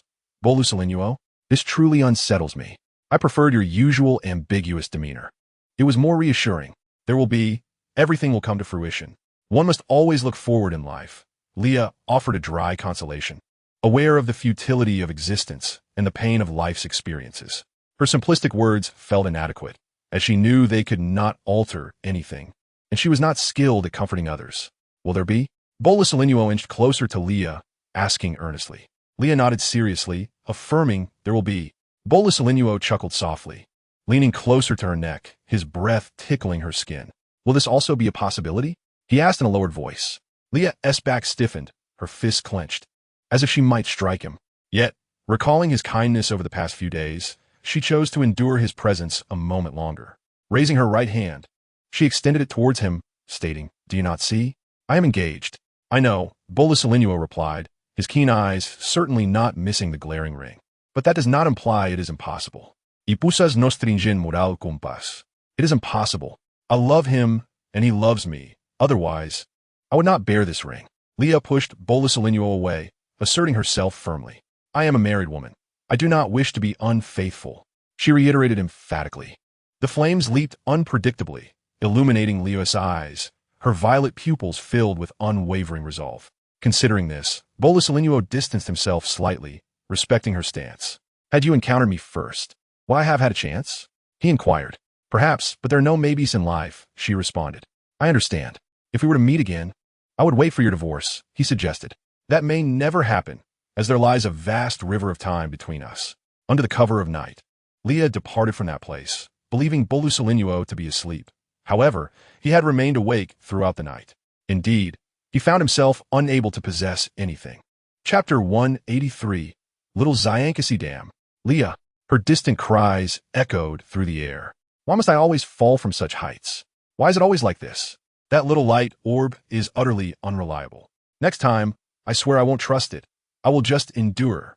Fortunately, she could now control her wings properly. As she flapped them, just before landing on the clouds, she leapt into the air. Once she attained a sufficient altitude, Leah paused mid-air, surveying the distance. She discovered that the inhabitants here could walk upon the clouds. Could it be that she was in Kongdao? Then she recalled that just before she was about to fall onto the clouds, a child seemed to have reached out to catch her. Realizing this, Leah turned her head to see a red-haired boy standing there, frowning at her. He seemed somewhat familiar, and with that distinctive red hair, Leah thought of Zyankasi. Curiosity piqued. Leah flew toward the young boy. His lips moved slightly, as if he were frowning and muttering about something. Instinctively employing her observation hockey, she overheard him saying, "I thought a large bird was falling. I was about to catch it for afternoon tea on the ship, but it turned out to be a person." "Leah, you only think of food." Her mood already soured. Hearing his words prompted her to intentionally bump into him. Once she was astride the young boy, she instinctively raised her fist, ready to strike his face. The boy, unable to escape, did not shield his face, but instead protected the straw hat upon his head with both hands. "Osterhot." Leah then beheld the familiar, foolish straw hat. She froze, her gaze shifting downwards as she scrutinized the boy's face. The young boy, with his eyes closed, had long lashes that fluttered gently, suggesting a hint of nervousness as they quivered slightly. His hands bore faint calluses, and his fists were clenched tightly, seemingly poised to retaliate at any moment. As Leah gazed upon his face, she recognized those familiar features. Was this not Shanks? Oh my goodness, how youthful he appeared, his face as soft as cream, and his lips delightfully tender, making him seem irresistibly kissable. While Leah maintained a stoic expression, inwardly, her excitement was akin to a cacophony of joyous shouts. Truly, he was so youthful, so unlike the later incarnation of that grumpy older man, whose hardened demeanor and stubbled face often left her feeling pricked and pained during kisses. It was unbearable. She longed to kiss him, yet she hesitated, pondering how old Shanks was at this moment, her conscience pricking her slightly. Shanks opened his eyes, having noticed that the person before him had yet to strike. However, the look in her eyes felt unsettling, as if she harbored an intent to devour him. He furrowed his brow and extended his hand, intending to push this woman away, recalling Mr. Rayleigh's admonition about the dangers of inappropriate interactions between men and women, lest one end up with an unexpected child. Yet, before he could make contact, she leaned closer. What had he touched? So soft.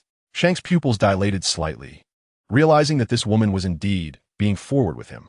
Yet, the softness was unlike anything he had experienced with boys like Buggy. The female form was entirely different, exuding an undeniable softness. Even her lips were tender. No, what was he thinking? Then, memories of the jokes shared among the crew on the ship surged forth, igniting fantasies in his mind, and his face flushed crimson. He hurriedly pushed Leah away and scrambled out from under her. Once a sufficient distance was established, he paused, leaning against his knees, panting slightly. Waves of heat washed over him, igniting a warmth within his heart. He had never been concerned about such matters before. Why now? Moreover, had he just been forcefully kissed by a woman? How embarrassing.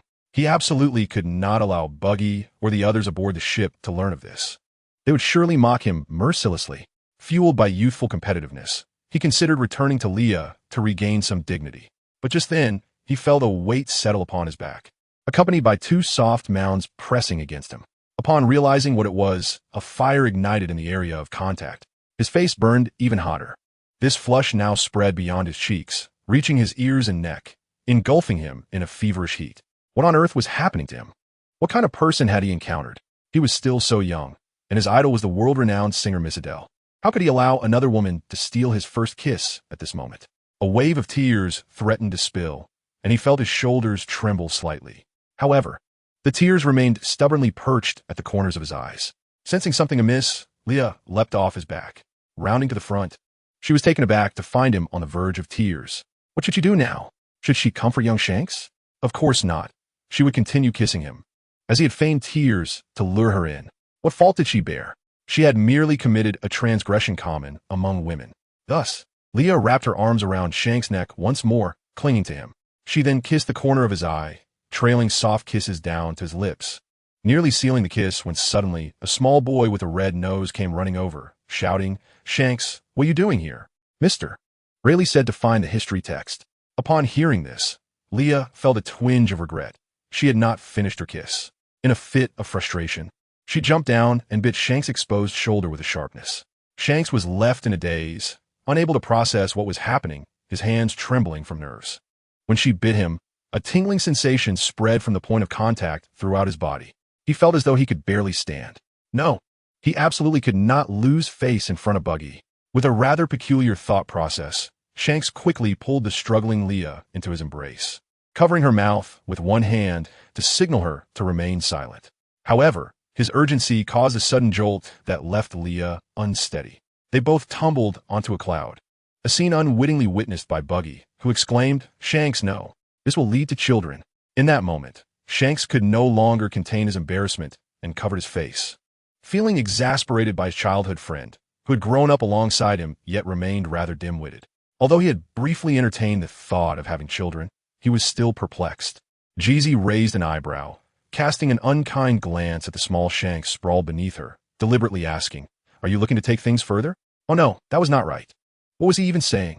Young Shanks scrambled off Leah, feeling utterly lost as to where to place his hands, flailing them awkwardly in the air. Buggy, standing nearby, regarded Shanks with suspicion. It was his first time witnessing this side of the red-haired rascal. What was Shanks up to? Surely he wasn't hiding a treasure map from him? With that thought, Buggy lunged forward, seizing Shanks by the collar, demanding angrily, "Hand it over." "Where is it hidden?" Shanks pushed Buggy away, exasperated. "I haven't hidden anything." "Buggy, what are you even thinking?" Buggy, sensing the absurdity of the situation, let his hands drop, sighing dramatically.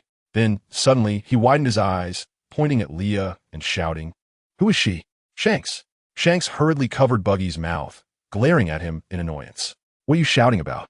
This is Sky Island. Is it not normal for a woman with wings to appear? Not normal at all. Have you ever seen such a beautiful woman? She's clearly an angel."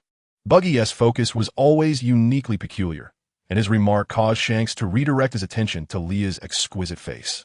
Indeed, she bore a striking resemblance to an angel. Shanks felt his face heat up again. What was he saying? Today, he was certainly acting out of character. Leah found amusement in Buggy's reaction and felt a playful urge to tease him, stating, "I am indeed an angel. God told me that here I would find the person I have long sought, which is why I came here." "Wait, did I just guess correctly? But who are you looking for?" "I can ask our captain to help you.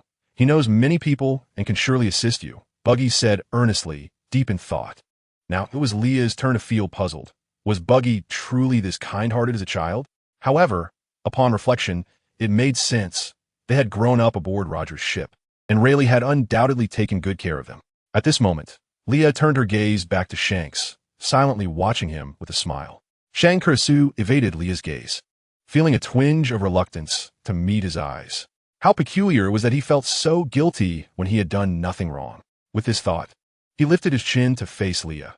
Yet within 3 seconds, he diverted his gaze elsewhere, displaying a timidity that was almost unbearable. Observing their interaction, Bucky seemed to have an epiphany. Could it be that the person he was searching for was indeed Shanks? Bucky clutched his face in horror. He then seized Shanks once more, indignantly exclaiming, "What is so special about you? Why do they seek you and not me?" After releasing Shanks, he turned to Leah and inquired, "Are you here to deliver treasures to Shanks?" Leah pondered for a moment and replied, "Indeed." "Oh, is it true?" Bucky marveled. Subsequently, he tapped his head in contemplation, saying, "Why is Shanks so silent today? It's as if I can manipulate him at will. Is he secretly plotting something against me?" At this moment, Shanks gradually composed himself. Hearing Bucky's remark, he helplessly responded, "Bucky, you have once again voiced your innermost thoughts." "Oh." Bucky quickly covered his mouth, though it was of little consequence. Then, with a serious demeanor, Shanks turned to Leah and asked, "What is your true intention in approaching me?" Now, Shanks harbored suspicions that Leah might be a spy sent by a rival pirate crew or the Navy to gather intelligence on their group. No matter how one looked at it, this person seemed exceedingly dubious. The cunning of employing beauty as a weapon was indeed insidious. As Mr. Rayleigh had rightly said, the more exquisite the woman, the less one could trust her. "What can my purpose be?" "I merely find you adorable and wish to see what it feels like to kiss you," Leah provocatively asserted, no longer the innocent girl she once was, effortlessly delivering such bold statements. Shanks' face flushed crimson, as if he were about to combust. Bucky tilted his head innocently and remarked, "Shanks spends all day fighting with me, drenched in sweat afterward, and he still doesn't tea-bathe. What could possibly be attractive about him?" "Bucky, when have I ever not bathed?" Shanks retorted, unable to endure Bucky's taunts any longer. He lunged at Bucky, mounting him and throwing punches at his face. Indeed, Bucky was no match for Shanks, but their scuffle devolved into a series of playful punches, lacking any technical finesse. Leah, exasperated, stood up and pulled them apart, asking, "Is your captain Roger?" "Indeed. Our captain is Roger, the greatest in the world," Shanks proclaimed, waving his arms. Bucky, nursing his red nose, queried, "Are you here regarding our captain?" Leah released both Bucky and Shanks, stretching her joints and replied, I do have a matter to discuss with him, but it is of a personal nature. Oh, they both exclaimed in unison, astonished. Soon, Bucky and Chen led Leah to the location where the Golden Jackson was docked. There, they beheld a disheveled, middle-aged man clad in traditional medieval pirate attire, being chased around by a familiar corgi, who was clutching a small, glowing orb. Goodness, he can see it too? Leah gasped in surprise. Yet she quickly reconciled with the idea. After all, this man was the former pirate king, the chosen one of his time, so it was not altogether surprising. What on earth is our captain doing? Bucky asked, perplexed. Isn't he always engaging in nonsensical antics? Only to be scolded by Mr. Rayleigh afterward? I have long since grown accustomed to it, Shankersu replied with resignation. Hearing this, Leah felt a wave of exasperation and internally critiqued. You're no different. Day in and day out, Beckman is merely trailing behind you, cleaning up your messes. You truly deserve to be reprimanded. Shankersu replied, having you around is my blessing. Beckman quipped, do you wish to keep this blessing? As Roger approached Leah, intently gazing at her, Makabaka suddenly leaped and bit his rear end. Ouch! Roger could not help but yelp in pain. Before he could remove Makabaka from his backside, the corgi released its grip. After hopping down, Makabaka slowly trotted to Leah's side, rolling its eyes and pointing a paw at the small glowing orb in Roger's hand, then pawing at Leah's trousers. Its meaning was clear. That filthy man had stolen their belongings. Leah crouched down and affectionately patted Makabaka's head, exclaiming, well done. Your bite has certainly improved. You've even managed to bite the Pirate King's rear. What? Roger exclaimed, dismayed that a little dog had deemed him contemptible. Leah then stood up, approached Roger, and extended her hand, demanding, return it to me. Roger immediately concealed the glowing orb behind him, insisting, no, I found it first. It belongs to me. Leah furrowed her brow, pondering the familiar irritation that arose from his demeanor, even when he had done nothing wrong. But Roger, with an innocent expression, replied, it really likes me. The orb manifested two small hands, clinging to Roger's outstretched fingers. Curious yet irate, Leah pointed at Roger and, after a moment's hesitation, decided to voice her thoughts candidly. You are a scoundrel who abandons his family. What? Roger's eyes widened in disbelief. When did he ever have a wife or children? He only had an unrequited crush on Miss Lugio, a sentiment he dared not express, especially since his time was limited. With that, Leah swung a punch toward Roger's eye. Damn it, my hand hurts. Is this man made of Kairosaki? She found herself utterly incapable of landing a blow. Turning to Makabaka once more, she admired the dog's impressive bite strength. My apologies, Roger scratched his head, feeling somewhat sheepish. Why are you apologizing? Leah questioned, perplexed. Was the Pirate King truly so lacking in dignity? Though I am unsure why, it seems I must have done something to provoke your anger. For whatever reason, I owe you an apology, Roger stated. Listening to the voices of all living things, Leah ventured uncertainly. What is that? Roger scratched his head, his demeanor reminiscent of a certain future Shanka. Perhaps it would be more accurate to say Shankersu resembled him. Can you hear it speaking? Leah inquired, pointing at the glowing orb in his grasp. Indeed, Roger paused before adding, it says you have quite the temper, akin to that of Tigress. Shankersu's inner thoughts. Is that something one could say openly? Bucky's inner thoughts. She has a fierce temper, yet it is not readily apparent. Leah, what the hell? What did you say? Leah asked, her expression devoid of emotion. Though Roger lacked emotional intelligence, he was perceptive enough to notice the shift in her mood. Realizing he had misspoken, he awkwardly chuckled and asked, what is wrong? Did I say something amiss? Leah smiled briefly and remarked, you are mistaken. I am indeed a fierce tigress. With that, she delivered a swift kick that sent Roger crashing against a large tree. Indeed, consciousness can influence one's actions. Shanks and Buggy, who stood behind Leah, were utterly astonished. She was a true embodiment of ferocity. The tree toppled over with a resounding crash, drawing the attention of others aboard Roger's ship. Leah, still seething with indignation, clutched her chest, desperately attempting to suppress her fury. When she lifted her gaze once more, she found herself encircled by a crowd, who, seemingly unfazed, pointed and whispered about Roger, who was attempting to rise in the distance. What has the captain done this time? Someone inquired. Who knows? I remember the last time he lifted a girl's skirt in the South Blue. And before that, he devoured everything at a stall, forcing the first mate to apologize and pay for the damages. On another occasion, he kidnapped Marco from the Whitebeard crew and hung him from the sails. The thought of incurring more expenses was troubling. If they had to compensate yet again, their ship's finances would certainly overshoot the budget. and Roger would undoubtedly face the wrath of Mr. Rayleigh. A few more beatings wouldn't hurt, but the captain never seems to learn. Amidst the raucous crowd emerged a man with blonde hair and glasses, a scar across his left eye. Although he wore a smile, his eyes betrayed no warmth, instead reflecting a depth of schemes and calculations. Leah's first impression of him was one of danger. She despised engaging with those who wore a deceptive smile, and her internal alarm bells rang loudly. As the atmosphere grew tense, young Shanks stepped in front of Leah, shielding her and addressing the man, Mr. Rayleigh. There seems to be a misunderstanding. It was the captain who— Rayleigh shot him a glance, amused yet wary. Ah, you little rascal. Already shifting the blame onto that scoundrel Roger. As first mate, he was accustomed to assessing his surroundings wherever he went, and with his keen observation, he was well aware of the unfolding events. This brat immediately casts all the blame on that rogue. Rayleigh chuckled and queried, "Did this young lady just assert that Roger is a heartless scoundrel?" Leah nodded emphatically, declaring, "Indeed, he is nothing short of a despicable cad."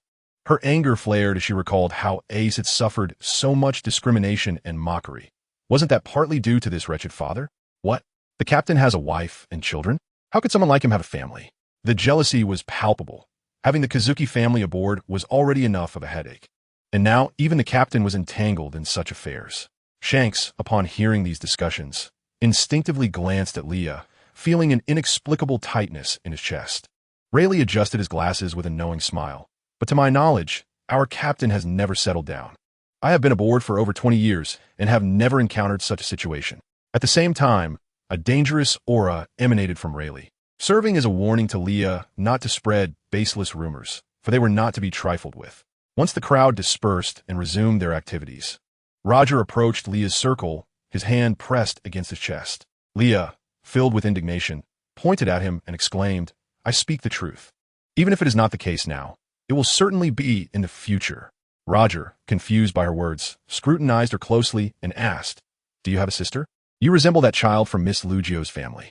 "I have a brother, no sister, and an aunt who passed away when she was young giving birth to my brother," Leah replied curtly. Upon hearing this, an ominous feeling washed over Roger. He suddenly grasped Leah's shoulders, his voice tinged with urgency. "What is your name?" "My name is Leah, Portgasty." "Leah?" she stated calmly, meeting Roger's gaze. It seemed Roger understood something, as he released her and sank despondently to the ground. His life had been vibrant, filled with adventures, and he had no regrets. Yet, the one person he felt he owed was Miss Lugio. Even now, faced with his impending demise, he felt no profound sorrow. Perhaps it would be better for him not to see Miss Lugio again after completing his final journey, allowing her to live peacefully and find a husband who would cherish and protect her. Rayleigh observed Roger in this rare moment of defeat, having never seen him in such a state. This man, whom he had known for years, was typically carefree, seemingly impervious to the weight of the world. Though he could be impulsive and reckless when angered, his actions were often childlike in their sincerity. He valued his comrades deeply, earning their trust, and would never flee from adversaries for fear of endangering his friends. Yet now, something had brought him to this lowly state. Rayleigh's gaze shifted to Leah, and upon noticing her lack of satisfaction at Roger's plight, he felt reassured. She did not appear to be his enemy, merely a witness to the unfolding tragedy. As Rayleigh had navigated the seas for over 2 decades, he had seen much and could read people well. With an inkling of understanding, he asked, "So, is the matter of Roger abandoning his family something that occurs in the future?" Leah met Rayleigh's gaze, then glanced at Jabba, who sat silently nearby, and finally at Shanks, who was engaged in a lively scuffle with Buggy. Ultimately, she decided to reveal a fragment of the truth. She nodded in silence. Rayleigh continued, "Is it regarding Miss Lugio?" As Roger's first mate, he was aware of his captain's unrequited affection. Leah nodded once more. Rayleigh cast a sympathetic glance at Roger, who remained seated on the ground, and gently patted his shoulder. Amongst men, no further words were necessary. Standing in quiet support was enough. Whatever decision Roger made in the future, it was his right to choose. Seeing Roger in such a state stirred a pang of compassion within Leah. Setting aside the matters concerning Lugio and Ace, he was indeed a remarkable individual. With this thought, Leah retrieved a photograph of Lugio with her newborn Ace, grateful to have captured such a monumental moment. She had a habit of carrying photographs of every family member, cherishing the documentation of important events. She extended the photograph to Roger, who sat forlornly. In the image, Lugio appeared radiant, bearing no trace of the exhaustion one might expect from a new mother. The photograph depicted her seated on a bed, her face aglow with happiness as she gazed at her newborn Ace, who looked up at her with innocent wonder, extending his chubby little hand towards her kind visage. A new life had come into the world, yet Lugio had withered away, much like the vibrant hibiscus flower adorning her hair. As Roger beheld the photograph, his hands trembled slightly, and tears streamed down his cheeks, soaking Lugio's smiling face. Iron Men also possess tenderness. She is Boat Casti, Lugio, the wife of the pirate king Joel D. Roger. Laya paused momentarily before continuing, stating, "If it is a girl, she will be named In. If a boy, he shall be called Ace." My aunt mentioned that this was a promise made between her and you. In her relentless effort to protect Ace from the Navy, who sought to extinguish the remnants of the pirate king's bloodline, my aunt carried Ace for 20 long months, ultimately succumbing to exhaustion after giving birth. As Laya recounted these events, her tone remained calm, though her eyes were red-rimmed with emotion. Even after all she had endured, she remained moved by Lugio's greatness. Lugio was an ordinary woman in a vast world, yet she was also an extraordinarily great and respected mother. Not only Roger, the protagonist of this tale, but even Jabba, who sat nearby listening, could not help but feel tears welling in his eyes, as if recalling something dear. Once composed, Roger eagerly raised his gaze to Laya and asked, "You can traverse time, correct? Could you assist me? No matter the cost, please save Lugio." In saying this, Roger knelt before Laya. It was commendable that he could conceive of such a notion. Laya quickly sidestepped his gesture of reverence. This time, Laya shook her head and replied, "I was a witness to those events. Within the same timeline, I cannot meet another version of myself. For doing so would erase my existence from this world. Moreover, Lugio is my aunt, Ace's mother, and if it were possible, I would have saved her long ago." Roger fell silent, contemplating whether if he never met Lugio again, she might live on peacefully. Laya regarded Roger and inquired, "If you do not meet her, will she not seek you out?" "Roger, your aunt chose to preserve Ace out of her love for you and her innate maternal instinct, ultimately sacrificing herself. Throughout this ordeal, she was happy.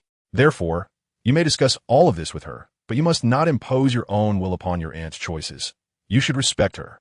Do not desecrate her love for you. Though I despised you in my youth, I have come to understand this truth at my age and can empathize with Aunt Lugio's decision. In any case, do not evade your fate." End of this chapter, chapter 187. Roger's voyage. After regaining his composure, Roger resolved to seek a shield of protection for his wife and child. The price would be his life. This was a clever decision. Even without Laya, Roger would likely have arrived at the same conclusion. However, Laya now served as the catalyst for Roger's ultimate choice. Subsequently, Laya proposed to accompany them on their voyage for a while, though she would not join them at the final island. Laya wished to witness certain events and assist the small light group in gaining the former Pirate King's recognition. I became convinced that there exists another island. Reaching it would mark a true, unprecedented journey, one that circumnavigates the globe. The location of that island is indicated by 4 red stones inscribed with forbidden historical texts that the world government once prohibited reading. I initially thought it was merely a cultural relic, only to realize it contained the map we required to find the final island. The legendary island, said to harbor immense treasures. If we could reach it, we would indeed be the world's foremost pirate crew. Roger raised his arms, embracing the distant white sea, proclaiming such grand aspirations. Later, I borrowed Yutien from Whitebeard, confident that with him, we would surely reach that destination. Roger pointed at Yutien and laughed heartily. At that moment, it seemed he had forgotten the sorrow Laya brought him. Yet, Laya knew he had never forgotten, for his time was short, and reaching the final island was his last wish. He could not allow his life to be filled with regrets. Yutien scratched his head, feeling somewhat bashful, as he pulled his wife, Kazuki Toki, close and took a hearty swig of alcohol. Between men, no further words were necessary. Friendship was forged over drink. I felt honored to witness the final chapter of Roger's audacious adventure. Yutien remarked, "This was a banquet held to welcome Laya's brief visit." Laya sat there, feeling the atmosphere was truly delightful. Even though she could not witness Roger's ascent to the final island, the thought of that scene ignited a fire within her heart. Meanwhile, Shanks at the banquet appeared somewhat distracted, not enjoying himself as he did in the past, frequently stealing glances at Laya, yet fearful of being discovered. He was genuinely torn within. Sitting amidst the gathering, Rayleigh naturally noticed his son's reaction, a knowing smile gracing his lips. In contrast, Barrett sat in a corner, puzzled as to why the captain would welcome such a seemingly frail woman aboard their ship.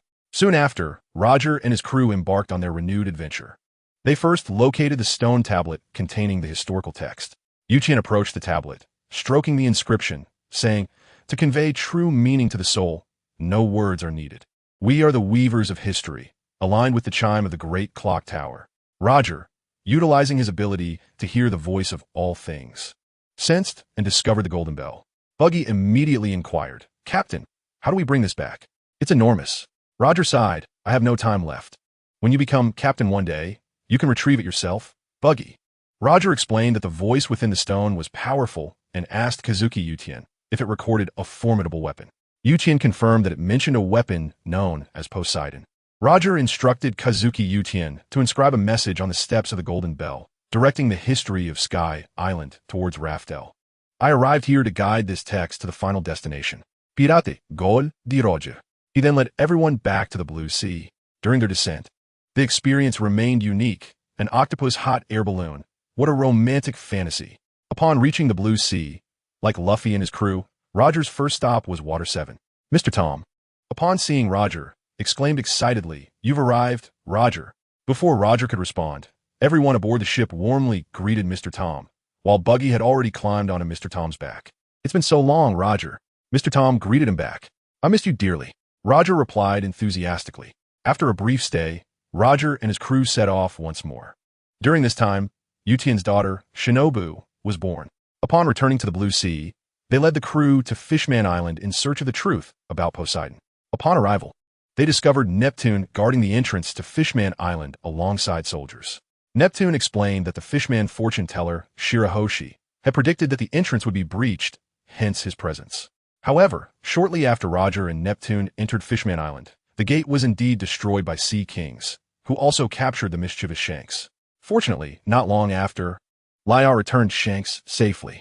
Originally, Luo Jie intended to personally retrieve Xiang Kasi, but was gently halted by Lei Li, who wore a knowing smile.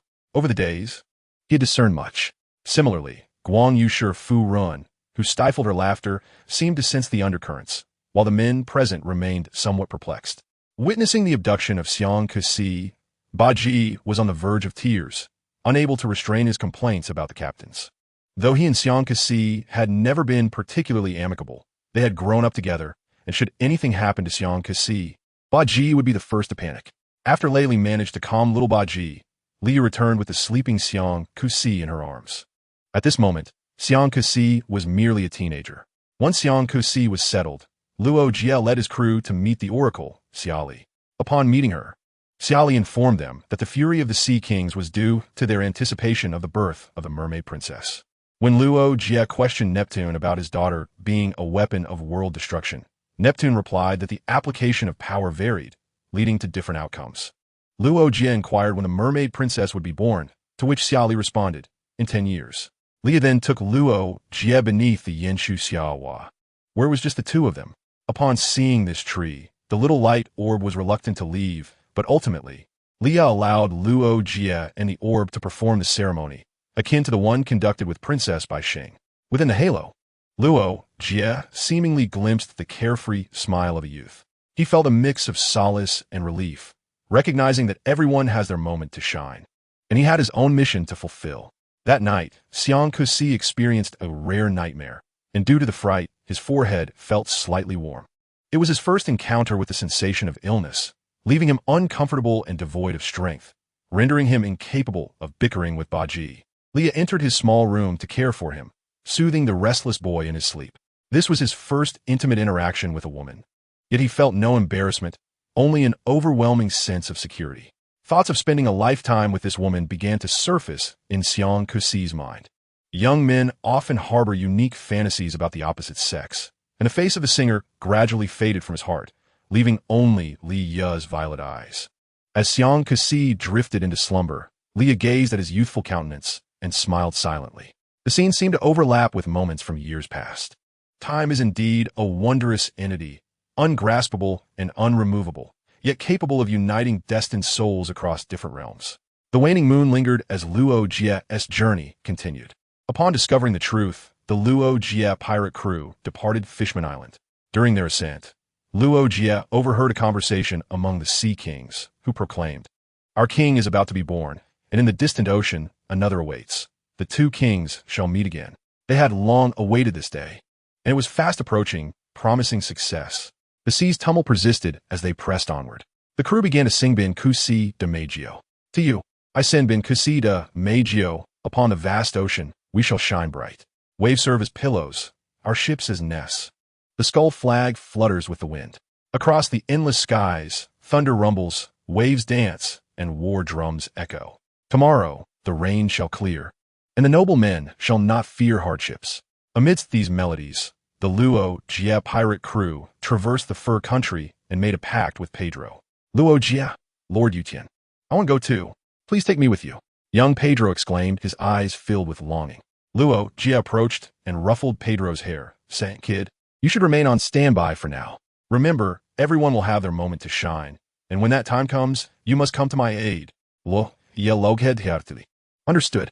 I will definitely come to help you," Pedro replied with a smile. With his back turned to Pedro, Luo Jie waved goodbye. "Farewell, Pedro." This was a final farewell. Leo observed all this with a touch of emotion.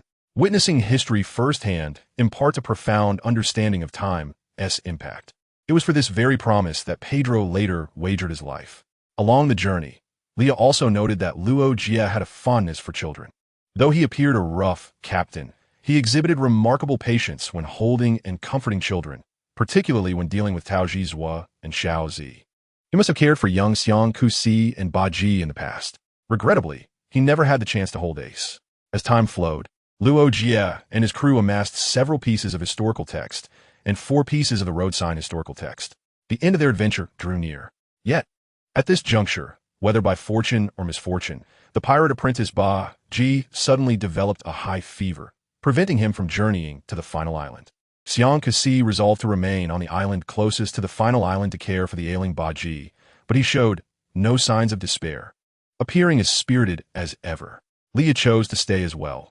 She had no intention of accompanying Luo Jie to the final island, having no interest in the so-called great treasure, for she already possessed everything in this world worth cherishing. Naturally, no one would compel Leah. However, as she bid farewell to Luo Jie, she gifted him a precious photograph. He typically did not settle for just one copy, but would ensure multiple backups placed in different locations to prevent loss. The most complete set was kept in the small fishing village of Fengche-Siyuan, where their journey had initially begun. Luo Jie also entrusted Leah with a handwritten letter meant for Ace, knowing he would never meet him, yet seizing the opportunity to leave behind some words. Meanwhile, Xiang Kasi found time to tease the sleeping Ba Ji by his bedside, remarking on his cold and feverish state before the grand adventure. "Are you a child?" Ba Ji shot up, rebutting, "Shut up. Didn't I say I was already better?" His face flushed red, yet he still needed to behave. Xiang Kasi sighed, though he refrained from mentioning that Ba Ji's nose was already glowing red from a fever. Hearing this only fueled Ba Ji's anger as he climbed up and grabbed Xiang Kasi's collar, shouting, "Who said my nose is red and big?" Amid their tussle, Ba Ji rolled next to his captain. He then clung to Luo Jie's leg, pleading, "Captain, take me with you." As he spoke, he began to cry sorrowfully. Xiang Kusi, now exasperated, questioned, "Are you a monster?" It was hard to define the nature of their relationship, oscillating between good and bad. Xiang Kasi chose to stay behind to care for Ba Ji as they neared the final island. Even in his sleep, Ba Ji murmured, "Please take me with you." On the eve of departure, Yu Qian and Luo Jie entered the 2 children's room and inquired, "Is it all right for you if Ba Ji Zyro continues to fuss?" "Hong Tai Lang, Mr. Yu Qian, Captain, if we're going, we will take our own ship." Roger felt a sense of comfort as he stepped forward to pat Shank's straw, hat-clad head, seemingly reaffirming his recognition of the boy. Leah sat nearby, observing the spirited Shanks and reminiscing about the time he selflessly sacrificed his arm to save Luffy. Even at such a tender age, his ambitious desire to sail on his own ship to achieve greatness indicated his indomitable spirit. The following day, the entire crew waved farewell to Shanks, who responded with a warm smile. Such a carefree and dashing demeanor, just like the moment he stood in front of Luffy, losing his arm, yet displaying no trace of despondency. Luffy cried, but Shanks comforted him, embodying the essence of a true gentleman. "You fight for us. Hey, don't cry. Aren't you a man?" Yet, Shanks, it's just one hand, a trivial matter. As long as you're all right. Shanks embraced Luffy, smiling nonchalantly. Indeed, Shanks remained true to himself, regardless of age. He was always the Shanks he admired. What was the reason for his affection? Who could say? Love in itself is perhaps the most unfathomable phenomenon in this world. Now, it was time for her to bid farewell to Shanks and return to the future. This journey had indeed been immensely satisfying. End of this chapter, chapter 189. Transition. Leah now sat face to face with Shanks, yet neither spoke. After much internal conflict, Leah resolved to wait for Roger and the others to return from the final island before heading back to the future. Buggy, suffering from a high fever, remained in deep slumber. Just as Leah was caught in her turmoil, Shanks leaned closer and inquired, "Is there something you wish to say to me?" Leah hesitated, as the words of farewell felt heavy on her tongue. "Allow me to speak first," Shanks said with a smile. "I really like you. So could you wait for me a few years until I become captain and can stand on my own? At that time, I shall pursue you. I have consulted the elders aboard the ship, and this is a rather courteous way to confess." Huh? Leah was taken aback by his sudden declaration. Although she had previously indulged in a few kisses with her future partner, she hadn't anticipated that Shanks would have feelings for her so soon. Yet, she recalled Buggy mentioning that Shanks admired a certain singer. Initially, Leah felt a pang of jealousy upon hearing this. However, she refrained from intervening in his affairs, as they had yet to establish a relationship. Nevertheless, little Shanks was undeniably charming, soft, and endearing, far more so than the older men. In truth, Shanks had been an intern aboard Roger's ship from a young age, making him far more mature in matters of gender relations than his peers. Pirates are wild and rugged, often expressing their desires openly through strong liquor. Whether it be power, status, or wealth, they candidly voice their ambitions. Shanks, being among these pirates, inevitably absorbed such traits. Unlike his future self, the teenage Shanks was brimming with youthful vigor and pride. He possessed the ambition to encompass the vast ocean. Similarly, he was unafraid to express his affection for those he cherished and to make promises, unlike in later years when he became entangled in worldly matters. Had Leah not eventually reciprocated Shanks' feelings, they might never have come together. Buggy, the blabbermouth, interjected, "No, I merely admire her songs. They embody freedom and convey beautiful messages. She wishes for women like herself to attain happiness and liberty." Shanks hastily clarified, though it was indeed a valid reason for his admiration of the singer. In the grand context of the era, having the courage to voice the hopes of the weak through song requires immense bravery. His aesthetic has remained unchanged since childhood. He is drawn to independent, courageous women, those who can progress alongside him, partners who can aspire together. He is a natural leader, having witnessed the fiercest storms upon the ocean from a young age. Thus, when seeking a companion, he naturally desires someone with whom he can share a lifetime, rather than a fleeting encounter. Furthermore, while he admires strong women, he does not belittle the weak. Women are often inherently compassionate. The captain served as his intellectual awakening, allowing him to grasp the world at large. Yet it was numerous women who softened his perspective. It is hard to imagine a world solely inhabited by men. It is the presence of women that brings warmth to humanity. Many of the gentle yet formidable individuals he had previously encountered were influenced by their mothers. Honestly, as a man, he must admit that men struggle to control their desires. Thus, they can easily become sinful due to their cravings. Love, in its essence, is often pursued by men based primarily on a woman's appearance or physical beauty, culminating in the pursuit of sexual gratification. A true man should be steadfast, a lesson imparted by the captain. Mr. Rayleigh taught him to respect the weak. Being weak is no justification for bullying others. He yearns for women, but must first respect their wishes. This understanding has been ingrained in Shanks since childhood, which is why he respects Leah so deeply, refraining from meddling in her affairs. Though he feels jealousy towards a certain flamingo and Leah's close relationship with him, he chooses to trust and respect her interactions with others. Some have questioned whether Shanks invested too little in his relationship with Leah. He readily acknowledged that he indeed contributed little. Leah and he are both independent individuals with their own careers. Their collaboration in business is merely a strong alliance. Contribution? Which kind of contribution do you mean? They have no need for sacrifices in their relationship. He is the renowned pirate king, while she is a distinguished merchant with a global enterprise. Both of them are complete entities, requiring no partner to elevate their status or wealth. Thus, why must there be a need for sacrifice? After promising to wait for Shanks to mature, Leah bid him farewell, instructing him to treat their next meeting as if it were their first. Although he did not fully comprehend her request, He acquiesced. Years later, having traversed the vast seas without encountering her, he finally understood the significance of her words when he met her again in Windmill Village. Roger and the others had yet to return from the final island. Yet the news of his ascension as Pirate King had already reached the world through seagull messengers. Newspapers heralding his achievement circulated through every street and alley, with countless voices exclaiming in excitement, "Roger's pirate crew has finally accomplished it. The illustrious Pirate King, Haijai Luo Jie, accomplished the unprecedented feat of circumnavigating the globe. The sovereign of these vast seas has finally emerged. He is indeed the rightful king of the seas, the Pirate King." Upon his return, Gu Tian penned a missive. "On the day we reached the final island, we learned the entirety of this world's secrets. The so-called blank century, the enigmatic D clan, and the legendary ancient weapons. Wano Kuni once stood connected to the world. Confronted with the existence of that immense treasure, Luo Jie could not help but laugh. We laughed too, tears spilling forth in joyous mirth. Amidst his laughter, Luo Jie exclaimed, "Joy boy, how I wish we could have lived in the same era. One astonishing treasure you left behind. It is indeed a remarkable jest. Speaking of which, my friends, for the past 800 years, this unvisited final island shall henceforth be known as Raftel." After returning from the final island, Luo Jie announced the dissolution of his pirate crew. After exchanging a few words with the venerable man, known as the Dark King, he disembarked. He accepted a significant supply of medicine from the ship's doctor, Kurikasu, for his illness had reached its terminal stage.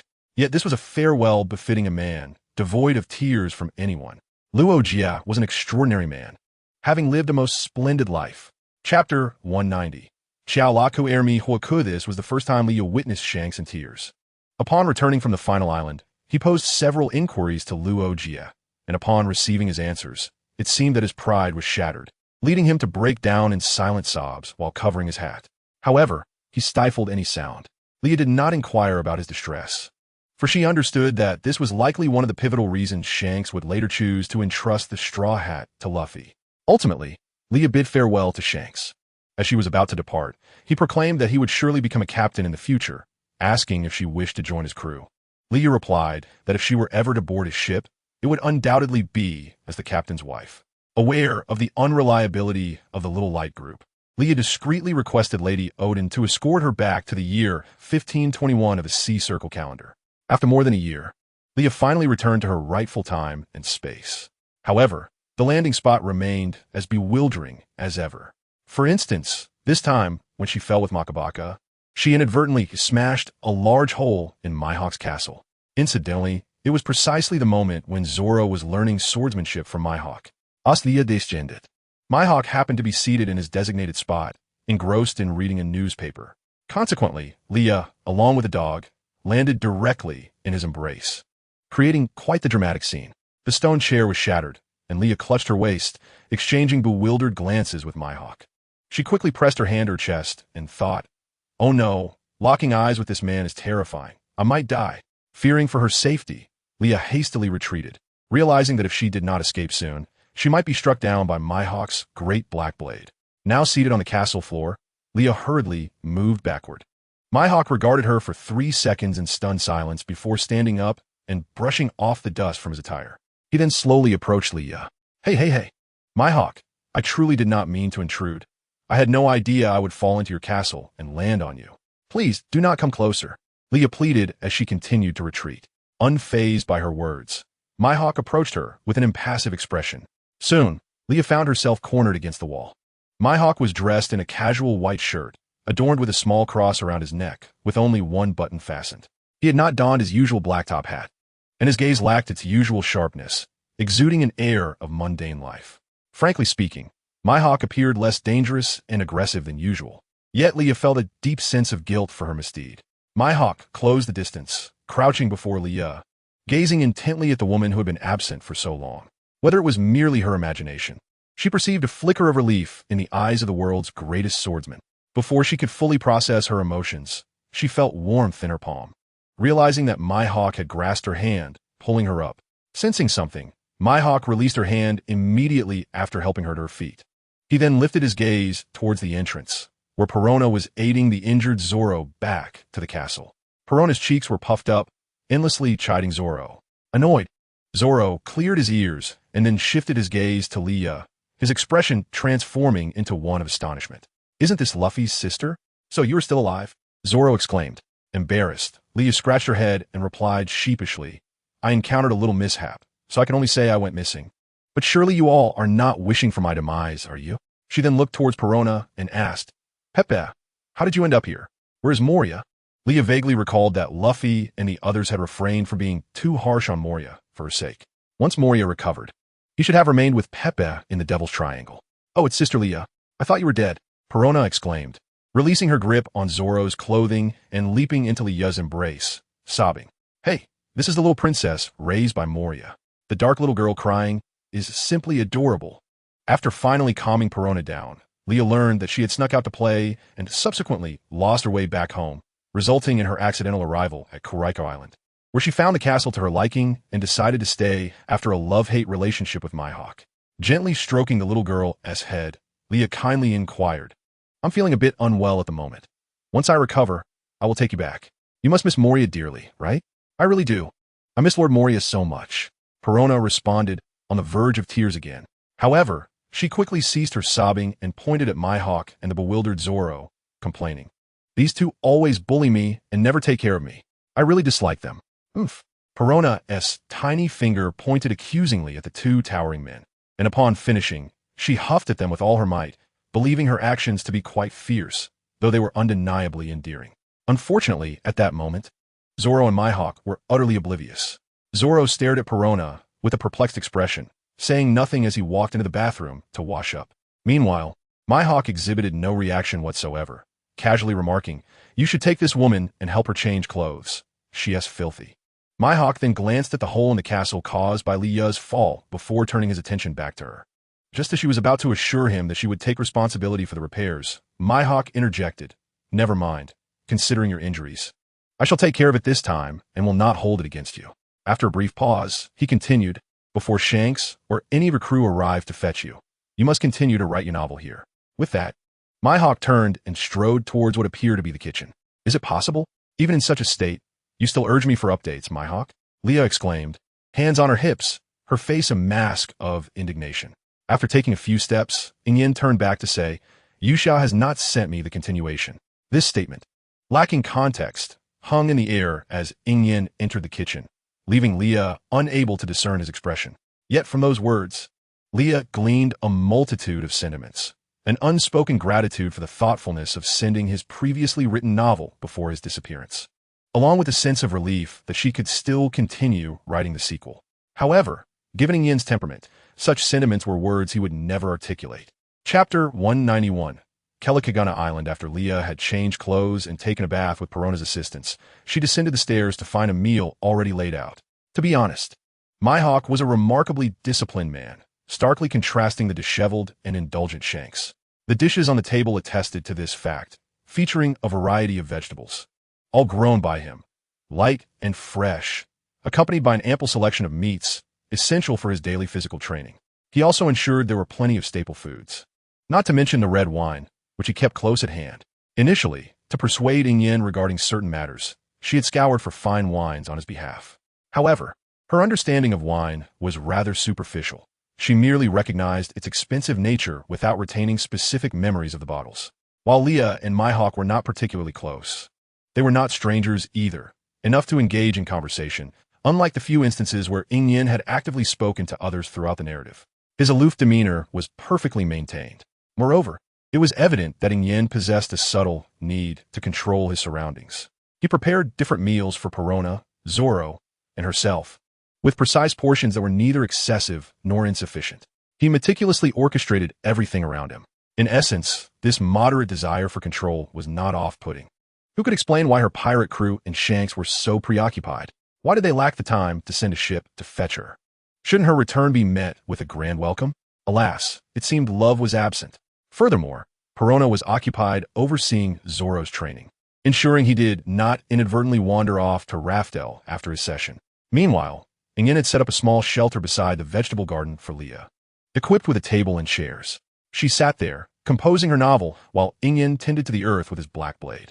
He had just harvested a batch of vegetables and was now preparing to plant more for the season. As Leah found herself bored, and suffering from writer's block. She watched Yin intently. Although she had suggested helping him with the gardening, he merely fixed her with his golden gaze and remained silent. All right, I was just joking. I know I'm injured and shouldn't move too much, Leah said, waving her hand in resignation. When the weather warmed, she proposed that Yin come by in the evening. After he declined, Leah, feeling restless, suggested fetching him a sun hat from the castle. After pondering for a moment, Yin nodded in agreement. When Leah returned, Yin was bent over, sowing seeds into the small holes in the earth. Leah rushed over, her dress billowing, and placed the hat atop his head. Standing at a distance, she clapped her hands in satisfaction, beaming with contentment. Yin, towering in stature, straightened without uttering a word. Simply gazing at Leah, she felt a shiver run down her spine under his intense gaze, fearing that should he become upset, he might chase her with his black blade. Having witnessed him using his sword to row a boat, and now plowing the fields with it, she recognized the impressive yet secretive capabilities of the black blade. It was a revelation she deemed too significant to share. After all, the world's greatest swordsman must maintain an air of dignity. As she contemplated her misstep, ready to concede, Yin unexpectedly uttered, "Thank you." My hawk, have you been possessed by something strange? You actually expressed gratitude to someone? Leah was taken aback. Ignoring her, my hawk continued sowing seeds, while Leah returned to her small shelter. Unbeknownst to her, Yin's true intention was to convey his appreciation for her patience with his taciturn nature. Ultimately, the only words that slipped from his lips were the simple thank you. In truth, Yin was quite considerate toward those he was familiar with, though he seldom voiced it. Of course, he often felt the urge to strike Shanks. For instance, at that moment, Yin and Perona were comparing their cooking frequencies. Are you speaking ill of Lord Moria? You ungrateful wretch. I have never owed him a favor. Yet you owe me one. Do you have any idea how many times I've cooked for you? My count is higher. I even helped in the fields. Did I invite you to stay here? How utterly ungrateful. I don't want to stay here anymore. Leah's sisterly affection was met with Perona leaping into her embrace. Leah scratched her head, then patted Perona, chuckling at Yin. My hawk, you truly are a domestic gem. Moreover, he imposed a ban on alcohol for Zoro. Yin questioned Zoro. Has your sword ever been broken? Zoro raised an eyebrow, responding a few times, including once by you. If you infuse your sword with haki, even the same blade will not shatter. Even if the edge bears a chip, it is a disgrace. All swords can become black blades. Black blades? Until you grasp this concept, you are forbidden from drinking. Huh. Perona snickered at Zoro's misfortune, while Leah watched their training with curiosity. The training methods of swordsmen differed vastly from physical training, yet the ultimate pursuit remained the same. The fist aimed to break the rules, while the swordsman sought to sever bonds. Leah was engrossed as she drew her large red scythe. Yin turned to her, inquiring, "Do you wish to spar again?" Leah hastily waved her hands. "I want to try using haki to enhance my slashes. I lack the ambition to become a king and do not possess the conqueror's haki to reach the pinnacle. But I wish to experiment with the other two types of haki, which might conserve my stamina." Yin nodded in understanding, then swung his black blade toward Leah. In just 2 days, Leah mastered this unique technique. Putting aside other matters, her comprehension skills were quite strong, although her innate abilities gave her an advantage. Yin was a professional in swordsmanship, yet his expertise was limited to those with innate talent. For an ordinary individual, his words might be incomprehensible, and even if understood, they might not be executable. Furthermore, since Leah's arrival, she had instilled some poor habits, primarily dragging Perona into late-night snacks. Eventually, Zoro joined their escapades, leading Yin to find himself dragged along to assist in barbecuing. In summary, life on Kelikagana Island was undeniably pleasant. Unexpectedly, the first to seek her out was it is indeed Doflamingo. End of this chapter, Chapter 192. Return and conversation after such a prolonged absence. Where have you been? You dead woman. Doflamingo stood upon his flamingo pirate ship, appearing somewhat pleased. Leah, fixated on the golden chain in Doflamingo's grasp, approached without uttering a word. She lightly tapped her foot on the ground and leaped onto his ship. With a gaze fixed on the chain, Leah expressed her discontent, saying, "Who calls someone a dead woman after such a long separation? I'm not dead yet, am I? You can call me that when I actually die." "It's good to be back," Doflamingo remarked, draping the golden chain around Leah's neck. "Would you believe me if I said I haven't gone anywhere for over a year? Just staying with my hawk." Leah scrutinized the chain, playfully attempting to tease Doflamingo. "I believe you as much as I believe in a ghost." That red-haired Yonko has already circled several routes searching for you, she implied, questioning how he could possibly evade capture. Moreover, Doflamingo merely anchored the ship here, refraining from disembarking, to avoid headlines about two warlords of the sea clashing. Beneath his sunglasses, Leah could not discern Doflamingo's expression, but she knew he was watching her intently. Then, Doflamingo's towering figure enveloped Leah as he embraced her tightly. Their heartbeats synchronized for a fleeting moment, and Doflamingo whispered softly in her ear, "Do not leave so recklessly again." The embrace was brief, yet filled with restraint. "I will not leave again unless my life reaches its end. Rest assured." Upon recalling Doflamingo's childhood, Leah understood how insecure he truly was. He had lost far too much. "I followed your advice and met that scoundrel Rossi. I have forgiven him," Doflamingo suddenly stated. "That is splendid. By the way, how are he and Andy faring?" Leah inquired curiously. Doflamingo smirked and replied, "You can check for yourself upon your return. I shall not spoil the surprise." Leah paused, shifting the conversation to more pressing matters. What was the outcome of the war? Doflamingo recognized Leah was referring to the events in Mariehua, while Marineford had nearly been sunk by the tremendous thunderstorm brought forth by the black hole. The surviving Navy members were considered strong, while the pirate casualties were significant, as a fierce tsunami later struck the area, claiming many lives beneath the waves. In such dire circumstances, many believed Leah would not survive, yet they did not share that conviction. As long as her body remained unfound, it signified she might be hiding in some corner of the world, watching them fret and panic, as she had always been so wicked. The Revolutionary Army had officially declared war on the Celestial Dragons, with only a few remnants of the Navy remaining. The former admiral had resigned and defected with his faction to the Revolutionary Army. Akainu had become the new admiral, yet he seemed unwilling to serve the Celestial Dragons, engaging in many covert operations. However, constrained by military funding, the Navy still appeared to serve its purpose. Among the nations allied with the world government, some had formed coalitions openly supporting the Revolutionary Army, led by the King of Alabasta, Nefertari Vivi. More nations, unable to pay the Celestial Dragons' exorbitant fees, joined the ranks of resistance. In summary, the strength of the Revolutionary Army was steadily growing, and the two sides were, for the time being, evenly matched. Your deputy, Yushia, has been making decisions in your stead, providing substantial support to the Revolutionary Army in logistics and medical care. Their endurance thus far owes much to her assistance. During your absence, she has managed these affairs exceptionally well. Doflamingo summoned 2 chairs for Leah, and they gradually delved into these discussions. "Indeed, it is Yushia. I knew she would excel, perhaps even more so than I," Leah remarked. "I aim to create an environment where even immense military power and privileged backgrounds can realize their self-worth. I cannot alter the global landscape in a short time, but I can transform my business. I intend to establish the world's strongest enterprise, investing the profits in foundational education, providing employment opportunities for students, and promoting capable individuals.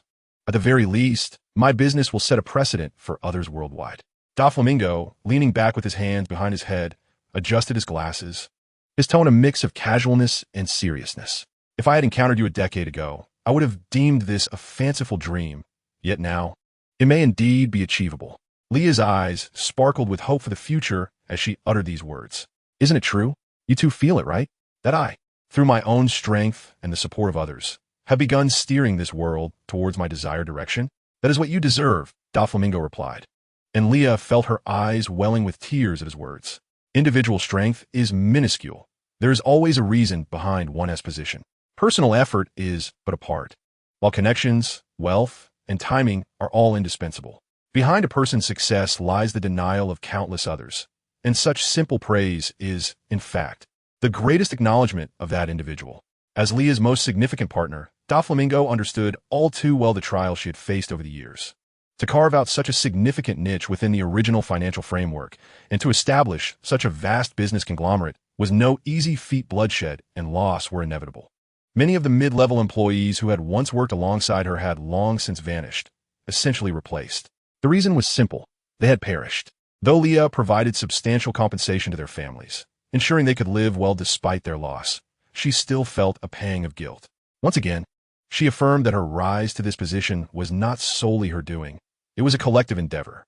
They should have enjoyed the greater victories just as she did now. End of this chapter. Chapter 193. Epilogue 1. Doflamingo, would you escort me back to Sicily? I must return to oversee matters. And I feel somewhat guilty having Yushia handle everything alone, Leah said. I can certainly take you back. But are you truly not planning to check on your two brothers and other loved ones to assure them of your safety? Doflamingo raised an eyebrow and inquired. I did make a call previously, but I didn't disclose my exact whereabouts. I worry they might all rush to Clay Khan Island. After all, it is Mihawk's territory. Furthermore, regarding life cards, as long as I do not wish for them to know my location, they cannot find me. Doflamingo glanced at Leah and remarked, I am aware, which is precisely why I gifted you that magnificent golden chain. Leah blinked, asking, does this item possess any special significance? I initially thought you were merely indulging my whims by presenting me with gifts of gold, to which Doflamingo responded with an air of exasperation, imploring, do not feign ignorance. He then posed a sudden inquiry. Have you accidentally traversed back in time? Leah widened her eyes in astonishment, and just as she was about to inquire how he knew, Doflamingo spoke once more. Even if you have returned to the past, you are not the sole one who remembers. Regaining her composure, Leah remarked, indeed. However, you truly detested me in your youth. She couldn't help but exclaim. I did not harbor any hatred towards you. I merely disliked uttering those overly sentimental phrases. Doflamingo candidly confessed. Meanwhile, Mihawk stood silently at a distance, leaning against a towering tree, observing their conversation without interjecting. Perona floated nearby. Her curiosity piqued as she glanced between Mihawk and the pair, commenting, you seem rather peculiar today. Mihawk disregarded her observation, retracting his gaze and retreating to his castle alone. Ultimately, Doflamingo escorted Leah back to Sicily, but during their farewell to Mihawk, there was a noticeable oddity in his demeanor. Additionally, Leah returned Pepe to Moria, who, having raised her as a daughter, offered Leah a modicum of goodwill. However, the subsequent insistence of Perona to seek out Mihawk would unfold as another matter. It is worth noting that Shanks did not seek Leah immediately due to his uncertainty. During that period, numerous other pirates incessantly challenged him. The red-haired pirates typically refrained from exterminating their foes, but in a state of urgency, Shanks resorted to more severe measures. After several adversaries had perished, he finally found time to pursue Leah.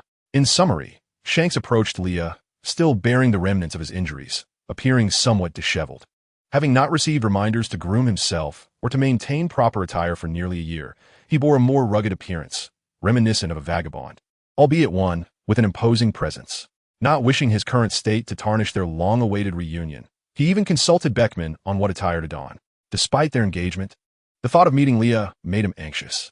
In truth, he suspected that Leah might have inadvertently traveled back in time. Yet, he harbored concerns. What if Leah became lost within the fabric of time, or returned to an even more distant past? Would they be forever separated? Sensing something amiss, Shanks sought out Doflamingo for a discussion, gaining some clarity on the specific time frame to which Leah had returned. To ensure her safety, he even collaborated with Doflamingo to locate everyone who had encountered Leah during that period, ascertaining whether she had faced any peril. The outcome was relatively optimistic. At the very least, within their shared timeline, Leah had departed unscathed. However, it was disheartening to learn that Leah had encountered Kizaruin in the past, a revelation that irked both Shanks and Doflamingo. Their knowledge stemmed from Kizaruin, who, fully aware of the situation, had deliberately shared this detail to provoke Shanks. Despite Kizaru's ambiguous recounting of events, Shanks was compelled to listen, furrowing his brows in annoyance. Although he understood that certain occurrences were a consequence of Leah's injuries, his vexation could not be directed towards his dear wife, leaving him to silently resent Kizaruin instead. Regrettably, Kizaruin was exceptionally astute, unless pitted against sheer strength. Few could outmaneuver him in this world. Upon their meeting, Shanks enveloped Leah in a warm embrace. Observing this tender moment, the others instinctively distanced themselves, affording the couple privacy, a rare display of respect from the red-haired pirates toward Shanks. Perhaps it was because they had witnessed the profound desolation he experienced during Leah's absence. This marked the second occasion Shanks shed tears before Leah, though this time it was from overwhelming joy. Only in her presence could he truly grasp the reality of her return. While shedding tears felt somewhat humiliating, expressing such vulnerability before his beloved wife did not seem overly disgraceful. The two vowed to organize a wedding celebration following their ultimate victory in battle. Upon Leah's return, her inaugural endeavor was to establish a university on Sicily. Given the pressing wartime circumstances, the plight of the impoverished populace was dire, with many displaced. Yet, it is precisely during such tumultuous times that extraordinary talents and geniuses emerge, individuals who would play pivotal roles in shaping the future. War can indeed give rise to true heroes. Therefore, the establishment of an educational institution was essential to nurture these seeds of wisdom. After conferring with Uncle Dragon, the extensive collection of books housed in Elbaf was transferred to the university library in Sicily. Many years later, Sicily became a revered sanctuary for countless scholars. The tombstone of Yushia's teacher was among the first to symbolize the seeds of knowledge planted within the university, revered as an emblem of the pursuit of knowledge, eternally enshrined in that place. After her reunion with Shanks, Leah also visited Ace. Whitebeard had survived the war on the top, yet due to his advancing age, he chose to retire in his homeland, seeking a tranquil life. Marco remained by Whitebeard's side, tending to his health. Ace, having inherited Whitebeard's will, experienced significant enhancement in his power after embracing the White Flames. As for Haki, under Leah's formidable influence, Shanks took charge of Ace's training in this regard. In Chapter 194, the concluding segment, upon Leah's return and subsequent encounter with Ace, she observed his considerable maturation. He had transformed into a true captain, capable of shouldering responsibility. The Whitebeard pirates had disbanded, yet many former members opted to follow Ace, establishing a new crew to vie for the ultimate treasure. Luffy, under Rayleigh's tutelage, had made remarkable strides in power during the 2-year interval, and similarly, the members of the Straw Hat crew had also significantly improved. However, Ace had not been idle. Having mastered the White Flames, his strength had surged considerably. These flames, a unique fire Leah had acquired in her previous life, possessed the remarkable trait of lacking a temperature threshold. As long as there was something combustible, they would continue to burn, demonstrating immense destructive potential. Even amidst the ocean, they could persist, evaporating surrounding moisture entirely. Additionally, Shanks guided Ace in mastering Haki, a domain in which Shanks excelled at the highest level, making him the ideal mentor for Ace. Ace's overall strength surged rapidly, and after over 2 years of training, he rejoined the crew, this time as the individual poised to lead. A clash between him and Luffy was inevitable, and during the final contest for the ultimate treasure, the outcome remained uncertain. Ace may not possess grand ambitions regarding One Piece, nor does he harbor a desire to become the Pirate King. However, he is indeed curious about what Roger left behind. He yearns for all the answers. Luo mistakenly believes that Rosinante has been slain by Doflamingo, which leads him to seek retribution against Doflamingo after becoming a supernova, even temporarily aligning himself with the 7 warlords. Doflamingo understands the underlying causes, but is not the type to patiently explain matters to his former subordinates. Rather, he finds considerable amusement in the prospect of clashing with Luo. Observing the frantic demeanor of the young man determined to defeat him brings Doflamingo much excitement, providing a welcome diversion from his otherwise mundane existence. This continues until Rosinante learns of the situation. Rosinante, known for his amiable temperament, feels a twinge of guilt towards his elder brother. Regardless of Doflamingo's nature or status, he has never treated Rosinante harshly. In fact, his kindness has often been remarkable. Upon discovering the truth, Luo feels a sense of relief, but does not seek to ease the tension between himself and Doflamingo. Their personalities are inherently incompatible.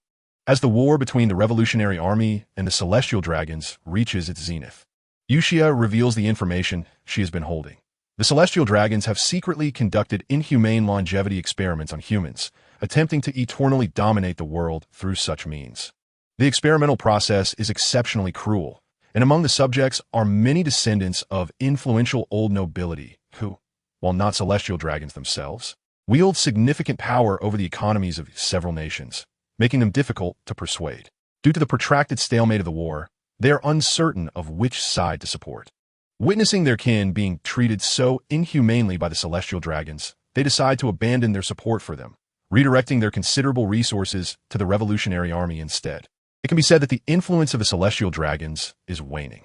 Reports of the atrocities committed by the celestial dragons against the common people incite worldwide condemnation and uprisings.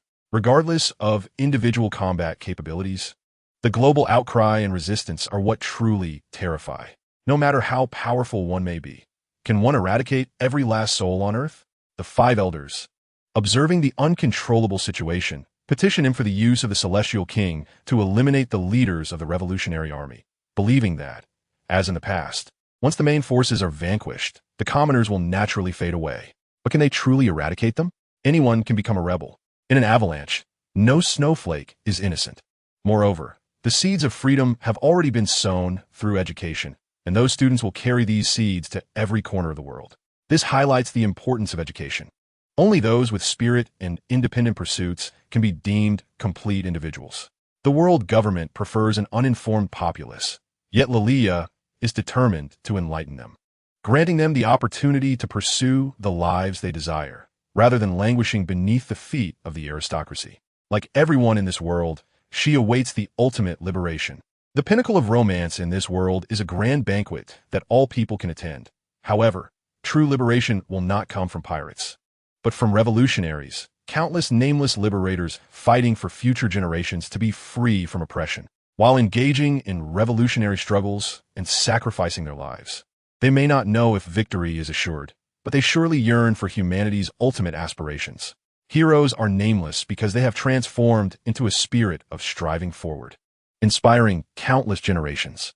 When all forces unite and storm the headquarters of the world government, tearing down the flag that symbolizes celestial dragon supremacy, tears fill the eyes of all. After 7 long years of war, they arrive here, imbued with the faith of all the fallen, achieving final victory. Perhaps it is serendipity. Although pirates continue to vie for supremacy over the seas, during the decisive battle, they unite to form an alliance against the 5 elders and Im. To forge this alliance, Shanks and his comrades engage in numerous battles, whether through brute force or other means, ultimately consolidating the strength of the pirates. Pirates are inherently unruly, especially those who have entered the New World. They would never willingly accept subservience. Their ability to form an alliance signifies immense effort on their part, contributing to the final offensive. Meanwhile, Sengoku has retired, and Carp, adhering to his promise to his granddaughter, departs from the Navy to take refuge in Sicily. Naturally, Kobe and his companions follow in Carp's footsteps, leaving the Navy as well.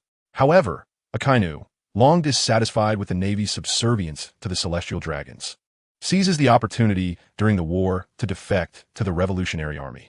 Yet this is merely a temporary collaboration.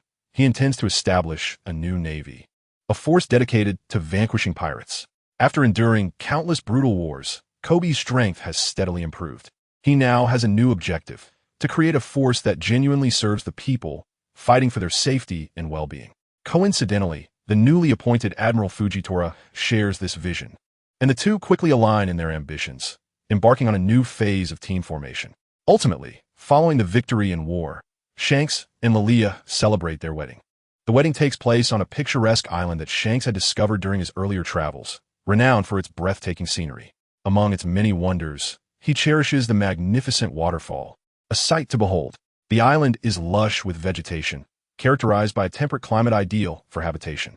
He has long envisioned bringing Lilia here to settle down once he relinquishes his life as a pirate. The presence of natural hot springs would surely delight her.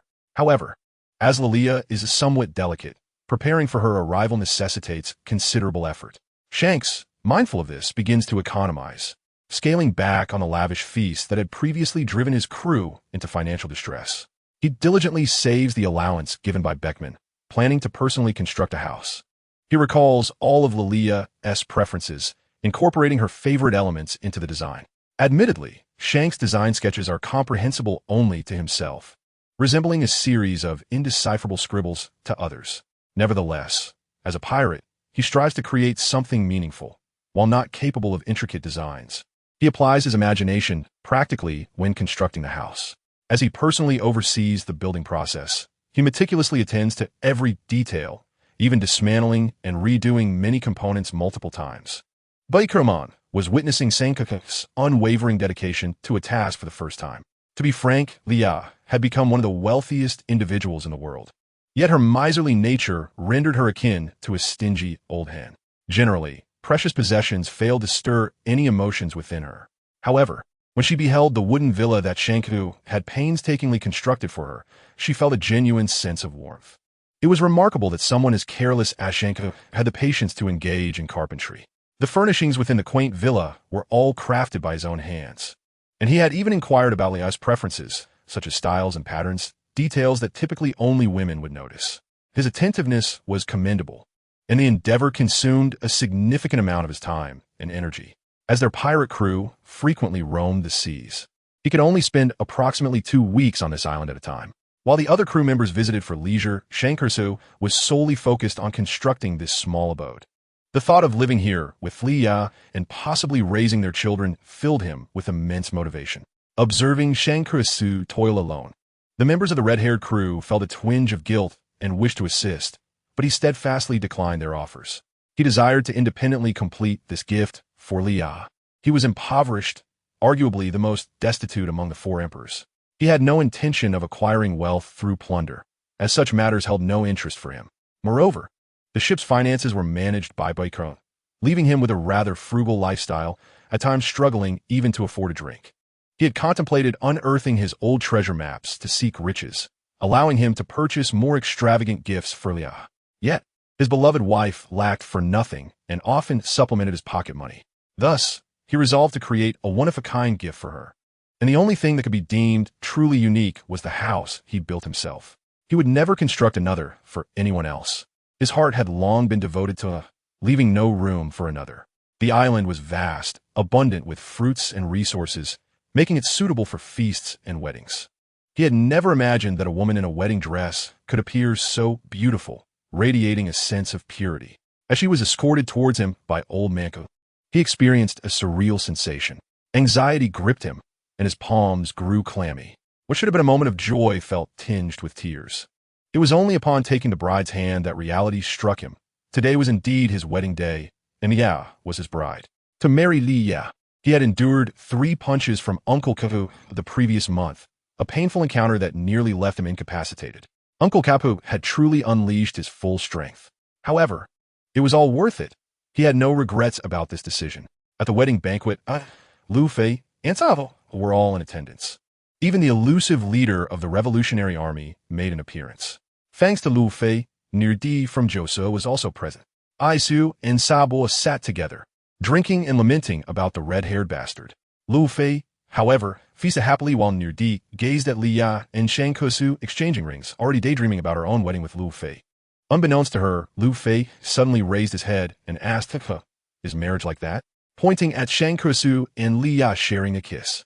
Han Ku's face flushed crimson, and she hesitantly nodded. Lu Fei continued, "Then let's get married once I become the pirate king." As he spoke, determination sparkled in his eyes. Make no mistake, he was resolute about becoming the pirate king. Naturally, despite understanding, this declaration brought immense joy to Fan Kuka. Sitting beside Lu Fei, Chaoba's eyes widened in disbelief as he exclaimed, "Lu Fei, proposals shouldn't be so casual. Do you even know what marriage is?" Lu Fei scratched his head dismissively. Don't mind the details. However, it would be incorrect to claim that the oblivious Lu Fei knew nothing, for he possessed the ability to hear the voices of all things.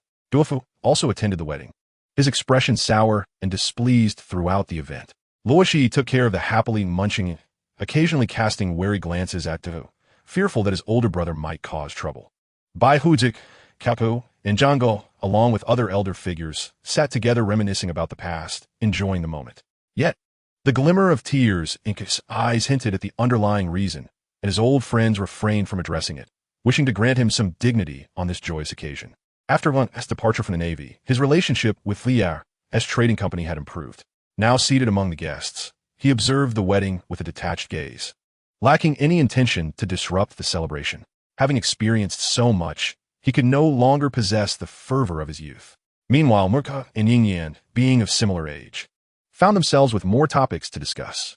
Though Yingyan was typically reticent, he indulged in drink today, surprising who had a fair understanding of him. However, upon catching a glimpse of the jealousy lurking in his eyes, couldn't help but feel astonished.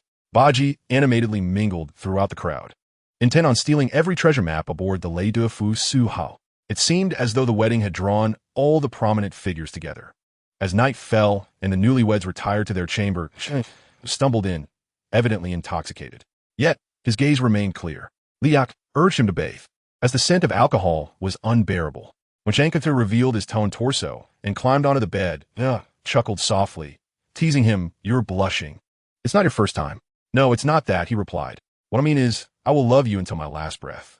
"Isn't it a bit early to make such a promise?" she questioned. No, it's something that should have been said long ago. Liar wrapped her arms around Chico's neck, momentarily placing her trust in him, warning, if you deceive me, you know the consequences. Then, she kissed his lips. As the lights dimmed, their silhouettes intertwined. One day, the sound of liberation's drum will resonate across every corner of the world, freeing people from suffering. The main text concludes here. Chapter 196. Side story 1. ReaperSister, compulsory love. It is unclear when it began, but Vinga noticed that the frequency of encounters with that brat Luo was increasing. In his original plan, if Luo could become a weapon in his hands, many matters would surely proceed more smoothly than they currently did. However, he harbored a deep disdain for the boy, because each of his appearances serves as a painful reminder that he has taken the life of his own brother, the only family he had. Even though later on, Luoshi was saved by Leah, in his heart, Luoshi had already died once. They had the opportunity to become family. Yet fate did not allow them to support each other in becoming the supreme rulers of this world. His heart felt profoundly empty, as if it contained nothing. Meanwhile, that young man, it seemed, mistakenly believed that Luoshi was truly dead. He must be plotting revenge for Luoshi. 2 years ago, his strength was insufficient. Now, after forming an alliance with the Straw Hat Pirates, he appeared to be scheming against him. He found all of this rather intriguing. He was eager to witness the progress that Luo had made over the years, as all the cunning tricks and strategies he employed were teachings imparted by him. He harbored hatred, yet he could never escape the shadow that this young man cast upon him. For Dofu, this situation was exceedingly interesting. The birdcage had opened, enveloping the entire Diliusaloosa in his shadow. This instance was rather straightforward, a revenge plot orchestrated by Luo against him. After all, he had not wronged the people of Diliusaloosa. Even the Navy could not find justification to act against him. Diliusaloosa was originally the domain of the Don Quixote family, and having been stripped of his celestial dragon status, he was merely reclaiming what rightfully belonged to his family. To be honest, a kingdom's throne was of little value to him, for he wielded power over more than just one nation. He had subdued neighboring countries, consolidating their armies into a formidable force at his disposal. Whenever someone sought to dethrone him, he could easily mobilize those forces against them. This strategy was reserved for those with a sense of compassion. After all he had done for them, they were expected to serve him when the time came. There is no such thing as a free lunch in this world. Fortunately, his ability to win hearts was formidable, and many willingly pledged their loyalty to him. Regrettably, during his final confrontation with Luo, he was interrupted by the arrival of Kizaruin. It was rather disappointing, as he had wished to indulge in a chaotic revelry to solace the heart that quietly lingered in darkness, gradually succumbing to decay. When one becomes overly fixated on another, an inexplicable atmosphere inevitably arises. In his quest for revenge against Dofu, Luo had meticulously investigated all of Dofu's affiliations, leaving no stone unturned. However, upon verification, Luo discovered that Dofu was exceedingly cunning, with intricate interpersonal relationships. Pulling one thread would ensnare the entire web, implicating anyone connected to him. It was a troublesome affair targeting a single individual, as it would inevitably provoke a cascade of powerful figures. After all, their interests were intertwined. This was a lesson Dofu had learned over time while mingling with Leah. Upon learning that Kizaruin was still alive, Luo's feelings towards Dofu became increasingly complex. There were moments of intense hatred, yet at times he could not help but admire Dofu's capabilities. There was a certain charisma to him, albeit one that belonged to a villain. It was only when he found himself utterly drained, with Bape imprisoned in a cage, taken away by several of Dofu's subordinates, that Luo realized he had underestimated him gravely.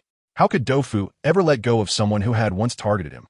Lacking strength, with sea stone handcuffs binding his ankles, he found himself within the opulent palace of Diliusaloosa, utterly devoid of avenues for rescue.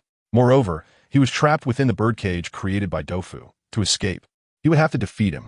The agreement made with the Straw Hats to challenge Kaido now seemed utterly unattainable. As the lights dimmed gradually, leaving only a small, feeble illumination upon Luo's face, he felt increasingly weak, forced to lie on the cold ground, gasping for breath. What kind of drug was this? Exhibiting such potent effects that even his ability to manipulate with the surgical fruit was rendered futile? The sound of Dofu's footsteps grew nearer, and Luo helplessly clenched his sleeves, overwhelmed by an unbearable sense of powerlessness. In truth, this drug was concocted by Leah for the purpose of a prank. It was colorless and tasteless, yet it left one utterly weakened. Furthermore, unless the effects wore off, there was no antidote. Dofu's arrogant and brazen laughter approached, and Luo regarded him with eyes filled with hate.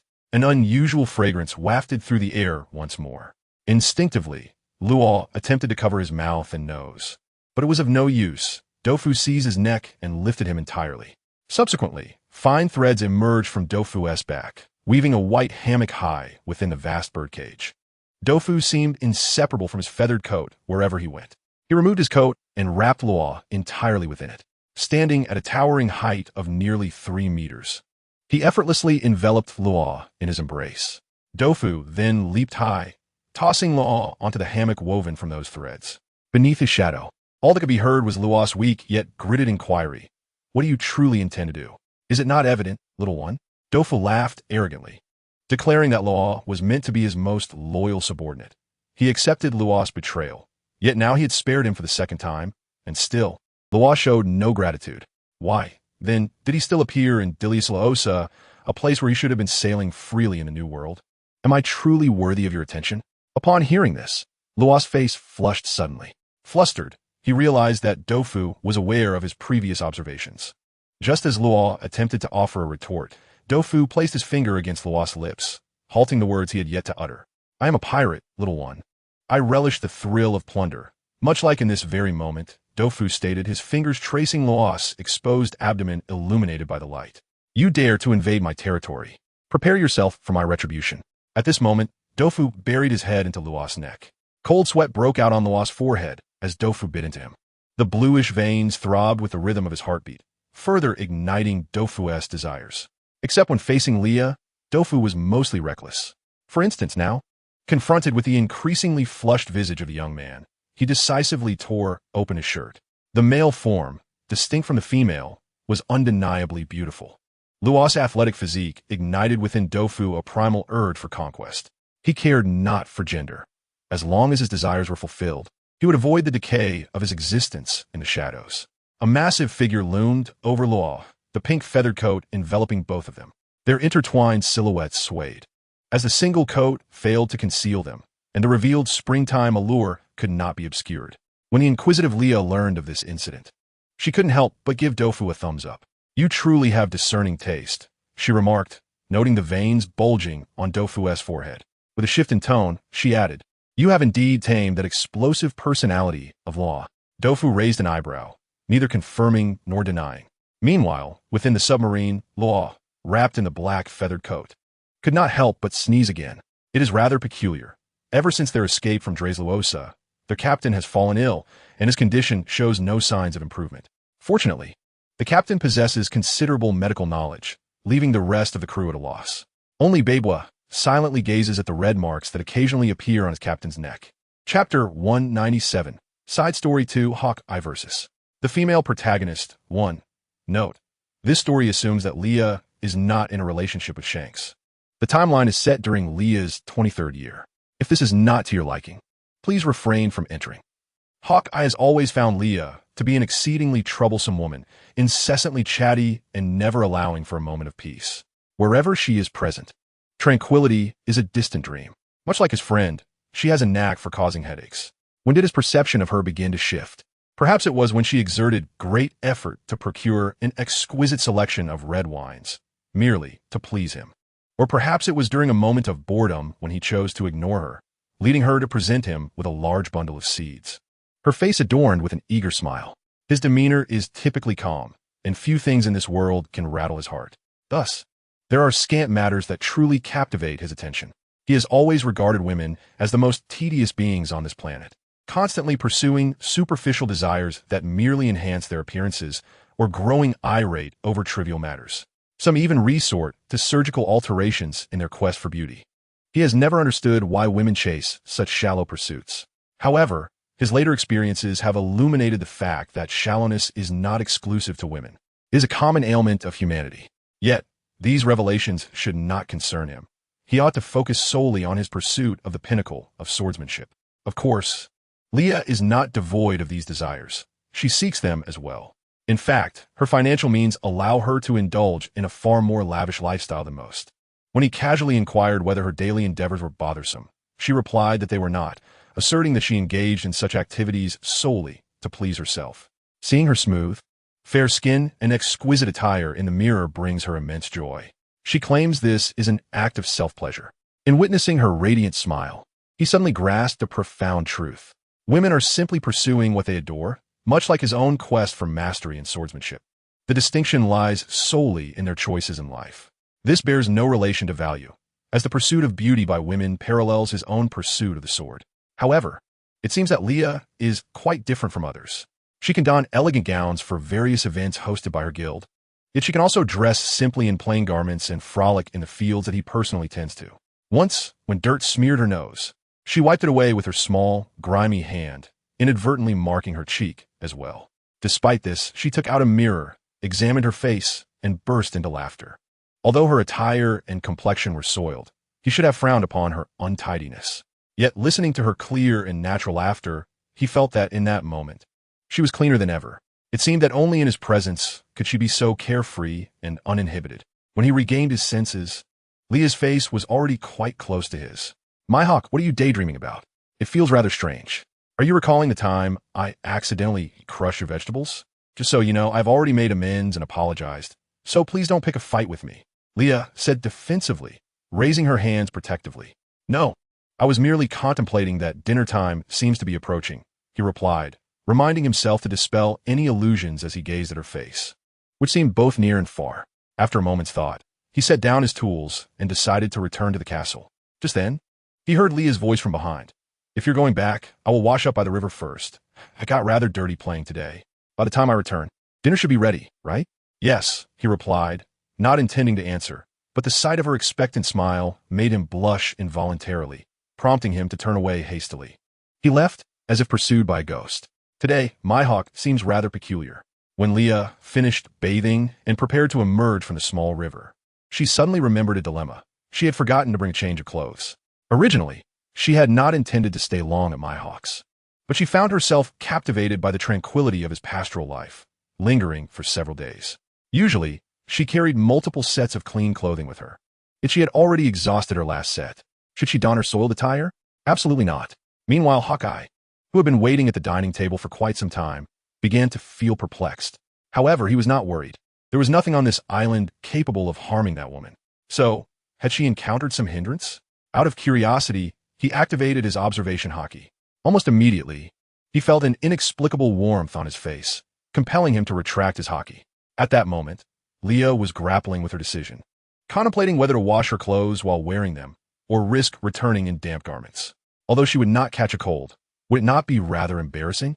Hawkeye pondered this as he searched his room for a white shirt and trousers he typically wore, which he soon held in hand. Before long, he presented them to Leah, his expression awkward as he uttered, "If you do not mind, you may wear these for the time being." Leah hastily accepted the garments he tossed her, only to find that Hawkeye had already turned away. A smile crept onto her lips. He displayed quite the gentlemanly demeanor. After fumbling for a moment, she donned the clothes. Although they were a bit oversized, with the shirt nearly reaching her knees and the trousers pooling at her feet, it sufficed. She needed to quickly return and wash her own clothes, then return these to Hawkeye. However, to her surprise, the garments carried a subtle scent of sandalwood, which relaxed her considerably. Hawkeye indeed possessed exquisite taste, befitting one of noble birth. With the intention of returning the clothing after washing it, Leah lingered in the castle for an additional 2 days. Yet, whenever Hawkeye glimpsed his attire adorning that woman, an odd sensation washed over him. Chapter 198, Side Story 3, Hawkeye vs. The female protagonist, too. Aside from visiting Shanks, Leah frequently sought out Hawkeye on Kelikine Island. Over time, they grew increasingly familiar with one another. Presently, she wore Hawkeye's clothing, resided in his castle, and savored the meals he prepared. One must admit, this situation was quite delightful. However, Leah suddenly realized why this state resembled that of an elderly couple after marriage. It is only when one person develops an interest that they become curious about the inner world of the other, desiring to understand their thoughts beyond mere superficial comprehension. Ingyen set down his glass of red wine and inquired, "What drives your obsession with making money?" Leah replied, while taking a bite of her dish, "Because money allows me to pursue what I wish to do." "And what is it that you wish to do?" Ingyen raised his glass again, taking a sip as he asked. Beyond mere material satisfaction, I aspire for everyone to have the courage to voice their dreams. I wish to create a society where such bravery is possible. Those burdened and oppressed cannot freely express their dreams. I aim to foster a society where one can boldly pursue their true self. As she spoke of these aspirations, her eyes sparkled with fervor. Upon hearing her words, Yin instinctively furrowed his brow.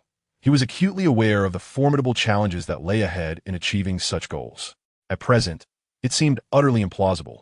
He remarked objectively, not intending to dismiss Leah's perspective, for every individual's dream deserves respect. It's all right. I am not alone in this endeavor. Many others stand behind me, striving for our shared belief. Even if my generation cannot accomplish it, there will surely be successors who carry forth my ideals. As long as there are those who persist, I cannot deem myself a failure. Leah set down her chopsticks. Though they were dining on Western cuisine, she preferred using chopsticks. Whether simple or sophisticated, what mattered was her comfort, wasn't it? But what if it never becomes reality? He had to admit that he despised most of the world, yet to live more freely, he had made numerous compromises. For instance, becoming one of the 7 warlords. Then so be it. I have already begun, taking it step by step. That is what truly matters, is it not? Leah shrugged her shoulders and continued. After all, I am merely an ordinary person. I cannot achieve everything. Yet, from your usual tone, it seems you harbor disdain for this world. Why exert so much effort for it? Yin probed further. Precisely because it is foul and detestable that I wish to make it better. Leah lifted her head with a beaming smile, asserting that no matter how much the world may disgust her, there are still elements that compel her to remain. I strive for those I cherish. A belief sustains my progress. This feeling is exquisite, akin to your unwavering conviction to become the strongest while continually facing challenges from various swordsmen. I too fight for them. Life is fleeting. To have dreams, beliefs, and pursuits is an immense fortune. In this brief existence, I refuse to live aimlessly. Yin nodded in acknowledgement. His gaze towards Leah now tinted with a hint of admiration. He relished the company of such individuals, as they reminded him that he was not alone in this world. Countless others, like him, were still journeying along their paths. Perhaps this marked a turning point. Following their conversation, Yin and Leah found themselves engaging in more dialogue. Eventually, they even discussed Salong, and he later showed Leah Salong's bounty poster, expressing great expectations for him. Naturally, the bond between the two was subtly shifting as well. Leah frequently spent time with Xianka Si and Yin, not merely chatting, but gathering for camaraderie. Of course, it was not just the 3 of them. Others from the red-haired crew were present as well. Yin spoke sparingly, often struggling to keep pace with Leah's expansive thoughts, which were beyond the grasp of the ordinary mind. However, unlike Yin, when Leah broached topics that left others baffled, Xianka Si would enthusiastically support her, even if he did not fully comprehend. Yin bore his own burdens, yet they were not significant, particularly in the company of familiar faces. Each time he observed Leah and Xianka Si joyfully engaging, he felt a twinge of discomfort within him, a sensation entirely new to him. The hangover had become an unchangeable habit for Xianka Si, and out of desire to validate his own thoughts, Yin restrained himself from leaving midway. He quietly watched as Leah and Xianka Si played, drinking games, reveling in their merriment, observing them downing drinks. He could not help but frown. It was not that he feared for Xianka Si's well-being, given Xianka Si's physique. One could stab him and still question if the skin would break.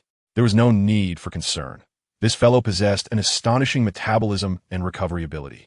Yet, he pondered whether Leah might face issues.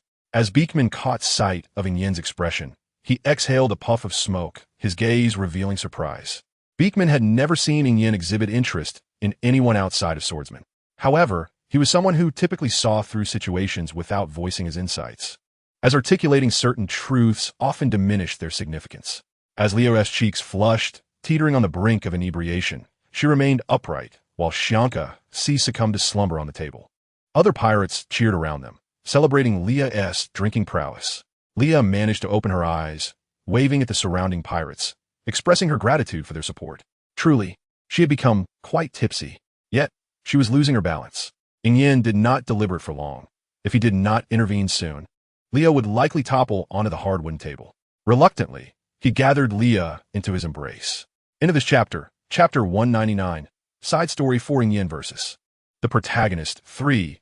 The air around them fell momentarily silent before erupting in a lively chatter once more. The members of the red-haired crew were evidently not entirely inebriated. However, Ingyan was likely well aware of this. Yet, he had no desire to concern himself with such matters. As long as he followed his heart's inclinations and seized what he desired, was that not sufficient? So what did he truly want? Ingyan brought Leah aboard the Red Force, where a room had been prepared for them long in advance. He laid her down on the pristine sheets. No sooner had he set her down than Leah's hand reached out to grasp his, holding on tightly, making it difficult for him to extricate himself. He could have easily freed himself with a bit more force, but he did not wish to rouse her from slumber. Perhaps he truly cared after all? Leah had also resided in her castle, and he was aware of her habit of sleeping with a doll or a pillow. Thus, he tucked another empty pillow into her embrace. Indeed, upon sensing something in her arms, Leah released her hold on Hawkeye and instead clutched the pillow tightly. Perhaps he ought to reflect more deeply on the nature of their relationship. He pulled up a chair and quietly sat at the bedside, gazing at the rosy hue of Leah's profile. The moonlight cast a gentle glow upon her face, and the image of her in his heart began to blur. Perhaps he too yearned to uncover all her secrets. Shanks understood this woman far better than he did, yet whenever he had shown a fleeting interest in asking, the typically nonsensical Shanks would fall silent. Shanks was concealing certain truths from her. These secrets could incite considerable turmoil, prompting even the carefree Shanks to deliberately keep them hidden. Feeling a headache coming on, he realized he was becoming increasingly preoccupied with this woman. The next day, as he opened the door to step outside, he found Red-Haired's crew crowded at the entrance. As he swung the door open, they nearly toppled over one another. Hawkeye, with a hint of disdain, stepped back slightly, his golden eyes fixated on them, sending a chill down their spines. Being sliced by the world's greatest swordsman was no joking matter. Thus, the pirates swiftly regained their composure and vanished in the blink of an eye. Hawkeye exhaled a heavy sigh, pinching the bridge of his nose. After a sleepless night, even he felt a touch of fatigue. He had never known that life would present so many ponderous questions. When he finally lifted his gaze, he found himself locking eyes with Beckman, who was smoking outside. Under Beckman's scrutinizing gaze, Hawkeye was the first to avert his eyes. Following the recent events, he began to deliberately avoid Leah. For instance, when she visited him at Kelikana Island bearing gifts, he hardly acknowledged her presence, choosing instead to immerse himself in sword practice and feeding the gorilla, acting as though he were invisible. Even when he encountered her during business outings, he refrained from approaching her, pretending not to see her. Frustration welled within him. However, Leah found herself at a loss as to how to deal with him. The world's greatest swordsman, impervious to any form of persuasion, remained utterly unyielding.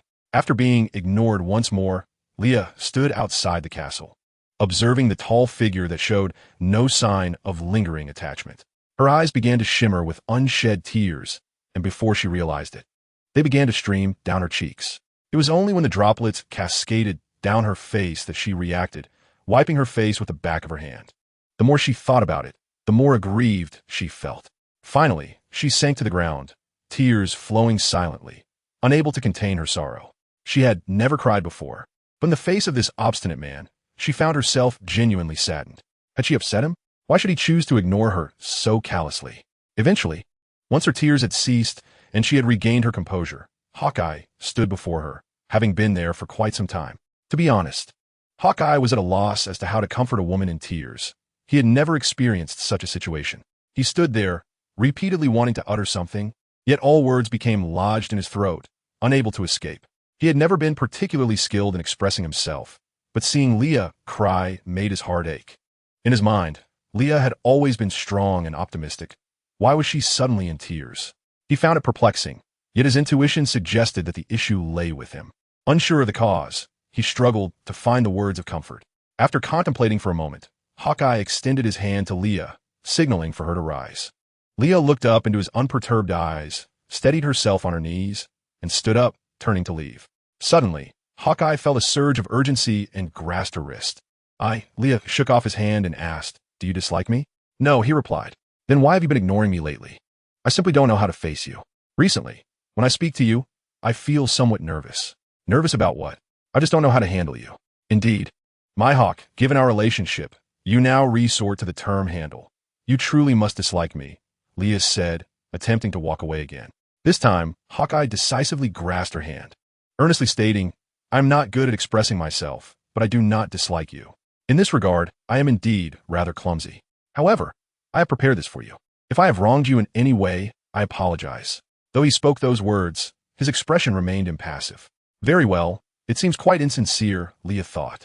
Nevertheless, having known Hawkeye for so long, she understood that his stoic demeanor was simply part of who he was. He handed her a dagger. "The first time I have seen someone apologize with a dagger.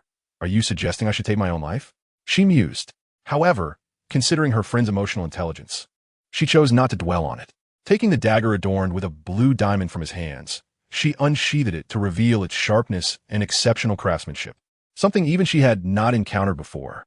Leah glanced up and, to her surprise, detected a hint of evasion in Hawkeye's gaze. Suddenly, she leaned closer to him, her eyes sharp as she inquired, "What exactly do you mean by this?" Chapter 200, Extra Chapter 5 Hawkeye vs. the female protagonist, and, observing the avoidance in Hawkeye's eyes, Leah seemed to grasp something profound. Her expression shifted, and she returned the dagger to its ornate box. She looked at Hawkeye, who held her hand, seemingly still in disbelief. As he attempted to release her grip, Leah tightened her hold on Mihawk's hand. He had never felt so flustered before. Not even when facing formidable foes had he felt such a desire to evade someone. Leah harbored a slight affection for Mihawk, whether donning his garments or savoring his meals. Everything felt remarkably natural, as if it were always meant to be. Mihawk was not one for words, yet Leah perceived him to be a rare, gentle, and attentive soul in this world. He was remarkably frugal, with minimal material desires and a strong sense of self-discipline, maintaining an admirable physique. He excelled in both the kitchen and the parlor. Leah pondered where she might find another man as capable and nurturing if she were to let this one slip away. If Mihawk did not reject her, why should she not seize the opportunity for herself? With this thought in mind, Leah boldly embraced Mihawk, resting her face against his solid chest. At that moment, Hawkeye froze, his hands suspended in midair. His body was honest in its response, and Leah sensed it. She realized that Mihawk did not dislike her. Otherwise, he would have simply pushed her away or drawn his sword. "I understand now. You do not dislike me." Leah paused before continuing. "So, do you like me? I now urge you not to rush a response. Since you do not harbor any dislike towards me, why can we not attempt to coexist for a while? How shall we coexist?" This question implicitly suggests a default understanding. Living together could provide an opportunity. Leah lifted her head from Mihawk's embrace, her gaze slightly intense as she looked at him. "Do not misunderstand. It is just like before, but this time, you must take the initiative to visit me in CC Dao, to engage in conversation and share moments together. The topics for discussion need not be forced. I understand you are not particularly talkative," Leah added casually. Aside from his often cold demeanor, Mihawk is undoubtedly among the top 10 ideal boyfriends. For instance, when shopping, he always takes the initiative to carry items, never requiring you to lift a finger. He may be reticent, yet when Leah shares something with him, he listens with genuine attention. His culinary skills are commendable, and when it comes to combat, it goes without saying that a master in the way of the sword, standing at the pinnacle, could hardly be weak. Mihawk frequently navigates his coffin ship to procure supplies, and during her occasional visits to Kelai Dao, Leah sometimes accompanies him. She has noted that Mihawk never shies away from anything. Whether it rains or snows, his expression remains unchanged. He faces the calamities of nature with fortitude. When Leah is present, he envelopes her in his arms, retrieving a large umbrella from the cabin of the coffin ship to shield her from the elements. When asked why he does this, he replies, "A swordsman trains, undisturbed by external matters." Although Leah does not fully comprehend his reasoning, she respects it. However, what troubles her most is that Mihawk never takes the initiative regarding intimate contact. It seems he has some resistance towards this. When Leah earnestly inquires about this matter, Mihawk lowers the newspaper, obscuring his face, casting an enigmatic look at her. He did not anticipate her forthrightness. In truth, he does desire to draw closer to her. Yet he prefers to honor her boundaries. He wishes for her to receive the respect that every girl deserves, and for that, he is willing to exercise patience and consideration for her feelings. Mihawk sets the newspaper aside and approaches Leah closely. He then wraps his arms around her slender waist, gazing into her sparkling eyes before leaning down to kiss her lips. While he may lack eloquence, he is capable of responding to her through actions. Leah blinks as they kiss, both keeping their eyes open, gazing into each other's eyes. What should have been an awkward moment now feels surprisingly harmonious. The delight in Leah Mihawk's eyes deepens as she playfully bites Mihawk's lip, her hand slipping beneath his clothing, exploring his firm abdominal muscles. She then closes her eyes, her soft tongue breaching the defenses of the man before her, audaciously claiming him. Leah has never been a paragon of innocence. She possesses a strong sense of ownership over what she desires. This is evident not only in her words, but also in her actions. Mihawk watches the fluttering eyelashes of the woman before him and sighs helplessly within. He then closes his eyes, initiating a response to Leah. Their kiss evolves into a contest, neither yielding to the other, gradually becoming prolonged. Ultimately, however, Leah concedes, breathless against Mihawk's shoulder, gasping for air. She then lets out a soft laugh, her lilting giggle resonating in Mihawk's ear. "You're not so rigid after all. I am a normal man," he replies, his voice rich and magnetic, wrapping around Leah's ears in a low, lingering tone. He then pulls her closer, one hand at her waist and the other cradling her hips, drawing her fully into his embrace. Although Leah is not particularly petite among women, standing over 1.7 meters tall, she appears especially delicate nestled against Mihawk. The violet depths of her eyes shimmer with light as she playfully bites the exposed vein on his neck, not too hard but enough to leave a mark. Mihawk lifts Leah, setting her gently atop a nearby stone table. By this time, she has already left a strawberry mark on his neck. Feeling the heat within him rise, a glimmer of desire finally ignites in Mihawk's eyes. His fingers move to lower the delicate straps of Leah's dress, but he halts, looking at her with an expression that seems to ask for permission. Leah remains silent, responding only with a tender kiss. The sound of fabric tearing echoes in the air as the sky darkens and the temperature begins to drop, yet the atmosphere between them grows ever more intimate. Sensing the increasingly rapid breaths of the man above her, Leah chuckles inwardly, realizing he possesses such a side to him. "The mountain does not see me. I shall go to meet the mountain, climbing the aloof, snow-capped peaks and melting them away." This process intrigues her immensely. End of chapter. Chapter 201. Extra chapter. 6 Zoro versus Sanji in the land of Wano. Sanji finds himself facing Queen, uncertain of his ability to triumph over the opponent before him unless he resorts to the technology of the Vinsmoke family. However, doing so would gradually strip him of his human emotions. At this moment, he suddenly recalls the figure with whom he has fought side by side countless times.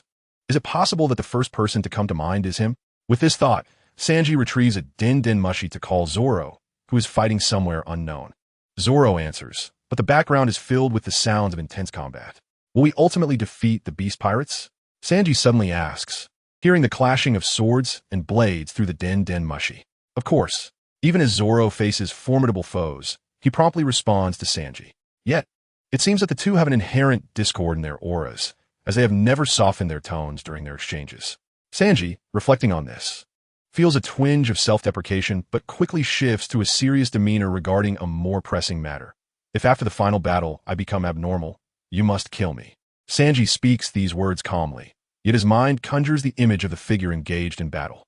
He knows that, given Luffy's character, he would be incapable of making such a decision, and thus he entrusts this responsibility to the more stable Zoro, who can safeguard him and the entire Straw Hat crew.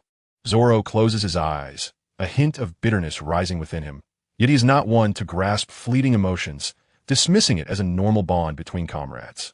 Between him and the curly-haired cook, it seems there is nothing but quarrels and fights. However, they share a unique understanding that others could never comprehend. Even if they were arguing one moment, they could stand back to back against enemies the next. "All right, I understand. I will ensure to kill you properly." Zoro responds to Sanji's request without hesitation. Although unsure of what lies ahead, he anticipates the final battle, hoping that Sanji will survive until that moment. Amidst his inner turmoil, he fought with an unwavering belief in victory, yet the thought of Sanji urging him to take his life struck his heart like a heavy hammer, rendering him incapable of achieving tranquility. Rather than excitement, it was closer to panic. For him, Sanji was indeed special. However, as a swordsman with a heart as hard as iron, he was destined to conceal these inner emotions behind a facade of silence. Yet, as he contemplated the potential irreversible actions that Sanji might undertake, Zoro furrowed his brow once more. "I'm sorry," Sanji uttered before abruptly ending the call. Witnessing this, Zoro felt a surge of agitation within him, causing his strikes against the enemy to become more ruthless. Sanji reminisced about the past. "What are you saying? Your sword pales in comparison to that guy, yes. were Sanji's words when he had bested a self-proclaimed swordsman superior to Zoro. Meanwhile, Zoro had just defeated an adversary renowned for his kicking techniques. There exists a man who can kick even better than you, although he is perpetually infuriating. They often found themselves embroiled in heated arguments when face to face, yet could not tolerate any form of insult towards one another in battle. Both were undeniably proud. Perhaps when the truth was laid bare in front of them, neither would admit to the praise they held for the other. Sanji, I'm talking about my hawk. Zoro, I'm referring to Kizaru. Sanji and Zoro, They averted their gazes from each other. Zoro recalled a moment when he faced the warlord Kuma alone. Upon waking, Sanji limped over, chastising him. What if you had died? What would happen to your ambitions, you fool? At that moment, Zoro, despite their current disheveled state, felt a warmth and admiration for Sanji's spirited demeanor. Sanji then stood resolutely before the towering figure of Kuma, declaring, "Take my life instead of this green-haired swordsman. Although the Navy currently underestimates me, I will be the most formidable presence among us." Blackleg Sanji. How could he allow Sanji to shoulder all of this alone? Zoro stood up and knocked Sanji unconscious. "You bastard," Sanji exclaimed as he lost consciousness. The next day, when he awoke, Sanji instinctively inquired about Kuma's whereabouts, his eyes scanning for any severe injuries on his own body. What a fool. Can't even hide it now. It's so obvious. Despite being covered in blood and trembling, Zoro stood guard over all his unconscious comrades. What on earth is happening? Are you still alive? Don't scare me. Where did that guy go? Hey, Zoro, green-haired swordsman. Sanji called out, gazing at the gravely injured Zoro, his lips trembling as he hesitated to touch him. What transpired here? Green-haired, speak to me. Nothing happened, Zoro managed to utter, holding on to the last vestiges of his strength. Sanji supported the fallen Zoro, his heart racing with anxiety. You are someone I absolutely cannot lose. He had longed to express this to the green-haired swordsman, even during that phone call. Yet, he felt a lack of courage. What if he spoke such words only to lose his comrades? Zoro struck again, watching as the enemy fell, granting him a fleeting moment to breathe. As he neared death, the one thing he yearned for most was to bicker with that curly-haired chef, to stand beside him in the kitchen washing dishes. Despite his irritability, he cherished the joy of their shared moments. After the battle with Kaido and Big Mom concluded, Sanji tended to Zoro's wounds. Can you wrap a bandage? Zoro lay there, unable to move, gazing at Sanji as he fumbled with the bandages. ISNT, it's simple. It's not much different from wrapping ham, Sanji replied, a hint of amusement in his tone. Oh, me home, Zoro retorted, desperately wanting to sit up and argue with the curly-haired chef, but he lacked the strength. You're not as refined as ham, Sanji instinctively shot back. So, who allowed you to get hurt like this? He held a lit cigarette to a flickering candle, taking a drag before exhaling smoke rings. Kaido and Big Mom. No wonder. You really climbed to the rooftop, huh? Is Luffy all right? He seems to have a plan. He will win. I know without you saying it. Observing Zoro, who was wrapped up with only his face visible, Sanji extinguished the candle. In the dimness, within the unspoken understanding between them, Sanji leaned in and gently kissed Zoro's lips, parting almost immediately. Nothing happened, Sanji stated unnaturally. Ah, I see. I understand our mutual feelings. End of chapter. Chapter 202. Side story, 7 Don Quixote da Flamingo versus Crocodile. 1. Note. This chapter contains some crude elements. Please refrain from reading if you dislike it. The action begins at the Marineford War. Old Sand was struck by Josu's charge at the onset of the Marineford War, causing him to spit blood. Doflamingo noted this and rushed out to restrain Josu. Doflamingo approached Crocodile, inquiring about his well-being in prison, attempting to entice Old Sand to join his pirate crew. Doflamingo asserted that if Old Sand allied with them, the era of Whitebeard would come to an end. Doflamingo was acutely aware of Crocodile's deep obsession with Whitebeard. Hence he intentionally used this to tempt Crocodile. After a moment of hesitation, Crocodile countered, "Should you be the one serving under me?" With that, Crocodile unleashed his powers, pushing Doflamingo away and shattering the so-called deal. Watching Crocodile distance himself, Doflamingo could not help but grit his teeth in frustration. However, the very aspect he admired about Crocodile was his unwavering resolve to never be subservient, regardless of his circumstances. At that moment, Leah arrived. Remaining vigilant against the ever-present threat of sudden enemy attacks on the battlefield, her observation haki activated. She was fully aware of the unfolding events. Subsequently, Leah cleaved through the foes surrounding Doflamingo, standing back-to-back with him. Seemingly recalling something, Leah suddenly asked. By the way, Doflamingo, you seem particularly invested in Crocodile. Doflamingo's expression stiffened, responding awkwardly. Stop rambling. No, really, Doflamingo, if you're genuinely interested in him, I have a method. It's a bit risky, but who knows? Crocodile might end up hunting you down. Oh, Doflamingo's attention shifted entirely. Let us discuss this later. Focus on handling today as affairs first. Afterward, Old Sand attempted to rush to the execution platform to rescue Ace, but Doflamingo, standing below the platform, suddenly beheaded him. You're abandoning me to collaborate with Whitebeard. How infuriating. You still treat me with such indifference. What am I to do with you? The once formidable Sha Majing found himself cast aside by Kalua Kadar, and Do-Fu murmured softly. In a fit of anger, Do-Fu engaged in yet another confrontation with Kalua Kadar. Due to Lia's disappearance, the matter between Do-Fu and Kalua Kadar was postponed until Lia's return, while Lao Sha and Yin Ba Ji joined forces to establish the Cross Guild. In truth, Lia was privy to Kalua Kadar's little secret. Long ago, when he was merely a fledgling pirate, Kalua Kadar had been born a woman. Lao Sha's rise to fame came from an epic battle against Baleta, after which he gained renown across the seas. It was during this time of hubris that Kalua Kadar chose to challenge the strongest figure on the seas, Whitebeard, only to suffer a crushing defeat. It seemed that battle extinguished his spirit, leading him to relentlessly search for the ancient weapon, Pluton, in hopes of defeating Whitebeard and reclaiming his former pride. Alas, he was vanquished by the Straw Hat Brat and subsequently imprisoned and impelled down. Do-Fu had witnessed Kalua Kadar in his former guise, a defiant, resilient, and powerful figure, akin to a solitary eagle refusing to succumb to the relentless sun of the desert. Every aspect of her being captivated Do-Fu, who had just begun to explore the complexities of human emotion. However, when he sought to pursue Kalua Kadar, he was met with the disheartening news that Kalua Kadar had chosen to transition into a man. This revelation gnawed at him for over 2 decades, during which time he had attempted to provoke Kalua Kadar, only to discover that gender seemed to matter less to him than he had anticipated. Yet, such selfish inclinations were difficult to voice, for Kalua Kadar was remarkably obstinate. Convincing him of anything would prove challenging. Ironically, Kalua Kadar's aversion to Do-Fu stemmed from the latter's persistent clinginess. Each conversation drew them close, and Do-Fu's ambiguous words led Kalua Kadar to believe his secret was at risk of exposure. Unbeknownst to Lao Sha, Do-Fu had indeed seen Kalua Kadar in her feminine form, strikingly alluring, and while she was lean, it was not the emaciated kind. Her muscular physique was undeniably captivating. Were she not his adversary, he would have admired her prowess. Once Lia returned, the two cunning individuals began to plot their next moves, both wearing insidious smiles. One day, while Lao Sha was indulging in a comforting bath, he suddenly felt a sharp pain at his waist. Realizing he had been ambushed, he was perplexed by the absence of further attacks, and the Cross Guild showed no signs of invasion. After suppressing his doubts, Kalua Kadar managed to fall into a peaceful slumber.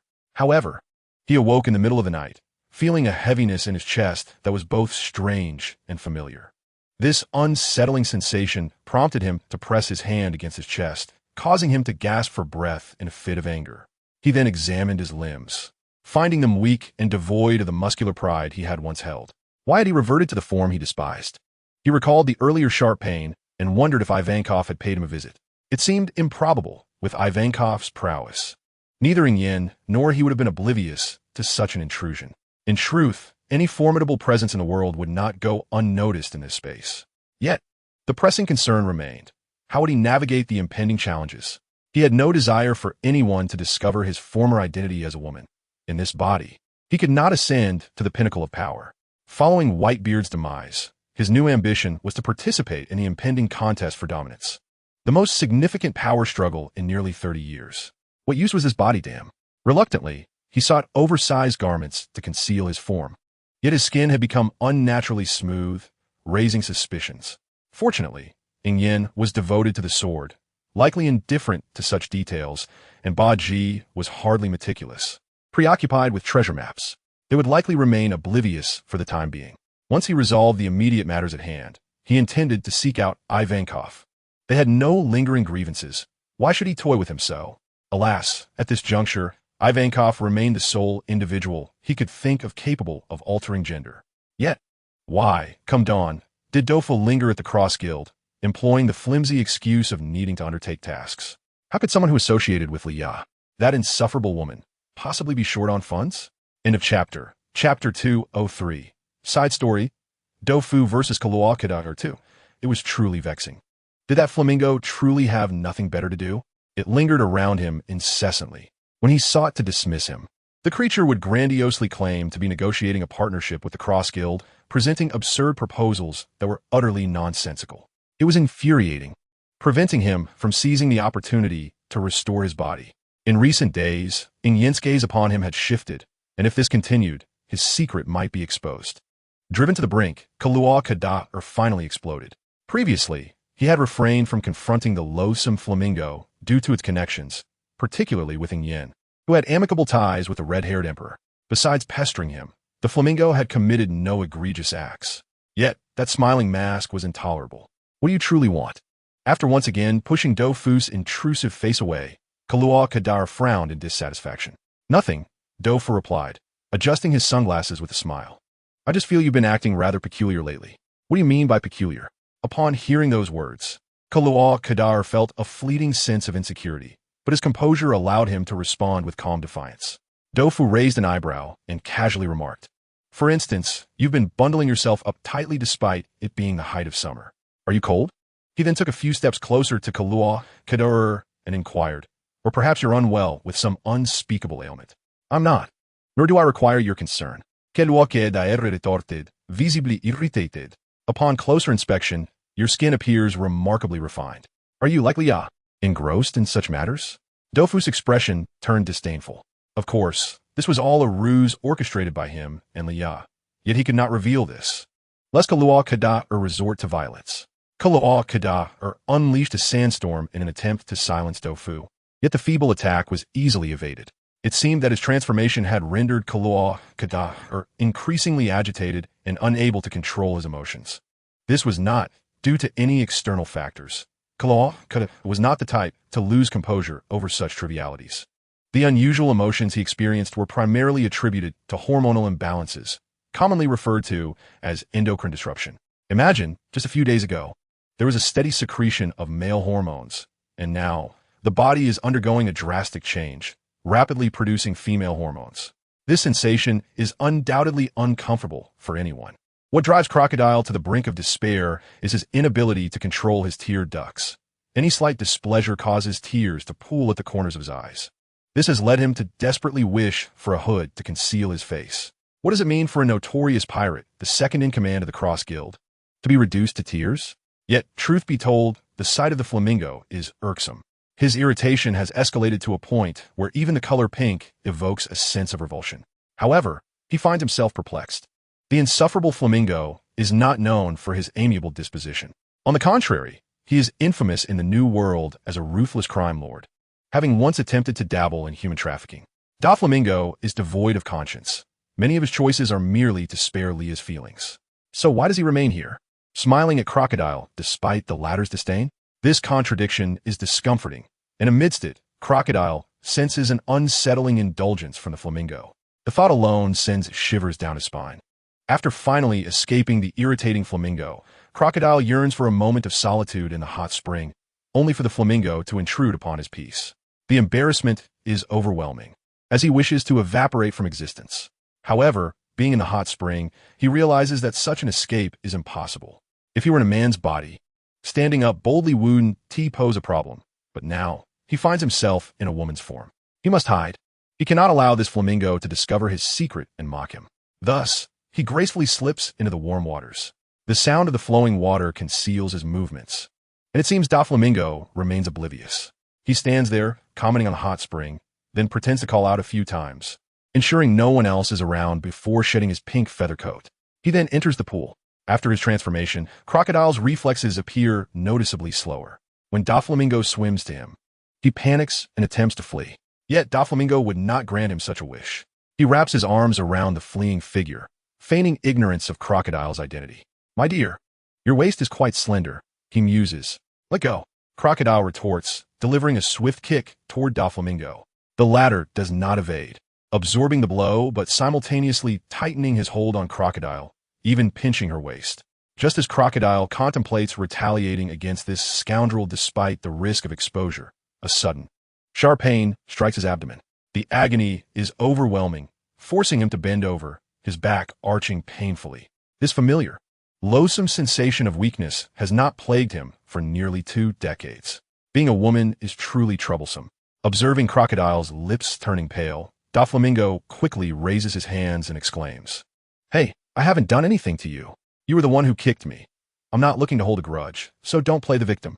You insufferable flamingo. Get out," Crocodile exclaims, struggling to maintain his composure. "Ah, my dear lady, it is our first meeting, and you already bestow such affectionate titles upon me. You truly hold me in high regard. I adore you, and your ancestors too." The situation has pushed Crocodile to the brink of expletives, a testament to Doflamingo's audacity. Leah, eavesdropping from the shadows, thinks to herself, this is remarkable. In Chapter 204, the confrontation between Doflamingo and Crocodile continues. Crocodile is uncertain whether his frustration or pain is more pronounced, his complexion gradually paling, even his insults losing their vigor. Doflamingo appears to finally grasp the gravity of the situation and hurries closer.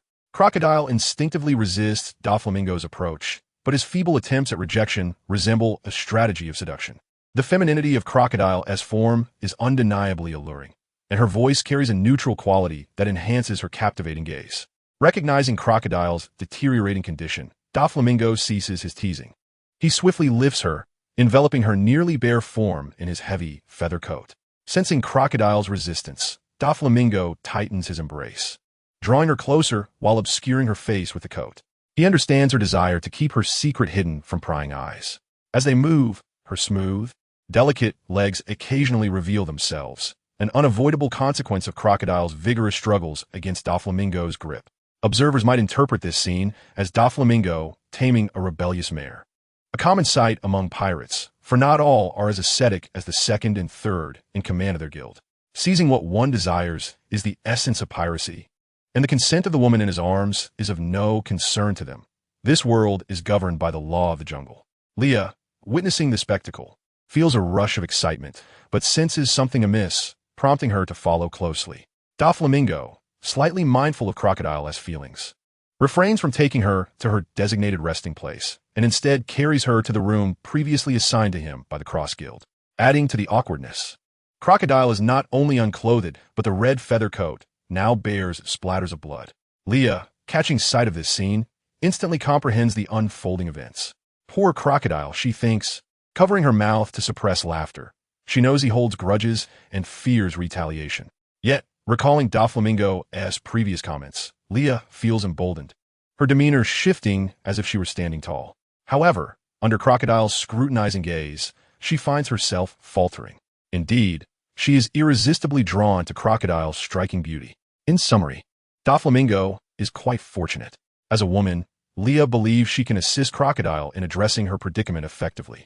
Following this incident, Crocodile's perception of Leah softens slightly, though he hopes she remains oblivious to the mischief Leah orchestrated with advanced technology. The primary source of this transformation stems from Ivankov, the only one capable of alleviating Crocodile's turmoil. Unfortunately, the timing is unfortunate, as encountering such circumstances proves to be quite distressing. Furthermore, as a transgender individual, Crocodile's suffering is far more profound than that of the average woman. Currently, she is prone to tears, and whenever pain strikes, tears cascade down her face as if they cost nothing, causing Doflamingo some discomfort. Had he foreseen such a scenario, he would have refrained from adopting such extreme measures.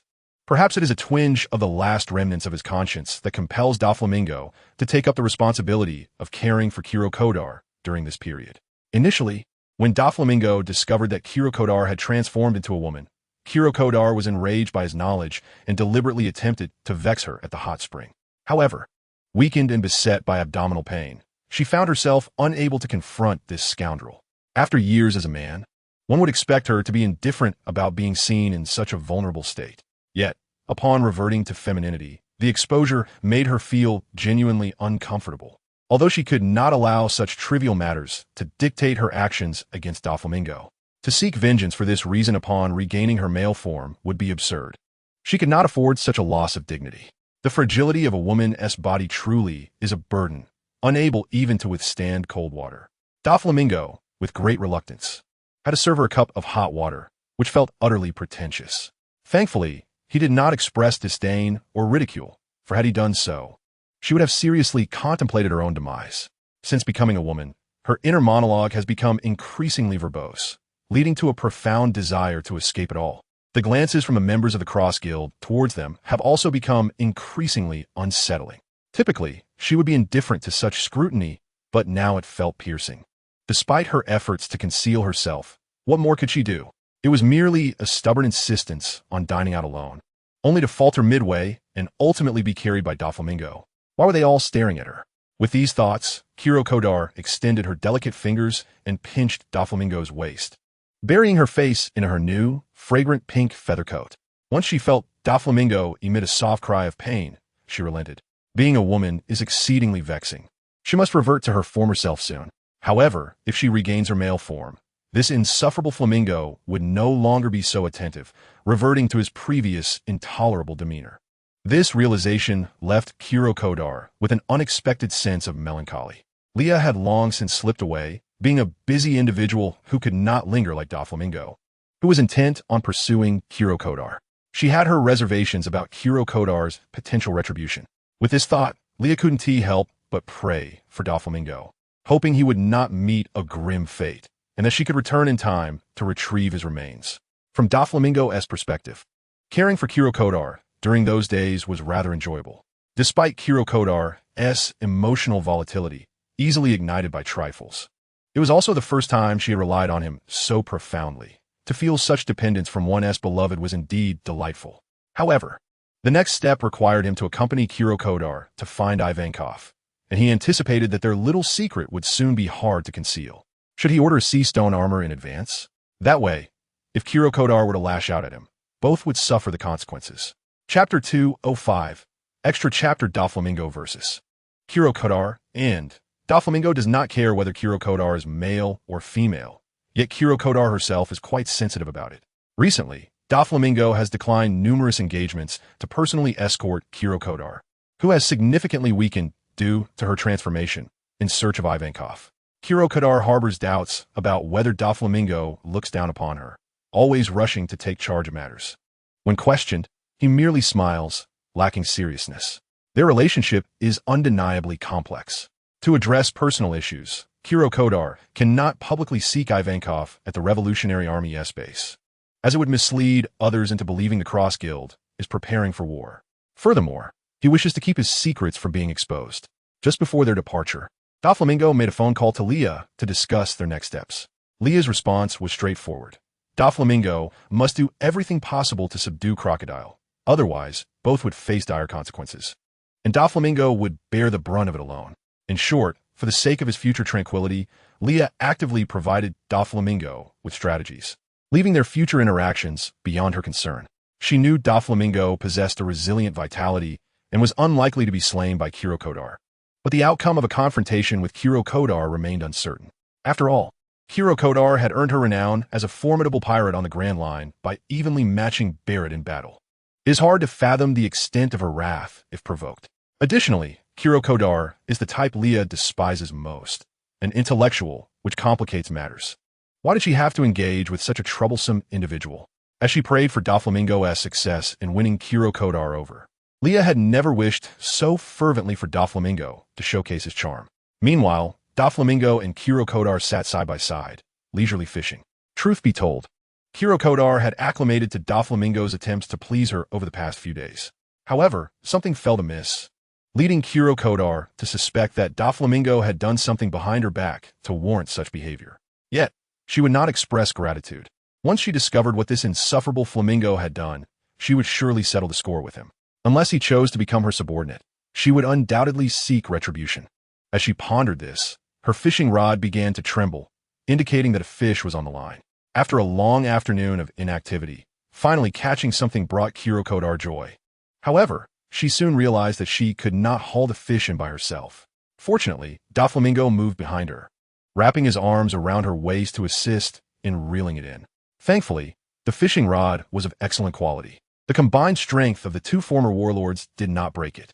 Kizaruin noticed that once Doflamingo took charge, she exerted less effort, simultaneously lamenting the burdensome nature of femininity as she felt a blush rise within her, overwhelmed by Doflamingo's scent. To make matters worse, she found herself gradually becoming accustomed to his proximity, to his incessant inquiries, to his peculiar mannerisms, and to the wild desire evident in his gaze. The pirate world is direct. Kizaruin has long understood this reality. She is not foolish, but aside from her ambition to ascend, she had not contemplated such matters. However, the persistent presence of this fellow now seemed worthy of consideration, as he would not hinder her ascent, but rather serve as an ally. He remains indifferent to his inexplicable gender identity, appearing to be the most suitable candidate in this world. While contemplating these matters, Duff pulled a massive sea king from the tranquil ocean. One unsightly creature, a sea dog perhaps. Just as the furious sea king attempted to lash its tail to smash their ship, a fine thread emerged from Duff's fingertips.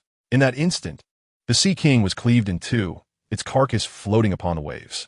The towering waves drenched both of them, yet for reasons unknown, Kizaruin felt a surge of excitement.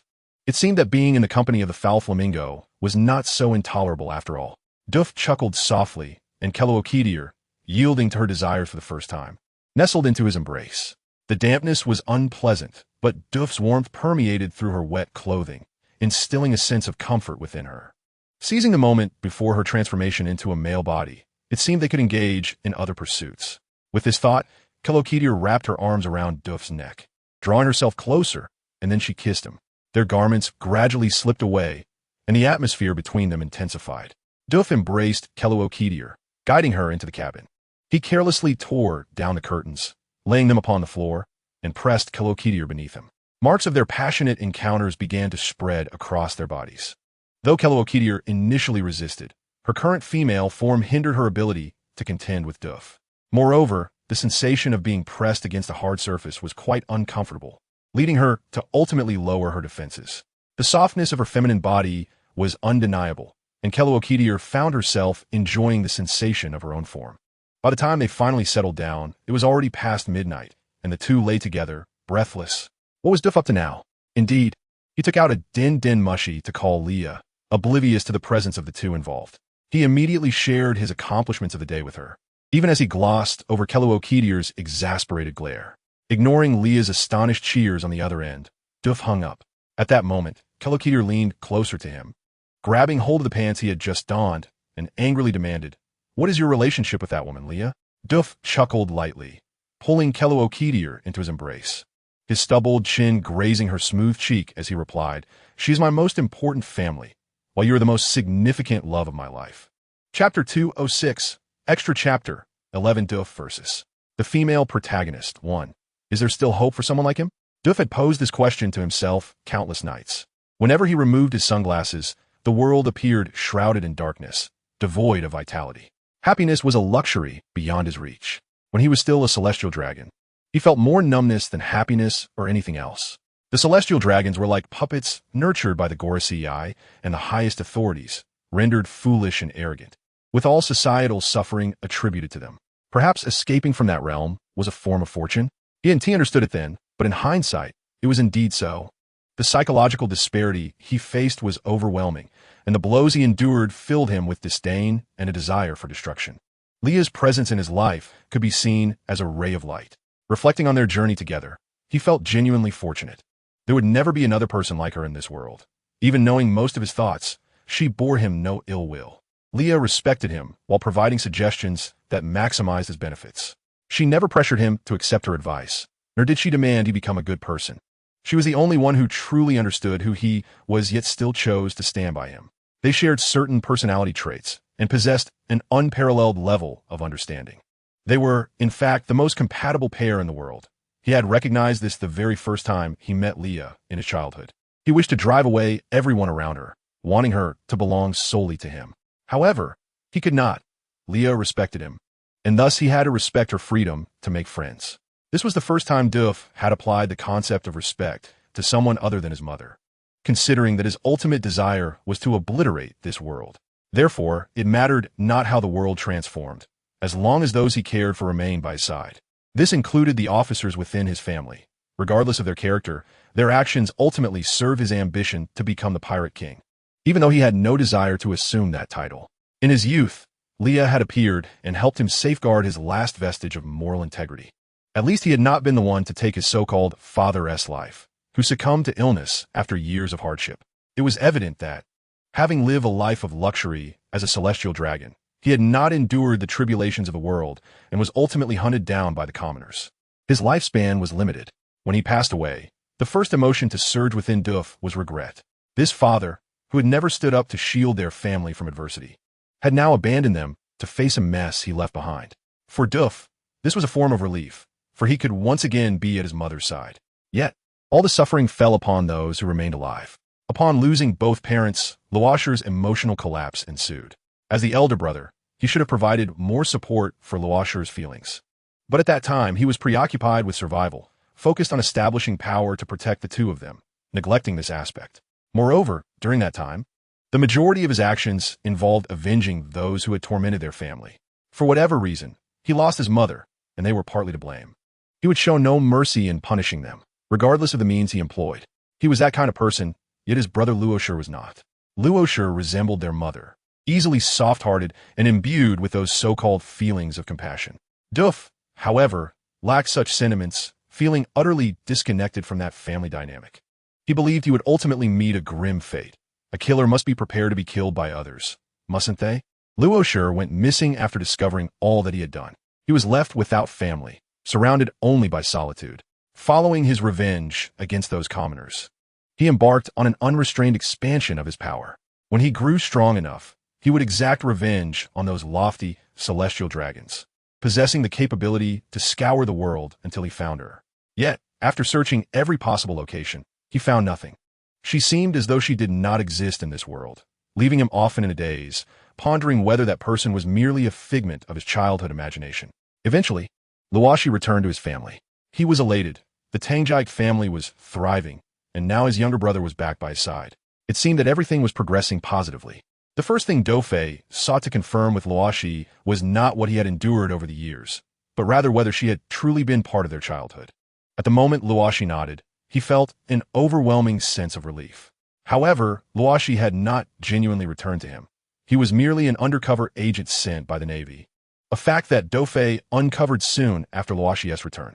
Yet he still clung to a sliver of hope that perhaps if he treated him better, he would think of him more fondly. Were they not bound by blood? Why then must even a biological brother betray him? If that were the case, he would rather have Luoshi perished many years ago. At least then, he would not have to endure the agony of familial betrayal once more. On the night he and Luoshi severed all ties, the person he had sought for nearly 2 decades returned. She seemed unchanged, perhaps even more youthful. Snowflakes fell gently from the sky, landing on her vibrant red coat and her lustrous black hair. She approached him slowly, the ground blanketed in white snow. The entire town enveloped in his metaphorical birdcage. How did she arrive here? It no longer mattered. He was beyond the point of inquiry. All he remembered was the immense effort he exerted to suppress the impulse to embrace her fiercely. He recalled her words that the next time they met, he should act as though he had never seen her before. So, could this encounter allow them to start anew? He did not wish to stand by her side merely as a younger brother or as a figure of weakness. When he realized that he indeed no longer recognized him, he felt a twinge of despair. His greatest fear was that she might regard him as a villain. Fortunately, her purpose in seeking him was not solely to rescue Luoshi. Her primary aim was to forge a partnership with him. He bore with it, as it conveniently aided him in establishing a new identity in her presence, did it not? Thus, all his previous apprehensions would soon dissolve.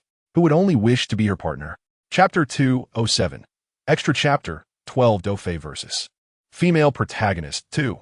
Forming an alliance with Leah, they would jointly construct their kingdom. This should have been a source of joy for the heart and mind. Yet why was she always surrounded by so many people? He should have anticipated that with her exuberant yet measured demeanor, she would inevitably attract a multitude of admirers, especially given her considerable ambition. However, they shared a common goal, to bring down the celestial dragons. What should the world be like ought not to be determined by that small faction, but rather by the collective will of all its inhabitants. This was Leah's conviction. Previously, he had scoffed at it, but as certain events subtly unfolded, he began to embrace her perspective. If a better world could bring her happiness, then such a world held intrinsic value. He was willing to offer up all that was beautiful, reserving all darkness for himself to bear alone. Yet Leah declared her willingness to share in everything with him, to triumph together, to weep together. They should always stand united. It was difficult not to be moved. He longed to stand by her side for eternity. To achieve this goal, he could yield to her slightly, heeding her reasonable suggestions. How difficult could that be? In this world, one inevitably encounters someone for whom one is willing to make concessions, even if one is as flawed as he. If asked about the individuals he despised most, it would have once been the celestial dragons. Now, it was Shanks, the red-haired emperor. His incessant presence, particularly his frequent entanglement with Leah, irked him considerably. They were fundamentally at odds, unable to converse even when they encountered one another. Although they occasionally collaborated on projects due to their mutual connection with Leah, their relationship remained strained. This was unusual for Shanks, who typically made friends wherever he went, rarely encountering someone he could not tolerate. Yet Dofei was indeed one of those rare exceptions. But what did it matter? They would not resort to violence over it. If a fight were to break out, not only would there be losses, but Leah would likely be very displeased. He did not wish to burden her, so as long as they did not cross paths, all would be well. Fortunately, he generally negotiated contracts with the vice-captain of the red-haired pirates. Beekman was a shrewd and composed partner. Though he was not generous in sharing profits, he inspired confidence. If it were Shanks handling these matters, he would have to consider them much more carefully. Each year, Leah hosted an annual meeting to celebrate their profits. The scale of their operations had grown to such an extent that it astonished him. Their investment projects were expanding at a terrifying pace, with profits that were not merely substantial but rather staggering. Leah, indeed, possessed a remarkable business acumen, coupled with keen insight and foresight. Yet, these attributes were not the reasons for his affection towards her. What he cherished was the sense of security she provided. Even those closest to him had betrayed him, a lesson he had learned long ago. However, he was certain of one thing: Leah would never betray him. Even if he were cast into the depths of despair, Leah would stand at the edge of that abyss, striving to pull him back up. As long as she drew breath, he would willingly endure life in this hellish existence, for the sense of belonging she instilled in him offered hope for the future. Perhaps they would never stand together as lovers, but as long as they accompanied one another, that would suffice. At the annual meeting, they would dance together and visit one another's homes. Occasionally, if she felt inspired, Leah would personally cook and invite close friends to feast together. This was far cozier and more delightful than the grand annual meeting they held each year. At least, when they sat together under the starlit sky after dinner, he felt as though their hearts were intimately connected. Gazing at the twinkling stars above, Dofei believed that there were countless experiences awaiting them in the future, and he yearned to create a list of them. He wished to spend the rest of his life with her, even if only as friends. As long as no one else stood beside her, he still had a chance, did he not? Yet unexpectedly, change arrived with startling suddenness. He had originally thought that after the Marineford War, they would host a grand celebration, for by then, the Revolutionary Army would officially declare war on the Celestial Dragons, thus elevating their own power considerably. Furthermore, with Yuxia being a user of the Shikusho no Mi, her allegiance would signify an endless supply of resources for whichever side she chose to support. Consequently, they would undoubtedly become the coveted allies of both warring factions. Additionally, the immense wealth they had accumulated over the years would empower them to achieve significant feats during the conflict. It was their moment to step onto the historical stage. Why then did she have to encounter trouble at such a critical juncture? She went missing, and their group searched that area repeatedly, turning over every stone. Yet they found not a single clue regarding her whereabouts. Just as he had sought her many years ago, he wondered if she would vanish from this world. The mere thought of it ignited a destructive impulse within him. During that tumultuous period, he had taken the lives of several individuals he had found disagreeable. Tesoro believed that Leah had died, and he conspired to replace her as the head of the Leah Trading Company, hoping to advance his own ambitions. However, as soon as this notion was proposed, Tesoro was met with a brutal beating from Doflamingo. No one could usurp Leah's position as heart. Thus, no one could covet what belonged to her, not even himself. He understood all too well the sacrifices Leah had made for what she possessed now. Creatures have an instinct for competition, and he alone could not fend off the sharks eager to snatch a piece of the pie. Fortunately, Leah's family and loyal subordinates, along with that insufferable red-haired emperor, steadfastly safeguarded her legacy during her absence, refusing to allow anyone to encroach upon it. In some respects, even the world's greatest swordsman, who typically remained aloof from worldly affairs, stepped forward. His intuition suggested that Leah would return. However, he feared that such hope was merely a figment of his imagination. After forcing himself to regain composure, he reflected on all the events since their fateful encounter. He vaguely speculated that Leah had inadvertently traveled back in time while battling an unknown force within a black hole. Of course, this was the most favorable scenario. Leah had been missing, and no one could ascertain whether she was alive or dead. Perhaps this was a glimmer of good news. At the very least, there was hope for her return. He vowed that if Leah were to come back, he would seize every opportunity without hesitation. Even if he were labeled shameless or cast aside, he would cling to her until she accepted him. It was only through loss that he comprehended the superficiality of human connections. If one does not actively strive for them, they can be easily lost. Chapter 208. Side Story 13. Doflamingo versus the protagonist 3. She was redemption, a beam of light that fell into the abyss of life's darkest depths. Thus, he refused to lose her again and would not relinquish her to anyone else.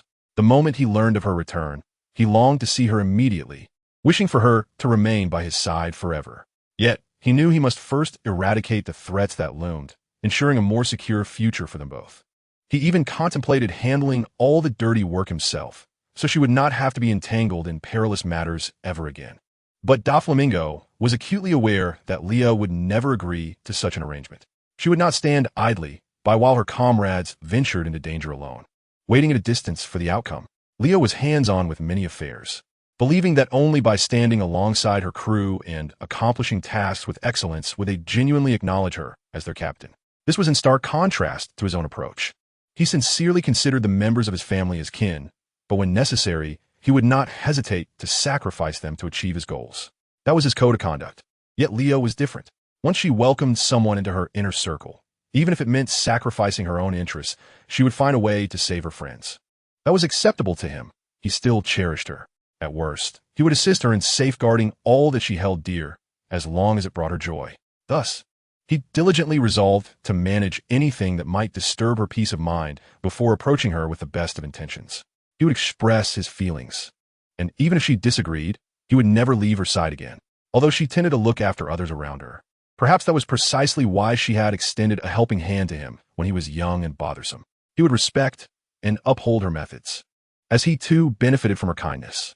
The sensation of being enveloped in goodwill was delightful, yet he yearned for more, an exclusive affection that belonged solely to him. She remained as vibrant as ever, oblivious to everything around her, her face dusted yet beautiful when she smiled. The sunlight was blinding, yet the warmth she radiated was just right. She ran barefoot towards him, seemingly eager to reunite. Leah was petite, especially in comparison to his towering height of nearly 3 meters. Before him, she appeared diminutive, yet she possessed immense strength. Even he, with his deeply ingrained malevolence, could not bear to harm her. He merely wished to walk closely behind her and witness the grand disturbances she stirred in the ocean. Her brother, who aspired to be the pirate king, exuded a similarly compelling presence. Their family was indeed peculiar. As he embraced her, it was only then that he felt the reality of her return.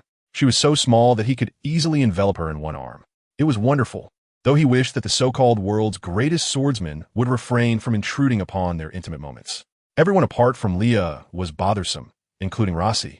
He could not dwell on these matters, for they only stirred frustration within him. Fortunately, Mihawk did not approach them, but as soon as Leah began discussing business, he found her to be quite the workaholic. However, he realized he was incapable of articulating any flattering words. After a bout of teasing, he had no option but to acquiesce to her demands. Doflamingo was a self-aware tsundere. After leaving Karaikikana Island with Leah, he felt inexplicably invigorated, likely due to the absence of irritating individuals. In any case, even though the first familiar face Leah encountered upon her return was Mihawk, he was the first to seek her out. Moreover, she was returning to Sicily aboard his ship, which pleased him greatly. Even with a full-speed journey, it would take several days to return to Karaikikuna Island. This meant they could spend several days alone together. As for the crew and other officers aboard the ship, Doflamingo had mentally tuned them out. Leah had previously worn Perona's attire, which was now long gone. It wasn't that Leah found it unappealing. Rather, Doflamingo had prepared an entire room filled with clothes when he came to see her. The garments were not unattractive, but certainly not to her taste. They seemed more aligned with Doflamingo's aesthetic. He had truly overdone it. Where had he even procured such an abundance of peculiar clothing? By the time she sifted through the pile to find something somewhat presentable, her previous Lolita outfit was nowhere to be found. However, upon trying on the new attire, she realized it was rather revealing. She struggled to carry it off. While her figure could support the outfit, she mentally found it hard to adapt to such a style. "This suits you perfectly," Doflamingo remarked nonchalantly as he entered the room. Leah turned around, speechless, and asked, "How much did you fantasize about me to have filled this room with so many tight, lacy, waist-revealing dresses? The front is too open, and the back is completely bare. How am I supposed to wear this outside? Should I just stick a Band-Aid on my chest?" Leah pointed to her chest in a rather carefree manner and exclaimed. Dofu, thoughtfully resting his chin on his hand, replied, "It's not entirely out of the question." Leah, fueled by a hint of irritation, delivered a punch to Dofu's chest and retorted, "Just because you enjoy exposing your chest doesn't mean I do. You smelly flamingo. Who said you had to wear it out? Just wear it in front of me." As he spoke, Dofu wrapped Leah snugly in his pink feather coat, effectively turning her into a ball. "This will do for going out." After securing her, Dofu playfully ruffled Leah's hair, expressing his satisfaction. Leah rolled her eyes and, with a hint of exasperation, removed the heavy coat, tossing it aside. "Please, do you even see what the weather is like? Are you trying to roast me?" Dofu shrugged, conveying his helplessness. "By the way, Dofu, since you returned, your speech has become remarkably straightforward. You used to always belittle or criticize me before expressing your true thoughts. I would only catch the latter half of what you said. It feels as if you take pride in not listening to me." Dofu inquired. Upon hearing his tone, Leah thought he was about to get angry, and she contemplated backing down quickly. However, Dofu continued, "If you don't listen to me, I can repeat myself as many times as necessary. I will always be infinitely patient with you." End of this chapter. Chapter 209 Extra 14. Dofu versus the female protagonist. 4. Hey. You're acting really strangely," Leah exclaimed, dramatically covering her mouth. "Honestly, I'm not quite used to a day without you making fun of me," she continued. "No, I just want to be a little kinder to you." Dofu turned his face away, awkwardly stating, "Come on, we're like sisters, why be polite? If you need anything, just say it. I'm not shy about helping." "Your sudden amiability is genuinely unsettling," Leah said, boldly patting Dofu on the shoulder. "Oh, you really are a headache." Dofu couldn't help but rub his forehead. "Listen, you dead woman, you are neither my family nor someone I particularly cherish as a friend. So please refrain from bringing up those nonsensical statements about sisterhood." Dofu stood up, gradually approaching Leah. Leah blinked, surprisingly unalarmed, until Dofu drew close, prompting her to say, "Dofu, you're really quite low," confessing without prior thought or heartfelt words. "And where are the flowers? I originally intended to prepare something and say it more formally, but you always annoy me, and in a fit of excitement, I slipped." Dofu appeared somewhat nervous, which was rather unusual. "What if I said I didn't like you?" Leah asked. "Not liking you just means liking you more in different ways. Just know that you're not allowed to evade me." Dofu's tone was firm, yet the content of his words remained remarkably gentle, bordering on self-deprecating. This paradox made him seem both audacious and endearing. Leah couldn't help but laugh. Dofu in this state was truly charming, far more so than when he remained silent. Observing Leah laughing to the point of nearly collapsing, Dofu, with minimal effort, helped her up and then playfully pinched her cheek, exclaiming, "Is it really that amusing?" Dofu looked particularly adorable at that moment. Leah attempted to push his hand away, but to no avail. "It's my first time hearing someone describe me with that adjective. I feel like you're not afraid of me at all. Why should I be afraid?" "You wouldn't eat me," Leah retorted, reaching out to return the favor. Upon noticing her intention, Dofu leaned in closer. This pleased Leah. She indeed managed to pinch him. As a result, they found themselves very close to one another. In truth, Leah felt that Dofu's hand was the most capable in the entire OP world, adept at discerning their leader's moods. Aside from the somewhat misguided Baby 5, when Dofu spotted the man she had her eyes on, he couldn't help but frown, wanting desperately to deal with him. However, Leah had stated that matters of her subordinate's love should remain uncomplicated. Besides, if trouble arose, the Tangjai family was still standing strong. After all, if conflicts couldn't be resolved, could they not band together with their allies? In this world, was there any force they could not overcome? They dared to challenge the celestial dragons, let alone others. If it were a ruthless pirate, the solution would be more direct. Utilizing substantial sums of money to orchestrate their demise through another's hand would be a more effective approach. Wouldn't it? It seemed someone was about to enter to report something to Dofu, But upon witnessing the scene through the small window, they wisely chose to depart quietly. Truly clever. However, Dofu was still wearing sunglasses, which made Leah feel somewhat disadvantaged. Thus, she reached out to remove them. The light in the room wasn't overly bright, and she wasn't concerned about hurting Dofu's eyes. She knew he had sustained an injury in his childhood, resulting in a long-standing habit of wearing sunglasses. Yet now, the sunglasses served more to conceal his emotions. Consequently, Leah gazed directly into his eyes, where she could discern everything about him and feel his current emotions. When she first heard Dofu utter those words, she assumed he was joking and intended to brush it off casually. However, it was evident now that he was serious. Reflected in his eyes was her own image. So, when did she come to reside in his gaze? Dofu suddenly asked, "Do you really not like me at all? Your eyes are clearly not devoid of emotion.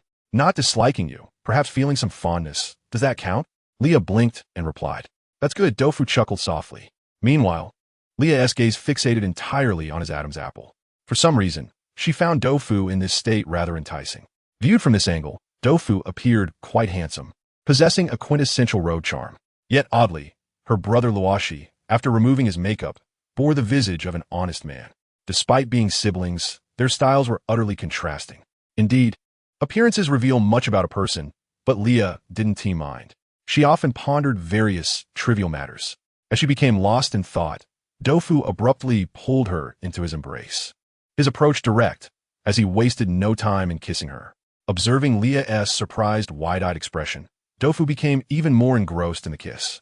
Leah's fair cheeks gradually flushed crimson, and she soon closed her eyes, fully immersing herself in the moment. She was no longer a child. They were all adults now. And after having spent so long as a pirate, many things could be understood with just a glance. Thus, it was better to be straightforward. She did not harbor any dislike for Dofu. Otherwise, they wouldn't have become friends. Moreover, in the face of Dofu, a selfish, cold-hearted villain, Leah found herself stirred in a way she hadn't anticipated. Without a doubt, Dofu was one of the few individuals she fully trusted in this world. There exists a fundamental premise. There is something about Dwufe that irresistibly draws her in, even if it is devoid of romantic affection. To place one's trust in another is akin to taking a gamble. And Leah is willing to take that risk because of the allure that Dwufe possesses and the bond they share. This assertion may appear irrational. However, both of them are individuals with clearly defined psychological boundaries. They understand that if one truly enters another's heart, it necessitates the utmost compromise from both sides, which is why she trusts Dwufe. The kiss was sudden yet strangely logical, and both parties reveled in it. Sometimes, the connections between rogues are strikingly direct. If there is no aversion, then let love flourish. As long as one is willing to defend those they cherish without hesitation, regardless of the circumstances, there is no room for guilt. Such unwavering favoritism is undeniably captivating. In Chapter 210, the epilogue, it becomes evident that Leah and Dwufe share numerous harmonious traits. For instance, they often align in their approach to various matters. Leah embodies a humanitarian spirit, caring deeply for the suffering populace and striving to contribute her share.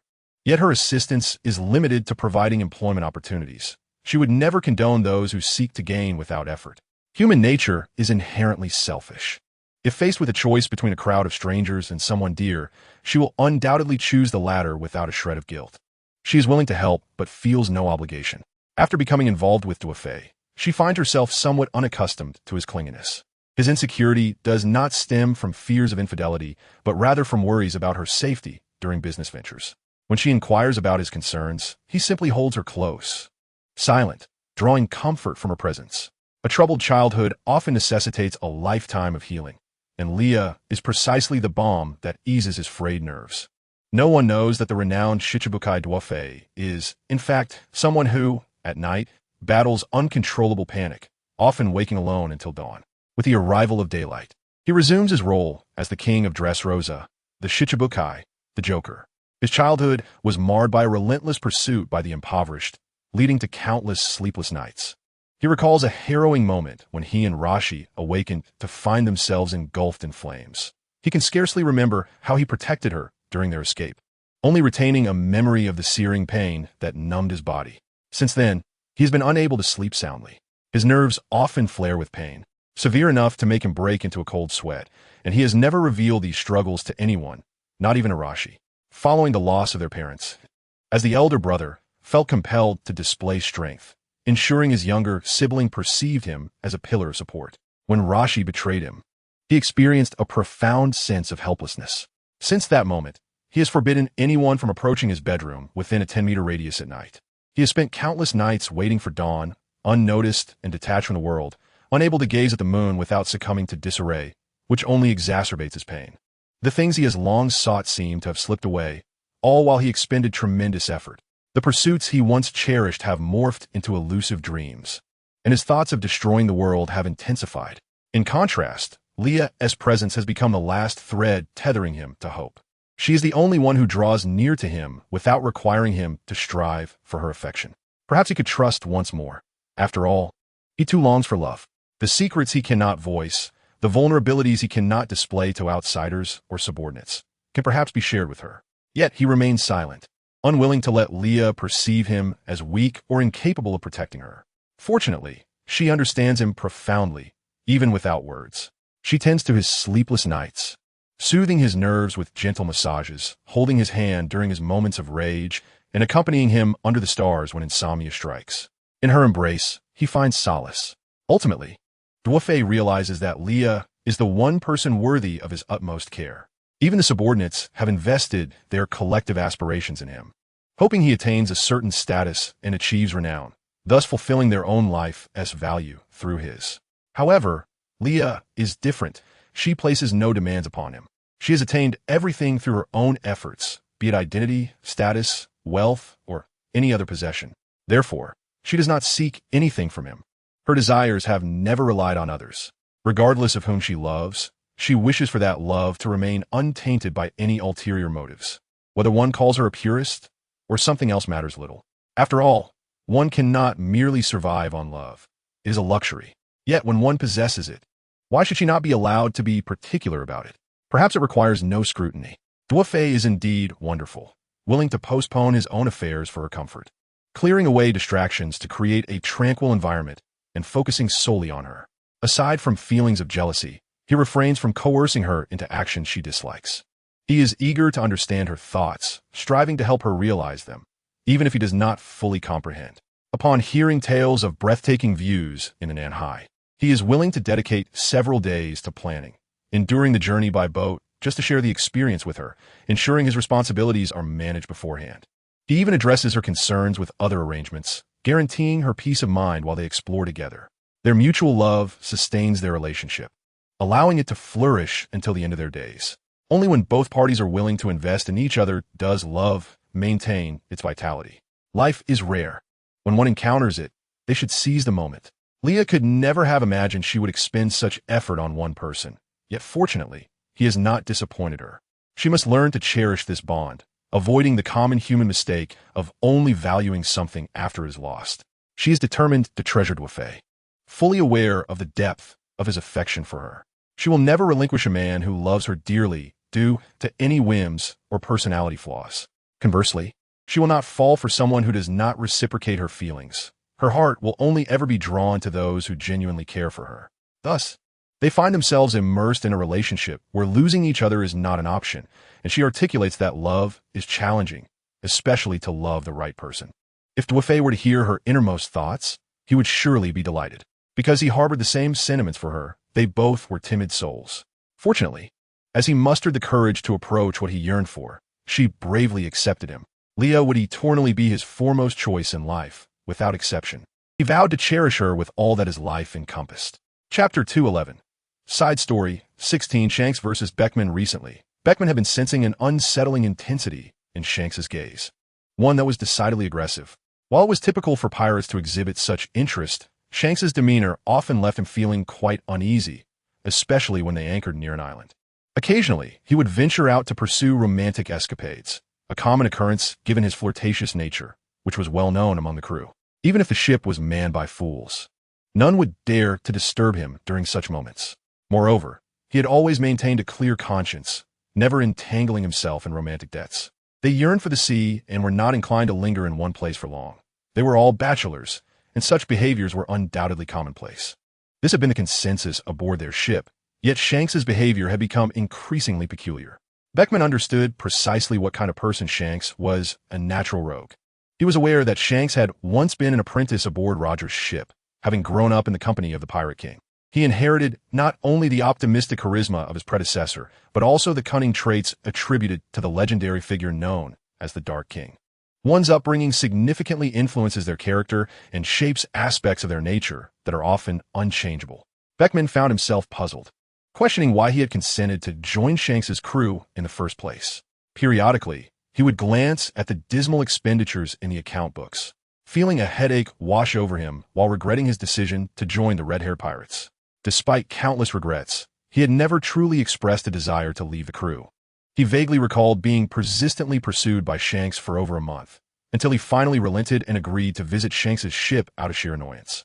However, upon arriving, he discovered it was merely a small fishing boat. Furthermore, Shanks whisked him away from his home island without affording him even a moment to react.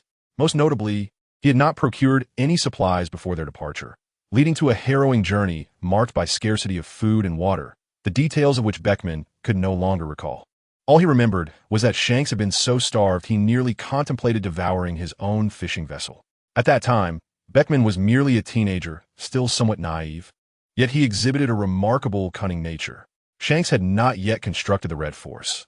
He was simply navigating a small fishing boat in search of crew members. In truth, Shanks was not short on funds. His vessel's hold was filled with precious jewels, more than sufficient to commission a fine pirate ship.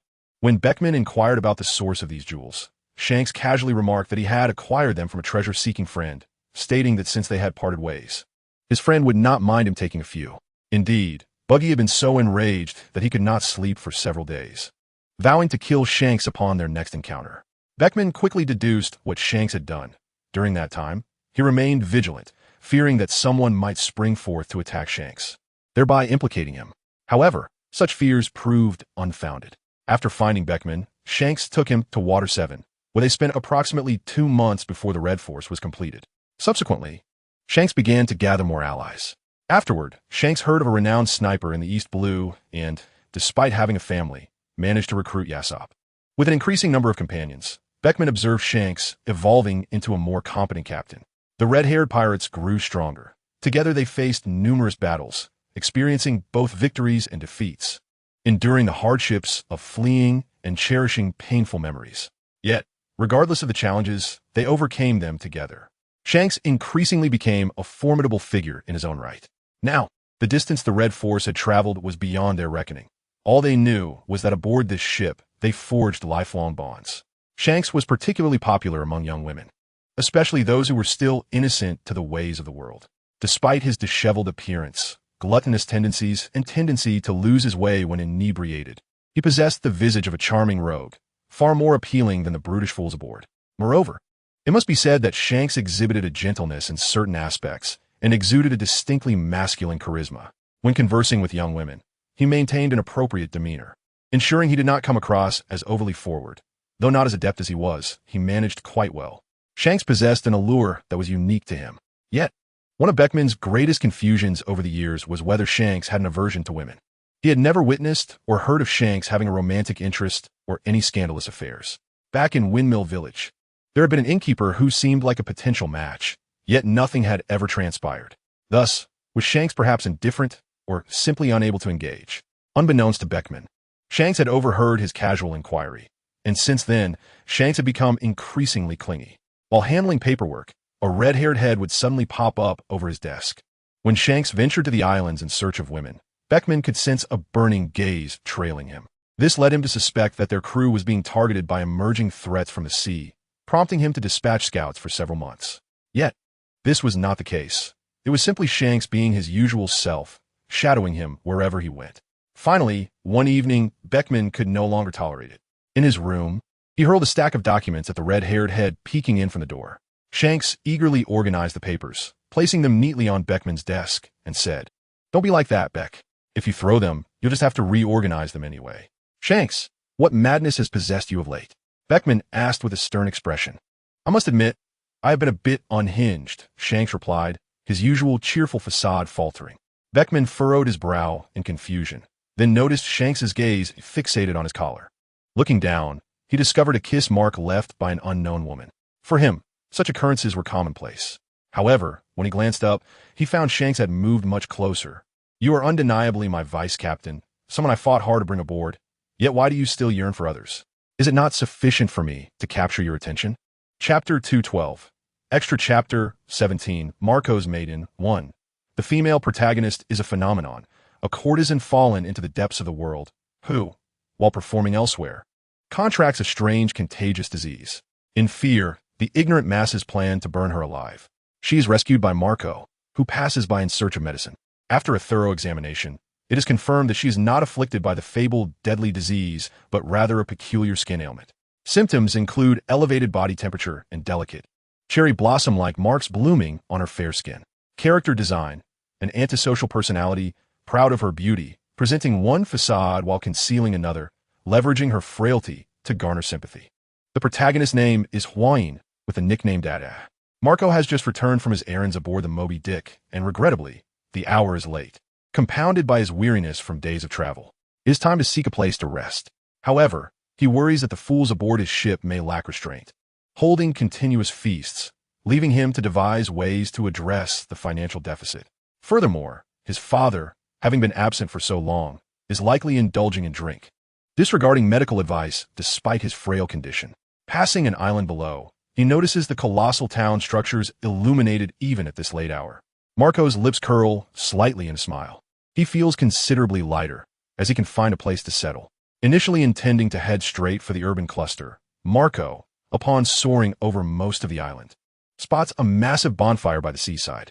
Surrounding it, people dance joyously with torches, exuding an air of celebration.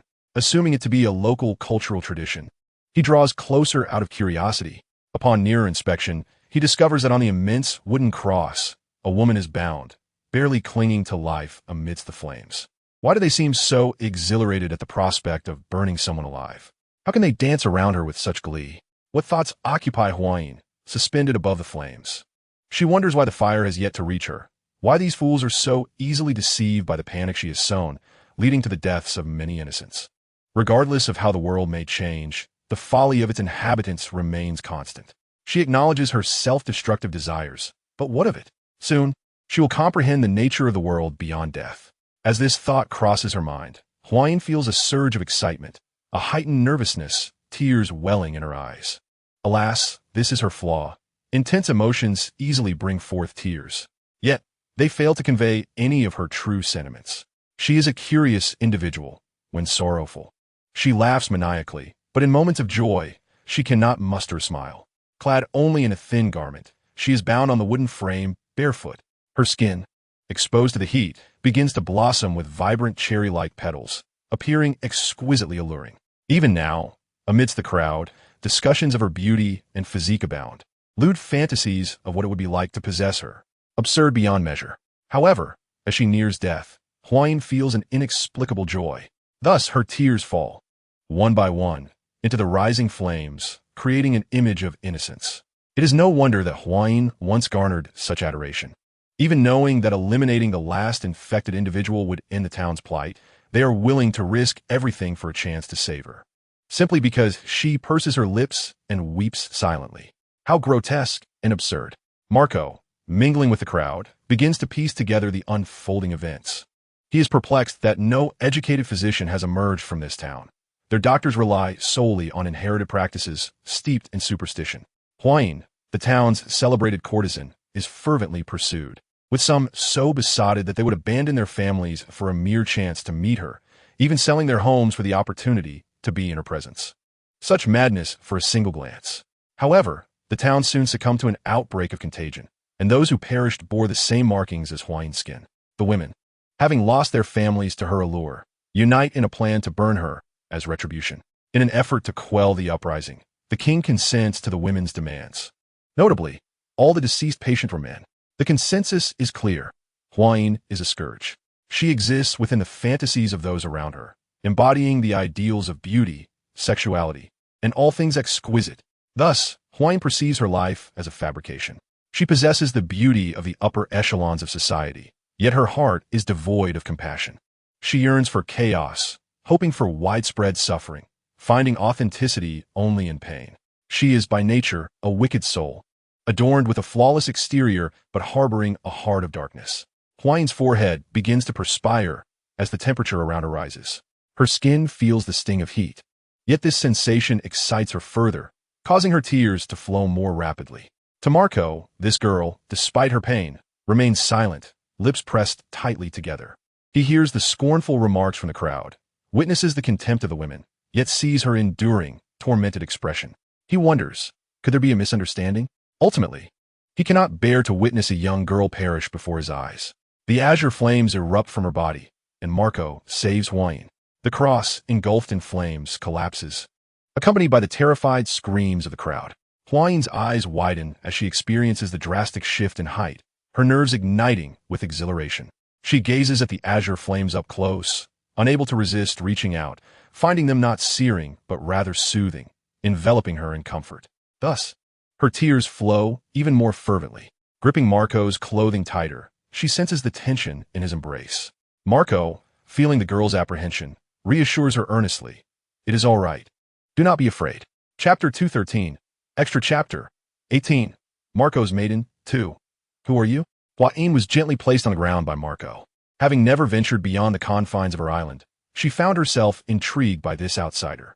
There was not a shred of fear within her regarding the unknown man. Even if Marco were to strike her down in the next moment, she would not be taken aback. Despite the considerable distance she had already traversed, the warmth had yet to dissipate from her skin, for the struggle had left her shoulders exposed, their delicate pink hue resembling cherry blossoms beckoning towards desire. Marco instinctively averted his gaze. Huayine was akin to desire itself, easily evoking unsettling associations upon sight. She wore but a simple white garment, her jet black hair cascading down her back, standing at the shoreline where moonlight danced upon the shimmering waves, rendering her porcelain visage even more striking. Moreover, with Marco's keen observational skills, he noticed the crimson streaks in Huayine's eyes, a clear indication of recent sorrowful tears. But what was this innocent, doe-like gaze she now possessed? Although Marco was the captain of the Whitebeard Pirates' First Division and had encountered numerous beauties, he was not adept at dealing with women. After all, spending one's days amidst a rowdy crew of ruffians does not foster such experience. Even though several aboard his ship had romantic interests, this knowledge was generally confined to those on board. The necessity to avoid making enemies was paramount. Revealing such information could easily attract the ire of ruthless pirates seeking revenge. Thus, few pirates dared to settle down, let alone raise children. Yet, within the realm of Whitebeard, it was not uncommon to have one or two familiar companions. Marco, however, had none. In his younger days, there were some, but he had since outgrown that impetuous yearning for women. Now, his greatest pastime was cultivating his inner self and indulging in pineapples. His most fervent wish was to care for his father's health and ensure his brothers aboard could ease his burdens, content to maintain the status quo. Life is replete with uncertainties. For instance, Marco, as oblivious as he might be, recognized that women differ fundamentally from men. Having a woman clad in a single garment beside him was inappropriate. Thus, despite his own simple attire, Marco removed his outer coat, intending to drape it over Huayine. His well-defined muscles were now exposed, and as he had just shed his coat, Huayine instinctively wrapped her arms around his waist, resting her delicate face against his chest, presenting an air of surrender. "Hey, it's unwise to behave this way with a man you've just met," Marco admonished, his tone firm. Yet his ears began to flush, though the night concealed this embarrassment. "But Mama-san said this is how I'll be liked. If I lose my worth, I will go hungry and be abandoned. You are all I can rely on now. Aren't you, dear stranger?" Huayine softly murmured against Marco's chest, her breath fragrant, her voice sweetly melodic, while her fingers began to glide gently over his muscles. Huayine was not one to fall instantly in love. She simply found him intriguing and wished to gauge his reaction to her behavior. It appeared he was not the naive fool she had initially presumed, which piqued her interest further. In that moment, Marco grasped Huayine's hand and took a small step back, saying, "There is no need for such antics. Since I took it upon myself to rescue you, I shall take responsibility. I will help you find an uninhabited island where you can start anew. Do I even stand a chance at a new beginning?" Huayine chuckled, her gaze deeply searching Marco's, as she recalled the thrill of facing death. The solemnity of the interrupted ritual casting a shadow over her mood, causing her excitement to wane. To Marco, this seemed the girl's disdain for her life and profound self-doubt. How might one rescue a wayward girl? Yet, in truth, he too was a pirate. What had compelled him to seek such trouble? Perhaps he could abandon her here and flee. Yet, the sight of her tear-filled eyes, struggling to contain her emotions, clad in flimsy attire without even shoes, presented a delicate and fragile figure. How could she possibly survive in this desolate place? Perhaps he ought to take her back to the White-Beard pirates, retrieve a map, and determine where best to settle her. However, at that moment, he truly did not wish to travel further. He could easily find a tree to rest against for the night, but she was not so fortunate. She appeared to have been coddled throughout her life, likely never having faced hardship. He imagined that even a gentle touch might leave marks upon her skin. What an utter nuisance. Marco pinched the bridge of his nose, accustomed as he was to considering others, and though he felt a headache brewing, he held little impatience. Thus, he began to gather soft leaves in the forest, creating a flat surface, laying them down to form a makeshift bed just large enough for a single person to lie upon. Once he completed this task, he glanced at Hua-in, gesturing towards the large tree, indicating he would sleep above while she lay below, assuring her he would remain vigilant against any lurking beasts. Wrapped in Marco's purple coat, Hua-in trembled, nodding gently in response. Indeed, the temperature had dropped. Marco, with his robust constitution, remained oblivious to such subtle changes, but she was merely an ordinary girl. Hua-in found herself mentally lamenting the simplicity of her makeshift shelter, feeling as though the cold would consume her. Then, lifting her head to gaze at Marco, a plan began to form in her mind. She stepped forward, grasping his hand, their eyes locking in silent conversation. Hua-in exerted a slight pull on Marco. Thinking she wished to speak, moved in the direction of her tug with caution, fearful of inadvertently causing her harm. To his surprise, she yanked him down, collapsing into his embrace. Just as Marco contemplated rising and pushing her away, she spoke, "My name is Shira Hua-in, but you may call me Dada. I shall not cause you any trouble, dear sir. I'm terribly cold, so please do not resist." Marco sighed, realizing he had indeed invited trouble upon himself. Yet he could not bring himself to cast her aside. "I am Marco. What a predicament you have placed me in," he remarked, though his hands betrayed him, encircling her waist to prevent her from slipping away from his grasp. Hua-in sprang upwards, finding a suitable spot from which to observe Marco's expressions. At that moment, Marco was bare-chested, shielding his eyes from the glaring sunlight filtering through the branches of a large tree. The brightness was truly blinding. The sun also shone upon Hua-in's face, illuminating her dark pupils, which reflected not a single ray of light. Marco, covering his forehead with his hand, lamented, "Why is it that your first utterance upon waking is this? It feels as though I have suddenly lost my allure." Hua-in leaned her arms against Marco's chest, resting her chin nonchalantly, and replied, "Are you not going to continue pretending? Marco Nguyev, if you wish to keep up the charade, I would gladly oblige." "For the child who cries receives candy," she stated. After a brief pause, Hua-in added, "There is no need for you to cast moral judgments upon me.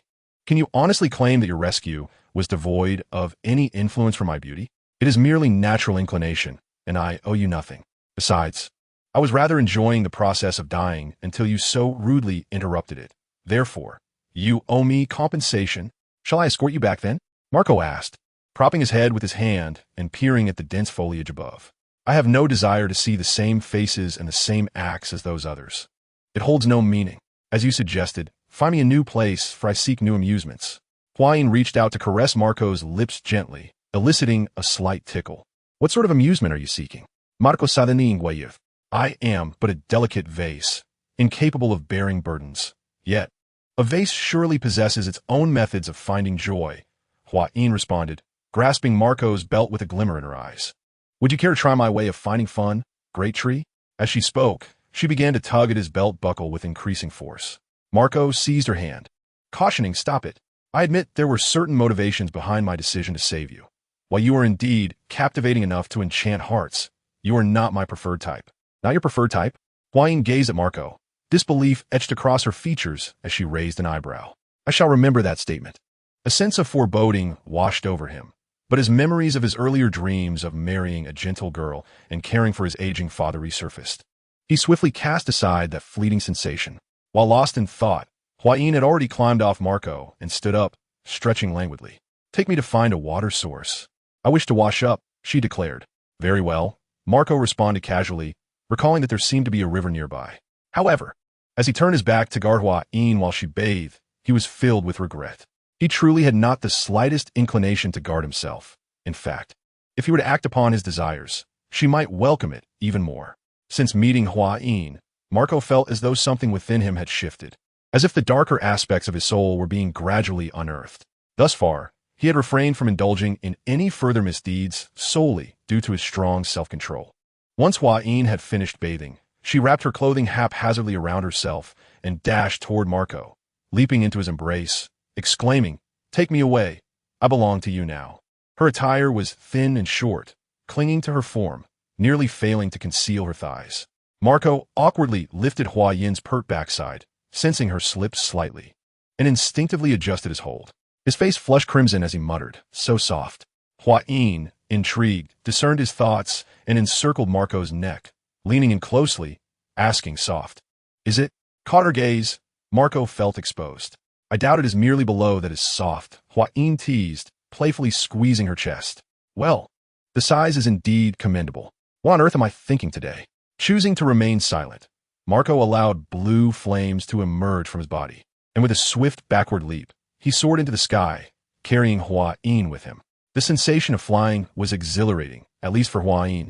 With Marco holding her close, she boldly spread her arms wide, embracing the azure sky. "Be careful," Marco cautioned, tightening his grip around her waist. "What if I were to let go right now? What would you do?" "Would you?" Hua Yin inquired, gazing at Marco with curiosity. "Perhaps I might. It would be the simplest way to resolve your predicament," he replied with a deadpan expression. "Then let go. I would gladly fall to my death.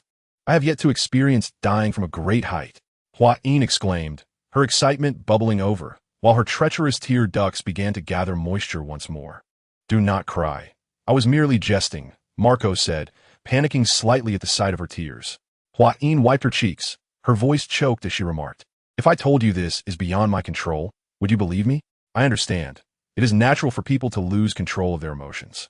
It is perfectly normal for girls to cry," Marco reassured her. Then, as if struck by a thought, he enveloped Hua Yin in blue flames, which enveloped her in a comforting warmth. However, they could not linger and play endlessly.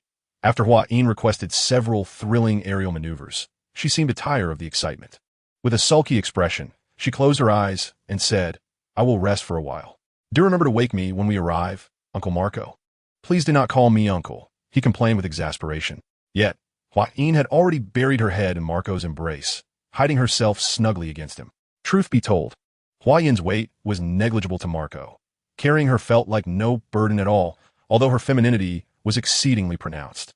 Into this chapter, Chapter 215, Side Story 20, Marco's Otome 4, Marco brought Hua Yin to the Whitebeard Pirates. This caused quite a stir, as it was the first time they had brought a woman aboard, and one so disheveled at that. Hua Yin was strikingly beautiful. Even among the famed members of the Whitebeard Pirates, her beauty was considered a rare treasure. The captains of various divisions surrounded Marco, bombarding him with questions. "Marco, did you have a romantic encounter on your outing? You lucky dog, Marco. Should we start calling her sister-in-law?" Their interest in such matters was palpable, with some even making risque jokes in front of Hua Yin. Of course, they likely meant no harm. The camaraderie among pirates was typically straightforward, revolving around battles or women. Their conversations were steeped in desire and the warrior spirit. For what meaning did life hold if not for the pursuit of the pirate's flag? Sachi observed Hua Yin and Marco with a measure of concern, for Hua Yin appeared to be the kind of woman who could not fend for herself. In a crew like theirs, surrounded by numerous enemies, she could easily be captured by rival ships and used as leverage against them. If Marco truly harbors feelings for her, it would indeed be troublesome. He sheltered Hua Yin behind him, explaining that she was a woman he had rescued along the way and that he brought her aboard because she was homeless and without a place to stay. Once Marco found a suitable place for her, he would send her on her way. Just as Saki was about to relax his furrowed brow, he noticed Hua Yin's tearful expression, her gaze towards Marco resembling that of a woman scorned. Soon, Hua Yin concealed her face with her sleeve, appearing utterly heartbroken. In doing so, her arms and thighs were exposed to the gaze of the onlookers. It seemed that, due to her heightened emotions, Hua Yin's skin began to bloom once more. However, the pirates lacked discernment. They merely glanced at her and assumed those marks were hickeys, seemingly covering her entire body. Coupled with the way Hua Yin looked at Marco, the crew's perception of him shifted to something inexplicable. It was evident that Hua Yin was acting, concocting this ploy to establish an impression of a complicated relationship with Marco in the minds of the others aboard the ship. She had certainly noticed the pirate flag flying high on the Moby Dick, given that she was amidst a crowd of pirates. Her striking appearance would undoubtedly attract the attention of unsavory characters. She needed to secure a protector to ward off potential harassment. Although she was not a naive girl, she was quite selective even regarding intimacy, needing to find something appealing in a partner. Such individuals were rare, and among the entire crew, only Marco caught her eye. She had no desire for those she found uninteresting to bother her. She was discerning, and not just anyone would do. While Saki trusted Marco's character, his perception of him began to shift after witnessing the girl's seemingly genuine emotions. Could it be that Marco had taken advantage of her and now wished to evade responsibility? After all, such individuals were not uncommon among pirates. Surely Marco would not fall into that category, though some older crew members had commented that he had been quite the Casanova in his youth. Was he merely rekindling his youthful passions? Amidst the murmurs of speculation, a deep and resonant voice rang out. Marco has returned. Indeed, father, I am back. Marco immediately parted the crowd and, while pulling along the weeping Huayin, approached Whitebeard. Whitebeard scrutinized Huayin with a piercing gaze. Feeling an overwhelming sense of pressure, Huayin lowered her sleeve and looked up at the towering giant before her, her eyes brimming with tears. To Huayin, father was indeed a giant, as she had never encountered anyone of such stature. Even though he was hooked up to IVs and appeared merely as an aged man, he sat with an aura of undeniable strength. Rather than fear, Huayin was captivated by curiosity, and her tears ceased. She approached Whitebeard and curiously poked his calf with her finger, wanting to confirm that the person before her was indeed real. It felt just like the touch of an ordinary person, Huayin thought to herself. While many deemed her actions as offensive, this audacious behavior amused Whitebeard, who chuckled and asked, "Little girl, are you not afraid of me?" Huayin shook her head and replied, "Though I know not why, the moment I laid eyes on you, I felt you were kind and would not harm a fragile girl like me." "Ha ha! You are quite the amusing little girl," Whitebeard laughed, his voice rich and resonant, echoing in the air. "Were you crying just now because my foolish sons aboard the ship bullied you?" Whitebeard inquired kindly. "Not at all. The other uncles on board were merely overly enthusiastic. I was a bit frightened. They did not bully me. The only one who could bully me is that rascal with the pineapple head," Huayin replied, her voice almost bringing tears to her eyes again. Marco frowned and remarked, "Do not casually give people nicknames, Yua. It's not my fault that the moment I saw you, I thought you resembled a pineapple. Even your hairstyle?" Huayin retorted, clearly displeased. "Is that my fault?" "Huayin-chan, you are being unreasonable." Marco crossed his arms in continued frustration. At that moment, voices of ridicule emerged from the crowd. The focus was not on their pet names, but rather on the question of how Marco had bullied the girl. "Indeed, Marco, what exactly did you do to her? Where have I bullied you? You tell me." Marco's head began to ache once more, given the woman's mischievous nature. How did he feel at ease? This woman was clearly one who relished in mischief. "We shared a bed just last night, and now you wish to deny it?" Huayin accused, causing the pirates present to feel an inexplicable pang of sympathy for her, collectively condemning Marco's behavior as that of a cad. "What do you mean we shared a bed? You were the one who climbed into my arms. I did nothing to you." This was becoming exceedingly troublesome. Huayin quickly covered her face, yet the multitude of red marks on her exposed skin was unmistakable. Marco was at a loss for words to describe her. A man should be responsible and upright, and he ought to take responsibility for this young lady. Voices of reproach arose from the crowd. Indeed, cad. The focal point for many was that, after reaching this stage, Marco had yet to make any advances. Was he not a man? Into this chapter, Chapter 215 Extra, 21, Marco's Otome 5, note, this chapter may be skipped. On March 26th, NetEase Technology reported that writer Han Han published an article titled "In Defense of Writers Against Baidu" on his blog, urging writers to consider their livelihoods and denouncing Baidu. The following is the full text of the article. Yesterday, March 24th, a few of my friends representing the industry had a failed negotiation with Baidu. Early on, Shun Haobo, Liu Jinbo, and Ho Xiaoqiang had all mentioned to me on various occasions the harm Baidu has inflicted on the publishing industry. I suggested suing Baidu, but they replied that they had all tried and none had won. Baidu is quite wealthy and well-connected, and it is said they can influence many courts. Baidu as public relations are also formidable, and they reportedly have sway over many media outlets. I lamented, could it be that Li Yanhong's father is actually Li Gang?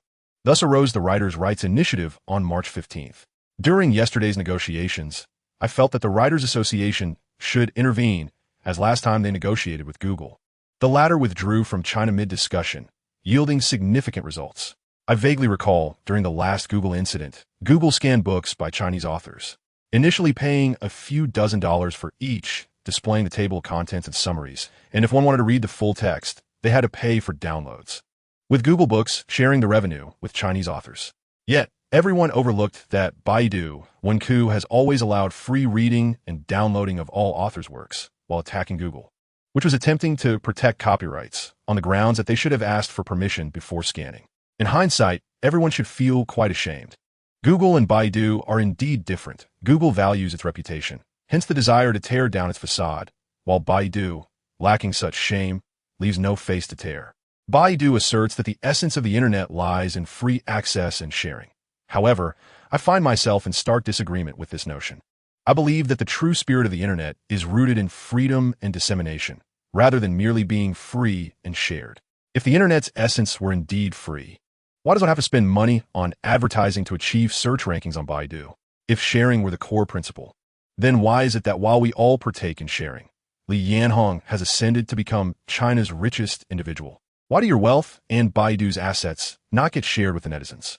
Baidu operates as a vast marketplace, offering products at no cost, which has led to its establishment as the largest commercial entity in China. The high foot traffic allows it to profit from advertising plastered on its walls. This business model is not inherently flawed, yet I implore this marketplace to remember that acquiring goods from manufacturers still incurs expenses. Baidu has introduced the concept of sharing, suggesting that I bring forth items from my home, and you bring yours, then we collectively benefit from each other's offerings. However, the issue lies in the fact that both you and I are merely presenting items from others for sharing. This is what Baidu refers to as free and shared. Baidu has thrived in an opportune era, where one can freely infringe upon the rights of authors, musicians, and film creators. Crucially, Baidu has also benefited from a favorable political environment, where one can infringe upon nearly the entire cultural industry and still receive protection. Naturally, Baidu has a plethora of supporters, and I fully comprehend their perspective. At times, purchasing books feels cumbersome, and the cost of reading can seem burdensome, which leads one to Baidu Wenku. I too have indulged in pirated DVDs and downloaded music from Baidu's MP3 service. However, I am acutely aware that my actions are erroneous. Although the wrongdoing may seem minor, I must not seek justification for my misdeeds, nor should I belittle those who strive to protect their copyrights. I have encountered numerous comments stating that some individuals seem obsessed with profit, proclaiming that the internet should be about sharing. They question the literary merit of those who write and support Baidu. Friends, I'm deeply aware of the struggles faced by writers. Most authors take 2 to 3 years to complete a book, earning a mere 10 to 20,000 yuan for their efforts. These writers may only earn an annual salary of 10,000 yuan or a monthly salary of 800 yuan, lacking social security and still having to pay taxes. Their plight is often more dire than yours. Apart from a handful of best-selling authors, the majority of Chinese writers earn meager incomes, while many online authors labor to produce 10,000 words a day, subsisting on paltry earnings of 2 cents per 1,000 words. In this day and age, who still sells items by the cent? A fresh installment of 5,000 words costs only a dime. One wouldn't even be able to give that to a beggar. Yet, not only is it permissible to read such content for free, but how can one also cast blame upon them? Meanwhile, the entity in question boasts a fortune exceeding 600 billion yuan. Please, let us allow a path for the Chinese publishing industry and its authors to thrive. As you pursue your own interests, I kindly ask that you spare a thought for our sustenance. The long-standing reality is that in China, virtually any best-selling book or original novel appears on Baidu Wenku, a flagship product of the largest internet company led by the richest individual in the country. Available for users to browse, download, and store on their electronic readers. As of today, users can freely access 56 million documents on Baidu Wenku, including 79 million literary works. To the brilliant minds of Baidu, these quantities seem merely documents, akin to a serving of fried noodles or a sample of urine. Yet, among these 79 million documents lie complete works by Jin Yong, new creations by Wang Ming, Han Han S. The Triple Door, and Mu Rong Shuesiyuan's Chengdu. Tonight, Please Forget Me, which have been downloaded 40,000 times. Nampai San Shu's Tomb Raider Notes has over 760 versions. In truth, all Chinese literary works with market value are encompassed within these 279 million free documents. Baidu's defense is that they cannot ascertain whether these works were uploaded by Jin Yong, Wang Ming, Han Han, Mu Rong Shui Yuan, or Nampai, since Shu themselves for user sharing. Indeed, you do not know. You are unaware of how authors painstakingly create a document, word by word. Over the course of years, you do not recognize that copyright is a sacred and inviolable property right. You do not understand how arduous life is for creators in this expensive nation, nor do you realize how fragile the law is in the anonymous online world, where thieves are rampant. What we remain oblivious to is whether the Earth is truly destined for destruction in 2012, or if civilization's order no longer warrants maintenance from this point forward. For many days, we have engaged in profound discussions with representatives from the literary, publishing, and legal sectors, delving into the absurdity behind this reality. We have meticulously organized the facts, logic, and legal analyses we have gathered, and with a pragmatic attitude, we present feasible solutions to Baidu, aiming to fundamentally improve the operational model of Baidu Wenku and establish a model for online copyright protection. Firstly, Baidu Wenku operates illegally, maliciously infringing upon rights, and the responsible parties have violated the criminal law. Baidu Wenku constitutes an act of internet publishing. According to Article 5 of the Interim Regulations on the Administration of Internet Publishing refers to the online dissemination of works created by oneself or others through selection, editing, and processing for public browsing, reading, use, or downloading. Baidu Wenku's operations align with this definition, as it engages in public storage, selection, editing, publication, recommendation, categorization, ranking, chapter merging, font adjustment, and providing access to users for browsing, reading, and downloading. Therefore, Baidu Wenku's actions can indeed be classified as internet publishing. Within a mere 1 to 2 years, Baidu Wenku has published 56 million works, including 79 million literary works, garnered tens of millions of users, and achieved billions of downloads, all while reaping substantial economic benefits. Further details regarding economic benefits will be provided later. This represents the largest scale of commercial internet publishing activity to date. Secondly, investigations reveal that Baidu does not possess the Internet Publishing Operating License issued by the National Press and Publication Administration and has been operating illegally. According to Article 6 of the Interim Regulations on the Administration of Internet Publishing, engaging in internet publishing activities requires approval.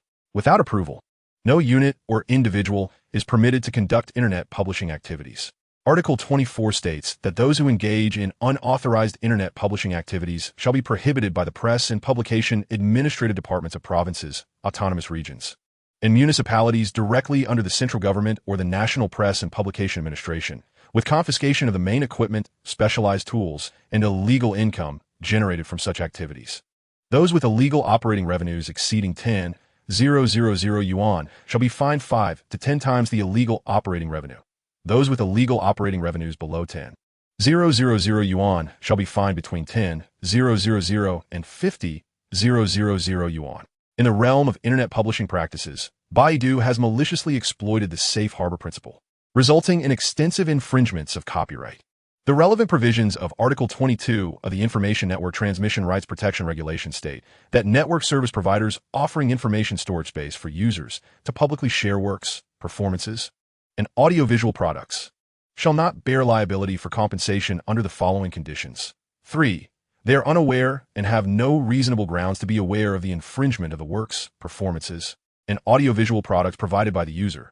4. They do not directly gain economic benefits from the works, performances, and audiovisual products provided by the user. Analyzing these provisions. 2. According to the third clause, Baidu Wenku contains a substantial number of works from renowned authors and best-selling books, all of which are infringing. Baidu Wenku has ample reason to be aware of this fact. The Chinese publishing industry and the community of writers have persistently protested against Baidu Wenku's infringement through various media over the past 2 years. A notable instance occurred on December 2, 2010, when 22 online authors, including Nampai Sanshu, issued an open letter denouncing Baidu Wenku for piracy, garnering widespread media attention. Yet, the works of these authors remain extensively available on Baidu Wenku. A search conducted on Baidu Wenku on March 23, 2011, revealed that Nampai Sanshu alone had 760 infringing documents, thus providing Baidu Wenku with no grounds to claim ignorance of a serious infringement. Even a simple search in the Baidu search box for Baidu Wenku immediately yields numerous reports of infringement, indicating that Baidu Wenku was indeed aware and should have been aware of its severe infringement. Furthermore, according to the fourth clause, Baidu Wenku operates as a subdomain of the Baidu website, with direct access from other subdomains, generating significant traffic that translates into substantial advertising revenue and other profits for Baidu. Recently, the Patriot Company collaborated with Baidu to launch the Baikan e-reader, which explicitly states in its advertisements that it supports wireless access to Baidu Wenku, Baidu Jidao, Baidu Baiki, and facilitates the easy download of millions of documents, tantamount to directly selling stolen goods. Additionally, Baidu Wenku employs a point system that encourages users to upload documents, with points convertible into tangible rewards, thus exhibiting a commercial nature. In summary, Baidu Wenku does not disclose the detailed information of uploaders. Baidu is fully aware of its infringing activities and derives substantial profits from these actions. As per Article 23 of the regulations, if a network service provider is aware or ought to be aware that the linked works, performances, and audiovisual products are infringing, they shall bear joint liability for infringement. Conclusion: Baidu Wenku is entirely inapplicable to the safe harbor principle, as it maliciously misuses this principle as a shield for its infringing actions, which is wholly untenable. Furthermore, Baidu and Li Yanhong personally should bear criminal responsibility for the extensive infringement committed by Baidu Wenku. 1.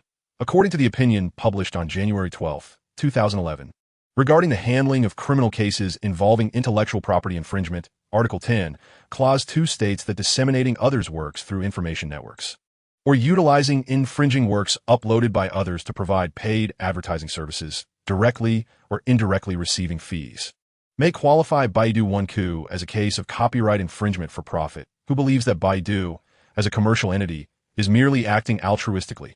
2. According to Article 11 of the opinion, in cases involving a multitude of works and dispersed rights holders, while it is indeed challenging to acquire evidence for each instance, if there is evidence proving that the copies in question are legally published and distributed, and the publisher cannot provide proof of obtaining permission from the copyright holder, it can be recognized as a case of copyright infringement without permission. 3. Article 12 of the opinion unequivocally states that the act of distributing works, including wholesale and retail, as well as dissemination through information networks and rental activities, constitutes a crime of copyright infringement when illegally publishing, copying, or distributing others' works. Therefore, Baidu Wenku can be identified as committing a crime of copyright infringement through the illegal distribution of others' works. 4. According to the aforementioned clauses and Article 13 of the opinion, disseminating over 500 pieces of others' works, or achieving over 50,000 actual clicks on such works, or operating a membership system with over 1,000 registered members, constitutes serious circumstances as defined by criminal law. Since then, Huayin has taken up residence with Marco. Although Marco often mentions the need to find Huayin a suitable place to stay, everyone knows how reluctant he is to part with the young girl. He even goes so far as to hide her from others, fearing that if they see her too often, he might become jealous. They have never realized how possessive Marco truly is. In truth, Marco does not feel the need to be with Huayin every day. Yet, when he inquired about her special skills, Huayin responded that her talent lies in enticing men. When he asked how she planned to make a living, her answer was to open a cabaret and become a mama-san. Thus, how could he possibly let her go? Marco has always known that Huayin is a cold-hearted person. While she may harbor a slight affection for him, it is certainly not profound.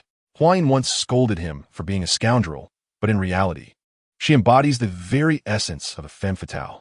The notion of discarding one person for another comes naturally to her. Her propensity to become transfixed by handsome men has even made Marco somewhat neurotic, as he indeed has feelings for Huayin. As a renowned pirate, he cannot allow his woman to covet other men. However, he can at least surmise that mere physical appearance cannot captivate Huayin. Otherwise, he, whom she refers to as uncle, would not stand a chance. For now, he feels secure until Ace returns from a mission with his crew. Marco does not deny that Ace possesses the youthful pride and vigor unique to his age, yet he also exudes the charisma of a mature man. However, Ace undeniably occupies a position of privilege. His talent is one of the most formidable Marco has ever encountered, although he lacks a bit in temperament.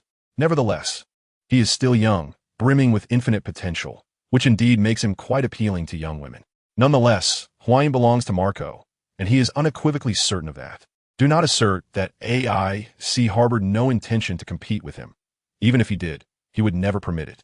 Observing Huayin and AIC engaged in cheerful conversation, Marco felt that today's pineapple was far less delicious than usual. Initially, Huayin sat there, engrossed in their discussion, but soon boredom crept in as the young captain of the 2nd Division, AIC, continued to speak of his brother. While the brother he spoke of was indeed intriguing, it was hardly engaging to hear about him incessantly. This fellow appeared to be even more oblivious than Marco. He was handsome, yet seemingly not her type. She preferred someone with a bit more sexual tension. Reflecting on this preference, she was surprised to find that the first person who came to mind was Marco. He always made it a point to instruct Sachi to prepare her favorite dishes before meals and would inquire about what girls like when he went to procure supplies on various islands, returning with an assortment of lovely trinkets for her. He showed genuine interest in her thoughts and feelings, striving to bring her joy. Was this affection? Perhaps it was. In her past as a courtesan, she had encountered many who would lavish wealth upon her just to elicit a smile. However, such joy was fleeting, as their ultimate aim was to possess her. If she were devoid of her striking beauty, perhaps her worth would diminish, yet those who approached her might be more sincere. When one lacks that which others covet, there is no need to speculate on their intentions. There is nothing left to manipulate. Was Marco's attraction merely physical? That answer was almost self-evident, yes. But did the subsequent respect, patience, and care stem solely from her appearance?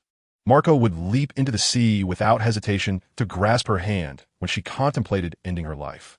As a user of a devil fruit ability, his plunge into the ocean would spell certain doom without assistance. Moreover, Huayin had even bound a heavy stone to her ankle to ensure her demise. Underwater, she held her breath and watched as Marco expelled bubbles, yet he did not relinquish his grip on her hand. Confusion began to envelop her. She had always believed their relationship was merely a physical transaction. The first encounter had been initiated by her own seduction. She was confident that no one who spent time with her could resist becoming entranced. Marco, too, was unsurprised by their frequent encounters thereafter. Though Huayin did not reject him entirely due to technicalities, yet still, she longed for death. No one could impede her actions, Marco included. He was merely one among her many lovers. So, if their relationship was so simple, why did he not let go? Witnessing Marco's complexion grow paler while he clung to her hand, and seeing the members of the Whitebeard pirates respecting their solitude by keeping their distance, Huayin reassured herself that her current actions were merely a precaution against attracting the attention of the renowned 4 emperors. She drew a dagger from her clothing and severed the rope binding her ankle. Then, she swam closer to Marco, tugged at his collar, and kissed him, shared her breath with him. With all her strength, she pulled Marco toward the surface. It was truly vexing. She had always preferred partners who were not overly clingy. Why did he insist on following her into the abyss?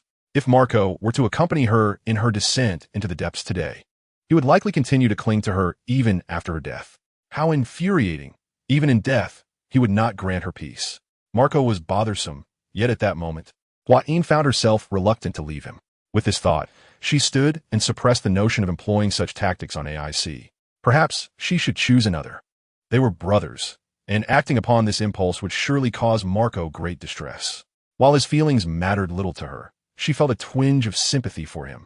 Even when buried in paperwork until the late hours, he never forgot to prepare fresh milk for her the following day, and, knowing her fondness for desserts, would inquire about new offerings while conducting business on Cake Island to bring her delightful treats. His many gestures of care were evident in the details. How could she, such a perceptive individual, fail to notice? Huayin stood and waved to AIC, then pointed toward the man with the pineapple head lurking in the corner. Shrugging her shoulders, even AIC, who was rather slow to catch on, understood, smiling and nodding in acknowledgement. Subsequently, Huayin kicked off her shoes and rushed toward Marco. He caught her securely, playfully pinching her cheek to express his mild displeasure. "Marco, I am hungry." Huayin disregarded his feelings in his presence. She could afford to be a little willful. After the war on the top, Marco retreated to his father's homeland. Of course, he brought Huayin with him.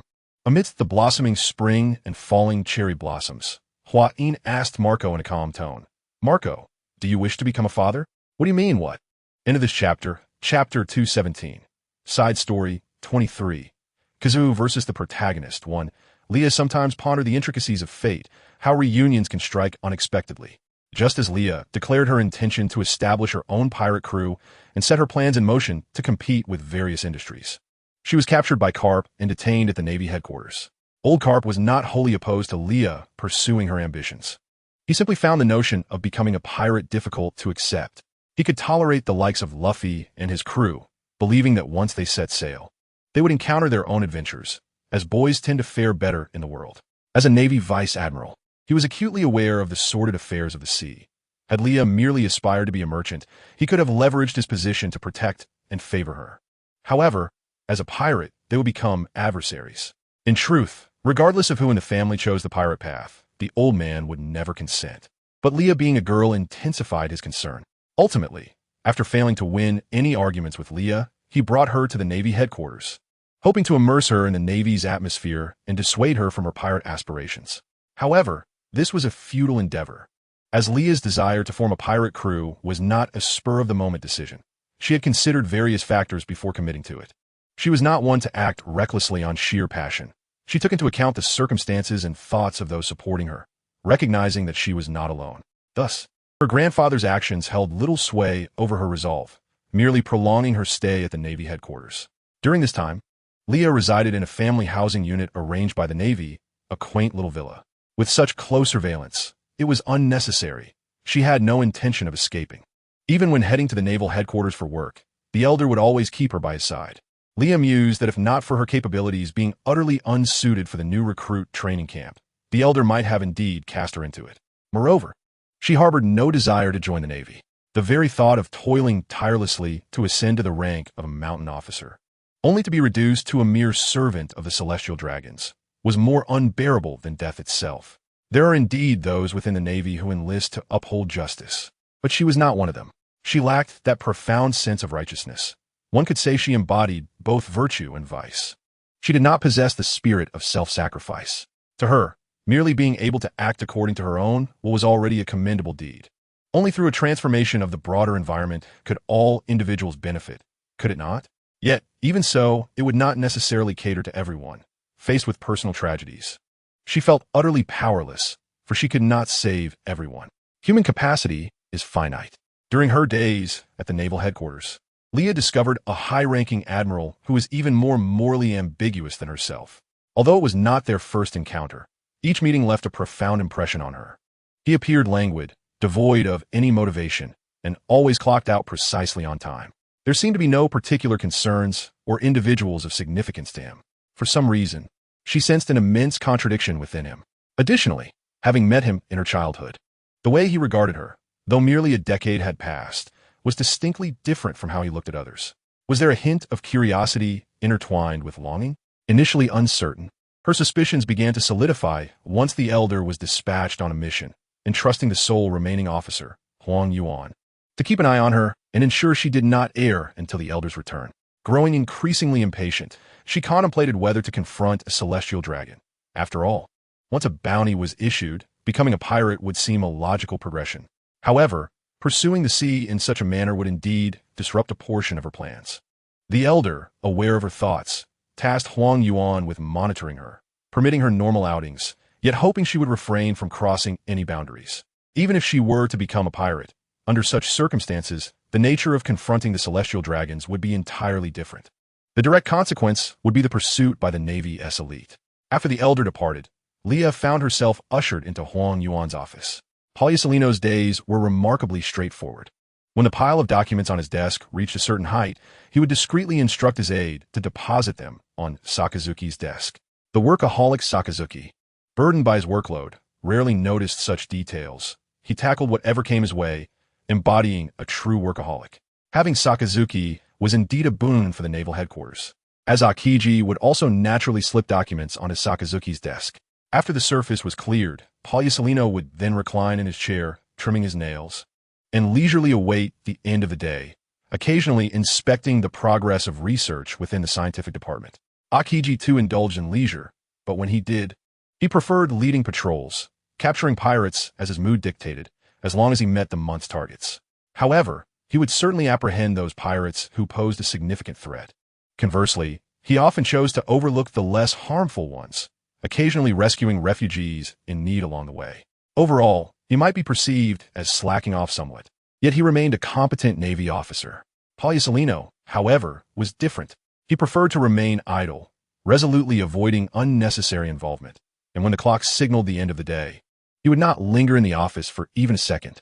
Being in his company even made Leah somewhat lethargic. She would never undertake any tasks that could be delegated to Yuxia.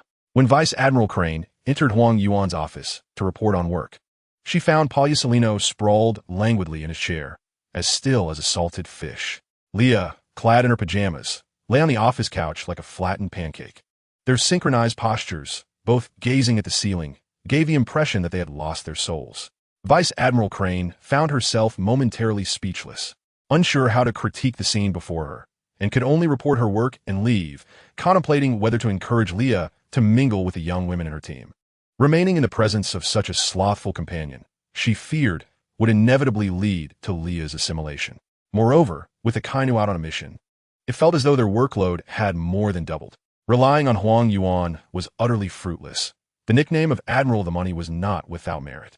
In the supplemental chapter, Huang Yuan took it upon himself to shadow Leah closely, hoping to avoid a confrontation with Karp upon his return. Leah was likely aware of his predicament and thus did not express much resistance. However, a more complicated issue arose at night when it came to sleeping arrangements, for they certainly could not share a bed. Palliasolino's home was spacious with numerous rooms, yet it was devoid of excess furnishings. The furniture was limited to the essentials, lacking any items that reflected personal preferences. Many rooms remained vacant, save for his own, which contained a large bed measuring 4 meters by 3, a wardrobe, a bedside table, and a small lamp. The sparse furnishings gave it the air of transient lodging. The only space that felt somewhat lived in was his study, overflowing with books requiring a 3-meter-tall individual to retrieve. Of course, it was far from organized. While the shelves held their books reasonably well, those taken down were scattered haphazardly around the room. During his rare moments of leisure, he would sometimes cover his face with a book and doze in the afternoon sun, occasionally spending an entire afternoon in such a state. How did Leah come to know all this? Since Karp had been dispatched, Palliasolino had brought her to his home, not imposing any strict requirements on her conduct, merely asking her to remain within his line of sight. Even when she wished to venture out, he insisted on accompanying her. To avoid awkwardness, he had his aide procure an additional bed, providing Leah with a room of her own. Though it was intended as a temporary arrangement, Palliasolino endeavored to show her respect as much as possible. Their coexistence was harmonious, exemplified by Palliasolino dozing in his office chair, while Leah, too, felt drowsy, sometimes falling asleep leaning against the wall. Frankly, it had been a long time since Leah had experienced such a leisurely lifestyle. As an admiral, with someone nearby who was always contemplating becoming a pirate, how could he truly relax and sleep soundly? Even though they were already acquainted, complete trust was impossible. Through keen observation of daily details, Palliasolino recognized that she was not the same person she once was. In many respects, Leah exhibits a certain naivety. One could argue that she has yet to summon the resolve to be truly ruthless. Her aspirations in life remain rather muted, and the fervent yearning she once mentioned has not yet found a place in her heart. Although he feels a flicker of emotion, he derives greater satisfaction from the present state of their companionship. She fell asleep in the presence of a man she does not know well. Is he truly deserving of her trust? Palliasolino rose and gently lifted the slumbering Leah into his arms. He made not a sound, nor did he engage in any superfluous actions. He carried her to her room, tenderly covering her with a corner of the thin blanket. At this juncture in his life, he felt devoid of ambition, as if continuing along this path was quite agreeable. After casting one more glance at her serene sleeping visage, he quietly exited the room, devoid of any lingering attachment. He was no longer young, yet the dreams of his past continued to play out in the solitude of countless midnights. Life ought to yield a multitude of outcomes.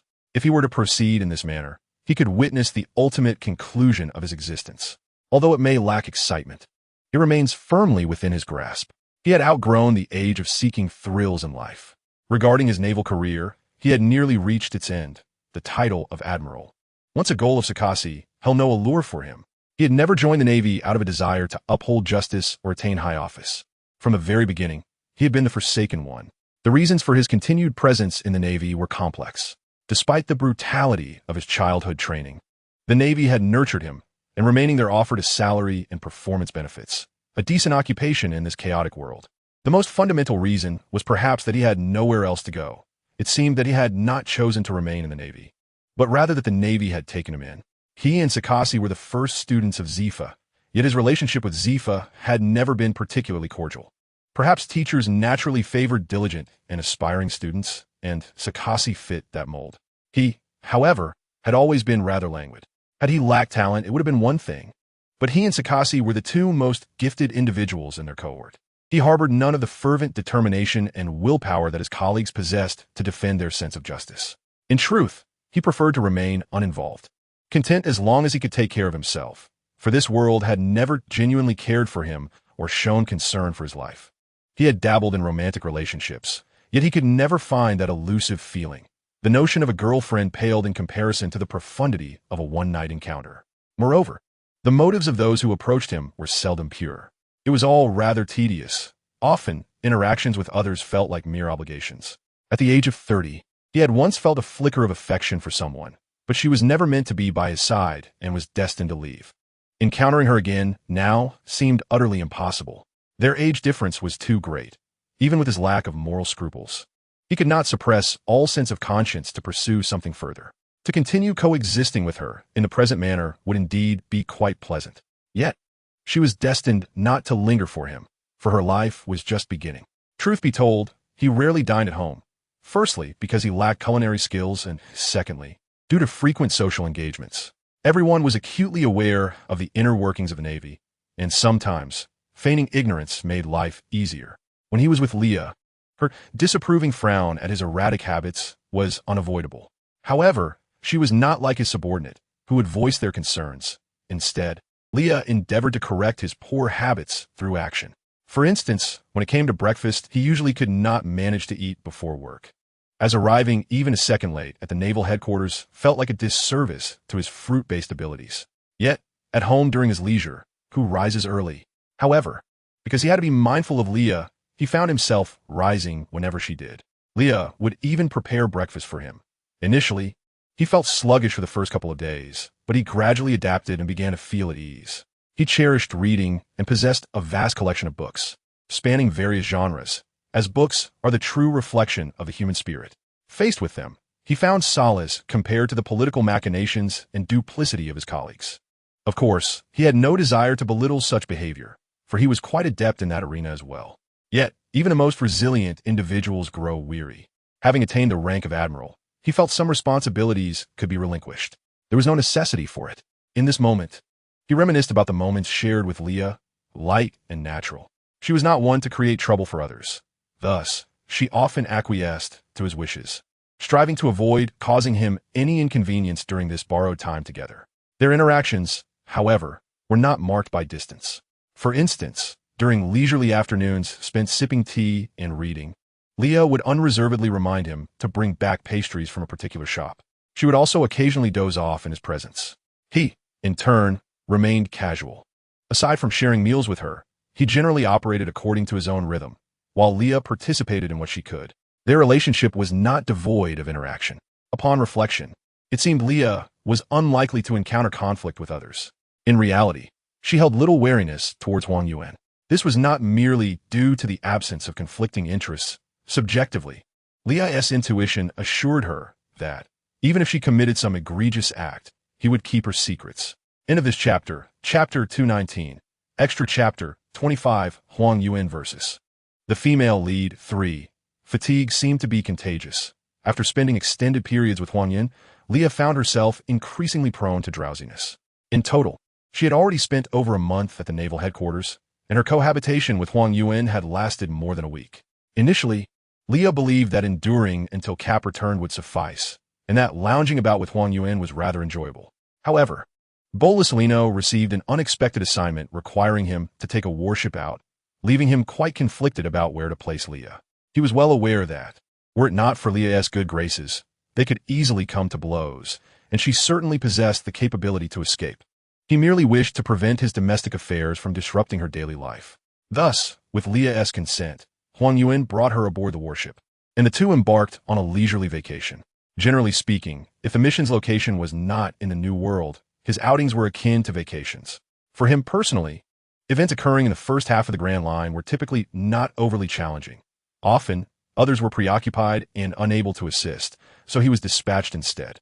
In more extreme cases, he was called upon to handle matters the Navy could not resolve, and in pursuit of the Navy's so-called prestige or hollow justice. He likely needed to eliminate any threats to the Navy, which often ensnared innocent individuals, leaving them to bear the consequences. He truly does not possess an intense sense of empathy. He merely acknowledges that it is the Navy that provides his salary, and his ascension to his current position is also due to the Navy. Living with such clarity is exhausting. It is better to feign ignorance.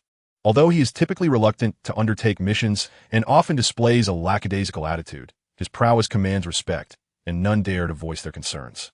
The warships he utilizes are equipped with chefs, so he need not worry about food. There is also a dining hall on the ship. However, it is somewhat discomforting that many individuals in the dining hall secretly observe Leah, who has long been under his command. She is the first woman to accompany a general on missions, and naturally, they are curious. Furthermore, Leah's appearance is quite captivating. Being the center of attention can be burdensome, as it feels like there are always eyes upon her, except when she is in her own quarters. Of course, due to their friendship, she and Borsalino dine together. Should they pretend not to know each other to lessen the scrutiny? Certainly. Leah has yet to witness Borsalino lose his temper, and it is likely his subordinates have not either. However, Leah has experienced what it means to exude authority without anger. After their elegant meal, Borsalino smiles and surveys the entire dining hall, causing everyone he gazes upon to vanish as if by magic. They must heed his countenance, for otherwise, the general might cheerfully summon them to stoke the boilers. His demeanor is devoid of anger, yet he is capable of making things difficult for others. They suspect that their general did not endure a lack of discipline upon joining the Navy. Otherwise, how could he possess such a repertoire of cunning strategies? Moreover, they can discern that their general cares deeply for the young woman in question. According to their understanding of him, the general should embody gentlemanly elegance, but never lack assertiveness. Yet, something feels amiss. He remains excessively calm. Even if he is concerned, he would never display such feelings in her presence. Occasionally, Leah experiments with pastries on the ship and shares them with the soldiers on duty.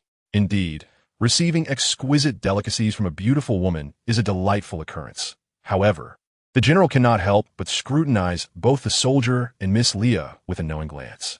It does not take long before that soldier is tasked with stoking the boilers, perhaps for an extended period, as the general holds grudges and is quite possessive, though he keeps these emotions bottled up. Only those who have served with him for a long time can perceive this, while younger girls remain oblivious. They cannot fathom why the general exhibits such restraint. Serving under the general, they feel they could easily change allegiances, given that he appears indifferent to the Navy. In truth, he seems apathetic to everything. Having finally developed a particular fondness for someone, why does he lack any desire for conquest?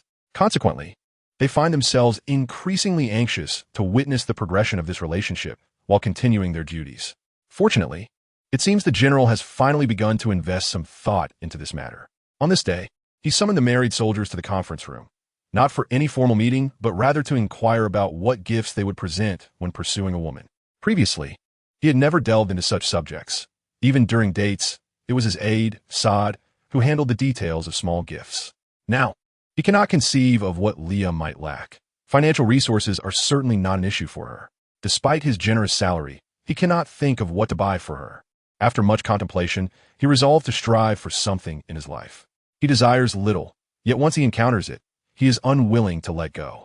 Moreover, through their time together, she has shown no aversion to his thoughtful gestures. The warship cannot sail tirelessly, and when they encounter an island, they will procure supplies.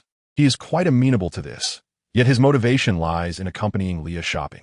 When he offered to pay, she declined, and he felt no distress, understanding it was a matter of principle for her. However, the very act of carrying her bags is far more arduous than one might anticipate. As a naval admiral, after a day of shopping with Leah, he returns to the ship utterly exhausted, barely able to stand. Today, he feels he has consumed an array of peculiar snacks. For him, sugary treats are excessive, while for Leah, they're just right. Additionally, she typically consumes only a small portion of a snack, claiming it is to avoid gaining weight. Discarding her leftovers feels wasteful, so he ends up finishing them himself. Aside from this minor annoyance, he genuinely enjoys the days spent with Leah, At the very least, she sincerely cares for him. Chapter 220. Side Story 26. Borsalino versus the protagonist. 4. The weather on the Grand Line is notoriously unpredictable. What may be a torrential downpour today could turn into a blizzard tomorrow. Even after years at sea, Leah still struggles to adapt to such sudden weather changes. When aboard her merchant ship, she would prepare clothing for all seasons and include heating equipment to keep warm. However, aboard Borsalino's warship, such meticulousness is absent. Nevertheless, Saad is quite attentive. While accompanying Leah on her shopping excursions, he not only carries her belongings, but also purchases a greatcoat for her. Upon seeing him buy it, Leah asked if he had a preference for such garments, even offering to pay for it, only to be met with his silent, amused refusal. He is typically a man of eloquence, adept at conversation. Yet when faced with unfamiliar individuals, he tends to deflect and evade. Conversely, in the presence of acquaintances, he displays greater finesse. However, with Leah, he finds himself speaking far less. Perhaps others cannot comprehend, but for him, conversing is an exhausting endeavor. Constantly wearing a facade, he yearns for moments of relaxation when alone. He feels no sense of belonging within the Navy, has no desire to become a pirate, and is disinterested in the Revolutionary Army. He harbors no intention of contributing to the world, only seeking to savor the present moment. He recalls the previous snowfall, seeing Leah curled up outside his room's window. The soldiers serving aboard his warship have undergone rigorous training, enduring hunger and cold as a means of fortifying their will. While he usually does not concern himself with such matters, he is particularly attentive to Leah and her ability to adapt to the current life at sea. Thus, he purchased the greatcoat, ensuring he could drape it over her during the next extreme weather event. Leah is quite sensitive to the cold, yet when it snows, she rushes out to play in the wind and snow, full of vitality, embodying the zest for life he has longed for. Being with her makes him feel as though he too has awakened, finding joy in every activity. There is no need for apprehension or suspicion. Seeing her happy brings him happiness. During this period, his smiles were more frequent than ever. Despite the biting cold, he felt little chill. Instead, watching Leah foolishly exhale into the air, curiously observing the shapes formed in the mist, struck him as rather silly. He couldn't help but smile. At that moment, Leah truly began to fall in love with the world. She had gained something in this realm that she had never possessed before. The primary reason she wished for a better world was because the people she cared about lived in it. If the world improved, they would find greater happiness. She deemed such aspirations invaluable. Thus, she also began to cherish everything around her, including the ordinary cycles of nature, experiencing the minutiae she had never before examined. This positive spirit likewise influenced Borsalino, who stood beside her. She wished to build a snowman, but hesitated, fearing the cold. At that moment, Borsalino stepped forward. "Miss Leah, tell me what kind of snowman you desire, and I shall help you construct it," he offered with a gentle smile. Could it truly be? Leah's eyes sparkled at such a thoughtful proposal, stirring her heart. "Of course, I am aware you fear the cold.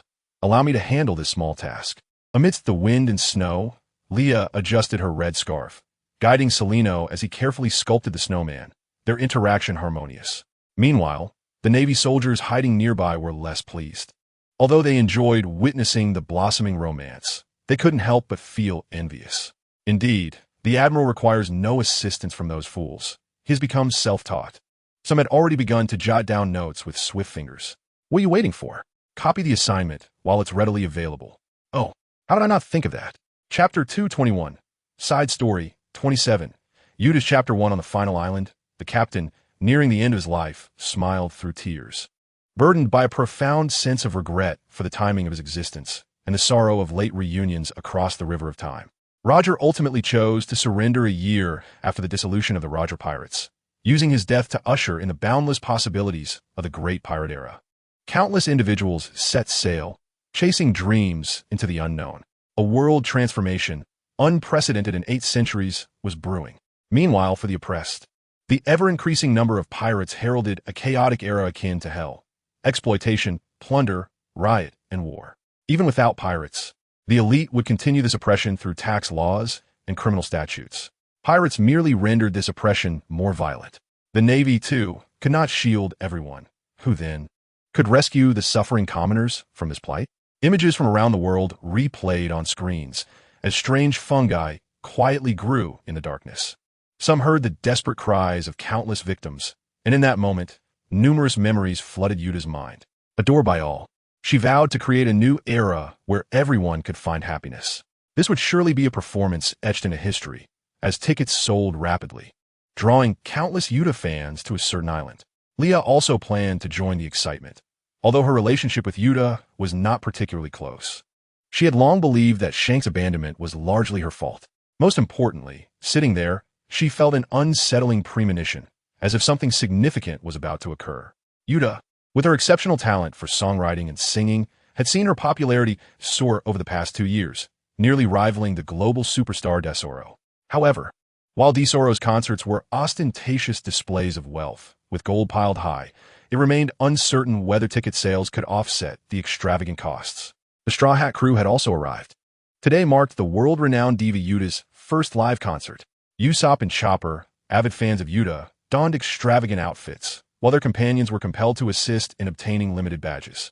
Leah sat in the stands, enjoying the performance of the star alongside thousands of other spectators.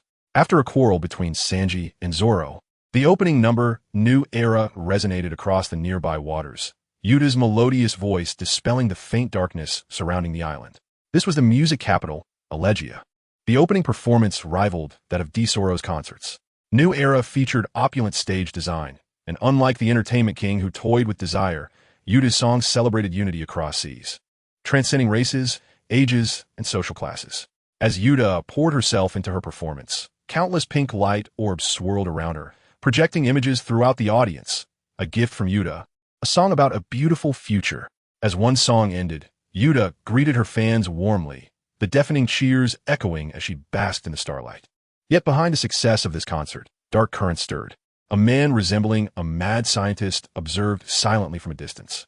Meanwhile, the audience was mixed with members of the Jellyfish Pirates, intent on making a name for themselves through the kidnapping of the star. Unexpectedly, the next moment, Luffy stretched out his arm, wrapping it around the massive ice pillar extending from the stage, swinging himself onto the platform. He often forgot others' names and struggled with faces, but he could never mistake the girl before him. Yuta and Luffy had known each other since childhood, and they embraced affectionately in front of the crowd, causing Sanji to grit his teeth in jealousy. The other crew members were equally astonished, questioning their foolish captain. How do you know Yuta so well? Luffy then casually revealed the shocking news that Yuta was actually Shank's daughter. Upon hearing this, the Jellyfish Pirates grew increasingly resolute in their intentions. To be frank, this unknown pirate crew should not be called the Jellyfish Pirates. They ought to be named the Iron-Headed Pirates.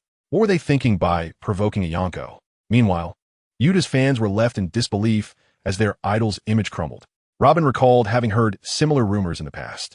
Leah, resting her chin in her hand, regarded Yuta with a hint of resignation. Previously, she had thought Shanks had a deceased white moonlight. Yet, it was merely a misunderstanding. Yuta was the daughter he had adopted. A charming child in her youth, now blossomed into a stunning young woman. Her purpose for attending was to clarify the true reason Shanks had left her there. She truly wished to cease bearing the blame. Yuta seemed to sense something, scanning the crowd, and abruptly locked eyes with Leah. Leah, resting her chin in her hand, offered Yuta a friendly smile, but Yuta merely averted her gaze, completely disregarding her. Leah gently touched her nose, feeling as though she had encountered a cloud of dust. She could not bring herself to blame Yuta. From Yuta's perspective, it was understandable that she would harbor resentment toward her father, whom she had respected since childhood, for abandoning her due to the influence of a nefarious woman. It was all Shank's fault. He had a tongue, but chose to remain silent, leaving her to bear the consequences. It was truly exasperating. Yuta then redirected her attention to Luffy. As Yuta was suddenly exposed by Luffy, she helplessly covered her forehead, managing a smile. Before the audience could recover from their shock, chaos erupted on stage. At the sound of gunfire, the members of the Jellyfish Pirates surrounded Luffy and Yuta. Leah remained seated in the stands, her expression unchanged. There was no way these insignificant foes could harm Luffy and his companions, though she was unaware of Yuta's fruit abilities. She had heard from Shanks that they were perilous in nature. At that time, Shanks had knelt on a washboard, insisting that he had no ex-girlfriend or ex-wife. Leah's anger never directed itself at children. It was always aimed at Shanks, the root of all this turmoil. If Shanks truly had a former wife, what would Leah do? Perhaps she would quietly leave. She did not wish to be the villain who shattered Yuta's childhood, nor did she want to endure grievances. for the world would not revolve solely around her. The group of insignificant foes believed they had found the weakness of the four emperors, red-haired Shanks, unaware that they were mere prey in a larger scheme. A blazing fist descended from the heavens, exploding amidst the crowd as the Big Mom pirates made their appearance, utilizing Brulee's fruit ability to unleash a torrent of henchmen from the mirrors. The order to capture Yuta was issued personally by Big Mom. Chapter 222, Side Story 28, Yuta Chapter 2. As the chaos loomed, the Straw Hat crew could not remain idle. These ruffians dared to lay hands on Luffy's childhood friend. Sanji, Brook, and Zoro moved forward simultaneously, followed closely by Nami, Chopper, and Frankie. In the rear, the elder brother Jinbe surged onto the stage, riding a massive wave shaped like a shark, sending countless henchmen flying. Aowen and Jinbe, along with Frankie, found themselves in a brief stalemate. Just as Robin transformed her countless arms into a gigantic net to ensnare the foes, Usopp prepared to deliver the final blow. At a critical moment, Yuta halted the ongoing battle, announcing to everyone that they were all her fans. The computer Aowen and Brulee mocked her naivety. Even as the Straw Hat crew repeatedly warned Yuta, "These people have come to capture you." Yet Yuta maintained her calm demeanor, forgiving everyone throughout. Witnessing this, Leah furrowed her brow deeper, an ominous premonition intensifying within her. Soon enough, her fears were confirmed. Amidst a sea of bewildered and astonished gazes, Yuta opened her mouth. Her voice, enhanced by the song fruit, sweeping across the venue like a tidal wave. Her song blurred the boundaries between dreams and reality, filling the space with fantastical creatures and vivid musical notes. Yuta herself transformed into a knight clad in heavy armor, wielding a spear. Even as pirates attacked with all their might, they could not breach the protective barrier she had summoned. She then repelled both Aowen and Luffy, gracefully moving her hands to transform the musical staff into inescapable shackles. As Yuta exhibited her extraordinary prowess, the atmosphere of the concert reached a fever pitch. In response to the cheers of the audience, Yuta soared above the crowd, returning to the stage, turning the brutal conflict among pirates into a breathtaking performance.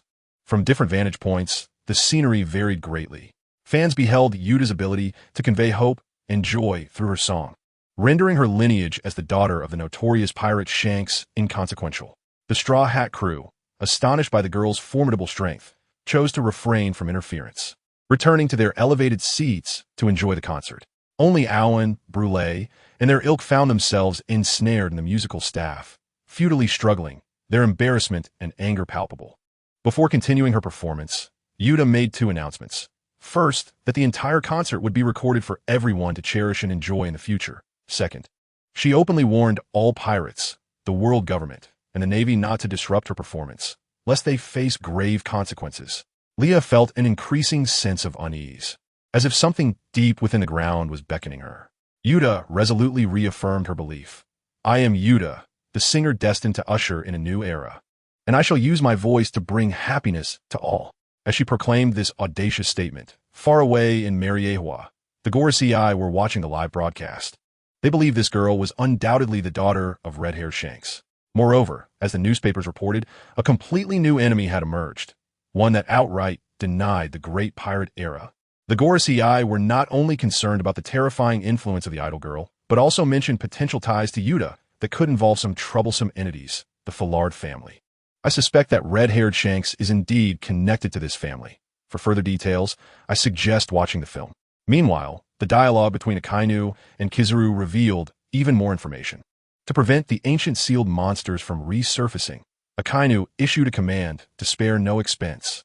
He dispatched Admirals Kizaru and Fujitora, along with a vast fleet of nearly 100 warships, as the Navy's main forces set sail for Elegia. At this moment, Yuta's concert had entered intermission. The ability of the song fruit could effortlessly conjure food, toys, and other items, with no discernible limits. Faced with such comprehensive and powerful abilities, the members of the Big Mom Pirates, who had already set their sights on Yuta, were even more exhilarated. Most importantly, she was Shank's daughter. Yet, amidst the shadows, only Katakuri seemed concerned for his missing family members, Brulee and Aowen. The atmosphere within the Big Mom Pirates remained focused solely on profit, with no regard for familial ties. As Leah experienced these fantastical sensations, she suddenly realized that this place was not the real world. However, She considered that perhaps Yuta had drawn everyone into a dreamlike realm to provide her fans with a superior auditory and visual experience. Thus, she refrained from acting impulsively. So, did Yuta's abilities relate to the realm of the mind? But as she observed Rossi eagerly feeding Andy chips, she felt a pang of discomfort. Ugh, how annoying are couples who lack a sense of boundaries. Meanwhile, high in the audience, the Straw Hat crew enjoyed a variety of food that had materialized out of thin air, speculating about Yuta's fruit abilities, though even Luffy was uncertain. Sanji removed the top layer of onions and inadvertently uncovered a somewhat familiar mushroom from the food container. After a brief examination, he casually tossed it into the trash, ignoring this minor incident, as there were many ingredients even a seasoned chef like Sanji had never encountered. The crew, having indulged in a grand feast, chatted and laughed with Yuta upon her arrival. It was then that Yuta, somewhat displeased, asked Luffy, "What is the story behind the Straw Hat?" Upon learning that it was given to Luffy by Shanks, Yuta ceased her inquiries, but suddenly proposed a contest with Luffy. Luffy initially bore little interest. Yet in the next moment, a dispute arose between him and Yuta regarding who had achieved 183 victories in the league, thus commencing their contest. Their challenge revolved around who could consume more meat before the bull charged. Yuta deftly diverted Luffy's attention with her fruit powers and, in the final moment, leapt into the air to evade the bull's onslaught, while Luffy, remaining stationary, was promptly knocked into the sea. Fortunately, Yuta swiftly rescued him with her musical notes, her abilities seemingly unaffected by the water. Yuta wished to inquire about Shanks, but Luffy had no information to offer. It was only through Nami's probing that Luffy eventually recounted his past with Yuta. It turned out that Yuta had arrived in Fengche village alongside Shanks years ago. Although she had a passion for singing, Luffy was indifferent, yet the two children, of similar age, forged a strong friendship. They would compete to see who could eat faster before the wild dogs approached, and whenever Machino attempted to intervene, Shanks would respect their resolve, allowing the games to continue. Unlike Luffy, who adhered strictly to the rules, Yuta had from a young age employed cunning tactics, viewing them as the pirate way of combat. Having witnessed much of this during her years traveling with the red-haired pirates, Luffy held the belief that pirates should engage in fair battles, leading to numerous disagreements and playful quarrels over who Shanks favored more, during which the red-haired captain would affectionately embrace them. To be candid at that time, Leah and Shanks' relationship had not yet evolved to its later state. She simply regarded Shanks as an ordinary friend at the age of 17. Accustomed to caring for children, she desired to connect with Yuta, but perhaps due to instinct, their relationship had always been somewhat strained, and she did not dwell on it too much. After all, she could not expect everyone to like her. Chapter 223, Side Story 29, Yuta's Chapter 3, I am Yuta of the Red-Haired Pirates, and my dream is to usher in an era of freedom for all, the girl proclaimed confidently under the moonlight. Her singing seemed imbued with a natural magic that instilled calmness in others. Leah sat in Machino's tavern, smiling at the scene, while Ace and Sabo remained as witnesses to the competition between Luffy and Yuta, which transpired over a century. Under the witness of the red-haired pirates, Luffy ultimately triumphed over Yuta in their late-night contest. However, the fleeting moments of joy swiftly passed. Upon the return of the red-haired pirates from a voyage, a somber mood enveloped the crew. Luffy inquired about Yuta's whereabouts, to which Shanks could only reveal that she had departed from the crew to become a better singer and pursue her dreams. Leah instinctively sensed something amiss, but whenever she sought the truth, Shanks would deflect her inquiries. At that time, she believed Shanks did not trust her enough, and thus refrained from pressing further. Later, when she asked where Yuta had gone for her studies, hoping to visit her, Shanks merely laughed and changed the subject. Their relationship had become somewhat ambiguous, yet not officially defined, leaving Leah feeling the urge to assert herself, though her position was awkward, resulting in a cold war between them. Returning to the concert, Luffy asked Yuta why she had left and why she no longer wished to be a pirate. Yuta hesitated, offering no reason, but instead inquired about Luffy's current life. Upon learning that Luffy was a pirate with aspirations to become the Pirate King, Yuta visibly fell into despair and surprisingly urged him not to pursue piracy. The Straw Hat boy feigned ignorance, yet he seemed to sense something amiss, expressing happiness that Yuta was living the life she desired, then excusing himself to return to the ship for some rest. Yet, everyone underestimated Yuta's resolve. Moments ago, the gathering had been lively, but in an instant, Yuta waved her hand, intending to ensnare the entire Straw Hat crew. Nami, Sanji and others were caught off guard and received the same fate as Orin and Brule.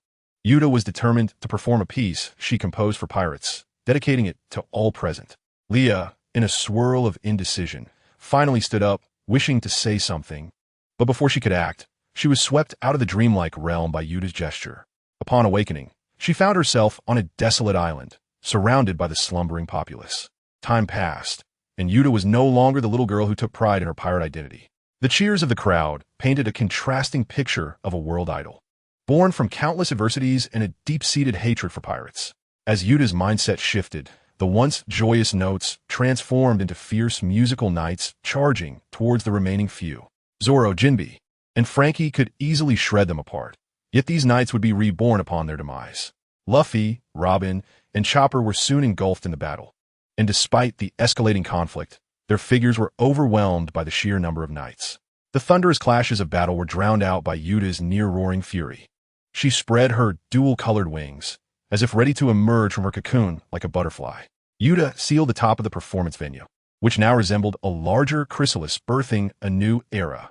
Soon after, the entire Straw Hat crew was predictably captured by Yuta, with Luffy not even engaging in his second gear. The unequal resolve of both sides marked their greatest defeat in this battle. What should be done with the pirates? Yuta posed a question she had long since answered, confronting countless weaklings and the grim reality of the world. Usopp protested, insisting that Luffy was not that kind of pirate. Yet once the tide of public outrage was ignited, extinguishing it would prove exceedingly difficult.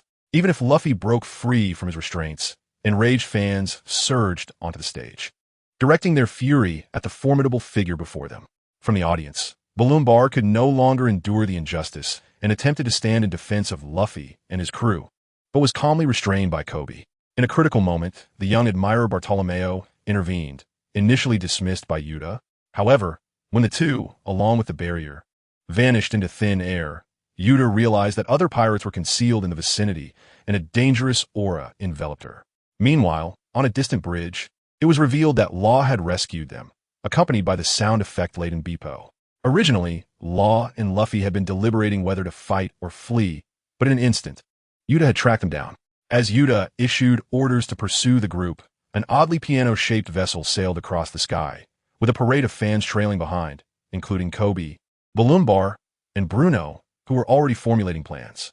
Bruno from CP noted the peculiar environmental conditions that render the use of his door-door fruit abilities ineffective.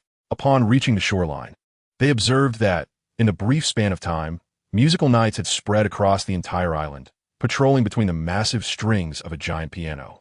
The mysterious figure resembling a scientific monster had previously led them to hide within a certain building. The enigmatic individual introduced himself as Gordon, the former king of the musical city, Elegia, explaining that after the kingdom's downfall, all its inhabitants had departed, leaving only him and Yuta to rely on one another. Once a flourishing city of music, it has now been reduced to ruins. Amidst the desolation, an inescapable sense of solitude permeated Yuta's entire childhood. Yuta often reminisced about the past, while Gordon devoted himself to nurturing her into the greatest singer. Yet, without an audience, her talents were merely a solitary bloom, and her dreams remained dim and lifeless. It was not until 2 years later that she discovered a new type of phone worm with live, streaming capabilities on the beach. Utilizing its innovative function to broadcast videos and sounds, Yuta embarked on a path to stardom. The gratitude and recognition from around the world became the beacon of hope illuminating Yuta's life. However, amidst the emotional upheaval, the tragic world plagued by piracy also sparked a new line of thought within her. As her fanbase grew, the idol was elevated to the status of a savior. In her quest to ensure salvation for all, Yuta devised a grand plan poised to change the world. Although Gordon intended to thwart her ambitions, he was unable to articulate the specifics of his concerns before Yuta once again found them. Beepo was instantly transformed into a miniature bear by Yuta's powers. When the conversation turned to Shanks, Yuta suddenly became frenzied, seizing Shanks' straw hat and rejecting the notion of One Piece, the Pirate King, and the significance of that hat in the new era. However, how could Luffy ever agree to abandon his dream? The two parted ways in discord once more, with Law utilizing his abilities to relocate his allies. Before Yuta departed with her fans, she engaged in a brief conversation with Gordon, imploring for his support. Yet Gordon believed her plan was destined to fail, especially since the Navy and world government had yet to intervene. To his shock, Yuta unveiled the hidden score of the Forbidden Song, her ultimate trump card. Gordon was struck by a wave of terror. But Yuta refused to allow her adoptive father any opportunity for persuasion, turning away from him. Meanwhile, Luffy and his companions had finally made their way to the shore, only for Luffy to be astonished at the sudden disappearance of his grand ship, the Sunny. Moments later, a drenched little lion emerged from the water, calling out for Sunny. Luffy and Bartolomeo were utterly bewildered. Could this be the Sunny?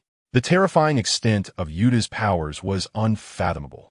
Yet could the abilities derived from a single fruit truly be so all-encompassing and invincible? Chapter 224, Side Story 30, Yuta Arc 4 on the other side. The Navy's main forces, obeying headquarters orders, ascended the island amidst scattered raindrops. At this moment, Leah stood in the rain, contemplating how to resolve the day's events. To be honest, compared to brute force, her true expertise lay in the realm of mental abilities. Otherwise, how could she have controlled Wang Lei during the summit to assist the pirates in escaping from Marineford? However, she was reluctant to employ such powers, feeling that it contradicted her principles. She wished for everyone to be independent, free to pursue their desires, rather than being marionettes controlled by others. Everyone present was drawn into Yuta's dream world, akin to the almost unsolvable complete hypnosis ability of Mirror Flower, Watermoon. Rear Admiral Squirrel and others found themselves momentarily at a loss. As the hidden boss, Yuta surprisingly showed no intention of concealing herself, calmly presenting herself and declaring that as long as she lived, no one could return to reality. Leah frowned but hesitated to act against Yuta, as she was, after all, the daughter of Shanks, and their existing conflicts would only deepen should they engage in battle. Yuta allowed the military to encircle her, and as Fujitora prepared to draw his sword, Yuta merely teased, "I don't believe you need to." After a moment's hesitation, Leah watched as Yuta consumed a toxic sleepless mushroom, capable of inducing eternal wakefulness and ultimately leading to death. Realizing the implications for innocent civilians, Squirrel could not help but step forward, while Fujitora issued a threat. At that moment, Leah stepped in front of Yuta, silently gazing at the Navy. Despite not uttering a single word of threat, her mere presence was a significant deterrent. Fujitora then asked, "You are usually a reasonable person. With so many in danger because of her, do you intend to side with her?" Reason must be considered in context. If a child we know makes a mistake, it is our duty as adults to help handle the aftermath, Leah replied calmly. Yuta, however, impulsively shoved Leah aside, exclaiming, "Who are you to dictate to me? I don't need your help." Leah stumbled back, furrowing her brow, and then asked Yuta, "Can you deal with them? Or can they pose a threat to you?" "I told you I don't need your help. As for them, they can't touch me," Yuta retorted before launching an attack on the Navy. This time, Leah did not hesitate, decisively allowing Yuta to take action. During her rebellious phase, one needs an outlet for their emotions, but it should not be directed at innocent civilians. The Navy's mission was to capture Yuta, making them ideal targets for her emotional release. Yuta could manipulate everyone in the realm of dreams, while the Navy was unable to act against innocent civilians, thus shifting the balance of power dramatically. As long as they removed their earmuffs, the distant Navy forces would instantaneously become Yuta's puppets. The alluring melody compelled countless soldiers to converge upon the Admiral, with figures like Bruno, Beppo, and Law among them. After the duration of a single song, the Navy was utterly shattered. However, Leah remained unaffected by the music. Given Yuta's current capabilities, it was challenging for her to exert any influence over Leah. Within her mental realm resided countless monsters lurking in the shadows. Although her own crew was trapped in the dream world, she felt no urgency, as Luffy and the others were present, and they were unlikely to face dire circumstances. Meanwhile, in the dream world, the Straw Hat crew and the Owen and Bray siblings found themselves imprisoned within the score, unable to move. They struggled in vain, with Brook attempting to adjust his position to glimpse Nami's undergarments. Ultimately, it was a reliable Robin who redirected the conversation, speculating that they were likely on a musical staff, though Brook at that moment could not see the full picture. Suddenly, Bruno, Kobe, and Bellumet, utilizing the powers of the Dordor fruit, appeared before everyone. With Kobe's assistance, Brook quickly sang the notes to rescue his companions. Observing this, Owen also requested help from the Straw Hats, while Bellumet stipulated that they must cooperate with the Navy. Following this, the group split into several teams. Most of the Straw Hat members accompanied Robin to the castle of their homeland, Alicia, to seek a way to counteract Yuta's powers through the history of their fallen nation. In the library, they were ambushed by a colossal puppet, and under the protection of her companions, Robin deciphered the patterns on the ceiling, uncovering some unsettling truths. Meanwhile, Bruno and Kobe sought out Luffy and the others to explain Yuta's song-singing fruit abilities. Anyone who had heard her sing would have their souls transported to the singing world. Moreover, Yuta had consumed the deadly sleepless mushroom, meaning that if she were to perish, everyone would remain trapped there. This was Yuta's ultimate plan. Not only would the tens of thousands attending the concert be affected, but the most terrifying aspect of the song-singing fruit lay in its integration with the image phone worm, allowing for an uninterrupted broadcast of the Dream World concert. Regardless of the maritime domain in which one finds oneself, the power of song transcends through imagery, igniting an unquenchable fire that spreads across the globe. According to Lucci's report to the Five Elders, within a mere hour, 70% of the world's population would fall under a hypnotic spell. Such power exceeded the expectations of the higher echelons. As the conversation unfolded, a celestial dragon was already ensnared in the realm of dreams. Upon entering the scene, the celestial dragon commanded the nearby navy to seize Yuta, captivated by her allure. Initially, Yuta hesitated to resort to violence, advocating the notion of equality, which only served to infuriate the celestial dragon further. When the dragon executed his subordinates in frustration and the navy, compelled by the dragon's coercion, turned against Yuta, she resolved to take decisive action, swiftly dispatching them. However, this act did not garner support from her fans, as the celestial dragons were revered figures and the majority lacked the courage to resist. Seizing a moment of doubt among the fans, Bruno and KB ascended the stage to publicly unveil Yuta's plan. If the world outside was fraught with suffering, could eternal immersion in dreams be deemed a paradise? Once the hollow idolization was cast aside, the once unified crowd fragmented into innumerable factions. Only a small fraction supported Yuta's scheme, while many clamored to return home, harboring resentment towards Yuta's unilateral decisions, leaving her utterly bewildered. She could not comprehend why, despite her actions being for the collective good, they would choose to remain in a painful reality. Unable to find answers, Yuta desperately resolved that as long as she brought them more joy, they would surely choose to stay. The rampaging powers of the Yuta Nomi transformed the ocean, turning all who crossed her path into toys or other objects. Fortunately, KB and the shrunken Bruno managed to escape and conveyed the failed persuasion to Robin and the others. Meanwhile, the commotion from their comrades' battles had inadvertently caused the entire castle to collapse. At a critical moment, Nami threatened Burei with a mirror, leading Burei to successfully escort them to Luffy's side. With the information gathered from KB and Robin, the situation appeared dire. Their only hope of returning to reality lay buried deep underground, encapsulated within a demon embodying humanity's myriad negative emotions. This demon possessed the capacity to traverse both reality and dreams. Should it be vanquished in both realms, the dream world would cease to exist. While internal challenges could be addressed, who would break the external barriers? KB pondered that the Navy, bound by their duty to protect civilians, would find it arduous to shoulder such a responsibility. As if on cue, Yuta's adoptive father, Gordon, and Beepo arrived late, suggesting that Shanks would need to intervene from the outside. Luffy inquired about the events between Yuta and Shanks, but Gordon was evasive. Thus, Luffy decided to confront Yuta alone. Zoro clarified the essence of Luffy's actions. As long as they maintained their offensive, it mattered not who was outside, as synchronizing their efforts would suffice. Moreover, Yuta had expelled Luffy's sister from the Dream Realm. That woman was formidable, and even though he had not been present, merely reading about the events in the newspaper had filled him with trepidation. As the chapter concluded, Luffy appeared resolute. Yet upon facing Yuta, his heart softened. Even if Yuta were to tear his straw hat apart, he could not bring himself to unleash his full strength against her. Yuta believed that her animosity towards Shanks stemmed from the red-haired pirate's abandonment, and the sight of Shanks leaving Elijah in ruin had inflicted an irreparable wound upon her. However, as Luffy posited, how could Shanks commit such acts? He would undoubtedly return, but not to rescue her. Rather, it would be to save you, Yuta. Luffy clenched his fists as he spoke. Despite his words, Yuta remained steadfast in her convictions, convinced that Shanks would not come for her, believing that he held little regard for her feelings. Prior to leaving Elijah, Yuta had asked Shanks if he loved Lia, to which he had nodded affirmatively. After committing such actions, he had left with an unsettling sense of peace. In the present reality, Yuta directed her puppets to assault Lia, seizing the opportunity to undertake something of paramount importance. Lia, observing the ordinary individuals besieging her, could not suppress a frown, only to soon find solace as she unleashed her shadows, subduing all those under her control.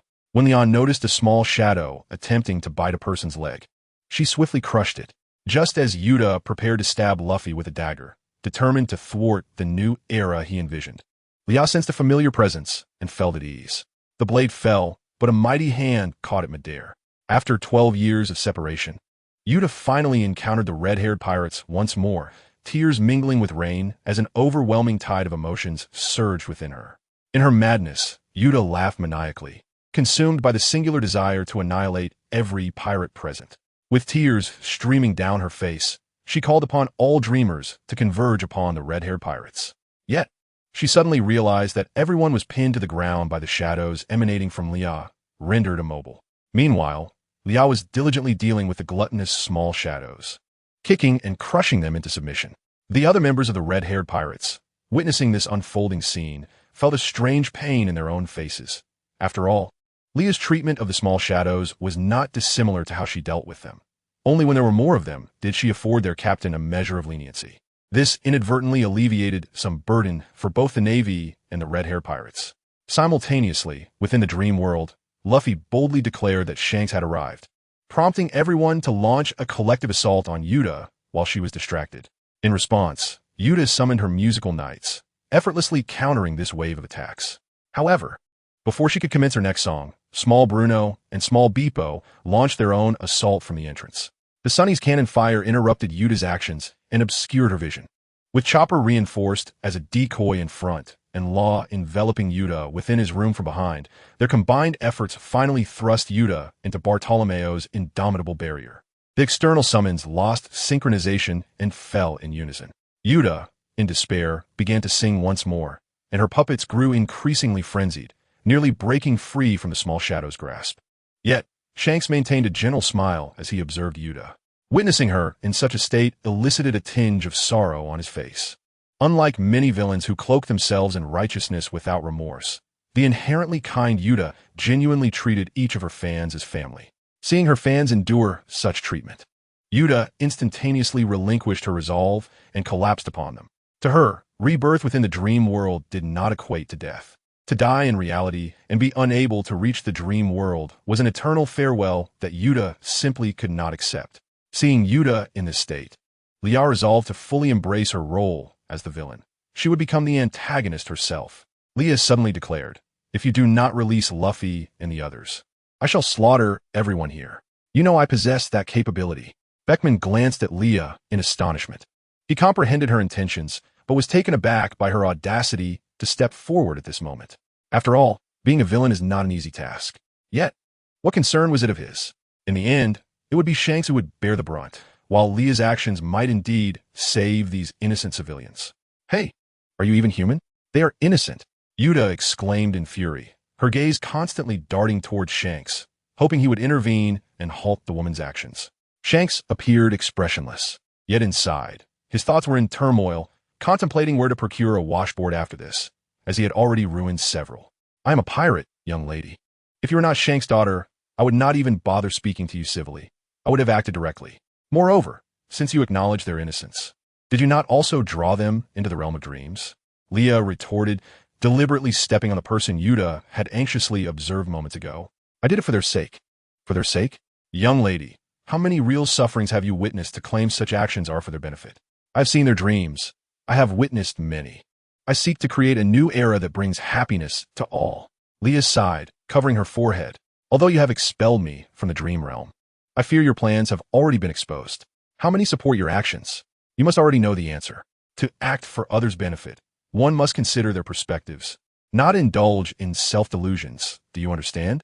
It seemed these words were too direct and hurtful for Yuta. Yet the situation had escalated to the point where countless lives could be extinguished due to Yuta's reckless behavior. Children must be educated. Shanks is utterly unreliable. This indeed exhibited a distinctly villainous demeanor. Lia hurriedly exchanged glances with Beckman, urging them to intervene and take advantage of the situation to connect with Yuta. Before Beckman could act, Shanks forcefully pulled Leo aside, proving to be quite cooperative. However, he remained angry, insisting, "Do not interfere," just as the family was entangled. A barrage of gunfire erupted like rain. It was Admiral Akainu issuing the command to fire at will. He was willing to annihilate all civilians on the island to capture Yuta. Kizaru emerged from the rear, stating that sacrificing tens of thousands to stop this child was an unavoidable circumstance. He ascended into the sky, unleashing his infamous technique, the Hakushaku Kogo, to bombard the entire island. In the next moment, contrary to the anticipated explosive flames, red-haired Shanks soared into the air, cleaving through all the light orbs with a single stroke, severing the colossal rocks above, surpassing Kizaru's light-speed transformation. Griffin had already positioned itself at Kizaru's throat. Shanks coldly stated, "I apologize, but this is a family matter. Please refrain from interfering." Kizaru, devoid of his usual jest, remained silent, while Fujitora appeared ready to act, yet hesitated. Below, Yuta was tending to the wounded alongside the ship's doctor, Dr. Kureha, when the side effects of the sleepy mushroom began to manifest. The stimulation from the dream realm caused Yuta's emotions to spiral out of control. Leah witnessed this and promptly spread her wings to restrain the rampaging Yuta. However, Yuta resisted fiercely, struggling violently. The individuals within the dream realm were compelled to don black garments, symbolizing the evil faction. After much hesitation, the overwhelming fury ultimately triumphed. In the dream realm, Yuta retrieved the score of the Forbidden Song, propelling the story towards its most disastrous conclusion. As the ultimate score resonated, Bartolomeo's invincible barrier was violently shattered by Yuta. In reality, Leah was also hurled away by the shockwave, but just before crashing to the ground, Shanks caught her in the nick of time. An energy of red and blue, intertwined with darkness, enveloped the island below, causing the controlled individuals to become increasingly agitated. This was precisely what the Navy feared. The darkest ability of the Yuta no Mi. The dark energy blotted out the sun, heralding the return of the Demon King from the abyss. Yuta's wings were stained black by this power, and even in the outside world, a grotesquely distorted, colossal giant materialized, transcending the boundaries of fantasy and reality to manifest in its most authentic form. After years, even centuries, the long-forgotten apocalyptic visions finally descended. In reality, the red-hair pirates stood on high alert. Leah rose to her feet, gazing at the colossal monstrosity with an expression of extreme excitement and yearning, contrasting sharply with the tension displayed by others. Within the dream, a coalition of all factions surged toward the shadowy Yuta. Only Shanks and Luffy, once the absolute core of the team, did not rush to join the fray. Far away in Mary Geos, the Gorosei found themselves unable to sever the live broadcast.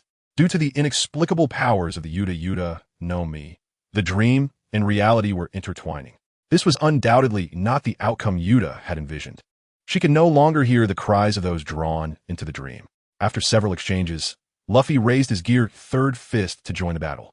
Despite each of them possessing unique strengths, they struggled against the relentless music knights while approaching Yuta. In truth, each faction fought independently, yielding little success for a considerable time. Within the fray, Usopp was the first to be sent flying backward, followed by others who were gradually repelled. Yet, they did not succumb to despair, but rather realized the importance of uniting their efforts. However, Luffy had no desire to fight. He charged forth, enduring the lashings of dark energy without retaliating. He called out Yuta's name loudly, attempting to awaken her true nature, only to be met with even fiercer attacks. Yuta ended the conflict with a single thrust of her spear. At a critical moment, her adoptive father, Gordon, used his once-in-a-lifetime flash to block Yuta's spear. Ignoring his pain, heartbroken yet resigned, he revealed the truth behind the destruction of the Music City, Elijah. It turned out that the true culprit behind that calamity was not the red-haired pirates, as rumored. End of chapter 226. Side story 32. Yuta's arc in the past. Shanks had intentionally sent Yuta to the Music Academy for further studies, but unexpectedly, the score of the Forbidden Song, long buried deep underground, surfaced at the banquet. Upon encountering the score, Yuta's fruit awakened instantly, and the melody she hummed inadvertently awakened a slumbering monster that had lain dormant for centuries.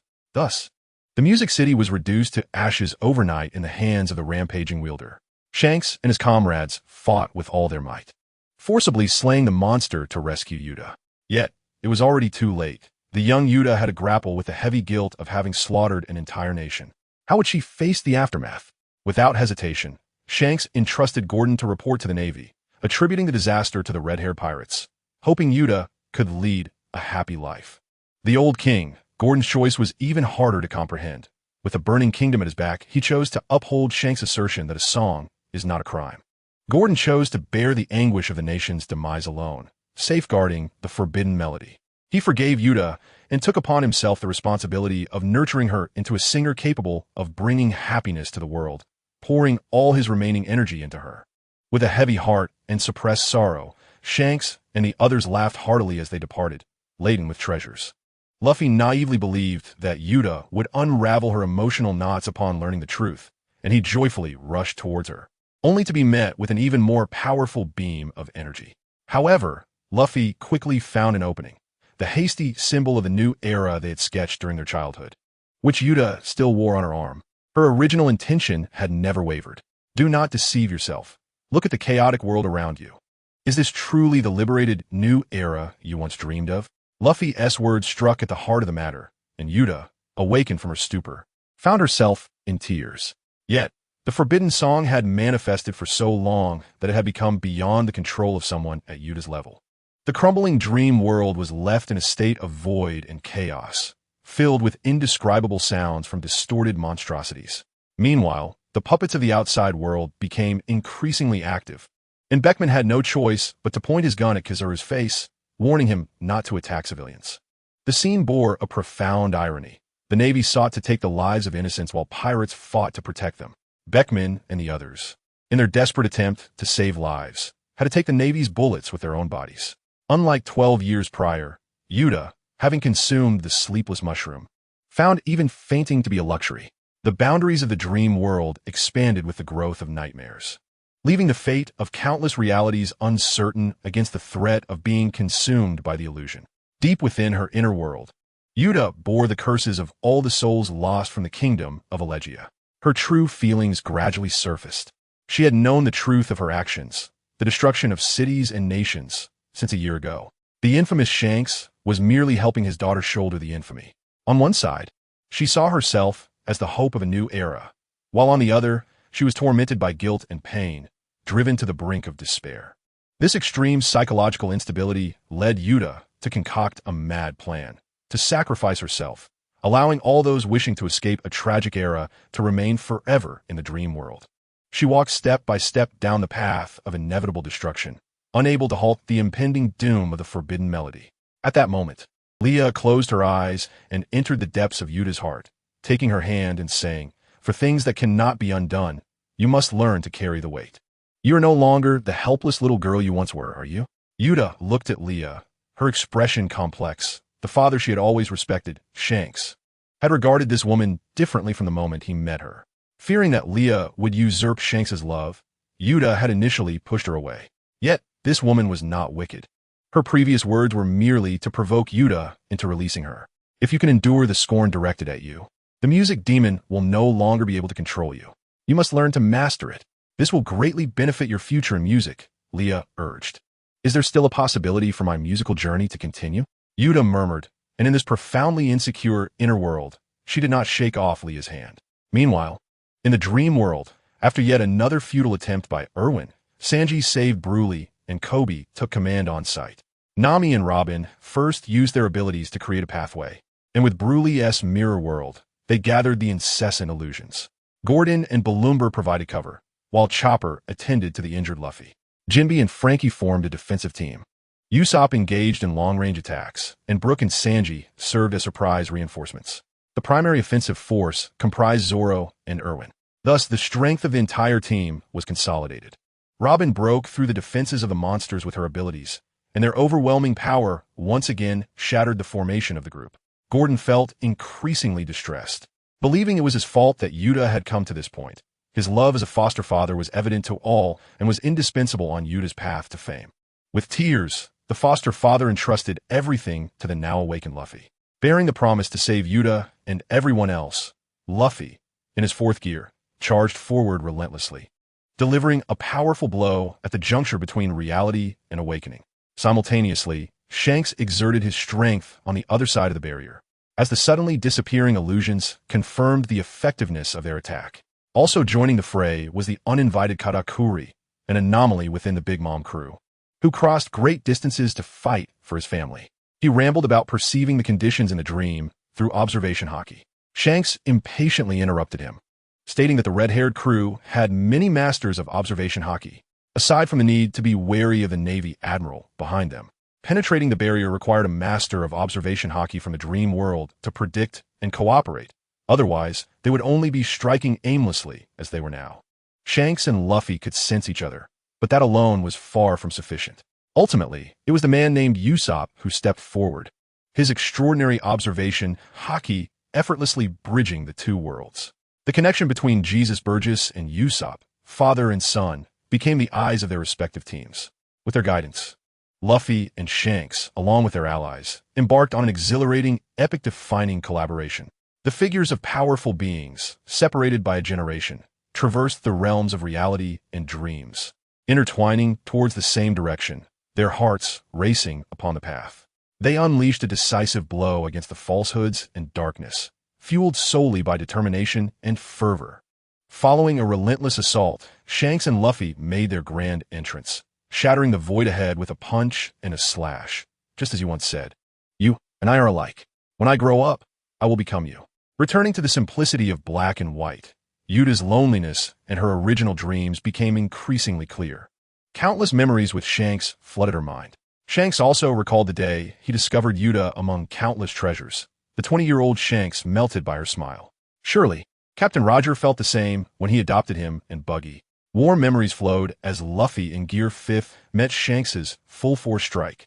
All distortions were purified in the explosion, and everything in the outside world finally returned to normal. Yuta, regaining her senses, collapsed into Shanks's embrace. However, she rejected the medication that would allow her to fall asleep immediately, burdened by overwhelming guilt. As the glass vial was about to shatter, Leah dove to the ground to catch the medicine, but ended up with a cut on her cheek. She paid little mind to it, standing up to brush off her dress, and helplessly asked, "Have you too forgotten about me? I can wake those people too. There's no need for you, little girl, to sacrifice anything." Yuta lowered her head, feeling somewhat dejected as she replied, "But I feel I no longer deserve to live. Escaping is futile. What has happened cannot be changed. Even if you were to die now," Leah stated expressionlessly. Shanks appeared to wish to argue on behalf of Yuta, yet he restrained himself, fully aware that Leah was not the type to engage in such discussions. Indeed, Leah slightly opened her hand, presenting the small, struggling orb of light she held before Yuta, inquiring, "Can you guess what this is? Is it a music demon?" Yuta responded with uncertainty. Leah eagerly nodded and proceeded to elucidate the negative emotions it embodies. "In simple terms, have been consumed by me, transforming it into this diminutive form. In essence, this entity has the potential for growth. As Luffy mentioned, little girl, if you aspire to become a musician who brings happiness to others, then use your voice to instill joy and hope, nurturing it with positive emotions. In due course, it will flourish, harmonizing with your music as the revolutionary anthem awaits your composition. Consider this a means of atoning for your past unintentional missteps. Sing with abandon and bring happiness to the people, for it is far superior to silently fading away." Leah expressed with a smile. Seemingly inspired by Leah, Yuta nodded emphatically, tears in her eyes, before resolutely accepting the antidote and consuming it. Shanks respected his daughter's choice, and the two clasped each other's hands, the rift of over a decade dissipating. The girl, albeit weak, made her way to the stage, while the mighty Zoro brought forth a snail phone. An angelic melody descended upon the tumultuous crowd like stardust in the sunset, lulling everyone into a deep slumber. Meanwhile, Leah began to project her consciousness, awakening those lost in their dreams, each one stirring to consciousness, gasping for breath. The red-haired pirates observed with a sense of helplessness. Yet at least everyone had returned to life, hadn't they? Yuta and Luffy settled down in a shared dream. Luffy's fists, perceived by him as mightier than bullets or cannons, felt soft in Yuta's memories. Subsequently, Yuta returned Shanks' straw hat to Luffy, firmly believing that he would indeed become the Pirate King. The red-haired pirates gathered, gazing at this child they had watched grow, now shining brilliantly, and they shared a collective smile. In this heartwarming moment, only Kizaru remained fixated on the task of retrieving Yuta. Faced with the two admirals, the crew dared not be careless. Yet at that moment, Shanks declared, "She is my daughter. If you wish to take her away, then prepare to meet your end." Without the need for further words, the Conqueror's haki surged forth, an overwhelming force that compelled even the admirals to retreat under its terrifying might. Ultimately, the Navy arrived in full force, yet departed empty-handed. Accompanied by a gentle song of reminiscence, Yuta's performance reached its poignant conclusion. After Shanks took his daughter away, the audience gradually awoke, and by the time Luffy regained consciousness, the red-haired pirates had already departed. Liao began contemplating the path Yuta should take in her debut. As for Shanks, he deserved a good thrashing. Some matters had to be clarified, for she had borne the brunt of blame for over a decade. "You scoundrel!" Liao cried, chasing after the fleeing Shanks, while Yuta observed the scene, enjoying the sweet treats prepared by Liao, and suddenly smiled, remarking, "It seems that continuing like this wouldn't be so bad after all." Summary: awakening to find herself in the world of pirates. Liao resolves to become the wealthiest individual in the OP universe, rescue Ace, and reach the pinnacle of her life. However, on the road to her dreams, a brazen red-haired fellow becomes entangled in her affairs. Perhaps amidst building her career, she might also find love and establish a school, ensuring survival before fully indulging in her aspirations, sharing delicate daily moments with ASL in Windmill Village.